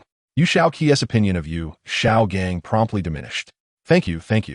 Bibi Dong stammered, her words barely coherent as Yu Shaoqi felt her body temperature rise significantly, even through her clothing. Do we need to express gratitude between us? Yu Shaoqi paused his massage, slightly irritated. Bibi Dong opened her eyes, her cheeks flushed as she looked at him, softly asking, What reward do you wish for? I can offer you anything from the Spirit Hall. As the most powerful force on the continent, the Spirit Hall possesses treasures and wealth beyond ordinary imagination. With a single word from Yu Shaoqi, they could all be delivered to the Blue Lightning Tyrant Dragon sect, leaving him with nothing. But would Yu Shaoqi truly do that? To be honest, if he did. A reward, how about a kiss? Yu Shaoqi suggested tentatively, gauging Bibi Dong's reaction. You rogue. Bibi Dong's face instantly flushed bright red. Close your eyes. The voice of Bai Dong grew fainter, and it was fortunate that Yu Shaoqi possessed formidable strength, allowing her to hear Bai Dong's words. Gazing at you, Xiaoqi's heavenly beauty, Bai Dong lightly kissed her, akin to a dragonfly touching water before parting. The second chapter arrives, and this is perhaps one of the most distasteful chapters one have ever written. The chapter concludes here. In the city of slaughter 2, where shall I rest tonight? Yu Xiaoqi smiled, her eyes brimming with affection. Bai Dong naturally understood Yu Xiaoqi's intentions, but feigned ignorance, saying, I will certainly arrange a place for you to stay. Would I let you sleep on the streets? Yu Xiaoqi chuckled awkwardly and then stole a kiss on Bai Dong's cheek, leaving the latter blushing furiously. Please take me back to my room first. I need to complete my massage illustration, Yu Xiaoqi said earnestly. Bai Dong felt a slight stir of emotion in her heart and decided to act without delay. For in her presence, timeliness was never an issue. Very well, follow me, Bai Dong replied, rising and gesturing for Yu Xiaoqi to follow her. They exited the Hall of the Pope, traversed through the Hall of Elders, the Worship Hall, and the Martial Arts Arena, finally arriving at the accommodation area. Among them, the most luxurious of the several lofts belonged to Bai Dong, the Elders of the Spirit Hall, and the titled Douluos. Undoubtedly, Bai Dong's residence stood out as the most opulent, befitting her status as the leader of the Spirit Hall. Yu Xiaoqi's quarters were adjacent to Bai Dong's, being the second most lavish, designated for the white-robed Pope of the Spirit Hall. You shall rest here tonight, Bai Dong indicated, looking at Yu Xiaoqi's abode. Yu Xiaoqi pouted, her eyes scanning the surroundings, and asked, Are you not coming in to take a look? Bai Dong instantly grasped Yu Xiaoqi's meaning, but maintained her composure, stating, I have matters to attend to. She then turned and walked away, leaving Yu Xiaoqi standing there, feeling disheartened and at a loss. I will come back after I finish my business, Bai Dong said, glancing back with her spiritual senses. Upon seeing Yu Xiaoqi's forlorn expression, her heart softened immediately. All right, I will wait for you, Yu Xiaoqi exclaimed joyfully, watching Bibi Dong's retreating figure. Once Bai Dong was out of sight, Yu Xiaoqi leaped in delight, realizing she might have the chance to shed her virginity tonight. She then cheerfully entered her dormitory and began sketching the massage illustration. Meanwhile, Bai Dong was plagued by self-doubt. Why did I agree to that? Wouldn't it give him the impression that I lacked decorum? No, it's too soon. I must not allow him to obtain it so easily. But your first time must be mine, Bai Dong mused, a smile curling at the corners of her lips. That night, within the white-robed Pope's chamber, the door creaked open. Yu Xiaoqi immediately turned to the entrance, and upon seeing Bai Dong's figure step inside, he broke into a smile. What are you laughing at? Bibi Dong inquired. I just spotted my beloved, Yu Xiaoqi teased. Bibi Dong's face flushed, and she sat down in front of Yu Xiaoqi, shifting the subject. What about the massage illustration you drew? Yu Xiaoqi pointed to the book lying on the table. Bai Dong picked up the massage guide and casually flipped through it before remarking, Indeed, it contains techniques that anyone can master. You have done a commendable job. Yu Xiaoqi smiled, puffing out his chest with pride. One of his greatest joys was hearing praise from his beloved, not for any other reason, but for the sheer pleasure of it. Yu Xiaoqi stood and addressed Bai Dong. You must be tired after a long day, right? Bai Dong paused, her nose tinged with emotion. Yet she held back the tears. How long had it been since someone had shown such concern for her? And that someone was her beloved. I am not tired, Bai Dong replied with a smile, though in truth, as the Pope of the Spirit Hall, each day was exhausting. She had simply grown accustomed to it over time. To prevent Yu Xiaoqi from worrying about her, she had to assert that she was not tired. Observing Bai Dong's slightly fatigued visage, Yu Xiaoqi chose not to press the matter further. Allow me to massage you, he offered. Bai Dong's cheeks reddened, and she consented all right. Yu Xiaoqi approached Bai Dong and lifted her into his arms. What are you doing? Aren't we supposed to massage? Bibi Dong exclaimed. Indeed, but it is a full-body massage. You need to lie on the bed, Yu Xiaoqi explained. Bai Dong hesitated, but decided to trust him once more. However, if he dared to act without her permission, there would be consequences. Bai Dong reclined on the bed, but her heavy garments made it challenging for her to receive a proper massage. Donger, you must be wearing something underneath, right? Yu Xiaoqi asked. Why do I know that? Bai Dong's thoughts wandered, suspecting Yu Xiaoqi's intentions. If your clothing is too thick, it will hinder my ability to massage you, Yu Xiaoqi clarified. Bai Dong pondered, realizing she was indeed still dressed in her papal attire, which was inappropriate for the occasion. Very well, turn around. She reluctantly agreed to Yu Xiaoqi's request. Beneath her papal robes, she wore a comfortable nightgown. often needing her maid to assist her in changing due to her extreme fatigue. All right, Bibi Dong said. When Yu Xiaoqi turned around, he was met with a sight that made his nose bleed. Bai Dong removed her crown, revealing a cascade of dark, lustrous hair that required no combing, as it fell flawlessly into place. Her white nightgown, although loose, still accentuated her alluring figure. What is it? Bai Dong chuckled at Yu Xiaoqi's dazed expression. Oh, nothing. Just lie down, Yu Xiaoqi stammered. Bai Dong obediently reclined on the bed. Now listen to every word I say, Yu Xiaoqi instructed. Bibi Dong nodded, indicating her understanding. Yu Xiaoqi spoke in an exceptionally gentle tone. Now, close your eyes and relax. Bibi Dong complied immediately. Inhale deeply. 3 seconds. Exhale. 2 seconds. Inhale. Very good. Maintain this rhythm. After guiding Bai Dong through the breathing exercise, Yu Xiaoqi's hands began to work on her. Although Bai Dong followed Yu Xiaoqi's instructions, she remained vigilant. Am I misinterpreting this? Finally, after half an hour, Bai Dong fell asleep. She has fallen asleep? Yu Xiaoqi, listening to Bai Dong's steady breathing, felt a bit bewildered. He had assumed she would have drifted off sooner, yet she had taken a full half hour to do so. It seemed he still lacked the professionalism required. Yu Xiaoqi gazed at the slumbering Bai Dong, contemplating whether to do something, but in the end, he merely embraced her and fell asleep himself. There is still one more chapter to come. I am grateful for the tender support from all sides. Thank you. This chapter concludes here. I am truly exasperated. I promised to write diligently this month, ensuring 2 updates daily. Yet what transpired?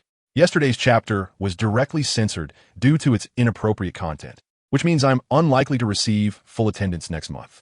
My mental state is rather fragile. Insha Lu Jidu 4. Hulaina gazed at Yu Xiaoqi's expression, puzzled. Is it merely red wine? Why such a reaction? Yu Xiaoqi, however, chose not to respond, saying, You drink first, and then I shall. Hulaina cast a disdainful glance at Yu Xiaoqi and proceeded to drink with Bibi Dong. However, upon the first sip of the Bloody Mary, Hulaina paused, her brows furrowing as she exclaimed, Teacher, why does it taste so intensely of blood? Bibi Dong, on the other hand, had already downed her entire glass without flinching. This is human blood. Those lacking strength can only donate 3 cups of Bloody Mary each month to survive, she stated nonchalantly. Hulaina felt somewhat nauseous. But considering that the Bloody Mary might be the sole source of nourishment in the city of slaughter, she was at a loss. Yu Xiaoqi took a tentative sip, but promptly spat it out. Who knows what diseases might lurk in this human blood? I think I shall abstain, he lamented. Bibi Dong intended to enlighten Yu Xiaoqi on the significance of the Bloody Mary, but an unexpected scene made her abandon that thought. Yu Xiaoqi conjured a piece of meat and a bottle of water from thin air and began to eat. He even offered some to Bibi Dong and Hulaina, the latter unreservedly accepting a portion. Where did you procure this food? Bibi Dong inquired, perplexed. Oh, I brought it in with my storage ring. This food suffices for both of us until we return, Yu Xiaoqi replied casually, igniting a considerable stir within the tavern. Everyone gazed at Yu Xiaoqi as if he were a starving person beholding a sumptuous feast. Well, you two need not consume this revolting substance. Bibi Dong nodded in agreement. A few patrons began to rise, preparing to leave, but before they could even step outside, they met a grim fate. Upon hearing this news, those present had no desire to depart. Yu Xiaoqi's lips curled into a slight smirk, and he vanished from his spot, displaying an astonishing swiftness. In mere seconds, those individuals were beyond saving. Yu Xiaoqi observed the spectacle with a hint of nausea, while Hulaina was more severely affected, retching in a corner. Well done. Bibi Dong complimented Yu Xiaoqi with a smile. Returning to the matter at hand, Bibi Dong remarked, We have yet to truly enter the city of slaughter. We are still in the outer city. Yu Xiaoqi, taken aback, looked at Bibi Dong, urging her to continue. To enter the inner city, we must wait here. But it should not take long, Bibi Dong stated, leaving both Yu Xiaoqi and Hulaina puzzled. Soon, the tavern counter began to shift, revealing a dark opening. They turned their attention to it. From the depths of the opening emerged a figure clad in black armor, followed by 10 others dressed similarly. Their faces obscured by cold black masks that concealed their identities. Welcome to the city of slaughter. I am the slaughter knight Moku Ta. To truly enter the city of slaughter, one must kill a person. A head serves as your ticket. Since you all have completed this, please follow me. Moku Ta's voice was chilling, evoking a sense of foreboding. Very well, I shall not accompany you further. Remember to return safely. Bibi Dong instructed solemnly. Mokuta regarded Bibi Dong and, leading his 10 subordinates, bowed, saying salutations, God of Slaughter. Bibi Dong merely nodded, replying, no need for formalities, rise. Upon hearing this, Mokuta and his companions immediately stood. Thank you, Lord of Slaughter. Do you wish for these 2 children to partake in the trials of the city of Slaughter? Mokuta inquired respectfully. Bibi Dong remained silent, casting a mere glance at Mokuta. The latter felt a chill run down his spine from Bibi Dong's indifferent gaze, prompting him to hastily clarify, I meant no offense. I simply believe these 2 children possess great strength. Although Bibi Dong did not speak, that single glance held immense weight. Mokuta felt an overwhelming sense of dread, as if he were on the brink of death, a pressure only the God of Slaughter could exert. The title of God of Slaughter represents not merely 2 words, but embodies countless lives lost, the bloodshed that accompanies such power. If Mokuta failed to clarify his intentions with Bibi Dong, his demise would be certain, and even the king of the city of Slaughter would not avenge him. After all, the status of every God of Slaughter in the city of Slaughter ranks just below that of the Slaughter King. Moreover, the current God of Slaughter was the most formidable among them, having emerged from their ranks. Bibi Dong gazed at Mokuta, who appeared on the verge of collapsing from anxiety, and said calmly, no need for exceptions. They shall enter as they wish. Mokuta immediately bowed, understood. Lord of Slaughter. Bibi Dong turned to Yu Shaoqi and Hu Laina, instructing, Shaoqi, Nana, you shall enter the city of Slaughter with this slaughter night. I will return to escort you when you emerge. Suddenly, Yu Shaoqi sprang up and rushed towards Bibi Dong, exclaiming, Teacher, I cannot bear to part with you. This unexpected display left Bibi Dong momentarily stunned, feeling Yu Shaoqi's lips brush against his and then being embraced. In a hushed tone meant only for Bibi Dong. Yu Shaoqi whispered, Donger, my dear, it is not so easy to take advantage of me. Upon finishing, he released Bibi Dong. Bibi Dong was at a loss for how to respond, merely nodding to Yu Shaoqi and Hu Laina before departing. His face flushed. Reflecting on it, he felt a twinge of reluctance. After Bibi Dong's figure vanished completely, Mokuta turned to Yu Shaoqi and Hu Laina, saying, Ladies, please follow me. As soon as he finished speaking, Mokuta and his contingent of knights turned and entered the opening from whence they came. Hu Laina instinctively tugged at Yu Shaoqi's clothing. Once they entered the opening, the counter returned to its original position, and the bartender began to clean up the remnants of carnage. My mental state is truly explosive. I appreciate the tender support in votes. There will be another update tonight. This chapter concludes the tale of Sha Lu Jidu 5. Yu Shaoqi and Hu Laina followed the slaughter knight Mokuta, finally entering the city of Slaughter. However, strictly speaking, they had not truly entered yet, as both were still outside the dark city walls. Is this the architectural style of Sha Lu Jidu? Not only are the taverns outside black, but even the city inside is shrouded in darkness? Yu Shaoqi remarked. This is not its inherent color, Mokuta replied coldly. Sha Lu Jidu, a city nestled in the gray area of the underworld. Above the city hung a violet moon, low enough to evoke the sensation of reaching out to touch it, surrounded by an endless void of darkness. Scott. These 2 are the newcomers brought by Lord Sha Shun for the trials. Mokuta stated as he led Yu Shaoqi and Hu Laina before a black-armored knight. Greetings. Welcome to Sha Lu Jidu. I am the terrifying Knight Scott. This is the city of hell, the paradise for slayers. Here, you can acquire anything your heart desires, but the cost is your life. Welcome to the playground of death, Scott declared. Why are there only 2 of you this time? Scott inquired, puzzled. The others have perished, Mokuta replied. Upon hearing this, Scott immediately understood.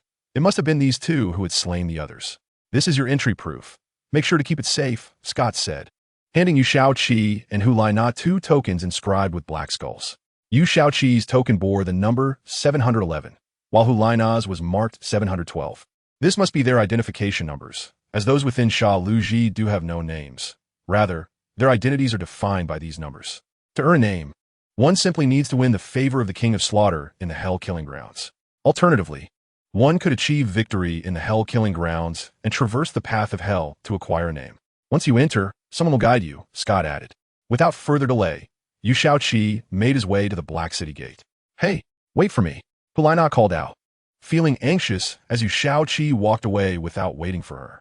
In a short while, they truly entered Sha Lu Jidu. Welcome to Sha Lu Jidu.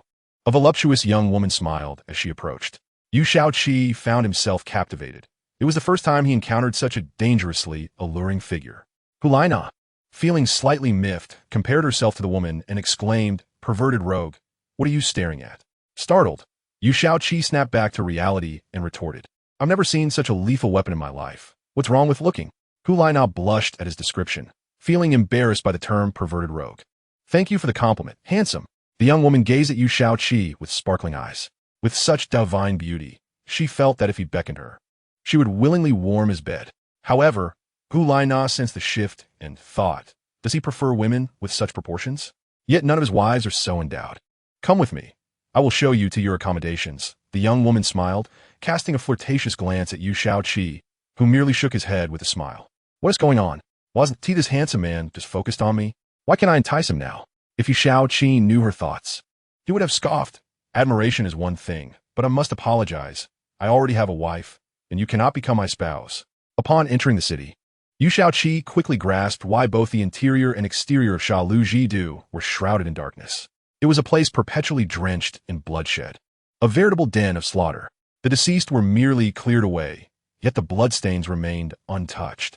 The black floors and walls were not mere decoration. They were stained with the remnants of violence. Amidst the throngs of people in Shalujidu, Yu Shaoqi pondered why so many ordinary individuals were drawn to a place where death lurked at every corner. After walking a few steps along the street, he realized this was indeed a paradise for the debauched. Here, if you fancied someone, a polite warning might be offered, but whether to heed it was entirely your concern. The impolite would simply take what they desired, and should one resist, they would be silenced before being claimed. In Shalujidu, the only way to silence someone was through slaughter. Hulina's brow furrowed. Wherever they went, any who dared to engage in such acts before her became her prey, without exception. The young woman was astonished by Hulina's ruthlessness. She couldn't fathom that someone would kill for such behavior. Truly a formidable woman. But if you kill anyone you see, can you truly prevail? Yu Shaoqi remarked, somewhat exasperated. If you continue this path of unchecked violence, you will inevitably fall, just like them, he stated firmly. Hulina was taken aback. Was he genuinely concerned for her? Without a word, she sheathed her sword. Throughout their journey, Yu Shaoqi encountered many indulging couples. Yet Hulina refrained from any action, choosing to ignore them. Observing her compliance, Yu Shaoqi's fondness for her grew significantly. "Here we are. This will be your residence for the time being. I will be your guide for the next 12 hours. Should you have any questions, feel free to ask. After 12 hours, you will officially become members of Shalujidu," the young woman declared. "Will you be with us during these 12 hours? Yu Shaoqi inquired, seizing upon a pivotal detail. "Indeed, we can engage in many activities suitable for men and women during this time," she purred, tracing her finger lightly across Yu Shaoqi's chest. Yu Shaoqi, having been rejected 3 times by the review for Shalujidu 3, found himself conflicted. This chapter concludes the tale of Shalujidu 6. To be honest, Yu Shaoqi felt a stir of temptation, yet he maintained his composure. What a joke. Is Yu Shaoqi such a person? Admittedly, while this young woman was beautiful and had a striking figure, she was not to his taste. Who knew how many men she had been with? His first time was reserved for his beloved wives. After all, if there is nothing else to attend to, we shall retreat to our quarters for a moment of respite. Yu Shaoqi smiled at the young lady, and without further ado, grasped Hulina's hand and ascended the stairs. The stench in this place is unbearable. Hulina frowned as she expressed her discomfort. How could it not be pungent? Bloodstains are everywhere. Who knows, perhaps these dried remnants once bore hair. Yu Shaoqi could not help but let his imagination wander. But he shuddered at the thought. It was truly revolting upon deeper reflection. The young lady observed Yu Shaoqi's retreating figure and remarked, "What a pity indeed." But she chose not to dwell on the matter. Although she had long grown accustomed to the perils of the city of slaughter, she had yet to descend to the level of a streetwalker. "Are you hungry?" Yu Shaoqi inquired of Hulina. The truth is, the 2 unfamiliar individuals might have to accompany one another for an extended period, yet they found themselves at a loss for conversation. "Do we not just eat outside?" Hulina, somewhat perplexed, responded. "Ah, I forgot," Yu Shaoqi confessed, suddenly unsure of what to say next. "Shall we visit the Hell's Killing Arena to gather some information?" Hulina unintentionally broke the awkward silence between them. Yu Shaoqi's eyes lit up. How had he not thought of that? "Let's go," he said with a smile. Hulina regarded Yu Shaoqi and felt a twinge of concern. How could one find amusement in such a grim location? "Are you regretting it?" The young lady joked as she watched the two descend the stairs. No, please take us to the Hell's Killing Arena, Yu Shaoqi replied with a smile. To be honest, the young lady had no obligation to lead newcomers to their destination. Her duty was merely to answer their questions and clarify their uncertainties, nothing more. However, upon seeing Yu Shaoqi's refreshing smile, she readily agreed. It must be said, when a strikingly handsome person speaks, it is difficult not to perceive him favorably. Of course, those lacking such extraordinary looks must prove themselves in other ways. The trio navigated through the streets, and along the way, Yu Shaoqi dealt with several men harboring lewd thoughts about Hulai Na, but he did so effortlessly, not wishing to waste time on the road. Yet, his casual actions gradually endeared him to Hulai Na. At last, they arrived at the Hell's Killing Arena, where entry was straightforward. Strength spoke volumes, and every individual present had countless lives on their hands. Naturally, Yu Shaoqi and his companions entered without any hindrance, relying on the young lady's influence. It seemed her status in the City of Slaughter extended beyond merely guiding newcomers. Yu Shaoqi smirked inwardly. What could it matter to him, after all? The young lady would be leaving tomorrow. The three found a discreet spot to sit, each person becoming engrossed in the bloodshed unfolding before them, oblivious to their presence. Could you enlighten me about the rules of the Hell's Killing Arena? The young lady inquired, taking her place in the center, with Hulai Na and Yu Shaoqi flanking her on either side. The Hell's Killing Arena is the premier venue for gaining notoriety. It is the sole path for those wishing to escape.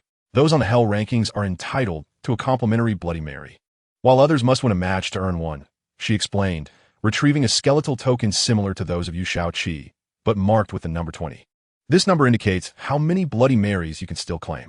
As newcomers, your tokens bear only your identification numbers. She indicated the number 20.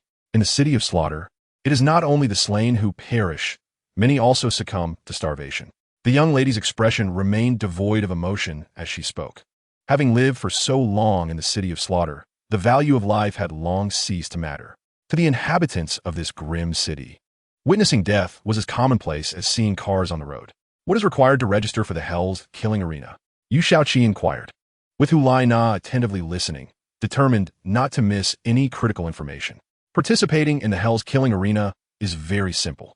You merely need to approach the front desk and provide your identification number. The rules are equally straightforward. Use any means necessary to eliminate your opponent. Every day, each resident of the City of Slaughter is allowed 2 bouts. You may choose to participate or not. However, if you wish to continue fighting indefinitely, you may do so.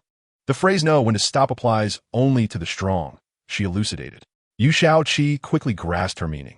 Participation leads to victory and a Bloody Mary, while abstaining results in none and a monthly donation of 3 Bloody Marys to the tavern. It was no wonder she mentioned that many had starved to death.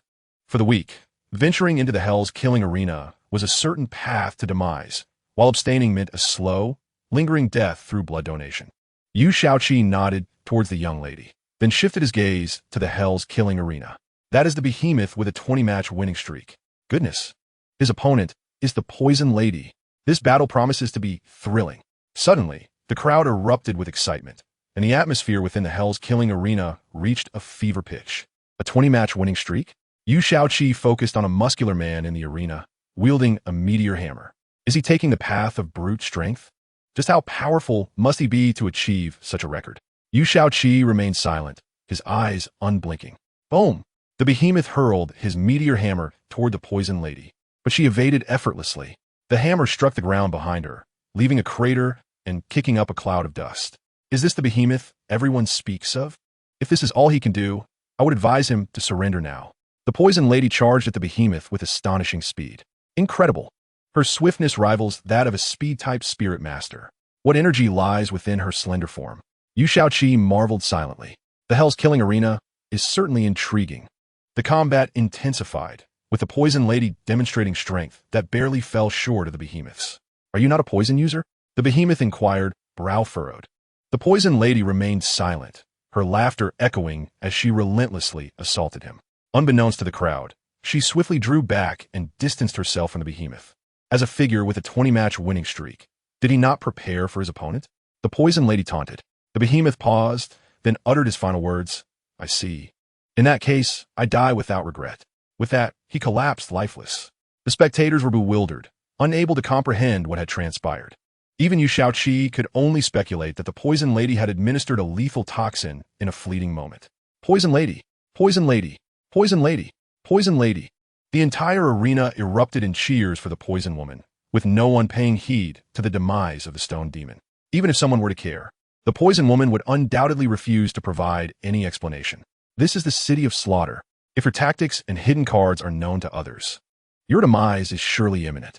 It seems that the poison woman is a formidable opponent to be wary of, not out of fear of her venom, but rather due to her cunning methods. To poison in plain sight while leaving others oblivious, how terrifying must her abilities be?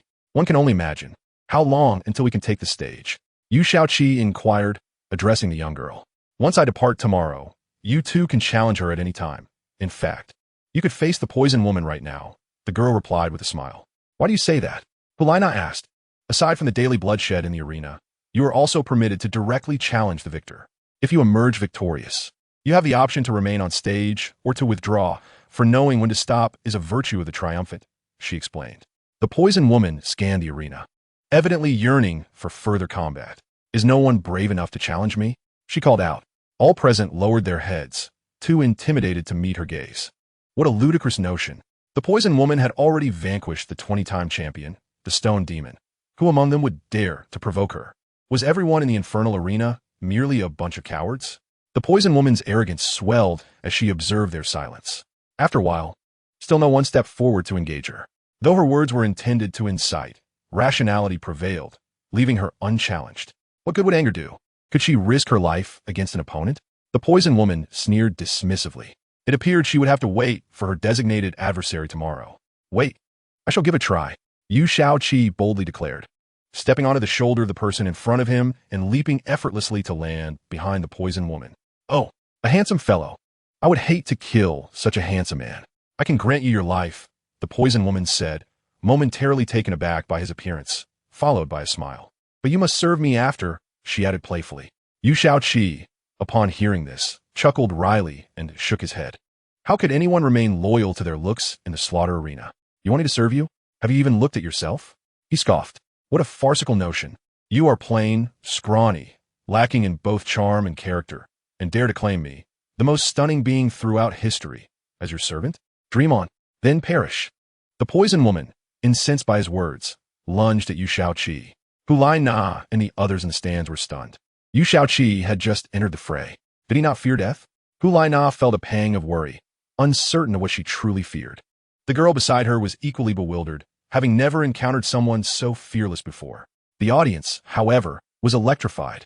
A newcomer challenging the poison woman? Did the fresh faces in the arena lack any sense of self-preservation? As the poison woman charged at him, Yu Shaoqi remained composed. His strength had grown to unimaginable levels, making it a significant mismatch in the infernal arena. Although the poison woman's methods were fearsome, they posed little threat to him. As he observed her swift approach, countless thoughts raced through his mind. Should he eliminate her outright or toy with her instead? When her hand was nearly upon him, he sidestepped effortlessly, evading her attack with ease. So your strength lies in speed. You must be an agile attack-type soul master, he remarked. The audience murmured in understanding. So this newcomer was an agile attack-type soul master, which explained his effortless evasion of the poison woman's strike. Hulina, however, was baffled. Yu Shaoqi was an agile attack-type soul master? How could she have been unaware? Even Yu Shaoqi himself was perplexed. Am I really an agile attack-type soul master? Noticing his silence, the poison woman believed she had discerned his nature. In that case, you shall meet your end. In your next life, do not return to the city of slaughter. From her bosom, she produced a multitude of needles, each imbued with a hint of green. These are poison needles, she declared, launching them at Yu Shaoqi in a seemingly chaotic manner, effectively sealing off all his escape routes. This is a death sentence. Then I shall not hold back.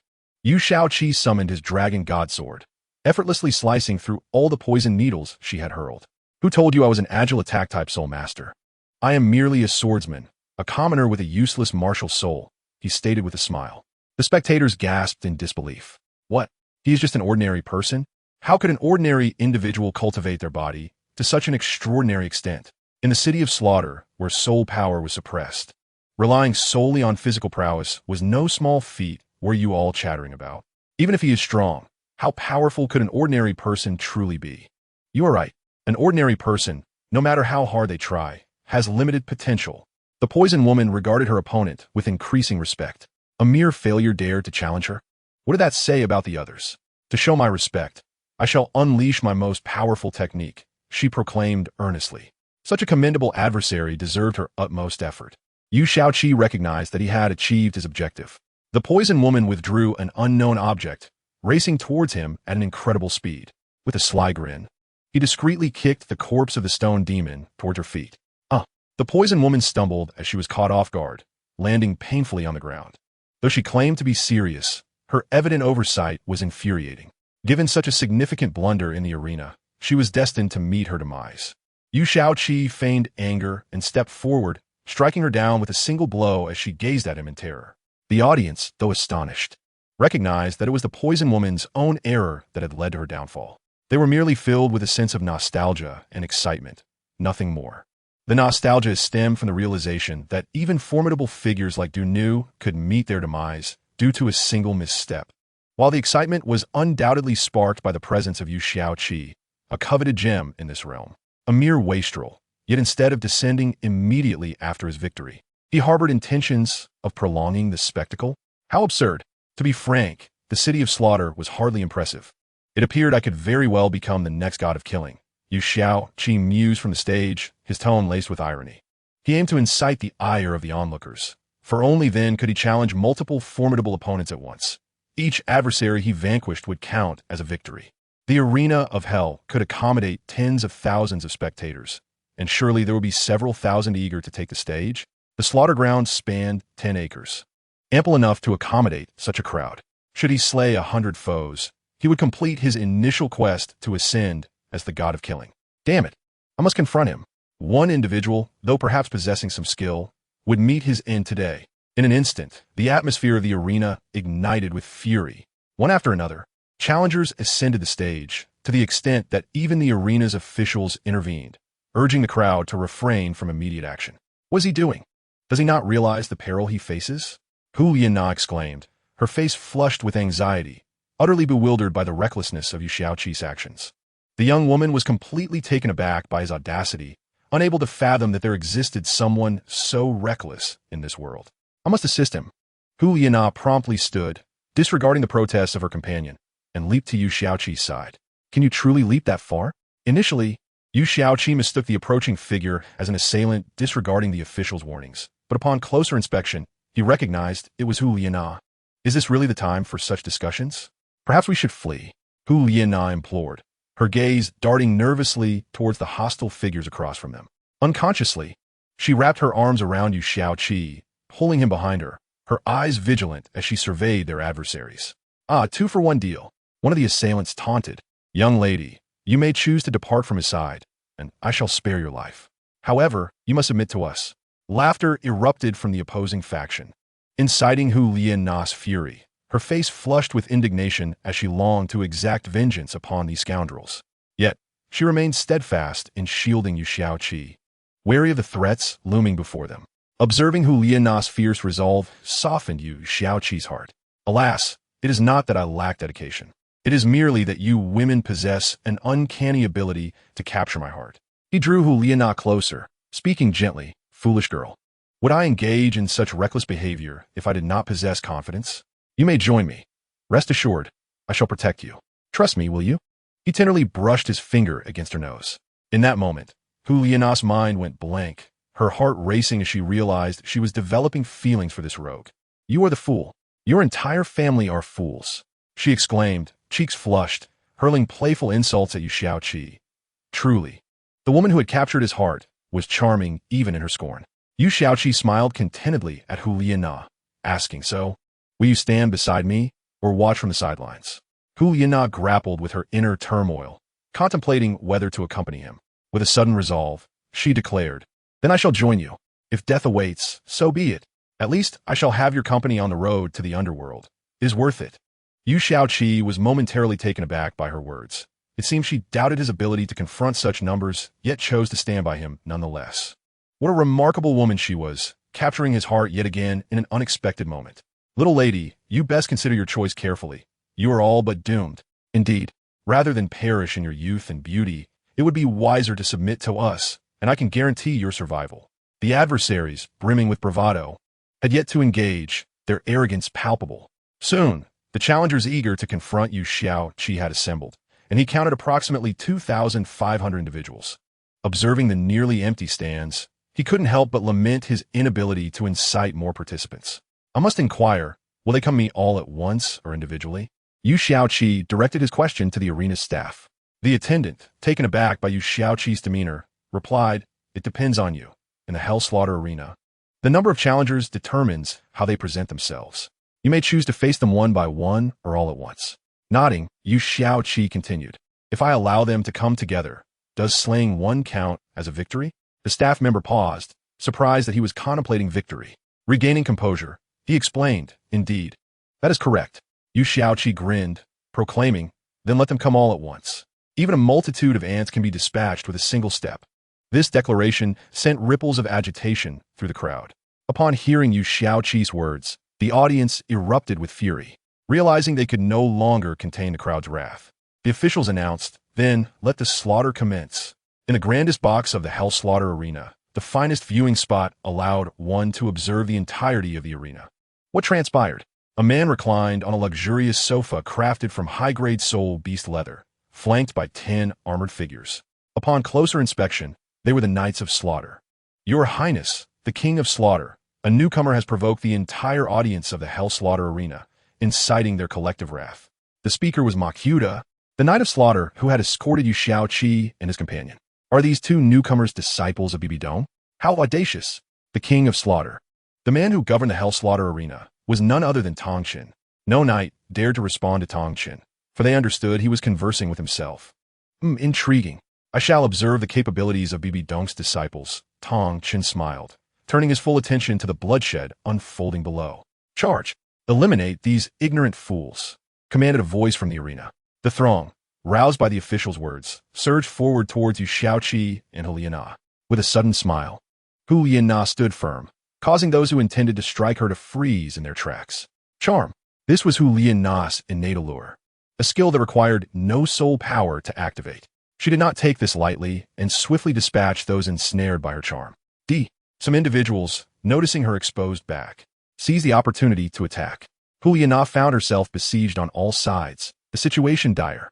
Thus, Hu Lianna forcibly twisted her body, attempting to bewitch those who sought to ambush her. Upon turning around, Hu Lianna was utterly astounded. Right before her eyes, those individuals had lost their heads, their bodies collapsing backward. Blood immediately splattered in all directions, causing everyone to halt in their tracks. It was Yu Xiaoqi, who in an instant had claimed the lives of over a dozen formidable warriors with a single stroke of his sword. "I told you, you could trust me." Yu Xiaoqi's divine visage was stained with a hint of blood, yet he remained unfazed, simply smiling to himself. Hu Lianna felt as if something within her heart had been touched. Everyone stood frozen until one person murmured, breaking the silence, "Is he worthless?" At that moment, the veil was lifted, and they realized they had fallen into Yu Xiaoqi's trap. "Even in death, I shall make you suffer," a green-haired man snarled. Most were moved by his words, instantly resolved to meet their demise.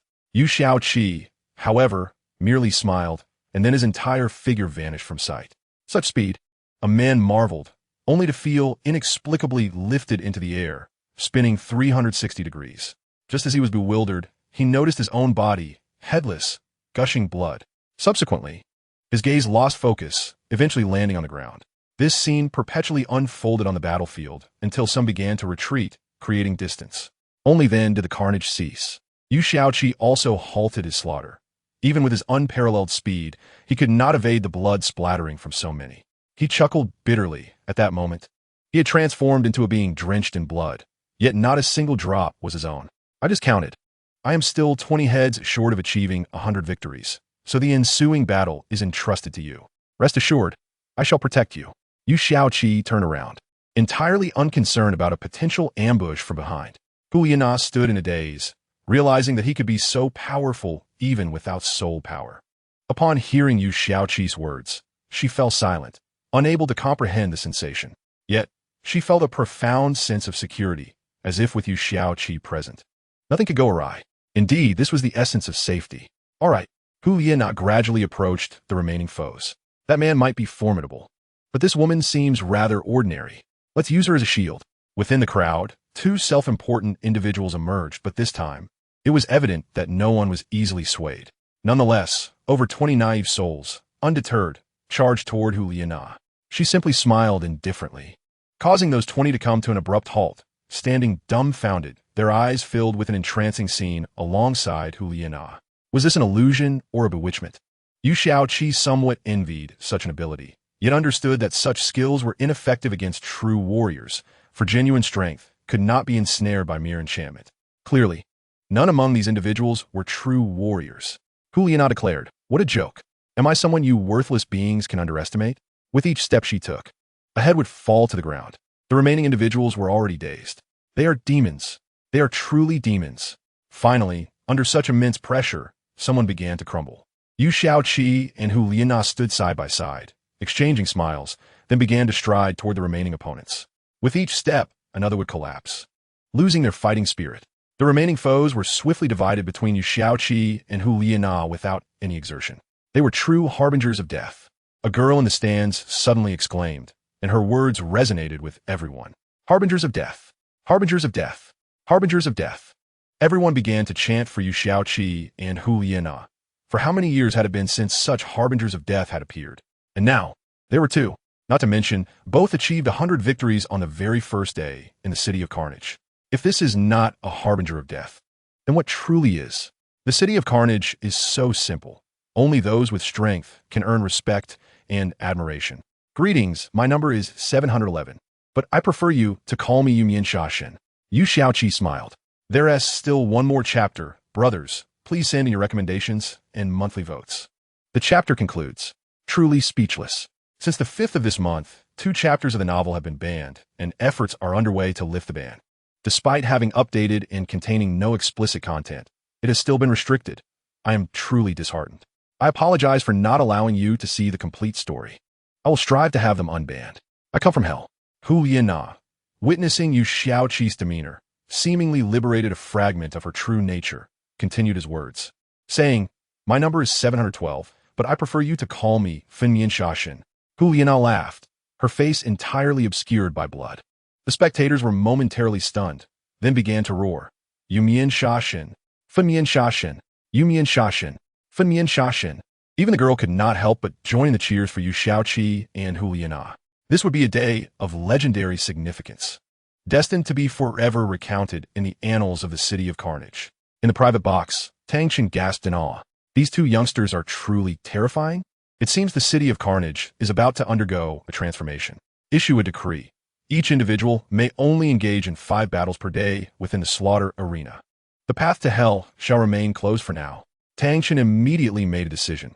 In the future, Tang San would face hardships. Understood, the slaughter knight Ma Ku-ta stated. At the same time, all knights present could not help but feel astonished that the King of Carnage had directly altered the rules of the City of Carnage. Throughout history, it seems only these two have achieved such a feat. One must wonder how they could so suddenly claim so many lives without a trace of remorse. Truly, they are born killers. Such are the thoughts of all present. Yu Xiaoqi and Hu Liana departed the hellish slaughter arena amidst the cheers of the crowd. The names of Yumian Shashin and Finmian Shashin swiftly spread throughout the City of Carnage.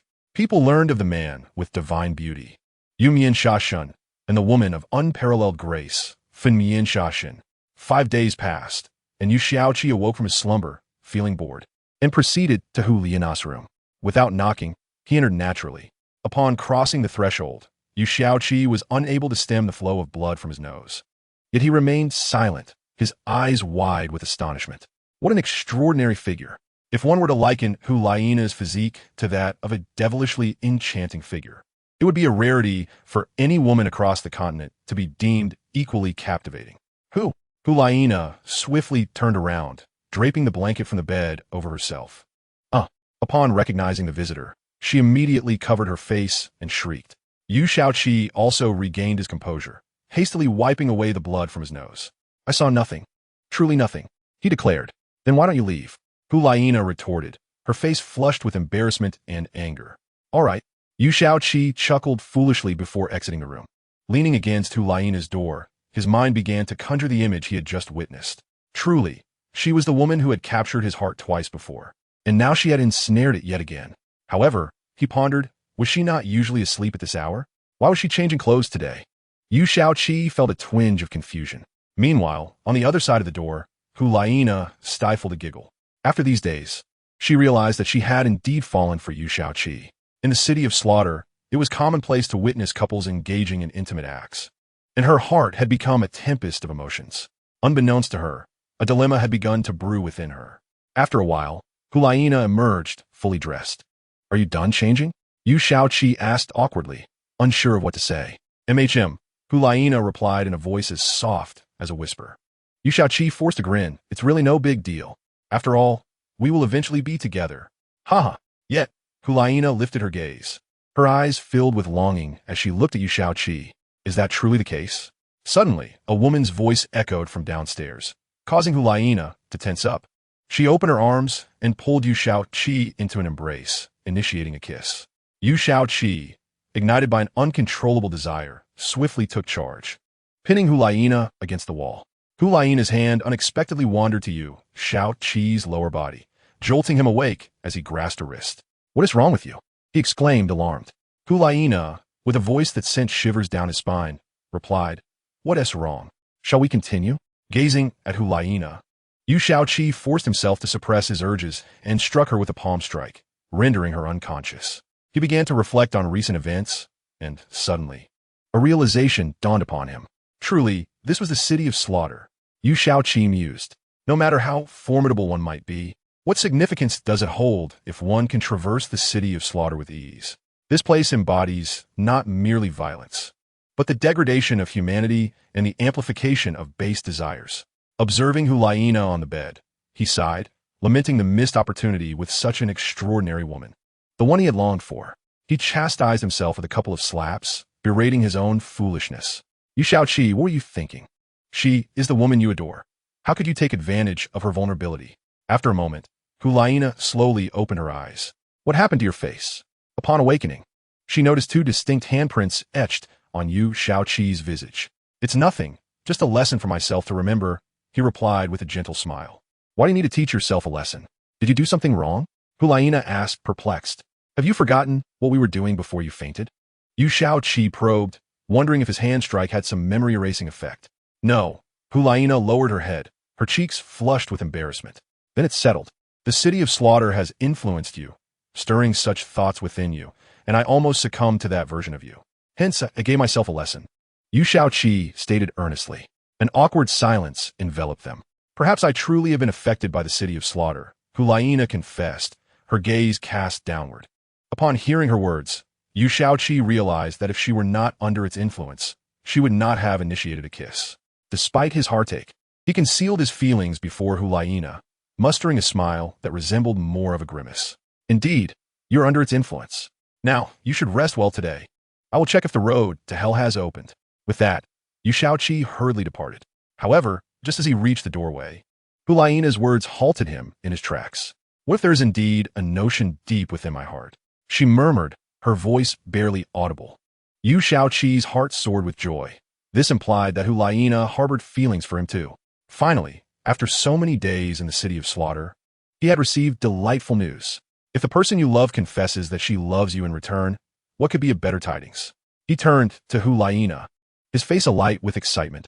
Are you serious? Hulaina nodded silently. All right, I understand. I like you, but precisely because I like you, I cannot take advantage of you. Rest assured, once we escape this wretched place, you will be the first I claim. Yu Shaoqi smiled at Hulaina before turning to leave. The paramount task was to swiftly become the god of slaughter, yet the road to hell remained obstinately closed. The city of slaughter opened its gates only once a year, welcoming new faces each time.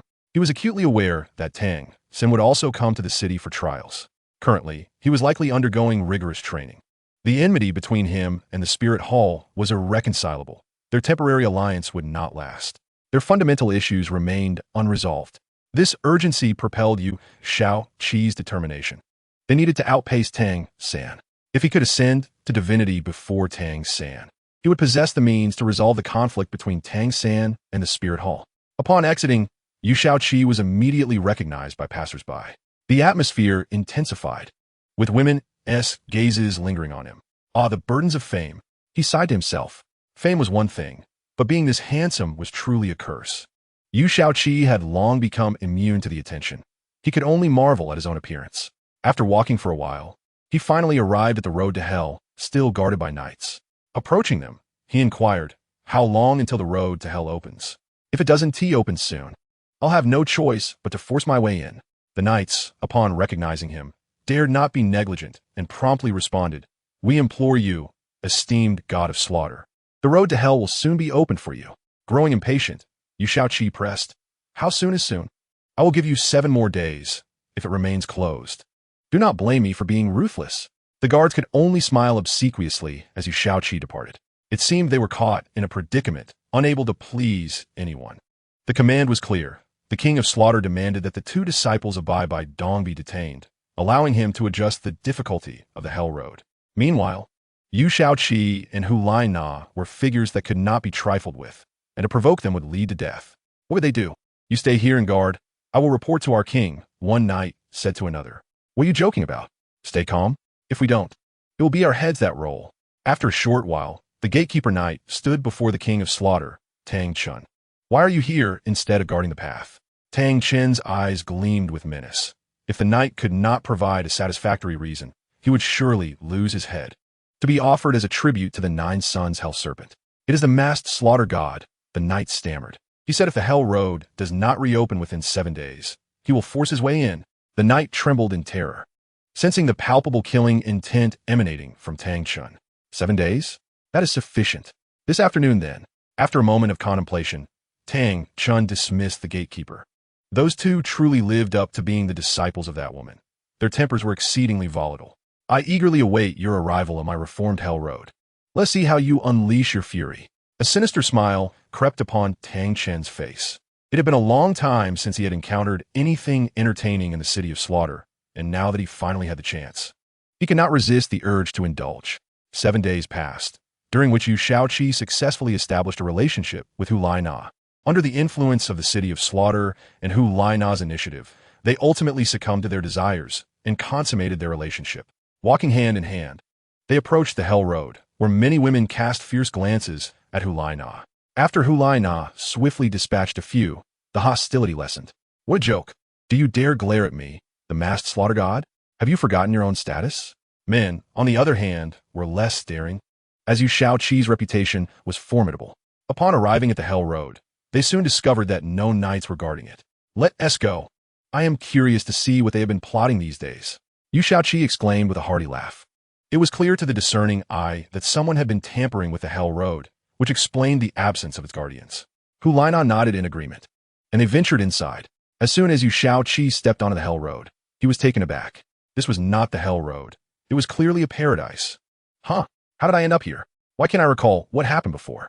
He sighed, only to be interrupted by a familiar voice. "Shaoqi, you've returned? Weren't you supposed to go back to Shrek Academy to give a lecture to the juniors?" It was Bai Bai Dong, whose demeanor now radiated warmth and kindness, a stark contrast to her previous coldness. "Indeed, Brother Qi, why are you back so soon?" Upon shifting his gaze from Bai Bai Dong, Yu Shaoqi was met by Ning Rong Rong and Xiao Wu. Realizing he had skipped out on his responsibilities, he shrugged it off, deciding that he preferred to stay home and enjoy the company of his wives instead. With a smile, he ran toward them, exclaiming, "I find it hard to part with you all." Meanwhile, Hu Lai Na lay in her bed within the Wuhuan temple, bewildered. "Why am I here?" she murmured, staring blankly at the bed surface. "What is wrong, my dear?" She turned to find Yu Shaoqi beside her, his arm draped around her. Startled, she pushed him away and stood on the floor. "You are not him, although I am with him. He has never called me dear. Who are you? Why are you in the Wuhuan temple? Why do you look like him?" Ignoring her state of undress, Hu Lai Na focused on the pressing matter at hand. "Wait a moment. There is another chapter to come." "What are you talking about?" "I am Yu Shaoqi. What is wrong with you? Do you not recognize me?" he queried, puzzled. The more Hu Lai Na listened, the more convinced she became that this person could not be Yu Shaoqi. He could not possibly be like this. "You should just die," she shouted, preparing to attack, only to realize she could not summon her soul power. Seizing the opportunity, Yu Shaoqi grasped her hand firmly, capturing her effortlessly. "I am indeed Yu Shaoqi. Why do you not believe me?" He grinned maliciously. Although his voice and appearance mirrored Yu Shao, Qi perfectly. Something deep within Hu Laina told her that he was not who he claimed to be. If he were truly Yu Shaoqi, her heart would feel at ease. It was fraught with turmoil.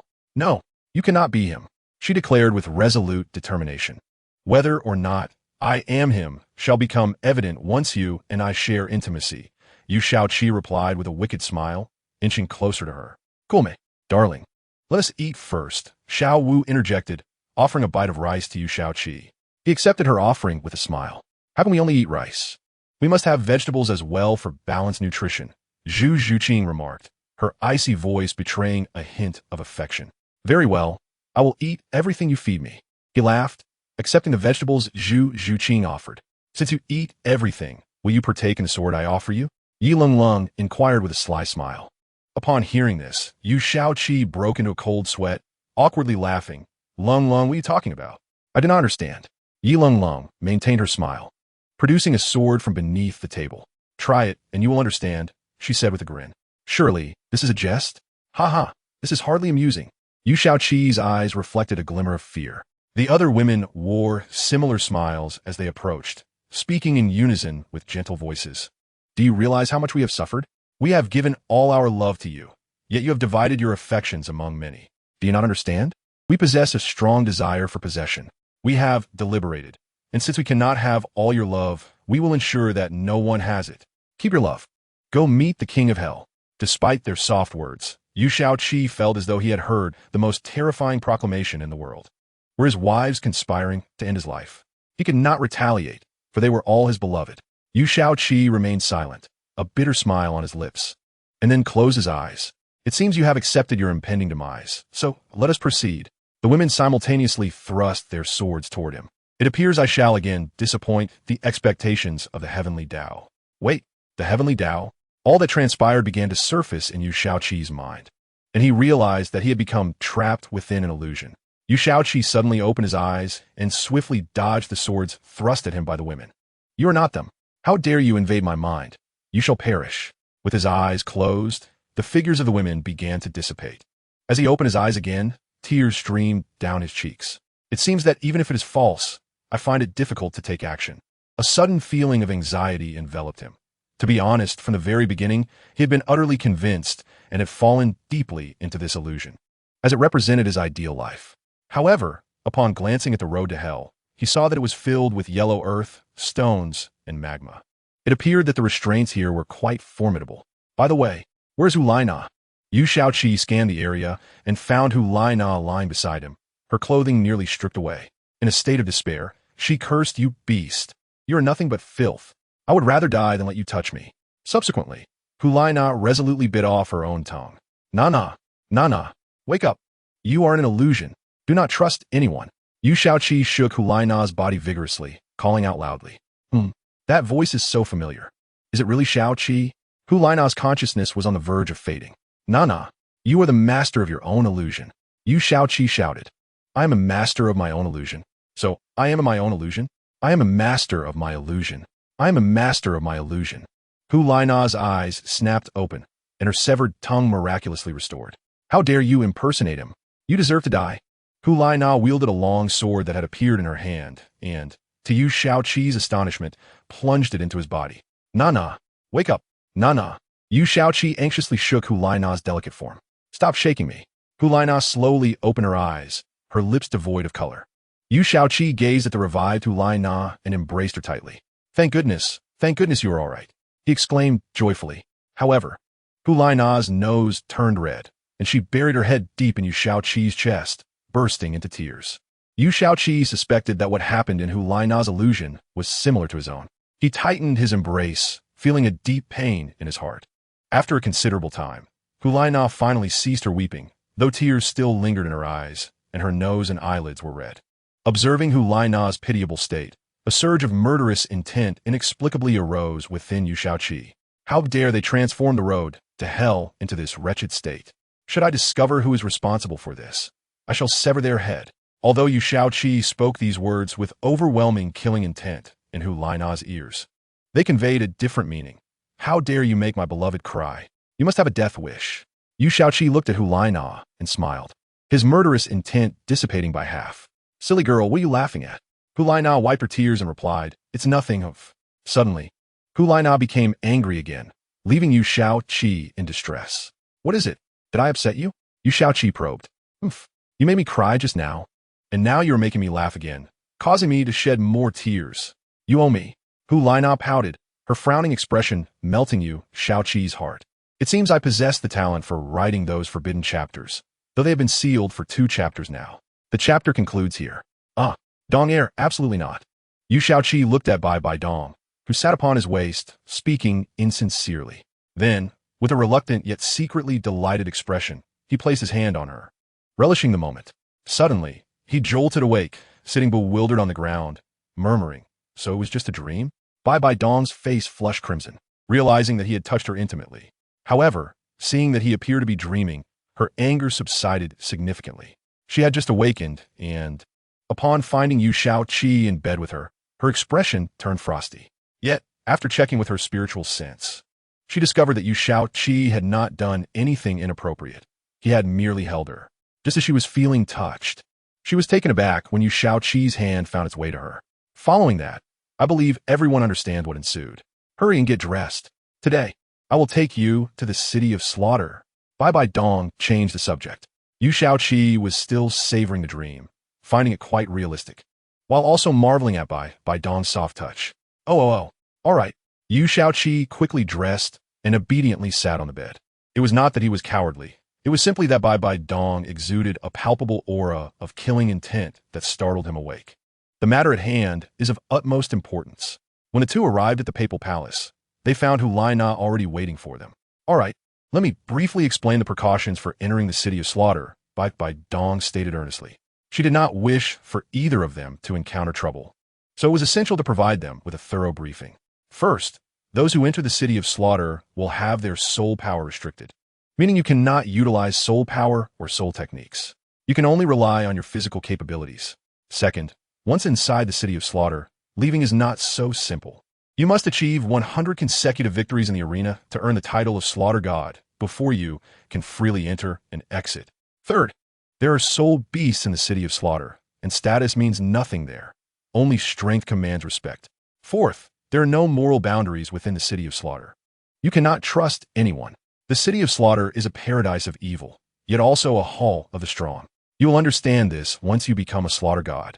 Bai Dong explained. Yu Xiaoqi and Hu Laina were already eager to venture forth. A paradise of evil? Yu Xiaoqi recalled the descriptions of the city of slaughter in the original text, where desires are magnified infinitely, and only true, strong individuals can stabilize their minds. After a period of rapid travel, the three successfully arrived at the city of slaughter. Upon passing through the guard scrutiny, Bai Dong and the others entered the gray zone of Douluo continent. As soon as Yu Xiaoqi and Hu Laina stepped inside, their expressions changed. A woman was engaged in an intimate act with a man, only for another man to assassinate the former from behind. The latter kicked the corpse aside and continued with the aforementioned act. Astonishingly, the woman showed no fear and seemed even more exhilarated. Hu Laina frowned, swiftly moving to strike both of them down. "How disgusting!" Hu Laina exclaimed, pulling out a handkerchief to wipe the blood from her sword, her face filled with disdain. Yu Xiaoqi, somewhat perplexed, remarked, "I haven't had my fill yet. What are you doing?" Hu Laina turned, looking at him with a hint of disgust, and asked, "You enjoy watching this?" Bai Dong also perked up her ears, sharing her disdain for those who relish such matters. "It's not enjoyment, it's learning. Do you understand?" retorted Yu Xiaoqi, somewhat irritated. To be honest, in his previous life, he was a model student, acquiring all knowledge in this domain solely from biology books and moral education. Although he had fortuitously watched a few inappropriate films later on, his knowledge in this area remained somewhat lacking. What is there to learn from this? Hu Laina questioned, puzzled. "You know nothing." Yu Xiaoqi dismissed her inquiry and approached Bai Dong. "Bibi Dong's cheeks fished. Schichtsunderstun Yu Xiao ist intention." He sought knowledge to transform it into a skill for future use. "You rogue," Bai Dong muttered under her breath. The trio traversed through bustling streets, eventually arriving at an inn.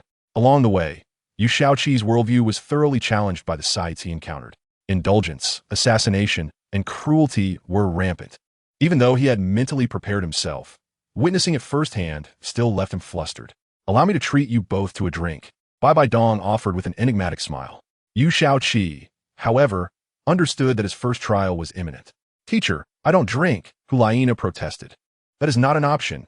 It is crucial for survival in the city of slaughter," Bai Dong replied with a smile. Hulaina acquiesced after hearing this. As they entered, they were met with the gaze of every patron inside.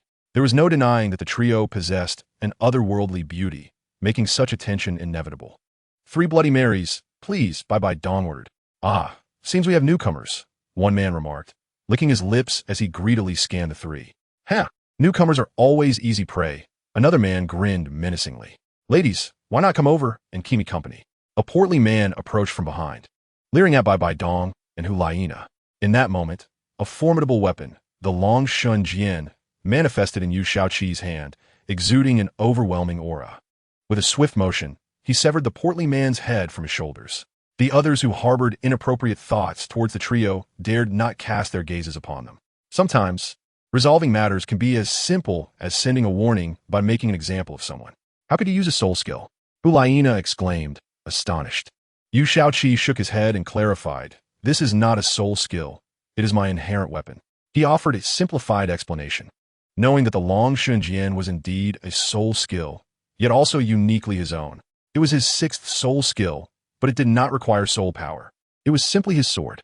"Here are your Bloody Marys," the bartender announced, placing 3 glasses of crimson liquid before them.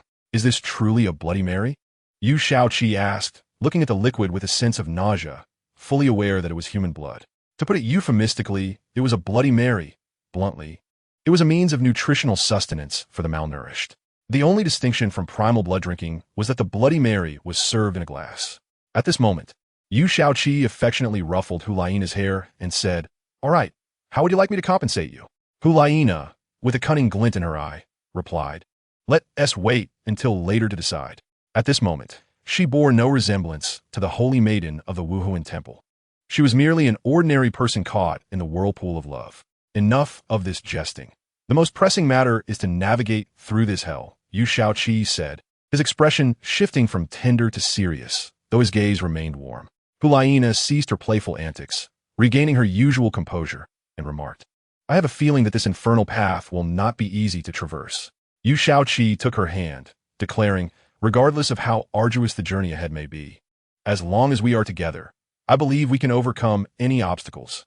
Hulaina gazed into Yu Shaoqi's starry eyes, which seemed to radiate infinite tenderness. Indeed, she nodded in agreement.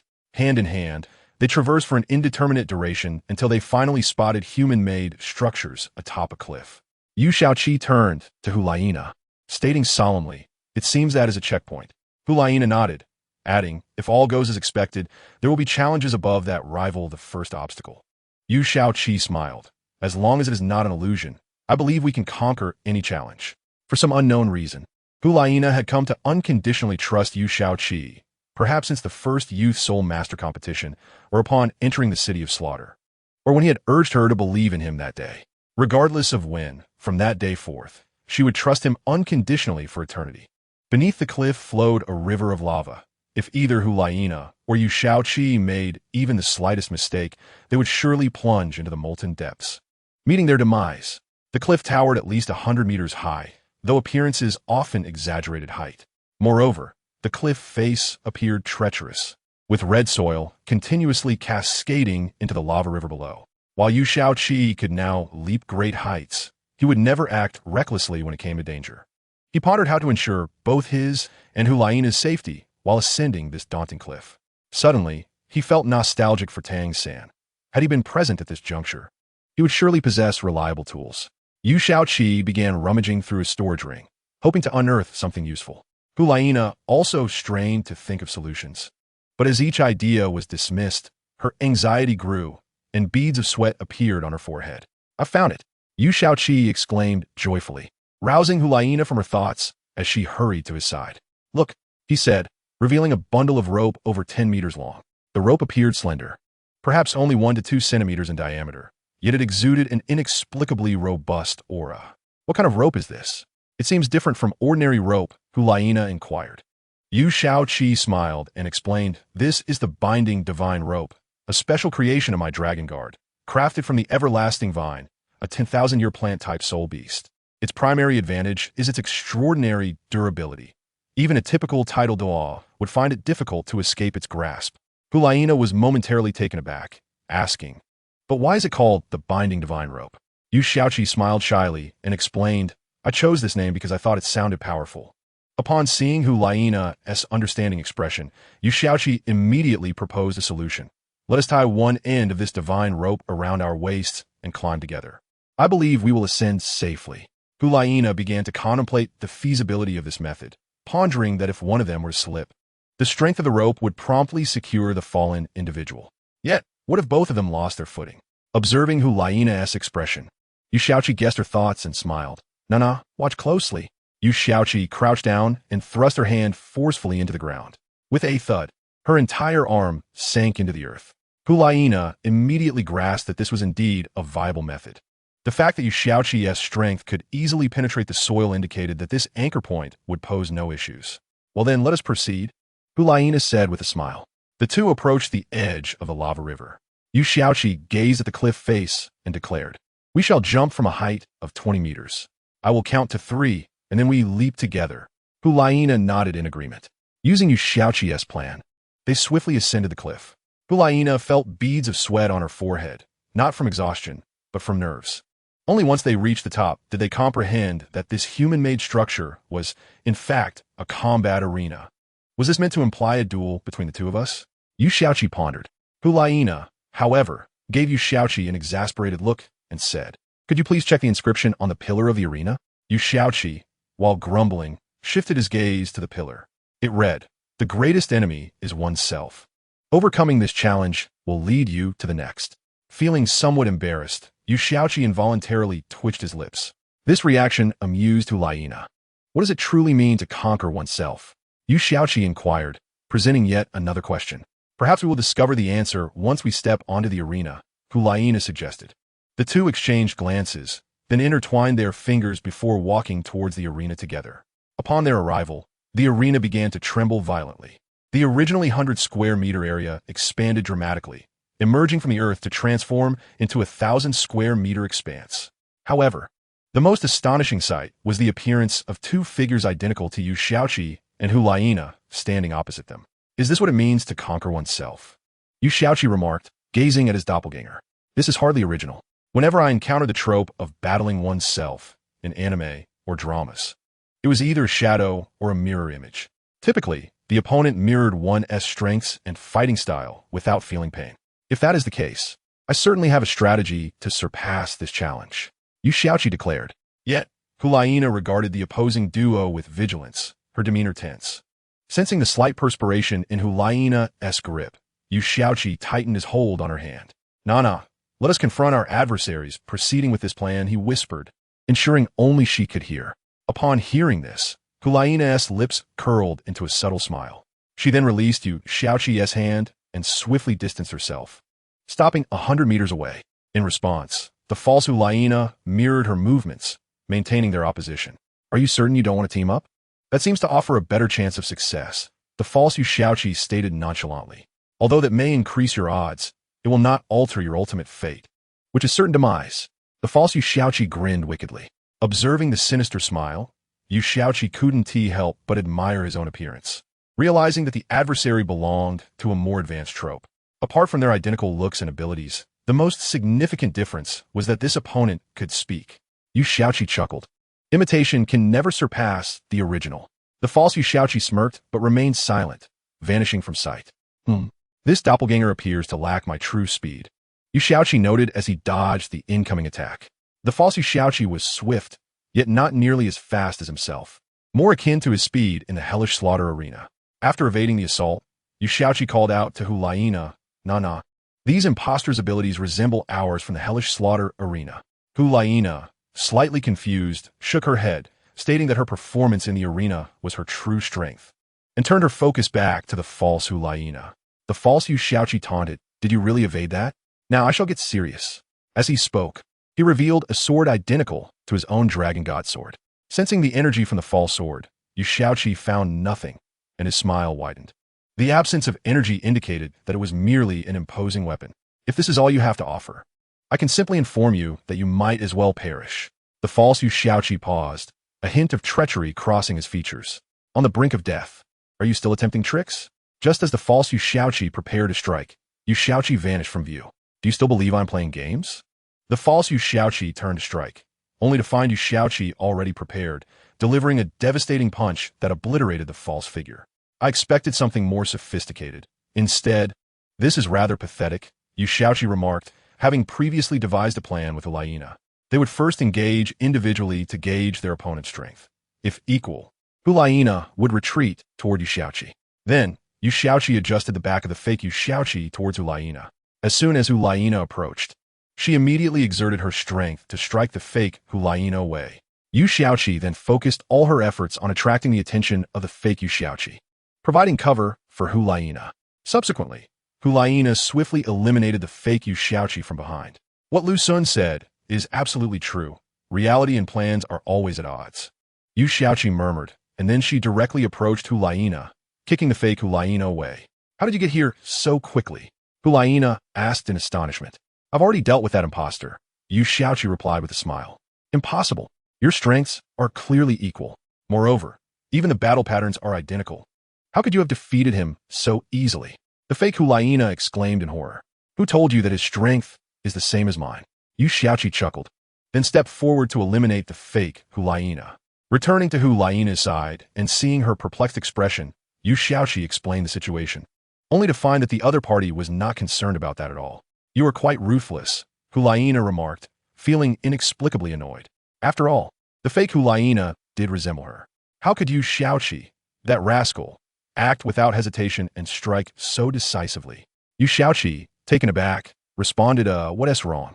Immediately regretting her words, she felt the temperature around her plummet. If I hadn't acted, she would have harmed you, and I was merely concerned for your safety. Don't be angry, Yu Xiaoqi quickly reassured her. Are you implying that I couldn't defeat her? Hulayina, for reasons unknown, wished to tease Yu Xiaoqi, even though her anger had subsided considerably. Based on my understanding of you, you would surely handle the battle effortlessly and then fall into my embrace. Yu Xiaoqi analyzed with a mock seriousness. Hulayina could no longer contain her laughter. At least you know how to speak, she said, striding ahead. Wait for me. What if we encounter danger? Yu Xiaoqi laughed as she hurried after her, lamenting her own dramatic flair and instinct for survival. Chapter 2. The descent into hell. As the terrain ascended, the surrounding environment grew increasingly harsh. Here there was no sky. Rather, one could say that the sky consisted of endless rocks. Rivers of lava were visible everywhere, and their destination was a towering active volcano, over 1,000 meters high, from which the rivers of lava flowed. The temperature reflected off the rocky sky directly impacted both Yu Xiaoqi and Hulayina, while it was manageable at lower altitudes. The increased height amplified the intensity of the heat they faced. Let us drink some water, Yu Xiaoqi said, pulling out 2 water bottles from her storage ring, filled with cool water. These bottles were no ordinary vessels. They had been crafted from the stomach of the Jibingyu, a soul beast from the far north, designed to keep the water at a constant 0 degrees. However, Jibingyu were solitary creatures, each one being a millennium old, making them exceedingly rare to find and capture. Only the Lan Dianba Wang Long sect sold such water bags, priced at 1,000 gold coins each. Hulayina said, taking the water bag. Upon tasting the 0-degree pure water, she felt her previously heated body cool down instantly. She had heard of the Lan Dianba Wang Long sect selling various items and had seen people using the Jibing water bags during sweltering summers. But she was still pleasantly surprised by their effectiveness. Hulayina sincerely praised the Lan Dianba Wang Long sect, marveling at how they had everything one could need, especially items that could save lives in critical moments. Yu Xiaoqi felt a slight blush rise to her cheeks. The idea for these bags had been proposed by her at the age of 4 and was subsequently adopted by Yu Lian. The rise of the Lan Dianba Wang Long sect to become the foremost sect was undeniably tied to Yu Xiaoqi's contributions. First, her birth had strengthened the bloodlines of everyone, solidifying their potential for growth. Secondly, her various suggestions had enabled the sect to monopolize multiple economic sectors, securing their financial growth. If all went well, such sustainable development would ensure the Lan Dianba Wang Long sect's legacy for millennia to come. Of course, it depended on what Yu Xiaoqi would do in this era. What nonsense are you speaking? The Lan Dianba Wang Long sect may be the greatest sect, but it is still my sect, isn't it? Yu Xiaoqi said gently, stroking Hulayina's head, causing her to blush immediately. That rogue. Was he implying that what was his was also hers? How shameless. They weren't even married yet. She scolded him internally for saying such unfounded things. However, it was undeniable that upon hearing those words, Hulaina's mood brightened significantly. After a brief rest, the two continued their journey. Soon, they encountered their next challenge. Before them lay a river of lava hundreds of meters wide, with no alternative routes around it, leaving them with no means to cross. Yu Xiaoqi began to contemplate. Logically, the path through hell would not present insurmountable obstacles. There would always be a glimmer of hope. But where could that hope be? Suddenly, inspiration struck Yu Xiaoqi. Wasn't there a nine-headed hell snake in the path of hell? This nine-headed serpent, stretching over 100 meters long, must represent their glimmer of hope. Nah, there must be something in this lava lake, so be careful. Yu Xiaoqi warned, her expression serious. With her current strength, she could easily dispatch the nine-headed hell snake. But only if it emerged first. After a while, the lava lake began to stir.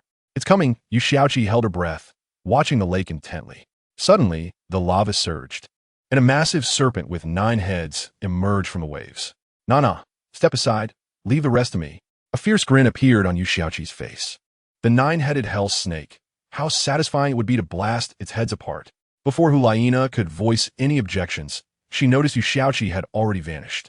Yu Xiaoqi leaped 100 meters into the air, but without any foothold, she could not gain leverage. How could the 9-headed hell snake miss such a prime opportunity? One of its heads opened wide, intending to swallow Yu Xiaoqi whole.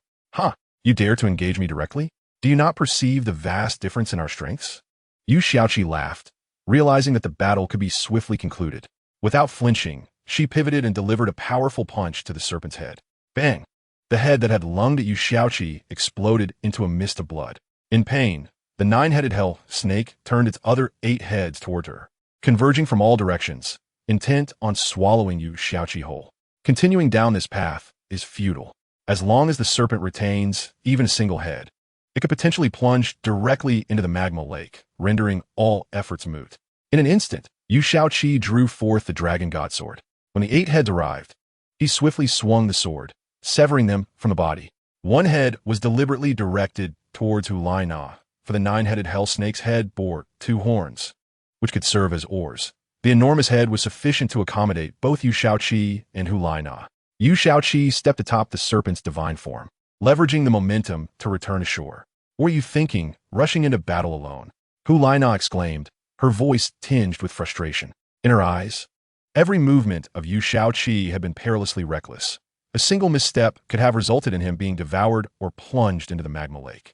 I wouldn't have acted so boldly without absolute confidence. Next time, I promise to inform you first. Yu Xiaoqi replied with a smile. Next time? You think there's going to be a next time? All right. There will definitely be no next time. Yu Xiaoqi vowed, gesturing solemnly. After their playful banter, Yu Xiaoqi used the dragon god's sword to chop off one of the great horns of the 9-headed hell snake, slicing it evenly in half, thus creating a makeshift, or, coupled with the other horn, they now had a pair of oars, perfectly suited for both him and Hulaina. Yu Xiaoqi retrieved 2 iron rods from his storage ring and inserted them into either end of the serpent's head, with the oars securely fastened. A vessel fashioned from the 9-headed hell snake was completed. With a powerful kick, Yu Xiaoqi sent the boat into the lake, then leapt in after it.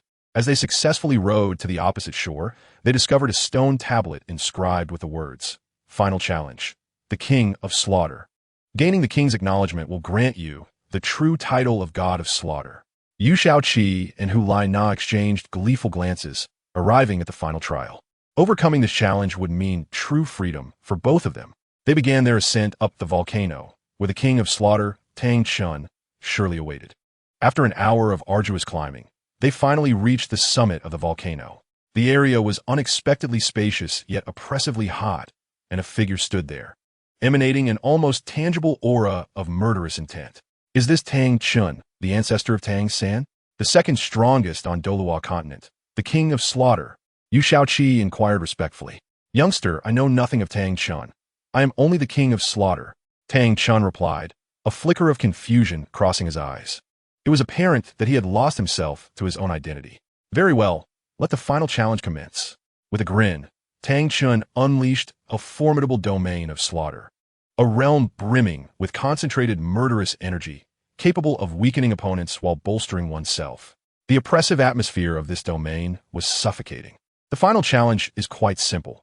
Endure for the duration of 2 incense sticks, which equates to half an hour, the King of Slaughter declared with a smile. Yu Shaoqi and Hulai Na found themselves unable to stand upright beneath the crushing pressure, beads of sweat cascading down their faces. Release the god of Slaughter's domain. Hulai Na managed to utter with great difficulty. Since their victory in the previous battle, both Yu Shaoqi and Hulai Na had to endure further slaughter, as was customary. Yet, in such a brief span, how could Hulai Na grasp the domain of slaughter, a concept that typically required endless bloodshed to comprehend? Yu Shaoqi activated his own domain of slaughter, and, visibly, their expressions brightened significantly. Truly impressive.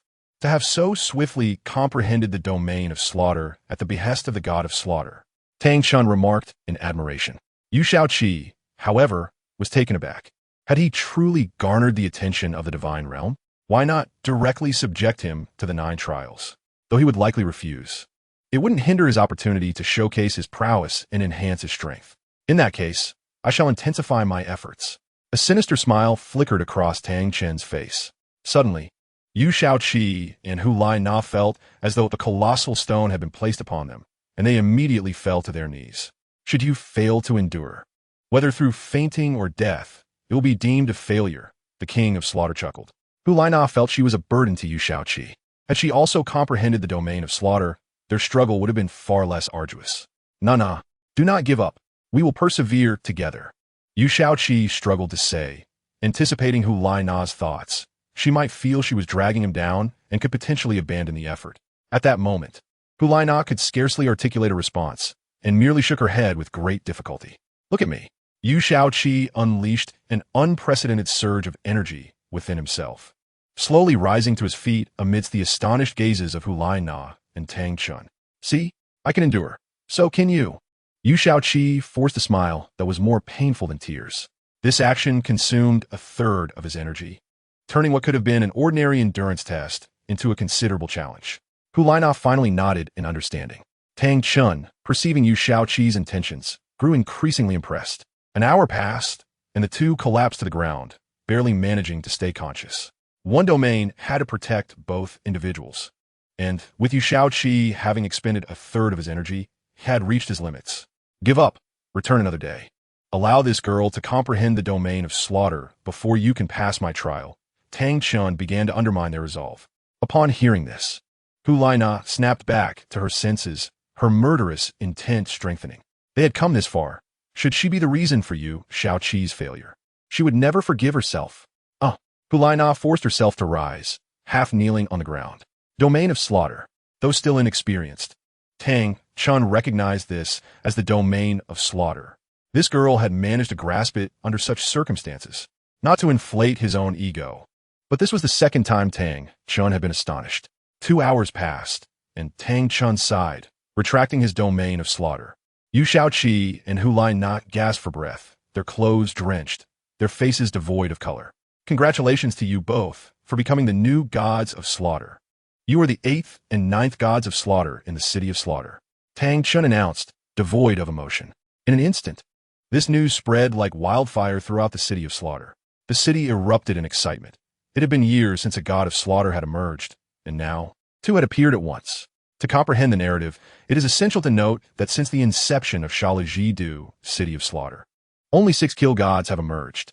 Yu Shaoqi and Hulai Na felt an immediate lightness in their bodies, as their soul powers were fully restored. They rose, casting their gazes upon the formidable figure of the Kill King, Tang Chin.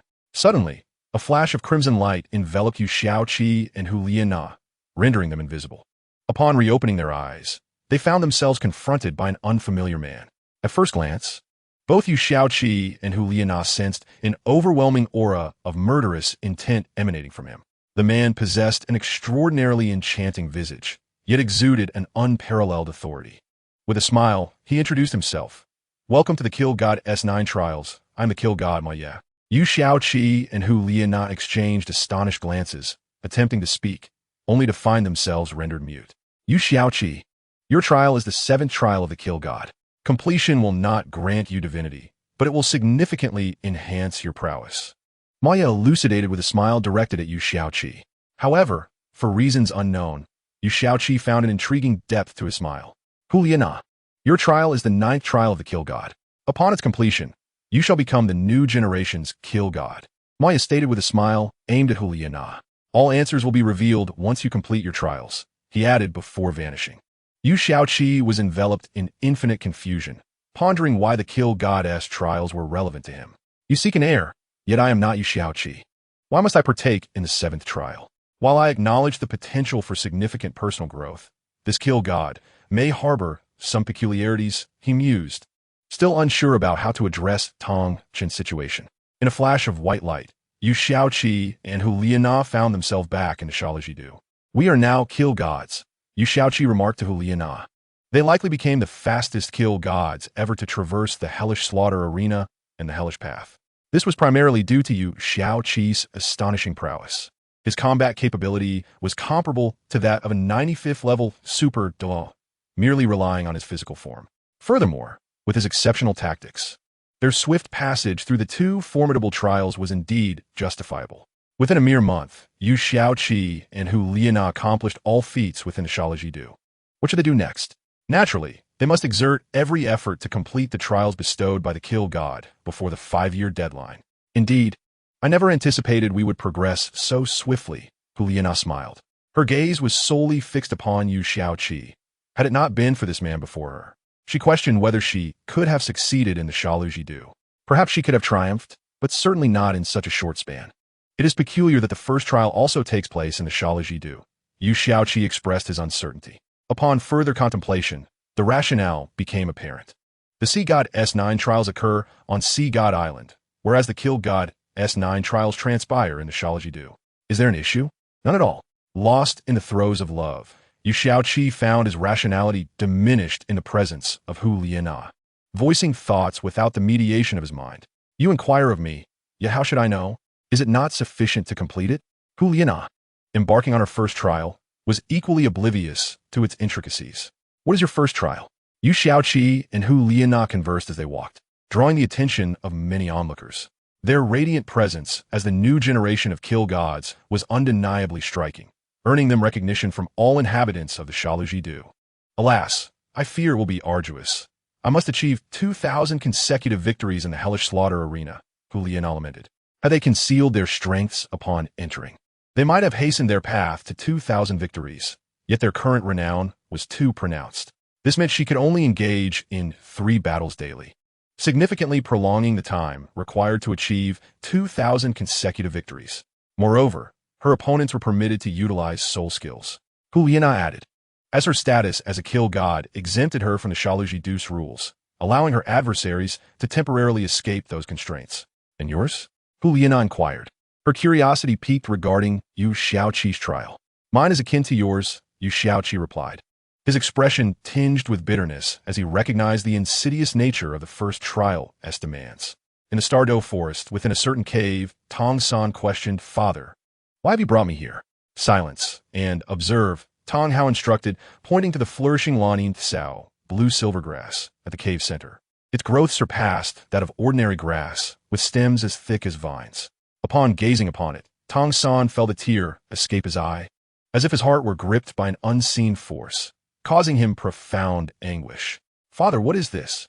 Tong San choked on his words, beginning to grasp the extraordinary nature of the Lan Yin Tsao, though its significance eluded him. This is your mother, Lanin Huang. Tong Hao's eyes glistened with unshed tears as he fixed his gaze upon the Lan Yin Huang. Tong San halted in surprise, slowly approaching the Lan Yin Huang, which gently enveloped him with its branches. Mother, he whispered, envisioning a figure in his mind, her hair mirroring his own, the hue of the blue silver grass. Radiatinga familiar worms. After a lengthy moment, Tong San's Lan Yin Tsao successfully awakened, transforming into the ultimate martial soul, Lan Yin Wang, Blue Silver King. This was not merely a martial soul. Only those possessing the bloodline of the Lan Yin Huang could potentially attain such a form. After embracing the Lan Yin Huang for a while, Tong San returned to his father's side. What are my mother's and father's names? Tong San asked, his eyes glistening. Ayin, Tong Hao replied, his voice wavering with emotion. Father, how did she become like this? Tong San's aura brimmed with murderous intent. Tong Hao regarded Tong San with a profound gaze, as if grappling with a monumental decision, before he heaved a deep sigh. Years ago, the Spirit Hall discovered that Ain was a 100,000-year-old beast, and thus began the pursuit of both Ain and myself. At that time, I was merely a soul Douluo, as Tong Hao recounted the tale of Ain's sacrifice, becoming Tong Hao's ninth spirit ring. Tong San's fury reached its zenith. Yet now, I am uncertain how to proceed. The Spirit Hall has perpetually contended against the evil soul masters, protecting the Douluo continent, while your elder brother, Yu Xiaoqi, is a cardinal of the Spirit Hall. How can I let this vendetta against my mother go unavenged? Tong Hao's anguish was palpable, his emotions a tumultuous storm within him. Who led the charge to slay my mother back then? Tong San's feelings were equally complex. Bibi Dong, Tong Hao uttered, the name imbued with an immeasurable rage. Tong San was momentarily taken aback, uncertain how to proceed. On one hand, he yearned to annihilate the Spirit Hall to avenge his mother. On the other, the Spirit Hall represented a sacred entity within his beliefs. However, he harbored a desire to eliminate the leader from back then, that very person being Bai Bai Dong, whose relationship with Qi Ge seemed to carry an air of ambiguity. In that moment, it was as if he had made a momentous decision, his eyes brimming with a thirst for vengeance as he proclaimed, "Revenge must be exacted. But first, those extraterritorial soul masters must perish." Tang Sen gritted his teeth and declared, "Xiao San, Bai Bai Dong has made unparalleled contributions to the entire continent, and her connection with Yu Xiaoqi is rather intricate," Tang Hao expressed, feeling a mix of pride and complexity regarding Tang San's resolution. "I will seek an opportunity to explain my reasons to Qi Ge. If it comes to the worst scenario where we truly eliminate Bai Bai Dong, I shall apologize to Qi Ge posthumously." Tang San's eyes shone with determination. "Moreover, I believe Qi Ge will find a way to achieve a win-win situation. He has the remarkable ability to turn the impossible into the possible." At this moment, admiration for Yu Xiaoqi radiated from Tang San's eyes. Tang Hao, observing this, was momentarily stunned. How can a win-win situation truly exist?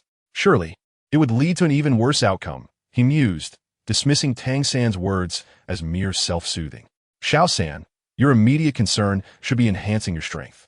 There is little more I can teach you at this juncture," Tang Hao sighed. "Father, there remains a considerable time until our 5-year agreement.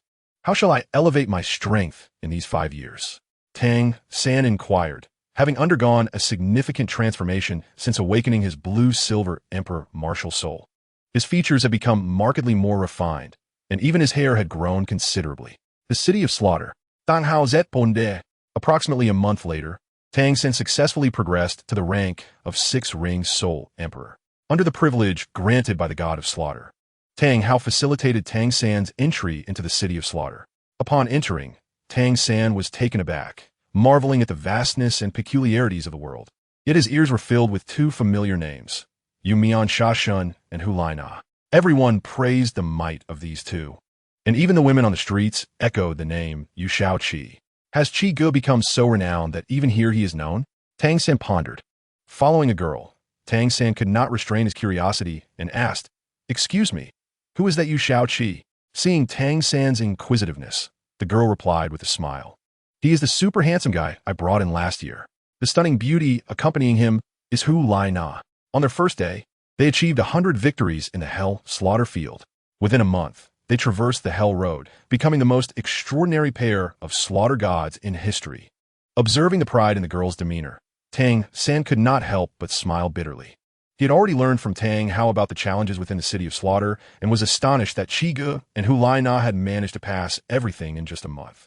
Suddenly, the girl excitedly dashed away from Tang San, running forward. Tang San turned to see an unparalleled beauty smiling as she linked arms with an equally stunning man. Hu Lai Na and Qi Ge, Lord of Slaughter, have you completed today's slaughters?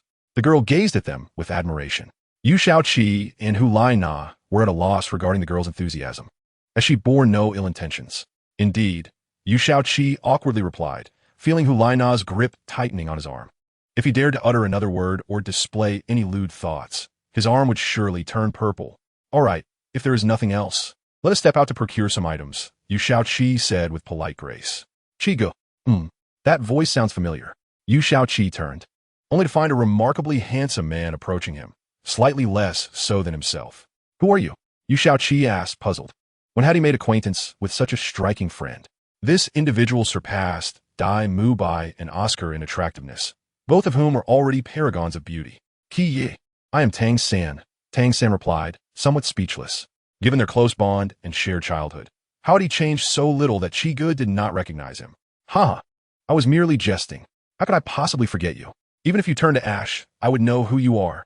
Yu Shaoqi laughed, patting Tang San's shoulder before releasing Hu Laina's hand to embrace Tang San. Has Hu Laina truly lost interest in me? Is it true love between men? Yet, Yu Shaoqi's actions brought immense joy to Hu Laina. Xiao San, allow me to introduce you. This is your seventh sister-in-law, Hu Laina. Yu Shaoqi mentally ranked his wives, concluding that Hu Laina indeed held the seventh position.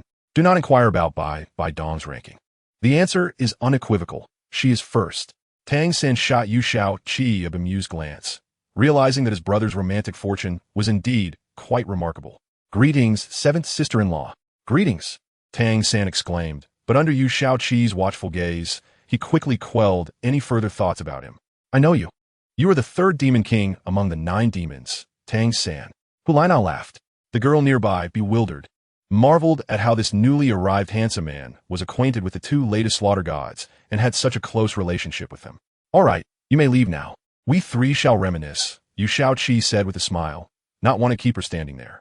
But according to the rules, I must accompany the newcomer, number 713, to complete a 12-hour task, the girl replied glumly. No waities. If the king of slaughter takes issue, just say it was my doing. Yu Shaoqi reassured her before heading to a tavern with Hu Laina and Tang San. Qi Ge, you're not inviting me for a Bloody Mary, are you? Tang San asked with a hint of bitterness as they entered the tavern. Well, the only means of nutritional sustenance in the city of slaughter is indeed Bloody Mary.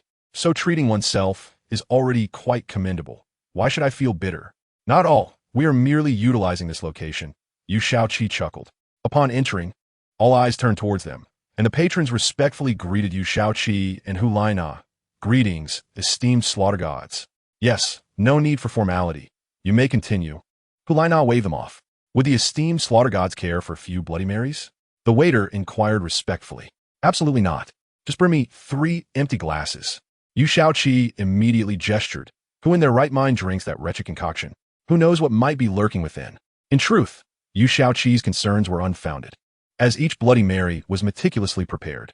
He took the glasses handed to him by the waiter and poured exquisite liquor from a chilled bag into them. Cheers!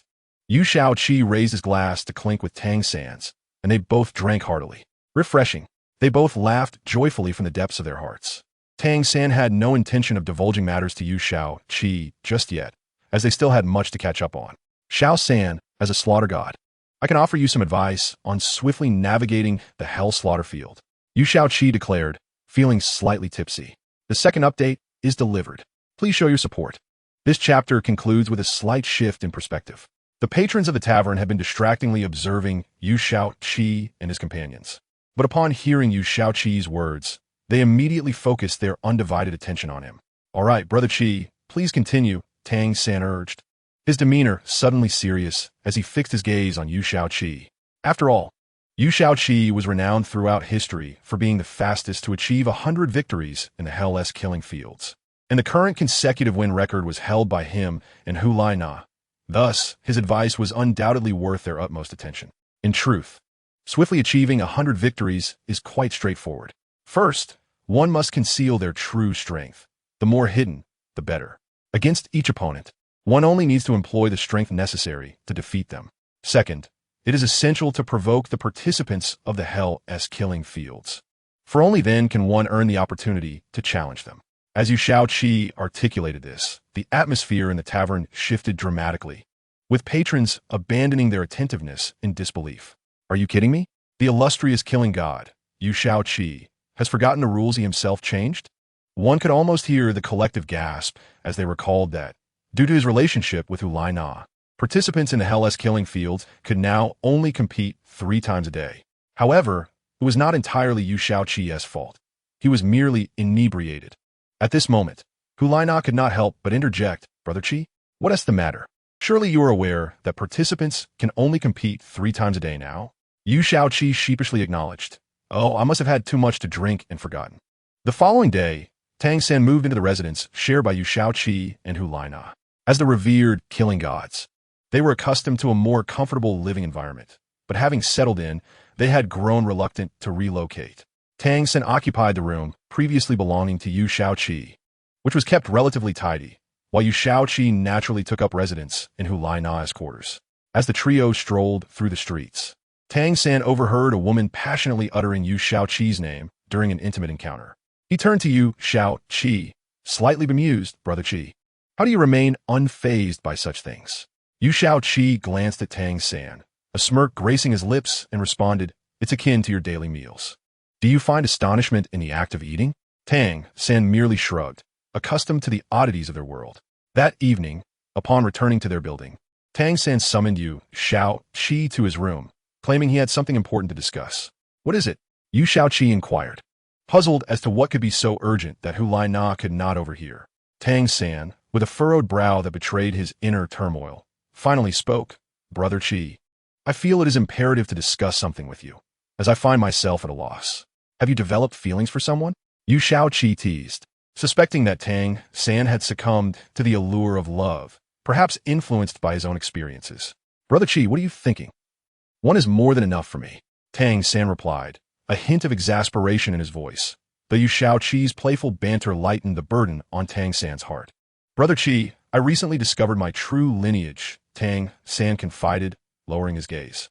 Yu Shaoqi remained silent, patiently awaiting Tang San's revelation.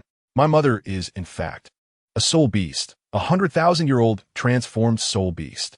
Brother Qi, can you believe it? My mother became my father's soul ring. Ha. The very individual responsible for this is Bai Dong and the Spirit Hall. I am uncertain how to proceed, Brother Qi. On one hand, Bai Dong has contributed significantly to the Spirit Hall and the continent. Yet on the other, she is my mother. Bai Dong is indeed remarkable. However, the vendetta for my mother's death cannot go unavenged." Tang San's eyes glistened with unshed tears. Yu Shaoqi smirked knowingly. He had anticipated this revelation. From the moment Tang San called for him, the gravity of the situation was evident. Who was Tang San? A reincarnator, though influenced by his current life. His inherent character remained intact. If he were an evil soul master, he would immerse himself in training, seeking an opportunity to eradicate the evil soul masters. This familial matter, however, was what truly troubled him. As someone who had earned Tang San's trust and respect, Yu Shaoqi was undoubtedly the best confidant for Tang San's innermost thoughts. Even more so than Meng Yiran, for Tang San would never burden his wife with such weighty matters. "To be honest, Bai Dong is also my wife," Yu Shaoqi stated. Tang San froze, his body trembling involuntarily at the admission, although he had suspected as much. Hearing Yu Shaoqi confirm, it was a bitter pill to swallow. Tang San chuckled wryly. "It seems that you and I will inevitably clash one day." Yu Shaoqi, caught off guard by this statement, swiftly delivered a playful knock to Tang San's head. Tang San, feeling a surge of indignation, was instantly silenced by the fierce expression on Yu Shaoqi's face. "You fool, is your mind solely occupied with fighting? Is tragedy your only option?" Tang San paused, contemplating Yu Shaoqi's words. If Yu Shaoqi chose to align himself with Bai Dong, a confrontation between them seemed inevitable. Conversely, if Yu Shaoqi stood by his side, that too was improbable, given Bai Dong was his wife. Regardless, a confrontation between them appeared unavoidable, with the outcome likely to be disastrous for both. "Aside from these options, what else can we do?" Tang San lamented. Yu Shaoqi delivered another playful knock to his head, insisting, "Could it not be that your mother returns to life, and we all live happily ever after?" Tang San was left speechless, pondering the possibility. If we ascend to godhood, then all conflicts cease to exist, and every problem becomes trivial. What evil soul master? They are inconsequential, Yu Shaoqi exclaimed vehemently. In that moment, Tang San experienced a profound awakening, yet a lingering hesitation remained. "But Bai Dong ultimately killed my mother. Surely, we must confront one another?" Yu Shaoqi, at a loss for words, countered, "Do you know Bai Dong's background?" He felt compelled to elucidate this matter to Tang San, for if he did not extinguish Tang San's desire for vengeance against Bai Dong now, it could very well lead to an inevitable clash between them. The second update is imminent. This chapter concludes as the complexities unravel. Bai Dong? What could her background possibly be? Tang San pondered, intrigued to hear what Yu Shaoqi would reveal. Bai Dong was originally the saintess of the Spirit Hall, possessing extraordinary talent and favored by the then Pope, Qian Sunji. At that time, the continent's master of soul rings, Yu Xiaogang, was also an elder of the Spear Hall. Although Yu Xiaogang was relatively weak, he was a master of theoretical knowledge and garnered by Dong's affection, leading them to a romantic union. Why would Qian Xuanji allow his most cherished disciple to associate with a worthless individual? Consequently, Qian Xuanji spread rumors, claiming that Bai Dong was only drawing close to Yu Xiaogang to exploit his knowledge in the realm of Wuhuan. These baseless rumors, although unfounded, were believed by Yu Xiaogang. Thus, he ended his relationship with Bai Dong, leading to a complete severance of their bond. Yu Xiaogang believed that his theories on Wuhuan were worth such a sacrifice on Bai Dong's part, and so he accepted it. Bibi Dong, already heartbroken, was taken aback one evening when Qian Xuanji drugged her, rendering her unconscious, and then engaged in an intimate encounter with her. Ultimately, Bai Dong became utterly consumed by darkness, vowing to enhance her powers and exact revenge on Qian Xuanji, while also pledging to transform the bleak landscape of Dalu. Thus, she ascended to become the current pope of the Wuhuan Temple. Although Yu Xiaoqi was conversing with Tang San, his murderous intent and emotions surged. He felt sympathy for Bai Dong and began to harbor resentment towards Qian Xuanji and Yu Xiaogang, though Yu Xiaogang remained his brother. Upon hearing all this, Tang San understood Bai Dong's initial intentions and felt deep empathy for her plight. In summary, regarding your mother, I shall never allow you to feel disheartened. However, Yu Xiaoqi felt a twinge of doubt and resolved to investigate these matters thoroughly. After speaking, Yu Xiaoqi exited Tang San's room. Tang San silently expressed gratitude towards Yu Xiaoqi, beginning to worry for him as the burden on his heart finally lifted. Observing Yu Xiaoqi's demeanor, he sensed resentment towards the master. What is it? Why the look of one who is about to devour someone? Hu Laina, noticing Yu Xiaoqi's gloomy disposition, embraced him from behind and affectionately inquired. Yu Xiaoqi was reluctant to share the burdensome matters with Hu Laina. Like Tang San, he preferred to bear such issues alone. It's nothing, Yu Xiaoqi replied, turning to pin Hu Laina beneath him, leading to a tumultuous exchange. This phase of their lives persisted for 2 years. During this time, Yu Xiaoqi's soul power level remained stagnant, as he spent most of his days in the city of slaughter, still at the soul sage rank. However, he and Hu Laina accomplished the first trial of the Killing God S9 tests, a consecutive victory of 2,000 matches in the hellish killing field. The rewards were substantial, elevating their soul rings by 50,000 years. They also prepared to face the second trial, the return of the Sword of Slaughter, requiring them to defeat the King of Slaughter, Tang Chun, to earn his recognition and reclaim Hu Laina's weapon. Yet, given their current abilities, defeating Tang Chun, who could wield soul power, seemed a mere fantasy, prompting them to consider leaving the city of slaughter. Meanwhile, Tang San successfully achieved 100 victories in the hellish killing field and began his assault on the path of hell. However, upon grasping the details of the path of hell, he promptly withdrew, expressing his grievances about the challenges to Yu Xiaoqi and Hu Laina. Although he swiftly attained 100 victories, he found himself stymied on the path of hell. Yu Xiaoqi and Hu Laina bid farewell to Tang San as they exited the city of slaughter. Over the span of 2 years, Bai Dong visited once, but left astonished upon witnessing their transformation into killing gods after completing the first trial of the Killing God S9 tests. Upon returning to the Wuhuan Temple, Bai Dong consciously ignored Yu Xiaoqi, showering Hu Laina with warmth. Laina, these past 2 years must have been terribly hard for you. Tonight, I shall have the kitchen prepare something delicious for you, Bai Dong said with a smile at Hu Laina, though beneath her smile lay a tempest of fury. That wretched boy has managed to win over Hu Laina too. Both master and disciple are his now. After dismissing Hu Laina, Bai Dong closed the chamber door and cast a cold gaze upon Yu Xiaoqi. Feeling somewhat embarrassed under her scrutiny, Yu Xiaoqi approached her with a flattering demeanor, attempting to massage her shoulders. Bai Dong swiftly swatted away his unwelcome hands, stating coldly, "It seems you have both master and disciple now." Yu Xiaoqi, upon hearing this, sensed that winning Bai Dong's favor would not be easy. "Oh, not all. How could Laina ever compare to you? You are my beloved wife, Bai Dong." He flattered. Bai Dong's expression softened slightly, allowing Yu Xiaoqi to seize the opportunity to massage her shoulders. The massage technique you developed has indeed garnered immense acclaim. From commoners to the 7 great sects and 2 empires, it is ubiquitous. How did you come up with such an idea? Bai Dong inquired with a smile. This is just the beginning. Those who master the technique can easily earn a living. Supporting a family is no issue. Ultimately, everyone will possess some knowledge of massage. Yu Xiaoqi chuckled. Joking aside, the ancient art of massage, passed down through generations in our culture, has endured historical trials and continues to thrive scientifically in modern society. Who among the old and young does not know a bit about massage? Bai Dong, seeing Yu Xiaoqi's spirited demeanor, expressed her concern.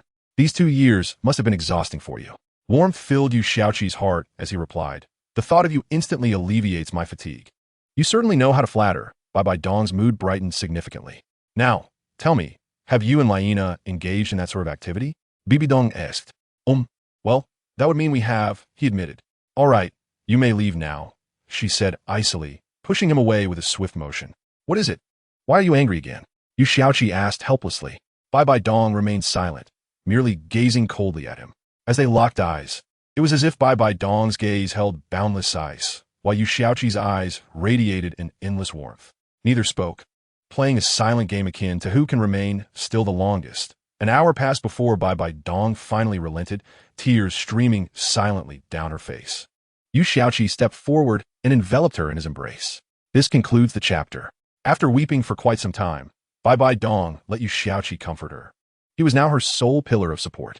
I feel unworthy of you, Bai Dong confessed, causing Yu Xiaoqi's chest to swell with emotion. There is no question of worthiness in love. I love you, and that is sufficient. Let the past remain in the past, he replied tenderly. I still cannot forget him. Xiaoqi, I love you, and it was only when you died that I realized how much I loved you. Am I shameless? Bai Dong chuckled, feeling like a fool. Though I have moved on, his shadow lingers in my heart. My heart holds 2 people, yet I love only you, she continued, laughing at her own shamelessness. As Bai Dong spoke, she felt increasingly like a wretched person, yet Yu Xiaoqi's next action left her utterly stunned. He wrapped his arms around her shoulders and, seizing the moment while she was momentarily distracted, kissed her. Bibi Gongstives ver solti, intensely so. After a long while, their lips parted. I trust you. Perhaps he has left you with a significant psychological shadow, but that is where it ends. Yu Xiaoqi spoke softly. To be frank, he has always held profound admiration for the master, whether in his previous life or during his childhood. However, upon truly understanding the man known as Yu Xiaogang, he realized just how shameless and despicable he truly was. Merely because of a rumor, he unceremoniously abandoned Bai Dong without a second thought. Was his theory on martial spirits truly so formidable? No, in reality, his theory held no substantial merit. Anyone with even a modicum of research in this field would not be outdone by him. Were his training methods remarkable? Not at all. His methods paled in comparison to those of Song Qiong. It was Tang San and Yu Xiaoqi who genuinely aided the 9 demons back then. So what then? Was his strength? When it comes to being scum, no one could surpass Yu Xiaogang. And in terms of shamelessness, he remains unmatched. The Golden Iron Triangle? Without Lu Erlong and Flender, what is Yu Xiaogang worth? Setting aside all that, Lu Erlong loves him, and he has indeed fallen for her as well. Not to mention the matter of him discarding Bai Dong. He clearly loves Lu Erlong. So why must he concern himself with the judgment of the world? Hesitating and delaying in his union with her, he has wasted years of a young girl's life due to his indecisiveness. These, indeed, are Yu Xiaogang's faults. Yet, Yu Xiaoqi finds himself powerless at present, for the master has treated them quite well. It was through their efforts that Lu Erlong and he came together. Dong Yu Xiaoqi steadied his thoughts and spoke gently. I do not care about your past, for what I truly love is the person you are, unrelated to anything else. All else shall be left to time. All right? Bai Dong was taken aback, and suddenly, her desire for the man before her began to amplify infinitely. Xiaoqi, what is wrong? Yu Xiaoqi was momentarily stunned, then gently embraced Bai Dong. After a tempestuous exchange, Bai Dong found herself nestled in Yu Xiaoqi's arms. At this moment, her heart held only Yu Xiaoqi, and the mere thought of Yu Xiaogang made her feel nauseous. Dong there is something I wish to ask you. Yu Xiaoqi knew it was time to address the matter concerning Tang San. Yes, go ahead, Bai Dong replied tenderly. In this moment, her gaze was fixed solely on Yu Xiaoqi. What truly transpired regarding Tang Hao back then? Yu Xiaoqi inquired. Bibi Nong vas momentarily stands, her body beginning to tremble violently, and after a long pause, she managed to calm herself slightly. In truth, back then, I was very close with Lan Yin. Bai Dong could not help but shed tears. Upon hearing this, Yu Shaoqi was left speechless, yet chose not to interrupt her. At that time, I was the pride of the spirit hall, and Tang Hao was also the pride of the Haotian sect. We shared a decent friendship. La Do, Tang Hao met Lan Yin, and I became very close friends with her. I needed a sixth spirit ring, so I asked Lan Yin to accompany me to the Stardow Forest, where we encountered the Golden Iron Triangle at a moment of peril. I intervened and saved them, then departed. Subsequently, Yu Shao gang began to pursue me, joining the spirit hall. Back then, I was clueless about feelings. When someone treated me so kindly, I eagerly accepted. His theory on martial spirits did hold some merit, but not to the extent of his current influence. It was merely the spirit hall that elevated him. I never anticipated he would abandon me over such a rumor. I was heartbroken, and Lan Yin continually advised me. Later, Qian Sun-ji committed an egregious act against me, which led to a drastic change in my temperament. My heart was consumed by vengeance, and I sought to change the corrupt Douluo continent. Eventually, I successfully became a titled Douluo, aiming to unify the 7 sects in one fell swoop. The first target was Tang Hao. I knew he was the young master of the Haotian sect. If they could submit first, the other sects would follow suit with ease. I spoke with Tang Hao and Lan Yin for quite some time, but they refused my proposition, claiming I had changed and that I was overly ambitious. Thus, we severed ties. But at that time, I was too stubborn to care. Upon realizing Lan Yin was a 100,000-year transformed spirit beast, I immediately found justification to attack the Haotian sect. Yet no matter how stubborn I was, I could never bring myself to harm Lan Yin and Tang Hao. However, the challenger I sent was Tang Hao, and naturally, Lan Yin accompanied him. From start to finish, I intentionally avoided them, yet we still found ourselves on opposing sides, both battered and bruised. I did not know what madness possessed me. I was deliberately trying to force their surrender. Yet I truly had no intention of harming either of them. But Lan Yin willingly sacrificed herself to Tang Hao. From that moment on, I bore a deep-seated grudge against him. Am I truly so wicked? Bai Bai Dong cried inconsolably, while Yu Shaoqi immediately comforted her. How can this be considered your fault? Your actions are not wrong. The world indeed requires change. If that is the case, then it will be much easier. What do you mean by much easier? Bai Bai Dong was filled with confusion, yet at the same time, she felt joy at Yu Shaoqi's affirmation. Yu Shaoqi recounted the third-party perspective that Tang San had shared with Bai Bai Dong. He still wishes to kill me? With what right? Bai Bai Dong pouted. Today marks the first update. This chapter concludes. 5 years later, the gathering begins. All right. My Dong heir is the strongest. Yu Shaoqi chuckled, and Bai Bai Dong displayed her adorable side. But can you truly resurrect Lan Yin? Bai Bai Dong inquired, puzzled. Yu Shaoqi nodded emphatically. Bai Bai Dong laughed joyfully for a moment, then became serious again. Actually, I had another close friend back then. Who? She was also a 100,000-year transformed spirit beast, named Ro Wu, a 100,000-year soft-bone rabbit. Ultimately, upon confirming that Yu Shaoqi could resurrect both of them, Bai Bai Dong could not help but be swept away by her feelings for him once more. Unbeknownst to them, evening had arrived. Allericht, Dong Ea. I must step out for a moment. Yu Shaoqi rose and donned his clothing. Are you going to na? Bibi Dong asked coldly. Yu Shaoqi immediately halted his dressing. Go ahead. I'm tired anyway. Bai Bai Dong turned her back to Yu Shaoqi. Grateful. Yu Shaoqi returned to Hu Laina's room. Under the displeased expression of Hu Laina, Yu Shaoqi exhausted all his efforts to appease her. Eventually, the two of them tirelessly began to create offspring. In the evening, Yu Shaoqi returned to Bai Bai Dong's side. During the day, he diligently practiced, while at night, he traversed between the two women's rooms, returning to Bai Bai Dong's when fatigued. This lifestyle continued until the 5-year mark. In the spirit hall, within the Pope's chambers. Dong Ea? Yu Shaoqi spoke softly. Bai Bai Dong responded lazily, her eyes remaining shut. Today, I must return to Shrek. I do not know when I will be back, so take care of yourself. Yu Shaoqi gently pecked at Bai Bai Dong's unparalleled beauty before preparing to leave. Unexpectedly, Bai Bai Dong embraced Yu Shaoqi from behind, leading to a fierce battle between the two, which only ceased around noon. 2 hours later, Yu Shaoqi finally arrived at Shrek Academy in a hurried rush. As soon as he set foot on the campus, countless gazes were directed towards him. From the first-year juniors to the 6th-year seniors, he undoubtedly captured everyone's attention. He is so handsome, much more than those other guys. Compared to him, that blue-haired handsome man has become the second most attractive. Listening to the murmurs of his fellow students, Yu Shaoqi's spirits lifted considerably.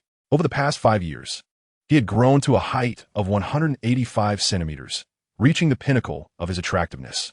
His current looks could captivate individuals of all ages, both male and female.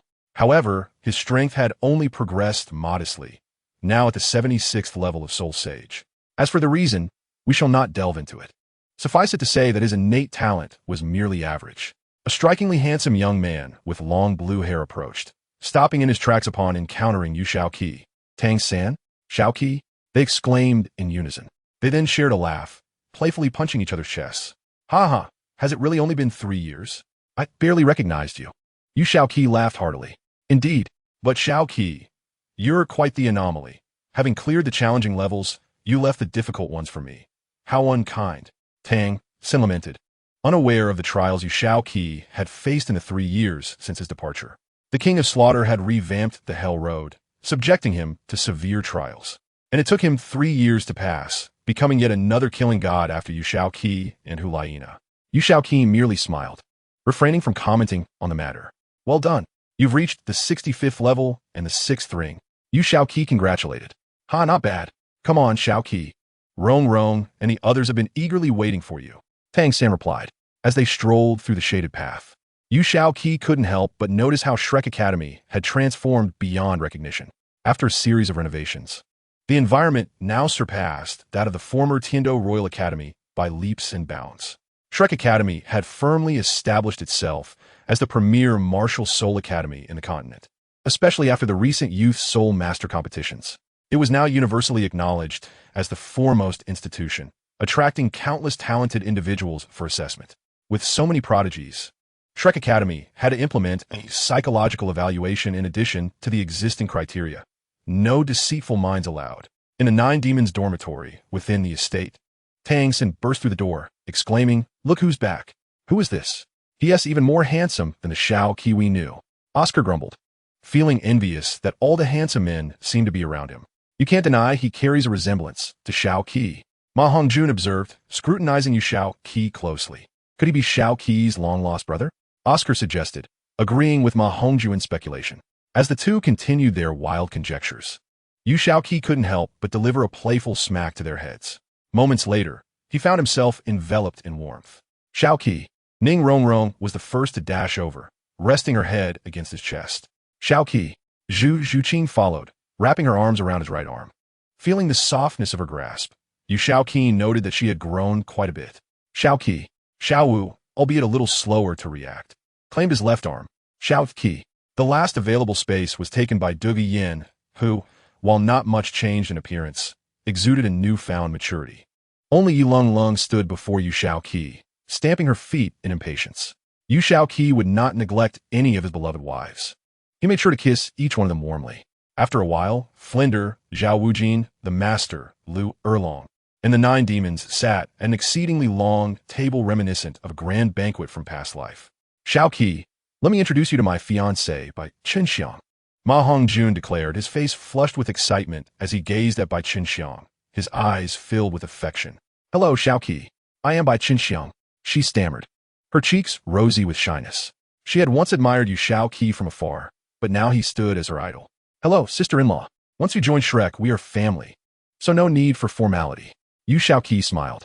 Bai Qinxiang, still blushing, raised her glass to toast with Yu Shaoqi before taking a seat. Some folks have never shown such enthusiasm even towards their own boyfriends, Fatty remarked with a hint of jealousy. The second update has arrived. The chapter concludes with the establishment of the Night Pavilion Tang sect. Bai Qinxiang shot Ma Hongjun an annoyed glance, saying, Shaoqi is my idol. You are merely my boyfriend.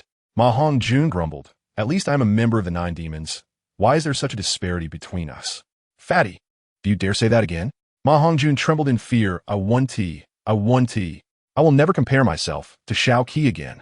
From now on, Shaoqi is my idol. Bai Qinxiang smiled in satisfaction, giving Ma Hongjun a gentle pat on the shoulder. Shaoqi, this is my girlfriend, Zhu Lingling. She is also from the Yuming Lingmao clan. Dai Mubai cheerfully introduced the woman seated beside him. This woman had an impressive figure, only slightly less alluring than Zhu Zhuqing. Yu Shaoqi nodded amicably at Zhu Lingling, who shyly returned the gesture. Lingling, you aren't also a fan of Shaoqi, are you? Dai Mubai inquired playfully.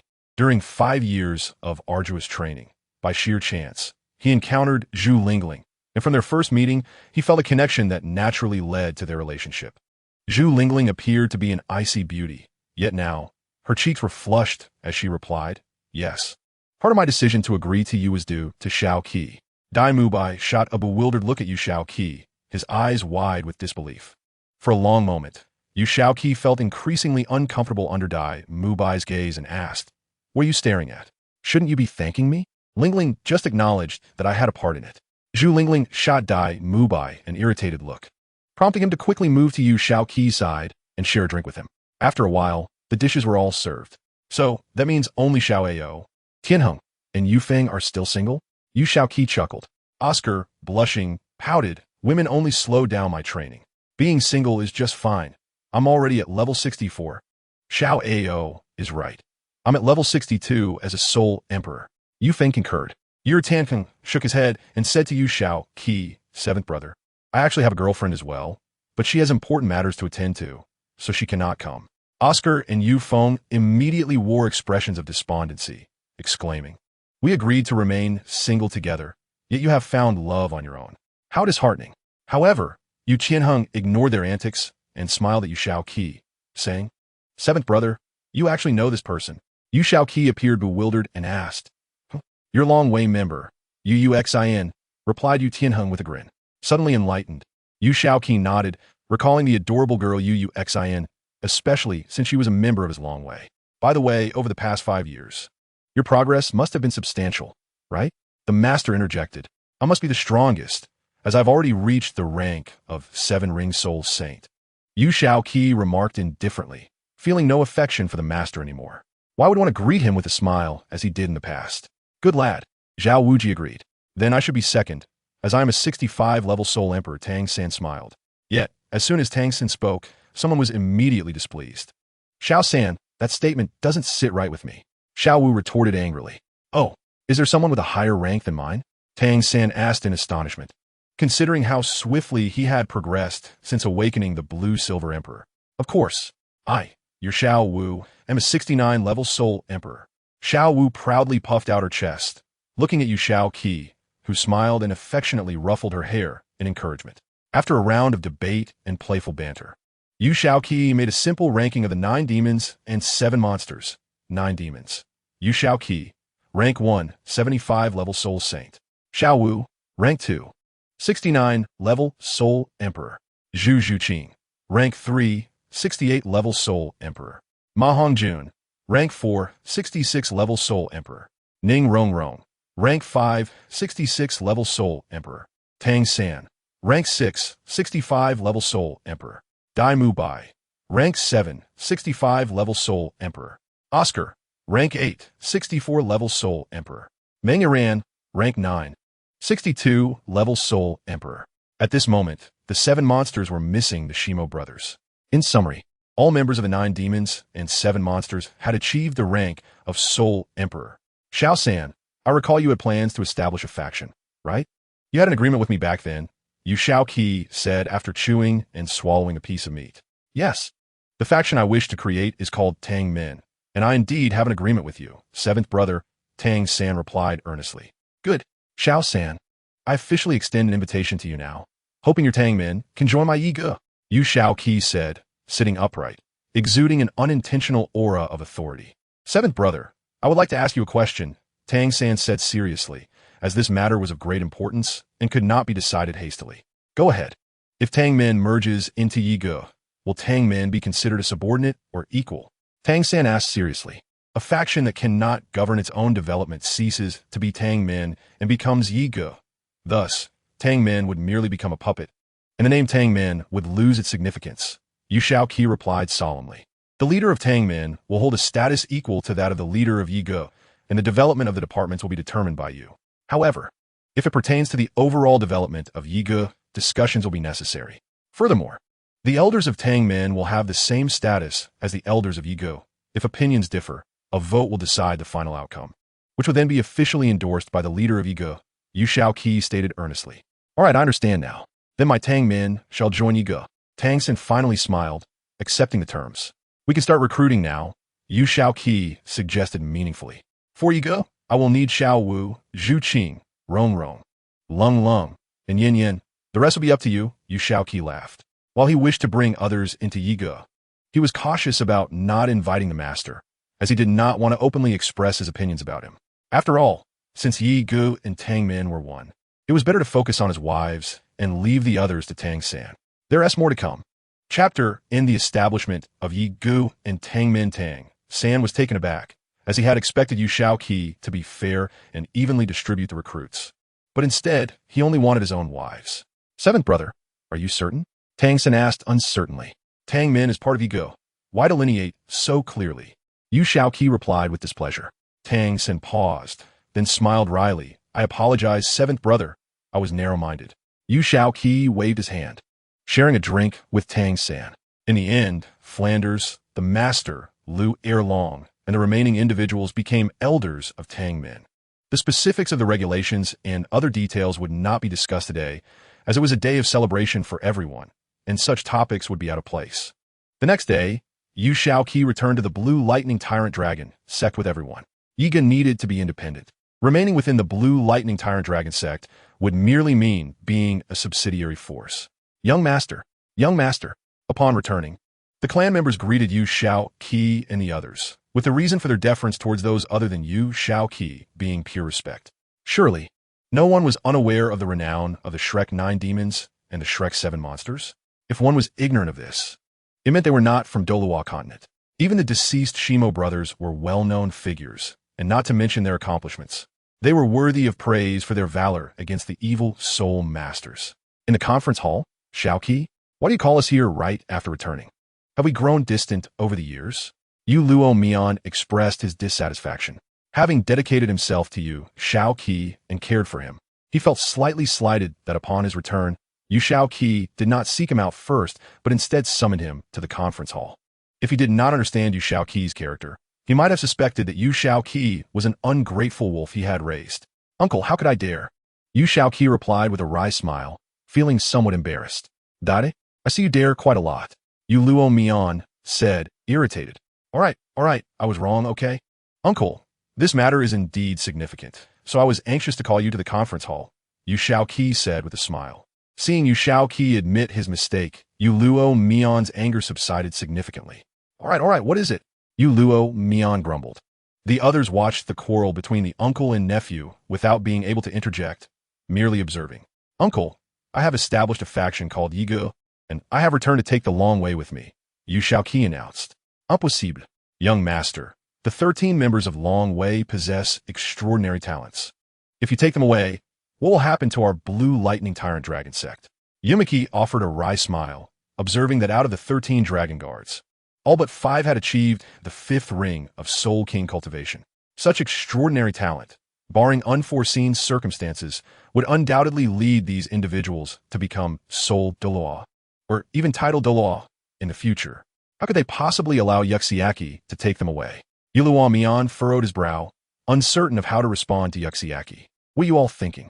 Even if I were to take them away, they are still members of the Lan Dianba Wang Long sect. As the future patriarch, would I sabotage my own interests? Yuxiaki expressed his confusion. The expressions of Yuluo Mian and the elders began to soften. Moreover, the Yigo is a force I established. If the sect faces difficulties, how could I stand by idly? The Lan Dianba Wang Long sect will be the first to forge a lifelong partnership with Yigo. Yuxiaki stated earnestly. Such terms are indeed acceptable. After weighing the options, Yuluo Mian directly acquiesced to Yuxiaki. Weighing options? How could one not? Although none of Yuxiaki's companions are title Douluo, the majority are seeds of power far more formidable than ordinary title Douluo. Flinder and others are undoubtedly esteemed leaders of the world's premier academy, Shrek Academy. The force they assemble will inevitably grow into a formidable entity. How could one not weigh the options? Furthermore, Yiga requires its own territory.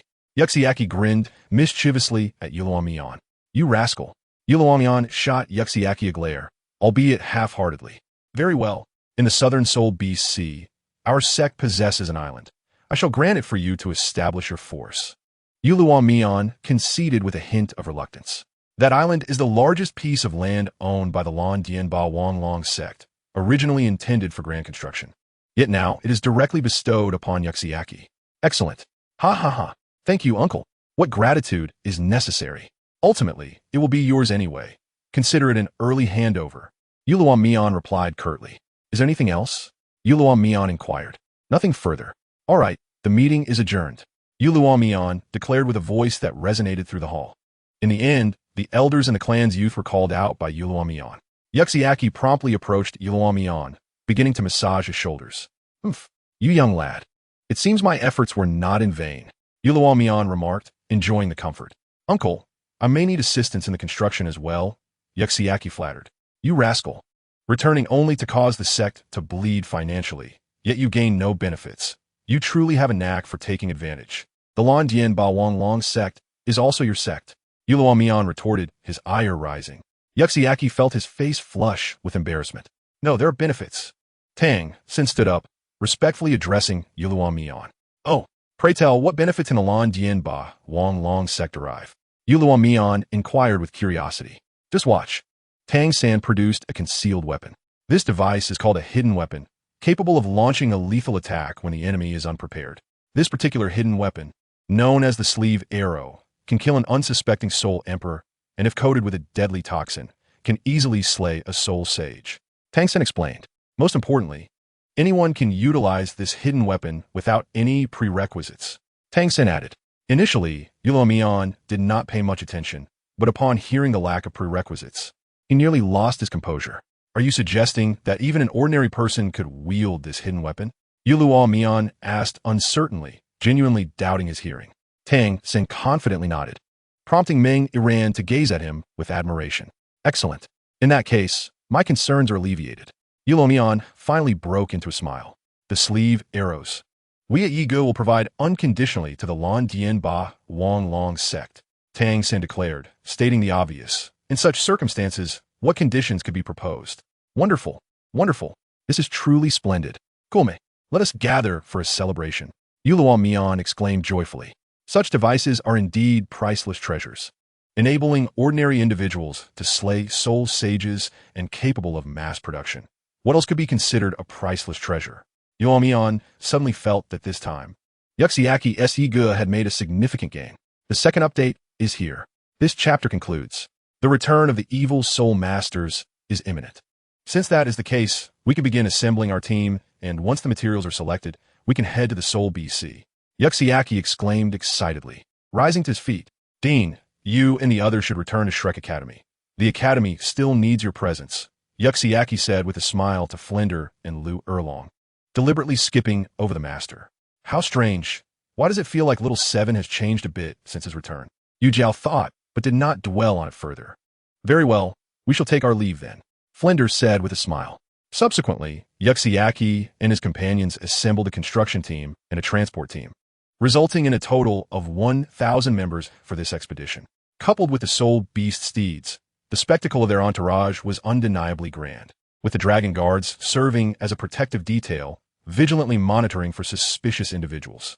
The distance from the Lan Dian Ba Wang Long sect to the Soul BC is indeed considerable. After traversing the Tiando Empire, they must circumvent the stark Do Great Forest and will pass through several desolate villages and valleys. The journey is so extensive that even with the Soul Beast steeds towing the materials, it would require 7 days to arrive. Upon reaching the Soul BC, they will find the industries of the Lan Dian Ba Wang Long sect, and at that point, they can utilize the sect's large ships to reach the island. Alas, this journey is rather lengthy. On a luxurious Soul Beast steed, Xiao Wu leaned against the window, pouting in complaint. This Soul Beast steed is exclusively for Yuxiaki, with an interior that is exceedingly luxurious and only occupied by Xiao Wu and the other women. Indeed, we have traveled for so long and have yet to leave the Tiando Empire, not even catching a glimpse of the outskirts of the stark Do Great Forest. Ning Rongrong lamented, languishing on the sofa like a wet noodle. Observing the bored expressions of the ladies, Yuxiaki offered a wry smile, but devised a plan. It's no joke. If there is anything Yuxiaki excelled at in his past life, it was passing the time. How about we play a game? Yuxiaki proposed. What game? The ladies perked up with interest, gathering around Yuxiaki. There are 6 of us. Let us play who is the undercover? Yuxiaki suggested after some contemplation, as it seemed to be the only game suitable for them to pass the time. Is the information accurate? A cloaked figure whispered, and upon closer inspection, This individual was the blood overseer, Shui Yumo, who had captured Yuxiaki aboard the Evil Soul Master's battleship 5 years ago. Report to the overseer. The information is indeed accurate. Yuxiaki's team is about to enter the Tianhan Avenue. An Evil Soul Master reported respectfully. Yuxiaki, I see you shall not escape this time. Shui Yumo seethed. Heaven knows how he has endured these past 5 years. Not only did Yuxiaki survive, but he also managed to escape. Along with the disappearance of the esteemed one's confidant, Huna. Should he fail again this time, the esteemed one would likely order his execution. This assassination must succeed. Failure is not an option. The sky grew darker, the sun having lost its oppressive heat, and dusk approached. Yuxiaki's transport team had officially entered the Tianhan Avenue, connecting the Tiando Empire and passing through the Star Do Great Forest. Overseer, there is Yuxiaki's transport team. An Evil Soul Master approached Shui Yumo, brimming with excitement. Good. Blood Overseer's team, heed my command. Shui Yumo turned around and gazed at the more than 20 individuals concealed within the treetops. Upon a cursory glance, it was evident that all of them had reached the ranks of Soul Emperor and Soul Sage, with Shui Yuming being a titled Douluo. Indeed, the Shuizong fan team comprised over 20 members. In this endeavor, success is the only option. Failure is not permitted. I shall hold back Yulumian. And the rest of you, leave no one alive. Shui Yumo declared fiercely. The group, upon receiving the command, immediately sprang into action, positioning themselves at the forefront of Yu Xiaoqi's team, directly obstructing their path. Who goes there? Yumi Bong, at the forefront of the team, fixed his gaze upon these 20-plus individuals. Those who seek to kill you. One of the Evil Soul Masters replied. Report. Lord, we are under assassination. A member of the Dragon Guard rushed to Yu Xiaoqi atop his soul beast steed. Yu Xiaoqi, engrossed in merriment with the 5 women, suddenly lost his jovial demeanor. Who is so audacious? Let us go. Yu Xiaoqi quickly stowed away his smile and led the 5 women to the front of the formation. Jiu Yao, Qi Guai, and Yu Lumian were already gathered at the forefront. Sensing the malevolent aura emanating from the enemy, Yu Xiaoqi swiftly deduced their identity. They're Evil Soul Masters. Yu Xiaoqi stated calmly. Upon hearing the term Evil Soul Master, the group immediately recalled the deaths of the Shimo brothers, their resentment towards the Evil Soul Masters deeply ingrained. Huh, you 20-odd individuals dare to come and kill me without even a title Douluo among you? Huh, you truly are brazen. Yu Xiaoqi exuded an aura of authority, standing tall as the young master of the world's foremost sect, a mere 20-year-old soul sage. Haha, considering you have a super Douluo among you, I decided to join as well. A voice echoed, and then the figure of Shui Yumo descended from the sky. Shui Yuming? Yu Xiaoqi frowned, uncertain whether Shui Yumo was stronger or weaker than Yu Luomian, also a super Douluo. Haha, how laughable. A mere 95-rank titled Douluo believes he can slay us with this motley crew? Yu Luomian found the situation amusing, his own strength mocking the ignorance of the adversary. To be candid, had you attempted a sneak attack, we might have truly been at a loss and suffered great losses. However, you did not. Was this foolhardy plan devised by Shui Yumo? Yu Xiaoqi mocked with a smile. An assassination, you say? If you come so openly, can it still be called an assassination? Shui Yumo's expression shifted with rage as he shouted, You shall die. 4th soul skill, Blood Qi Yuming Slash. A purple soul ring adorned with red patterns appeared, unleashing a cataclysmic attack aimed directly at Yu Xiaoqi. With me here, what do you think you can do? Yu Lumian stepped forward, bracing himself against Shui Yumo's assault with his bare body, sustaining no damage whatsoever, not even retreating an inch. What? Shui Yumo stared in disbelief at Yu Lumian. Though you're a 98-ranked super Douluo, I'm also 95. How could you withstand my attack so effortlessly? Shui Yumo was taken aback, for he was an elder beneath the Yuming Tower. While not the most powerful, he was certainly of notable standing. Fool! After 95, each rank ascension becomes as arduous as climbing to the heavens. The disparity in strength is vast. I truly cannot fathom how you managed to reach 95. It is quite foolish. Yu Luomian regarded Shui Yumo with disdain. Withdraw. This mission is cancelled. Shui Yumo finally regained his composure. Yet he was not foolish enough to charge in recklessly. Seeking votes. This chapter concludes. An insider? You think it's that simple to leave? First soul skill bind. Tang Xin chuckled as a yellow soul ring appeared, followed by enormous blue-silver grass vines erupting from the ground, ensnaring Shui Yumo and his companions. Uncle Luomian, hurry. I cannot hold him for long. Tang San urged. All right, Fifth martial soul, Thunder Dragon Claw. A colossal dragon claw phantom surged towards the location of Shui Yumo and the others. Crash! All of Shui Yumo's companions were annihilated. However, Shui Yumo was gravely injured, lying on the ground. Speak. Who is the insider? Yu Xiaoqi approached Shui Yumo, smiling. Insider? What insider? Cough, cough. Shui Yumo clutched his chest, his expression grim. Hee. No insider? Then how did you know our movements? Shui Yumo, do not tell me that you possess prophetic abilities in the Yuming continent. Yu Xiaoqi kicked Shui Yumo in the stomach, further aggravating his injuries. All right, the insider is... Before Shui Yumo could finish, Yu Xiaoqi ended his life. Brother Qi? He hadn't revealed who the insider was yet. The others exclaimed in astonishment, while Yu Lumian bore an expression reminiscent of encountering a clumsy teammate. What the hell? What sort of gazes are you all giving me? Upon seeing their expressions, Yu Xiaoqi was thoroughly exasperated. Brother Qi, at least wait for him to divulge the insider before you kill him. Oscar remarked, speechless. I can't believe it. You would trust the words of such a fool. Yu Xiaoqi retorted, incredulous. Well, there is some merit to that reasoning. All right, Brother Qi truly lives up to his name. Observing the expressions of the others, Yu Xiaoqi was left utterly speechless. Yu Luomian, however, approached Yu Xiaoqi with a serious demeanor. Xiaoqi, do you have a plan regarding the insider? Yu Xiaoqi pondered for a moment, stroking his chin, and replied, It is quite simple. We merely need to do nothing. What do you mean by that? Yu Luomian inquired. Bewildered. This is not the place for discussion. Let us move.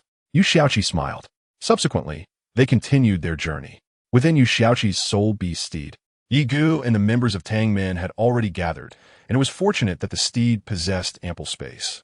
Otherwise, accommodating all these individuals would have been impossible. Xiaoqi, what are your thoughts? Yu Luomian asked. No rush. Be cautious. There may be ears on the wall. Yu Xiaoqi replied nonchalantly. With the emergence of this insider matter, it has become rather troublesome. We must proceed with utmost caution. Crash! Yu Luomian smacked the back of Yu Xiaoqi's head, producing a dull thud. You foolish boy. What ears are there? I have been investigating all along. Yu Luomian retorted irritably. Tang San silently nodded. There were indeed no suspicious individuals in the vicinity. There were not even people, as the Dragon Guard had cleared the area.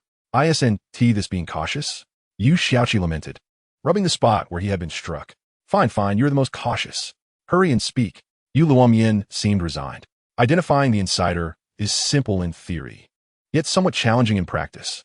Yu Xiaoqi whispered, his voice loud enough for those present to hear.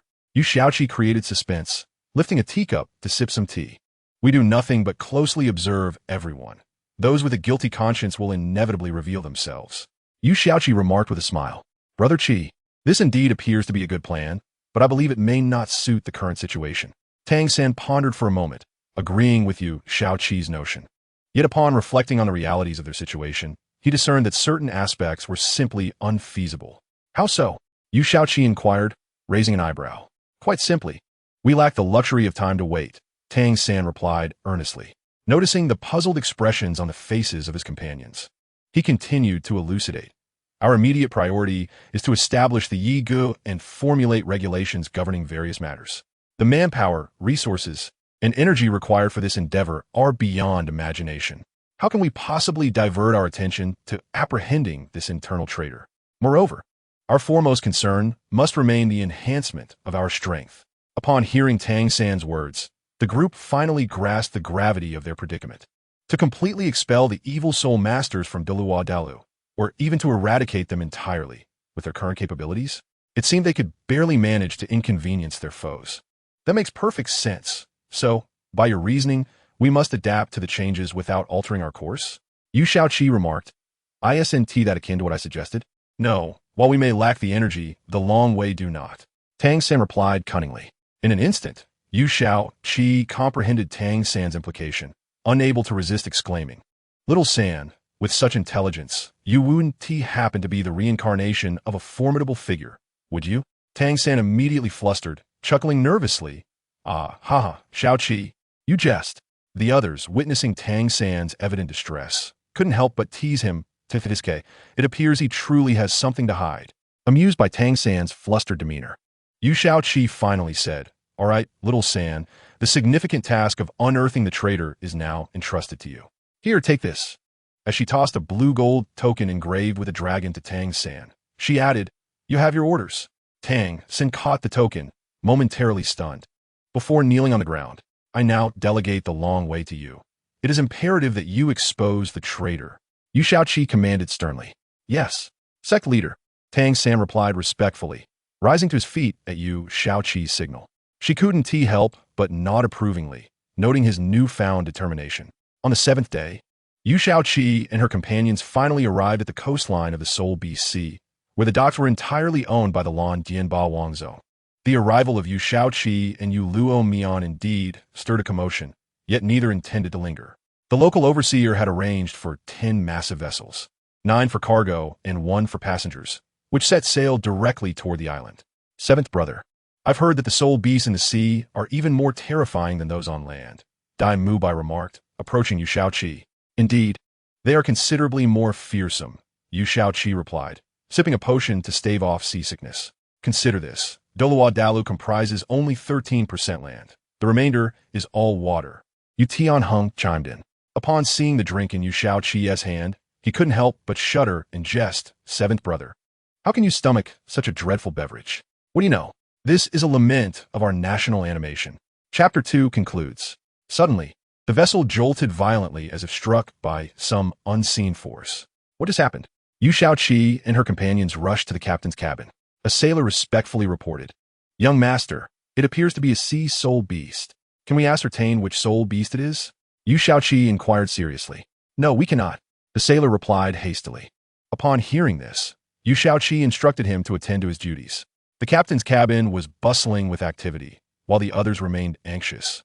Yet under the comforting presence of the 9 demons and the 7 monsters, they managed to maintain their composure. "Uncle, this soul beast is no ordinary creature," Yu Shaoqi exclaimed as he stepped onto the deck, where the vessel was still reeling under the ferocious impacts of the sea soul beast. "Indeed, it is not simple," Yu Luo Mian stated gravely. "This ship can withstand attacks from tidal Dalu, yet this soul beast can strike it so violently, indicating that it is at least nearing the threshold of a 100,000-year soul beast, if not one itself." A wave of regret washed over Yu Luo Mian as he lamented not bringing additional tidal Dalu. Although soul masters are at a disadvantage in the sea, having a sufficient number of tidal Dalu would have mitigated the threat. "Our only course of action now is to keep moving forward," Yu Luo Mian declared. "Why?" Yu Shaoqi questioned, perplexed. "We cannot ascertain the level of strength of that soul beast. If we provoke it with an attack, we will be in real danger." Yu Shaoqi finally understood. The soul beast continued to collide multiple times without success, growing furious and conjuring towering waves that soared 500 meters high, attempting to engulf the vessels with sheer force. Staring at the colossal waves, Yu Shaoqi was rendered speechless, for he harbored a deep-seated fear of the ocean. Merely standing firm in the face of such tumultuous waves was a significant triumph for him. This was not a matter of courage. It was a lingering ailment from his past life. "Everyone, envelop the fleet with soul power. We cannot allow a single drop of seawater to breach the ship," Yu Luo Mian shouted, his demeanor grave. Immediately, he harnessed his soul power, conjuring a blue protective barrier above the fleet. Yu Shaoqi, Tang San, Xiaowu, and the others promptly followed suit, reinforcing the barrier. Ning Rongrong and Oscar exerted themselves to amplify their strength. Boom! The colossal wave crashed against the soul power shield, meeting an impenetrable barrier, and flowed harmlessly away. This wave of assault was successfully neutralized. However, upon glimpsing the true form of the sea soul beast, the group was gripped by a sense of impending doom. They recognized the creature from the soul beast compendium, the deep sea demon whale. The least of these creatures boasted a solid 100,000-year cultivation, and the one before them appeared even more formidable than the average 100,000-year soul beast. "How dare it push its luck? I shall confront this beast," Yu Luo Mian roared, leaping into action, his claws morphing into dragon form as he charged directly at the deep-sea demon whale. Thud! The two collided, neither gaining the upper hand. Quite resilient. As scales began to emerge across Yu Luo Mian's body, he transformed completely into a dragon. On the azure scales, faint traces of lightning flickered. The blue lightning Tyrannosaurus. The onlookers gazed upon Yu Lumian, having heard the unique nature of the blue lightning Tyrannosaurus sect. Yet this was their first encounter. Even Yu Shaoqi had only witnessed partial dragon transformations before. This was his inaugural sight of a complete transformation. With a resounding clash, Two figures collided once more upon the ocean surface, and this time, the deep-sea demon whale suffers setback. Xiaoqi, you all proceed at full speed. I shall hold this beast at bay. The dragon, transformed from Yuluomian, spoke with human words while facing away from Yu Xiaoqi and the others. I will catch up shortly. Seemingly concerned that Yu Xiaoqi might stubbornly refuse to leave, Yuluomian added. Yu Xiaoqi understood that this deep-sea demon whale could hardly contend with Yuluomian, even in human form. Yuluomian had been able to engage in a back-and-forth battle with the whale, and in dragon form, he was undoubtedly superior. What could the deep-sea demon whale use to confront Yuluomian? Yet, the mood of the group remained somewhat somber. Faced with such a formidable adversary, they felt they had no qualifications to intervene. Remaining there to assist would only prove counterproductive. You all see the gap between us and these top-tier powerhouses, do you not? Yu Xiaoqi raised his head to address the downcast crowd. Silence ensued, a tacit acknowledgement of his words. So what is our foremost task now? Yu Xiaoqi inquired solemnly. Our primary task is to fervently enhance our strength. Tang Sen responded. Slowly, the group lifted their heads, their gazes filled with determination. Indeed, we must strive to elevate our power. Otherwise, how shall we confront the evil spirit masters? Shall we contend with mere minions? That would hasten the demise of Douluo continent. We must battle the top-tier powerhouses, even eradicate them. I shall drive those vile, evil spirit masters from Douluo continent, or even annihilate them. As Yu Xiaoqi spoke, his fervor escalated. They were currently unqualified to challenge even the top soul beasts of their world, let alone the evil spirit masters. The Yuming continent was no less formidable than Douluo continent, but that was merely a present circumstance. Although the Yuming continent boasted numerous elite powerhouses, they could not transcend to the divine realm, which was the sole breakthrough point of Douluo continent, one that could prove fatal for them. They still had time. The Yuming continent could no longer swiftly devour Douluo continent. They were still youthful with boundless potential.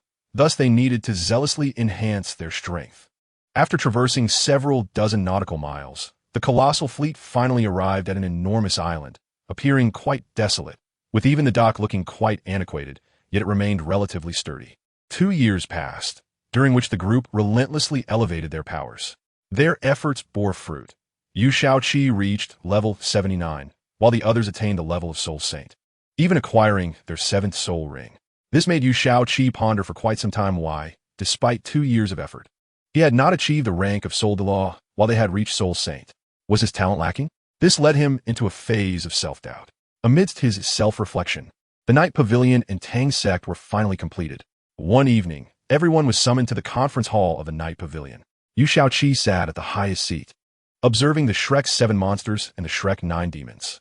On this day, the Spirit Hall, led by Bai Bai Dong, along with the Blue Lightning Tyrannosaurus sect, the 7 Treasures Glazed Tile sect, the Haotian sect, the Star Luo Empire, and the Heaven Do Empire were all present to witness this momentous occasion. Acknowledging the formal establishment of the Night Pavilion, a force of immense potential. I, Yu Xiaoqi, the master of the Night Pavilion, hereby declare the birth of the Night Pavilion. Yu Xiaoqi proclaimed with fervor. An enthusiastic applause erupted from all present. After a moment, the applause continued, and Yu Xiaoqi gestured for silence. Although the Night Pavilion has been established, without rules, it cannot stand firm. Therefore, I shall establish the regulations of the Night Pavilion here and now. First, no theft. Anyone who violates this will be expelled from the Night Pavilion. Second, no arson or plunder. Violators will have their cultivation abolished and be expelled from the Night Pavilion. Third, no mistreatment of women. Punishment is the same as above. Fourth, no insincere individuals. Those with ulterior motives are not welcome. Yu Xiaoqi articulated 4 fundamental rules, reflecting the basic moral standards of the Night Pavilion, while also indicating its low entry requirements. However, the regulations of the Tang sect, under the Night Pavilion, would add a few more stipulations. Here, the leader of the Tang sect, Tang San, took the floor. Looking at Tang San, Yu Xiaoqi nodded, and Tang San promptly declared, the first rule of the Tang sect, one must remain low-key. If one does not provoke me, I shall not retaliate. Should anyone provoke a member of the Night Pavilion Tang sect, they must be met with thunderous retribution. Failure to adhere to this rule will result in immediate expulsion from the Night Pavilion. Second rule, no betrayal of teachers or ancestors, no abusing power to oppress others, no arrogance from borrowed influence, no bullying the weak, no engaging in foolish disputes, no indulgence in vice, and no treachery against the nation. Third rule, no using skills to exploit others. Fourth rule, no prideful self-satisfaction. Fifth rule, no seeking to flaunt official positions for personal gain. Violators will face expulsion from the Tang sect at minimum or even execution, depending on the severity of the offense, and no false accusations will be tolerated. These are the rules of the Night Pavilion Tang sect. Once Tang San concluded, applause erupted once more. I trust you all recognize the extraordinary nature of the Night Pavilion and the Tang sect within it. Those seeking to learn skills are welcome at the Night Pavilion. We will soon recruit 2,000 disciples across various regions of the continent for the Night Pavilion, and those who excel in the selection will join our ranks. This place serves as the Night Pavilion's headquarters, and moving forward, we shall establish our influence throughout the continent. Those who perform outstandingly or achieve great deeds may come to the Night Pavilion headquarters for training. Yu Shaoqi declared with a smile. This announcement immediately sparked lively discussions among the crowd. Under the Pope's command, must our spirit hall also send disciples for assessment at the Night Pavilion? Yu Douluo lin closer to be bedongst ir ent inquired. Naturally, I believe you have witnessed the hidden weapons and unique skills demonstrated by Tang San. But what are the extraordinary techniques employed by the Night Pavilion's master? Yu Shaoqi, Bai Dong replied with a smile. As her partner, she came for two reasons: to support Yu Shaoqi and to learn genuine skills at the Night Pavilion. Your Highness, does the Heaven-Do Empire also need to respond to the Night Pavilion's call? An elder whispered to Shueqingha. Of course. Spread this news far and wide. Shueqingha glanced at Yu Shaoqi, deep in thought. Days later, the reputation of the Night Pavilion spread across the land. Initially, people were indifferent to this emerging force. But upon learning it was founded by the Shrek 9 demons and the Shrek 7 monsters, many rushed to register. Hey, why are you participating in the Night Pavilion selection?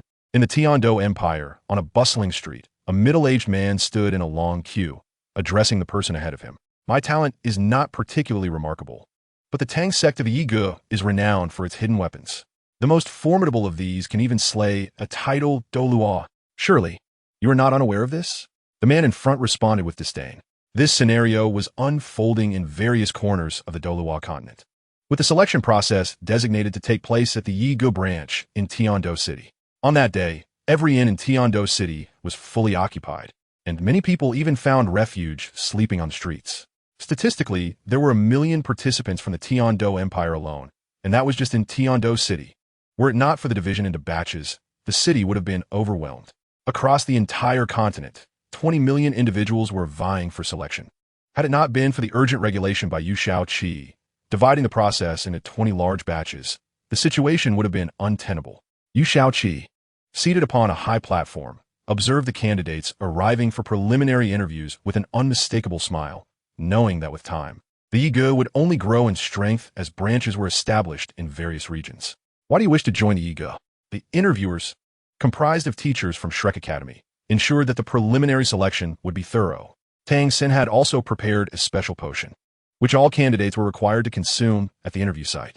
A young man dressed in coarse cloth declared, I am a failure in the realm of soul masters. Thus, I seek to join the Yigu to grow stronger. Only through strength can I avoid humiliation. Only by becoming stronger can I find a wife. Only by gaining strength can I accumulate wealth. Then, I shall buy whatever I desire and do as I please. The man's excitement grew as he expressed his aspirations. Enough. You are eliminated, a teacher from Shrek Academy interjected, frowning. On what grounds? Have I erred in any way? The young man protested, visibly displeased. The nature of a person is reflected in their actions. The very reason you remain in such humble attire is evident. Now leave. The teacher showed no leniency, instructing his aides to throw the man out. As the second round commenced, thousands of candidates exhibited similar self-serving motivations. Alas, is it truly so difficult to pass such a simple test of character?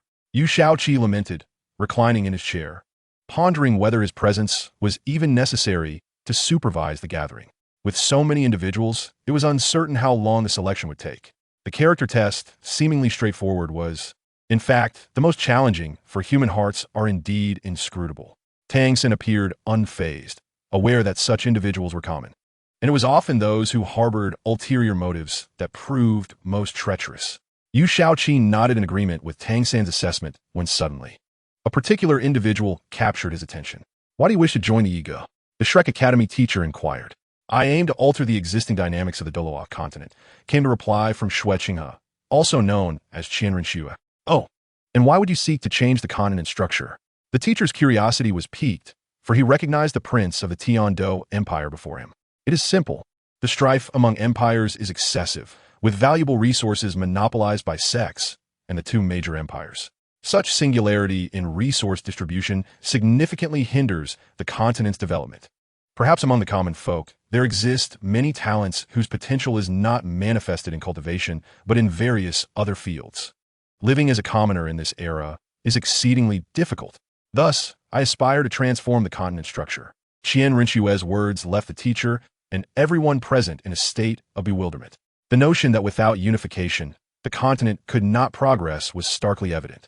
Indeed, if the continent remains divided, it will fail to develop properly, Qian Rinxue added. The audience fell into deep contemplation, including Tang San, who frankly had not considered the continent's development on such a grand scale. Qian Rinxue's perspective enlightened him, and he found himself instinctively agreeing with her assertions. Congratulations. You have passed the preliminary assessment of Yi Ge. The teacher from Shrek Academy smiled at Qian Rinxue, handing her a plaque made of purple sandalwood inscribed with the character for Yi. This is your next assessment token. With this, you will be notified of the time and location of your subsequent evaluation, the academy teacher explained. Qian Rinxue merely nodded in acknowledgement. Smiling back at you, Xiaoqi seated on the high platform before departing. Following this, over 1,000 more candidates faced elimination due to their ulterior motives, leaving both Yu Xiaoqi and Tang San feeling somewhat embarrassed. The intentions of these individuals varied greatly, some boastful, others malevolent, and some simply peculiar. May I ask, why do you wish to join the Yi Ge? The academy teacher repeated, having asked this question numerous times, though the refreshing tea brewed from 9-leaf mint provided some solace to his throat. I wish to contribute to the Yi Ge, replied a serious-looking man. On the stands, Tang San leaned closer to Yu Xiaoqi and whispered, "Seventh brother, do you find this person somewhat familiar?" Yu Xiaoqi immediately scrutinized the red-haired young man. "Is that not Yin Yu?" he exclaimed, realizing that even Hu Laina's brother had come to participate in the Yi Ji's assessment. Yu Xiaoqi became curious about Yin Yu's motivations for joining the Yi Ge. Why do you wish to contribute? He inquired. Because the Pope stated that the current Shrek 9 monsters bear the weight of the continent's fate on their shoulders. Though we, disciples of the Spirit Hall, may not match the 9 monsters or 7 freaks, we still hope to lend our strength, Yin Yu responded. Congratulations, you have passed the assessment. The Shrek Academy teacher beamed with pride as he handed Yin Yu his token. The 9 monsters and 7 freaks were the pride of Shrek Academy. And each recruitment cycle every 3 years involved selecting the current 9 monsters and 7 freaks from among the students. While the talents of recent cohorts were indeed impressive, they still paled in comparison to the first generation of 9 monsters and 7 freaks. With his token in hand, Yin Yu left joyfully. Having once lost to Shrek, he had felt a twinge of resentment, but over time, he had come to respect them, not least for their indomitable spirit against evil soul masters. The initial assessment concluded after an entire month, leaving over 20,000 candidates remaining. These individuals possessed remarkably upright values, with many, like Qian Rinxue, contemplating the broader trends of the continent's development. The next phase would be the second assessment, overseen by Tang San, focusing on hidden weapon techniques. This evaluation would take place at the newly established Yi Ge branch on the Tian-Do Plains, featuring the largest training grounds capable of accommodating over 20,000 participants. Now, I shall demonstrate the art of concealed weapon throwing. You will have half an hour to practice, after which those whose names are called will take turns to throw a total of 20 darts, aiming for a minimum of 10 hits to qualify. Only the best shall prevail. Tang San stood atop a makeshift wooden platform, visible to the 20,000 spectators who gathered to witness his demonstration. With a clenched fist, 4 darts materialized from thin air between his fingers. He concealed the darts behind his waist, positioned his left foot forward and right foot back, then executed a swift 90-degree rotation, hurling the 4 darts in an instant. Bang, bang, bang, bang. All 4 darts, without exception, struck the bullseye. The crowd erupted in astonishment. Tang San stood 1,000 meters away from the target. Despite the considerable distance, the 4 darts were thrown simultaneously, all hitting the bullseye. Is this the prowess of the Yi Ge? Observing the crowd's exclamations, Tang San felt a tinge of pride. The techniques of the Tang sect are not to be trifled with. In truth, Tang San's accuracy was aided by the extraordinary ability of the ZG Motong. Without it, mere skill would not suffice. Having completed his demonstration, he leapt down from the platform to join Yu Shaoqi. The two were responsible for overseeing the assessment, while the others had already proceeded to the Wuhan Palace to engage in matters concerning the evil soul masters. Once the assessment concluded, they too would join the battlefield to confront the enemy. Before long, the half-hour had swiftly elapsed. Some were anxious, others remained composed, while a few exuded confidence. Chizai Lin Shiwen, shouted a disciple from the Shrek Academy, prompting a fair-skinned and beautiful young woman to step forward, taking her position 20 meters from the target. Begin. The woman named Lin Shiwen seized 4 darts from the table and, emulating Tang San's throwing technique, launched them simultaneously. Whispers filled the air. Can you believe it? Learning to throw 4 darts at once on the first try? Does she think herself a prodigy? Indeed, one should throw them one by one, ensuring a steady aim. Tang San shook his head with a wry smile. As a once-in-a-century talent from the Tang sect, he had practiced diligently for an entire month to achieve the feat of hitting the bullseye with 4 darts at once. Bang, bang, bang, bang. The sound of the 4 impacts reverberated from the target, leaving the crowd in stunned silence. Did she hit all the targets? No. It seems she struck the bullseye each time. Incredible. The crowd erupted in excitement. This girl belongs to our Tang sect. Tang San was equally exhilarated. Were it not for his own eyes witnessing it, he would scarcely believe such a genius truly existed. He had heard from his master of a peerless prodigy in the Tang sect a millennium ago, whose every action and technique was executed with effortless grace, mastering all skills at a glance, achieving minor success in 3 days, major success in a month, and perfection in a year.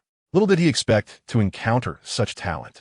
Lin Shuang remained oblivious to the crowd's awe, continuing to throw her darts until all 20 were completed.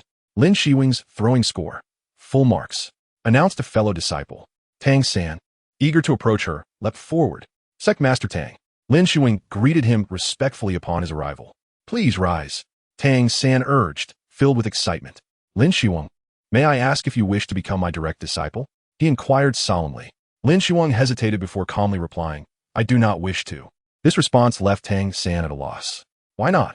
Because I desire to be under the tutelage of the Yu Master to cultivate my heart and character, she stated.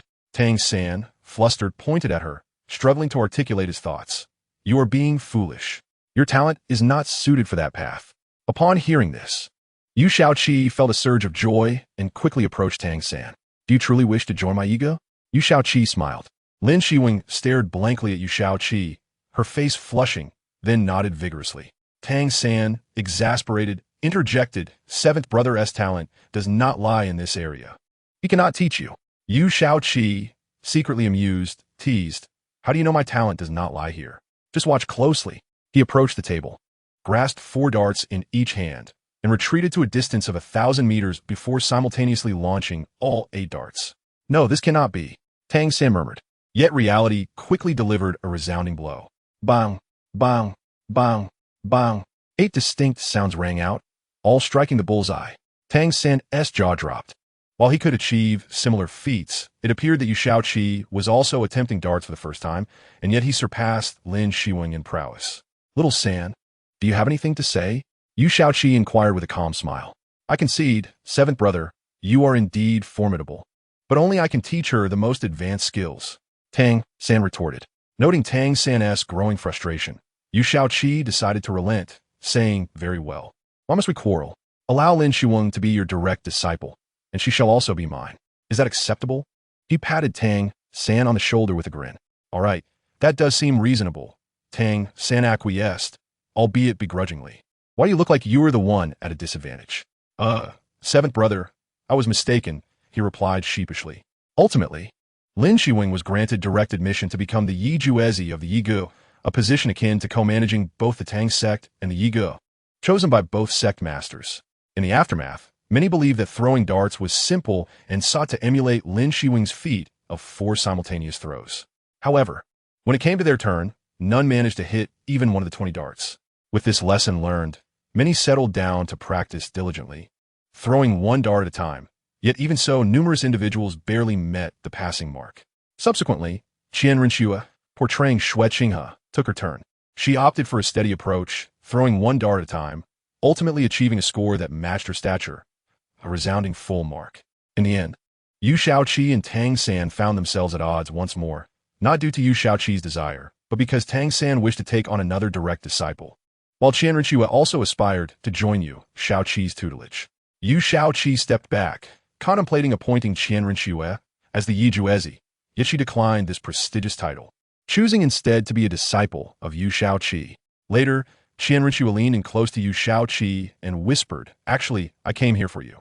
This left Yu Shaoqi blushing furiously, though he managed to suppress his feelings towards Qian Renxue. If he were to capture Qian Renxue as well, the consequences would be beyond his imagination. The assessment continued, and many promising candidates emerged. However, compared to Lin Shiwen and Qian Renxue, they still fell short. Even Yin Yu had only hit 17 targets. At this moment, only 3,000 individuals remained, excluding the two who were directly admitted, leaving 1,998 participants. Shaoqi, do you think we can truly achieve the goal of 2,000 people? Shaoqi couldn't help but feel a twinge of worry. How many had initially come? Tens of millions? Now, with 2 rounds remaining, only a little over 3,000 remained. Tang San, at this moment, had no desire to engage with Shaoqi. It was a rare occurrence to encounter 2 extraordinary talents, both of whom were enamored with Shaoqi. Nevertheless, Tang San's strong survival instinct compelled him to respond to Shaoqi with a smile.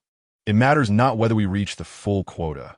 As long as they enter my ego, that is sufficient. I see I was indeed shallow, Shaoqi remarked, stroking her chin with a smile. Qian Qinghe, Shiwen, you two should follow me and Tang Minju for the next few days. Once we complete the assessment, I shall send you both to the headquarters. A cold sweat trickled down Shaoqi's brow. She had almost exposed herself. Chapter 2. The conclusion of Tang San's third assessment. I shall refrain from participating, Xue Qinghe replied with a smile. After all, you are the imperial prince. It would be unrealistic for you to go directly to the headquarters for training. What are your plans? Shaoqi pondered. There are many matters in the empire that require my attention, Xue Qinghe said with a smile. Meanwhile, the assessment continued, with the third round occurring simultaneously with the second. Given the vast venue and well-prepared equipment. All right, we are about to commence the third round, our final assessment, Shaoqi announced from the high platform. Gazing down at the disciples, those participating in our third assessment are the creme de la creme, having undergone multiple rounds of selection and elimination. Regardless of the final outcome, you are already the best, Shaoqi proclaimed passionately. How could we possibly be the best? Surely, the best are Lin Shiwen and later, Xue Qinghe, right? And then there's Yin Yu. Aside from those two, he is the only one left. Indeed, among those remaining, who is not a genius. Most are students from Shrek Academy. What can be done? Although the initial threshold for Yi Ge may seem low, how can ordinary minds pass? Observing the murmurs below, Shaoqi couldn't help but frown. There were tens of millions across the continent participating in the Yi Ge assessment, and you are the last remaining disciples. If you're not the best, then who is? The crowd fell silent, looking up at Shaoqi. I hope you do not underestimate yourselves. After passing all 3 assessments, you will enter the headquarters. However, Yi Ge has many branches. When you achieve merit in the branches, you can certainly enter the headquarters. But is a branch not good enough? To be honest, even our branch holds the same status as disciples from the top 3 sects. Thus, I urge those among you who may be eliminated today not to doubt yourselves. For though you may not enter the headquarters now, you can enter a branch and later make your way to the headquarters. With fervor, Shaoqi spoke, having never delivered such an impassioned speech before. In this lifetime, he had grown into what people in his past life referred to as a successful individual. The crowd's spirits were lifted by Shaoqi's words, and they began to prepare for the upcoming assessment. The final assessment was personally crafted by Tang San, the leader of Yi Ge. Once the equipment was used, it must not be taken away. If discovered, the offender would be disqualified for life. The materials used during the assessment must also remain on site, with the same penalties for violators. The assessment content included 5 pieces of Bai Lu Wu Se Hua, 5 pieces of Sanqing by Bian Chao, 5 pieces of Man Tua Luo Hua, and 10 silver needles. You must utilize these materials to create 5 types of poison. Only then will you pass. Those who do not meet the standards with their materials will be eliminated, Shaoqi declared loudly. My goodness, is the final task really this difficult? I have no idea what those herbs do. Aren't we supposed to mix them freely? Let fate decide. Many present wore expressions akin to having consumed something distasteful, lamenting that they had no time to study these items. They were still struggling with their cultivation. Xiao San, do you think this assessment might be a bit too challenging? Xiaoqi observed the busy candidates in the assessment area. Tang Sen shook his head with a smile, stating, "Not at all difficult. Just the man Douluo Hua. Its petals and leaves constitute one type of toxin. When paired with the stem, that creates another toxin. Essentially, as long as you do not mix the entire herb, you will pass." Xiaoqi nodded, casting his gaze toward the field. Having finally reached the final assessment, an unexpectedly difficult question arose. A male disciple clad in Shrek Academy's uniform scowled fiercely. He was a spy sent by the Yuming Tower to infiltrate Shrek Academy. Known as Miahan, upon learning of Yi Ji's establishment and its intention to recruit 2,000 disciples, he was dispatched to participate in the assessment. Should he successfully join Yi Ge, it would undoubtedly place the organization in peril. However, despite his thoughts, his actions were exceedingly awkward. This was Douluo continent. Who among those present had not employed tools for crushing herbs? Yet Miahan had never used them, as he hailed from a future society where such primitive devices were obsolete. Xiaoqi's keen eyes quickly spotted Miahan, who struggled to utilize the tools. "Xiao-san, do you think that individual has some issues?" Xiaoqi inquired. Miahan was seen learning from others how to use the tools, his movements terribly clumsy. Even such a fundamental tool was beyond his grasp. It was unclear how he managed to reach this stage. Tang San chuckled and shook his head, mentally marking Miahan with a significant red cross. "How infuriating! Why can't I smash it accurately?" Miahan repeatedly struck the small stone pestle against the stone mortar containing the herbs, yet the opening was barely wider than the pestle itself.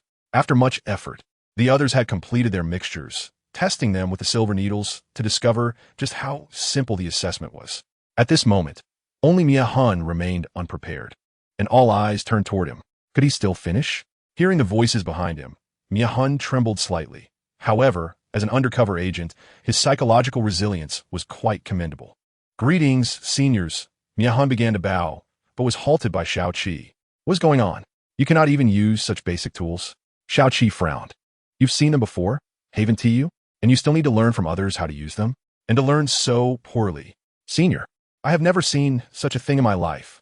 If I have never seen it, how could I possibly use it?" Miahan's disdain grew, accompanied by a sense of superiority.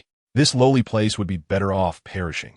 Our Yuming continent is vastly superior. Then may I ask, which family do you hail from? Even members of the royal family must have encountered such things, right? Yu Xiaoqi felt a twinge of anger. No matter how pampered one might be, how could they have never seen such a fundamental tool? Was he jesting? This tool is essential for crafting herbs and is also needed in the kitchen. How could it be that he had never even laid eyes on it? "I am merely from the countryside and have never seen such a tool." Miahan uttered a lie, at a loss for words. "Impossible. Such items are ubiquitous in rural areas," Tang San declared solemnly, recalling that during his time in Shanghun village, every household possessed this tool. The first update has arrived. This chapter concludes. I have indeed never seen it. Miahan was on the verge of tears. "Enough, enough. You have been eliminated. We cannot have so many people waiting for just one." Yu Xiaoqi waved his hand and then leapt onto the platform. "All right. I hereby announce the end of the assessment." To his surprise, such a simple evaluation had still resulted in some failing to complete it. Yu Xiaoqi began to scold, showing no regard for the backgrounds of those present. After all, none of them had backgrounds as powerful as his. "Senior, if you say that, we cannot accept it. Indeed, for you and the Tang sect master, it may be simple, but for us, it is quite challenging." Upon Yu Xiaoqi's words, discontent arose among those present. "Difficult? Nonsense. Is it the content's fault that you lack intelligence? If one merely disassembled the entire herb to concoct it, such foolish remarks would not be uttered." Yet most people immediately rallied to Yu Xiaoqi's defense, leaving the unsuccessful participants utterly embarrassed. "All right, for those who did not complete the task, I hope you can be more adaptable. The assessment is over. Congratulations to those who succeeded. Welcome to Yi Ge." Yu Xiaoqi smiled. The crowd was astonished. No matter how they looked at it, there were still over 2,000 individuals remaining. How could they all have passed so swiftly? Do not doubt. The words of the Yi Ge master hold truth. Yu Xiaoqi stated. Ultimately, the majority entered Yi Ge, while a small number returned home to await the summons of their local Yi Ge branch. Xiao San, that disciple named Miahan from Shrek, seems to have some issues. Yu Xiaoqi approached Tang San, furrowing his brow. "Brother Qi, do you share the same sentiment?" Tang San asked, somewhat surprised. "Of course. I believe I mentioned it when he was present, yet you were slow to react." Yu Xiaoqi retorted. "Shall we send someone to follow him?" Tang San suggested. Yes, I will have Yumi Bang keep an eye on him, Yu Shaoqi replied seriously. In Tiando City, at Shrek Academy, damn. I did not expect such a problem to arise in such a lowly place. Miahun stealthily arrived at the rear mountain of Shrek Academy, venting his emotions. After barely passing the true word water test and managing to scrape by in the throwing of hidden weapons, he had not anticipated his downfall in the final task concerning the tool. Douluo continent, I, from Yuming continent, will eventually bring you to ruin. And you, Yu Shaoqi, and Tang San. Miahun's voice darkened, his anger reaching its peak. Clap, clap, clap. Who is it? Miahun turned in shock, only to find a figure clad in a blue and gold robe applauding. The master was indeed correct. You have some issues, significant ones. Yumi Bang concealed his face beneath a hood, revealing only a mouth that curled into a mocking smile. Who are you? Miahun glared fiercely at Yumi Bang, his eyes filled with murderous intent. Who am I? The one here to take your life. Yumi Bang sprang into action, charging directly at Miahun. Second soul skill, Thunder Dragon Tail. In the astonished gaze of Miahun, Yumi Bang leapt high, and a tail extending over 10 meters struck Miahun, sending him flying. Boom! Miahun was propelled hundreds of meters before finally stabilizing his form. But would Yumi Bang grant him a moment's respite? No. Trained rigorously from a young age, he would never act with complacency. Fifth soul skill, Thunder Dragon Fawn. The black soul rings beneath Yumi Bang's feet shimmered as he raised his hands, bringing them together towards Miahun's body. A dragon-shaped shadow opened its massive mouth and lunged at Miahun, delivering a biting strike. Miahun collapsed to the ground. Yumi Ban spot Miahun's life, for he still needed to extract further information from him. By evening, Yu Shaoqi had already arrived at the Spirit Hall. This time, our Spirit Hall sent 100 disciples to participate in your Yi selection. What was the outcome? Bai Dong sat at the high seat of the Pope's Hall, with various high-ranking officials of the Spirit Hall seated in their respective places, while Yu Shaoqi occupied a guest seat. Do we even need to ask about the results? Your Holiness? Aside from the one eliminated in the first assessment, all others successfully entered Yiga. Your disciples are quite impressive. Yu Shaoqi smiled. For if one did not know better, they might think Bai Dong had sent so many in hopes of ulterior motives. Yet Yu Shaoqi understood that Bai Dong would never engage in such actions. After all, Yiga was a power favored by major sects and empires across the continent. Helping her disciples excel without betraying the Spirit Hall was a mutually beneficial endeavor. Indeed, Bai Dong replied with a faint smile. The ghost Dual and the chrysanthemum Dalu exchanged glances. Did they not intend to disclose their relationship? To be honest, they were rather audacious to conduct themselves in such a manner in the Pope's Hall. Cough, cough. Had it not been for their uncontrollable curiosity that day, peeking a glance, they probably would not have even known. Setting that aside, what movements have the evil spirit masters been making recently? Yu Shaoqi's playful demeanor shifted to a serious tone. Bai Dong fell silent for a moment before responding. These evil spirit masters are elusive, establishing bases throughout our Douluo continent. And they may even have infiltrated major sects and the two great empires with hidden lines. Yu Shaoqi unconsciously furrowed his brows and inquired, what are the specific locations of those bases? Bai Dong shook his head, saying, even though our Spirit Hall possesses treasures capable of detecting evil spirit masters, we are unable to pinpoint their exact locations. It seems they have some means of blocking our investigations. Report. A dragon guard seeks an audience. A Spirit Hall attendant announced. Let him in. Bibi non instructit. The dragon guard had indeed made a name for themselves in recent years, known specifically for serving Yu Shaoqi. However, they were elusive and no one knew their true appearances. After a while, Yumi Bang entered, dragging a person who was unconscious. Master, this Miahun indeed has some issues. He is an internal traitor from Yuming continent. Upon entering, Yumi Bang immediately bowed to Yu Shaoqi. Bai Dong turned his gaze to Miahun, then spoke seriously. There's indeed an internal traitor within Shrek Academy. This person must not be dead, right? Bibi Dong looked at Yumi Bang. Yumi Bang glanced at Yu Shaoqi, then, under his indication, replied, not dead. Good. Lock him up. Heal his injuries. Once he awakens, we will employ severe interrogation. Bibi Dong stated coldly. Yu Shaoqi, with an air of resignation, remarked under the Pope's command. This is what my dragon guards have captured. Bai Dong cast a cold glance at Yu Shaoqi and inquired, do you have any objections? Yu Shaoqi shivered and replied, no, none at all. The second chapter has arrived. This concludes the chapter. The attendees exchanged glances, each discerning the subtle connection between Yu Shaoqi and Bai Bai Dong, which hinted at some underlying intrigue. Well, these sinister soul masters intend to invade our world. But we shall not remain idle. The Shrek 9 monsters and the 7 heroes have already obliterated 2 of the sinister soul master strongholds. I firmly believe that, given time, these accursed soul masters will undoubtedly be driven from Douluo Dalu. Bai Bai Dong spoke with an air of indifference, as if recounting trivial matters. That concludes today's meeting. You may leave now. Upon finishing her words, Bai Bai Dong rose, with Guizhu and Douluo following closely behind. As she passed Yu Shaoqi's seat, she cast him a glance, conveying a message. After they have all departed, come to my chamber. Qian Rinshui returned directly to the Empire after completing her assessment. With the plan nearing fruition, her absence during such a crucial moment could arouse suspicion or dissatisfaction, complicating the execution of the plan. Yu Xiaoqi steadily infiltrated Bibi Dong's quarters. What is that scent? It is delightful. Upon entering, Yu Shaoqi was greeted by a fragrance composed of myriad petals. Suddenly, he heard the sound of water, and the next moment, Bai Bai Dong appeared before him, her palm halting just a finger's breadth from his forehead. Shaoqi, what brings you here? Bai Bai Dong was draped in a sheer, gossamer bathrobe that accentuated her flawless figure. Weren't you the one who summoned me? Yu Shaoqi, drenched in cold sweat, felt an overwhelming surge of warmth upon seeing Bai Bai Dong. It was as if his very cells were clamoring. What did I invite you? Bibi Nong lulled and vergend, somewhat perplexed. Oh, never mind. Since you are here, I shall finish my bath first. But if I catch you peeking. Bai Bai Dong shot him a menacing glance, her eyes glinting with a hint of danger. Yu Shaoqi felt an icy shiver down his spine, instinctively retreating. I dare not, he replied, obsequiously. Satisfied with his response, Bai Bai Dong turned and walked away, a smile playing at the corners of her lips. She couldn't help but acknowledge that she felt truly content at that moment.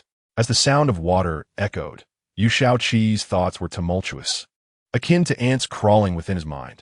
Should I take a look? At that moment, an angel and a devil were at odds within his mind. The angel proclaimed, She is your fiancée.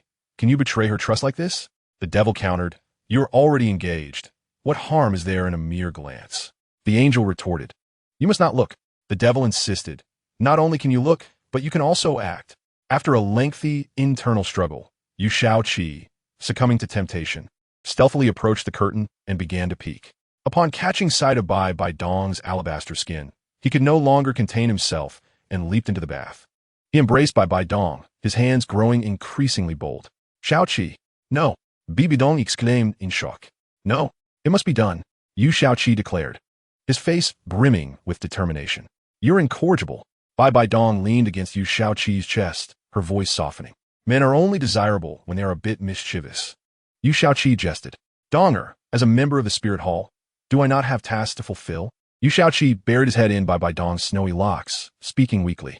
Of course, your primary duty is simply to keep yourself safe.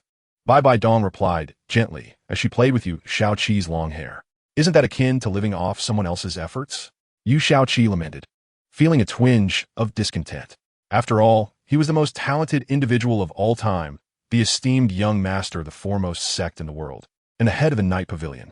With such multiple identities, it was others who were reaping the benefits of his status. Though it may be soft, is it not sweet? Bibi Dong chunked. After pondering for a moment, Yu Shaoqi resolutely declared, No, it shall not be. I cannot be the one living off you. It is I who must provide for you. Donger, you must assign me a task. Yu Shaoqi insisted earnestly. With the conversation reaching this point, Bai Bai Dong found it difficult to refuse him further and began to contemplate a suitable task for Yu Shaoqi. After a moment of reflection, Bai Bai Dong proposed, In that case, I shall assign a mission to your spirit hall. Yu Shaoqi's eyes sparkled with excitement. What task? Seeing his enthusiasm, Bai Bai Dong felt a flicker of joy in her heart. You are aware that I have a daughter named Qian Rinshui, correct? Yu Shaoqi nodded. She has been dispatched to the Tiando Empire since childhood, disguised as the Crown Prince Xue Qinghe, to facilitate the unification efforts of the Spirit Hall and minimize obstacles. At this critical juncture, numerous individuals are plotting to assassinate the Crown Prince to thwart Qian Rinshui's ascension, as her popularity threatens many vested interests. Thus, you will be assigned as her protector. Your sole task is to ensure her safety. It is quite simple, is it not? Bai Bai Dong gazed at Yu Shaoqi, a pang of melancholy stirring within her. She harbored deep affection for Qian Rinxue, yet felt unable to express it, as she was the child of another. Rest assured, I will ensure her safety. Ik Xiao Chi promised, placing a gintal kisuvivi dongistorit. Outside the spirit hall, in the square, a voice proclaimed, "Your name is Yumin, a seven-ring soul saint, and this is your insignia." Bai Bai Dong handed Yu Xiao Qi a token crafted from gold, inscribed with the character for protection. This signifies your rank as a golden guardian of the spirit hall, placing you on par with the elders, Bai Bai Dong reminded him earnestly. Is that all? Yu Xiaoqi inquired. Of course not. This is a mask. You must disguise yourself as another person. The finer details are for you to discern. Bibi Nong instructed seriously. Understood. Yu Xiaoqi replied, brimming with enthusiasm.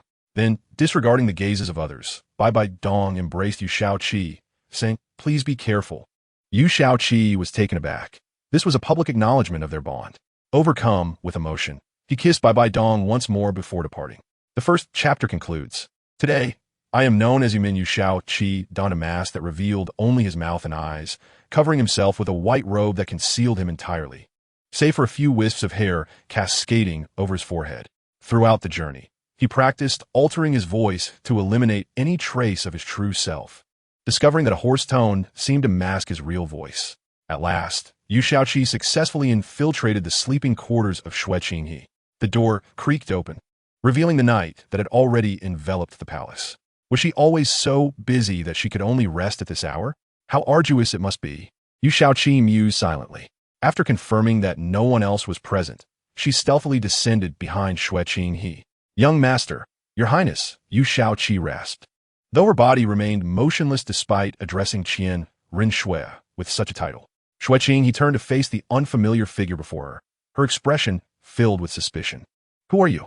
I do not believe we have met."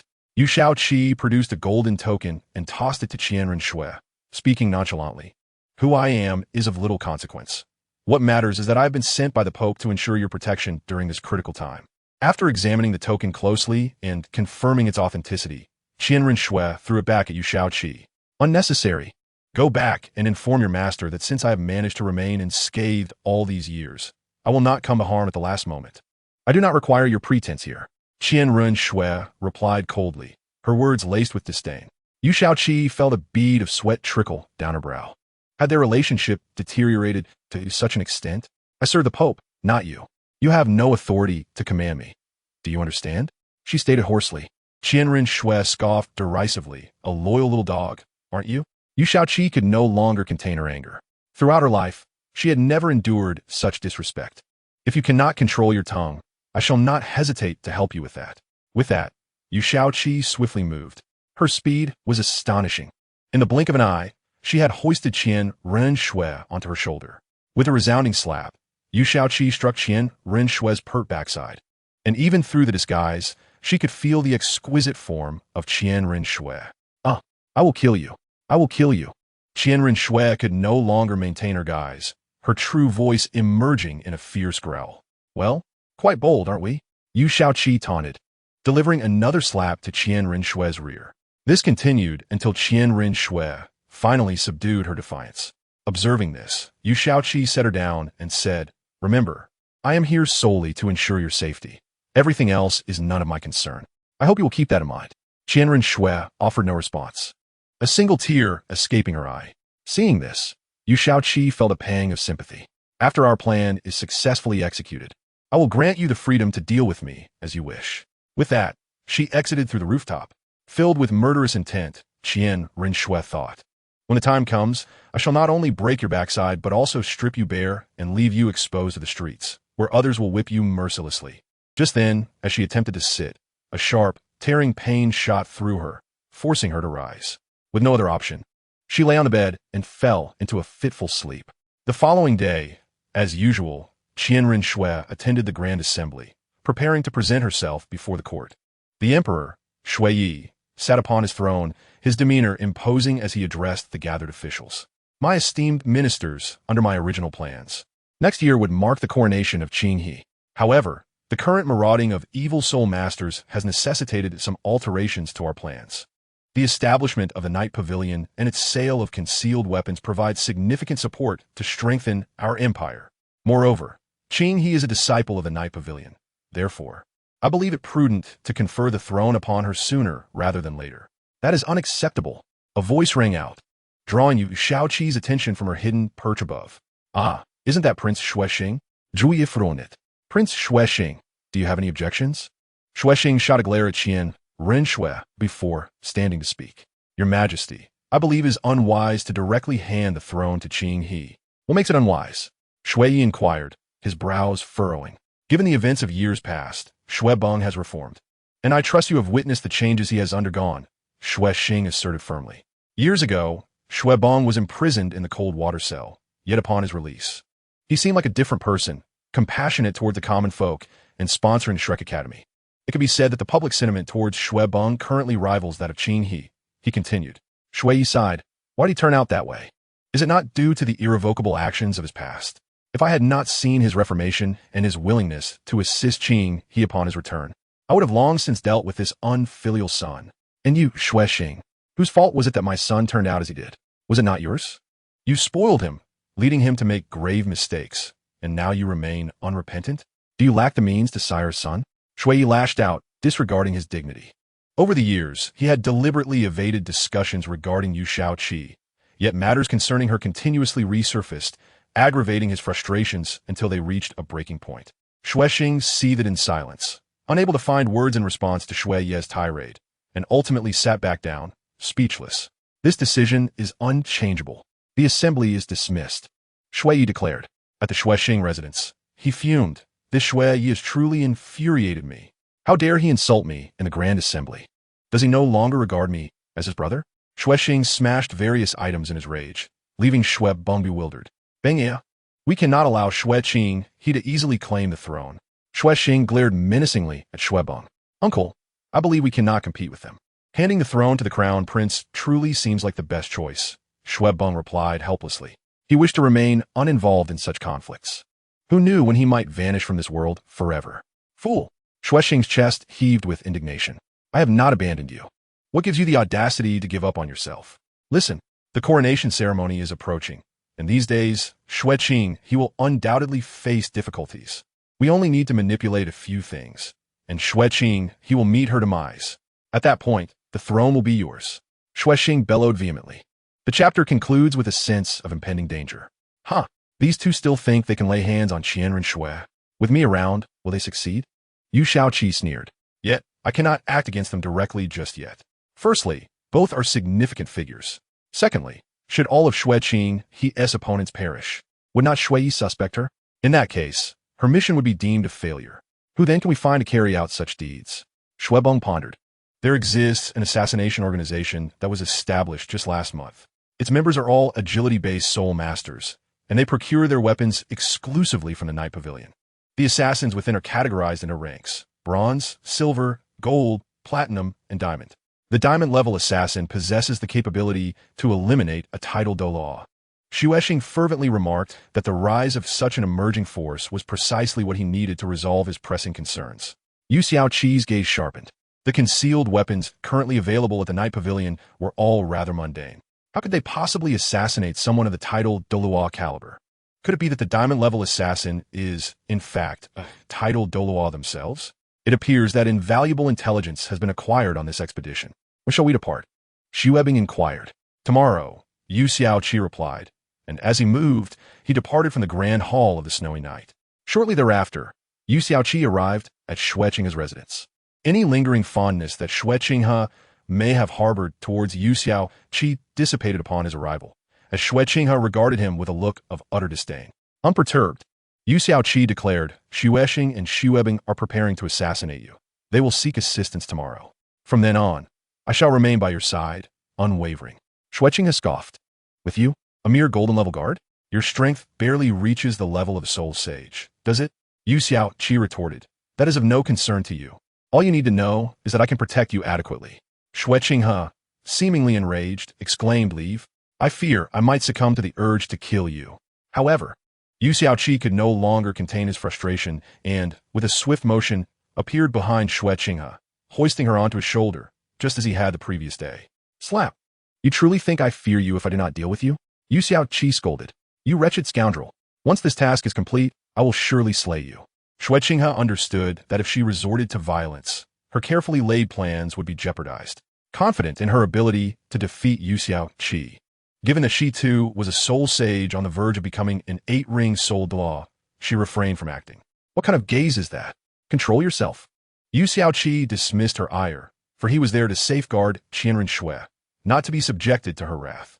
Although he yearned to reveal his true identity to Qianren Xue, he recognized that doing so would be futile. If she discovered his true self, it would likely lead to peril. Qianren Xue reluctantly diverted her gaze, tears streaming down her face, a manifestation of her humiliation. Realizing he had perhaps overstepped, Yu Xiaoqi set her down, a pang of guilt flooding his heart. His intentions were not malicious. He merely sought to admonish her regarding her attitude. What was your original plan for tomorrow? Yu Xiaoqi asked awkwardly. Qianren Xue, refusing to meet his eyes, replied, Tomorrow, I will be visiting Nodding City. This is no secret. The entire empire is aware. Were you unaware? Yu Xiaoqi sheepishly scratched the back of his head, then straightened himself, given that I have spent so long training outside. It is quite natural for me to be uninformed. I shall return here to escort you in the morning. You may concoct a suitable reason for my presence. With that, Yu Xiaoqi departed. Qianren Xue was left in a state of shock, her scalp tingling. The movements of that individual were strikingly reminiscent of someone she knew. The habitual gesture of scratching the back of the head and awkwardness was unique to Yu Xiaoqi. Could it truly be him? Did he possess the time to assist her with this task? Throughout the night, she struggled to find rest, continually contemplating whether this golden guard was indeed Yu Xiaoqi. Eventually, in the early hours, she succumbed to a deep slumber. At dawn, Yu Xiaoqi stealthily entered Xue Qinghe's residence. It is time to rise, he called out. Having found Qianren Xue sprawled across the bed in a starfish position, she merely rolled over, continuing her slumber. Yu Xiaoqi, left with no choice, approached and gently shook her. Raising his voice slightly, time to wake up, rise and shine. Qianren Xue cracked open her eyes, and upon seeing him, instinctively merged the figures of Yu Xiaoqi and her current perception. It was undeniably him. The hair color, the lips, the eyes. Only Yu Xiaoqi possessed such traits. How could she have been so slow to recognize him? Yet, Qianren Xue chose not to expose Yu Xiaoqi, deciding to play along with his charade. You may leave now, she said, a hint of warmth coloring her cheeks.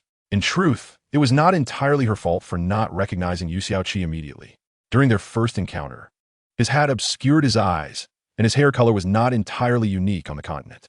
Additionally, he had deliberately altered his voice, making it quite reasonable that she failed to identify him earlier.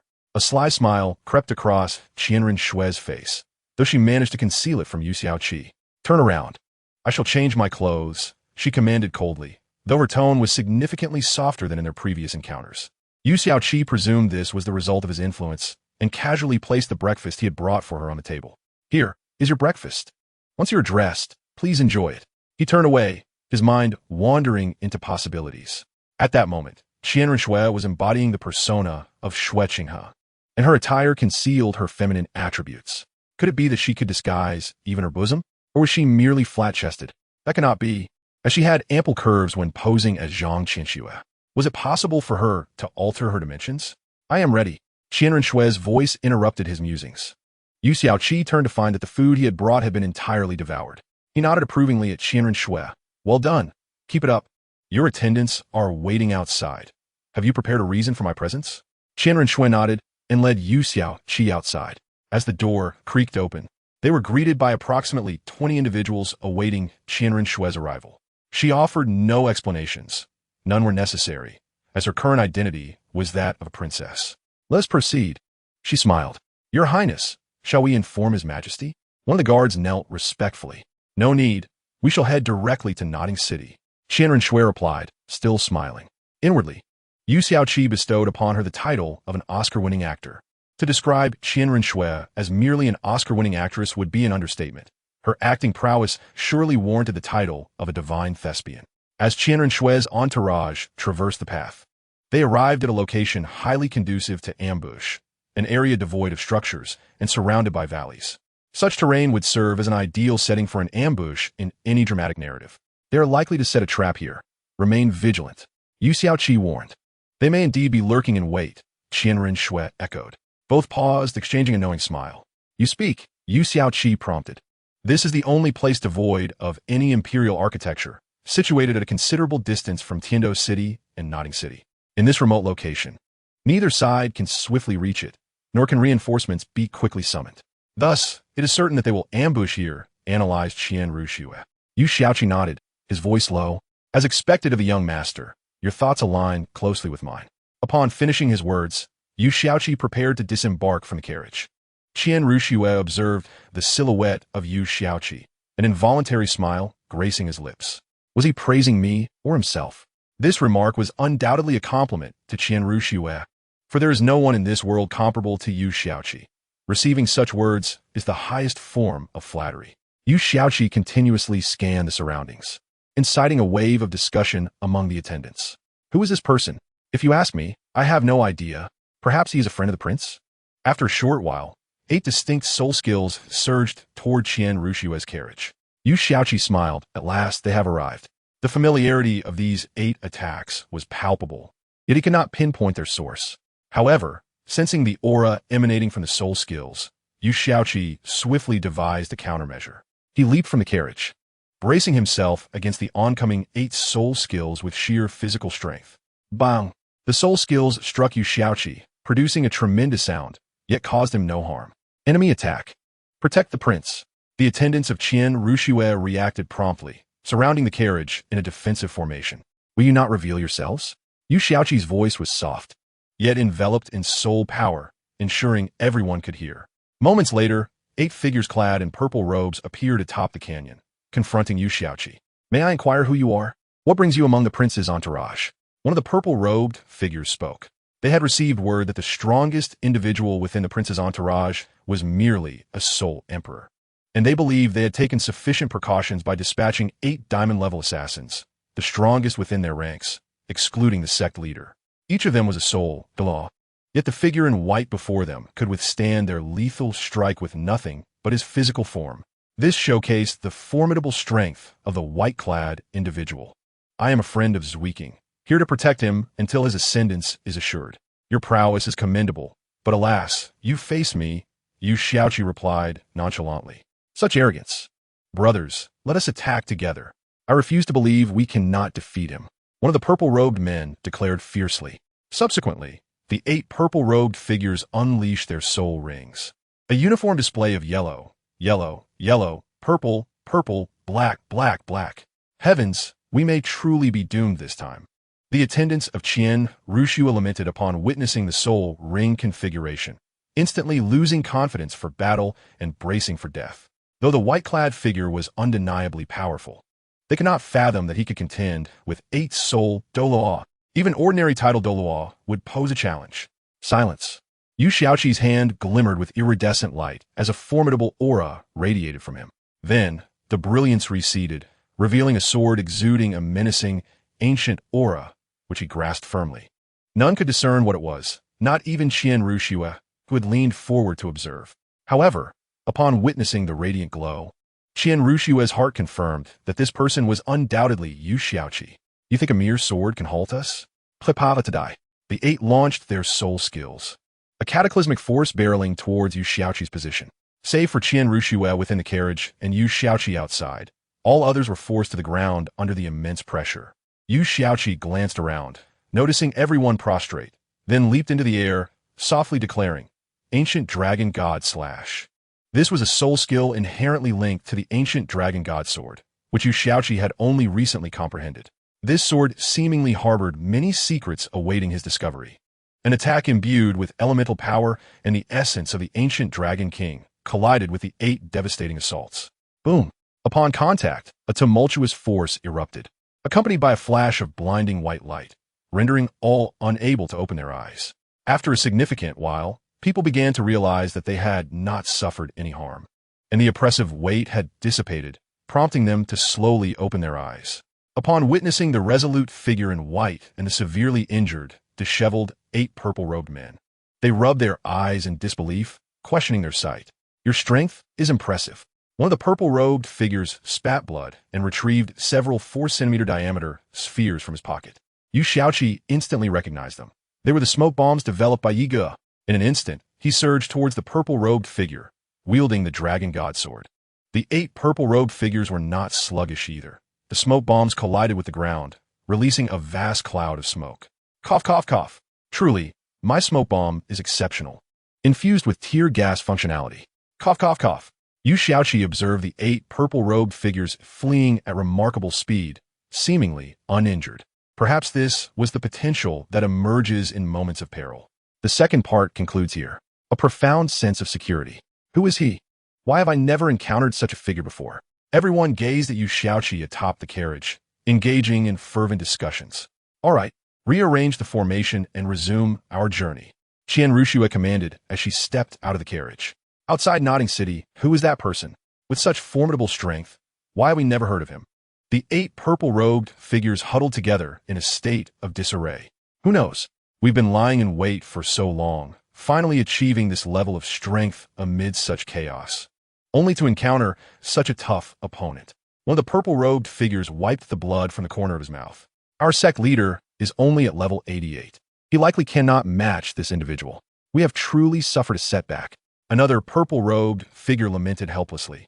Meanwhile, Qian Rushue's entourage finally arrived at Nodding City, successfully delivering her speech and further solidifying her standing in the hearts of the common people. On the return journey, Qian Ruxue coldly remarked, "Truly, a golden-level sycophant, demonstrating such formidable power." At that moment, Qian Ruxue was merely playing a part, teasing Yu Xiaoqi, for it had been quite some time, and doing nothing would have been far too dull. Are you asking for a reprimand? Yu Xiaoqi lowered his voice, feigning anger. Qian Ruxue smiled, feeling a sense of joy in listening to Yu Xiaoqi speak and witnessing his actions, though she could not quite grasp why. Seeing the expression on Qian Rushue's face, Yu Xiaoqi paused, realizing that he no longer intimidated her. After a long while, Qian Rushue's group finally arrived at Tiando City, the Tiando royal family. How did they return? Could it be that the assassination attempt failed? Xue Xing, gazing at the immaculate Qian Ruxue, speculated with indignation.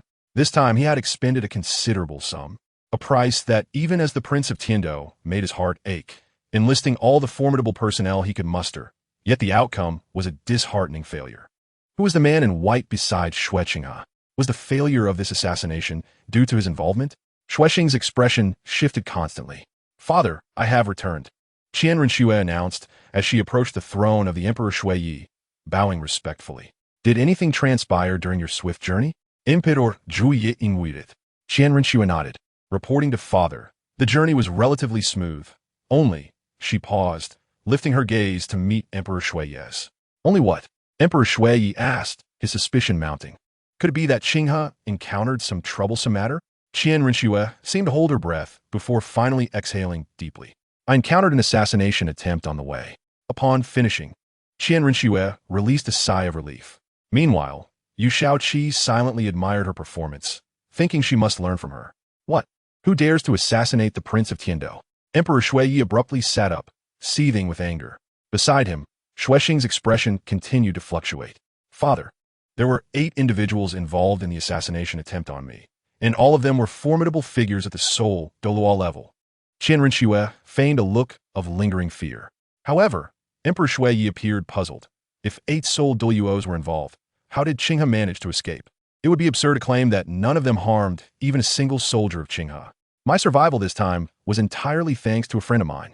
Qian Ruxue gestured towards Yu Xiaoqi with a smile. Damn it, why did you drag me into this? Yu Xiaoqi sighed. Oh, who is this? Emperor Shui Yi inquired with keen interest, signaling for Qian Ruxue to introduce her companion. This is my friend, named Yu Min, a truly exceptional powerhouse. When those 8 Seoul Douluos attacked him, Yu Min easily defeated them all, inflicting severe injuries. Qian Ruxue exclaimed excitedly. Emperor Shui Yi could no longer maintain his composure. His chest heaving, he stood and asked, May I inquire who you are, esteemed guest? Yu Xiaoqi feigned an aloof demeanor and replied coolly. I am known as Yu Min. Emperor Shui Yi nodded internally, recognizing that this individual was indeed remarkable. Your Majesty, I believe this is a conspiracy. Prince Xue Xing could no longer remain silent. If the conversation continued, he might find himself in dire straits. Oh, pray tell, what conspiracy do you speak of? Emperor Shui Yi regarded Prince Xue Xing with indifference. He had long ceased to hold any reverence for his elder brother, and now responded merely to preserve face, and nothing more. Unperturbed by Emperor Shui Yi's attitude, Xuexing addressed Yu Shaoqi. Since you are Yumin, may I ask your age? Yu Shaoqi replied. In my 20s. Xuexing chuckled. In your 20s, yet capable of easily defeating 8-soul Duluos in such a manner. Your strength and talent must rival that of Yu Shaoqi. Then might I ask, why have we never heard a whisper about you before? Before Yu Shaoqi could respond, Xuexing continued. We are all aware of Yu Shaoqi's illustrious name, and indeed the entire continent has heard of his exploits. Your prowess and talent clearly match his. Yet why have you remained in obscurity? Upon finishing, he turned to Emperor Shui and declared, Your Majesty, I believe this is a conspiracy.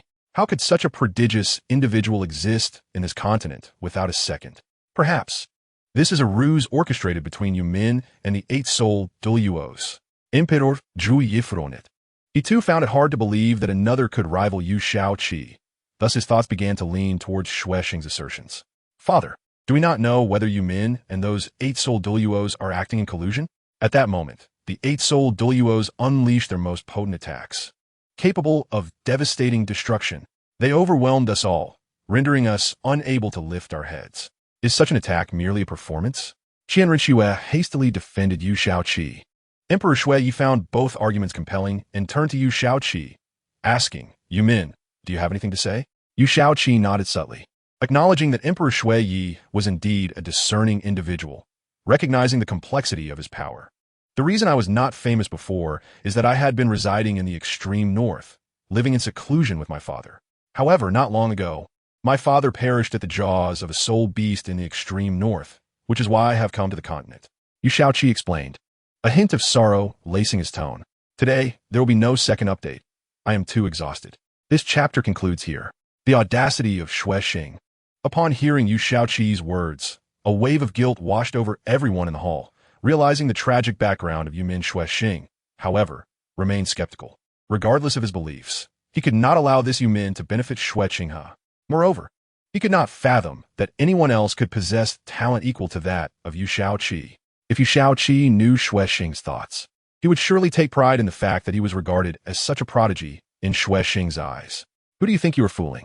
How could there possibly be two beings of unparalleled genius in this world? Your true appearance must be that of a middle-aged or even elderly person, right? To suddenly appear before us at such a critical moment and claim it is mere coincidence, who would believe that? Xuexing seized upon Yu Shaoqi's talent, emphasizing it as the most difficult point to accept.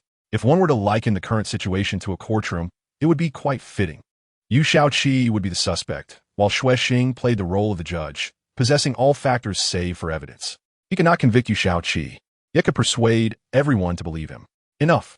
If you do not believe me, then I see no reason to remain here, Yu Shaoqi stated calmly, unwilling to offer further explanations, knowing that the more he explained, the more others would perceive it as a sign of weakness. Stop. Xuexing pressed further. Yu Shaoqi halted, turning to face Xuexing, his eyes filled with impatience. What else does Prince Xuexing desire? Xuexing, believing he had successfully caught Yu Shaoqi off guard, declared triumphantly, Your eagerness to leave indicates you indeed have something to hide. Therefore, we shall detain you for further investigation. You have no objections, I trust? Enough. Yumin is my friend. Not only do you fail to welcome him properly, but you also wish to detain my friend? What are your intentions? Before Yu Shaoqi could act, Qian Rinxue had already taken the initiative to intervene. Stepping forward, her demeanor remained composed, yet it was evident that she was incensed. Regardless of the circumstances, I am the next emperor, and Yumin is my friend. Is this how you treat a friend of the emperor? Xuexing, I still address you as uncle. Yet what of you? To thwart my ascension to the throne. You are prepared to go to any lengths, are you not? Those 8 men in purple robes are undoubtedly connected to you. Should you continue to harass my friend, do not blame me for turning against you. The Snow Knight Emperor regarded Xuexing with a look of satisfaction. Xuexing, I am, after all, your uncle. How can you speak to me in such a manner? Xuexing glared at Qian Rinxue, his voice laden with fury. An uncle? What kind of uncle harbors thoughts only of how to kill his own nephew? Such an uncle I cannot afford. Qian Rinxue replied indifferently. You wish to provoke Yu Shaoqi? Apologies, but do you believe yourself worthy? Enough. In the Great Hall, mind your words. This matter ends here. The Snow Knight Emperor could no longer endure the scene and interjected. He then turned to Yu Shaoqi, rising to perform a respectful gesture, stating, Young brother Yumin, I beg your pardon. I, Snow Knight, offer my apologies." This gesture prompted Yu Xiaoqi to regard him with newfound respect. "There is no fault on your part. Your Majesty need not apologize." Yu Xiaoqi waved his hand dismissively. "For now, I shall let this slide, but should Xuexing act in such a manner again," he trailed off, "then I shall strip him of his princely title." The Snow Knight Emperor declared coldly. "Very well," Yu Xiaoqi replied, then turned to exit the Grand Hall. "Qinghe, arrange accommodations for Mr. Yumin," commanded the Snow Knight Emperor to Qian Rinxue. She promptly followed Yu Xiaoqi out. At that moment, Xuexing felt as if he had swallowed excrement. Addressing the Snow Knight Emperor, "Do you truly believe a single word from Yumin?" The Snow Knight Emperor did not even glance at him, replying, "When have I ever required your counsel? Be mindful of your station." "Very well. Remember this, Snow Knight." Xuexing spat venomously before storming off. "Though I do not know who Yumin truly is, I am certain he harbors no ulterior motives." The Snow Knight Emperor mused. It was due to Xuexing's foolish actions alongside Shuelang that the Tiando Empire lost its alliance with the Shrek 9 monsters and the former Tiando royal team, leading to the heartache of the titled Duo who departed. The losses inflicted upon the empire by Xuexing far exceeded those of the Xingluo Empire. Now, he dares to offend this enigmatic powerhouse. I believe he is courting death. The Snow Knight Emperor felt a deep-seated disdain for Xuexing. In Xuexing's residence, he seethed. Does he still regard me as his elder brother? To treat me so callously in the Grand Hall. Since Snow Knight shows no mercy, I shan't be courteous. He vowed. You shall see. I, Xuexing, will ensure you do not have an easy time. He wreaked havoc in his hall, leaving the servants around him in a state of bewilderment. After venting his frustration for a while, Xuexing finally calmed down. These 8 elders of the Ziji sect are utterly useless. They cannot even handle a single Yumin. This will not stand. I must have a serious conversation with them. My money is not so easily acquired. After declaring this, he stood and bellowed, "Shui Bai, where are you?" Soon after, a remarkably burly man entered the hall. "Your Highness." The man, named Shui Bai, responded respectfully. Xuexing looked at his subordinate and felt a renewed sense of dignity as a prince. "Shui Bai, what is your current strength?" "To be honest with your Highness, I have reached level 79. If I were to combine my powers with my brother, no 8-ringed Dulau would dare to confront us." "Should be answered dutifully." "Your brother? Shui Kele? What is his strength?" Xuexing inquired with a smile. Shui Bai hastened to respond. "He has also attained level 77 as a soul sage." Xuexing burst into laughter. After he finished, he continued, "What about the strength of your disciples?" "To be honest with your Highness, I have a disciple with extraordinary talent. Even compared to previous graduates from Shrek, he is not lacking. At merely 35 years old, he has already reached 7-ringed soul sage. He is catching up to me." His teacher should be proclaimed proudly. "Having been occupied throughout the day, I have only managed to produce 1 chapter. I will provide more in the future when the opportunity arises." This chapter concludes. Xuexing, upon hearing Shui Kele's words, felt a surge of joy. "Excellent.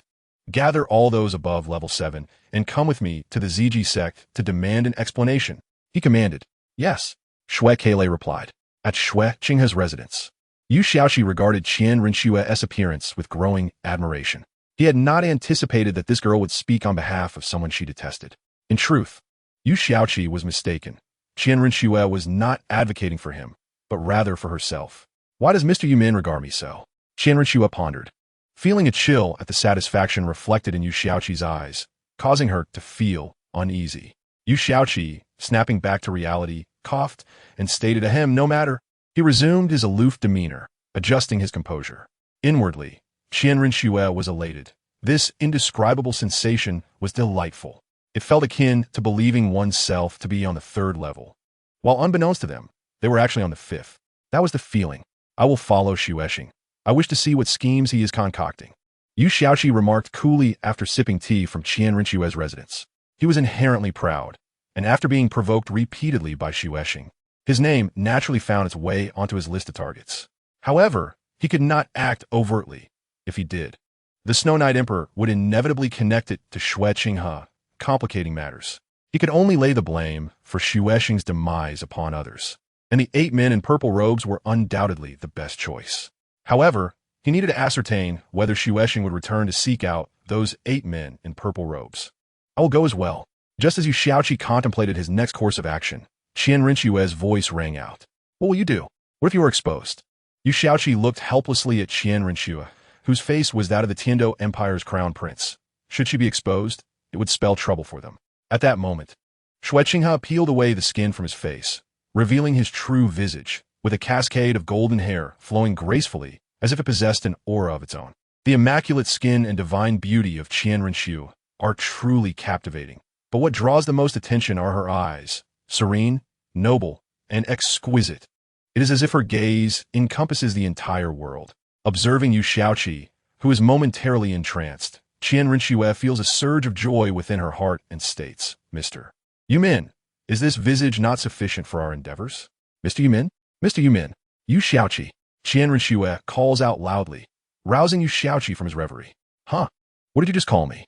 Yu Xiaoqi inquires, puzzled. I addressed you as Mr. Yumin. I called out several times, Qian Renshue replies calmly. Really? I could have sworn I heard Yu Xiaoqi. Is it possible I misheard? Yu Xiaoqi scratches the back of his head awkwardly, realizing his own lapse in composure. Yet, he cannot help but acknowledge that Qian Renshue's beauty indeed surpasses that of all the stars from his previous life. Mr. Yumin, with this appearance, I should be able to accompany you, correct? Qian Renshue states with a hint of nonchalance. However, Yu Xiaoqi shakes his head, replying, that is still not feasible. Why not? Qian Renshue asks, bewildered. You are too stunning. It makes you a target for unwanted attention, Yu Xiaoqi explains earnestly. Those who are being followed must avoid drawing attention to themselves. Otherwise, they risk being easily detected by the target. That is simple. I possess a mask to conceal my identity, Qian Renshue retorts, retrieving a black mask from her spatial soul guide. This mask, akin to Yu Xiaoqi's, reveals only her eyes and mouth. Upon receiving a compliment from Yu Xiaoqi, Qian Renshue feels an inexplicable joy, leaving her somewhat bewildered. Very well, but you must heed my commands in all your actions. Do you understand? Yu Xiaoqi says seriously. Uncertainly, he senses a shift in Qian Renshue's demeanor, though he cannot articulate what has changed. Understood, Qian Renshue replies. Without delay, do you have Black Cloak? Yu Xiaoqi inquires. Indeed, but how does it relate to our plans? Qian Renshue produces a black cloak with a hood from her spatial soul guide, a useful item for concealing one's true appearance. Yu Xiaoqi explains, it is quite simple. The target, Xue Xing, will undoubtedly venture out at night. During the day, he draws too much attention due to his status. His carriage and servants would be easily recognized on the streets, hence he can only go out at night. The black cloak is undoubtedly the best choice for stealth. Qian Renshue nods in agreement. That makes sense. We shall depart tonight. Yes, please change into your attire promptly. After instructing her, Yu Xiaoqi finds a spot to sit and meditate. Soon, night falls, and Yu Xiaoqi and Qian Renshue follow closely behind Xue Xing and his 10-man squad. To Yu Xiaoqi's astonishment, each member of Xue Xing's team possesses the strength of a 7-ring soul saint. It is truly remarkable that so many soul saints exist on the continent. After a considerable time, Xue Xing's group arrives at a secluded location within the Tiando Empire, where aside from a stone tablet, there are no signs of human presence. Xue Xing approaches the stone tablet, placing his right hand upon it, and unleashes a surge of soul power. Moments later, the stone tablet rumbles and shifts backward, revealing a 4-meter-long, 2-meter-wide opening connected to a staircase. Zi Wuqin, will you not emerge to provide an explanation? Xue Xing calls loudly into the opening. After a while, 9 figures clad in purple robes emerge, one of whom stands out with a unique robe adorned with a tower motif, although its nature remains unclear. Brother Xue, to what do I owe the pleasure of your visit to the ZG sect today? The man speaks, exuding an aura of authority with every gesture. Zi Wuqin, do you still remember our agreement? Xue Xing replies with a tone of anger. Zi Wuqing smiles calmly, of course. How could I forget a transaction worth 10 billion gold soul coins? It is likely to be etched in my memory for life. You are aware of its value? My request was simple, to assassinate one soul zone named Xue Qinghe. Is that too much to ask of you? Xue Xing retorts with palpable fury. But Xue Xing, you have stated that your target is merely a soul zone, yet you failed to mention that he is accompanied by an exceptionally strong individual. Have you only now come to seek my assistance? Why did you not disclose everything beforehand? That 10 billion gold soul coins will merely cover the medical expenses for my 8 injured brothers. Xue Xing's expression shifts. Medical expenses? Your 8 subordinates were severely injured? To the tune of 10 billion gold soul coins? Are you jesting with me? Zi Wuqing? Zi Wuqing's expression darkens. Had it not been for your concealment, my 8 brothers would not have been gravely wounded. Speak. Why have you come today? What is your purpose? Xing grins menacingly, a smile that makes Zi Wuqing feel that the ensuing events will be anything but simple. My objective is straightforward. I want you to assassinate Qinghe once again. The specifics of the plan are yours to devise. Agreed, but an additional 10 billion gold soul coins will be required for my personal involvement, Zi Wuqing states coldly. Zi Wuqing, do you think I'm negotiating with you? Xing bellows, signaling his 10 followers to step forward and release their soul rings. As Zi Wuqing gazes at the 10 soul saints before him, his eyes narrow. Do you intend to threaten me with just these 10 soul saints? My subordinate, Kele, along with his friend, possesses a martial soul fusion technique. Dealing with you will be a simple matter, and your 8 brothers are gravely injured, likely at less than 10% of their power. If your ZG sect refuses to comply, it will be a matter of mutual destruction. Do you think I fear you? Xing's voice drips with menace. Is my wealth so easily taken? Zi Wuqing begins to weigh his options, but before he can respond, Xing continues. The formidable individual accompanying your target is named Yumin. He has never appeared before, and this name is one I am hearing for the first time. Thus, I did not deliberately conceal anything from you. You only need to strike when Yumin is absent and eliminate a soul zone. This task should be quite simple. No, hidden in the shadows, Yu Xiaoqi and Qian Rinxue feel the tension rise. This is spiraling out of control, Yu Xiaoqi exclaims, anxiety flooding his heart as he never anticipated that Xing would command 10 soul saints. What is the issue? Isn't it merely an assassination? Let them handle it. Qian Rinxue chuckles. You know nothing. If we do not eliminate Xing now, we will find ourselves in real trouble. We must devise a plan to incite them into action. Yu Xiaoqi retorts sharply. Qian Rinxue, taken aback by Yu Xiaoqi's urgency, inadvertently pouts, her displeasure evident. I've got it. Yu Xiaoqi, struck by a sudden inspiration, promptly conceived an excellent plan. What is your current strength? She inquired. I have already attained the rank of Huansheng. Why do you ask?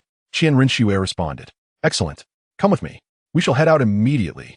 Yu Xiaoqi urged with urgency. Why? What is your plan? Qian Rinxue questioned, perplexed and entirely unaware of what was to follow. Oh, there is no time for explanations. Just follow me. Yu Xiaoqi grasped Qian Rinxue's hand and swiftly approached the gathered individuals. What a lively scene. Xing, it has been ages. Yu Xiaoqi whispered, hovering in the air. You mean? Are you following me? Xing quickly deduced that Yumin had indeed tracked him to this location. I have warned you not to challenge my limits repeatedly. I have already given you one chance, which you squandered. Yu Xiaoqi's tone was grave, as if she had already pronounced Xing's doom. Xing, filled with rage, retorted with a mocking smile. No matter how strong you are, can you withstand 10 Huansheng? Can you withstand 9 Handula? Surely, you are courting death. Yu Xiaoqi remained unfazed and turned to the likes of Zi Wuqing. Is the ZG zone intending to intervene? Zi Wuqing regarded Yu Xiaoqi, sensing the surge of soul power emanating from her. So is you who left my 8 brothers in such a state? Zi Wuqing's voice was icy. Yu Xiaoqi smiled nonchalantly, outwardly composed, yet inwardly cursing. Damn it, they have indeed allied.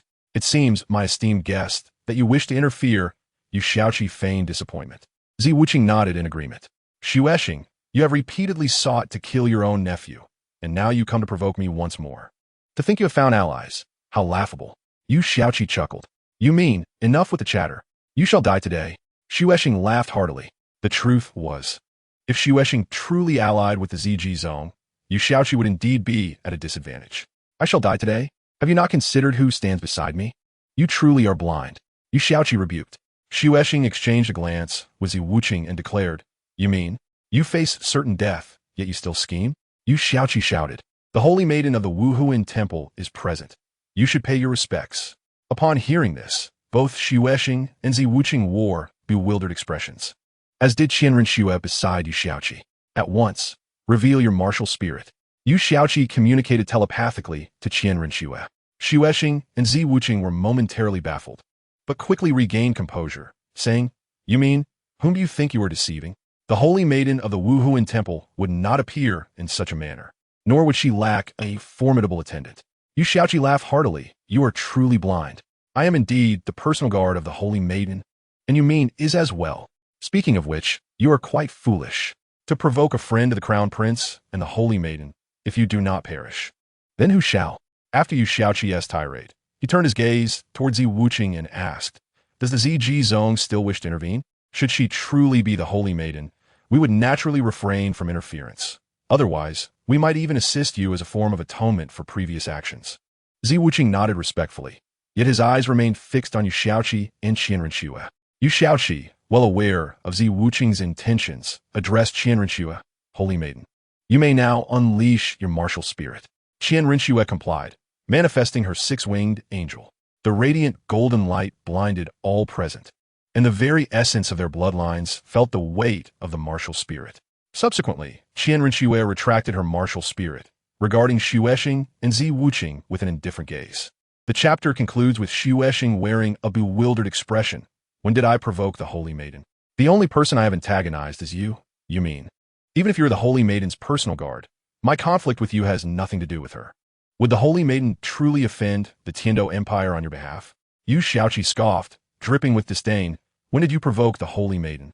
I am specifically assigned by the Holy Maiden to protect the Crown Prince, while you conspire with the ZG Zone to assassinate him. Had I not possessed formidable strength and successfully safeguarded the Crown Prince, I would have perished during that assassination. Moreover, during our previous encounter in the Grand Hall, you disrespected me. I provided you with an opportunity, yet you remained oblivious. To disrespect me is to disrespect the Holy Maiden. It is a slight against the Wuhuan Temple. Now, you must pay a price for your actions." Yu Shaoqi's words not only instilled fear in Xuexing and his companions, but also terrified the members of the ZG Zone. Before Xuexing or the ZG Zone could respond, Yu Shaoqi continued, "And you, ZG Zone, although ignorance may absolve one of guilt, your actions have incited the wrath of the Holy Maiden. Prepare for your family's annihilation." This declaration caused the members of the ZG Zone to tremble in fear. And Zi Wuqing hastily pleaded, "Holy Maiden, I truly recognize my errors. Please grant us another chance to redeem ourselves." Qian Renxue discreetly glanced at Yu Shaoqi, who communicated telepathically. "Simply state that if they wish to atone, they must eliminate Xuexing and his companions. Conversely, if they desire my forgiveness, they must simply survive." After absorbing Yu Shaoqi's words, Qian Renxue secretly chuckled, realizing Yu Shaoqi's cunning nature. Nevertheless, she maintained a cool demeanor, stating, "If the ZG Zone seeks redemption, then they must kill everyone with Xuexing, including him." Xuexing, gripped by fear, quickly knelt and implored, "I had no idea that Lord Yumin was the Holy Maiden's personal guard. I begged the Holy Maiden for a chance at redemption." Qian Renxue's face flushed crimson, not from any other reason, but because she struggled to contain her laughter. "Very well. If you can withstand the assault of the ZG Zone and survive, I shall overlook your transgressions." Qian Renxue's face was still red, but under the cover of night. Xuexing and the ZG Zone did not notice. Xuexing immediately expressed his gratitude to Qian Renxue with a series of bows. This was a glimmer of hope he must seize. Meanwhile, Zi Wuqing's expression darkened. Their group of 9 had 8 severely injured and unable to recover, while Xuexing's side possessed equal strength. Should a battle ensue, the surviving faction would undoubtedly suffer immense losses. However, they had no choice. The Wuhuan Temple was not an entity they could afford to offend. Engaging in conflict with Xuexing presented a slim chance of survival. But confronting the Wuhuan Temple would guarantee their demise. "Xuexing, you are paying for your life with money. You are buying your mother's life. Today, I will surely kill you. No one can stop me. I swear it." Zi Wuqing could only vent all his pent-up frustration and anger on Xuexing. He had just taken his first step, yet he found himself facing annihilation, all due to the man before him. Enough with the meaningless words. Your ZG Zone is no saint either. Brothers, charge. Xuexing had countless insults prepared for Zi Wuqing, but at this moment, he could not utter a single one. For such words would surely offend Yumin and the Wuhuan Temple. Kill. Exterminate. Let them perish. Xuexing's sycophants deserve death. The 9 of you are the ones. It would be better to remain still, allowing us to slay you. At least you could accumulate some merit. Otherwise, you might not even find a place in hell. On Xuexing's side, there were 10 soul saints, with 2 capable of utilizing soul fusion techniques. Their soul ring configurations were predominantly white and yellow, with a mix of purple and black. In stark contrast, the ZG Zone's arrangement was far superior, boasting a configuration of yellow, yellow, purple, purple, purple, black, black, black. Zi Wuqing, in particular, had the optimal soul ring configuration. Yellow, yellow, purple, purple, purple, black, black, black, black. As the two sides clashed, they appeared evenly matched. Victory would undoubtedly hinge on the coordination of both teams. Eventually, Zhizong triumphed, as the 9 brothers, being close-knit, coordinated seamlessly, far surpassing Xuexing's side. However, the price they paid was exceedingly grim. All 9 perished, save for Ziwuqing, who sustained grievous injuries. Meanwhile, Xuexing's side was completely annihilated. Clap, clap, clap. Yu Xiaoqi clapped his hands in satisfaction, grinning, truly worthy of a sect leader. Your strength is indeed formidable. Ziwuqing turned, revealing a smile more grotesque than tears, and said, Lord Yumin, may I beg for my life? Yu Xiaoqi replied, I had intended to spare you, yet after witnessing your battle, I can no longer do so. Yumin, what do you mean by this? I have fulfilled my promise to you. What more do you want from me? Ziwuqing's expression shifted, fury overtook him, and he coughed up a mouthful of blood. Ziwuqing, you are not from the Douluo continent, are you? Yu Xiaoqi's smile faded, replaced by seriousness as he scrutinized Ziwuqing. He finally recognized the familiar aura emanating from the 8 purple-robed figures. It was the distinct essence of those from the Yoming continent, rife with malevolence. Although it was but a trace, he could not be entirely certain until he witnessed Ziwuqing's attack, which confirmed his suspicions. Ziwuqing was undoubtedly linked to the Yoming continent, despite Ziwuqing's attempts at concealment. The moment he was gravely injured, that sinister aura was inadvertently revealed. Though it was quickly retracted, it had already been captured by Yu Xiaoqi. Lord Yumin, what does this mean? Are you simply going to hurl dirt at me? Ziwuqing fell silent, regaining his composure. Witnessing Ziwuqing's demeanor, Yu Xiaoqi became even more certain that something was amiss with him. I initially intended to eliminate Xuexing, but unexpectedly, it became a twofold accomplishment. Without further ado, Yu Xiaoqi approached to end Ziwuqing's life. As for the demise of Xuexinghe, given the current circumstances, those sinister soul masters have already quietly infiltrated our continent. We simply do not know their stronghold's location. To think we inadvertently dealt with one, it is quite satisfactory. Yu Xiaoqi revealed a wicked smile. Qian Ruinxue appeared momentarily dazed. The sinister smile, though hidden behind a mask, exuded an eerie charm, undeniably handsome. Your Highness, the Saintess Xuexing is dead. What are your plans now? Yu Xiaoqi inquired as he approached Qian Ruinxue. Now I have nearly completed what needed to be done, and I have grown weary of this masquerade after so many years. I do not wish to continue. Qian Ruinxue quickly regained her composure, her words laced with disdain. Is that so? If you wish to cease, then cease. Yu Xiaoqi lowered his voice, attempting to persuade her. A woman dedicates over a decade of her life. How many such decades does one have in a lifetime? The value of youth cannot be measured by material wealth or power. But if we have reached this point, abandoning it now might lead to total loss. Qian Ruinxue's face was etched with struggle, yet her mask concealed her true feelings. To be honest, even if everything were lost, it would not matter. The Wuhuan Temple's current strength allows them to act openly and boldly. For no one would refuse a force as powerful and beloved by the people as the Wuhuan Temple. Moreover, does the temple not have the white garb sex Yu Xiaoqi? With him at the helm, does not everything fall into place? Therefore, you can abandon your pursuit right now. Yu Xiaoqi lowered his voice, simultaneously praising himself while persuading Qian Ruinxue. Initially, Qian Ruinxue found Yu Xiaoqi's reasoning quite sound, but upon hearing him boast about himself, she could not help but feel speechless. Was it appropriate to commend oneself so grandiosely? However, she indeed found merit in Yu Xiaoqi's words and replied, Very well. Then I shall relinquish my ambitions. You see, if I abandon it, what then? What? You give up so easily? Yu Xiaoqi had intended to continue persuading her. But to his surprise, Qian Ruinxue was swayed by his words. She found the situation somewhat amusing. The man had revealed his original voice, clearly not a competent actor. What? I believe what you said holds great wisdom. Qian Ruinxue chuckled. So? Yu Xiaoqi asked. Thus, I will relinquish it. Qian Ruinxue replied with a smile. Looking at the speechless Yu Xiaoqi, Qian Ruinxue leaned in and pressed her lips against his. Just as they were about to take a step further, Yu Xiaoqi finally reacted, pushing Qian Ruinxue away. Your Highness, the Saintess, please maintain your decorum. Yu Xiaoqi's voice was filled with anger. After all, he was Yumin. Qian Ruinxue had boldly kissed him, seeking to advance their relationship. He had begun to regard her as one of his future brides, yet he never anticipated her audacity. Although he was originally Yu Xiaoqi, he felt a strange discomfort, a mix of agitation and fury. What is the matter? Qian Ruin Xue appeared dejected. Yet she suppressed her grievances and asked, Your Highness, it has been rumored within the Wuhuan Temple that you harbor feelings for Yu Xiaoqi. I too was once a firm believer in that gossip. Yet why do you treat me thus? Yu Xiaoqi held back the tumultuous emotions within him. This time, it was Qian Ruin Xue's turn to be taken aback. Had he become too engrossed in his role? Did he still consider himself, you mean? What is the matter? It is merely a rumor.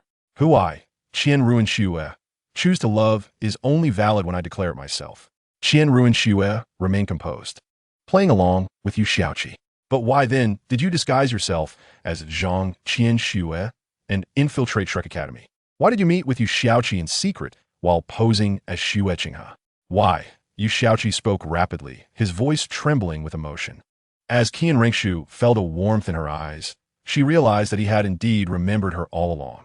Back in the Grand Soul Arena, she had been captivated by the man before her, and later, at Tiando Royal Academy, she became certain that she had genuinely developed feelings for him. When he transformed into Yu Min and approached her, the joy she experienced was unmistakable.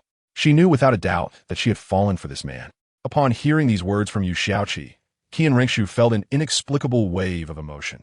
He, like her, had unconsciously fallen for her. Seeing Qian Ringshu's eyes brimmed with tears, Yu Xiaoqi took a deep breath and said, Your Highness, I apologize for my indiscretion. He turned to leave, but as he did, tears cascaded down his cheeks. Was it merely a one-sided affection? Stop right there. Were it not for my knowledge of your true identity, I would not have acted so impulsively. I was merely teasing you, Xiaoqi, Qian Ringshu expressed, touched by the moment.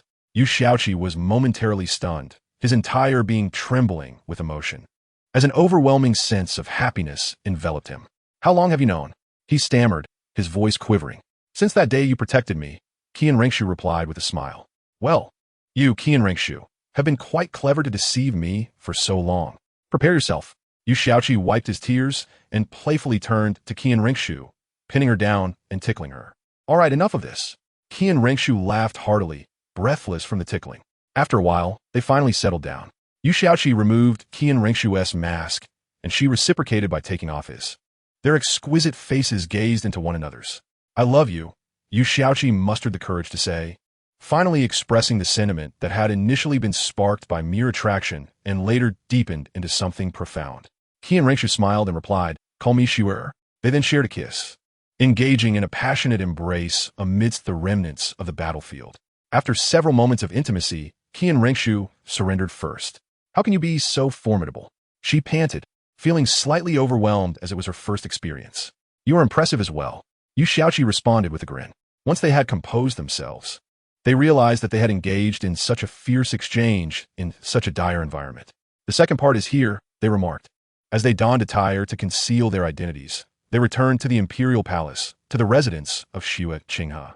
Now that you have resolved to disengage, we must discuss the next steps, Yu Xiaoqi said, removing his mask as soon as he entered the room. Indeed, I have envisioned numerous scenarios in my mind and have devised a perfect plan. Qian Ringshu, now disguised as Xue Qinghe, exhibited the demeanor of a lovesick girl, creating a rather disconcerting image. Oh, what a folly I have committed. Yu Xiaoqi realized the gravity of his previous actions. The three women of the spirit hall, Hope Bibidong, her disciple Hu Laina, and Bibidong's daughter Qian Ringshu, were all his fiancées. The complexity of these relationships would undoubtedly become a source of headache for him. He thought to himself, but he could never reveal this to Qian Ringshu. He would keep the secret for as long as possible. Oh, how many times have you simulated this in your mind? Yu Xiaoqi inquired with interest. Qian Ringshu fell into a reverie, and after a moment, she spoke. Since I became Xue Qinghe, I have grown weary of this matter. Every night before sleeping, I imagine not having to fulfill this role. Over time, I have detailed every aspect of abandoning my responsibilities in my mind. A young girl, who had never known a true family, was trained from a young age to become an Oscar-worthy actress, thrust into the Tiando Empire to become a prince who must juggle numerous duties while grappling with the associated anguish. Yu Xiaoqi gently removed Qian Ringshu's disguise, tenderly stroking her hair before placing his palm on her cheek, enveloping her face entirely with his hand. Do not worry, I will ensure that you never suffer again, he assured her softly. Even the icy goddess Qian Ringshu felt tears welling in her eyes, She had never genuinely experienced care until now. The concern she had received from the person before her, from the time she transformed into Zhang Qianxue at Tiando Royal Academy to the present, was all bestowed upon her by him. Perhaps Bibidong also genuinely cared for Qian Ringshu, but she would never express that concern overtly. Qian Ringshu resolutely wiped away her impending tears. Smiling softly, "I believe in you." Yu Xiaoqi swiftly changed the subject. "So what is your plan?" Qian Ringshu pondered for a moment. Organizing her thoughts before her tone returned to its usual coolness. "It is quite simple. I merely need to die. Of course, I mean the death of Xue Qinghe. Not myself. Once I am gone, the position of prince will naturally revert to Xu Ebeng. This plan is mutually beneficial. But we must ensure Xu Ebeng becomes one of us, and we must also find a capable assassin and coordinate with them. Your strength is formidable, so the assassin's prowess must match, or else the assassination will lack credibility. Ultimately, I will escape, and the Spirit Hall's plans will remain unaffected." As Yu Xiaoqi listened to Qian Ringshu's exposition, he contemplated the feasibility of her plan, concluding that it was indeed a brilliant strategy. "This is truly a commendable plan. You are exceptionally clever," Yu Xiaoqi said, affectionately ruffling Qian Ringshu's hair. She flushed with embarrassment from the compliment. All right, but finding an assassin will be challenging. If we enlist the elders of the Spirit Hall, it may not work out and could implicate them. However, if we seek others, do not fret. I already have candidates for the assassin in mind," Yu Xiaoqi declared confidently. While there may not be many in the younger generation who could rival his strength, several matched his caliber. "Who were they?" Qian Ringshu asked, puzzled. There were indeed many capable individuals, but those were often renowned titled Douluos. And recruiting them would be no easy feat. "Have you forgotten about my Jiu Yao and the Seven Monsters?" Yu Xiaoqi chuckled. Upon hearing this, Qian Ringshu's eyes widened in realization, gleaming with excitement. "If they join forces, then it will be no problem. Jiu Yao can distract you while pretending to match your strength, and then feign defeat before attempting to escape. You certainly cannot allow them to escape easily. Thus, you must pursue them. Subsequently, the 7 hidden figures surrounding us will launch an assassination attempt, ideally rendering me into a state of apparent death. Once they ascertain my demise, you shall carry me away. This way, I can make a flawless escape." As Qian Ringshu spoke with growing excitement, she looked at Yu Xiaoqi with delight. Yu Xiaoqi, with a fond smile, kissed Qian Ringshu's cheek and said, "You are quite the clever little one. Now, we must work in tandem." Qian Ringshu, her cheeks slightly flushed, nodded. She couldn't help but wonder why this person was always so touchy-feely. "You shall handle the matters regarding Xu Yadadi and Xu Ebeng, while I will take charge of preparing the assassination plan. We shall commence tomorrow," declared Yu Xiaoqi. "And what of tonight?" Qian Ringshu asked, perplexed. "Wouldn't it be better to act now for swifter results?" Tonight, we shall attend to certain necessary affairs," replied Yu Xiaoqi with a mischievous grin. Before transforming into a ravenous wolf and pouncing on Qian Ringshu, the two of them tumbled on the large bed, exploring various positions and movements. This part is omitted for brevity.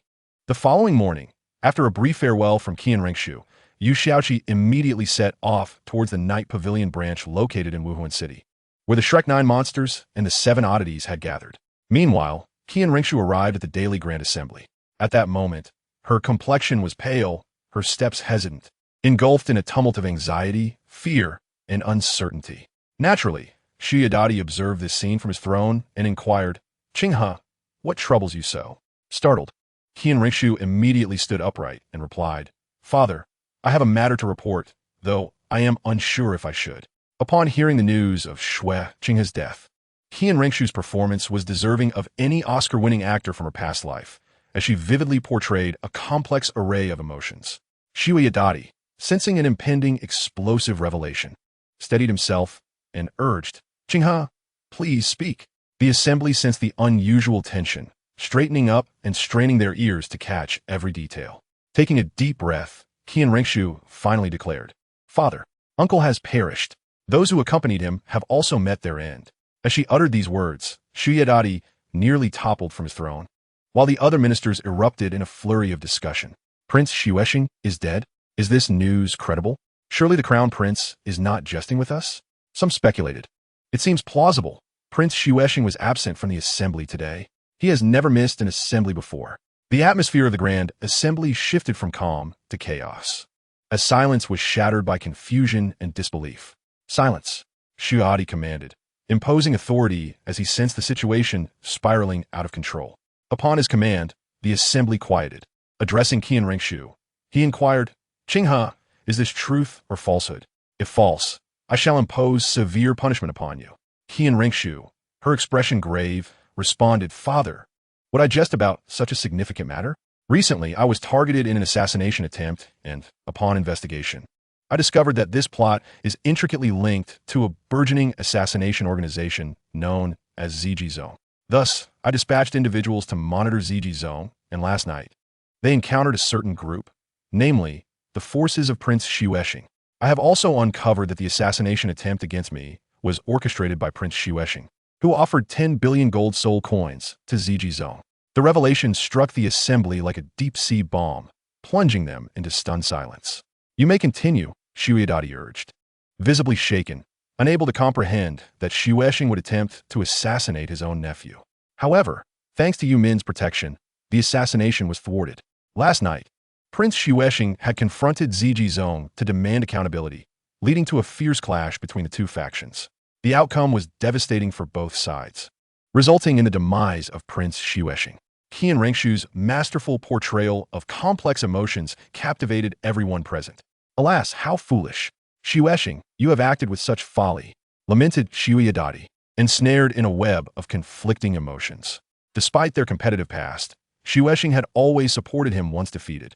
Why then did they falter in front of the younger generation? Observing Xuye's reaction, Qian Ringshu recognized that her narrative had convinced all present. After a long pause, Xueyadadi finally regained composure and inquired, "And what of ZG Zone?" "It has been eradicated, with 8 of its 9 leaders slain and the remaining 1 gravely injured, succumbing to excessive blood loss," Qian Ringshu replied. Xueyadadi appeared to age a decade, gesturing for silence as he fell into contemplation. "Father, I believe we should hold a memorial for Uncle." Allowing the citizens of the empire to mourn him, Qian Ringshu asserted, seizing the moment and adopting a righteous demeanor. Xueyadadi nodded in approval and remarked, "This is well. Qinghe, you are increasingly resembling a sovereign of the realm. A capable ruler understands that there are no eternal friends, only perpetual interests. Your actions undoubtedly establish a benevolent image in the hearts of both citizens and ministers. Your praise is unwarranted, Father," Qian Ringshu humbly replied. Xueyadadi then asked, "When do you propose we hold the memorial?" After a moment of feigned contemplation, Qian Ringshu suggested, "The sooner, the better. The longer we delay, the more others may perceive it as a mere ploy to garner public favor before my ascension. Hence, I believe tomorrow would be most opportune." Xueyadadi nodded. "Then we shall hold Prince Xuexing's memorial tomorrow." After the grand assembly concluded, Qian Ringshu approached Xuebing. "Elder brother, do you have something to discuss?" Xuebing inquired weakly, revealing his profound sorrow, as the deceased had been the one who had cared for him throughout his life. "Brother, I have an important matter to discuss with you. May I visit your estate?" Qian Ringshu proposed. Xuebing shook his head. "If this pertains to how I should assist you henceforth, it is unnecessary. I am not in the mood for such discussions." Qian Ringshu, however, shook her head. "It is not about that at all." Xuebing paused, wondering what else could possibly be of interest to discuss with his elder brother. "Brother, please follow me," said Xuelang, leading the way, accompanied by his attendant. The two eventually arrived at the residence of Xuelang. At the request of Qian Ringshu, Xuelang dismissed everyone present in the hall. "Brother, I have come to ask you something important," Qian Ringshu said slowly after sipping her tea. "Please go ahead," Xuelang replied nonchalantly, still processing the news of Xuexing's death. "Do you wish to become the crown prince?" Qian Ringshu inquired with a smile that belied the intensity of her gaze fixed on Xuelang. The unexpected question startled Xuelang, and he quickly responded, "Brother, what do you mean? I don't quite understand." With a sigh, Qian Ringshu stated, "To be frank, I am truly weary of it all. I have no desire to be the crown prince. I wish to pass that title to you." Xuelang was taken aback, drenched in cold sweat. "Brother, you must be joking. This is no laughing matter." Qian Ringshu, however, maintained a serious demeanor. "I am entirely sincere." The two locked eyes for a moment, and ultimately, Xuelang relented. "All right then, brother, what brings you to such a conclusion?" he asked, intrigued. Qian Ringshu took a moment to gather his thoughts before articulating, "Currently, both great empires are embroiled in intense conflict, and war will only impede our progress. To genuinely improve our situation, we must achieve unification. Otherwise, the continent's future is bleak." The Wuhuan Temple aims for this unification, and with its strength, the combined forces of both empires are no match for it. But what about the 7 great sects? Most of the continent's elite forces are divided among the Wuhuan Temple and the 7 great sects, are they not? Before Qian Rinxue could continue, Xuelang interjected, "Indeed, you are correct. However, the 7 great sects cannot impede the Wuhuan Temple, as their actions are entirely justified, even if it may infringe upon their interests. As far as I know, the continent's foremost sect, the Blue Lightning Tyrant Dragon sect, along with the 7 Treasures Glazed Tile sect and the prestigious Shrek Academy, maintain amicable relations with the Wuhuan Temple. They cannot be oblivious to the Wuhuan Temple's intentions, so why do they persist in this manner?" The answer seemed straightforward to Qian Rinxue. Because Yu Shaojiang and Ning Rongrong represent 2 major sects, and their stance towards the Wuhuan Temple is exceedingly favorable. Moreover, the 9 demons and the 7 monsters represent Shrek Academy, with Dai Mubai symbolizing the Xinglua Empire. In essence, even our adversaries support the Wuhuan Temple's endeavors. How long do you think we can resist? Qian Rinxue smiled gently at Xuelang, who appeared increasingly perplexed. "Then why would you wish to pass the title of Crown Prince to me?" he asked. With an air of nonchalance, Qian Rinxue responded, "It is simple. My ambition is to become a true emperor. It seems that this is no longer feasible, but if one day the Wuhuan Temple approaches for negotiations, you need only to act accordingly. The Wuhuan Temple will not neglect you. As for me, I wish to travel across the continent." Xuelang was momentarily taken aback, but quickly regained his composure. "Even if you wish to relinquish the title, our father would never consent." Qian Rinxue chuckled. "I have naturally considered that. The solution is simple. If I were to die, you would become the crown prince." Xuelang paused in shock, but a moment later, his mind raced to a conclusion. "Are you suggesting a fake death?" "Precisely." Qian Rinxue commended him. "However, I shall not divulge the specifics. Let me reiterate, do not oppose the Wuhuan Temple. Otherwise, our Tiando royal family will face total annihilation. Submitting may allow for a favorable position. Remember this." With Xuelang's fervent assurances, Qian Rinxue walked away, satisfied. Meanwhile, in the heart of Wuhuan City, a grand edifice of purple-black hue stood tall, adorned with an imposing sign that read Night Pavilion. "Xiaosan, what have you been up to these days?" Yu Shaojiang inquired from his elevated seat, addressing Tang San and the others. "Brother 7, during this time, we have obliterated a total of 20 strongholds in the underworld continent, and we have obtained crucial intelligence." Xiaosan reported with a smile. I'll take this one. Yu Shaojiang interjected. "It seems the underworld continent is preparing to launch a full-scale attack against us, potentially within a few years, or perhaps delayed, but it will not be too far off. Those wretched beings will eventually be eradicated.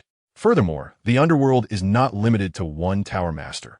There are 10 vice tower masters, each at the semi-divine level."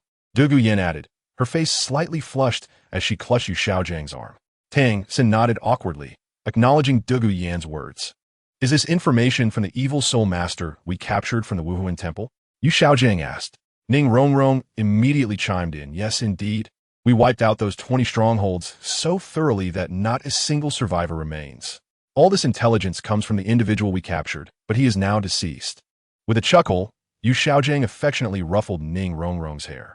He genuinely missed his wives, but the myriad events of recent years had caused him to overlook that aspect of his life. "I hurried back to seek your assistance with a matter that pertains to the development of our Douluo continent." After chatting for some time, Yu Shaojiang finally revealed his purpose for returning. "What is it, Brother 7? Is it more significant than our expedition to Sea God Island?" Ma Hongjun and Oscar began their playful banter. Yu Shaojiang couldn't help but laugh at their antics before adopting a serious tone. "I need you to assassinate the crown prince of the Tiando Empire, Xueqinghe."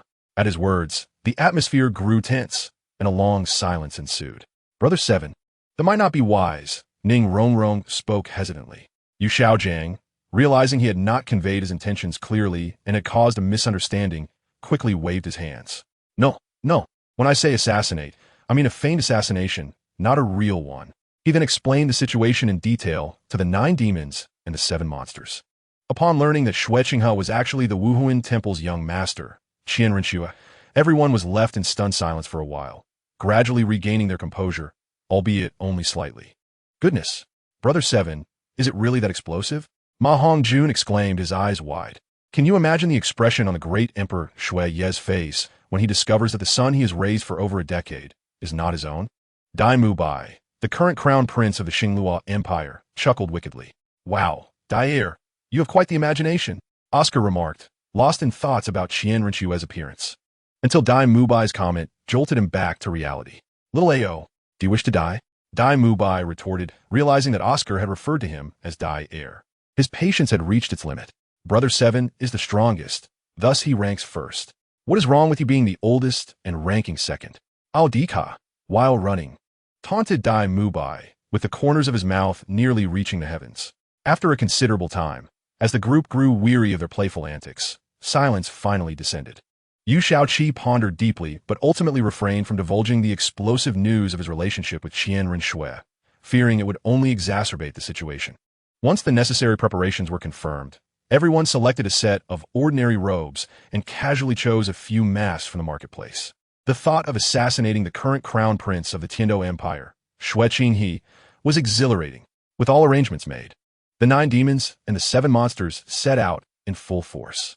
This chapter consists of only one section, so please bear with me, for it is innocent. The enraged Emperor Xue Yi conducted a mourning ceremony for Prince Xue Xing in the vast Tiando Square, which had been transformed into a grand sight of grief, attracting many civilians. Meanwhile, the Shrek 9 demons and the Shrek 5 monsters concealed themselves among the crowd. Imperial soldiers surrounded the area, attentively observing their surroundings, tasked with safeguarding the safety of Emperor Xue Yi and the Crown Prince, as well as maintaining order at the event. The coffin of Prince Xue Xing was placed at the center of the mourning ceremony, yet it only contained the clothes he once wore. Unfortunately, Emperor Xue Yi had exerted every effort to locate Prince Xue Xing's remains on the battlefield, but had found nothing, likely due to someone having disposed of them.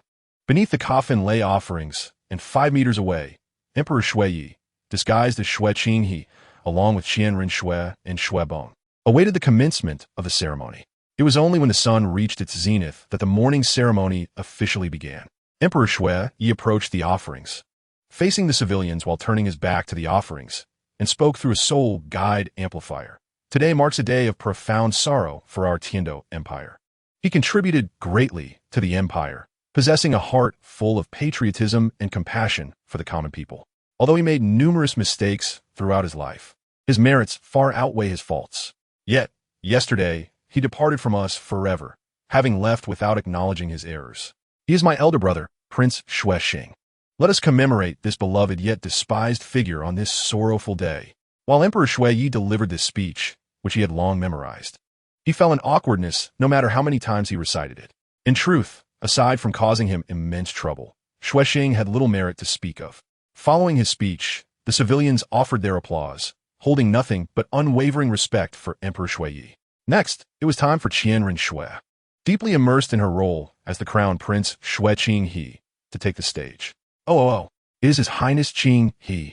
I love you, His Highness. As Qian Rinxue ascended the platform, she was immediately elevated by the crowd.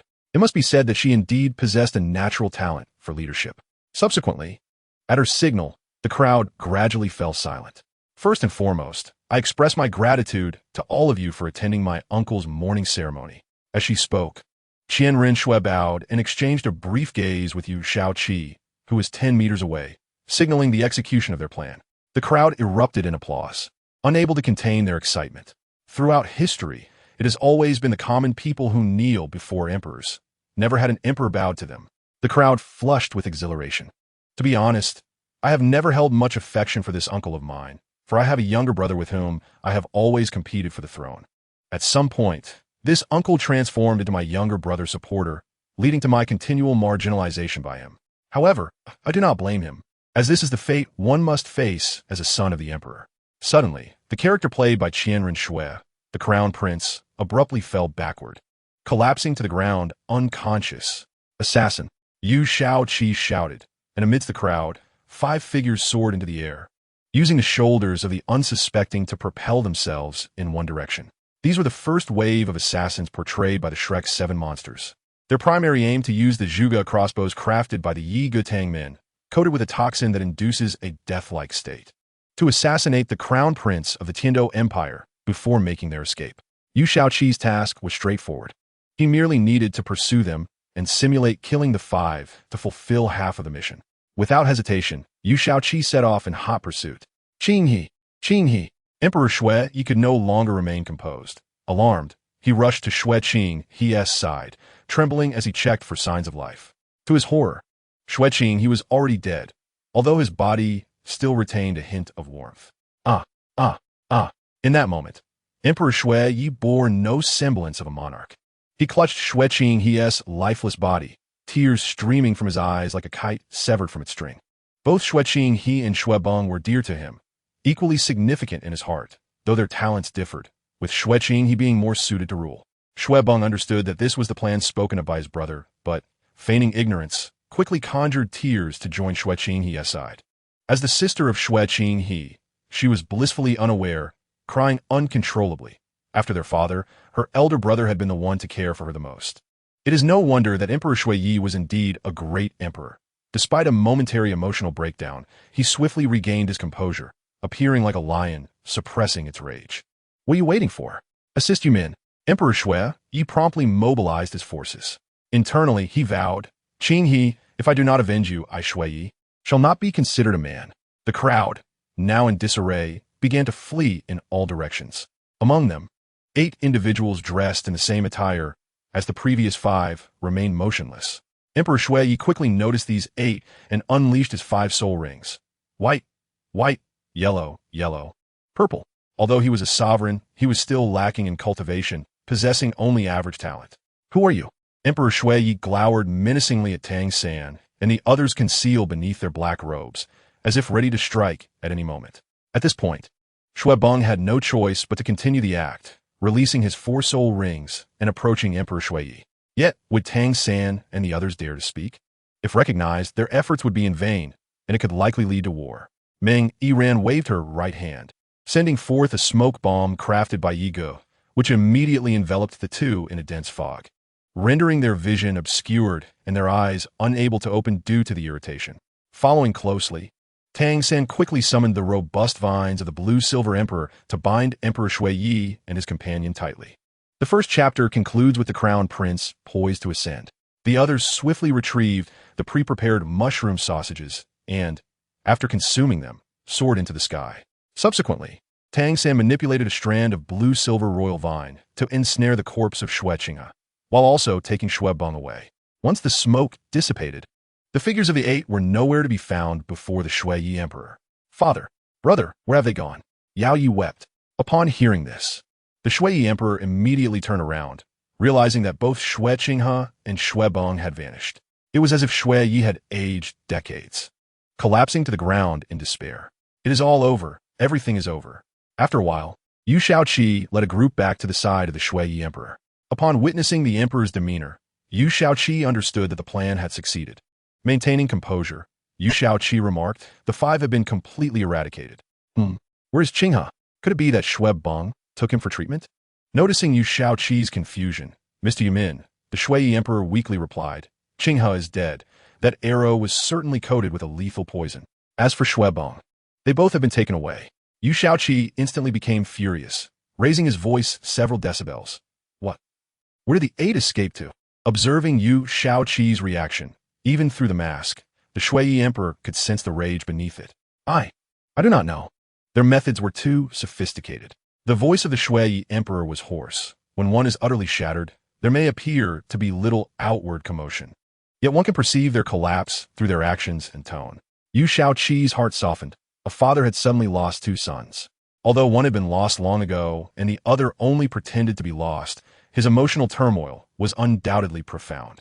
Without uttering further words, Yu Shaoqi immediately unleashed his soul power, feigning a connection to some unseen force.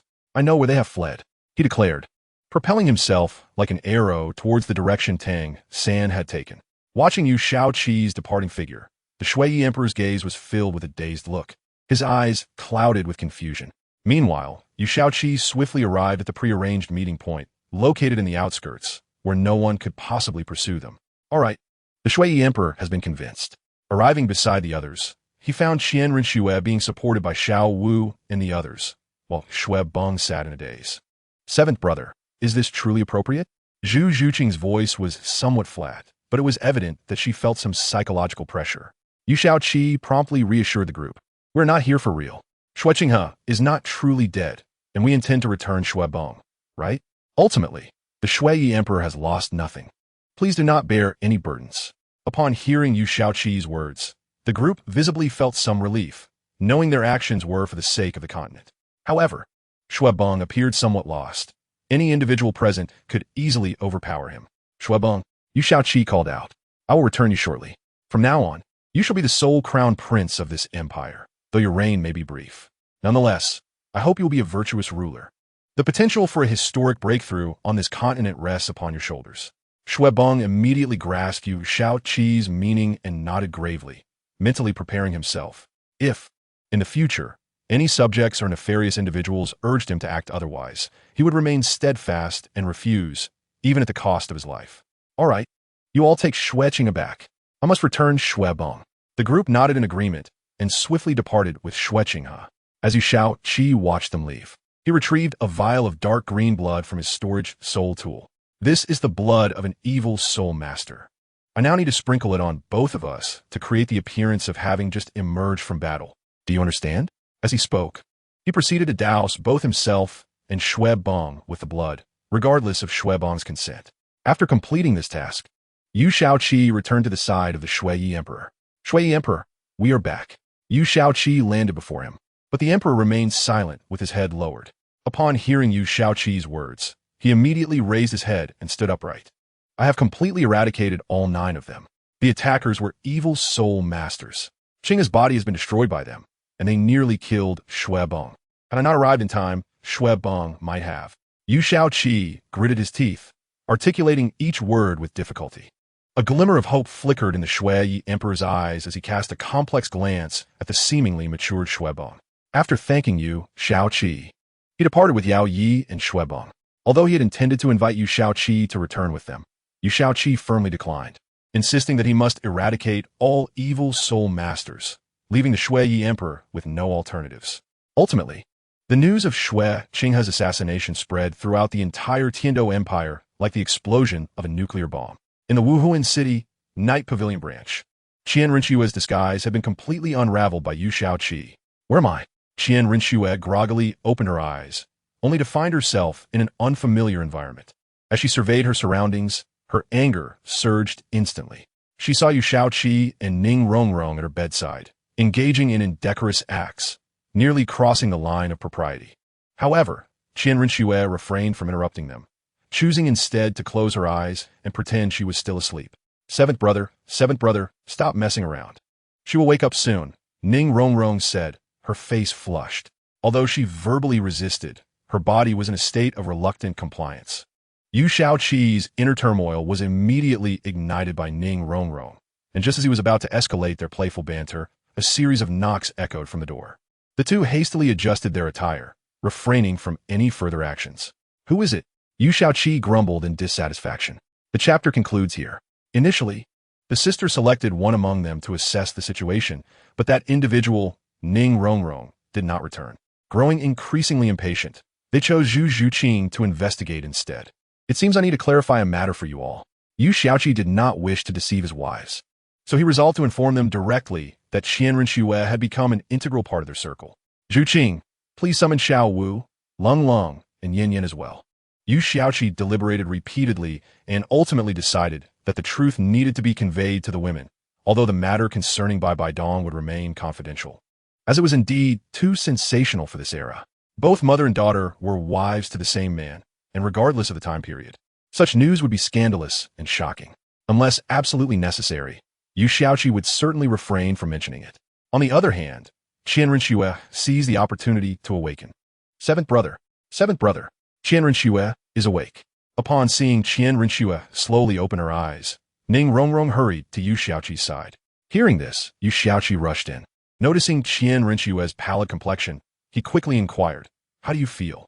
Is there any discomfort?" He was particularly concerned about potential aftereffects.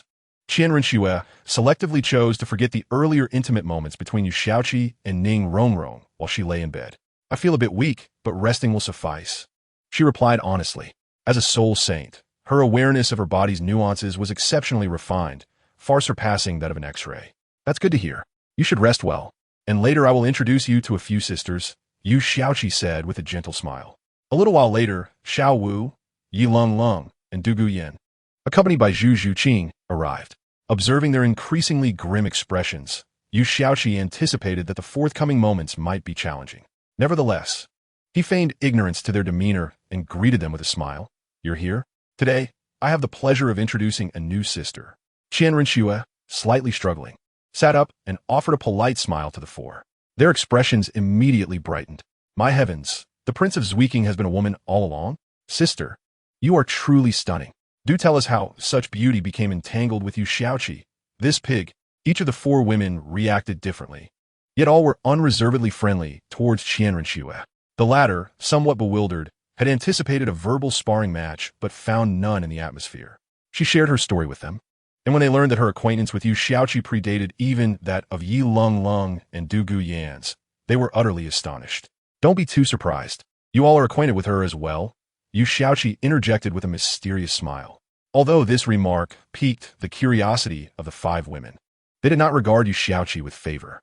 Yi Lung Lung stepped forward and tugged at Yu Xiaoqi's ear, saying, "What are you keeping us in suspense for? Can't you see the sisters are curious?" While Yu Xiaoqi felt no pain, he sensed a significant drop in his familial standing. Yet, he dared not contest with the women and quickly smiled. This Qian Renxue, apart from being the Prince of Zwiking, possesses another name known to all of us at Shrek's 9 Demons. Pausing to gauge the women's reactions, he was surprised when Yi Lung Lung's hand moved again toward his ear. All right, I'll tell you. She is also Zhang Qianxue." The moment these words escaped his lips, a wave of excitement surged among the women. "Good sister, how can there be such a genius in this world, seemingly without cost? So, you are Zhang Qianxue. We grieved for a long time over you," they exclaimed. "Indeed, we searched for you for ages. When seventh brother encountered trouble, you appeared briefly, but we could not find you again. Who would have thought you transformed into Zwiking? Sister, you are truly remarkable." The women were filled with admiration, awe, and a tinge of resentment toward Qian Renxue. Observing the sisters' reactions, Qian Renxue felt an inexplicable sense of fulfillment. Yet, she maintained her smile, saying, "I apologize for deceiving you all for so long." Ning Rongrong waved her hand and approached Qian Renxue, smiling. "It's all right. We merely feel astonished." The other women nodded in agreement, indicating their indifference. "I shall treat you to a delightful meal another day," Qian Renxue expressed sincerely. "Sisters, why not share the tale of your relationship with seventh brother?" Du Guyan suggested. Qian Renxue nodded, becoming lost in her memories. After gathering her thoughts, she smiled blissfully, stating, "Our story is quite simple. When seventh brother awakened his martial soul, mine reacted vigorously. Initially, I sensed something was amiss, and, upon investigation, I learned of a super genius, Yu Xiaoqi, emerging in this realm. I yearned to witness if the legendary Yu Xiaoqi was indeed as remarkable as rumored, which led me to disguise myself as Zhang Qianxue and present myself before you. I believe my first spark of affection occurred during that match between us. His gentlemanly demeanor inadvertently stirred my heart, although I did not realize it at the time. Subsequently, I found myself inexplicably enrolling in Shrek Academy and spending time with you all. However, my duties as a prince demanded my return, preventing me from lingering longer. Yet, after becoming a prince, an indelible figure took residence in my heart, initially obscured. But when he arrived at the Tiando Royal Academy, that figure became increasingly clear. With this chapter concluding, the women wholeheartedly accepted Qian Renxue as one of their own. "Ladies, when shall we engage in some delightful activities?" Yu Xiaoqi leered at the women, unintentionally licking his lips. "Get lost, pervert."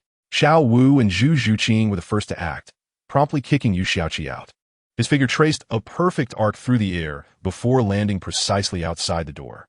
Yu Xiaoqi's constitution was far beyond that of an ordinary soul master, and the kick caused him no harm, as the women exercised restraint. "We wish to converse with Sister Renxue. You should find a room to rest."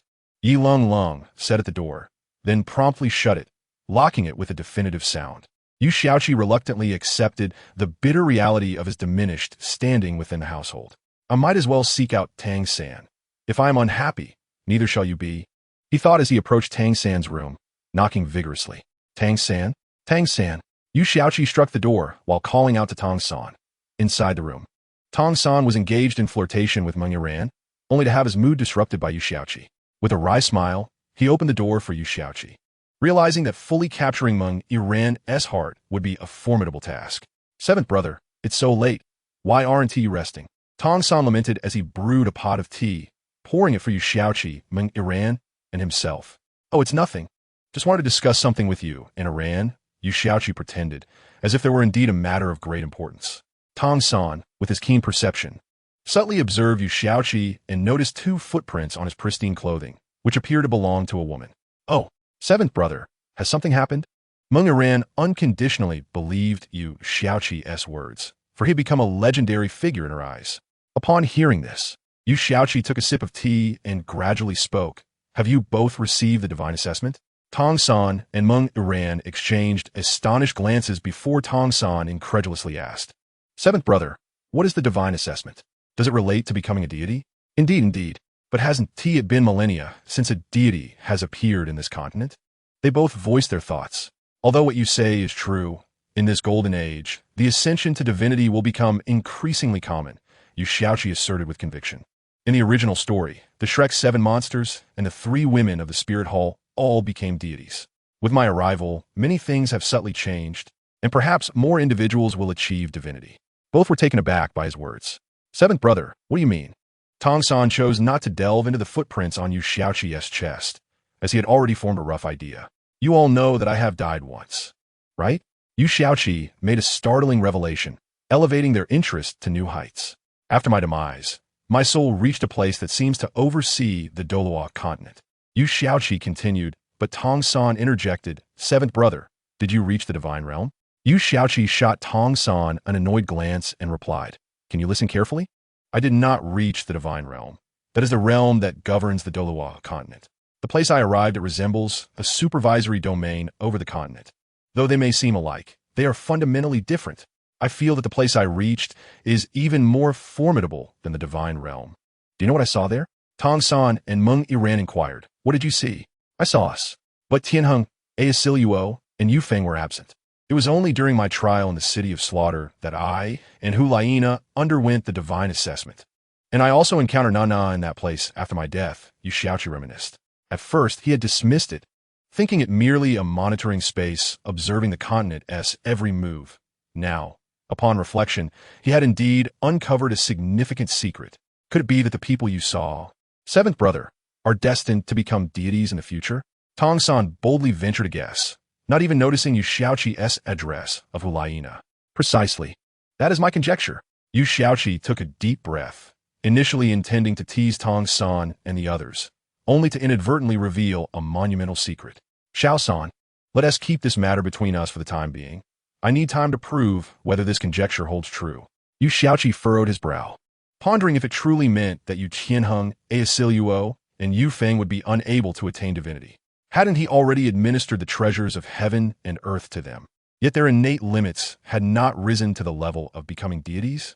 Or was the standard for divinity determined by the old man of heaven? Do not overthink. The standard for becoming a deity is dictated by their innate talents. A voice, resonating with an aura of primordial might, echoed in Yu Xiaoqi's mind. Startled, Yu Xiaoqi bolted upright. Old man of heaven, where are you? He instantly recognized this voice, one that he would never forget throughout his life. Stop looking. I am not in the continent. You are right in your speculation. Those you saw are indeed destined to become deities, but their ascension is contingent upon their innate gifts. Not my interference. Whether their talents manifest depends on you. The voice of the old man of heaven grew fainter until it vanished completely from Yu Xiaoqi's consciousness. Seventh brother? What is wrong? Tong San inquired after probing the surroundings with his soul power, finding nothing amiss. It's nothing. Just the old man of heaven came to clarify a few things, Yu Xiaoqi replied, resuming his seat and taking a sip of tea to calm his nerves. Old man of heaven, Tong San stammered, realizing that seventh brother had just been conversing with the old man of heaven. Was seventh brother's power already at such an unfathomable level? Yes, our conjecture holds truth. However, we merely possess the potential for divinity, and whether it materializes depends on ourselves. The old man of heaven communicated this. Yu Xiaoqi glanced at Tong San and his wife, feeling there was nothing to conceal regarding this matter. So, how do we attain divinity? Tong San asked in confusion. We can't just seek out evil soul masters every day to achieve that, can we? Haishan Island. Yu Xiaoqi replied with a mysterious smile. With the second update, the plot was forcefully brought back on track, though the execution was somewhat inexperienced. The chapter concludes. What island is Haishan Island? Seventh brother. What sort of place is this Haishan Island? Tong San's eyes widened, feeling an inexplicable surge of magic in his soul at the mention of Haishan, compelling him to urgently seek more information about Haishan Island. Yu Shaoqi furrowed his brow as if deep in thought before lifting his head and stating, Haishan Island, also known as Devil Island, is home to soul masters referred to as the Children of the Sea. The Spirit Hall once ventured there, but returned empty-handed. Thereafter, they have not dared to act upon that place again. If my guess is correct, there is undoubtedly a peak powerhouse there, perhaps even a demigod-level being. Otherwise, how could the Spirit Hall have returned in defeat? The soul masters on Haishan Island, regardless of circumstances, could not leave the island, remaining indifferent to the happenings of the continent. Both Tong San and Ming Yiran gasped in astonishment, with Tong San exclaiming, Seventh brother, how can there be such an extraordinary place in the realm of soul masters? Why have you never mentioned it before? Tong San and his wife fully believed Yu Shaoqi's words, for he was the young master of the greatest sect in the world, with experiences far surpassing their own. Are you still in your infancy, wanting to fly before you can walk? Even with our current strength, going to Haishan Island would be perilous. If I had told you before, you would only have aimed too high and become complacent, losing the drive to cultivate. Where we find the current Shrek 9 monsters and Shrek 7 monsters then? Tang San was aware that Yu Shaoqi was concerned for them, and his heart felt warm. Although he was psychologically older than the other, after years of companionship and care, it was only natural that he regarded him as an elder brother. If possible, he hoped their intersection with Haishan Dao could be postponed. But they were currently in a crisis, and the evil soul masters would not grant them much time. Their cultivation speed had also slowed due to their current level. Therefore, the schedule for going to Haishan Dao must be advanced. Yu Shaoqi stated seriously that reality could indeed differ greatly from expectations, and the butterfly effect was truly terrifying. As for the rest, they would need to discuss it together tomorrow. After speaking for a while, Yu Shaoqi felt it inappropriate to linger any longer and was subsequently escorted to the door by Tang San and his wife. What happened to the footprints on your chest? Chigo, Ming Yiran asked in confusion. It was only after Yu Shaoqi had left that she noticed the large footprints on his white robe. Oh, that. I told you not to tell anyone else. Tang San chuckled unconsciously, knowing that affection would lead to trouble one day, just like Chigo, who had transitioned from an emperor to a younger brother. Noticing Ming Yiran nod, Tang San finally closed the door and went to the bed, saying to her, it was from his sisters. The next morning, Jiu Yao and Wu Guai were summoned to the meeting hall of the night pavilion. Hao Qi, why did you call us up so early? What's going on? Ma Hongjun yawned, still appearing half asleep. Sitting beside him, Oscar teased, looks like you worked hard last night. Bai Chanxiang, sitting on Ma Hongjun's other side, blushed instantly and retorted, Xiao Ao, don't talk nonsense. We didn't do anything. Ma Hongjun indignantly agreed with Bai Chanxiang's words, affirming that they had done nothing, although he wished to. Oscar, seeing an opportunity to continue teasing the pair, was abruptly interrupted when someone smacked his head. Enough. We have serious matters to discuss. Yu Shaoqi declared sternly. Seeing Yu Shaoqi's demeanor, everyone understood that he had significant matters to discuss, and they quickly focused their attention. Last night, I discussed something with Xiao San that concerns our future confrontation with the evil soul masters, clad in the golden threaded white robe symbolizing the leader of the night pavilion. Yu Shaoqi sat at the forefront, reminiscent of a meeting room from a previous life. Chigo, is this serious? Dai Mubai could not help but ask. Yu Shaoqi nodded at Dai Mubai, and everyone listened intently, afraid of missing a single word. We will be going to a place known as Haishan Dao, also referred to as Devil Island. The reason behind the name of Devil Island is a matter for another time. Although it is called Devil Island, the soul masters residing there are not bloodthirsty individuals. They have lived there for generations, referring to themselves as the Children of the Sea. Their martial spirits are quite unique, all related to water. Their soul skills also differ significantly from ours. Situated in the ocean on the western side of the continent, these soul masters, possessing aquatic animal martial spirits, can fully unleash their strength. On Haishan Dao, there are many extraordinary soul masters, akin to our Luri Great Forest and Xingdo Great Forest. Yu Shaoqi shared all that he knew, information that should have been conveyed by the master, but his impression of the master had faded over time, especially since the master was at headquarters. Chiga, how large is Haishan Dao? How many soul masters reside there? Xiao Wu, being a terrestrial soul beast, was naturally curious about these aquatic soul beasts. Yu Shaoqi smiled at Xiao Wu and replied, Haishan Dao is quite large, but I'm not sure exactly how large. Perhaps it is bigger than Tiando City? As he said this, he unconsciously glanced at Qianren Shui, seeking her assistance with his eyes. Indeed, it is larger than Tiando City, Qianren Shui added nonchalantly. However, there aren't many soul masters there. Approximately only a couple of thousand, maybe a bit more.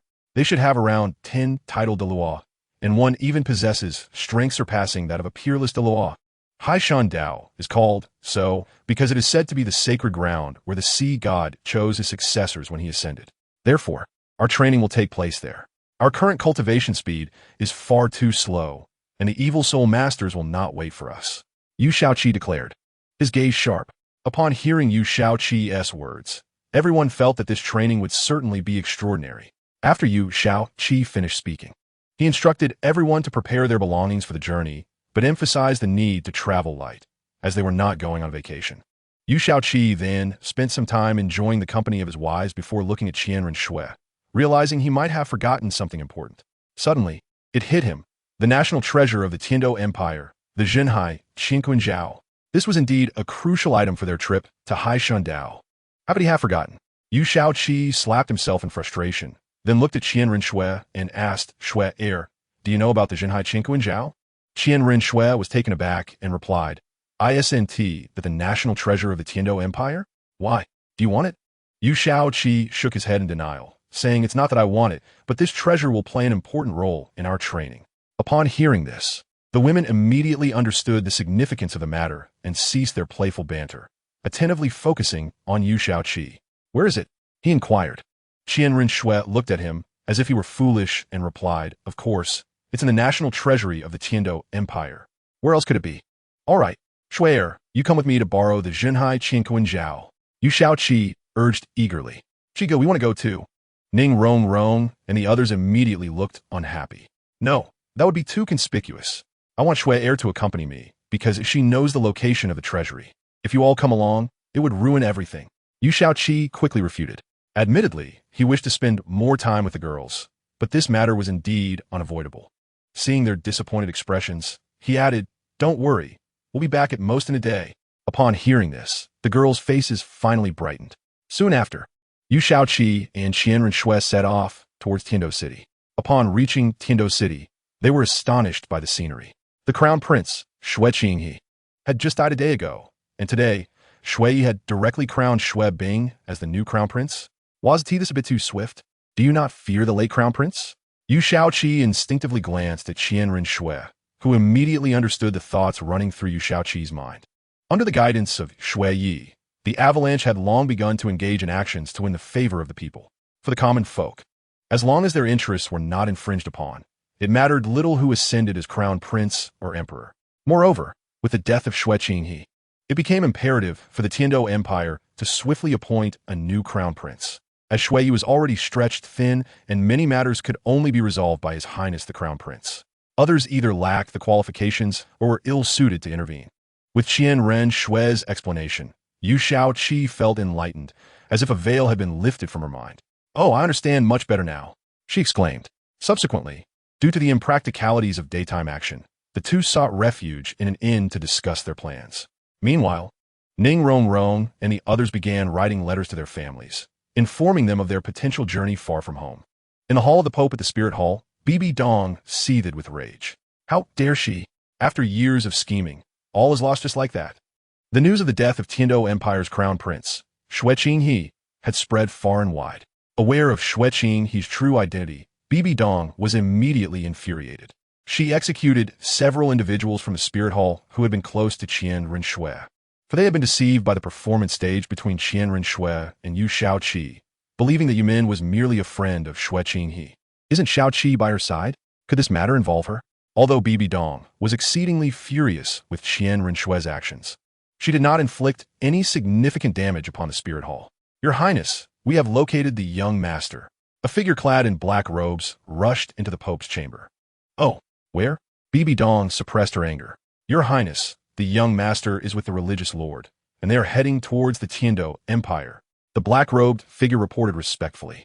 Upon hearing the mention of the religious lord, Bibi Dong realized that Qianren Shui and Yu Shaoqi were together, seemingly embarking on some mission. Very well. Observe what they intend to do.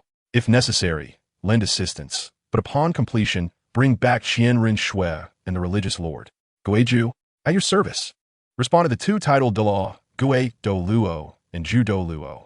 You two shall accompany them, assess the situation, and ensure that both of them are returned. Bibi Dong commanded. Understood. Watching the figures of Yu Guan and Gui made apart, Bibi Dong pondered, Shao Qi, what are you thinking? Soon night fell, and within the city of Tiando, Yu Shaoqi and Qianren Shui donned black robes and stealthily made their way towards the treasury of the Tiando Empire under Qianren Shui's guidance. They had meticulously planned the guards, routes, and timing, and after overcoming numerous obstacles, they finally arrived at the treasury filled with countless treasures. Upon entering, Yu Shaoqi was momentarily awestruck. The riches here surpassed even those of the Blue Lightning Tyrant Dragon clan. Truly, a treasury worthy of a great empire. Before long, they located the Zhenhai, Qianquanjia, and Qianren Shui couldn't help but mentally chide Yu Shaoqi. You call this borrowing? If I'm not mistaken, this is clearly stealing. They navigated through heavy defenses and finally exited the royal grounds, entering the city. Is this the Zhenhai Qianquanjia? It looks rather extraordinary, Yu Shaoqi remarked, almost absent-mindedly, knowing full well it was not meant for her, but for Tang San. Suddenly, two figures appeared before Yu Shaoqi and Qianren Shui. Yu Shaoqi initially feared they had been discovered by the old monsters residing within the royal family, but the subsequent actions of the two figures left her utterly astonished. Religious Lord, young master, we are here to escort you back, they announced as they approached. Yu Shaoqi then recognized them as Douluo and Douluo. Bibi Dong sent you? Hienren Su inquire coldly. Yes, please allow us to escort you back, young master, Douluo replied with a smile. As they were merely intermediaries, confident that Yu Shaoqi and Qianren Shui would not make things difficult for them. Hienren Su glanced at Yu Xiuqi, seemingly seeking her opinion. Returning for a brief visit is fine, but I wonder if I can conceal my relationship with Qianren Shui, Yu Shaoqi contemplated. Should I find an excuse to leave? No, that won't do. I will have to face it eventually. Taking a deep breath, as if making a significant decision, she nodded toward Qianren Shui. Very well, let us return to the Spirit Hall. With their formidable skills, and aided by the Spirit Hall's exclusive Soul Beast steeds, the four swiftly arrived at the Spirit Hall in Wuhuan City. The atmosphere in the meeting hall of the Spirit Hall was thick with tension. Only 4 individuals occupied the hall: the Holy Maiden Hulaina, Pope Bibi Dong, the white-clad religious Lord Yu Shaoqi, and the young Master Qianren Shui. Yu Shaoqi dared not make a sound, for the relationship between the 3 women was exceedingly complex. Any slight misstep could lead to dire consequences for him. Qianren Shui had changed back into her female attire, her flowing golden hair complementing her elegant figure, presenting a striking image. She stood 10 meters away from Bibi Dong, with Yu Shaoqi at her side, while Hulaina stood beside Bibi Dong. The silence in the hall persisted for an extended period, with Bibi Dong's piercing gaze fixed on Qianren Shui's face, who met her stare without flinching. Neither spoke, but the oppressive atmosphere made it difficult for Hulaina and Yu Shaoqi to breathe. Nar, Shaoqi, could you step outside for a moment? Bibi Dong waved her hand, a flicker of something in her eyes, yet also a hint of something lacking. Upon hearing Bibi Dong's words, Hulaina quickly obliged, taking Yu Shaoqi's hand as they moved toward the exit. As they passed Qianren Shui, Hulaina instinctively tried to lead Yu Shaoqi away, but noticed the fierce glare from Qianren Shui, mistaking it for lingering resentment, and thus paid it no mind as they exited the grand hall. Once outside the meeting hall, Hulaina let out a sigh of relief, her back already damp with cold sweat. Shaoqi, who is that young woman? I have been by the teacher's side for many years and have never seen anyone dare to maintain such a gaze against her for so long. She appears to be only slightly older than I, yet why does she exude such a powerful aura? Hulaina voiced her confusion, noting that the presence she felt was not derived from her martial spirit, but rather from the woman's inherent strength of character. She is your teacher's daughter, Yu Shaoqi replied, his brow furrowed, feeling even more apprehensive than Hulaina. Heaven knows what I just experienced. What? She is Qianren Shui. Hulaina was taken aback. She had heard the name Qianren Shui before. The daughter of Bibi Dong had been dispatched to an undisclosed location long ago to undertake a significant mission. Even she, the saintess of the Spirit Hall, was appointed only after Qianren Shui's departure. Today, she never expected to behold the once obscure Qianren Shui with her own eyes. After a prolonged moment of astonishment, Hulaina finally regained her composure. She turned to engage in a heartfelt conversation with Yu Xiaoqi, only to discover that the latter was eavesdropping at the door. Xiaoqi, what are you doing? Hulaina inquired, puzzled. Yu Xiaoqi waved his hand, his eyes darting within their sockets as he concocted a pretext. Your teacher is also my wife. I heard their mother-daughter relationship is strained, so I was concerned they might clash. Oh, very well, then let us join in. Hulaina realized the situation, and, with that, she and Yu Xiaoqi began to eavesdrop together. Inside the hall, Qian Rinxue did not flinch under Bibi Dong's imposing presence. Instead, she maintained a serene demeanor, her gaze even more intense than that of Bibi Dong. A complex glimmer flashed in Bibi Dong's eyes, and in that fleeting moment, her entire aura dissipated. Failure is but failure. We no longer lack the strength to conquer any territory, Bibi Dong sighed. However, Qian Rinxue retorted coldly, I have not lost. Soon, you shall comprehend the outcome. Her response, laced with mockery, was unequivocal. Not lost. Are my subordinates blind? Or is it not Qian Rinxue standing before me? Bibi Dong, suppressing her fury, responded sharply. That avalanche is now the new prince of the Tiando Empire, but that was a position I relinquished. His ascension comes with the condition of the Tiando Empire's unconditional submission. Qian Rinxue challenged Bibi Dong's psyche with a frigid tone. Sister? A fierce light emanated from Bibi Dong's eyes. Well, remember this. From now on, you shall address me as such, Bibi Dong asserted. Qian Rinxue scoffed. No, I shall still refer to you as your holiness. In this world, I have but two kin, my grandfather and my husband. Beyond them, no familial terms shall ever escape my lips. Did you not say it yourself? My existence in this world is a mistake. He is gone, and you have attained what you desired. But remember, you are you, and I am I. Henceforth, we shall govern our separate realms. You tend your spirit hall, and I shall oversee my elder hall and Douluo hall. From this moment on, you have no authority to command any elder from the elder hall. Every word from Qian Rinxue relentlessly provoked Bibi Dong's limits of fury, while outside, Yu Xiaoqi's emotions surged, his heart racing. What did you say? You have a husband? Who is he? Bibi Dong's gaze sharpened, her formidable aura coalescing into a palpable pressure that forced Qian Rinxue to stagger back several steps before regaining her balance. Amidst Bibi Dong's overwhelming presence, a trickle of blood escaped from Qian Rinxue's lips, yet her cold smirk remained undiminished. Upon witnessing the blood at the corner of Qian Rinxue's mouth, Bibi Dong momentarily faltered, her fierce aura abating, then gradually retracting. Leave now. Go meet your grandfather. If he consents to your claims, I shall raise no objections. In that instant, Bibi Dong seemed to age a decade. The first climax is approaching. To understand, while Bibi Dong appeared to be of the same age as Qian Rinxue, she was, in reality, over 20 years her senior. Qian Rinxue snorted disdainfully before turning on her heel and exiting. The door to the council hall slammed shut with a resounding crash. As if partitioning them into two disparate worlds, Bibi Dong appeared to lose all strength, collapsing in her chair, tears streaming uncontrollably down her face.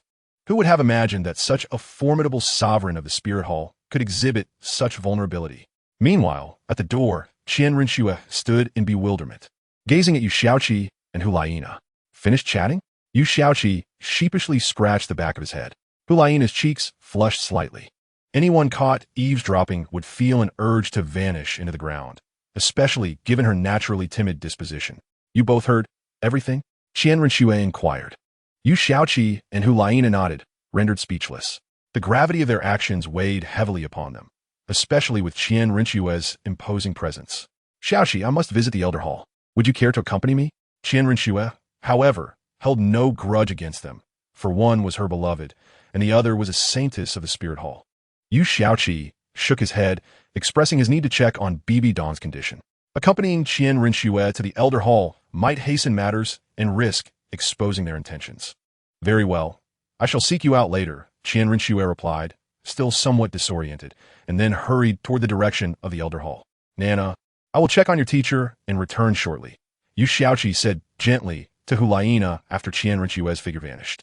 At that moment, Hulaina harbored a multitude of questions, but it was evident that now was not the time to voice them, so she simply nodded. Yu Xiaoqi planted a quick kiss on Hulaina's cheek, saying, such a good girl. I shall head in now. With that, he gently pushed open the door to the council hall, treading softly inside.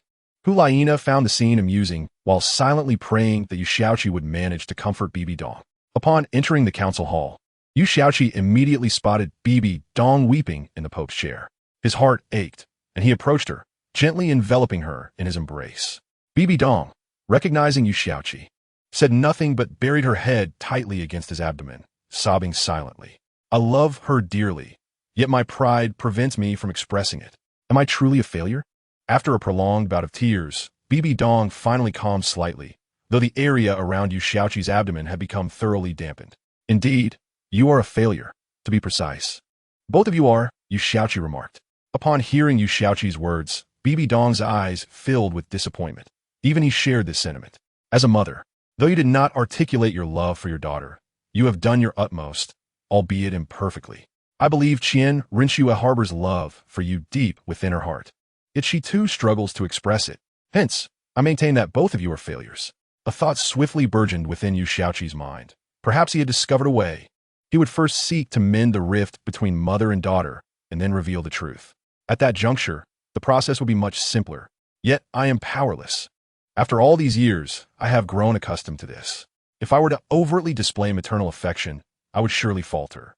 Bibi Dong's expression darkened as she recalled the moment when Qian Rinxue first ascended. Her initial impulse had been to eliminate her, only to be thwarted by Qian Dalu. As Qian Rinxue gradually grew, Bibi Dong came to understand that she still harbored love for her flesh and blood, yet it was too late. The young Qian Rinxue had already perceived her as a villain, especially after being sent to the Tiando Empire. Improving your relationship is quite simple. Leave it to me. Yu Xiaoqi gently patted Bibi Dong's shoulder, attempting to soothe her. Do you truly have a solution? Bibi Dong responded with great incredulity. Her gaze fixed on Yu Xiaoqi in disbelief. With a confident smile, Yu Xiaoqi replied, I have a way. Just trust me.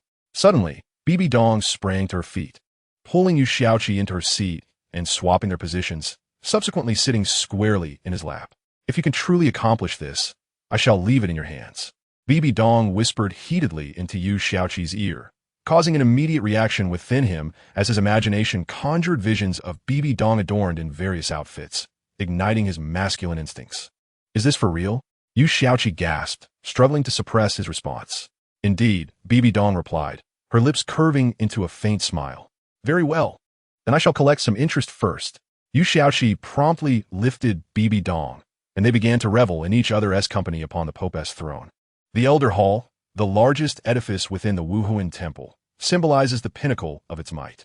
Upon entering the Grand Hall with its soaring dome nearly 30 meters high, one would find a spacious chamber divided into 3 tiers, each containing 10 rooms. The primary requirement for residing here is an extraordinary prowess. With a soul power of at least level 90, possessing the strength of a title Douluo or higher.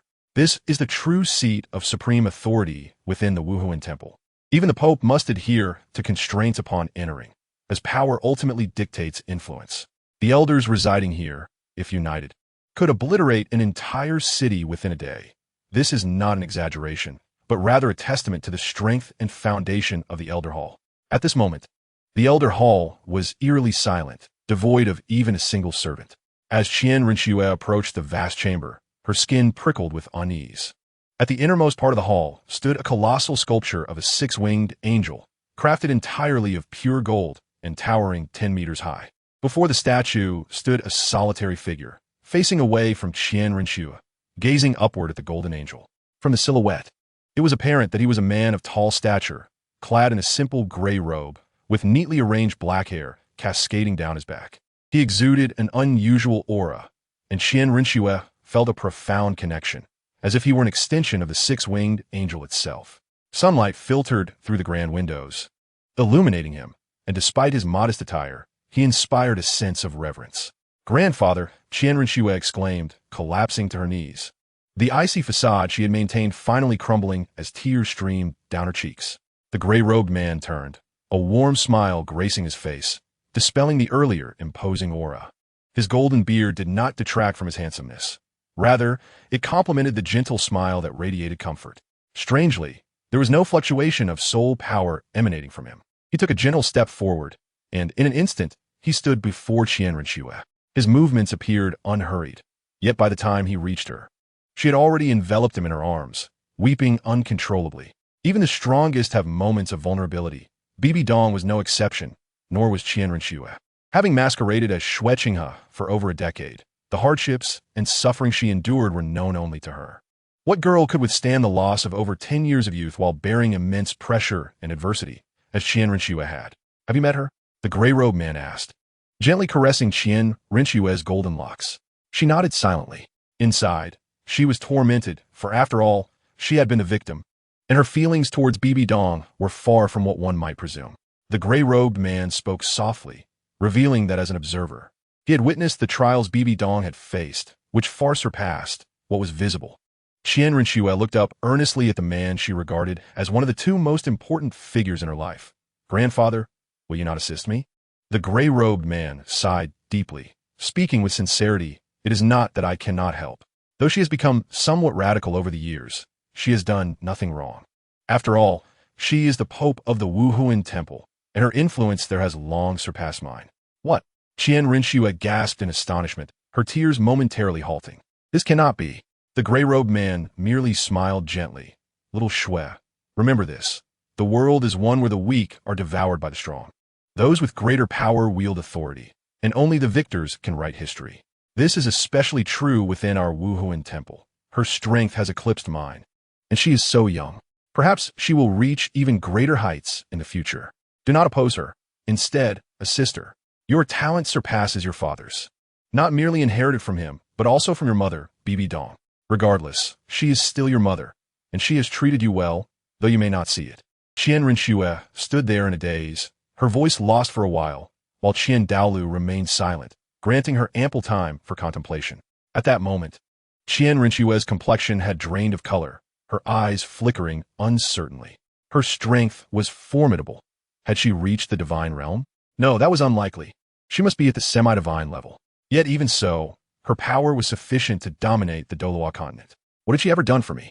Suddenly, Qian Renxue looked up resolutely at Qian Dalu. Grandfather, I have one last request. Qian Dalu's brow furrowed slightly, sensing her unusual emotional state, but still nodded in agreement. Qian Renshue's gaze hardened. I wish to become the Judgment Elder of the Wuhuan Temple. Qian Dalu was taken aback. The Judgment Elder is tasked with eliminating all opponents of the Wuhuan Temple, and their status within the Elder Hall is subordinate to any offering. But the Wuhuan Temple currently faces no adversaries. Why do you wish to assume the role of Judgment Elder? As soon as Qian Dalu uttered those words, Qian Renxue was utterly bewildered. Did she not kill Tang Hao's wife back in the day? Furthermore, how could the seven great sects all tacitly agree to the development of the Wuhuan Palace? Qian Renxue expressed her confusion, wondering how Bibi Dong, with countless enemies and powerful beings at the pinnacle of the continent, could lack opponents to impede the Wuhuan Palace's advance. Qian Dalu chuckled, noting that her information was indeed rather limited. Tang San was the son of Tang Hao, and their relationship with the Wuhuan Palace was amicable.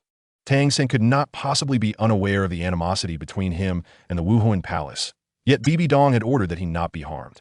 Bibi Dong must have considered this as well. With her temperament, she would have eliminated such a talent long ago if she intended to.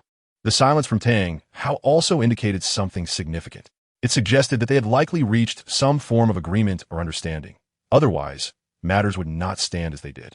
Regarding the seven great sects, the Lan Jian Ba Wang Long Zone and the Qi Bao Liuli Zone maintained favorable relations with the Wuhuan Palace, while the other four sects had long since submitted. On this continent, no force remained capable of halting the Wuhuan Palace's progress. It was merely a matter of time. Qian Dalu explained to Qian Renxue. Very well, then please grant me a position as a venerable elder. Qian Renxue swiftly processed Qian Dalu's words. Why? Qian Dalu asked, perplexed. Because from this day forth, I shall no longer interfere in any affairs of the Wuhuan Palace. Moreover, she is not my mother. She never was, and she cannot be now. I shall never forgive her. If it were not for you, I might have perished at her hands long ago. I have only you as my grandfather, no mother. Qian Renxue declared with palpable hatred. Qian Dalu shook his head with a bitter smile, pondering the futility of the situation, both mother and daughter stubbornly refusing to yield to one another. By the way, Grandpa, I think I have found the man who can accompany me for a lifetime. Qian Renxue suddenly blushed, intending to share her feelings about Yu Xiaoqi with Qian Dalu. What? Who is he? How old? What is his strength? In that moment, Qian Daolu's imposing demeanor was cast aside. Qian Renxue, engulfed in happiness, paid no heed to her grandfather's near madness, and continued, "He is in his 20s. His strength is that of a soul sage. Yet he can rival an average titled Douluo." Qian Dalu slowly repeated her words. In his 20s, a soul sage, able to contend with an average titled Douluo? It cannot be that brat Yu Xiaoqi, can it? After contemplation, the only person who matched Qian Renxue's description was indeed Yu Xiaoqi. Enough. This chapter has been blocked again, and my journey of full attendance for the month has abruptly ended, which is quite frustrating. This chapter concludes, "Yu Xiaoqi, you little rascal, where do you think you're going?" Qian Renxue immediately broke into a blissful smile and nodded. "Indeed, that is him. My judgment has never been poor." Upon hearing this, Qian Dalu fell silent, not due to a lack of words, but rather overwhelmed by a multitude of thoughts he struggled to articulate, leaving him uneasy as they lodged in his throat. Yu Xiaoqi likely had ties to Bibi Dong. Given her reaction upon Yu Xiaoqi's death, it was clear that the two were not innocent. However, Qian Dalu could not voice this suspicion, as Qian Renxue's relationship with Bibi Dong had already deteriorated to its utmost limit. Uttering such words would likely escalate their enmity to mortal hatred. This young man is indeed commendable. Qian Oliu's face flushed red as he finally managed to express this trivial acknowledgement. But this rascal is rather fickle in matters of the heart. I must have a serious talk with Yu Xiaoqi. After chatting with Qian Dalu for a while longer, Qian Renxue took her leave. Sometime later, she found Yu Xiaoqi at his residence. Yu Xiaoqi appeared cheerful on the outside, yet he was filled with trepidation, having just navigated a lengthy encounter with Bibi Dong, ostensibly to mediate between her and Qian Renxue. "Xiaoqi, I just visited my grandfather. Can you guess what we discussed?" Qian Renxue said nonchalantly, though the light in her eyes betrayed her excitement. "The affairs of the Wuhuan Palace?" Yu Xiaoqi speculated, recalling that Qian Renxue had not returned to the Wuhuan Palace for over a decade, and after quarreling with Bibi Dong, she must have sought her grandfather for solace. Qian Renxue nodded, her tone mysterious. "Indeed, we discussed some matters regarding the Wuhuan Palace, but you have not guessed the key point." Seeing her demeanor, Yu Xiaoqi felt a mix of amusement and irritation. This girl, at her core, remained proud, maintaining that aura even in his presence. He pulled Qian Renxue closer and began to playfully tickle her waist. Noticing her bewildered expression, he paused. "Are you not ticklish?" Yu Xiaoqi inquired. "Why should I be afraid of being tickled?" Qian Renxue looked at him as if he were a fool, her eyes filled with disdain. "By the heavens, if I did not teach you a lesson, you might truly think you can act recklessly." Yu Xiaoqi swiftly lifted Qian Renxue and tossed her onto the bed. "What do you intend to do?" Qian Renxue asked, her expression a mix of surprise and suspicion. "What do you think?" Yu Xiaoqi leapt upon her, intent on engaging in intimate activities. "Just be gentle." Qian Renxue surrendered. Several hours later, Yu Xiaoqi finally ceased, panting slightly. "I must leave soon. We need to embark for Sea God Island." The thought of Xiao Wu and their many companions filled Yu Xiaoqi with guilt. They should have set off long ago, but had delayed for too long. "I wish to go with you." Qian Renxue lay on Yu Xiaoqi's chest. Her earlier confrontational demeanor towards Bibi Dong entirely vanished. Yu Xiaoqi's mind raced.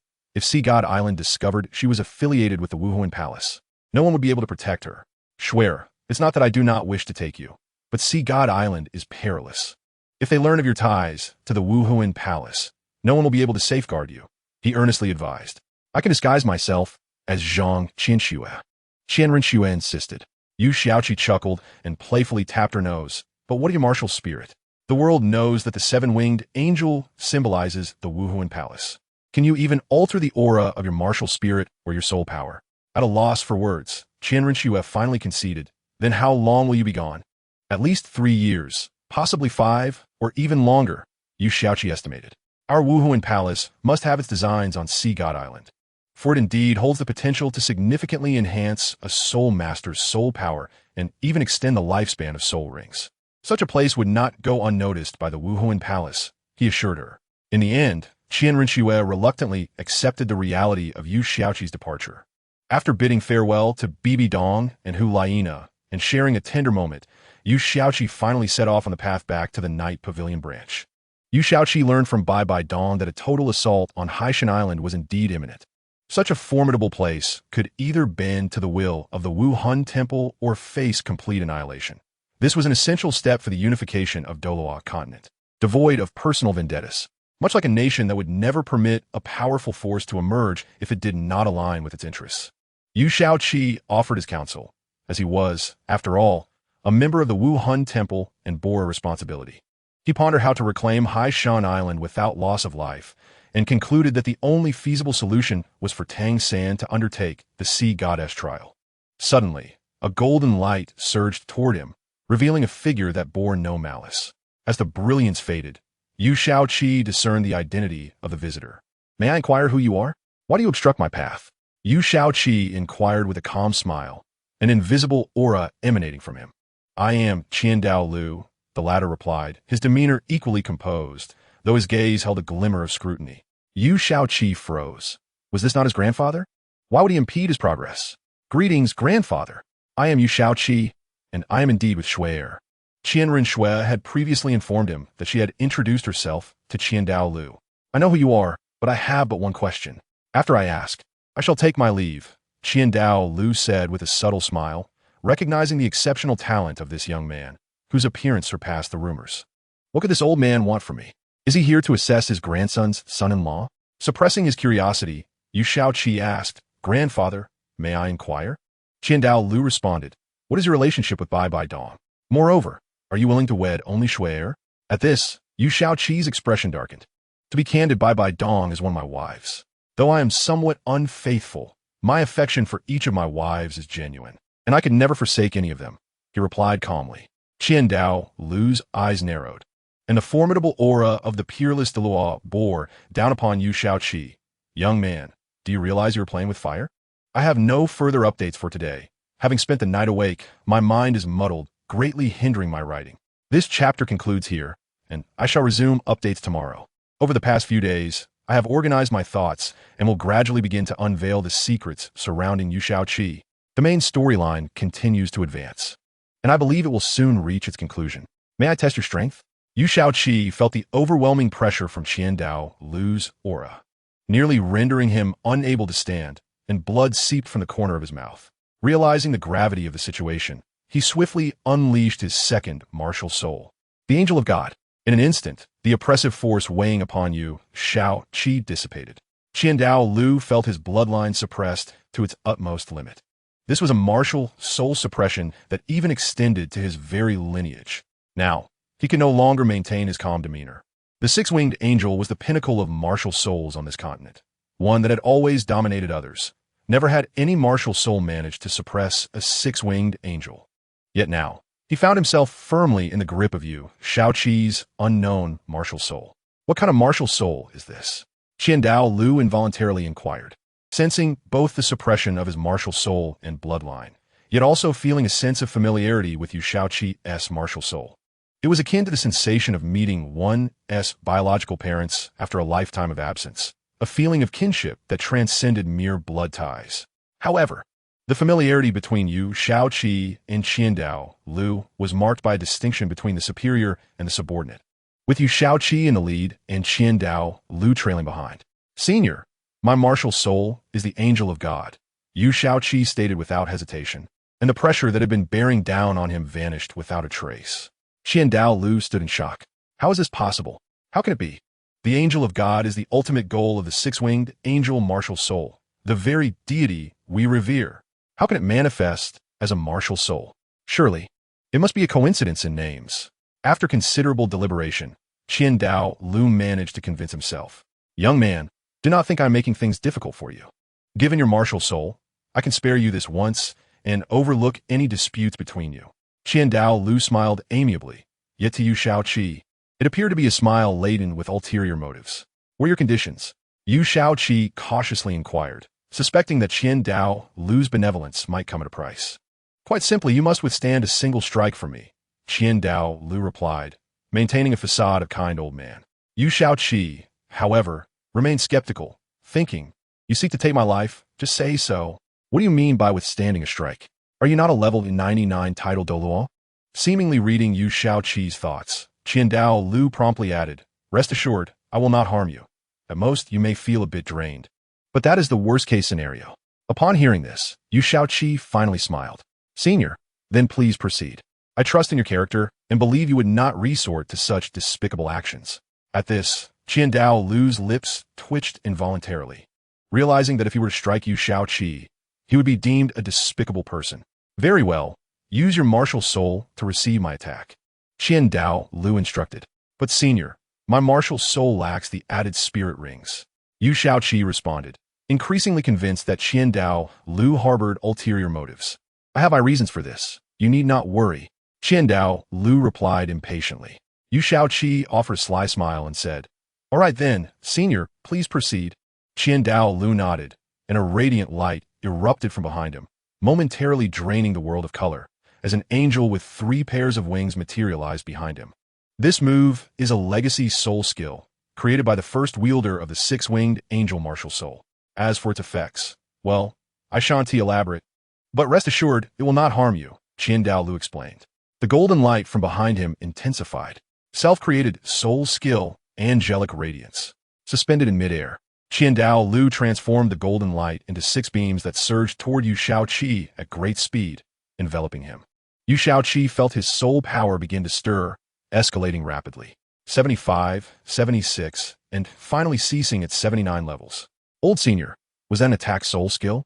After a significant interval, as the golden light dissipated, Yu Shaoqi asked, puzzled. Dao Lu took a step forward, appearing directly in front of Yu Shaoqi, and grasped his hand, much to Yu Shaoqi's astonishment. Senior, what are you doing? Yu Shaoqi exclaimed in shock. However, Dao Lu paid no heed to Yu Shaoqi and continued to perform various actions, taking pulses and probing Yu Shaoqi with his soul power without reservation. After a considerable amount of time, Dao Lu finally ceased all movements and gazed at Yu Shaoqi with astonishment. Ultimately, upon witnessing Yu Shaoqi's extreme shock, he knelt halfway to the ground and uttered, young master. Startled, Yu Shaoqi hurriedly exclaimed, young master? What young master? Please do not frighten me, esteemed elder. He was acutely aware of his own identity as a soul transmigrated individual. How could he possibly forget his biological parents? Yet, what was the meaning of Dao Lu's behavior? Dao Lu offered no explanation, merely stating, do not worry, young master. Your parents are still your parents, and they are indeed your biological parents. The truth will be revealed to you one day, but it is not now. With this, Yu Shaoqi ceased his anxious thoughts, but began to speculate further about himself. Was he not an ordinary young man from Earth in his previous life? Could it be that the issues lay with the previous host before his soul's transmigration? An overwhelming wave of confusion and conjecture surged upon him, nearly engulfing him. Yu Shaoqi requested Dao Lu to refrain from calling him young master, as it might lead to misunderstandings about him being an illegitimate child of some Wuhan Hall master. Nonetheless, Yu Shaoqi ultimately yielded to Dao Lu's insistence. As they journeyed, Yu Shaoqi pondered Dao Lu's words, and before he realized it, they had arrived at the entrance of the Night Pavilion branch in Wuhan City. Upon seeing Yu Shaoqi with a furrowed brow, 2 guards exclaimed, welcome, Pavilion Master. This exclamation jolted Yu Shaoqi from his thoughts. He nodded at the 2 guards, who were members of the Night Pavilion or the Tang sect, merely fulfilling their duty for the day. After returning to the Night Pavilion branch, Yu Shaoqi made a beeline for his fiancées, feeling the need to explain his tardiness. Meanwhile, Dao Lu was unable to attain tranquility. This young man was indeed the chosen one. Though his technique would not harm unrelated individuals, it would deplete their stamina for an entire week, and furthermore, it would completely drain their soul power. This meant that for 7 days, the uninvolved would be rendered vulnerable, akin to lambs for slaughter. Conversely, for the chosen one, this technique represented a tremendous boon. When used against the chosen one, it would strip the user of 30 years of cultivation, transferring it seamlessly to the chosen one without any repercussions. Yu Shaoqi's breakthrough in soul power levels was entirely due to Dao Lu's fortune, but for Dao Lu, 30 years of cultivation was merely a drop in the bucket. However, this was the cultivation of a semi-divine being. Theoretically, it was sufficient to elevate an ordinary soul master to the rank of an ordinary title Dalu, although the limitations of soul rings could lead to one's demise. Yet, when applied to Yu Shaoqi, his opponent had not even reached level 80. Reflecting on this, Dao Lu could only smile wryly, before thoughts of Bibi Dong and Qian Rinxue filled him with renewed anger, overshadowing any reverence he had felt for Yu Shaoqi. This insufferable brat. Did he not understand that one cannot have both fish and bear's paw? Dao Lu gazed at the angelic statue, but unlike before, he now resembled an irate grandfather.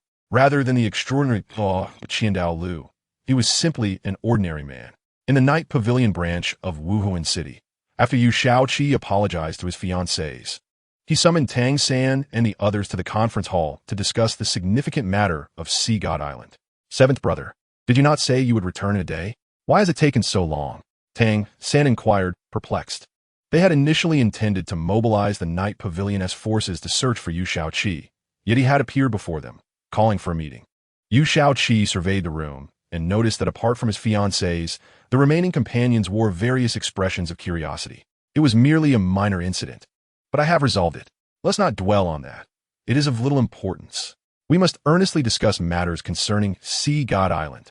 Our expedition to Sea God Island is quite significant. Thus, the night pavilion will lack top-tier combat strength. This is one issue. Furthermore, will Sea God Island accommodate such a large number of us? Lastly, I must convey essential precautions regarding Sea God Island to prevent any mishaps. Yu Shaoqi briefly brushed aside Tang San's inquiry, thinking it a jest. He could hardly divulge that he and Qianren Xue had been taken back to the Wuhuan Hall, where he had witnessed a fierce argument between the hall master and the young master, followed by several days spent in the company of 3 women. The others were successfully redirected to the primary topic by Yu Shaoqi. Noticing that everyone remained silent for a considerable time, Yu Shaoqi finally spoke. The first issue is easily resolved. We can request the Wuhuan Hall and the Blue Lightning Tyrant Dragon sect to temporarily oversee the night pavilion for us. The primary concern lies with the second issue. I am uncertain if any unforeseen events may occur. Yu Shaoqi frowned, recalling that in the original narrative, only the 7 monsters had ventured to Sea God Island and had nearly been expelled. Had it not been for their exceptional talents, they would not have passed the examination. However, due to his arrival, the plot had dramatically shifted, resulting in an increase in the number of individuals traveling to Sea God Island to 13. Now, he could not guarantee that the story would unfold as it did in the original text. At that moment, Ma Hongjun spoke up, "Seventh brother, I must say, you seem to be regressing." Yu Shaoqi turned his head, puzzled by the chubby one's sudden boldness. What had he consumed in these few days that had emboldened him to criticize Yu Shaoqi? Was he someone who could be so openly challenged? He was not only exceptionally gifted, but also possessed an unparalleled background. Yet, Ma Hongjuan's subsequent words made Yu Shaoqi readily accept the chubby one's critique. For he spoke truthfully. Such matters should be addressed upon our arrival at Sea God Island. We can take it step by step. Speculating here yields no fruitful results. It would be far more practical to experience it firsthand. Ma Hongjun stated earnestly. This sentiment garnered unanimous agreement. Thus, the second issue was effectively resolved. Now, on to the third issue.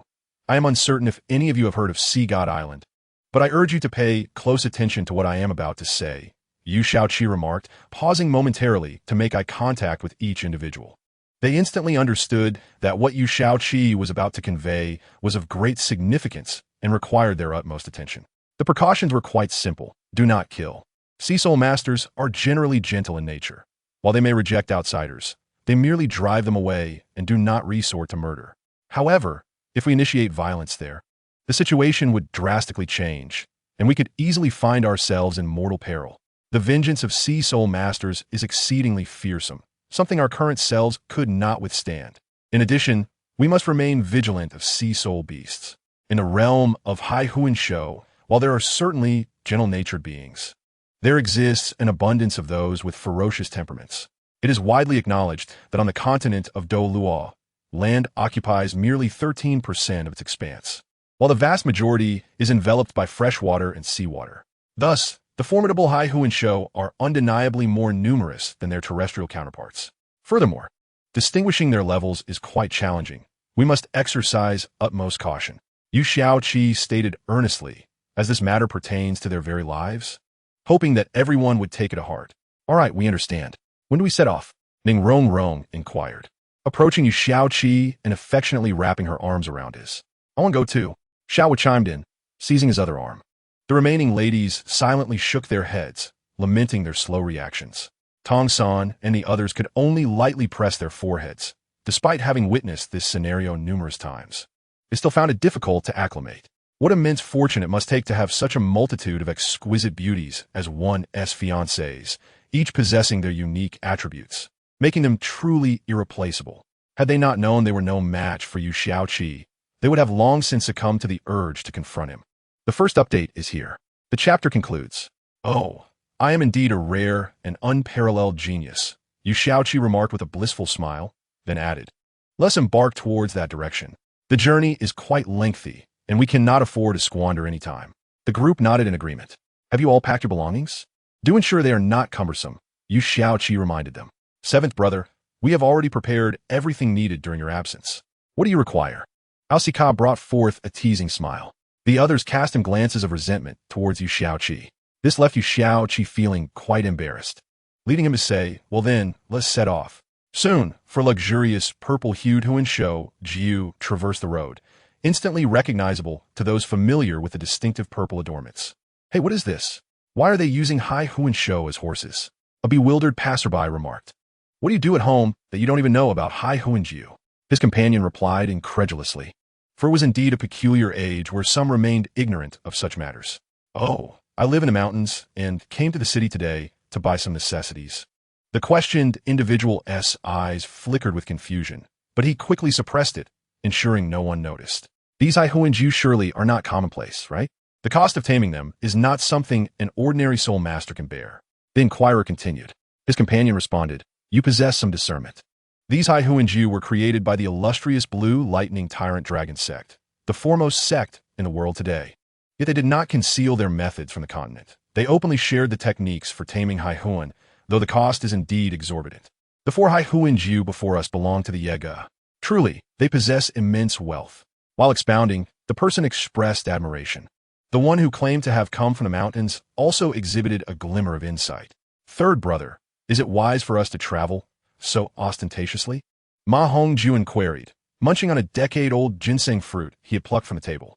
They divided the 4 high Huan Jiu into pairs for the girls and boys. Ma Hongjuan, Tong San, Alcika, Daimu Bai, and Yu Xiaoqi shared one, although Yu Xiaoqi had closed his eyes, leading Ma Hongjuan to refrain from questioning him. "Seventh brother must have his reasons for this approach," Tong San mused, though he clearly harbored doubts. "Doesn't this essentially reveal that the upper echelons of Yega are absent?" Daimu Bai cast a disdainful glance at the two and remarked, "This is merely a tactic. Can't you two see that? Xiao Ao, can you discern it?" Daimu Bai first teased Ma Hongjuan and Tong San, then turned to Alcika for his opinion. Alcika shook his head, replying, "Old Dai, I am but a pure-hearted individual, as you well know. How could I possibly discern such tactics?" This left Daimu Bai utterly astonished, as he had assumed everyone was aware, but simply chose not to speak. He had not anticipated that they were genuinely clueless. "Ahem, let me share my speculation with you. I cannot guarantee its accuracy, but it is likely close. Seventh brother likely aims to draw out those harboring ill intentions towards Yega, intending to ensnare them all at once.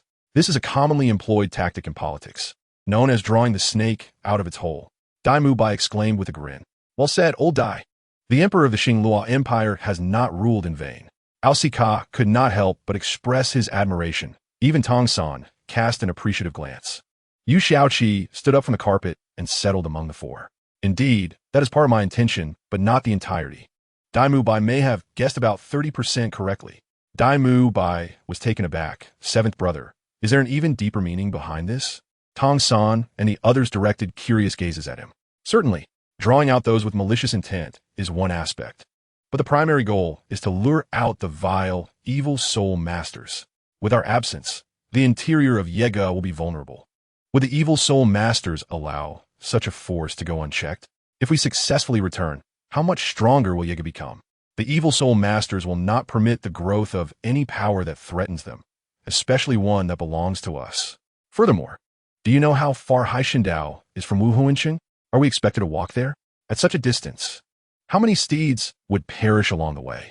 Yu Xiaoqi articulated his plans while simultaneously lamenting. The group paused, erupting into laughter at their oversight, as they had failed to consider such a straightforward point while attempting to delve deeper. The high Huan Jiu moved swiftly, and in less than half an hour, they had exited Wuhuansheng, arriving amidst a range of mountains. The high Huan Jiu slowed to a halt. What has happened? The group dismounted and gathered together. Reporting to the lord of the pavilion, "We have discovered traces of human blood ahead. There may be danger." The accompanying coachman reported respectfully. They were ordinary soul masters, their talents unremarkable, who had anticipated a mundane life but found themselves employed by Yega as drivers of Haihuanjiu. Is that so? Yu Xiaoqi furrowed his brow. If all went as expected, they might soon confront the matter of wolf bandits. We need someone to scout ahead. Who will volunteer? He inquired, casting a glance at Bai Qinxiang. Seventh brother, you shall go. I am a sensitive attack-type soul master and can also fly. As anticipated, Bai Qinxiang eagerly volunteered. Do you need me to accompany you for protection? Ma Hongjuan asked with a flattering smile. Bai Qinxiang waved her hand dismissively. You would only slow me down. After finishing her words, Bai Qinxiang departed without delay. However, Dai Mubai and Ao Sikar could not contain their amusement, both bursting into laughter. Fatty, with that face of yours, if I were a woman, I wouldn't agree either, haha. Fatty, the road ahead is long and arduous. Even Yu Xiaoqi smiled faintly, then let out a long sigh, patting Ma Hongjuan on the shoulder. The fact that Fatty harbored feelings for Bai Qinxiang was common knowledge.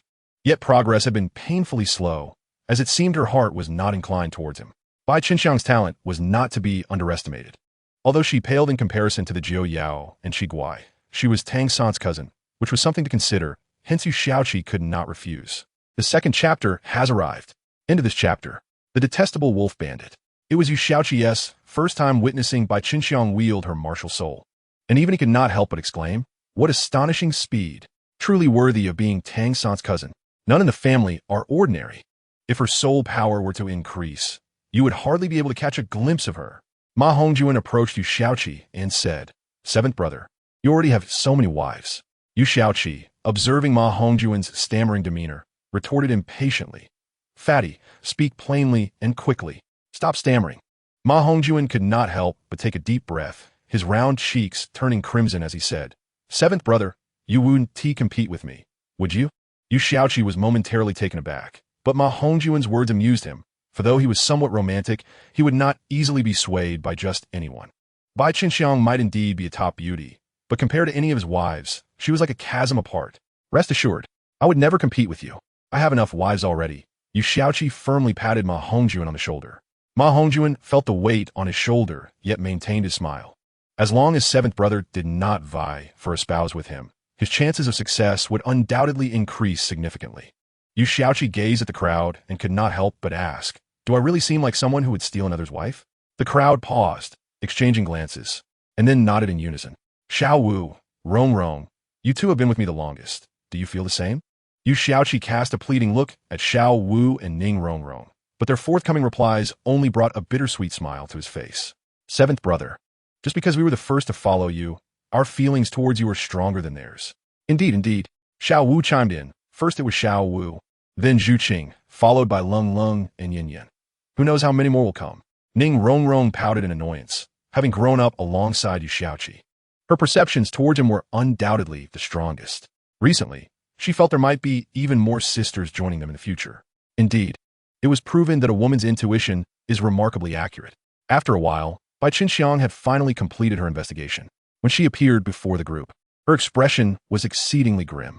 Ma Hongjuan could not refrain from stepping forward to inquire, Xiang, what is wrong? Are you feeling unwell? Bai Qinxiang's face was pale, her chest rising and falling as if she were enduring something.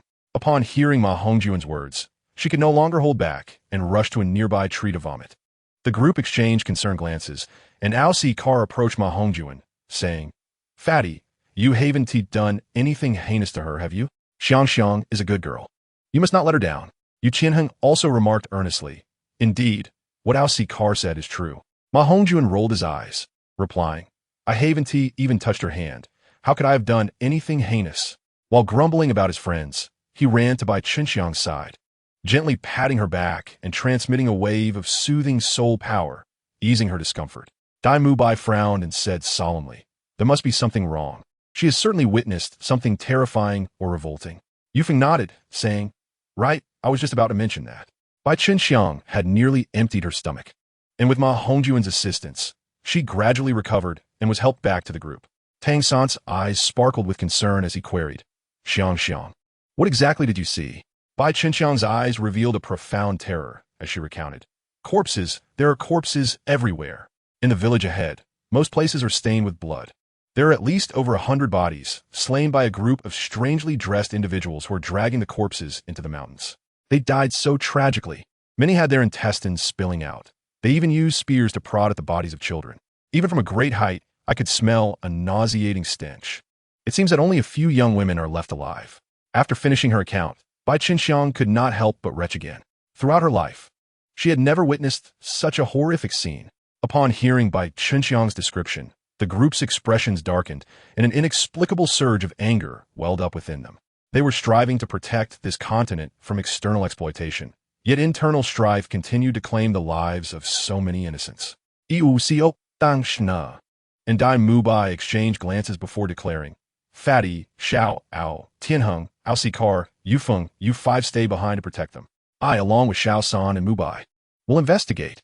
As he spoke, Yu Xiaoqi raised his left hand, his eyes shimmering with blue light, as the triangular, robust Hanhai Qinquanzhao spiraled forth from his brow. A wave of ancient, potent soul power surged into it, causing the blue light to burst forth, enveloping all except himself, Dai Mubai, and Tang San. The Shrek 9 demons and 4 monsters had long cultivated a tacit understanding, surrounding the women in the center with their backs turned to them. Alcikar could not help but caution, be careful. While speaking, Alcikar waved his right hand, softly chanting a spell, and soon after, over 10 large recovery sausages and detoxifying sausages appeared in his hands, which he then handed to Yu Xiaoqi. The 3 of them took to the skies, speeding toward the village, while their previous location, along with the soul beast, vanished without a trace. This was the invisibility effect of the Hanhai Qinquanzhao. As for why it was not given to Tang San to enhance the development of the plot, what a joke. This was a treasure obtained by my wife after 20 years of covert effort. Why should I just give it away? Even if I favored Tang San, I would not relinquish everything to him. The Hanhai Qinquanzhao truly deserved its reputation as a national treasure, possessing both invisibility and defensive capabilities. And its wonder lay in its effective range. Only a trace of Yu Xiaoqi's spiritual energy remained within. Even from 100 miles away, he could retract it. Even if it were beyond 100 miles, he could still locate it through that spiritual energy. The 3 individuals accelerated to their utmost speed. However, rather than genuinely going all out, Yu Xiaoqi seemed to intentionally slow his pace, allowing the others to keep up with him. The chapter concluded with a note of gratitude for the generous reward. And Shadow Hunter, Nana, who is this person? How can he resemble Yu Xiaoqi so closely? Bai Dong felt a surge of anger, for in her heart, no one should be able to impersonate Yu Xiaoqi's appearance or mimic his voice. The current figure before her clearly struck a nerve. He is indeed Yu Xiaoqi. Hulina could only speak the truth, admitting that she still struggled to believe in the reality of Yu Xiaoqi's resurrection. The crowd in the hall remained incredulous. Bibi Nong stepped forward, scrutinizing Yu Xiaoqi intently. Suddenly, she made a shocking move that left everyone astounded. With outstretched hands, Bai Dong tore open Yu Xiaoqi's clothing. Everyone in the hall was aware of how Yu Xiaoqi had perished, so they were fully cognizant of the location of his fatal wound. Yet, they found no trace of such a wound upon this Yu Xiaoqi's chest. Logically, if he had truly come back to life, the injury should have healed. But why was there no blood surrounding the healed area? Bai Dong's gaze sharpened as she fixated on Yu Xiaoqi. The latter was so frightened that he dared not breathe, knowing that a single misplaced word could lead to his demise at Bai Dong's hands. Had he just revived, only to relive the sensation of being annihilated? I did indeed die that day. My soul was transported to a place filled with blinding white light. Yu Xiaoqi began to narrate, introducing the concepts of heaven and hell to the audience. He recounted his experiences, yet many remained skeptical. Surely, my martial soul should suffice to prove my identity.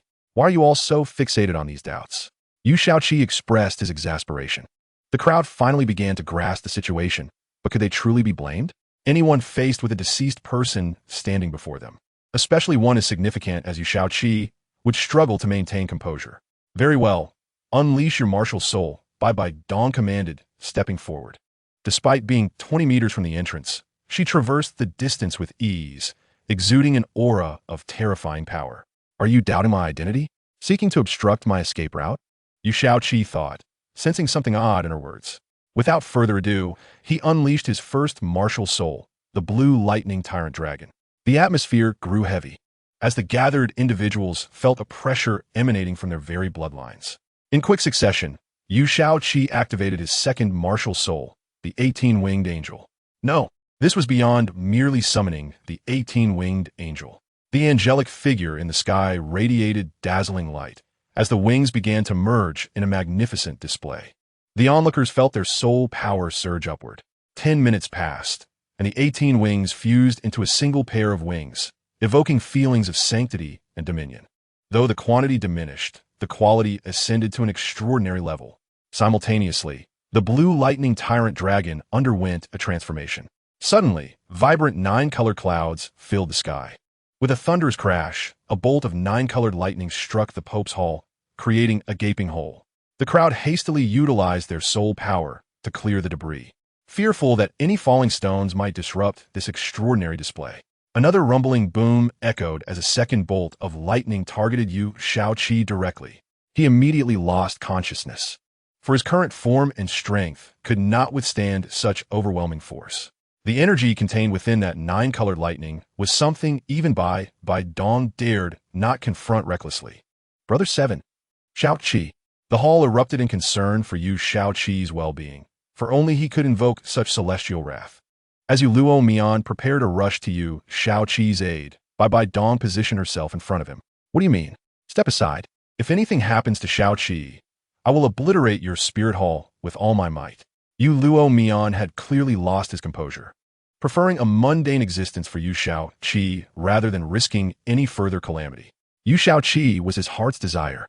With a rumble, Yu Shaoqi's body began to ascend into the heavens, only to be struck once more by a 9-colored lightning bolt. Yu Luo Mian felt his heart bleed. Step aside. He unleashed a seemingly simple attack, yet bore the weight of a super Douluo of level 98. Bibi non stun theorem. Tears glistening in her eyes as she gazed at Yu Luo Mian, softly declaring, if anything happens to Yu Shaoqi this time, I promise to disband the Spirit Hall and take my own life. Yu Luo Mian was taken aback, realizing the magnitude of her resolve. He attempted to retract his attack, but such power could not be easily contained. Despite his efforts to restrain it, a portion of the force still struck Bai Dong. She coughed up blood, and, under the astonished gazes of the onlookers, she managed to say, you all must have seen it. Shaoqi's martial soul is currently transcending. Even we, mere spectators, benefit immensely from this. I believe that the 9-colored lightning will certainly elevate him. This is his opportunity. We must not interfere with it. With that, Bibi Gong slumped into unconsciousness. The once formidable heroine, worn down from days without food or rest, finally succumbed to exhaustion after enduring part of a super Douluo's attack. Ultimately, she was still far from divine. Teacher, Hu Lai Na rushed to support Bai Dong as she began to fall. Even Qianren Shui, who harbored great animosity towards Bai Dong, trembled at the sight. She had heard of Bai Dong's recent hardships, yet her emotions were complex. Gritting her teeth, Qianren Shui resolved to shift her focus away from Bai Dong and instead fixate on the one she longed for. A second update arrives. The chapter concludes here. There seems to have been an error in the chapter upload, causing previous content to be misplaced. To make amends, I shall endeavor to provide additional updates after revising the chapter. Apologies for the inconvenience. In the city of Hanhai, Brother 7, I never expected you to be this formidable. Tang San observed Yu Shaoqi with a complex mix of emotions. From a young age, I have diligently cultivated my abilities, augmented by the techniques of my previous life. I believe myself to be exceptionally gifted, yet unexpectedly encountered the anomaly known as Yu Shaoqi. Fortunately, he is my 7th brother. Had he been an adversary, he likely would not have survived to this day. Just moments ago, with a mere flick of his sword, Yu Shaoqi dispatched a group of wolf bandits without even employing his soul skills. He nimbly maneuvered through the battlefield with the grace of a celestial being, his expression remaining composed, albeit slightly tinged with a sense of menace. I couldn't shake the feeling that he was holding back. Indeed, Yu Shaoqi had not unleashed his full potential. Had he done so, there would be no competition. Neither Tang San nor Dai Mubai would have managed to claim a single head. This is not arrogance, but rather a fact. After Yu Shaoqi cleared the battlefield, he stumbled upon an unexpected treasure, the leader of the wolf bandits, who bore a green soul bone on his right leg. Mubai, this soul bone is yours, Yu Shaoqi declared, tossing the leg bone to Dai Mubai. 7th brother, is this appropriate? Among our 9 demons, Meng Aran and Xiao Wu lack soul bones as well. Is it fair for me to take this alone? Perhaps we should confer more thoroughly on this matter. Dai Mubai's eyes shimmered with longing, yet he restrained his desires. Observing Dai Mubai's demeanor, Yu Shaoqi found it somewhat amusing and feigned indifference. Take it.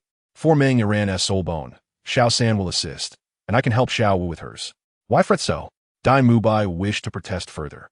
But Yu Shaoqi and Tang Sen had already begun to tend to the surviving women. With no means to refuse, Dai Mubai reluctantly accepted the soul bone, internally vowing to protect both of them at all costs. The surviving women, still reeling from their ordeal, bore expressions of despair and suffering. They had lost husbands, friends, and parents, and their homes lay in ruins, decimated by the wolf bandits. Yu Shaoqi counted 11 survivors, most of whom were young women barely in their 20s. They had once possessed a life filled with happiness, yet now they were left with nothing. Greetings, I am a master of the ego. My name is Yu Shaoqi. He introduced himself to the young ladies. They lifted their heads to gaze at him, but their hearts were too heavy with grief to engage in conversation. A profound sense of loss overwhelmed them. Undeterred, Yu Shaoqi continued, "Do you wish to avenge your loved ones and friends?" Upon hearing his words, fierce killing intent sparked in the girl's eyes. Distinct from the cold resolve of Yu Shaoqi and Tang San, theirs was born from sheer rage. Yet, this fire flickered and extinguished quickly. Silence ensued. I understand. You may feel like mere commoners without the talent for cultivation.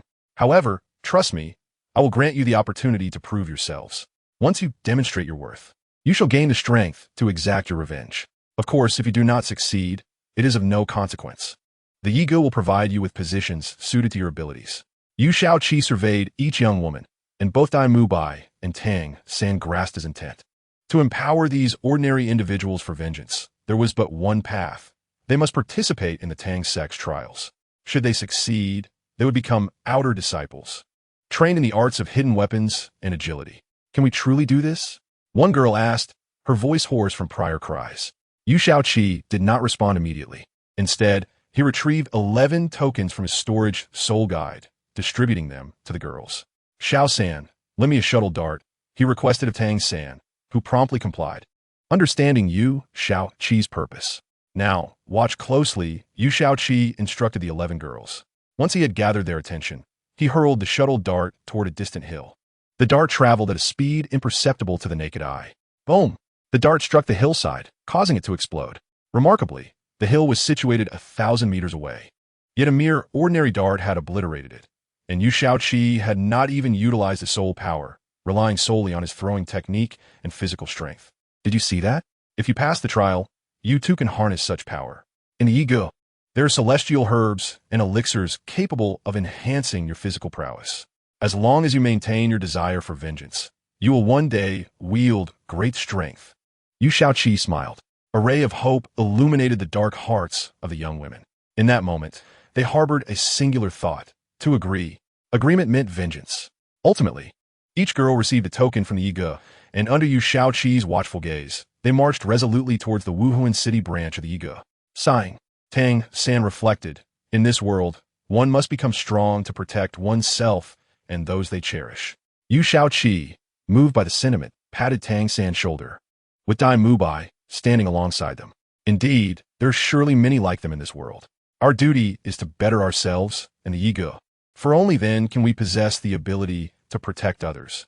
One day, we shall eradicate the wolf bandits and the evil soul masters, Yu Shaoqi passionately affirmed. Dai Mubai smirked mischievously. Why are you two big men getting all sentimental? Just then, he delivered a playful slap to their backsides and dashed away, his speed rivaling that of certain agile soul masters. As he sprinted, he called back, "Haha, let's see who is faster." Taken aback, Yu Shaoqi exchanged glances with Tang San, both recognizing a glint of mischief in each other's eyes. Should we not teach him a lesson? Yu Shaoqi mused, as he and Tang San continued forward, eyeing the sprinting Dai Mubai. Wouldn't that be too cruel? Tang San smiled, then added, let us just incapacitate him. In the end, Dai Mubai could not outpace the two prodigies, and they seized him, delivering a well-deserved retribution. Shaoqi, are you two all right? Yilong stared at Yu Shaoqi and Tang San with concern, forcefully pinning Dai Mubai's head under his arm, fearing something was amiss. The others quickly gathered around, remaining vigilant of their surroundings. Oh, we're fine. Just had to teach old Dai a lesson for provoking us, Yu Shaoqi explained, finally releasing his grip, while Dai Mubai turned a deep shade of red, though he feigned indifference. The three individuals shared their experiences with the gathered crowd. And upon hearing that Yu Shaoqi had assigned the young women to work at the Yigu, they all expressed approval.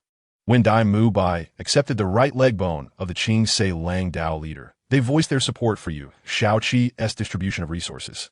Acknowledging that Dai Mu Bai indeed required a soul bone, Ma Hongjun and Ao Si Luo immediately approached, inquiring, "Old Dai, let's see your soul bone." "Yes, yes. We are eager to behold the right leg bone of the Qing Se Lang Dao leader." Their banter piqued the interest of the others, who turned their gaze toward Dai Mu Bai. Reluctantly, he retrieved the wolf bandit leader's soul bone from his storage soul guide. This soul bone might possess a particular ability from the wolf bandit leader, either significantly reducing physical attacks through its phasing capability or perhaps bestowing the bloodthirsty skill he had previously employed, regardless of which, it would prove immensely beneficial. Moreover, this soul bone would enhance his speed and significantly elevate all his attributes. "Old Dai, you have truly struck a fortune this time." Yu Shaoqi joined in, adopting the crowd's affectionate term for Dai Mu Bai, for it would be unbecoming to address him as Dai Lauda, which would undermine her own stature. Referring to him as Old Dai not only acknowledged his seniority, but also conveyed her fondness. "Wow, Old Dai, you are indeed fortunate." Ning rong ekloimet. Her eyes alight with excitement. The soul bone was undoubtedly remarkable. Zhu Zhuqing nodded in agreement. "Alas, I feel as if I have relinquished a fortune." Xiao Wu lamented theatrically. Oscar and Ma Hongjun nodded in concurrence. "All right, upon our arrival at Hanhai City, I shall bear all expenses." Having spent considerable time together, Dai Mu Bai could easily discern their playful banter. "Old Dai, how generous you are." "I adore you, Old Dai."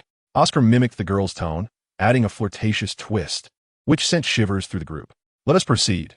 Mu Bai must quickly absorb this leg bone," Yu Shaoqi declared. Dai Mu Bai pressed the right leg bone firmly into his right leg, sitting cross-legged upon the plush carpet, absorbing the soul bone. After approximately an hour, he emerged from his meditative state. "Old Dai, how you feel?" Ma Hongjun, preoccupied with thoughts of pursuing Xiang Xiang, glanced up as Dai Mu Bai stood. Seventh brother was correct. This soul bone grants me the ability of bloodlust. It is a formidable power, known as the bloodthirsty frenzy right leg bone. Upon completion of the absorption, I feel considerably lighter, and the soul bone skill, bloodthirsty frenzy, allows me to enter a frenzied state instantaneously. My attack and defense will both see a 100% increase, though I cannot utilize my soul skills during this time. I wonder if I will remain conscious while employing this skill, Dai Mu Bai stated. "See, I told you." Yu Shaoqi beamed with pride at her correct speculation, earning respectful glances from the others. Tang San pondered for a moment before advising, "It would be best to refrain from using this skill for now. If you become disoriented while using it, it could yield adverse effects. When the opportunity arises, we shall procure a head soul bone for you, which should enhance your mental fortitude, allowing you to control the bloodthirsty frenzy." As Yu Shao Gang's disciple, Tang San possessed a profound understanding of martial souls.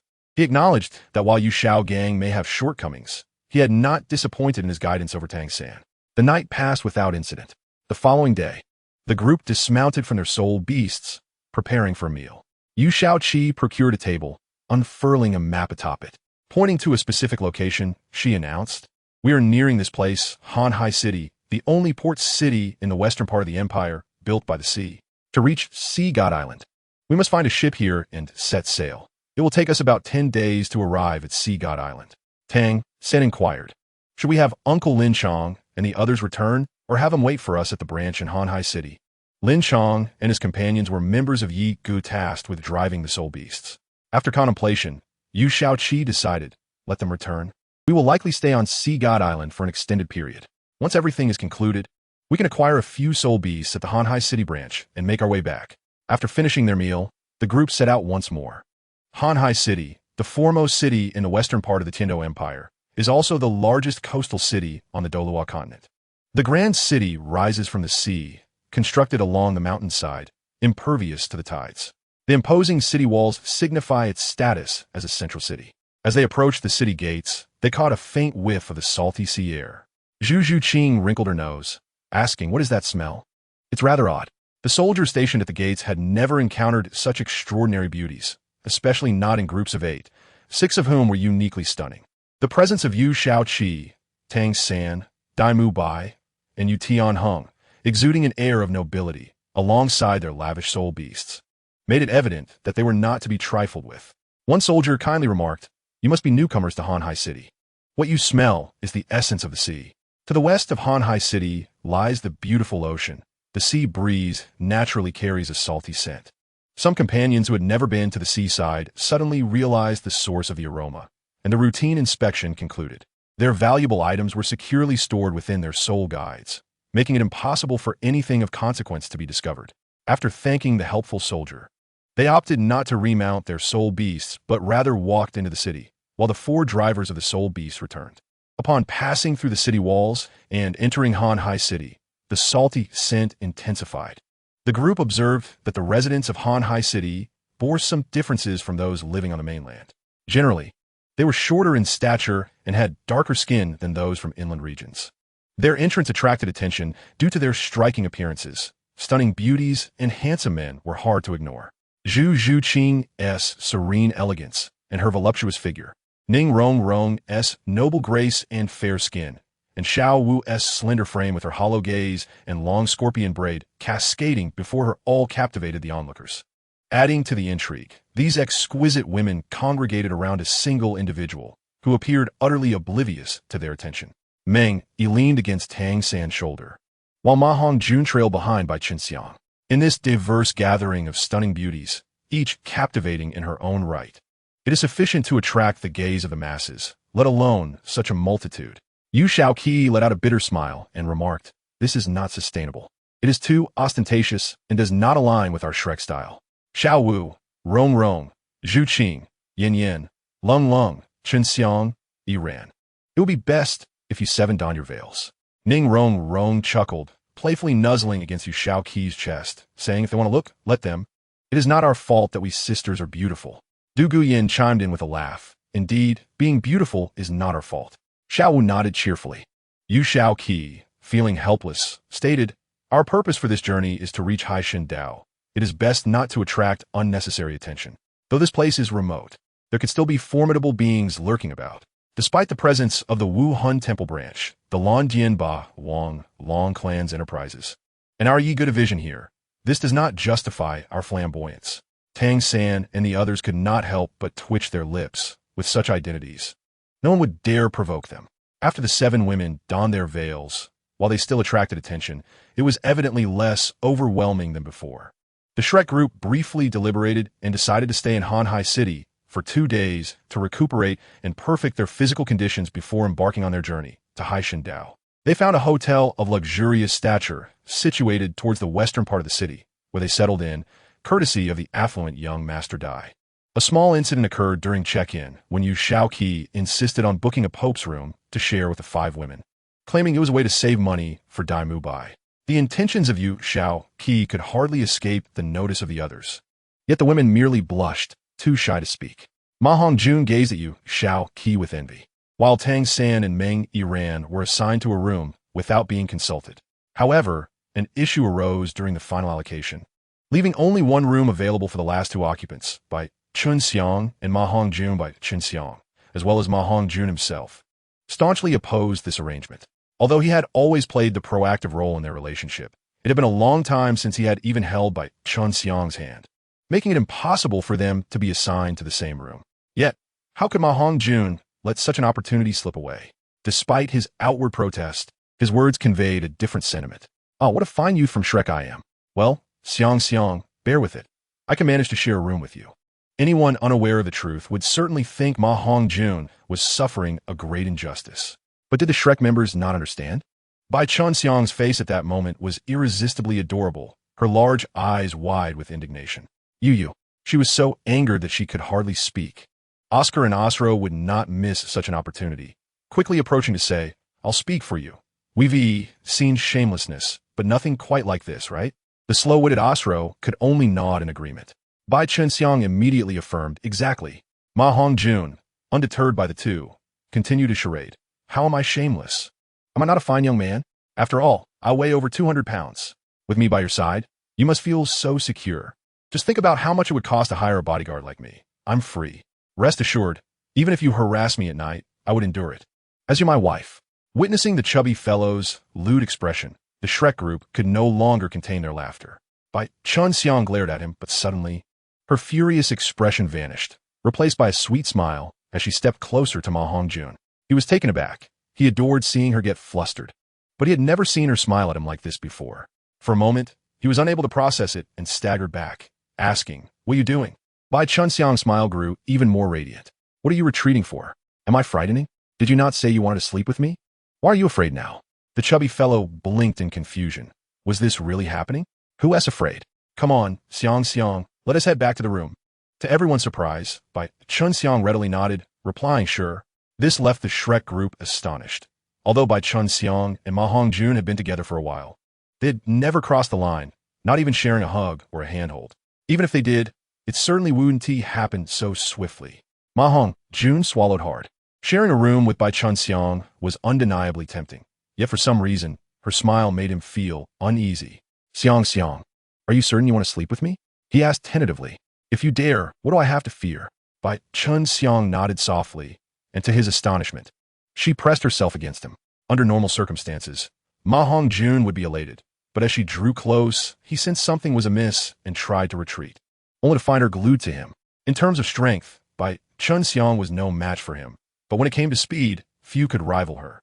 At that moment, Ma Hongjun's body turned rigid as he distinctly felt a razor-sharp dagger pressed against the inside of his thigh. The icy blade sent a shiver through him, making him freeze in place. Bai Chunxiang smiled sweetly at him, her movements unnoticed by the others due to her body shielding her hand. She leaned in closer, whispering fiercely, "If you dare to act foolishly, I'll castrate you." Ma Hongjun never expected this violent side of Bai Chunxiang. With his legs tensed, he could hardly respond. If she were an enemy, he would have numerous ways to escape, undoubtedly resorting to his phoenix flame. Yet, Bai Chunxiang was not an adversary, and using the phoenix flame would likely harm her. Even if he did use it, he could not guarantee that he wouldn't lose something precious. Xiang, I was wrong. I want to dare again. Please spare my life." Ma Hongjun felt on the verge of tears, having tried to tease her, but nearly suffering a catastrophic defeat. As the icy sensation faded, Bai Chunxiang, seeing the opportunity, withdrew from him and playfully patted his protruding belly. In a soft tone, she said, "Chubby, you wouldn't dare hurt me, would you? And you certainly wouldn't burn me with your phoenix flame, right?" As she spoke, she fluttered her captivating eyes. Ma Hongjun instinctively nodded. Bai Chunxiang maintained her gentle smile and said, "Therefore, with my speed, delivering a single strike should pose no challenge. If you believe your speed surpasses mine, feel free to join me in my room." Her voice was barely above a whisper, audible only to Ma Hongjun. After exchanging greetings with the members of Shrek, she retreated to her quarters. Watching Bai Chunxiang depart, the plump one seethed with frustration, yet found himself powerless to act. Oh, the whims of fate. Ma Hongjun sighed deeply. Oscar smirked slyly and remarked, "Why don't you chase after her? What a splendid opportunity." Oscar nodded in agreement. Ma Hongjun, however, still trembling, shot them a disdainful glance and retorted, "Chase? What nonsense! I have no desire to become a lonely old man." Ultimately, Ma Hongjun squeezed into the room shared by Oscar and Dai Mubai, settling on the soft carpet, while a kind servant brought him a pillow and a blanket. After resting through the afternoon, Tang Sing gathered Oscar, Yu Qianheng, and Yu Feng, and the four ventured out, only to return by evening. Once dinner was done, everyone convened. Yu Xiaoqi sheepishly scratched his head and apologized. "Sorry, everyone, I arrived late. I overslept after lunch." Oscar cast a mischievous glance at the five girls and teasingly said, "After enduring for so many days, we are all men here. Surely you understand." Zhu Zhuqing and the others blushed and retorted, "You incorrigible Oscar, when you finally marry, we shall invite your fiancé to our side for a lengthy chat, and let's see how you handle that." Oscar chuckled lewdly and replied, "As long as Brother Chi agrees, I am perfectly fine with that." In an instant, 5 delicate fists flew toward Oscar's face, and the 5 girls chimed in unison, "You are incorrigible." Yu Xiaoqi and Bai Chunxiang were left bewildered. Bai Chunxiang lowered her voice and asked the plump one, "I still don't quite understand what you are incorrigible means." Yu Xiaoqi, having spent some time away from the Shrek group, naturally did not grasp the joke. The plump one, having been intimidated by Bai Chunxiang after the afternoon incident, answered honestly, "It's akin to saying you are a disgrace. It's certainly not a compliment." While fending off the girl's playful assault, Oscar turned to Bai Chunxiang and explained, "You might not be aware, but we are all members of the You Are Incorrigible Club. It's a habitual phrase we often use." Bai Chunxiang blinked and replied, "Then should I say, I am accustomed to you being incorrigible?" Oscar fell momentarily speechless. At that moment, the 5 fists landed on his face, causing him to stagger back with a wry smile. Oh no, even Xiang has learned to misbehave. Xiao Wu chimed in. It's not her fault. You are all bad influences. She's just protecting herself. Tang San smiled and interjected. All right, enough of the jesting. Let's discuss serious matters. Oscar, Tianheng, Yufeng, and I went out to procure some essential items for our sea voyage. We have arranged for a ship through the Night Pavilion branch in Hanhai City. In preparation for departure are underway, but we still require one more day. We shall set sail early the day after tomorrow. However, I need to ask everyone, who among you can swim? Upon hearing Tang San's query, everyone fell silent, even Yu Xiaoqi, who had always been a non-swimmer. They exchanged glances, unable to utter a word. Tang San was momentarily taken aback and turned his hopeful gaze toward Yu Xiaoqi, who deliberately averted his eyes. Brother Qi, can it be that even you cannot swim? Tang San finally asked, prompting the others to fix their gazes on Yu Xiaoqi in disbelief. Was there truly something that Brother Qi could not do? Yu Xiaoqi sighed deeply and replied, I can do everything, but swimming eludes me. I have tried learning, but to no avail. At least I won't drown. Upon hearing this, the group regarded Yu Xiaoqi with renewed affection, realizing that no one is perfect. Tang San sighed, so no one can swim? Dai Mubai scratched his head and replied, we are all non-swimmers, but it should not pose a problem, right? With Xiao Oscar's flying mushroom sausage, we should be fine. Tang San shook his head with a wry smile. No, that presents a significant issue. Xiao Oscar's flying mushroom sausage only allows for brief, short-distance flights. The ocean is vast and would not permit such easy navigation. Moreover, Brother Qi mentioned that soul beasts inhabit the sea and are generally stronger than their terrestrial counterparts. Even if we could fly, what would we do if we encountered a soul beast attack in the ocean, while we can fight in the sea? How effective would our combat prowess be? It seems we must learn to swim before embarking on our journey. Yu Xiaoqi pondered this and realized that Tang San's assertion was indeed valid. Previously, he could have transformed and flown everyone across the sea and back to land, regardless of the circumstances. However, his martial spirit had undergone a transformation, and he was now unable to fully master that immense power. Yu Qianheng remarked, but even if we learn now, will it be too late? Yu Xiaoqi considered and responded, it appears we must procure a soul guide device suitable for use in the ocean, such as one that can transform into a vessel. Such devices are quite rare. Even my blue lightning tyrant dragon sect possesses only 3. Hanhai City is vast, and it seems we must visit the auction house and hope for good fortune. Tang San nodded in agreement, sensing a shared understanding with Yu Xiaoqi, a testament to their lifelong camaraderie. Tang San proposed, shall we depart now? It is better to prepare early than late. Without hesitation, the group set out. They inquired thoroughly about the auction house's location and learned of a familiar place, the Grand Soul Arena. Upon receiving this information, the group made slight adjustments to their evening plans. Yu Xiaoqi had previously mentioned that the combat styles of Sea Soul Masters differ significantly from those of Land Soul Masters. If they could engage with Sea Soul Masters at the Grand Soul Arena in Hanhai City, it would greatly benefit them once they reached Sea God Island. Meanwhile, on the other side of Hanhai City, a noble and enigmatic woman veiled in silk stood with several Dalu from the Spirit Hall, tasked with protecting her in the distant Bai Yi sect. A messenger clad in Spirit Hall attire rushed over and knelt before the veiled woman, reporting, my lady. The veiled woman replied, speak.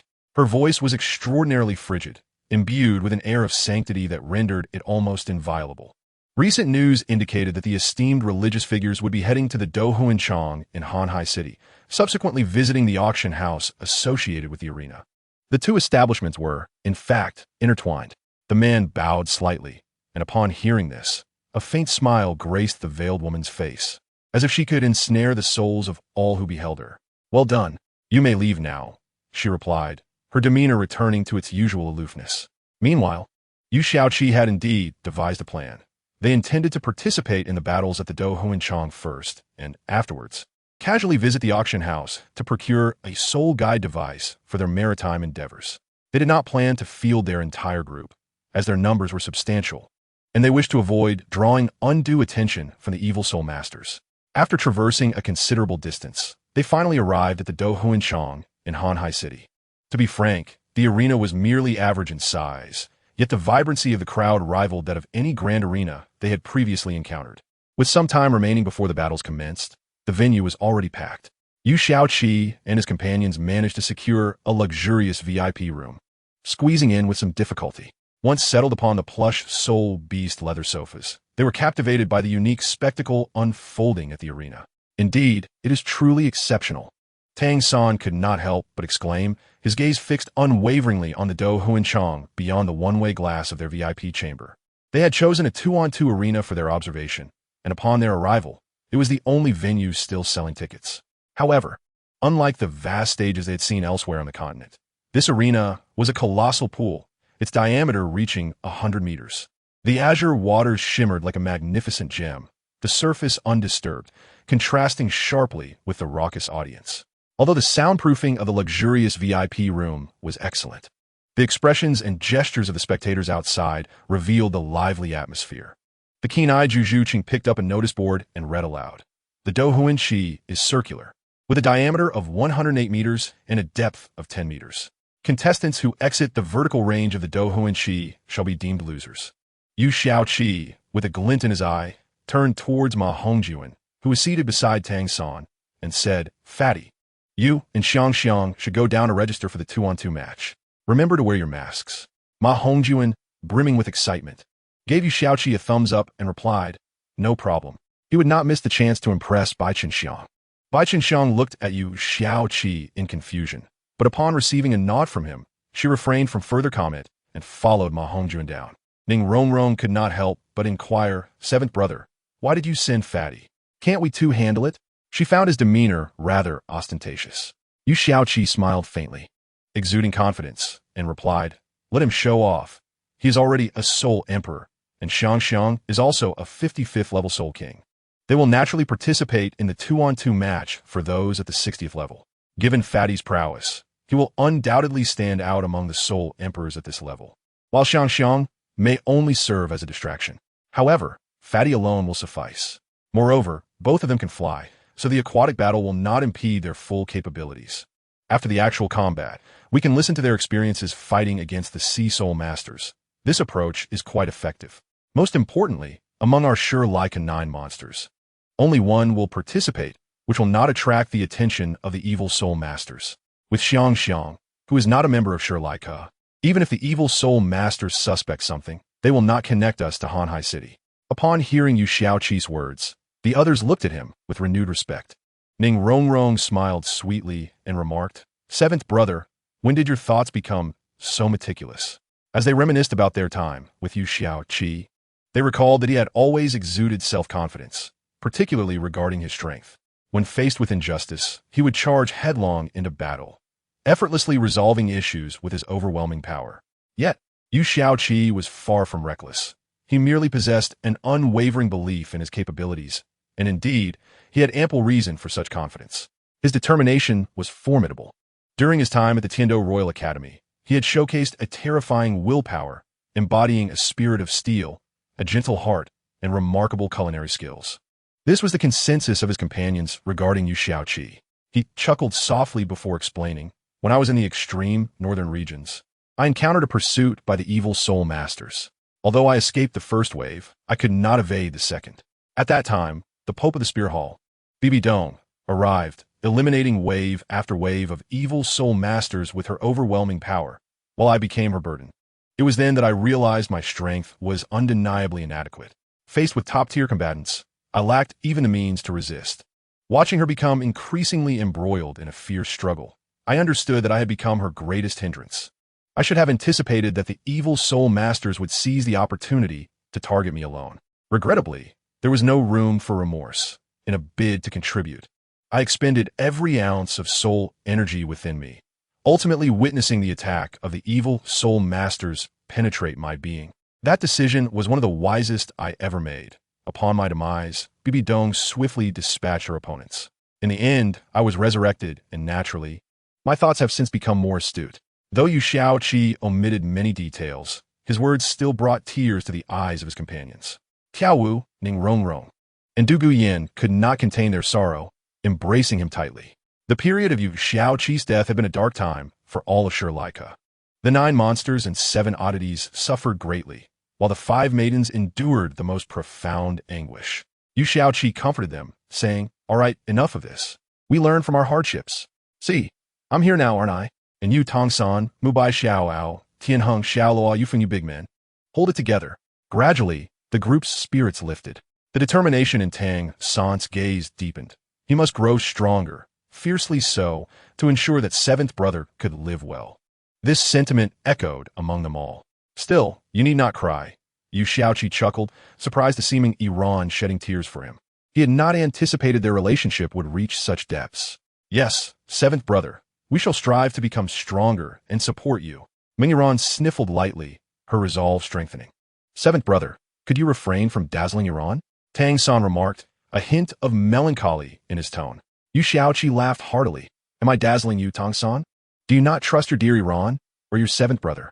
Tang San lamented, the disgraceful teachings. My friends, stay vigilant against the flames, thieves, and seventh brother. At this, everyone burst into laughter, the atmosphere becoming joyous once more. The registration period for the competition is swiftly approaching, followed by the drawing ceremony. Typically, participants are assigned their matches through a lottery, barring any exceptionally outstanding competitors who are directly arranged for battles by the Duhan Arena. Within the adjacent room, Yu Xiaoqi and her companions urged the Duhan Arena to assign her to the competitor in the neighboring chamber. This individual, previously shrouded in a veil, has now donned a mask that bears a striking resemblance to the one Yu Xiaoqi wore during her mission for the Wuhuan Temple, albeit with a different scale. Indeed, this woman is none other than Qianren Xue. Moreover, Ma Hongjun and Bai Chenxiang have also been covertly directed into the first group for the initial match. The host's voice resonated through special channels, reaching the VIP room where Yu Xiaoqi and her friend resided. The first match of the 2-on-2 Dahan pits the Huoyan Yao combination against Qing Xue. Let us briefly introduce the contenders. Many may not be aware that Qing Xue is a singular individual. It has entered a 2-on-2 contest, boasting the formidable rank of a level 69 Soul Emperor. His adversaries, the Huoyan Yao duo, consist of Huo Lai and Yao, both of whom are participating in the Hanhai City Dahan competition for the first time. Huo Lai is a level 64 Soul Emperor, while Yao holds the rank of a level 55 Soul King. Frankly, I'm quite eager for this confrontation to unfold. Will the solitary Qing Xue emerge victorious, or will the duo of Huoyan Yao triumph? Let's await the outcome with bated breath. Now, let's welcome the combatants to the arena. Qianren Xue felt a twinge of confusion. While the Huoyan Yao combination is indeed part of the Shrek 9 monsters and the 4 oddities, the name itself seemed utterly disconnected from Yu Xiaoqi. Could it be that he did not participate? No, he would not miss such an opportunity for battle. Qianren Xue shook her head, knowing she would soon discover his presence in this event. The host's words were laden with fervor, stirring the emotions of the audience to a fever pitch. In Duhan competitions, both one-on-one and group battles are undeniably the most captivating formats, with one versus many scenarios being exceedingly rare, occurrences that might transpire only once in decades. Yet today, they were witnessing just such an event. The organizing committee's lottery has evidently orchestrated the pairing of the Huoyan Yao combination with Qing Xue, a manipulation that had become all too familiar. To the left of the VIP area stood 2 figures, one robust, the other petite, emerging simultaneously from the corridor's entrance. Both wore the standard masks utilized within the Duhan Arena, prompting laughter among the VIP guests upon their appearance. From their physiques alone, it was easy to identify them as Ma Hongjun and Bai Chenxiang. The name Huoyan Yao is simply hilarious. It had become a well-known joke in my past life. Surely, such a name could not have originated from the fatty, given his limited imagination. Oscar interjected, clearly missing the humor that tickled Yu Xiaoqi. Huoyan Yao indeed seems to be an extravagant title, as the fatty is merely a caricature of a phoenix. Oscar continued, to jest. Tang Sen gently tapped Oscar's arm, cautioning him to be mindful of his words lest he inadvertently reveal the fatty's past in front of Chenxiang. With the second match approaching, the chapter draws to a close. The Huoyan Yao combination is set to march forth, leaving no blade of grass unturned. Oscar chuckled and quickly added, rest assured, as long as he doesn't spill the beans himself, we won expose him. Although we tease him daily, he is still my brother. This simple declaration of brotherhood encapsulated the pure bond shared among the Shrek members. In the arena, Ma Hongjun strode confidently forward, arms outstretched as he vigorously waved to the audience in the VIP room where Yu Xiaoqi and her companions were seated. Having faced numerous grand occasions, he was unfazed by the relatively modest Duhan Arena. The multitude of spectators, though substantial, was inconsequential in his eyes. The fatty remained poised and self-assured. while Bai Qinxiang appeared noticeably less composed, her nerves palpable.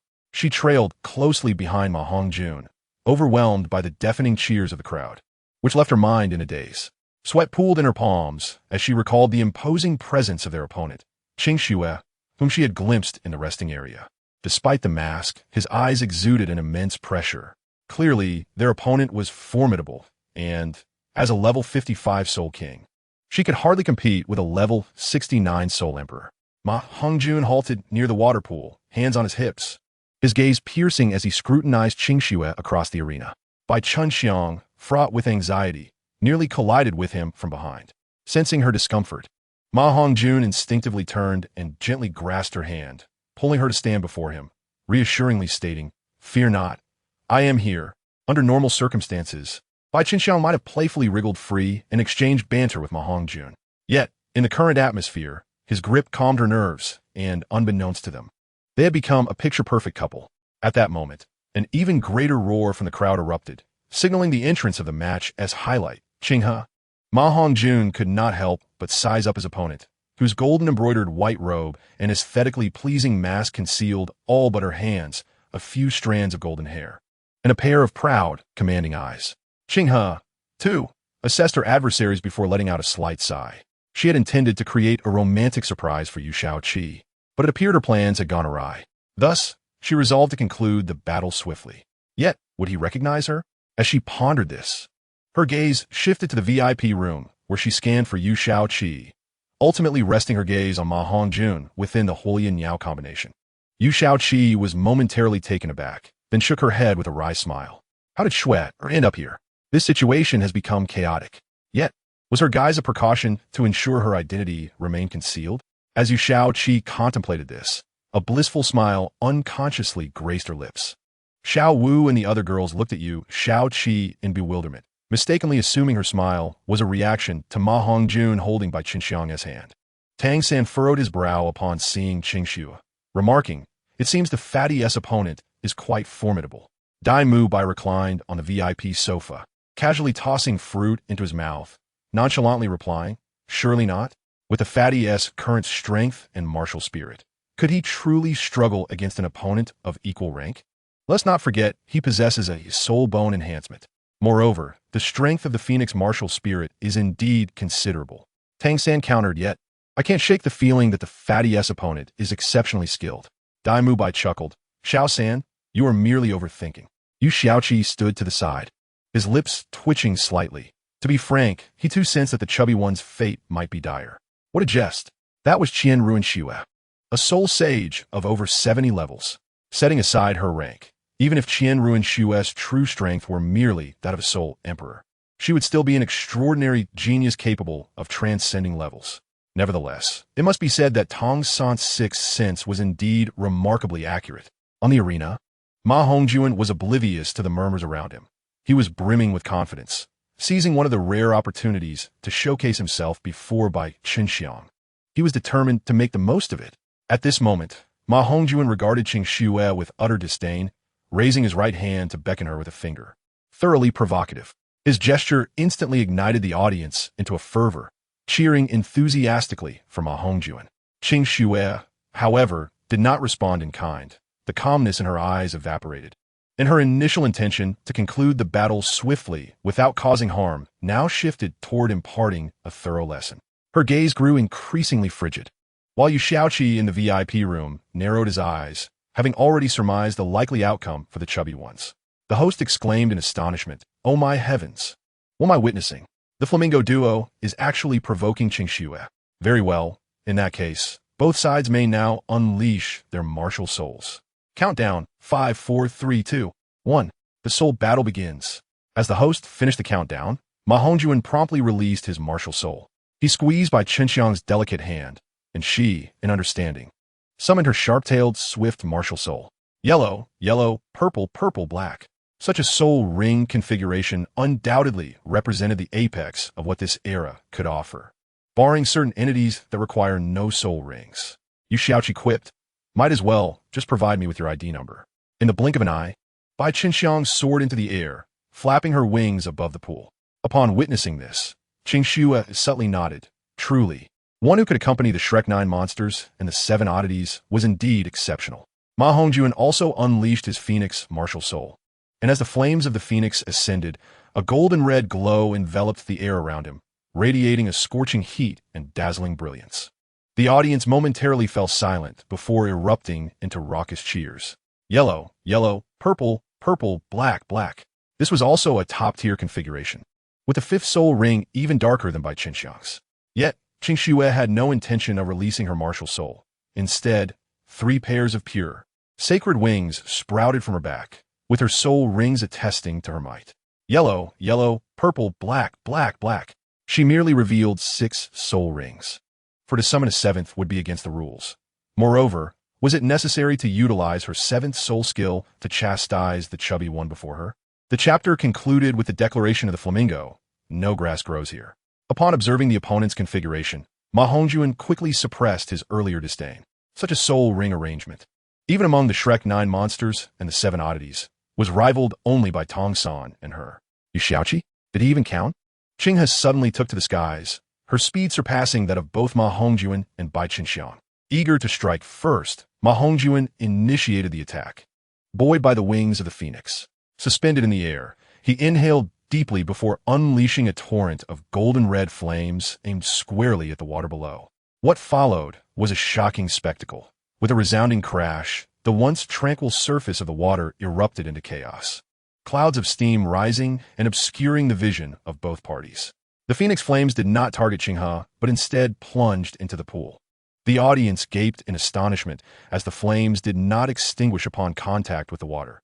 Instead, they transformed into a pillar of fire, causing the surrounding water to churn violently and release plumes of white steam into the air. In the VIP room, Dai Mubai and Yu Qianheng immediately exchanged bewildered glances, exclaiming simultaneously, "What is the chubby one doing?" Tong San furrowed his brow but soon relaxed, a faint smile gracing his lips as he remarked, "Who would have thought?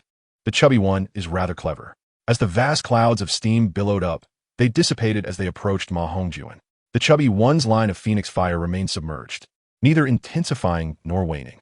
The host's incredulous voice rang out, "What is this fire-type soul master doing? My heavens! Is his fire resistant to water? Could he be planning to evaporate all the water in the pool?" Ma Hongjuan's peculiar actions soon caught Qing Shue's attention. How could the astute Qing Shue not discern his intentions? Suddenly, Ma Hongjuan ceased releasing the phoenix flames and instructed Bai Qinxiang, Xiang, "Let us work together to blow all the steam over to the opposite side." Bai Qinxiang quickly grasped the plan, fervently flapping her wings alongside Ma Hongjuan, directing all the water vapor towards Qing Shue.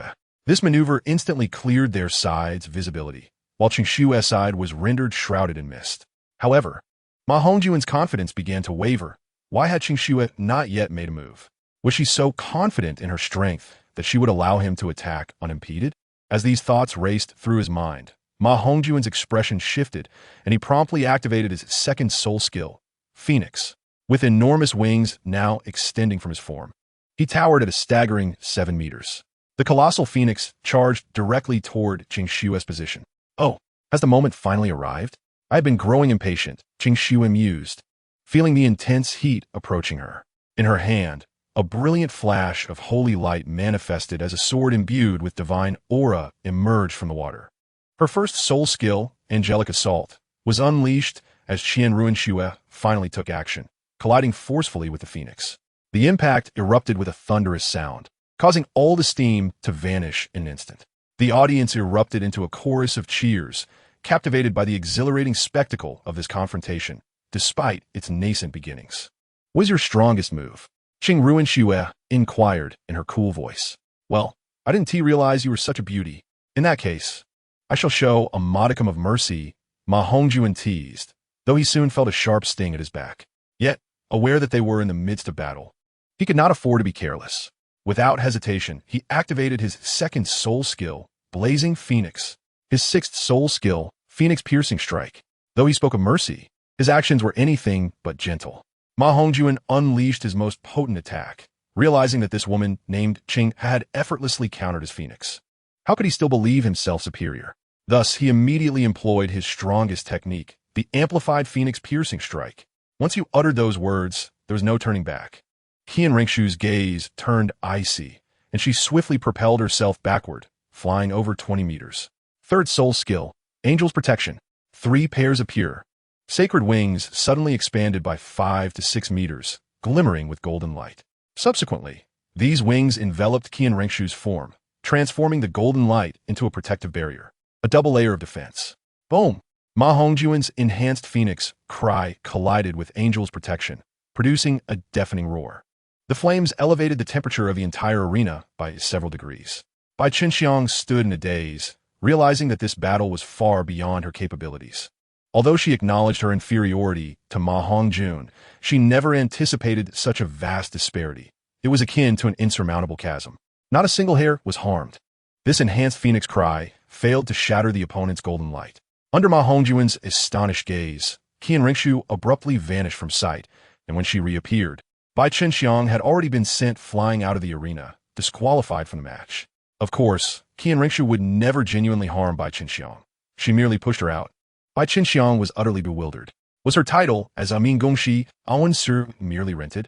She hadn't even had time to react before being thrown out by someone else. Ma Hongjun, veins bulging in his forehead, exclaimed, "How dare you touch my woman? I solemnly inform you that you are finished." In the next moment, Qian Rengshu delivered a sweeping strike with the back of her sword to Ma Hongjuan's chest. He was immediately sent flying, barely managing to regain control of his body before reaching the vertical boundary line, preventing himself from going out of bounds. At this point, Ma Hongjun realized that he was utterly outmatched by this woman and was about to surrender. Want to surrender? Where were you before? Qian Rengshu sheathed her sword and then kicked Ma Hongjun into the water pool. As soon as his body hit the water, barely descending half a meter, Qian Rengshu pulled him back to the surface. She tossed him into the air once more, and in the next instant, appeared above him again, delivering another kick that sent him into the water. This cycle continued. Initially, the host and the audience were filled with excitement, but they soon grew bored. Although the display was visually thrilling, how many times could one watch the same action? In the second update, I apologize, Fatty, for your insolence despite having a woman. This chapter concludes with a plea for an elder sister to listen. At this moment, Ma Hongjun felt a desire to perish.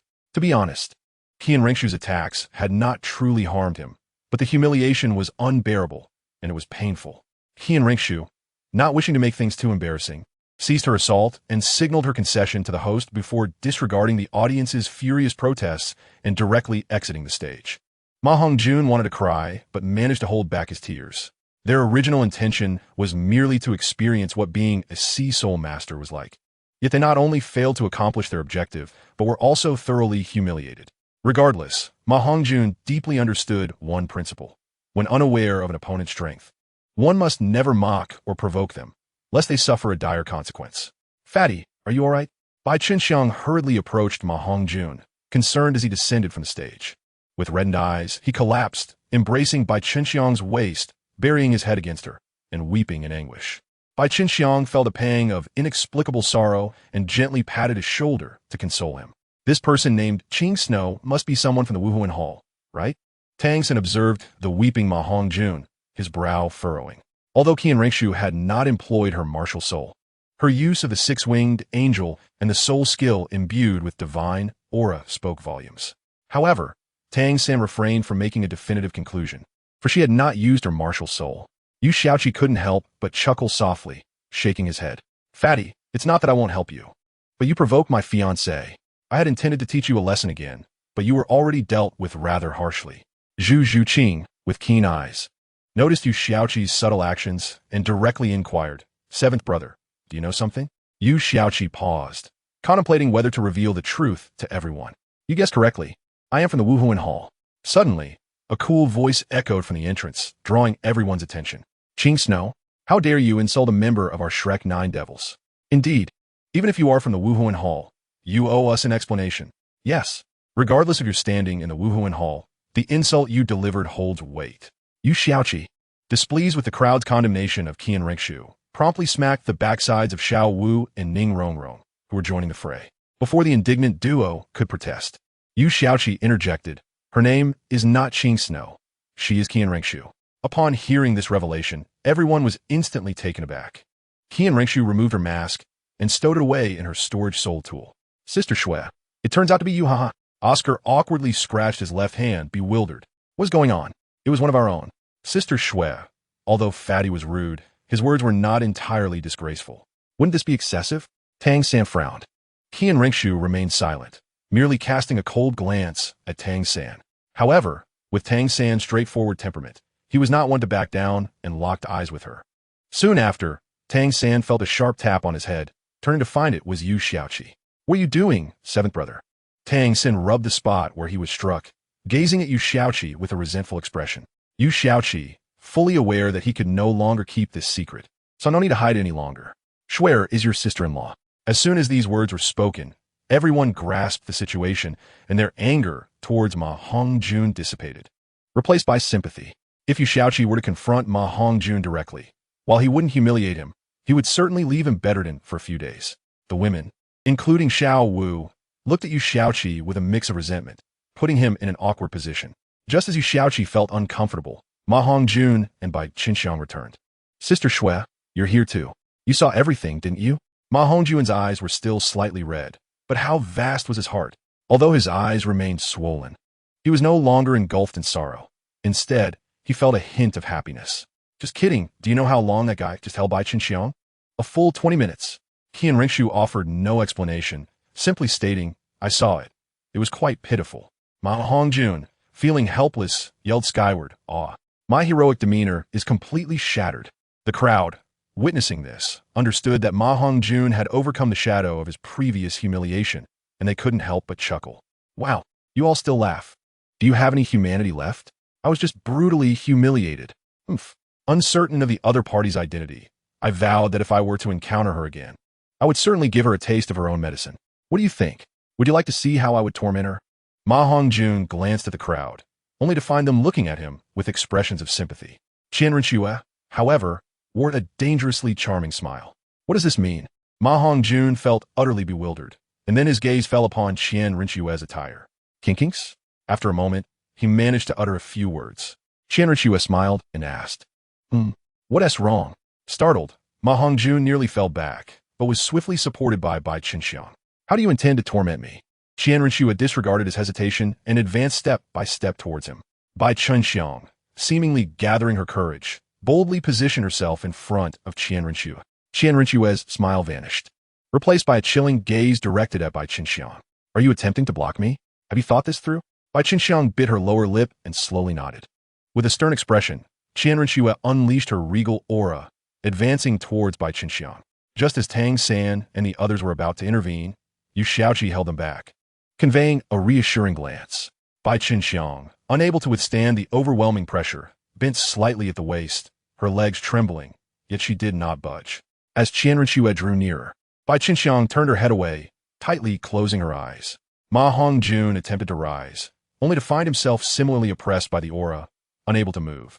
When he tried to speak, he discovered his voice had vanished. The first update has arrived.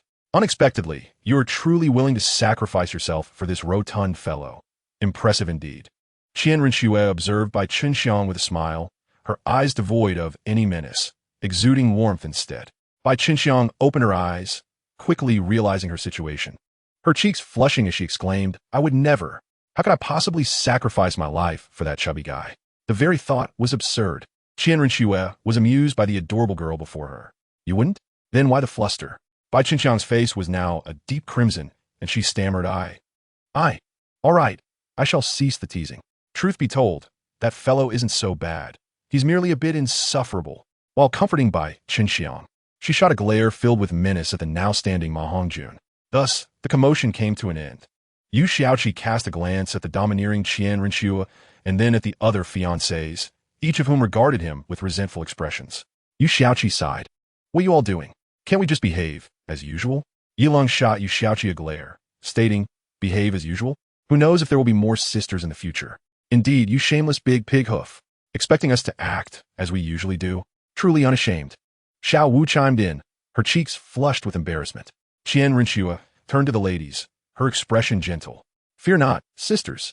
With me around, should he dare to pursue other women, I shall ensure he pays dearly. Upon hearing Qian Rinxue's words, Xiao Wu and the others settled beside her. Yu Xiaoqi felt a chill beneath him and cast a pleading glance at Tang San, who feigned ignorance, engrossed in conversation with Meng Aran. The others also diverted their attention, whistling nonchalantly. Is this still brotherhood? I fear I have made false friends. By the way, Qianrenshua, when did you develop such feelings for that big pig hoof? Dugian inquired curiously. Qianrenshua reminisced. Back then, I was the crown prince of the Tindo Empire, Shueqinghe. Initially, I merely admired him, but as time passed, he would come to me after training to play chess, eventually seeing through my disguise as a woman. Omitted thousands of words. Eventually, we naturally developed feelings for each other. Zhu Zhuqing shot Yu Xiaoqi a fierce glare before addressing Qianrenshua. I didn't realize it had been so long. The six ladies soon began to playfully banter, and the once regal demeanor of the queen melted away, revealing a vivacious spirit. Who would have imagined that Qianrenshua could be associated with such lively character? After a hearty laugh, they returned to the matter at hand. Our initial mission may be deemed a failure, but we have observed several battles among the sea spirit masters, thus gaining a fundamental understanding of the situation. Yu Xiaoqi summarized for the group. Are you implying it's my fault? Qianrenshua furrowed her brow, regarding Yu Xiaoqi with a frosty glare. Yu Xiaoqi, feeling the heat of her gaze, quickly replied, How could I dare? Absolutely not. It was the first time the group witnessed Yu Xiaoqi in such a state, stifling their laughter. Seventh brother has encountered his nemesis. Of course, we also missed the auction. At the auction, the only soul guide needed for our sea expedition was sold. Yu Xiaoqi sighed, realizing he had lost track of time while having fun, never expecting that even Tang San, Dai Mubai, Oscar, Yu Qianheng, and Gu Feng could forget the hour. They were engrossed in their own conversations, while Tang San and his wife were sharing sweet moments, and Ma Hongjun was laughing and chatting with Bai Qinxiang. Yet these five were engaged in a game of Do Di Zhu. Oh, it was I who had it purchased, thinking you might need it. Qianrenshua surprised everyone with her announcement. This is called the Longyuan boat. Do not be fooled by its palm-sized appearance, for it is a treasure passed down from ancient times.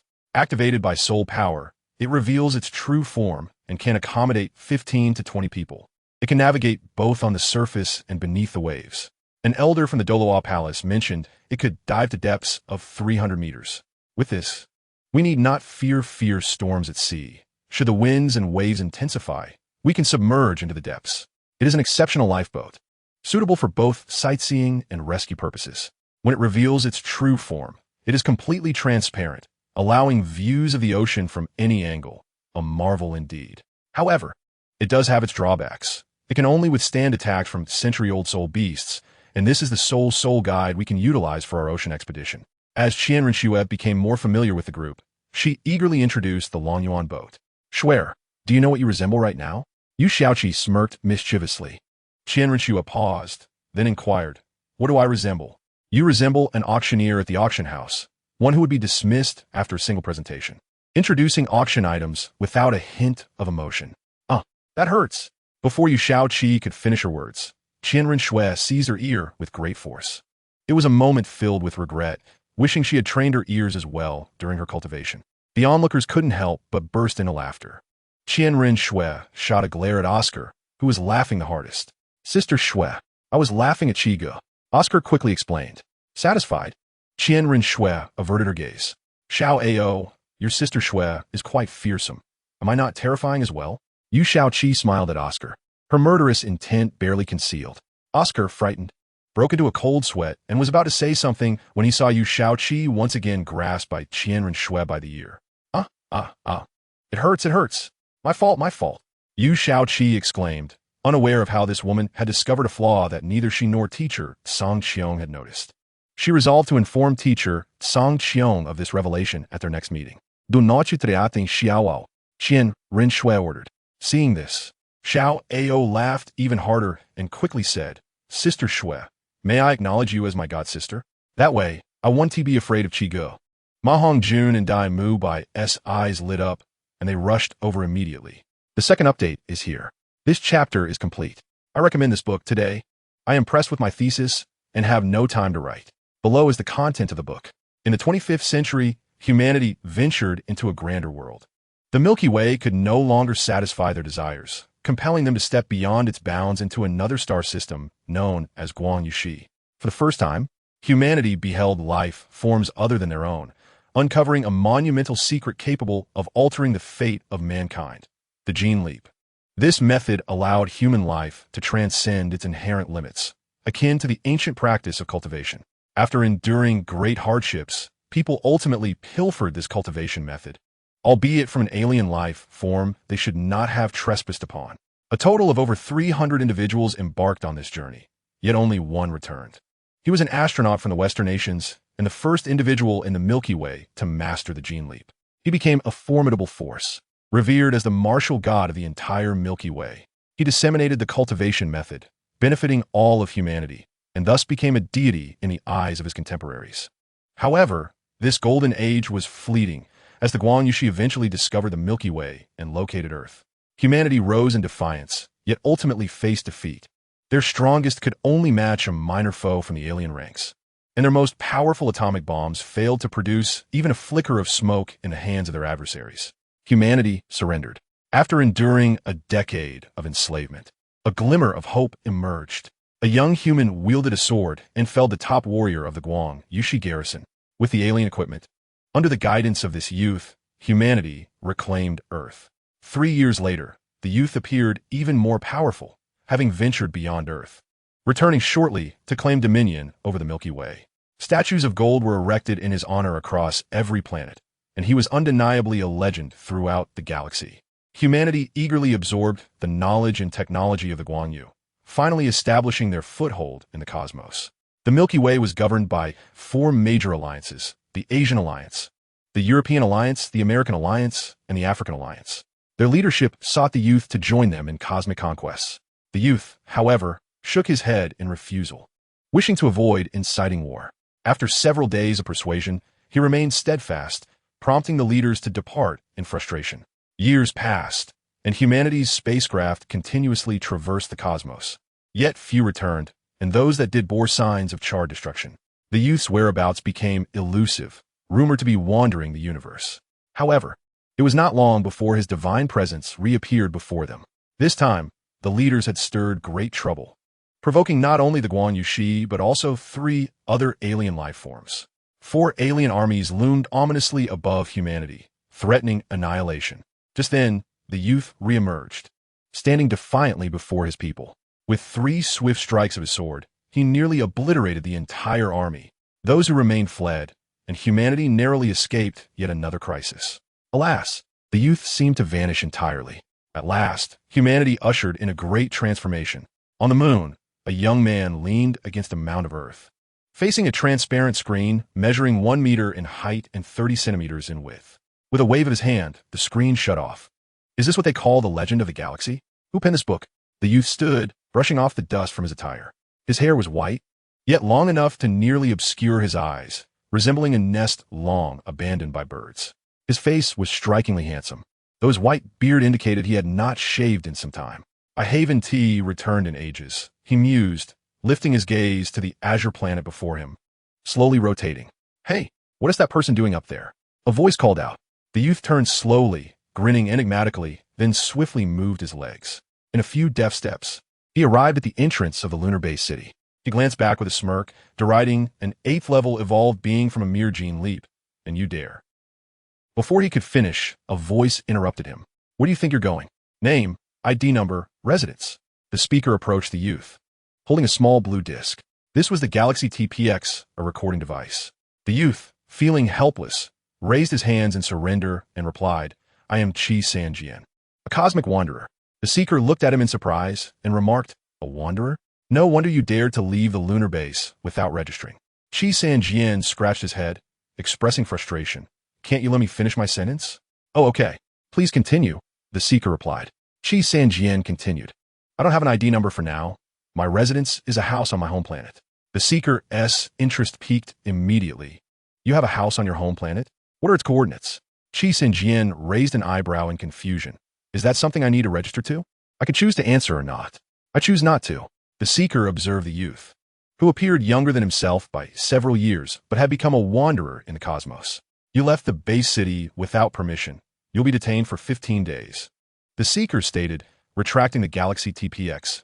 Yet before he could finish, Qi Sanjian interrupted. What? I merely stepped out to see my home planet. And I'm facing a 15-day detention?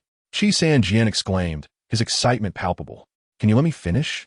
The seeker waved his hand dismissively. Qi San fell silent. And the seeker continued, This time, I shall pretend I did not see anything. But next time, you may not be so fortunate." As soon as the words left his lips, the seeker resumed his patrol, moving in the opposite direction of the base city. Jianxi Sing gazed at the figure clad in a blue-black bodysuit, with the lightning-like TPX imagery shimmering behind him, and felt that the man's silhouette grew increasingly imposing. Without further contemplation, he muttered complaints. "This shouldn't be the case. My strength shouldn't have diminished so severely." In this era, every planet within the Milky Way had been colonized by humanity, and even some extraterrestrial beings had settled in the galaxy, signing residency agreements. Human cultivation gradually kept pace with the universe, yet still remained at the bottom tier. The levels of cultivation and professions had been meticulously categorized. The most common type was known as an evolver, who achieved breakthroughs through genetic advancements, resulting in physical transformations. From level 1 evolvers to level 10 evolvers, each represented a genetic leap. Upon reaching the pinnacle of level 10 evolvers, second genetic evolution would occur, marking the emergence of formidable beings. At this stage, their signature abilities included extraordinary agility and the capacity for remote combat. Those who had undergone a second genetic evolution could manipulate elements, which was the most common among such evolved beings. Other second genetic evolutionists possessed even more unique abilities. These powerful individuals were referred to as gene warriors. In the 25th century, humanity ventured into a broader realm. The Milky Way could no longer satiate their desires, prompting them to explore another star system known as Guanyu system. For the first time, humans witnessed life forms other than themselves and uncovered a monumental secret that could alter humanity's fate: gene evolution. This method allowed human life to transcend its inherent limits, reminiscent of ancient practices of immortality. After enduring numerous trials, humanity finally pilfered this cultivation technique, albeit from extraterrestrial beings they should not have disturbed. A total of over 300 individuals embarked on this journey, yet only one returned, a spacefarer from the Western nations, the first in the Milky Way to master the art of gene evolution. He became a powerful figure and a universal champion of the Milky Way, disseminating the cultivation method for the benefit of all humanity. He was regarded as a deity among his people. However, this golden age was short-lived. As the Guanyu system eventually discovered the Milky Way and Earth, humanity rose to resist, but ultimately, they were defeated. Their mightiest warriors could only match a mere underling of the enemy, and even their most potent atomic bombs failed to ignite a spark in the hands of their foes. Humanity surrendered. After enduring 10 centuries of slavery, a glimmer of hope emerged when a young human warrior slew the foremost champion of the Guanyu system's garrison. Armed with the equipment of the Guanyu humans and under the guidance of this young warrior, humanity reclaimed Earth. 3 years later, the youth appeared even stronger, having ventured beyond Earth and returned with dominion over the Milky Way. Statues of gold were erected in his honor on every planet, establishing him as an undeniable legend of the galaxy. Humanity fervently absorbed the knowledge and technology of the Guanyu people, finally securing their foothold in the cosmos. The Milky Way was governed by 4 major alliances: the Asian Alliance, European Alliance, American Alliance, and African Alliance. The leaders sought out the young warrior, inviting him to join them in conquering the universe. However, he declined, unwilling to incite further conflict. After several days of persuasion, the leaders departed in frustration. Years passed, during which human spacecraft traversed the cosmos, yet few returned, and those that did bore the marks of charred destruction. The youth vanished, rumored to be wandering the universe. However, humanity did not remain perplexed for long, as the divine figure soon reappeared before their eyes. This time, the human leaders had stirred a great calamity, provoking not only the Guanyu system, but 3 other extraterrestrial life forms as well. 4 alien armies loomed over humanity, threatening their very existence. Just then, the young warrior emerged once more, standing resolutely before his people. With a swift flurry of 3 strikes, he nearly obliterated the entire army, allowing the remnants to flee and granting humanity another reprieve. Yet this time, the youth seemed to have completely vanished. A significant transformation awaited humanity. On the moon, a young man leaned against a mound of earth, facing a transparent screen measuring 1 meter by 30 centimeters. With a wave of his hand, he switched off the screen. Is this what they call the legend of the galaxy? Who authored this? The young man rose, brushing the dust from his attire. His hair was a striking white, yet it had grown so long it nearly obscured his vision. His hairstyle was somewhat disheveled, resembling a nest that had long been abandoned by birds. His face was remarkably handsome, yet the white stubble indicated he had not shaved in quite some time. I haven't returned in ages, he mused, raising his gaze to the azure planet slowly rotating before him. Hey, what is that person doing up there? A voice called out, prompting the young man to turn his head slowly. A peculiar smile emerged before he swiftly moved his legs. In mere moments, he arrived at the entrance of the lunar base city. Glancing back with a disdainful smirk, he taunted, "A mere level 8 evolver from a single genetic evolution dares to confront me?" Before he could finish, a voice interrupted him from ahead. "Where do you think you're going?" "Name, identification number, residence." The speaker approached the young man, holding a palm-sized blue disc. This was the Galaxy TPX, a recording device. The young man raised his hands in resignation and turned to the seeker, stating, "I am Jianqi-san, a cosmic wanderer." The seeker, taken aback, scrutinized Jianqi-san before replying, "A wanderer? No wonder you dared to leave the lunar base without registering." Jianqi-san scratched the back of his head, replying, "Could you at least let me finish speaking?" "Oh, fine. Please continue," the seeker conceded. Jianqi-san, observing the seeker's demeanor, continued, "I do not have an identification number at the moment. I possess a house on my home planet." The seeker's interest piqued at this revelation, and he inquired, "You actually own a house on your home planet? What are its coordinates?" Jianqi-san raised an eyebrow in confusion. "Is that really necessary for registration?" "Well, you may choose not to answer," the seeker replied. Yet, the young man, appearing younger than the seeker by several years, had become a wanderer of the cosmos. "You will be detained for 15 days for leaving the base city without permission," the seeker remarked, putting away the Galaxy TPX, only to be interrupted by Jianqi-san's exclamation. "What? I merely came out to see my home planet, and you're detaining me for 15 days? Jianqi-san exclaimed, agitated. "Can you please let me finish?" The seeker gestured. Jianqi-san fell into silence, and the seeker continued, "This time, I shall pretend I did not see anything. But next time, you may not be so fortunate." As the words left his lips, the seeker resumed his patrol in the opposite direction of the base city. Jianqi-san gazed at the figure clad in a blue-black bodysuit, accompanied by the lightning-like TPX image behind him, and felt his silhouette grow taller. He did not ponder further, but grumbled, "It shouldn't be this severe decline in strength."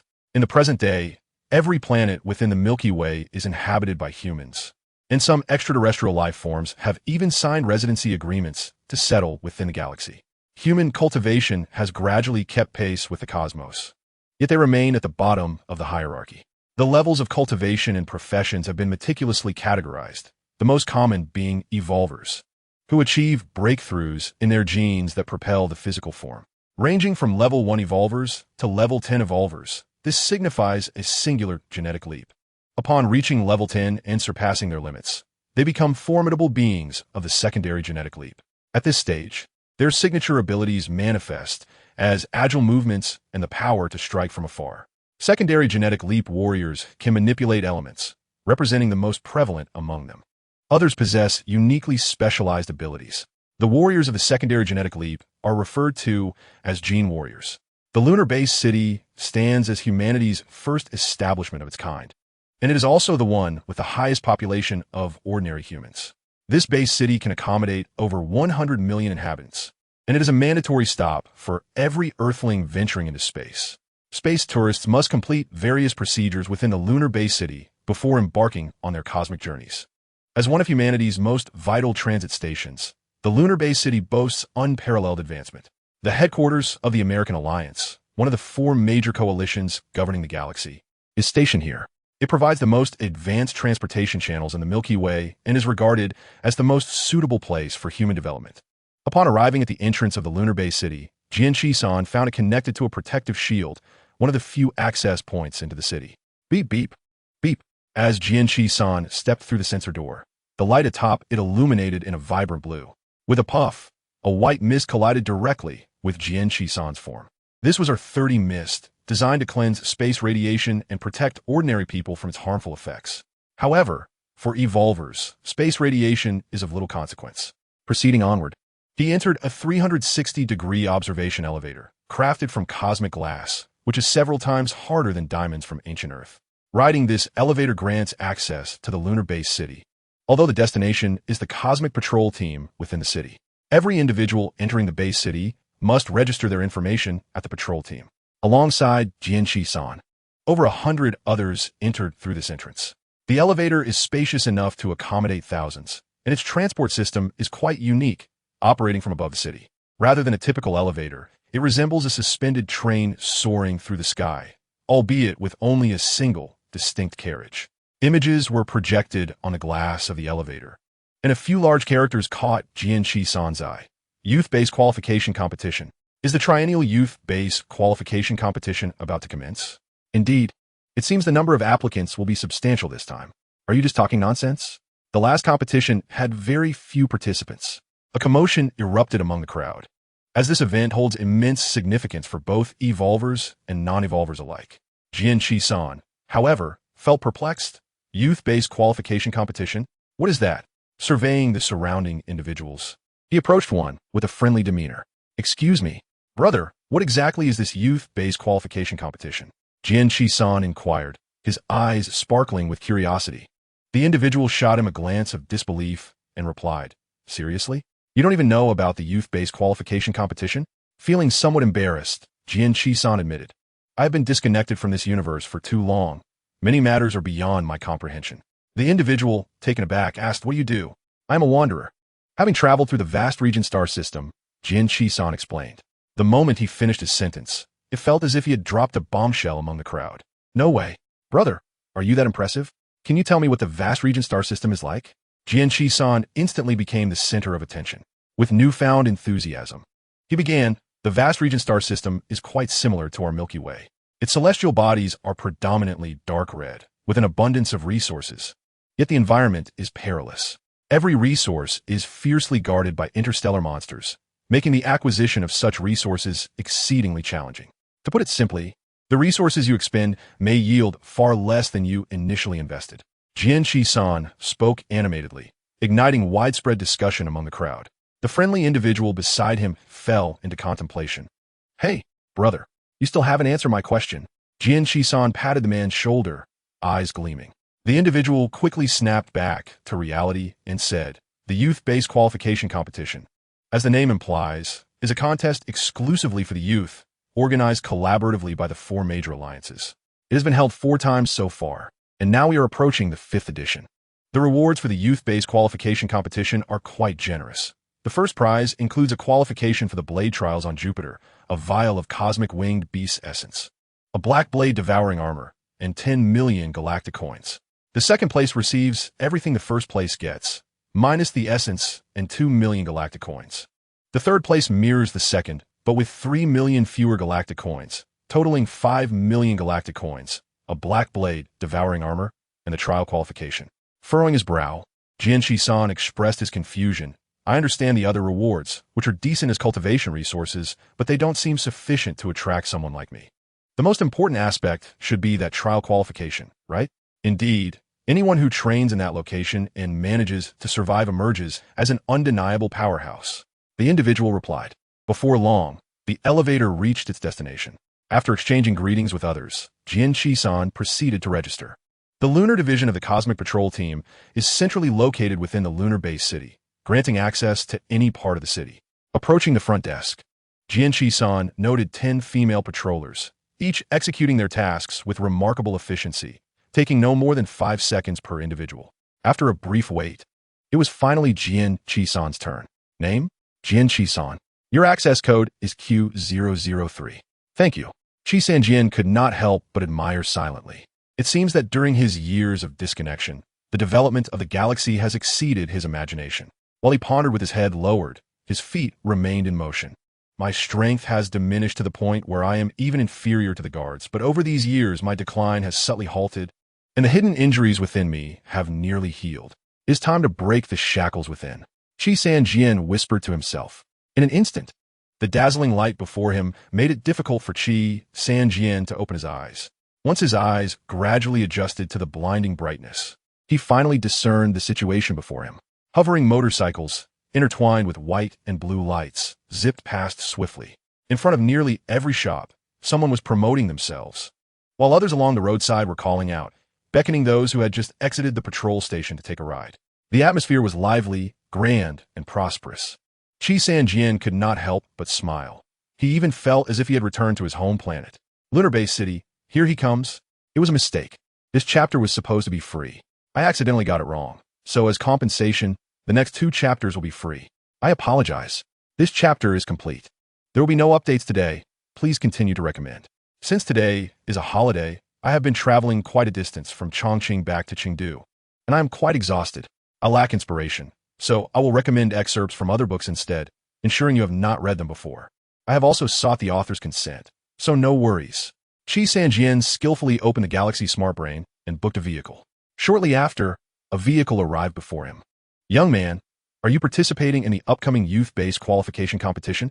The driver, a middle-aged man, looked at Qi Sanjian and concluded in his mind that he was an extraordinary practitioner. Qi Sanjian nodded and replied, "Yes, my funds are running low, and I need to secure a ranking to earn a little." The uncle felt a bit embarrassed upon hearing this. Although the young man appeared formidable, he did not believe Qi Sanjian could compete with the renowned geniuses of the galaxy. Nevertheless, he did not wish to discourage Qi Sanjian's confidence. "You must work hard and strive for a ranking," the uncle encouraged. Qi Sanjian smiled upon hearing this. "Thank you for your kind words." He then recalled the patrolling officer. In truth, he had not emerged from within the Bay City, but had merely stopped at Lunar Bay City. His spaceship had run out of energy, preventing him from returning to his home planet, and Lunar Bay City was the nearest planet where he could land. Thus, he had used his last bit of energy to cloak himself from the radar of Lunar Bay City and had made a stealthy landing in a cave a few kilometers outside the Bay City. If he had followed the usual channels, it would have taken an indefinite amount of time, so he opted to infiltrate Lunar Bay City instead. The galaxy's exploration radar indeed could not detect him. His participation in the Bay City competition was merely for monetary gain, as the funds he possessed were insufficient to replenish his energy, let alone purchase cultivation resources. Qi Sanjian chuckled, reflecting on how he had been discovered so easily. Thankfully, that patrolling officer was not very astute and mistakenly assumed he was someone sneaking out. "Young man, what are you saying?" "Oh, I was just saying your vehicle is incredibly fast." "Haha, indeed. With 5 years of driving experience paired with the Luo Hover 200, it would be hard for it not to be fast." Qi Sanjian's lips twitched as he laughed carefree. Talking to oneself is a habit that must be changed. Otherwise, one might inadvertently reveal significant secrets and later regret it. Achio, a patrolling officer outside Lunar Bay City, could not help but sneeze. "Do evolvers catch colds too? How strange," he thought, shaking his head. At the registration office for the youth-based qualification competition in Lunar Bay City, the middle-aged uncle said, "Young man, we've arrived." "Great. Thank you." With a buzz, the car door opened automatically, and Qi Sanjian stepped out. "Wow, is this the registration office for the youth-based qualification competition?" Qi Sanjian gazed at the half-spherical building, his mouth twitching. The architecture was impressive, creative yet grand. However, apart from a few security guards outside, there seemed to be no one inside. Surely, my perspective must be limited. Let's go inside and take a look. As Qi Sanjian approached, he was stopped by the security guard at the entrance. "May I ask what brings you here?" inquired the guard with a sausage-like mouth.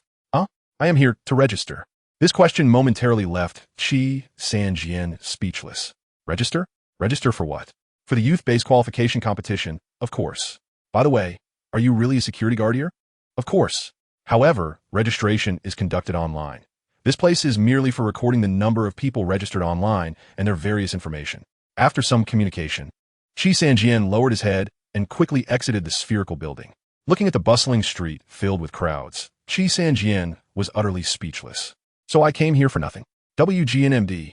Mama, look at that uncle with the white beard. His gaze is so frightening." On the roadside, a mother and daughter passed by, and a little girl pointed at Qi Sanjian. "Little sister, you should call me brother." Qi Sanjian smiled at the little girl. "Stay away from the strange uncle," the woman said, casting a curious glance at Qi Sanjian before hastily leading her daughter away. Qi Sanjian watched the mother and daughter leave, feeling a surge of frustration. Sometimes, the mindset of an adult can shatter over trivial matters, those fleeting moments that catch one off guard. Qi Sanjian looked up at the sky, took a deep breath, and resolved to tidy up his appearance. He raised his left hand, revealing a slim device closely adhering to his clothing, roughly the size of an ancient bracelet, but far more exquisite. In simple terms, this was the contemporary mobile device of the galactic populace, encompassing the smart brain. However, it is no longer referred to as a mobile phone, but rather as the Galaxy Smart T. Qi Sanjian's device was considered somewhat outdated, yet all its functions were still operational. Quickly, Qi Sanjian checked his balance. Upon seeing that his galactic coins had not yet reached 100, he felt somewhat disheartened. It would be best to find a place to stay and simultaneously break this first shackle. Qi Sanjian turned off the Galaxy Smart T and confirmed the direction of the hotel he intended to visit, navigating through streets and alleys. Qi Sanjian arrived at his destination after crossing a cosmic glass bridge. This location was situated in the southeastern part of Lunar Base City, a technologically underdeveloped area, yet remarkably prosperous. The architectural style leaned towards the dark aesthetic, giving Qi Sanjian an uncomfortable sensation. The people here bore somber expressions, appearing unclean, which oddly made Qi Sanjian feel somewhat at ease. He was not a clean individual himself. The lives he had taken could likely fill a small county within the base city. Following the location provided by the Galaxy Smart T, Qi Sanjian soon reached his destination. This is a location situated a bit deeper within the bridge. The doors here are not even automatic, requiring one to push them open manually. In this era, such push-and-pull doors are undoubtedly relics of a bygone age. Upon entering, one is immediately confronted by a subpar painting depicting the innkeeper, a middle-aged woman in her 40s, whose physique has significantly deteriorated. The space is not particularly large. On the right side sits an antiquated sofa, while on the left are a potted plant and a long bench. Yes, I booked online, reference number Q003. Qi Sanjian walked over, feeling indifferent to the surroundings. For a budget inn, the environment is rather commendable. The innkeeper displayed a rather apathetic demeanor, coolly stating, "Second floor? Turn right, room 206, Galaxy GT," to open the door. Qi Sanjian nodded and ascended the stairs beside the front desk. Shortly thereafter, he arrived at his room. This chamber is modest, approximately 20 square meters excluding the restroom, but ample for one person. The room is relatively tidy, though the lighting is dismal, rendering it nearly devoid of brightness. Nonetheless, it serves as a place to rest. Qi Sanjian swiftly delved into the matter at hand. Sitting cross-legged on the bed of the inn, as his consciousness penetrated within, a vast internal world unfolded before his awareness. It is evident that this world is unimaginably immense. Yet it is devoid of color and in a state of ruin. Much like the environment around him, it is riddled with countless fissures and fractures, resembling a black abyss. Within Qi Sanjian's internal realm, 9 colossal black-red spheres hover in the expanse, emanating a profound sense of oppression and despair. Enormous chains connect these spheres, transforming the sky of this internal world into a shroud of despairing darkness. These represent Qi Sanjian's 9 formidable shackles. His consciousness focused on the first black-red sphere, noticing the chains encasing it were also marred with cracks. Today, I shall shatter this first shackle. The consciousness transformed into a beam of golden light, hurtling towards the first shackle. In comparison to the black-red sphere, his consciousness appeared as a mere ant confronting an elephant. Even the chains dwarfed his form by thousands of times. With a resounding crash, his full force struck the chain, causing the first shackle to tremble slightly. Break. He withdrew 1,000 meters before launching another strike. Boom! Boom! Boom! After countless impacts, the golden light of his consciousness began to dim, and Qi Sanjian's physical form bled from the corners of his mouth. "Is this still not enough?" he murmured, gazing at the black-red sphere with vacant eyes. "Let me try again." Yet, soon his fighting spirit was rekindled. Once more, he distanced himself, relentlessly battering the first shackle. After approximately several hundred strikes, his fist collided with the chain once more. His fist lingered upon the chain, the golden light around him extinguished, and he was utterly exhausted. Crack! A sound of shattering emanated from the chain. His gaze snapped to it, and a fine crack appeared on the first shackle. Crack! Crack! Instantly, the fissure spread across the entirety of the first shackle. The consciousness slightly parted its lips, gently touching the shackle. Crack! With that contact, the enormous chain shattered, vanishing into the void. The transformation did not cease. The internal world began to rapidly self-repair at a speed imperceptible to the naked eye. Golden light once again enveloped the consciousness. The brilliance intensified, culminating in a flash of white light, albeit momentarily. Shortly thereafter, the changes halted, with the internal world restored by 1/9, and a golden secret pattern manifested upon the consciousness's forehead. In reality, Qi Sanjian retracted his consciousness, assessing his newfound strength. As anticipated, he had attained the level of a 3rd-tier gene warrior, an evolution of genes. A smile broke across his face as he raised his hands at a 90-degree angle. creating a gap of about a meter between his palms. With a swish, elements manifested within the space between his hands.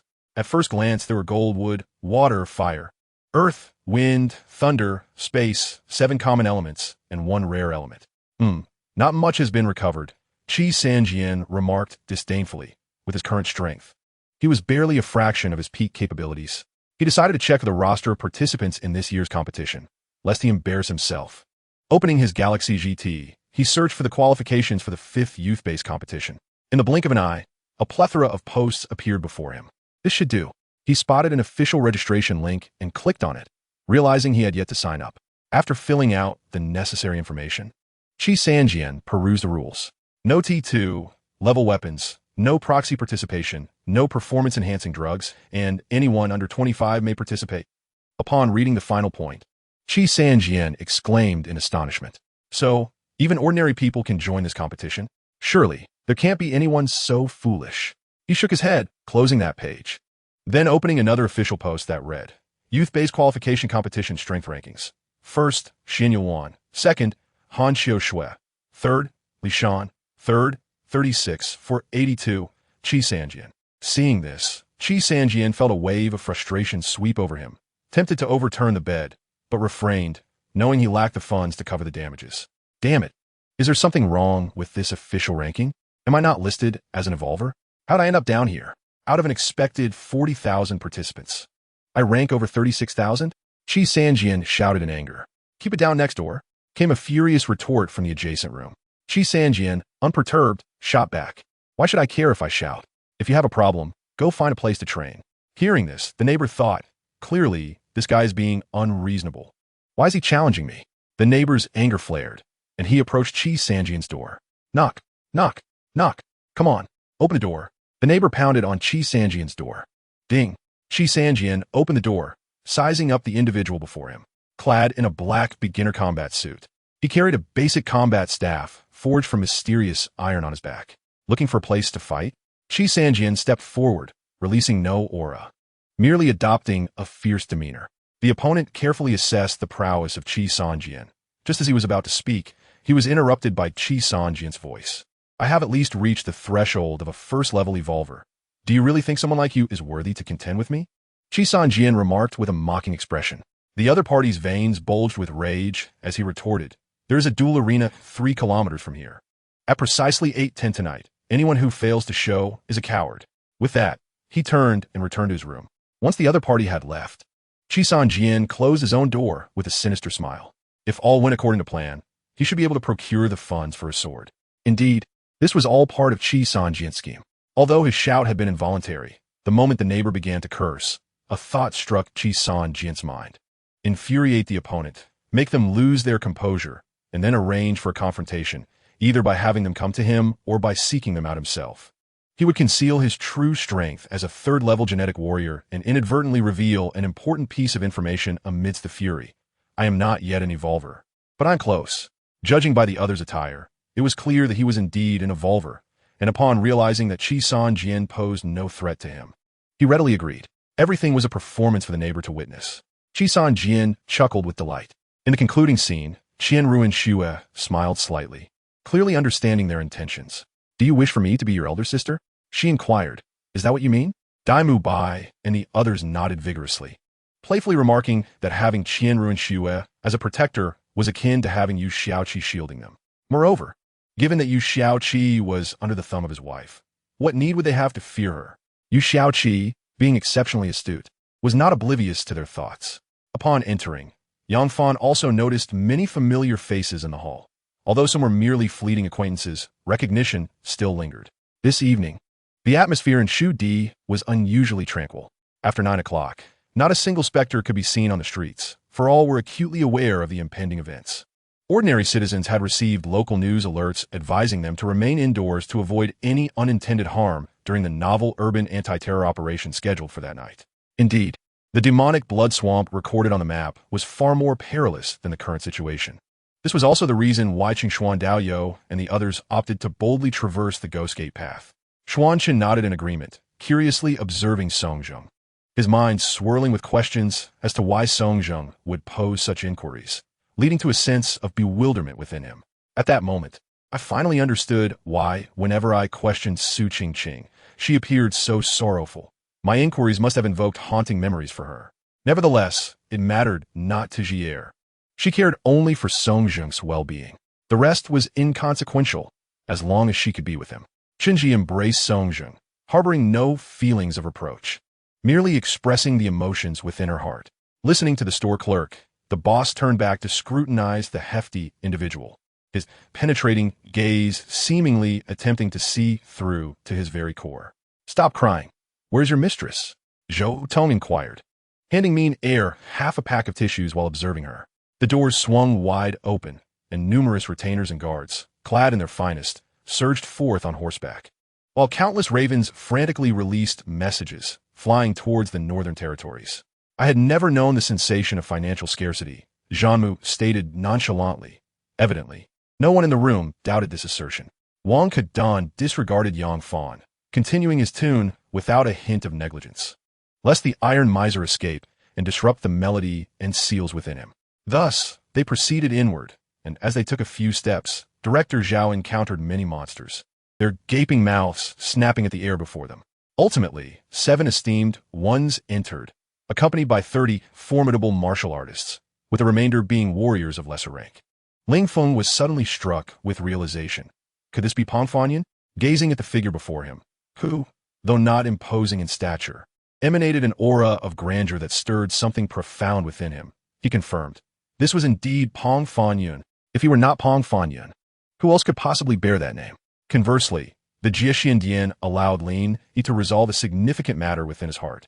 Yet, what followed was a task far more daunting than that entrusted by Shuya. So it is decided. Upon uttering these words, Wang Hao felt an immense weight lift from his shoulders. In contrast to these matters, his cash reserves remained modest, totaling merely 0 million.